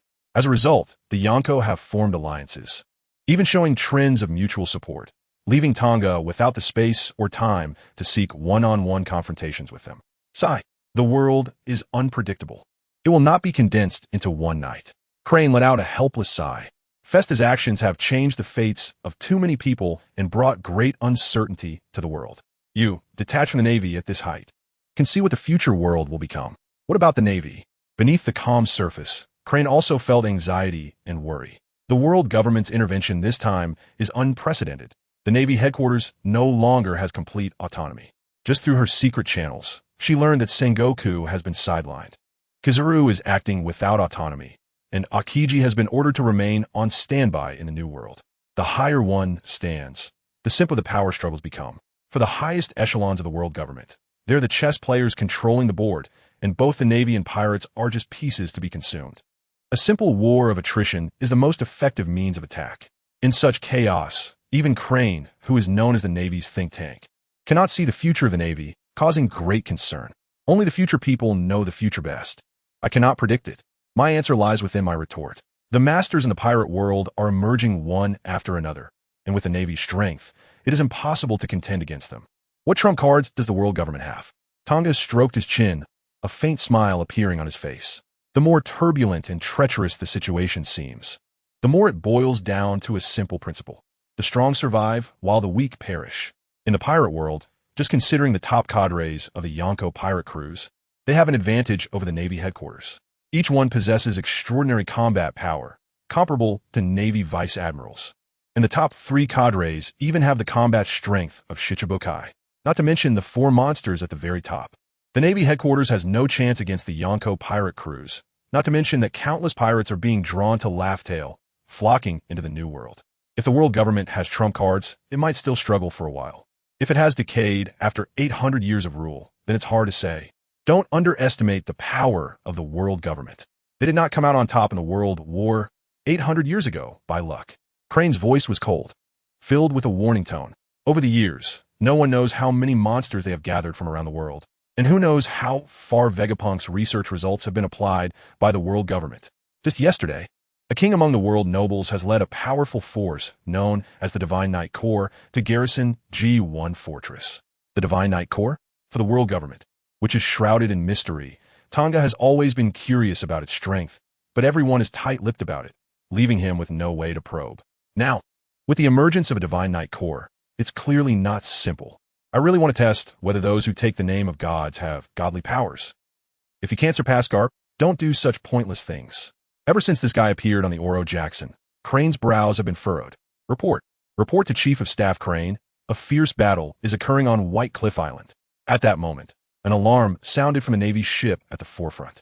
At the same time, a series of terrified screams erupted from the Navy soldiers. What is that? Has the apocalypse arrived? In the sky above White Cliff Island, a sphere with a diameter of over 1,000 meters suddenly appeared, instantly breaking through the clouds and about to crash onto the island. An invisible pressure weighed heavily on everyone's hearts, while the nearby sea stirred up huge waves and strong winds, threatening to capsize the warships at any moment. Moreover, within the visible range, a massive figure about 100 meters tall rose from the center of the island. It was as if an ordinary person had stepped into a mythical battlefield, with despair and fear being the main themes. Even after just experiencing the world-shattering battle on the Oro Jackson, as they looked at the spherical object hovering above White Cliff Island like a small celestial body and the unimaginably large figure, they could not control their emotions. Useless idiots. Shut up quickly. This level of battle will become the norm in the coming years. Crane's tone remained calm, though her words were much faster than usual. Furthermore, her hand, hidden in her sleeve, trembled slightly, indicating that her heart was not at peace. Is this kind of monster already so common? She looked at Tang Ge, her eyes holding a hint of subtle pleading. The cape of justice fluttered, and the rolling waves of the sea were instantly smoothed. As if the breath of a stabilizing needle calmed all the Navy, dispelling their fears. Don't worry, I'm here for everything. Tang Ge stood up and smiled. When the final battle comes, remember to look to the east. Don't miss my handsome appearance. Now it's time to clear out some minions. A massive meteorite fell, creating an intense wind pressure that swept across the entire island like a hurricane, blowing trees, creatures, and rocks into the sky. A single strike was comparable to a cataclysmic collision, a power worthy of Yi Ping's extreme confidence. Boom! The catastrophe of heaven and earth came to an abrupt halt, and the still image of a heartbeat racing to the throat spread out. The meteorite stopped hundreds of meters above the ground, unable to fall any further. As expected of the gravity fruit, such an attack was completely ineffective. Wrapped in the full-body Susanoo at its forehead center, Yi Ping looked up at the meteorite, where Fujitora stood still, half drawing his staff sword. However, this was just a greeting. It wasn't over yet.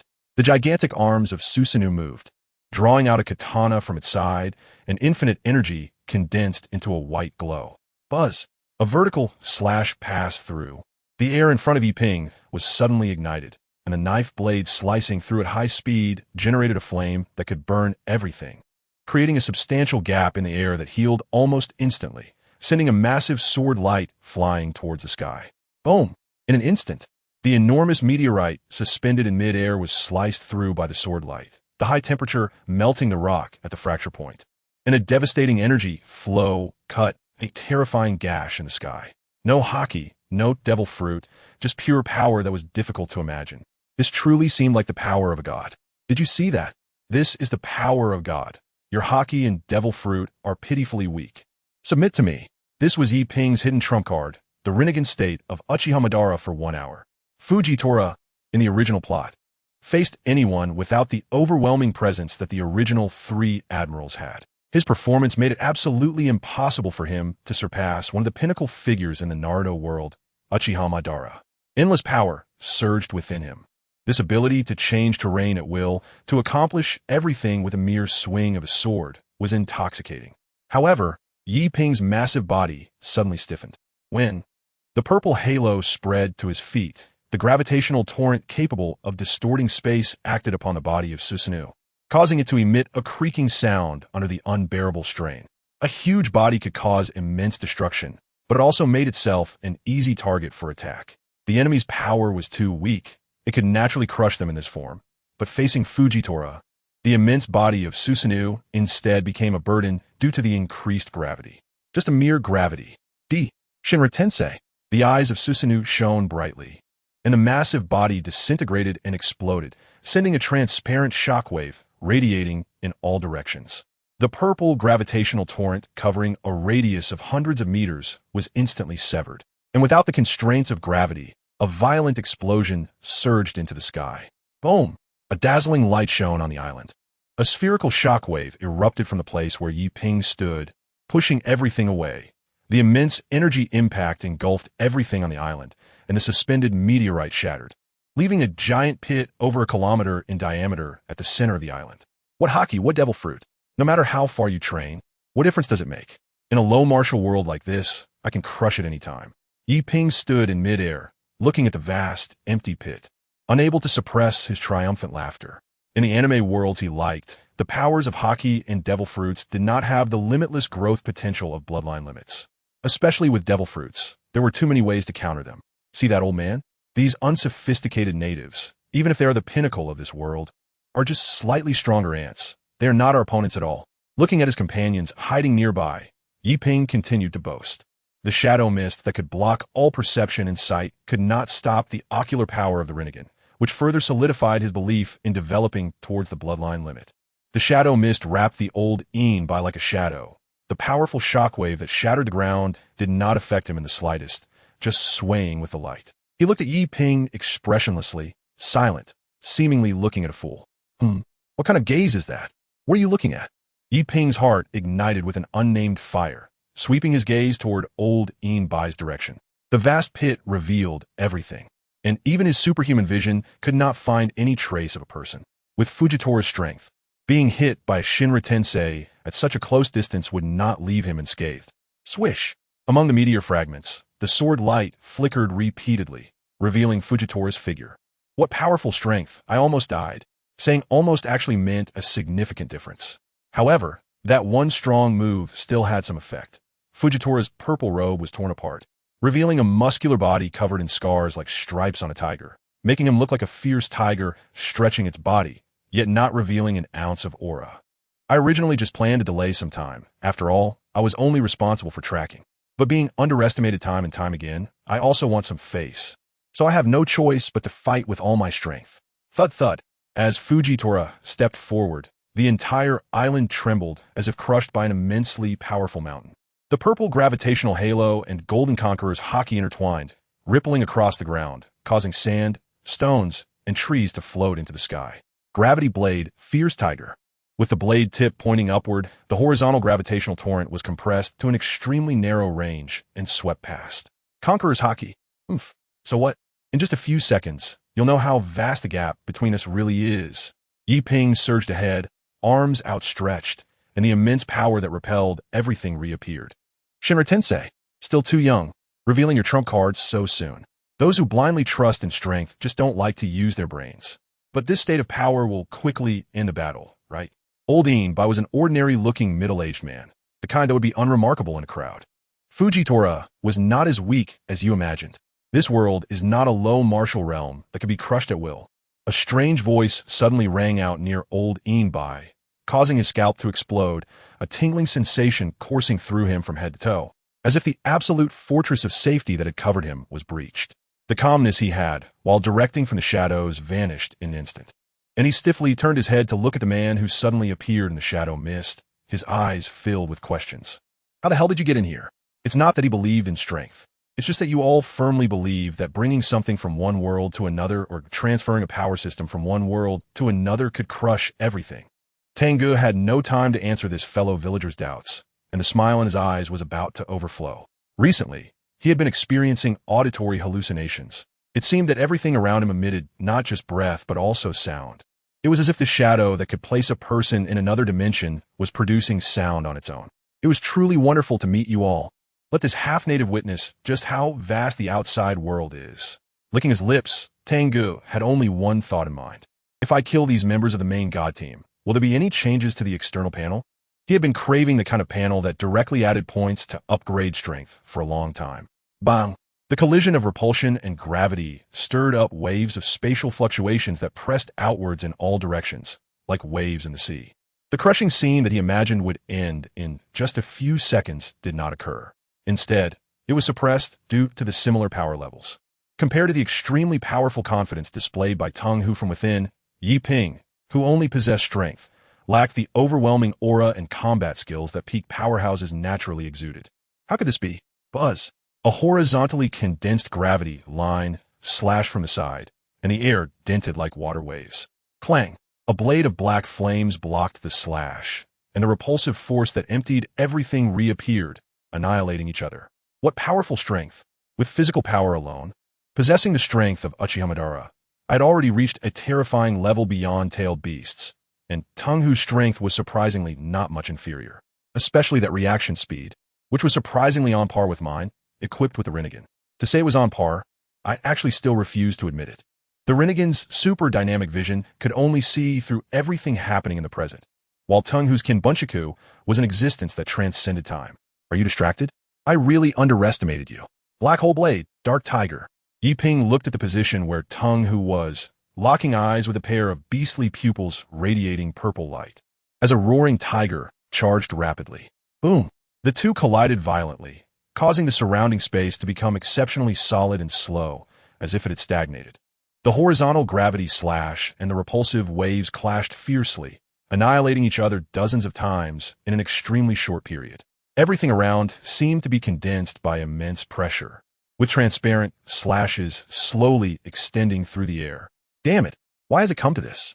Why won't these natives just die quietly? All along, Yi Ping, who had treated the characters in the world as mere game NPCs, gritted his teeth, and a burning anxiety ignited within him, gradually intensifying with the passage of time. His power lasted only an hour. After that, he would reveal his true form. A character like Golden Emperor Taizolo could be gradually worn down by Amaterasu. However, there was no opportunity to unleash Amaterasu against Tang Hu. Even with the power of Uchiha Madara, using Shinra Tensei had a time gap, and during that brief moment, he was actually being pushed back step by Tang Hu. It seemed he could only use his trump card. Let me show you the real gap. A thought flashed through his mind, and Yi Ping's concentric ring-like eyes widened. Rinnegan, Boundary Tomb, Creek. A world not belonging to this dimension appeared. Within his line of sight that only he could see, for white figures slowly emerged, identical in appearance to him, rushing towards Tang Hu. This was the special ability awakened by Uchiha Madara when he possessed the Rinnegan. Meanwhile, he raised the flame-concentrated blade again and charged forward, a hint of arrogance appearing at the corner of his mouth. I told you, you natives cannot comprehend the greatness of the gods. The flaming blade suddenly elongated, like a long tongue, cutting through the illusions created by Tang Hu's rapid movement. The grand attack of the main body was merely a cover for the shadow attacks from the Boundary Tomb world, as strikes from different worlds simultaneously fell upon Tang Hu. Rinnegan, Shadow Strike. God, I advise you not to boast, as it will make you seem insecure. Tang Hu slightly sidestepped to avoid the attack from the flaming blade, while simultaneously swinging his staff blade at high speed. Each slash through the air produced the sound of metal clashing. This scene made Yi Ping, who thought Tang Hu was another villain, widen his eyes in shock. How could this be? No one in this world can see the shadows from the boundary tomb world. Seemingly unable to believe that this attack had missed, it was an assault from another world, even another dimension. He knew Tang whose Kinbunchaku was extremely strong, possibly surpassing anyone else, but he never expected even the attacks from the boundary tomb world shadows could be sensed. This is really troublesome. I'm not just watching.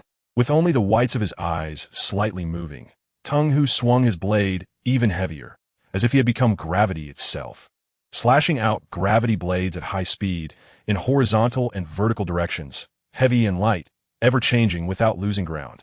Indeed, it was just a superficial display of power. Tang Ge was sure that if Uchiha Madara, the god in Yiping's mouth, were to battle Tang Hu instead, the situation might have reversed.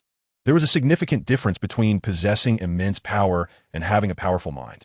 Putting his heart back in his stomach, Tang Ge looked at the fellow villager ahead. I say, you can't possibly have this little strength. This flashy magic is even weaker than that superstitious guy. The impatience that everyone could hear flowed from his lips. And Tang Ge's gaze was like a hunter bored with his prey, ready to deliver the final blow. Let's end this. This boring battle. Armament Haki gathered on the blade, and a massive blade of light fell in an instant, blocking all retreat routes. This middle-aged man hiding to the side seemed to have invested all his points in hidden talents. He was not good at genuine combat. He pulled out a wand like those in Harry Potter movies and shot some harmless and easily dodged spells at him, sometimes tossing over strange potion bottles and props. Aside from emitting various smelling smoke, he couldn't even break his skin. The key point was that while casting spells, he had a chant, which was far inferior to the instant and powerful devil fruits. Giant spirit shield. Layers of thick energy shields appeared in front of his body, and a white scroll appeared in his hand. A dazzling white light flashed, and just before the massive blade of light struck, the old Inbai disappeared from his spot. When he reappeared, he was already at the edge of the island. A teleportation array? So you were the one who let someone slip away right under my nose last time, but this time, the distance isn't so far. Before the old Inbai could catch his breath, a voice followed him like a shadow, and Tang Ge had already appeared within dozens of meters in front of him. The farther the distance, the longer the casting time required for teleportation. Being able to cast short-distance teleportation in such a battle showed his exceptional skill in teleportation. Seeing the blade of light fall again, the old Inbai panicked and pulled out a bunch of things from his pocket and scattered them outward, trying to summon the shield to block the descending slash again. However, this time, the impatient Tang Ge did not give him another chance, and a series of blade lights fell, instantly slicing his body apart. All just flashy things. It was truly a waste of countless people's dream opportunities. Watching his fellow townsfolk leave nothing behind but countless liquids exploding in a mist, forming a rainbow in the air, Tang Ge could only sigh.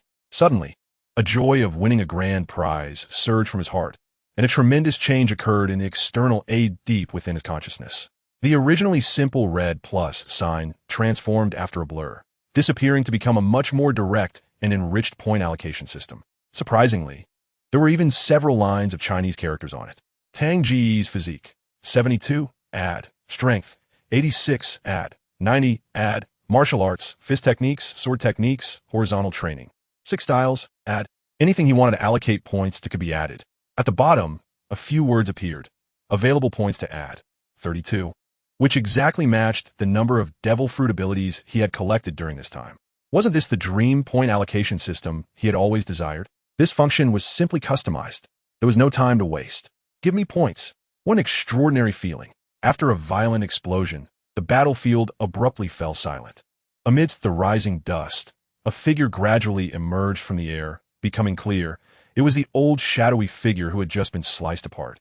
The fear and despair on his face gradually faded as he looked at Tang Ge, who was standing at the edge of the island with his eyes tightly closed. A mass of colorful mist enveloped his entire body like a giant lizard with wings, with wisps of mist entering his body with each breath. Indeed, a reckless man. No matter how much muscle you train, you still fall beneath my wisdom. Self-proclaimed as a qualified behind-the-scenes, old shadowy figure. He relied not on brute force, but on the wisdom that controlled everything. From the very beginning, he had feigned weakness. Even the panic after that last escape was an act, all to trigger his trap. Also, I'm not just some magician performing tricks, but a great wizard, consuming that has gone extinct in the wizarding world to create which has the powerful effect of pulling even souls into an illusion. Even a real 1,000-year-old giant dragon would be unable to break free from this potion. Enjoy it well. A black shadow extended from his feet to Tang Ge's side, finally revealing a human silhouette. TSK, TSK, such developed muscles, looking as hard as metal. Before he could finish speaking, the black shadow split into more than 10 finer lines, suddenly stabbing towards Tang Ge's head, the sharp ends carrying a sinister hue and deadly poison. Clang, clang. The crisp sound of needles striking metal rang out, as the shadowy stabs that could pierce steel armor surprisingly failed to break Tang Ge's skin. However, he truly fell into an illusion. Indeed, without specialized soul training methods, how could anyone in this world resist the power of the old shadowy figure was not discouraged. Instead, he showed a proud smile, with caution deeply ingrained in his bones, still wanting to test once more at such a moment. Then become my puppet. Although it was a waste of a precious shadow puppet insect, everything about you will be mine. The extremely thin black lines, like living creatures, began to burrow into Tang Ge's mouth, nose, ears, and eyes, with the end of one seemingly wriggling with something. Success. Just as the black line was about to enter his body, Tang Ge suddenly fell backward, as if unable to support his body's center of gravity while asleep, a smile of sweet dreams appearing at the corner of his mouth. This startled the old shadowy figure, who immediately prepared to flee like a frightened rabbit, manipulating the black lines to act again. However, the black lines faced another obstacle. Two fingers pinched the black line, carrying the puppet insect, applying slight pressure, producing a squishy sound as the insect was crushed, along with an irritable voice disturbed from its dream. Can't you let me finish my fantasy of the grand finale? I was already about to punch the 4 emperors and kick the stars. The colorful mist was all inhaled into his nose like flowing water, enough to trap a giant dragon from the wizarding world in an endless illusion. Yet it turned out to be just a supplementary potion for some people's fantasies. At this moment, the only relief for the old shadowy figure was that he had maintained a safe distance at all times, as his body quickly became transparent, as if merging into the air, entering another dimension. Whatever that fool. If I don't leave now, it will be too late. The thought of taking Yi Ping with him had not even fully formed in his mind before it was abandoned. The old shadowy figure activated the long-distance teleportation array hidden in this alternate space. Crack! The hexagram array spun rapidly, but the old shadowy figure standing at its center remained in place because the entire alternate space was being torn apart, the hexagram array being sliced into several segments. Using the same tactic a second time in front of me is irresponsible to one's own life. Pulling back the finger that had pierced the old shadowy figure's head, he watched as the body lost its life force and fell. Tang Ge softly uttered a phrase.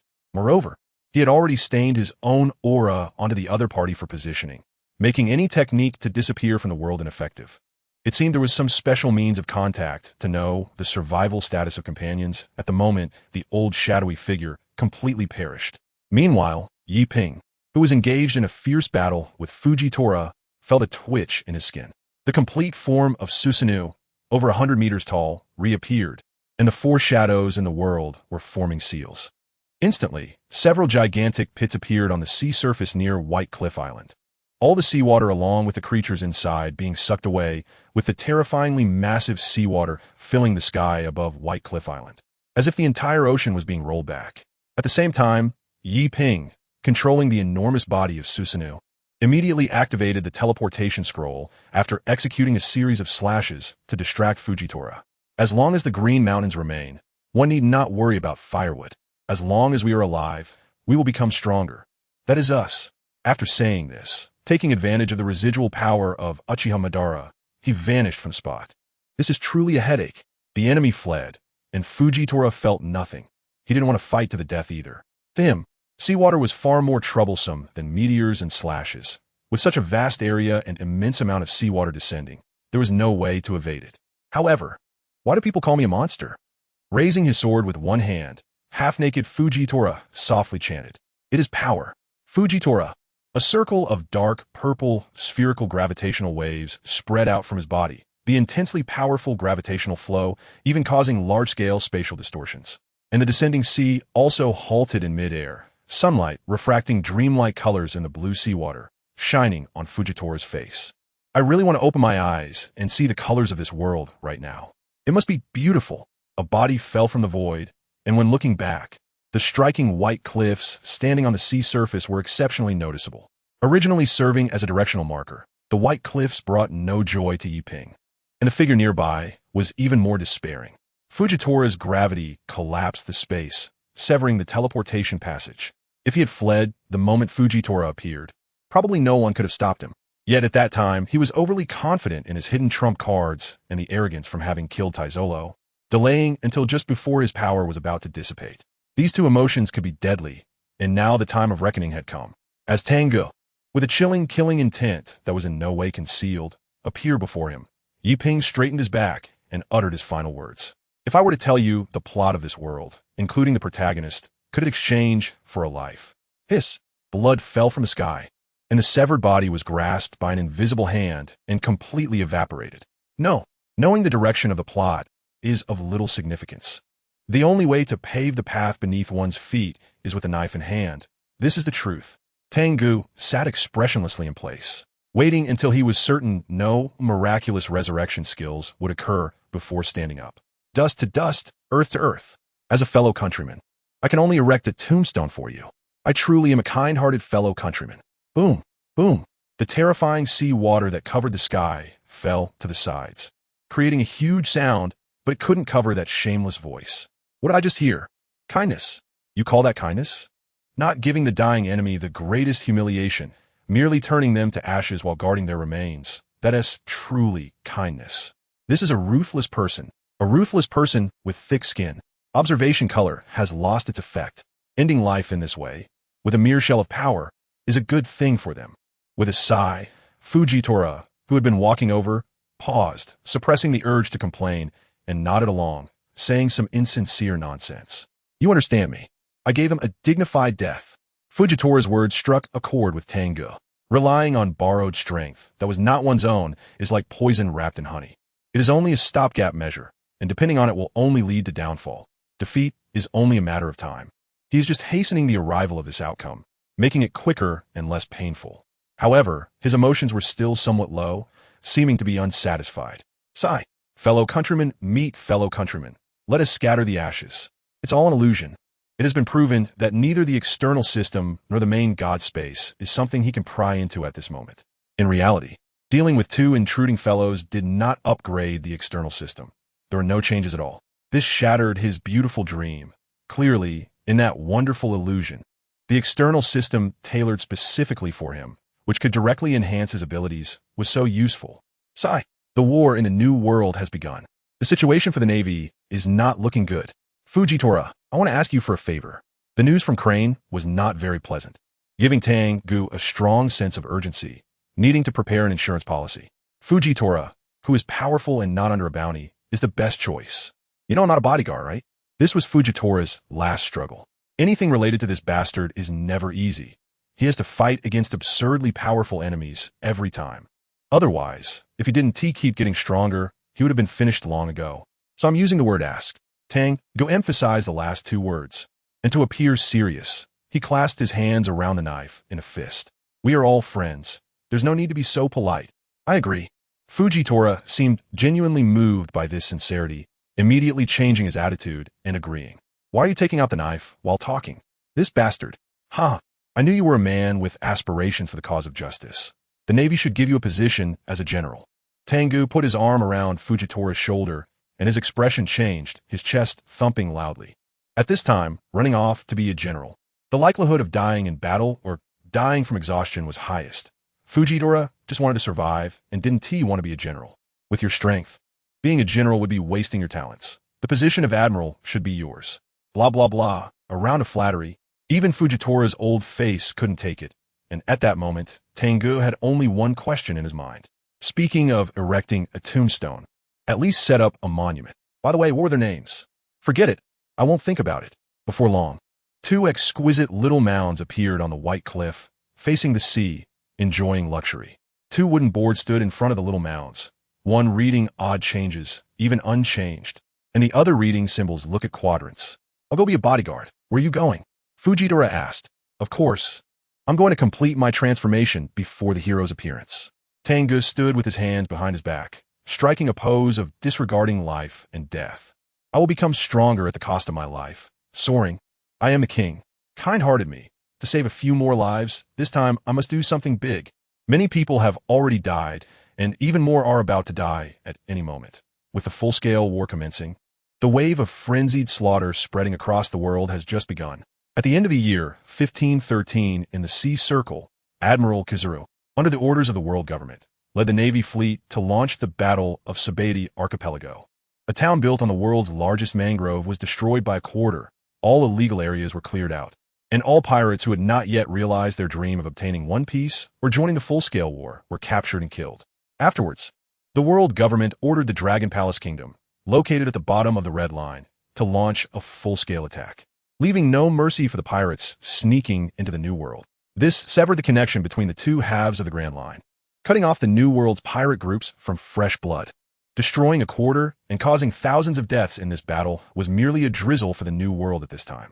Especially within the sphere of influence of the world government and its affiliated countries, slaughter, flames, and blood became the main theme. Island extermination, nation destruction, and annihilation had become the norm. Looking down from a sufficient height, naval elites from all over the world continuously poured into the New World, under the leadership of the vice admirals, sealing off the entire sea area. Meanwhile, the agency directly under the world government utilized omnipresent intelligence to systematically hunt down all resistance forces within the world government sphere of influence. This included pirates, nations, and individuals attempting to conceal the eternal pointer leading to Raftel, and those opposing the world government. This is the blank policy. Pirates within the four emperor sphere of influence were also not idle. In the face of the world government's extreme slaughter policy, the scattered pirates united instead. The two armies gathered along the long border of the New World, with the pirate coalition led by the four emperors facing the joint forces of the world government headed by the Navy. Both sides stood ready for battle, and a decisive confrontation was imminent. In the middle of the long front line lies Solomon Island, a large island close to 10,000 square kilometers, shaped like a horizontally lying solid number 8. Here is where light and darkness intersect, where both the phenomena of polar day and polar night appear simultaneously on either side of the island. On the side of the polar day, there is a Navy base near the sea. Originally just a branch base serving as a lookout, it was rapidly expanded with the help of capable individuals, transforming into a fully armed Navy frontline command center. In the office located at the top level, Sengoku, with all his hair turned white, frowned deeply, and a massive sea chart was spread out on the desk in front of him, with ship models placed on it. As intelligence officers continuously moved the ships according to the battle conditions occurring in various locations. Mihawk has announced his departure from the 7 warlords of the sea and joined the Red Hair Pirates. Boa Hancock has refused the summons, and with Blackbeard Marshal D. Teach and Edward Weevil, who have already lost contact, the warlords of the sea are now effectively non-existent. Many pirates that were thought to have disappeared into the depths of the sea have emerged. Bad news comes one after another, all within Sengoku's expectations. The monster of war has gone berserk during his time of being sidelined, and it can no longer be stopped. Understood. Raise Mihawk's bounty to 2 billion berries. The bigwigs at the top of the world have made the worst decision. Sengoku believes this, so during this time, he did not passively comply with the orders from above. He and all the senior Navy officials do not agree with the extreme blank policy to eliminate dissenters. They should wait until the pirates turn on each other over the elusive one piece of laugh tale before waging war. Just as Doflamingo cannot change the entire Navy's position just by defeating 2 admirals, he, the nominal admiral at the top of the Navy, cannot resist the power of the world government. The Navy personnel below will absolutely choose the former when faced with the highest orders from the world government and the orders from the admiral. The world government is like a colossal entity radiating endless conqueror's hockey, making it impossible to defy. This is the will of a king. At this point, he can only try to delay the arrival of a decisive battle. If he cannot prevent it, he hopes to minimize the Navy's losses. Sengoku believes that someone shares the same understanding with him on this point. However, in reality, there are too many variables and too many unpredictable ambitions. The panicked sound of hurried footsteps interrupted Sengoku's thoughts as an intelligence officer rushed over, barely managing to salute. Report.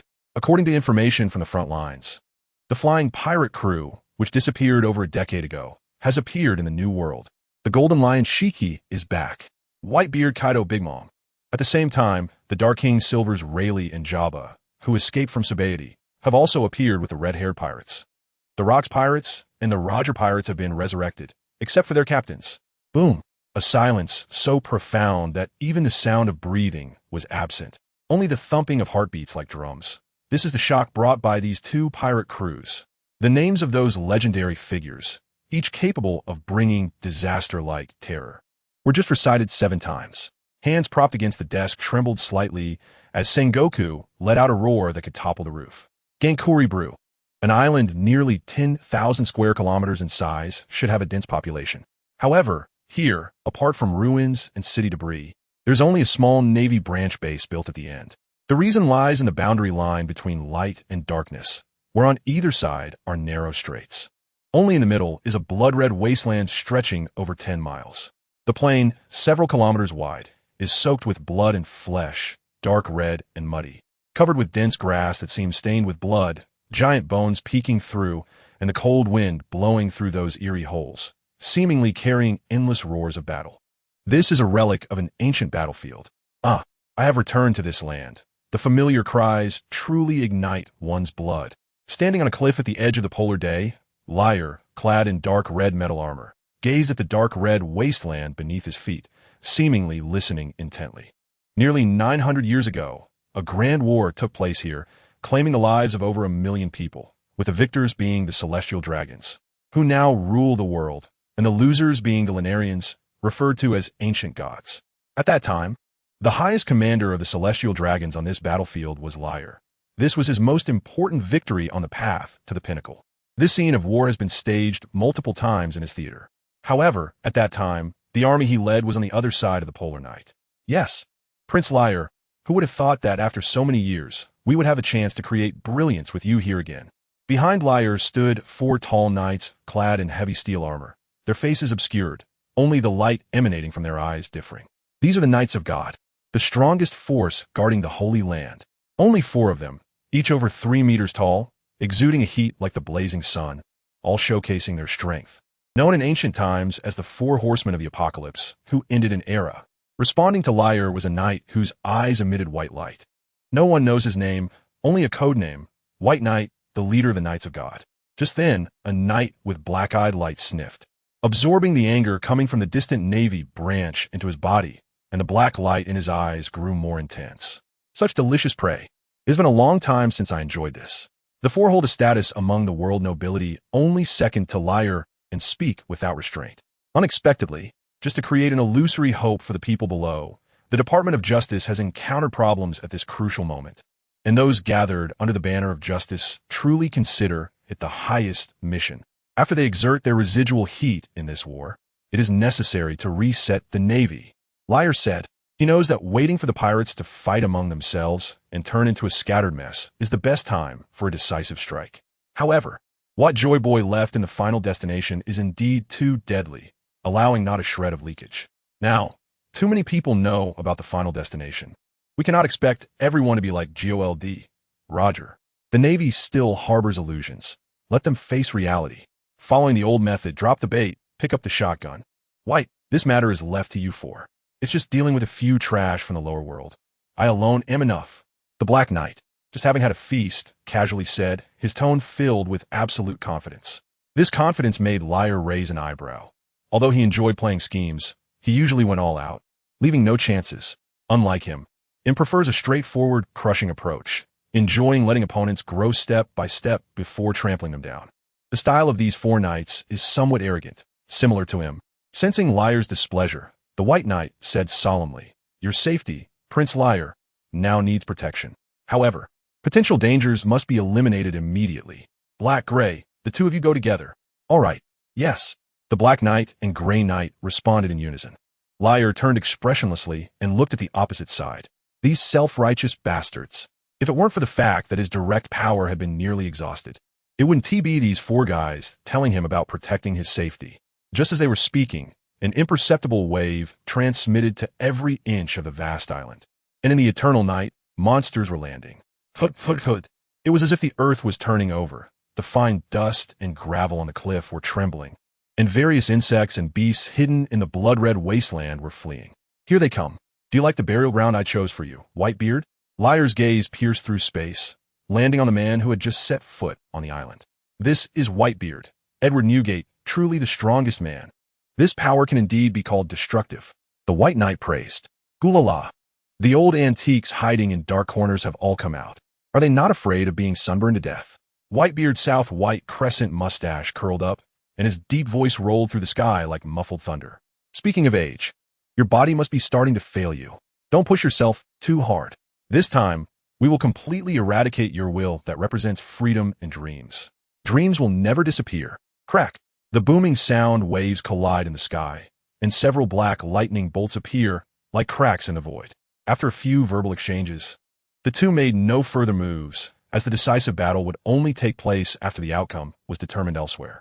A great battle is about to begin, with the king at the center.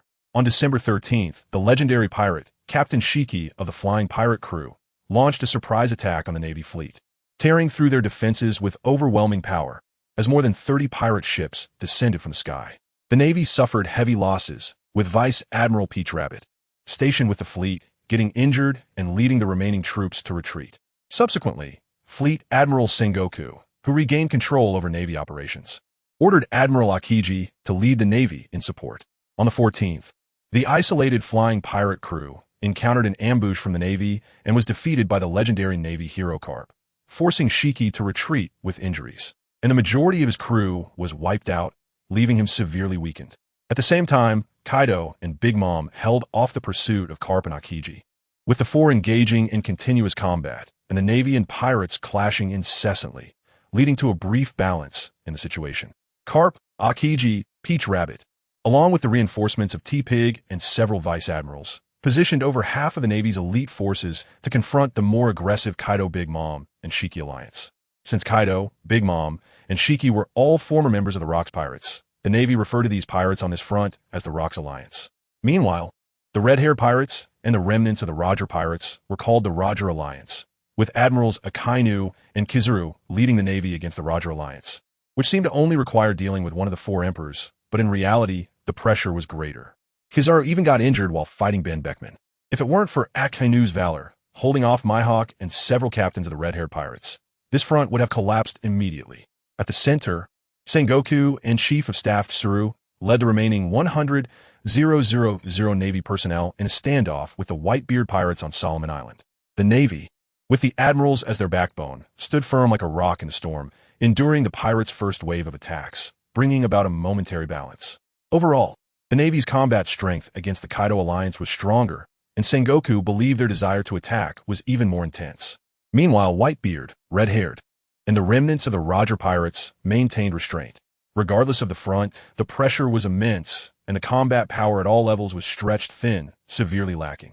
The Navy had gathered all the combat power hidden in various departments and bases over the years, yet still lacked confidence in facing the four emperors head-on.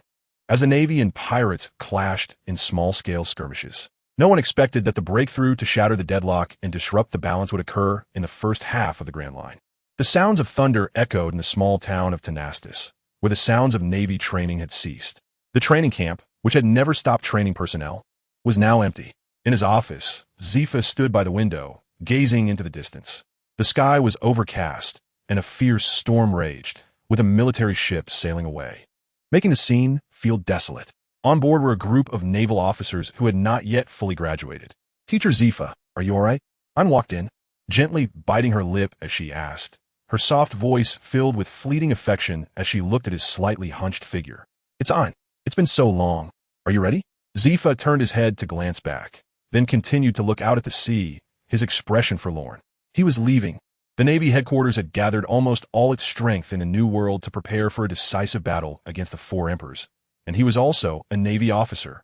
In direct combat, he no longer had the vigor of his youth, but guarding against the minor threats in Marineford was still more than sufficient.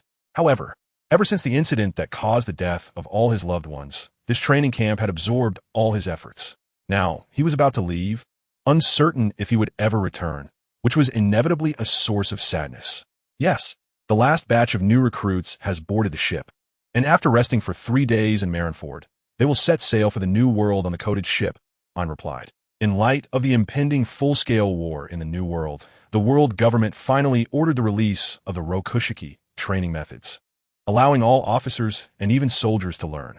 This task was also assigned to Zifa. The small area of Tanastus, far from the passage to the New World, was not sufficient for large personnel training. Only Marineford had enough space for mass training. Batch after batch of officers would receive brief Rokushiki training there. Even if it was short, Zifa hoped this would increase their chances of survival in the upcoming war. These new recruits, I haven't had the chance to teach them anything before sending them to the battlefield. Sigh. This world. Zifa clenched his fist tightly and sighed deeply. Zifa's strength ranked lower among the admirals. However, no one could erase his name from the history of the Navy. He was the greatest instructor in Navy history, treating every student who came to train as his own true students and teaching them with utmost dedication. This unique charisma was unmatched. Now, these students had not yet mastered the power to protect themselves on the battlefield and were being sent to fight on the front lines.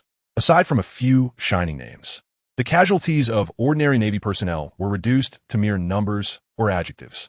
This helpless feeling of watching lives flow away like water was truly terrible and powerless for Zifa. Worst news was that the main character this time was Karp's son, Dragon. The world government aimed to eliminate the pirates of the New World in one fell swoop, reallocating Navy forces from around the world to suppress them, leading to empty defenses in various kingdoms and branches, allowing pirates to run rampant. At the same time, the government's actions of crazily exploiting the financial and material resources of various countries stirred little waves under their watchful eyes. However, in the Four Seas, several countries were captured by the Revolutionary Army under Dragon's ideological influence, leading to a change in kingdoms. With more public support, Dragon even spread the revolutionary flame to the Grand Line. If the world government spent too much time and effort in the New World, even if they ultimately eliminated the pirates there, the resistance forces worldwide would only grow stronger. Teacher Zifa, after Fleet Admiral Sengoku returns, the entire Navy will be different. Not to mention Karp and the three admirals, we will definitely achieve final victory. I didn't know what to say to comfort him, so she could only be blindly optimistic, trying to dispel the gloom in Zifa's heart. It's useless, Ein. Whether in victory or defeat, the Navy will. The final outcome, Zifa did not speak out, as it was too pessimistic. The world government's intention to resolve the increasingly uncontrollable Navy and the New World pirates threatening their status was evident. As the saying goes, when the clam and the heron fight, the fisherman benefits. Looking at Zifa's desolate figure, she, who had always been shy about expressing her feelings, mustered the courage to continue speaking. Teacher Zifa, we will definitely come back here. No matter where you go, we are determined to follow you. I hope so, Zifa sighed. Sometimes, he even wished that such a world would come to an end. Let's go. Depart. Zifa sighed again, leaving the window and passing through the training camp that held his decades of effort and glory. Yes. Bang. Bang. On the massive transport ship, Zephyr looked back at the thunder that was coiled in the clouds, waiting to strike, with a glimmer of hope in his eyes. The era is always filled with opportunities that lead one to the peak. It's up to you now, Tang Ge. That hope came from the flash of the sword that severed the thunder, stemming from confidence in that man. The alarm bells rang continuously, the white sails rose, and the warship sailed towards the dark deep sea. Waves rolled, and amidst the thunderstorm, a man and a woman stood on the surface of the sea, watching the naval ship depart, then gazing at the swirling dark clouds above, where an indescribable power emerged. It has begun. Under the sea, in the great prison, impelled down. This is the world's #1 prison, established in the doldrums, known for its ironclad security. In the eyes of all pirates worldwide, it is hell on earth. A prison life that never sees the sun, endless tortures, and places like the Mountain of Blades, the Sea of Fire, and the Blood Pool make one shudder at the thought. This leads many pirates to prefer fighting to the death against the Navy rather than being captured and imprisoned in this hellish place. On the surface, there is a fortress with stone walls over 20 meters high, forming 2 concentric circles with only one entrance. Below the surface is the true face of Impelled Down, a vast tower-like structure plunging deep into the seabed, divided into 6 levels, each with a name of hell. The outbreak of total war has caused the number of pirates in the first half of the Grand Line and the Four Seas to surge. Moreover, due to a certain order, the number of pirates imprisoned here has reached an overcrowded level. Even the usually empty 3rd underground level, Hunger Hell, is now packed, with bounties on the imprisoned pirates ranging from 10 million to 100 million. At this moment, Impelled Down, which should have been filled with whales day and night, was in a state of revolt, with pirates participating in a frenzy of shouting like at a wild banquet. The guards of the prison's main force rushed to every level to suppress the unrest, but it was futile. Thud, thud, roar, roar. The sound of millions of footsteps stomping down echoed in the confined space of the deep sea. At the same time, the roars of hellish demons vented the agitation in their hearts. The outside world seems to have become interesting. Let us out. Total war. The eternal pointer leading to Raftel. This is a chance to become the Pirate King. It's even a great opportunity to surpass Roger and Whitebeard. Let us out. All of this is exhilarating. The blood pool is far too cold. End this boring era and let the world enter a slaughter once again.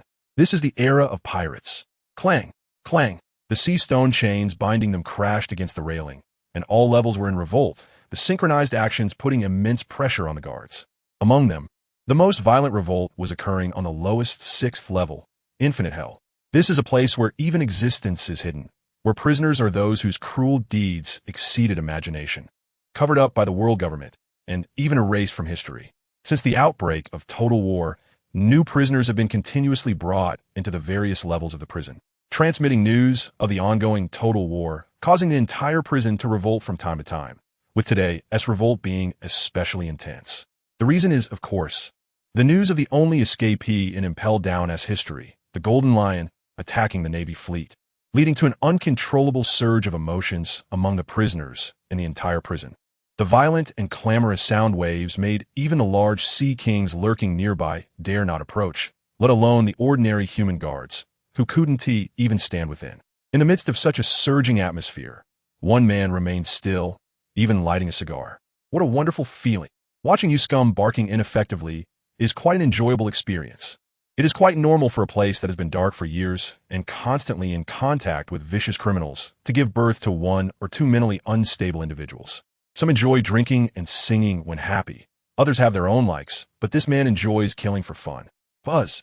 An eerie red light flashed, and a line of blood twisted and turned through the prison bars into the room, finally landing on the wall. Blood splattered across the cell. As a group of pirates were sliced through, their bodies sliding apart and collapsing to the ground. Those who could be imprisoned here were all-powerful figures, strong and resilient. Even after being cut in half, they did not die immediately. The upper halves struggled and writhed, crying out for help in immense pain. The man who had just struck watched all of this, and a strong thrill of killing surged through his brain, causing his body to tremble with excitement. Those who are mentally unstable experience double the joy when they are happy. Damn it, it's Shirey of the Rain. This pervert. How dare he come here to kill? In an instant, all the inmates in one cell perished, leaving behind increasingly faint cries. This brutal slaughter silenced the entire 6th level, and the previously frantic prisoners fell silent in an instant. The pirates here were once the worst of the worst, but encountering the man known as Shirey of the Rain was their misfortune. This guy is the second in command of Impelled Down, second only to Warden Magellan, and is in charge of overseeing the prisoners, a pure madman for slaughter who takes pleasure in killing, frequently engaging in indiscriminate massacres. The Infinite Hell, which had just been noisy and chaotic, fell silent in an instant. Shirey's appearance doused them with a bucket of cold water, forcing them to calm down. Keep screaming. You scum, living is a sin. The ember of the cigar between his lips glowed dimly, as Shirey's murderous intent surged. He usually could only restrain himself to kill some noisy weaklings on the upper levels, but this time, taking advantage of Magellan being occupied, he volunteered to come to Infinite Hell to suppress the revolt. However, the pirates on the 6th level were indeed different. The feeling of killing them was unlike any other. The crimson blade flashed continuously, piercing into one cell after another, blood gushing out from within. No pirate could resist, shackled by sea stone chains. They were mere lambs to the slaughter before the formidable Shirey. This echoed the saying, "What goes around comes around." The relatively weaker cells were soon cleared out, and a strange red light flickered in Shirey's eyes as he turned to look at the cells holding the strongest prisoners. Damn it! What is this idiot trying to do? Someone save me. Hey, what is that look in your eyes? I'm going to slaughter you, you bastard. Give me a key. I want to duel with you. They shouted the fiercest threats, but the intense sense of crisis made the prisoners inside the cages honestly shrink back, fearing they would become the victims of Shirey's blade. Hiss! A bloodthirsty smile appeared at the corner of Shirey's mouth. It was a truly chilling smile. Who would be troubled by slaughtering some small fry? The crimson blade, Reijiki, swung again, and even the strongest pirates here were reduced to helpless small fry. More killings were about to commence, but it was not yet time. A dignified and composed voice echoed throughout Infinite Hell, suppressing all other noises. Stop! Clang! The eerie red blade was grasped by a massive hand, unable to advance an inch. At the entrance of the elevator to infinite hell, a group of fully armed guards appeared, led by a strong man over 4 meters tall. With a swift motion, he crossed an open area and blocked Shiryu's slash with one hand. Huh, saved. It's Magellan. Half of the tension in their hearts was released. The prisoners held in infinite hell never imagined they would await Magellan's arrival with such feelings. The blade still trembled, and the bloodthirsty Shiryu would naturally not stop just because of a word. I said to stop. Shiryu. A cold voice echoed again, accompanied by a wisp of purple mist. The prison warden Magellan, a man dressed in a black uniform with wings on his back and horns on his head. He is the one who stands at the pinnacle of this prison, which holds the most vicious criminals in the world. And he is also the strongest man in the prison. A user of the poison fruit. He is a poison man. Why should I stop? Magellan. This group of useless trash is a complete waste of food, and they only increase our defensive pressure. It's better to let me kill them. Feeling the force from the blade, Shiryu's indifferent voice rang out. In this prison, only I have the right to kill anyone, including you. With 2 streaks of paint resembling tear marks on his cheeks, Magellan, with his gloved fists, suddenly exerted force and shoved Shiryu away. Kill me? That depends on whether you have the ability. You troublesome diarrhea man. Falling to the side, Shiryu's expression gradually darkened, gripping the hilt of his sword tightly and staring at Magellan. Buzz. His figure dove rapidly, and the crimson blade drew a slash. Shut up. Even if they are prisoners, you are not allowed to kill indiscriminately. This is an ironclad rule. Magellan's eyes glowed with a fierce red light, and an overwhelming aura surged forth, sending chills down the spines of all the pirates in their cells. Magellan is good at everything, but once he makes a move, it's bound to harm the innocent. Damn it. This cell. Poison dragon. Magellan turned purple, and 3 clawed poison dragons emerged behind him, swirling in midair, with purple venom dripping from their mouths onto the ground, corroding it into scars.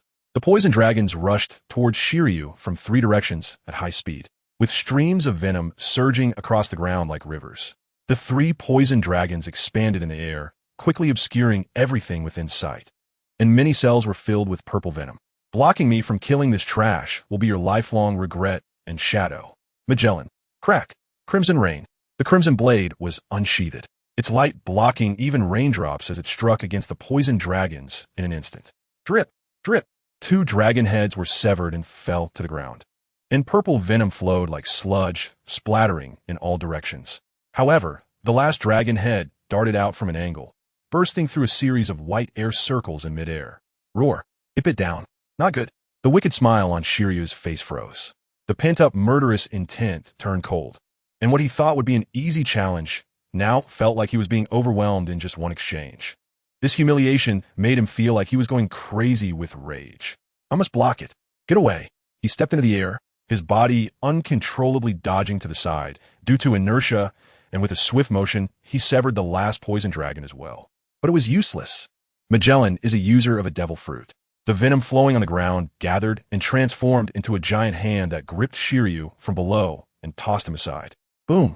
The massive impact slammed Shiryu's body against the wall, and the highly toxic liquid quickly corroded his body, rendering him unable to move. That damn poison man! His eyes spun, and Shiryu nearly lost consciousness on the spot.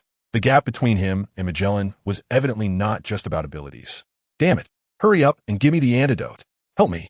Nearby in the cells, many figures writhed in agony. Magellan's venom had an extremely wide area of effect, and he never intended to deliberately avoid these criminals. Covered in purple venom, even a little bit of contact caused immense pain, and the prisoners rolled around in their cells, trying to escape the venom and relieve their suffering. Don't get carried away. Who is the boss of this prison? It seems you need a reminder. The venom on Magellan continued to drip, creating clouds of toxic smoke on the ground, showcasing the might of his power over life and death. After surveying the entire infinite hell, Magellan let out a slight sigh of relief, and then turned to leave. Lock this bastard up and let him cool off. Yes. Warden Magellan. The guards wearing gas masks hurriedly approached with care, taking Shiryu to an empty cell and chaining him up, stepping onto the direct elevator to the upper levels. Magellan remained silent. The purpose of the world government in building this impel down was simple: to imprison powerful devil fruit users until death, extending the interval between appearances of the same devil fruit, which was very necessary, especially at this critical juncture. Among the pirates imprisoned on the 6th level, there were several extremely terrifying devil fruit users, and no matter who possessed their abilities, the destruction caused would impact the current situation in the New World. It was manageable on the Navy's side, but if it fell into the hands of pirates, it would be a disaster. As a member of the world government, Magellan had a better relationship with the Navy headquarters, and these were some trivial things he did for the Navy, which was currently engaged in the war in the New World. Beep beep, a vibration from his chest. Magellan took out a phone bug wearing a gas mask from his pocket, and after connecting, he casually spoke. It's Hannibal. What's the matter? The riots in the upper levels have been suppressed, right? Hannibal is the third in command of the prison, the deputy warden. Of course, under the brilliant leadership of this warden. How can mere pirates dare to act recklessly? I exposed my ambition to become warden. The image of the phone bug awkwardly tried to retract what it had just said. What is it that made you call? Regarding the ambition that the other party has been shouting about for over a decade, Magellan was indifferent. The world government has sent more people. They said they want to take some prisoners from the 6th level. Hannibal said, Magellan frowned. The Holy Emperor Printing Company was destroyed. The underworld suffered heavy losses due to Doflamingo's death, and the channel for the world nobles to replenish slaves was cut off. So, these idle rich folks actually set their sights on the pirates imprisoned and impelled down. In the past, they only needed some small fry, and Magellan could pretend not to know. But this time, they actually want people from infinite hell. These idiots. I understand. This isn't the first time such a thing has happened. Let them take those who are not the most dangerous level of prisoners. Just as the riot on the 6th level has just calmed down, you can bring people to deal with it. Magellan said calmly. Understood. I'll arrange it right away. With that, the phone bug was immediately hung up. After the elevator continued to ascend for a while, with a loud clang, the elevator door opened. A wave of scorching heat rushed in, with flames illuminating both sides, resembling a sea of fire. This was the 4th floor, a fiery hell. The temperature on the entire floor was extremely high, like a gigantic iron pot filled with boiling blood and a burning sea of fire. A few individuals dressed in uniforms marked with the intersecting crosses of the world government, wearing black top hats, approached from across the spacious corridor, followed by a squad of guards clad in metal armor, one of whom was even riding a frail horse. They walked past Magellan without any intention of greeting him. Striding confidently, Magellan walked past them slowly, keeping his gaze straight ahead. The leader of the world government's group let out a light snort but did not confront him. This infamous chief of Impelled Down was known for being stern and unyielding. It was unwise to clash with him here. The elevator door that had just opened hadn't even closed completely when a rotund man dressed like an Egyptian pharaoh hurriedly stepped forward to press the button for the lower floor. Wearing a fawning expression, "Gentlemen, please don't hold it against him. If you recommend me for the director position, the situation will definitely be different," he said, always scheming for a power grab. Such blatant flattery did not earn him any respect from the world government personnel, whose attitude became even more arrogant, as if they were looking down their noses at him. This idiot, Magellan couldn't help but cover his forehead halfway down the corridor. However, when he looked back at the already descending elevator, his expression turned serious. The world government, truly powerful. Back in his office, sitting on the toilet, Magellan let out a heavy sigh, with indistinct noises echoing below. Losing the powerful support of the Navy headquarters at any moment made Impelled Down feel like an active volcano. Once it erupted, it would undoubtedly blow the already struggling Navy to smithereens. Beep beep. The guard at the main gate of Impelled Down called in, and Magellan's limbs felt like they were cramping as he barely reached for the microphone. Report, Director Magellan. The Navy has arrived. Huh? What day is it today? Magellan couldn't help but think, feeling as if his stomach had emptied. Let him in. The number of devil fruit users in Impelled Down might not be the highest, but it definitely had the highest density. The number of devil fruit users imprisoned in this prison was beyond imagination, which was bound to attract certain visitors. An incident occurred on the Great Desolar. Don Quixote Doflamingo was killed on the spot, while Crocodile and Moria were left barely alive and caught up in battles with the Kainu and Fujitora, facing certain death. Thus, the Navy headquarters made a swift decision to dispatch Akiji, who was on vacation, to lead the Navy fleet in a lightning raid on these 3 pirate cruise headquarters to reduce future uncertainties. The 3 pirate crews, now without their captains, had no ability to resist. The Don Quixote pirates' headquarters in the North Sea was the first to be attacked, with all the family executives captured. Following that, Crocodile's secretly established Baroque works was destroyed, with core members and thousands of minor pirates captured. Finally, the remnants of Moria, hiding in the foggy seas due to geographical advantages, were wiped out by the Navy. The number of captured Devil Fruit users from just these 3 pirate crews was nearing 20. Along with the Devil Fruit users imprisoned here over the years, the number had become incalculable. With so many Devil Fruit users gathered together, Tang Ge arrived, slightly altering his appearance and using the name Pola Bell. He calmly watched as the gates of Impel Down slowly opened a crack under the pretense of being a special inspector from the Navy headquarters. A team of guards wielding tridents came out to meet him, led by a blonde woman. I apologize for keeping you waiting. I am the small but fond of interrogation Suddy. Due to the unexpected visitors, I had to consult the director. Please bear with me. The blonde woman occasionally let out alluring sounds that sparked endless imagination, dressed in a pink leather outfit with a blank section in the middle, revealing much of her slender waist and chest, with even her legs showing obvious marks from the tight leather pants. This provocative outfit made the surrounding guards dare not look at her for long, as she was Suddy, a twisted individual in the dark, violent environment of Impel Down. With a whip, leather pants, and a pleasure-seeking moan, she was either a sadist or masochist. So what is the result? Tang Ge frowned slightly. Her speaking style was quite irritating, like a bean sprout posing in front of him, making him want to knock her out. His gaze lingered briefly on the 3 beast-headed humanoid monsters standing behind her, who were Zoan-type Devil Fruit users or users whose wisdom had been eroded by animal instincts due to failed awakenings. The welcome gift was 3 Devil Fruit users. Impel Down was not mistaken in its choice. Of course, you're most welcome. Director Magellan is waiting for you in the director's office on the 4th underground level. Suddy moved aside to allow a half-wooden door to open. Please enter. Major Bell from the Navy headquarters. I will guide you from here. In that brief moment, she felt a shiver as if she was about to be killed, even missing a breath. The feeling came quickly and disappeared just as fast, seeming like an illusion. Before I meet Director Magellan, I want to understand the defensive capabilities of Impel Down. There are too many pirates imprisoned here, and the uproar of a riot has reached the Navy headquarters. We wouldn't want anything major to happen in Impel Down at such a critical time. Tang Ge looked at the slowly opening door and stepped inside without hesitation. Impel Down was self-contained and operated under closed management. Even the Navy knew little about its internal structure and personnel management. If it weren't for the current urgent situation and the fact that riots did occur from time to time, the Navy wouldn't so easily enter here. After passing through the wooden door, a single log bridge led directly to the inner city gate, which could be raised at any time to cut off access between the inner and outer city, sealing off Impel Down completely. No problem. This way, please. Please proceed with a body check first. Surrounded by 3 beast guards, they first underwent a thorough examination in a stone chamber and then walked down the corridor to the 1st underground level, the Red Lotus Hell. The air was filled with the smell of blood, and the sounds of painful wails echoed continuously. Fortunately, the environment here was frequently cleaned, devoid of the rot and moldy smells typical of dark spaces. This is the 1st underground level, where some unknown minor characters are imprisoned, usually cannon fodder from pirate ships. The guards here are extraordinary beast guards, blue gorillas.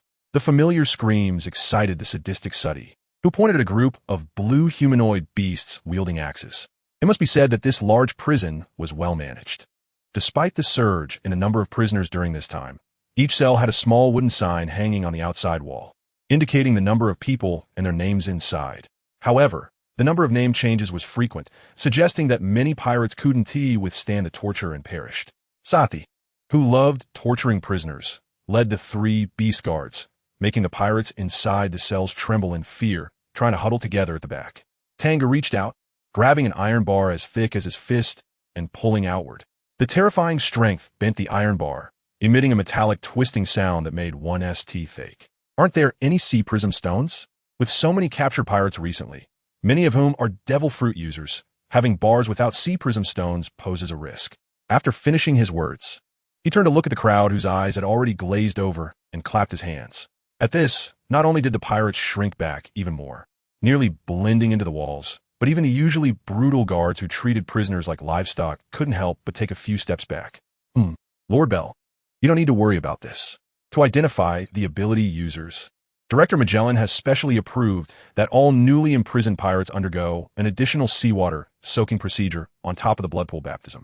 Then, all identified ability users are imprisoned on the 4th level, personally guarded by him to ensure nothing goes wrong. Little Suddy's eyes sparkled with admiration. A natural respect for the strong. The power to bend this iron pillar with bare hands was truly exhilarating. Very impressive talent. No wonder he can guard this great prison.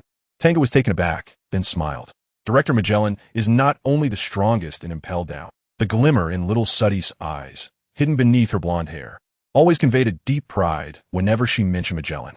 Even at the Navy headquarters, his strength is comparable to that of an admiral. To this, Tang Ge remained non-committal. I see nothing of interest in the two lower levels of the prison. Let's go directly to the underground 4th level. All the ability users are concentrated there, saving us quite a bit of effort. From this perspective, Magellan is indeed capable. In the underground 6th level, the infinite hell, the elevator doors opened, and the group stepped out. Tap, tap. Hannibal was still fawning over the world noble's envoy. One of the armored guards following behind had already started tap dancing. The light footsteps rhythmically tapped on the ground, producing a harmonious sound that made people involuntarily lean in to listen. What a seriously responsible deputy director. If possible, could you hand me that string of keys on you? The helmet opened, revealing a pale face with thin lipstick, his gaze fixed on the string of keys hanging from Hannibal. Tick-tock, tick-tock. Sure. Hannibal, clearly in a daze, answered unconsciously. His hand reached for his waist without hesitation, about to hand over the keys that could open all the prison doors in infinite hell. Clink, clink.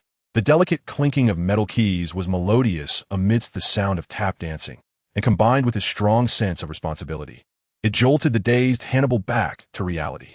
After a moment of panic, he immediately looked at the World Government Group with a wary expression. You're not from the World Government. Who are you really? The few guys dressed in World Government uniforms had already collapsed on the ground, and their guards were removing their heavy armor, revealing their true forms. Ha ha! Lafitte, this is the first time your hypnosis has failed. Indeed, fate will not allow us to succeed so easily, right, Oka? When the last person removed his armor, Hannibal recognized the newcomer, Marshal D. Teach, one of the warlords of the sea. Cold sweat poured down his forehead. The last time he faced such a situation was directly confronting the escaped Golden Lion. Bang, bang, bang. 3 consecutive gunshots knocked down the guards who were about to attack, and Hannibal was also knocked to the ground with a punch. The keys were snatched away. The so-called ability users become weaker than ordinary people once their abilities fail. Van Oka, holding an extremely long sniper rifle, adjusted his monocular. Along with the poison Q riding a thin horse and the muscular Jesus Burgess, the entire Blackbeard pirates had arrived. What a strict guy. But there's one person's ability that suits you very well. I'm sure you'll be interested. Ha! Crossing over everyone, Teach led the way to the center of infinite hell, raising his hands and revealing a manic grin. Ha ha! Hello! You losers who are imprisoned for life in this jail, the prisoners without any dreams, must feel terrible watching the new world go to war while you can only watch. The pirates recently suppressed by Magellan, seeing this group of sudden invaders, felt their restlessness rise again and moved toward the railing. Now, I give you a chance to see the light again. Ding ding. Teach raised the keys he had snatched from Hannibal and shook them. Join my pirate crew, and here will be our first step towards the peak. The ones who will ultimately win in the all-out war will be us. Boom! The hope born out of despair was even more fervent, and the roar soared into the sky. In the underground 4th level, the Red Lotus Hell, Tang Ge didn't expect to reach here so easily. The reason he chose to infiltrate rather than crush from above was that with a single swipe of blades, all ability users would be gone. Firstly, because Impelled Down is different from Judicial Island. Its relationship with the Navy is much closer, and it wouldn't be appropriate to slaughter them all together. Secondly, Judicial Island has an upper P0, and there are hidden talents in the Navy. It wouldn't make sense for Impelled Down, which imprisons all pirates, not to have some hidden backup. If he exposed his whereabouts too early and ran into them, it would be too late to find those ability users. However, seeing how easily he had mixed in, Tang Ge couldn't help but have some doubts about his own imagination. Walking through the cell area engulfed in flames, Tang Ge suddenly looked toward the cell in the corner, his gaze fixed on a name written on the wooden wall, and he stepped closer. It really is you, Spade. Inside the cell, a man was covered in scars from burns, his body weak and seemingly on the verge of death. However, his signature octopus hairstyle still allowed Tang Ge to recognize him. He was indeed the first pirate he had captured, and at that time, he used Spade as an experiment to determine if the same ability user could recharge several times. Do you know this guy? Originally, someone as close to madness as him should have been thrown to feed wild beasts long ago. However, a powerful guy in the Navy had ordered that he experience the blood pool baptism every day, so he was still alive. In the end, known for torturing others. Little Suddy shivered. This pirate named Spade wasn't strong at all. It was just because he offended that man that he went through 7 years of blood pool baptism and severe torture. It's terrifying to think about. I suppose so. Standing outside the cell bars, Tang Ge didn't even need to use observation hockey to know that Spade's body had completely collapsed. He hadn't expected that the words given to take care of him would lead to this extent, nor did he expect Spade to have held on until now. It's you. It really is you. You actually came here.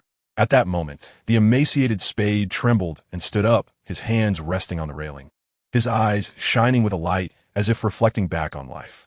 He recognized Tang Ge. It's me, Tang Ge replied calmly. Crack, crack.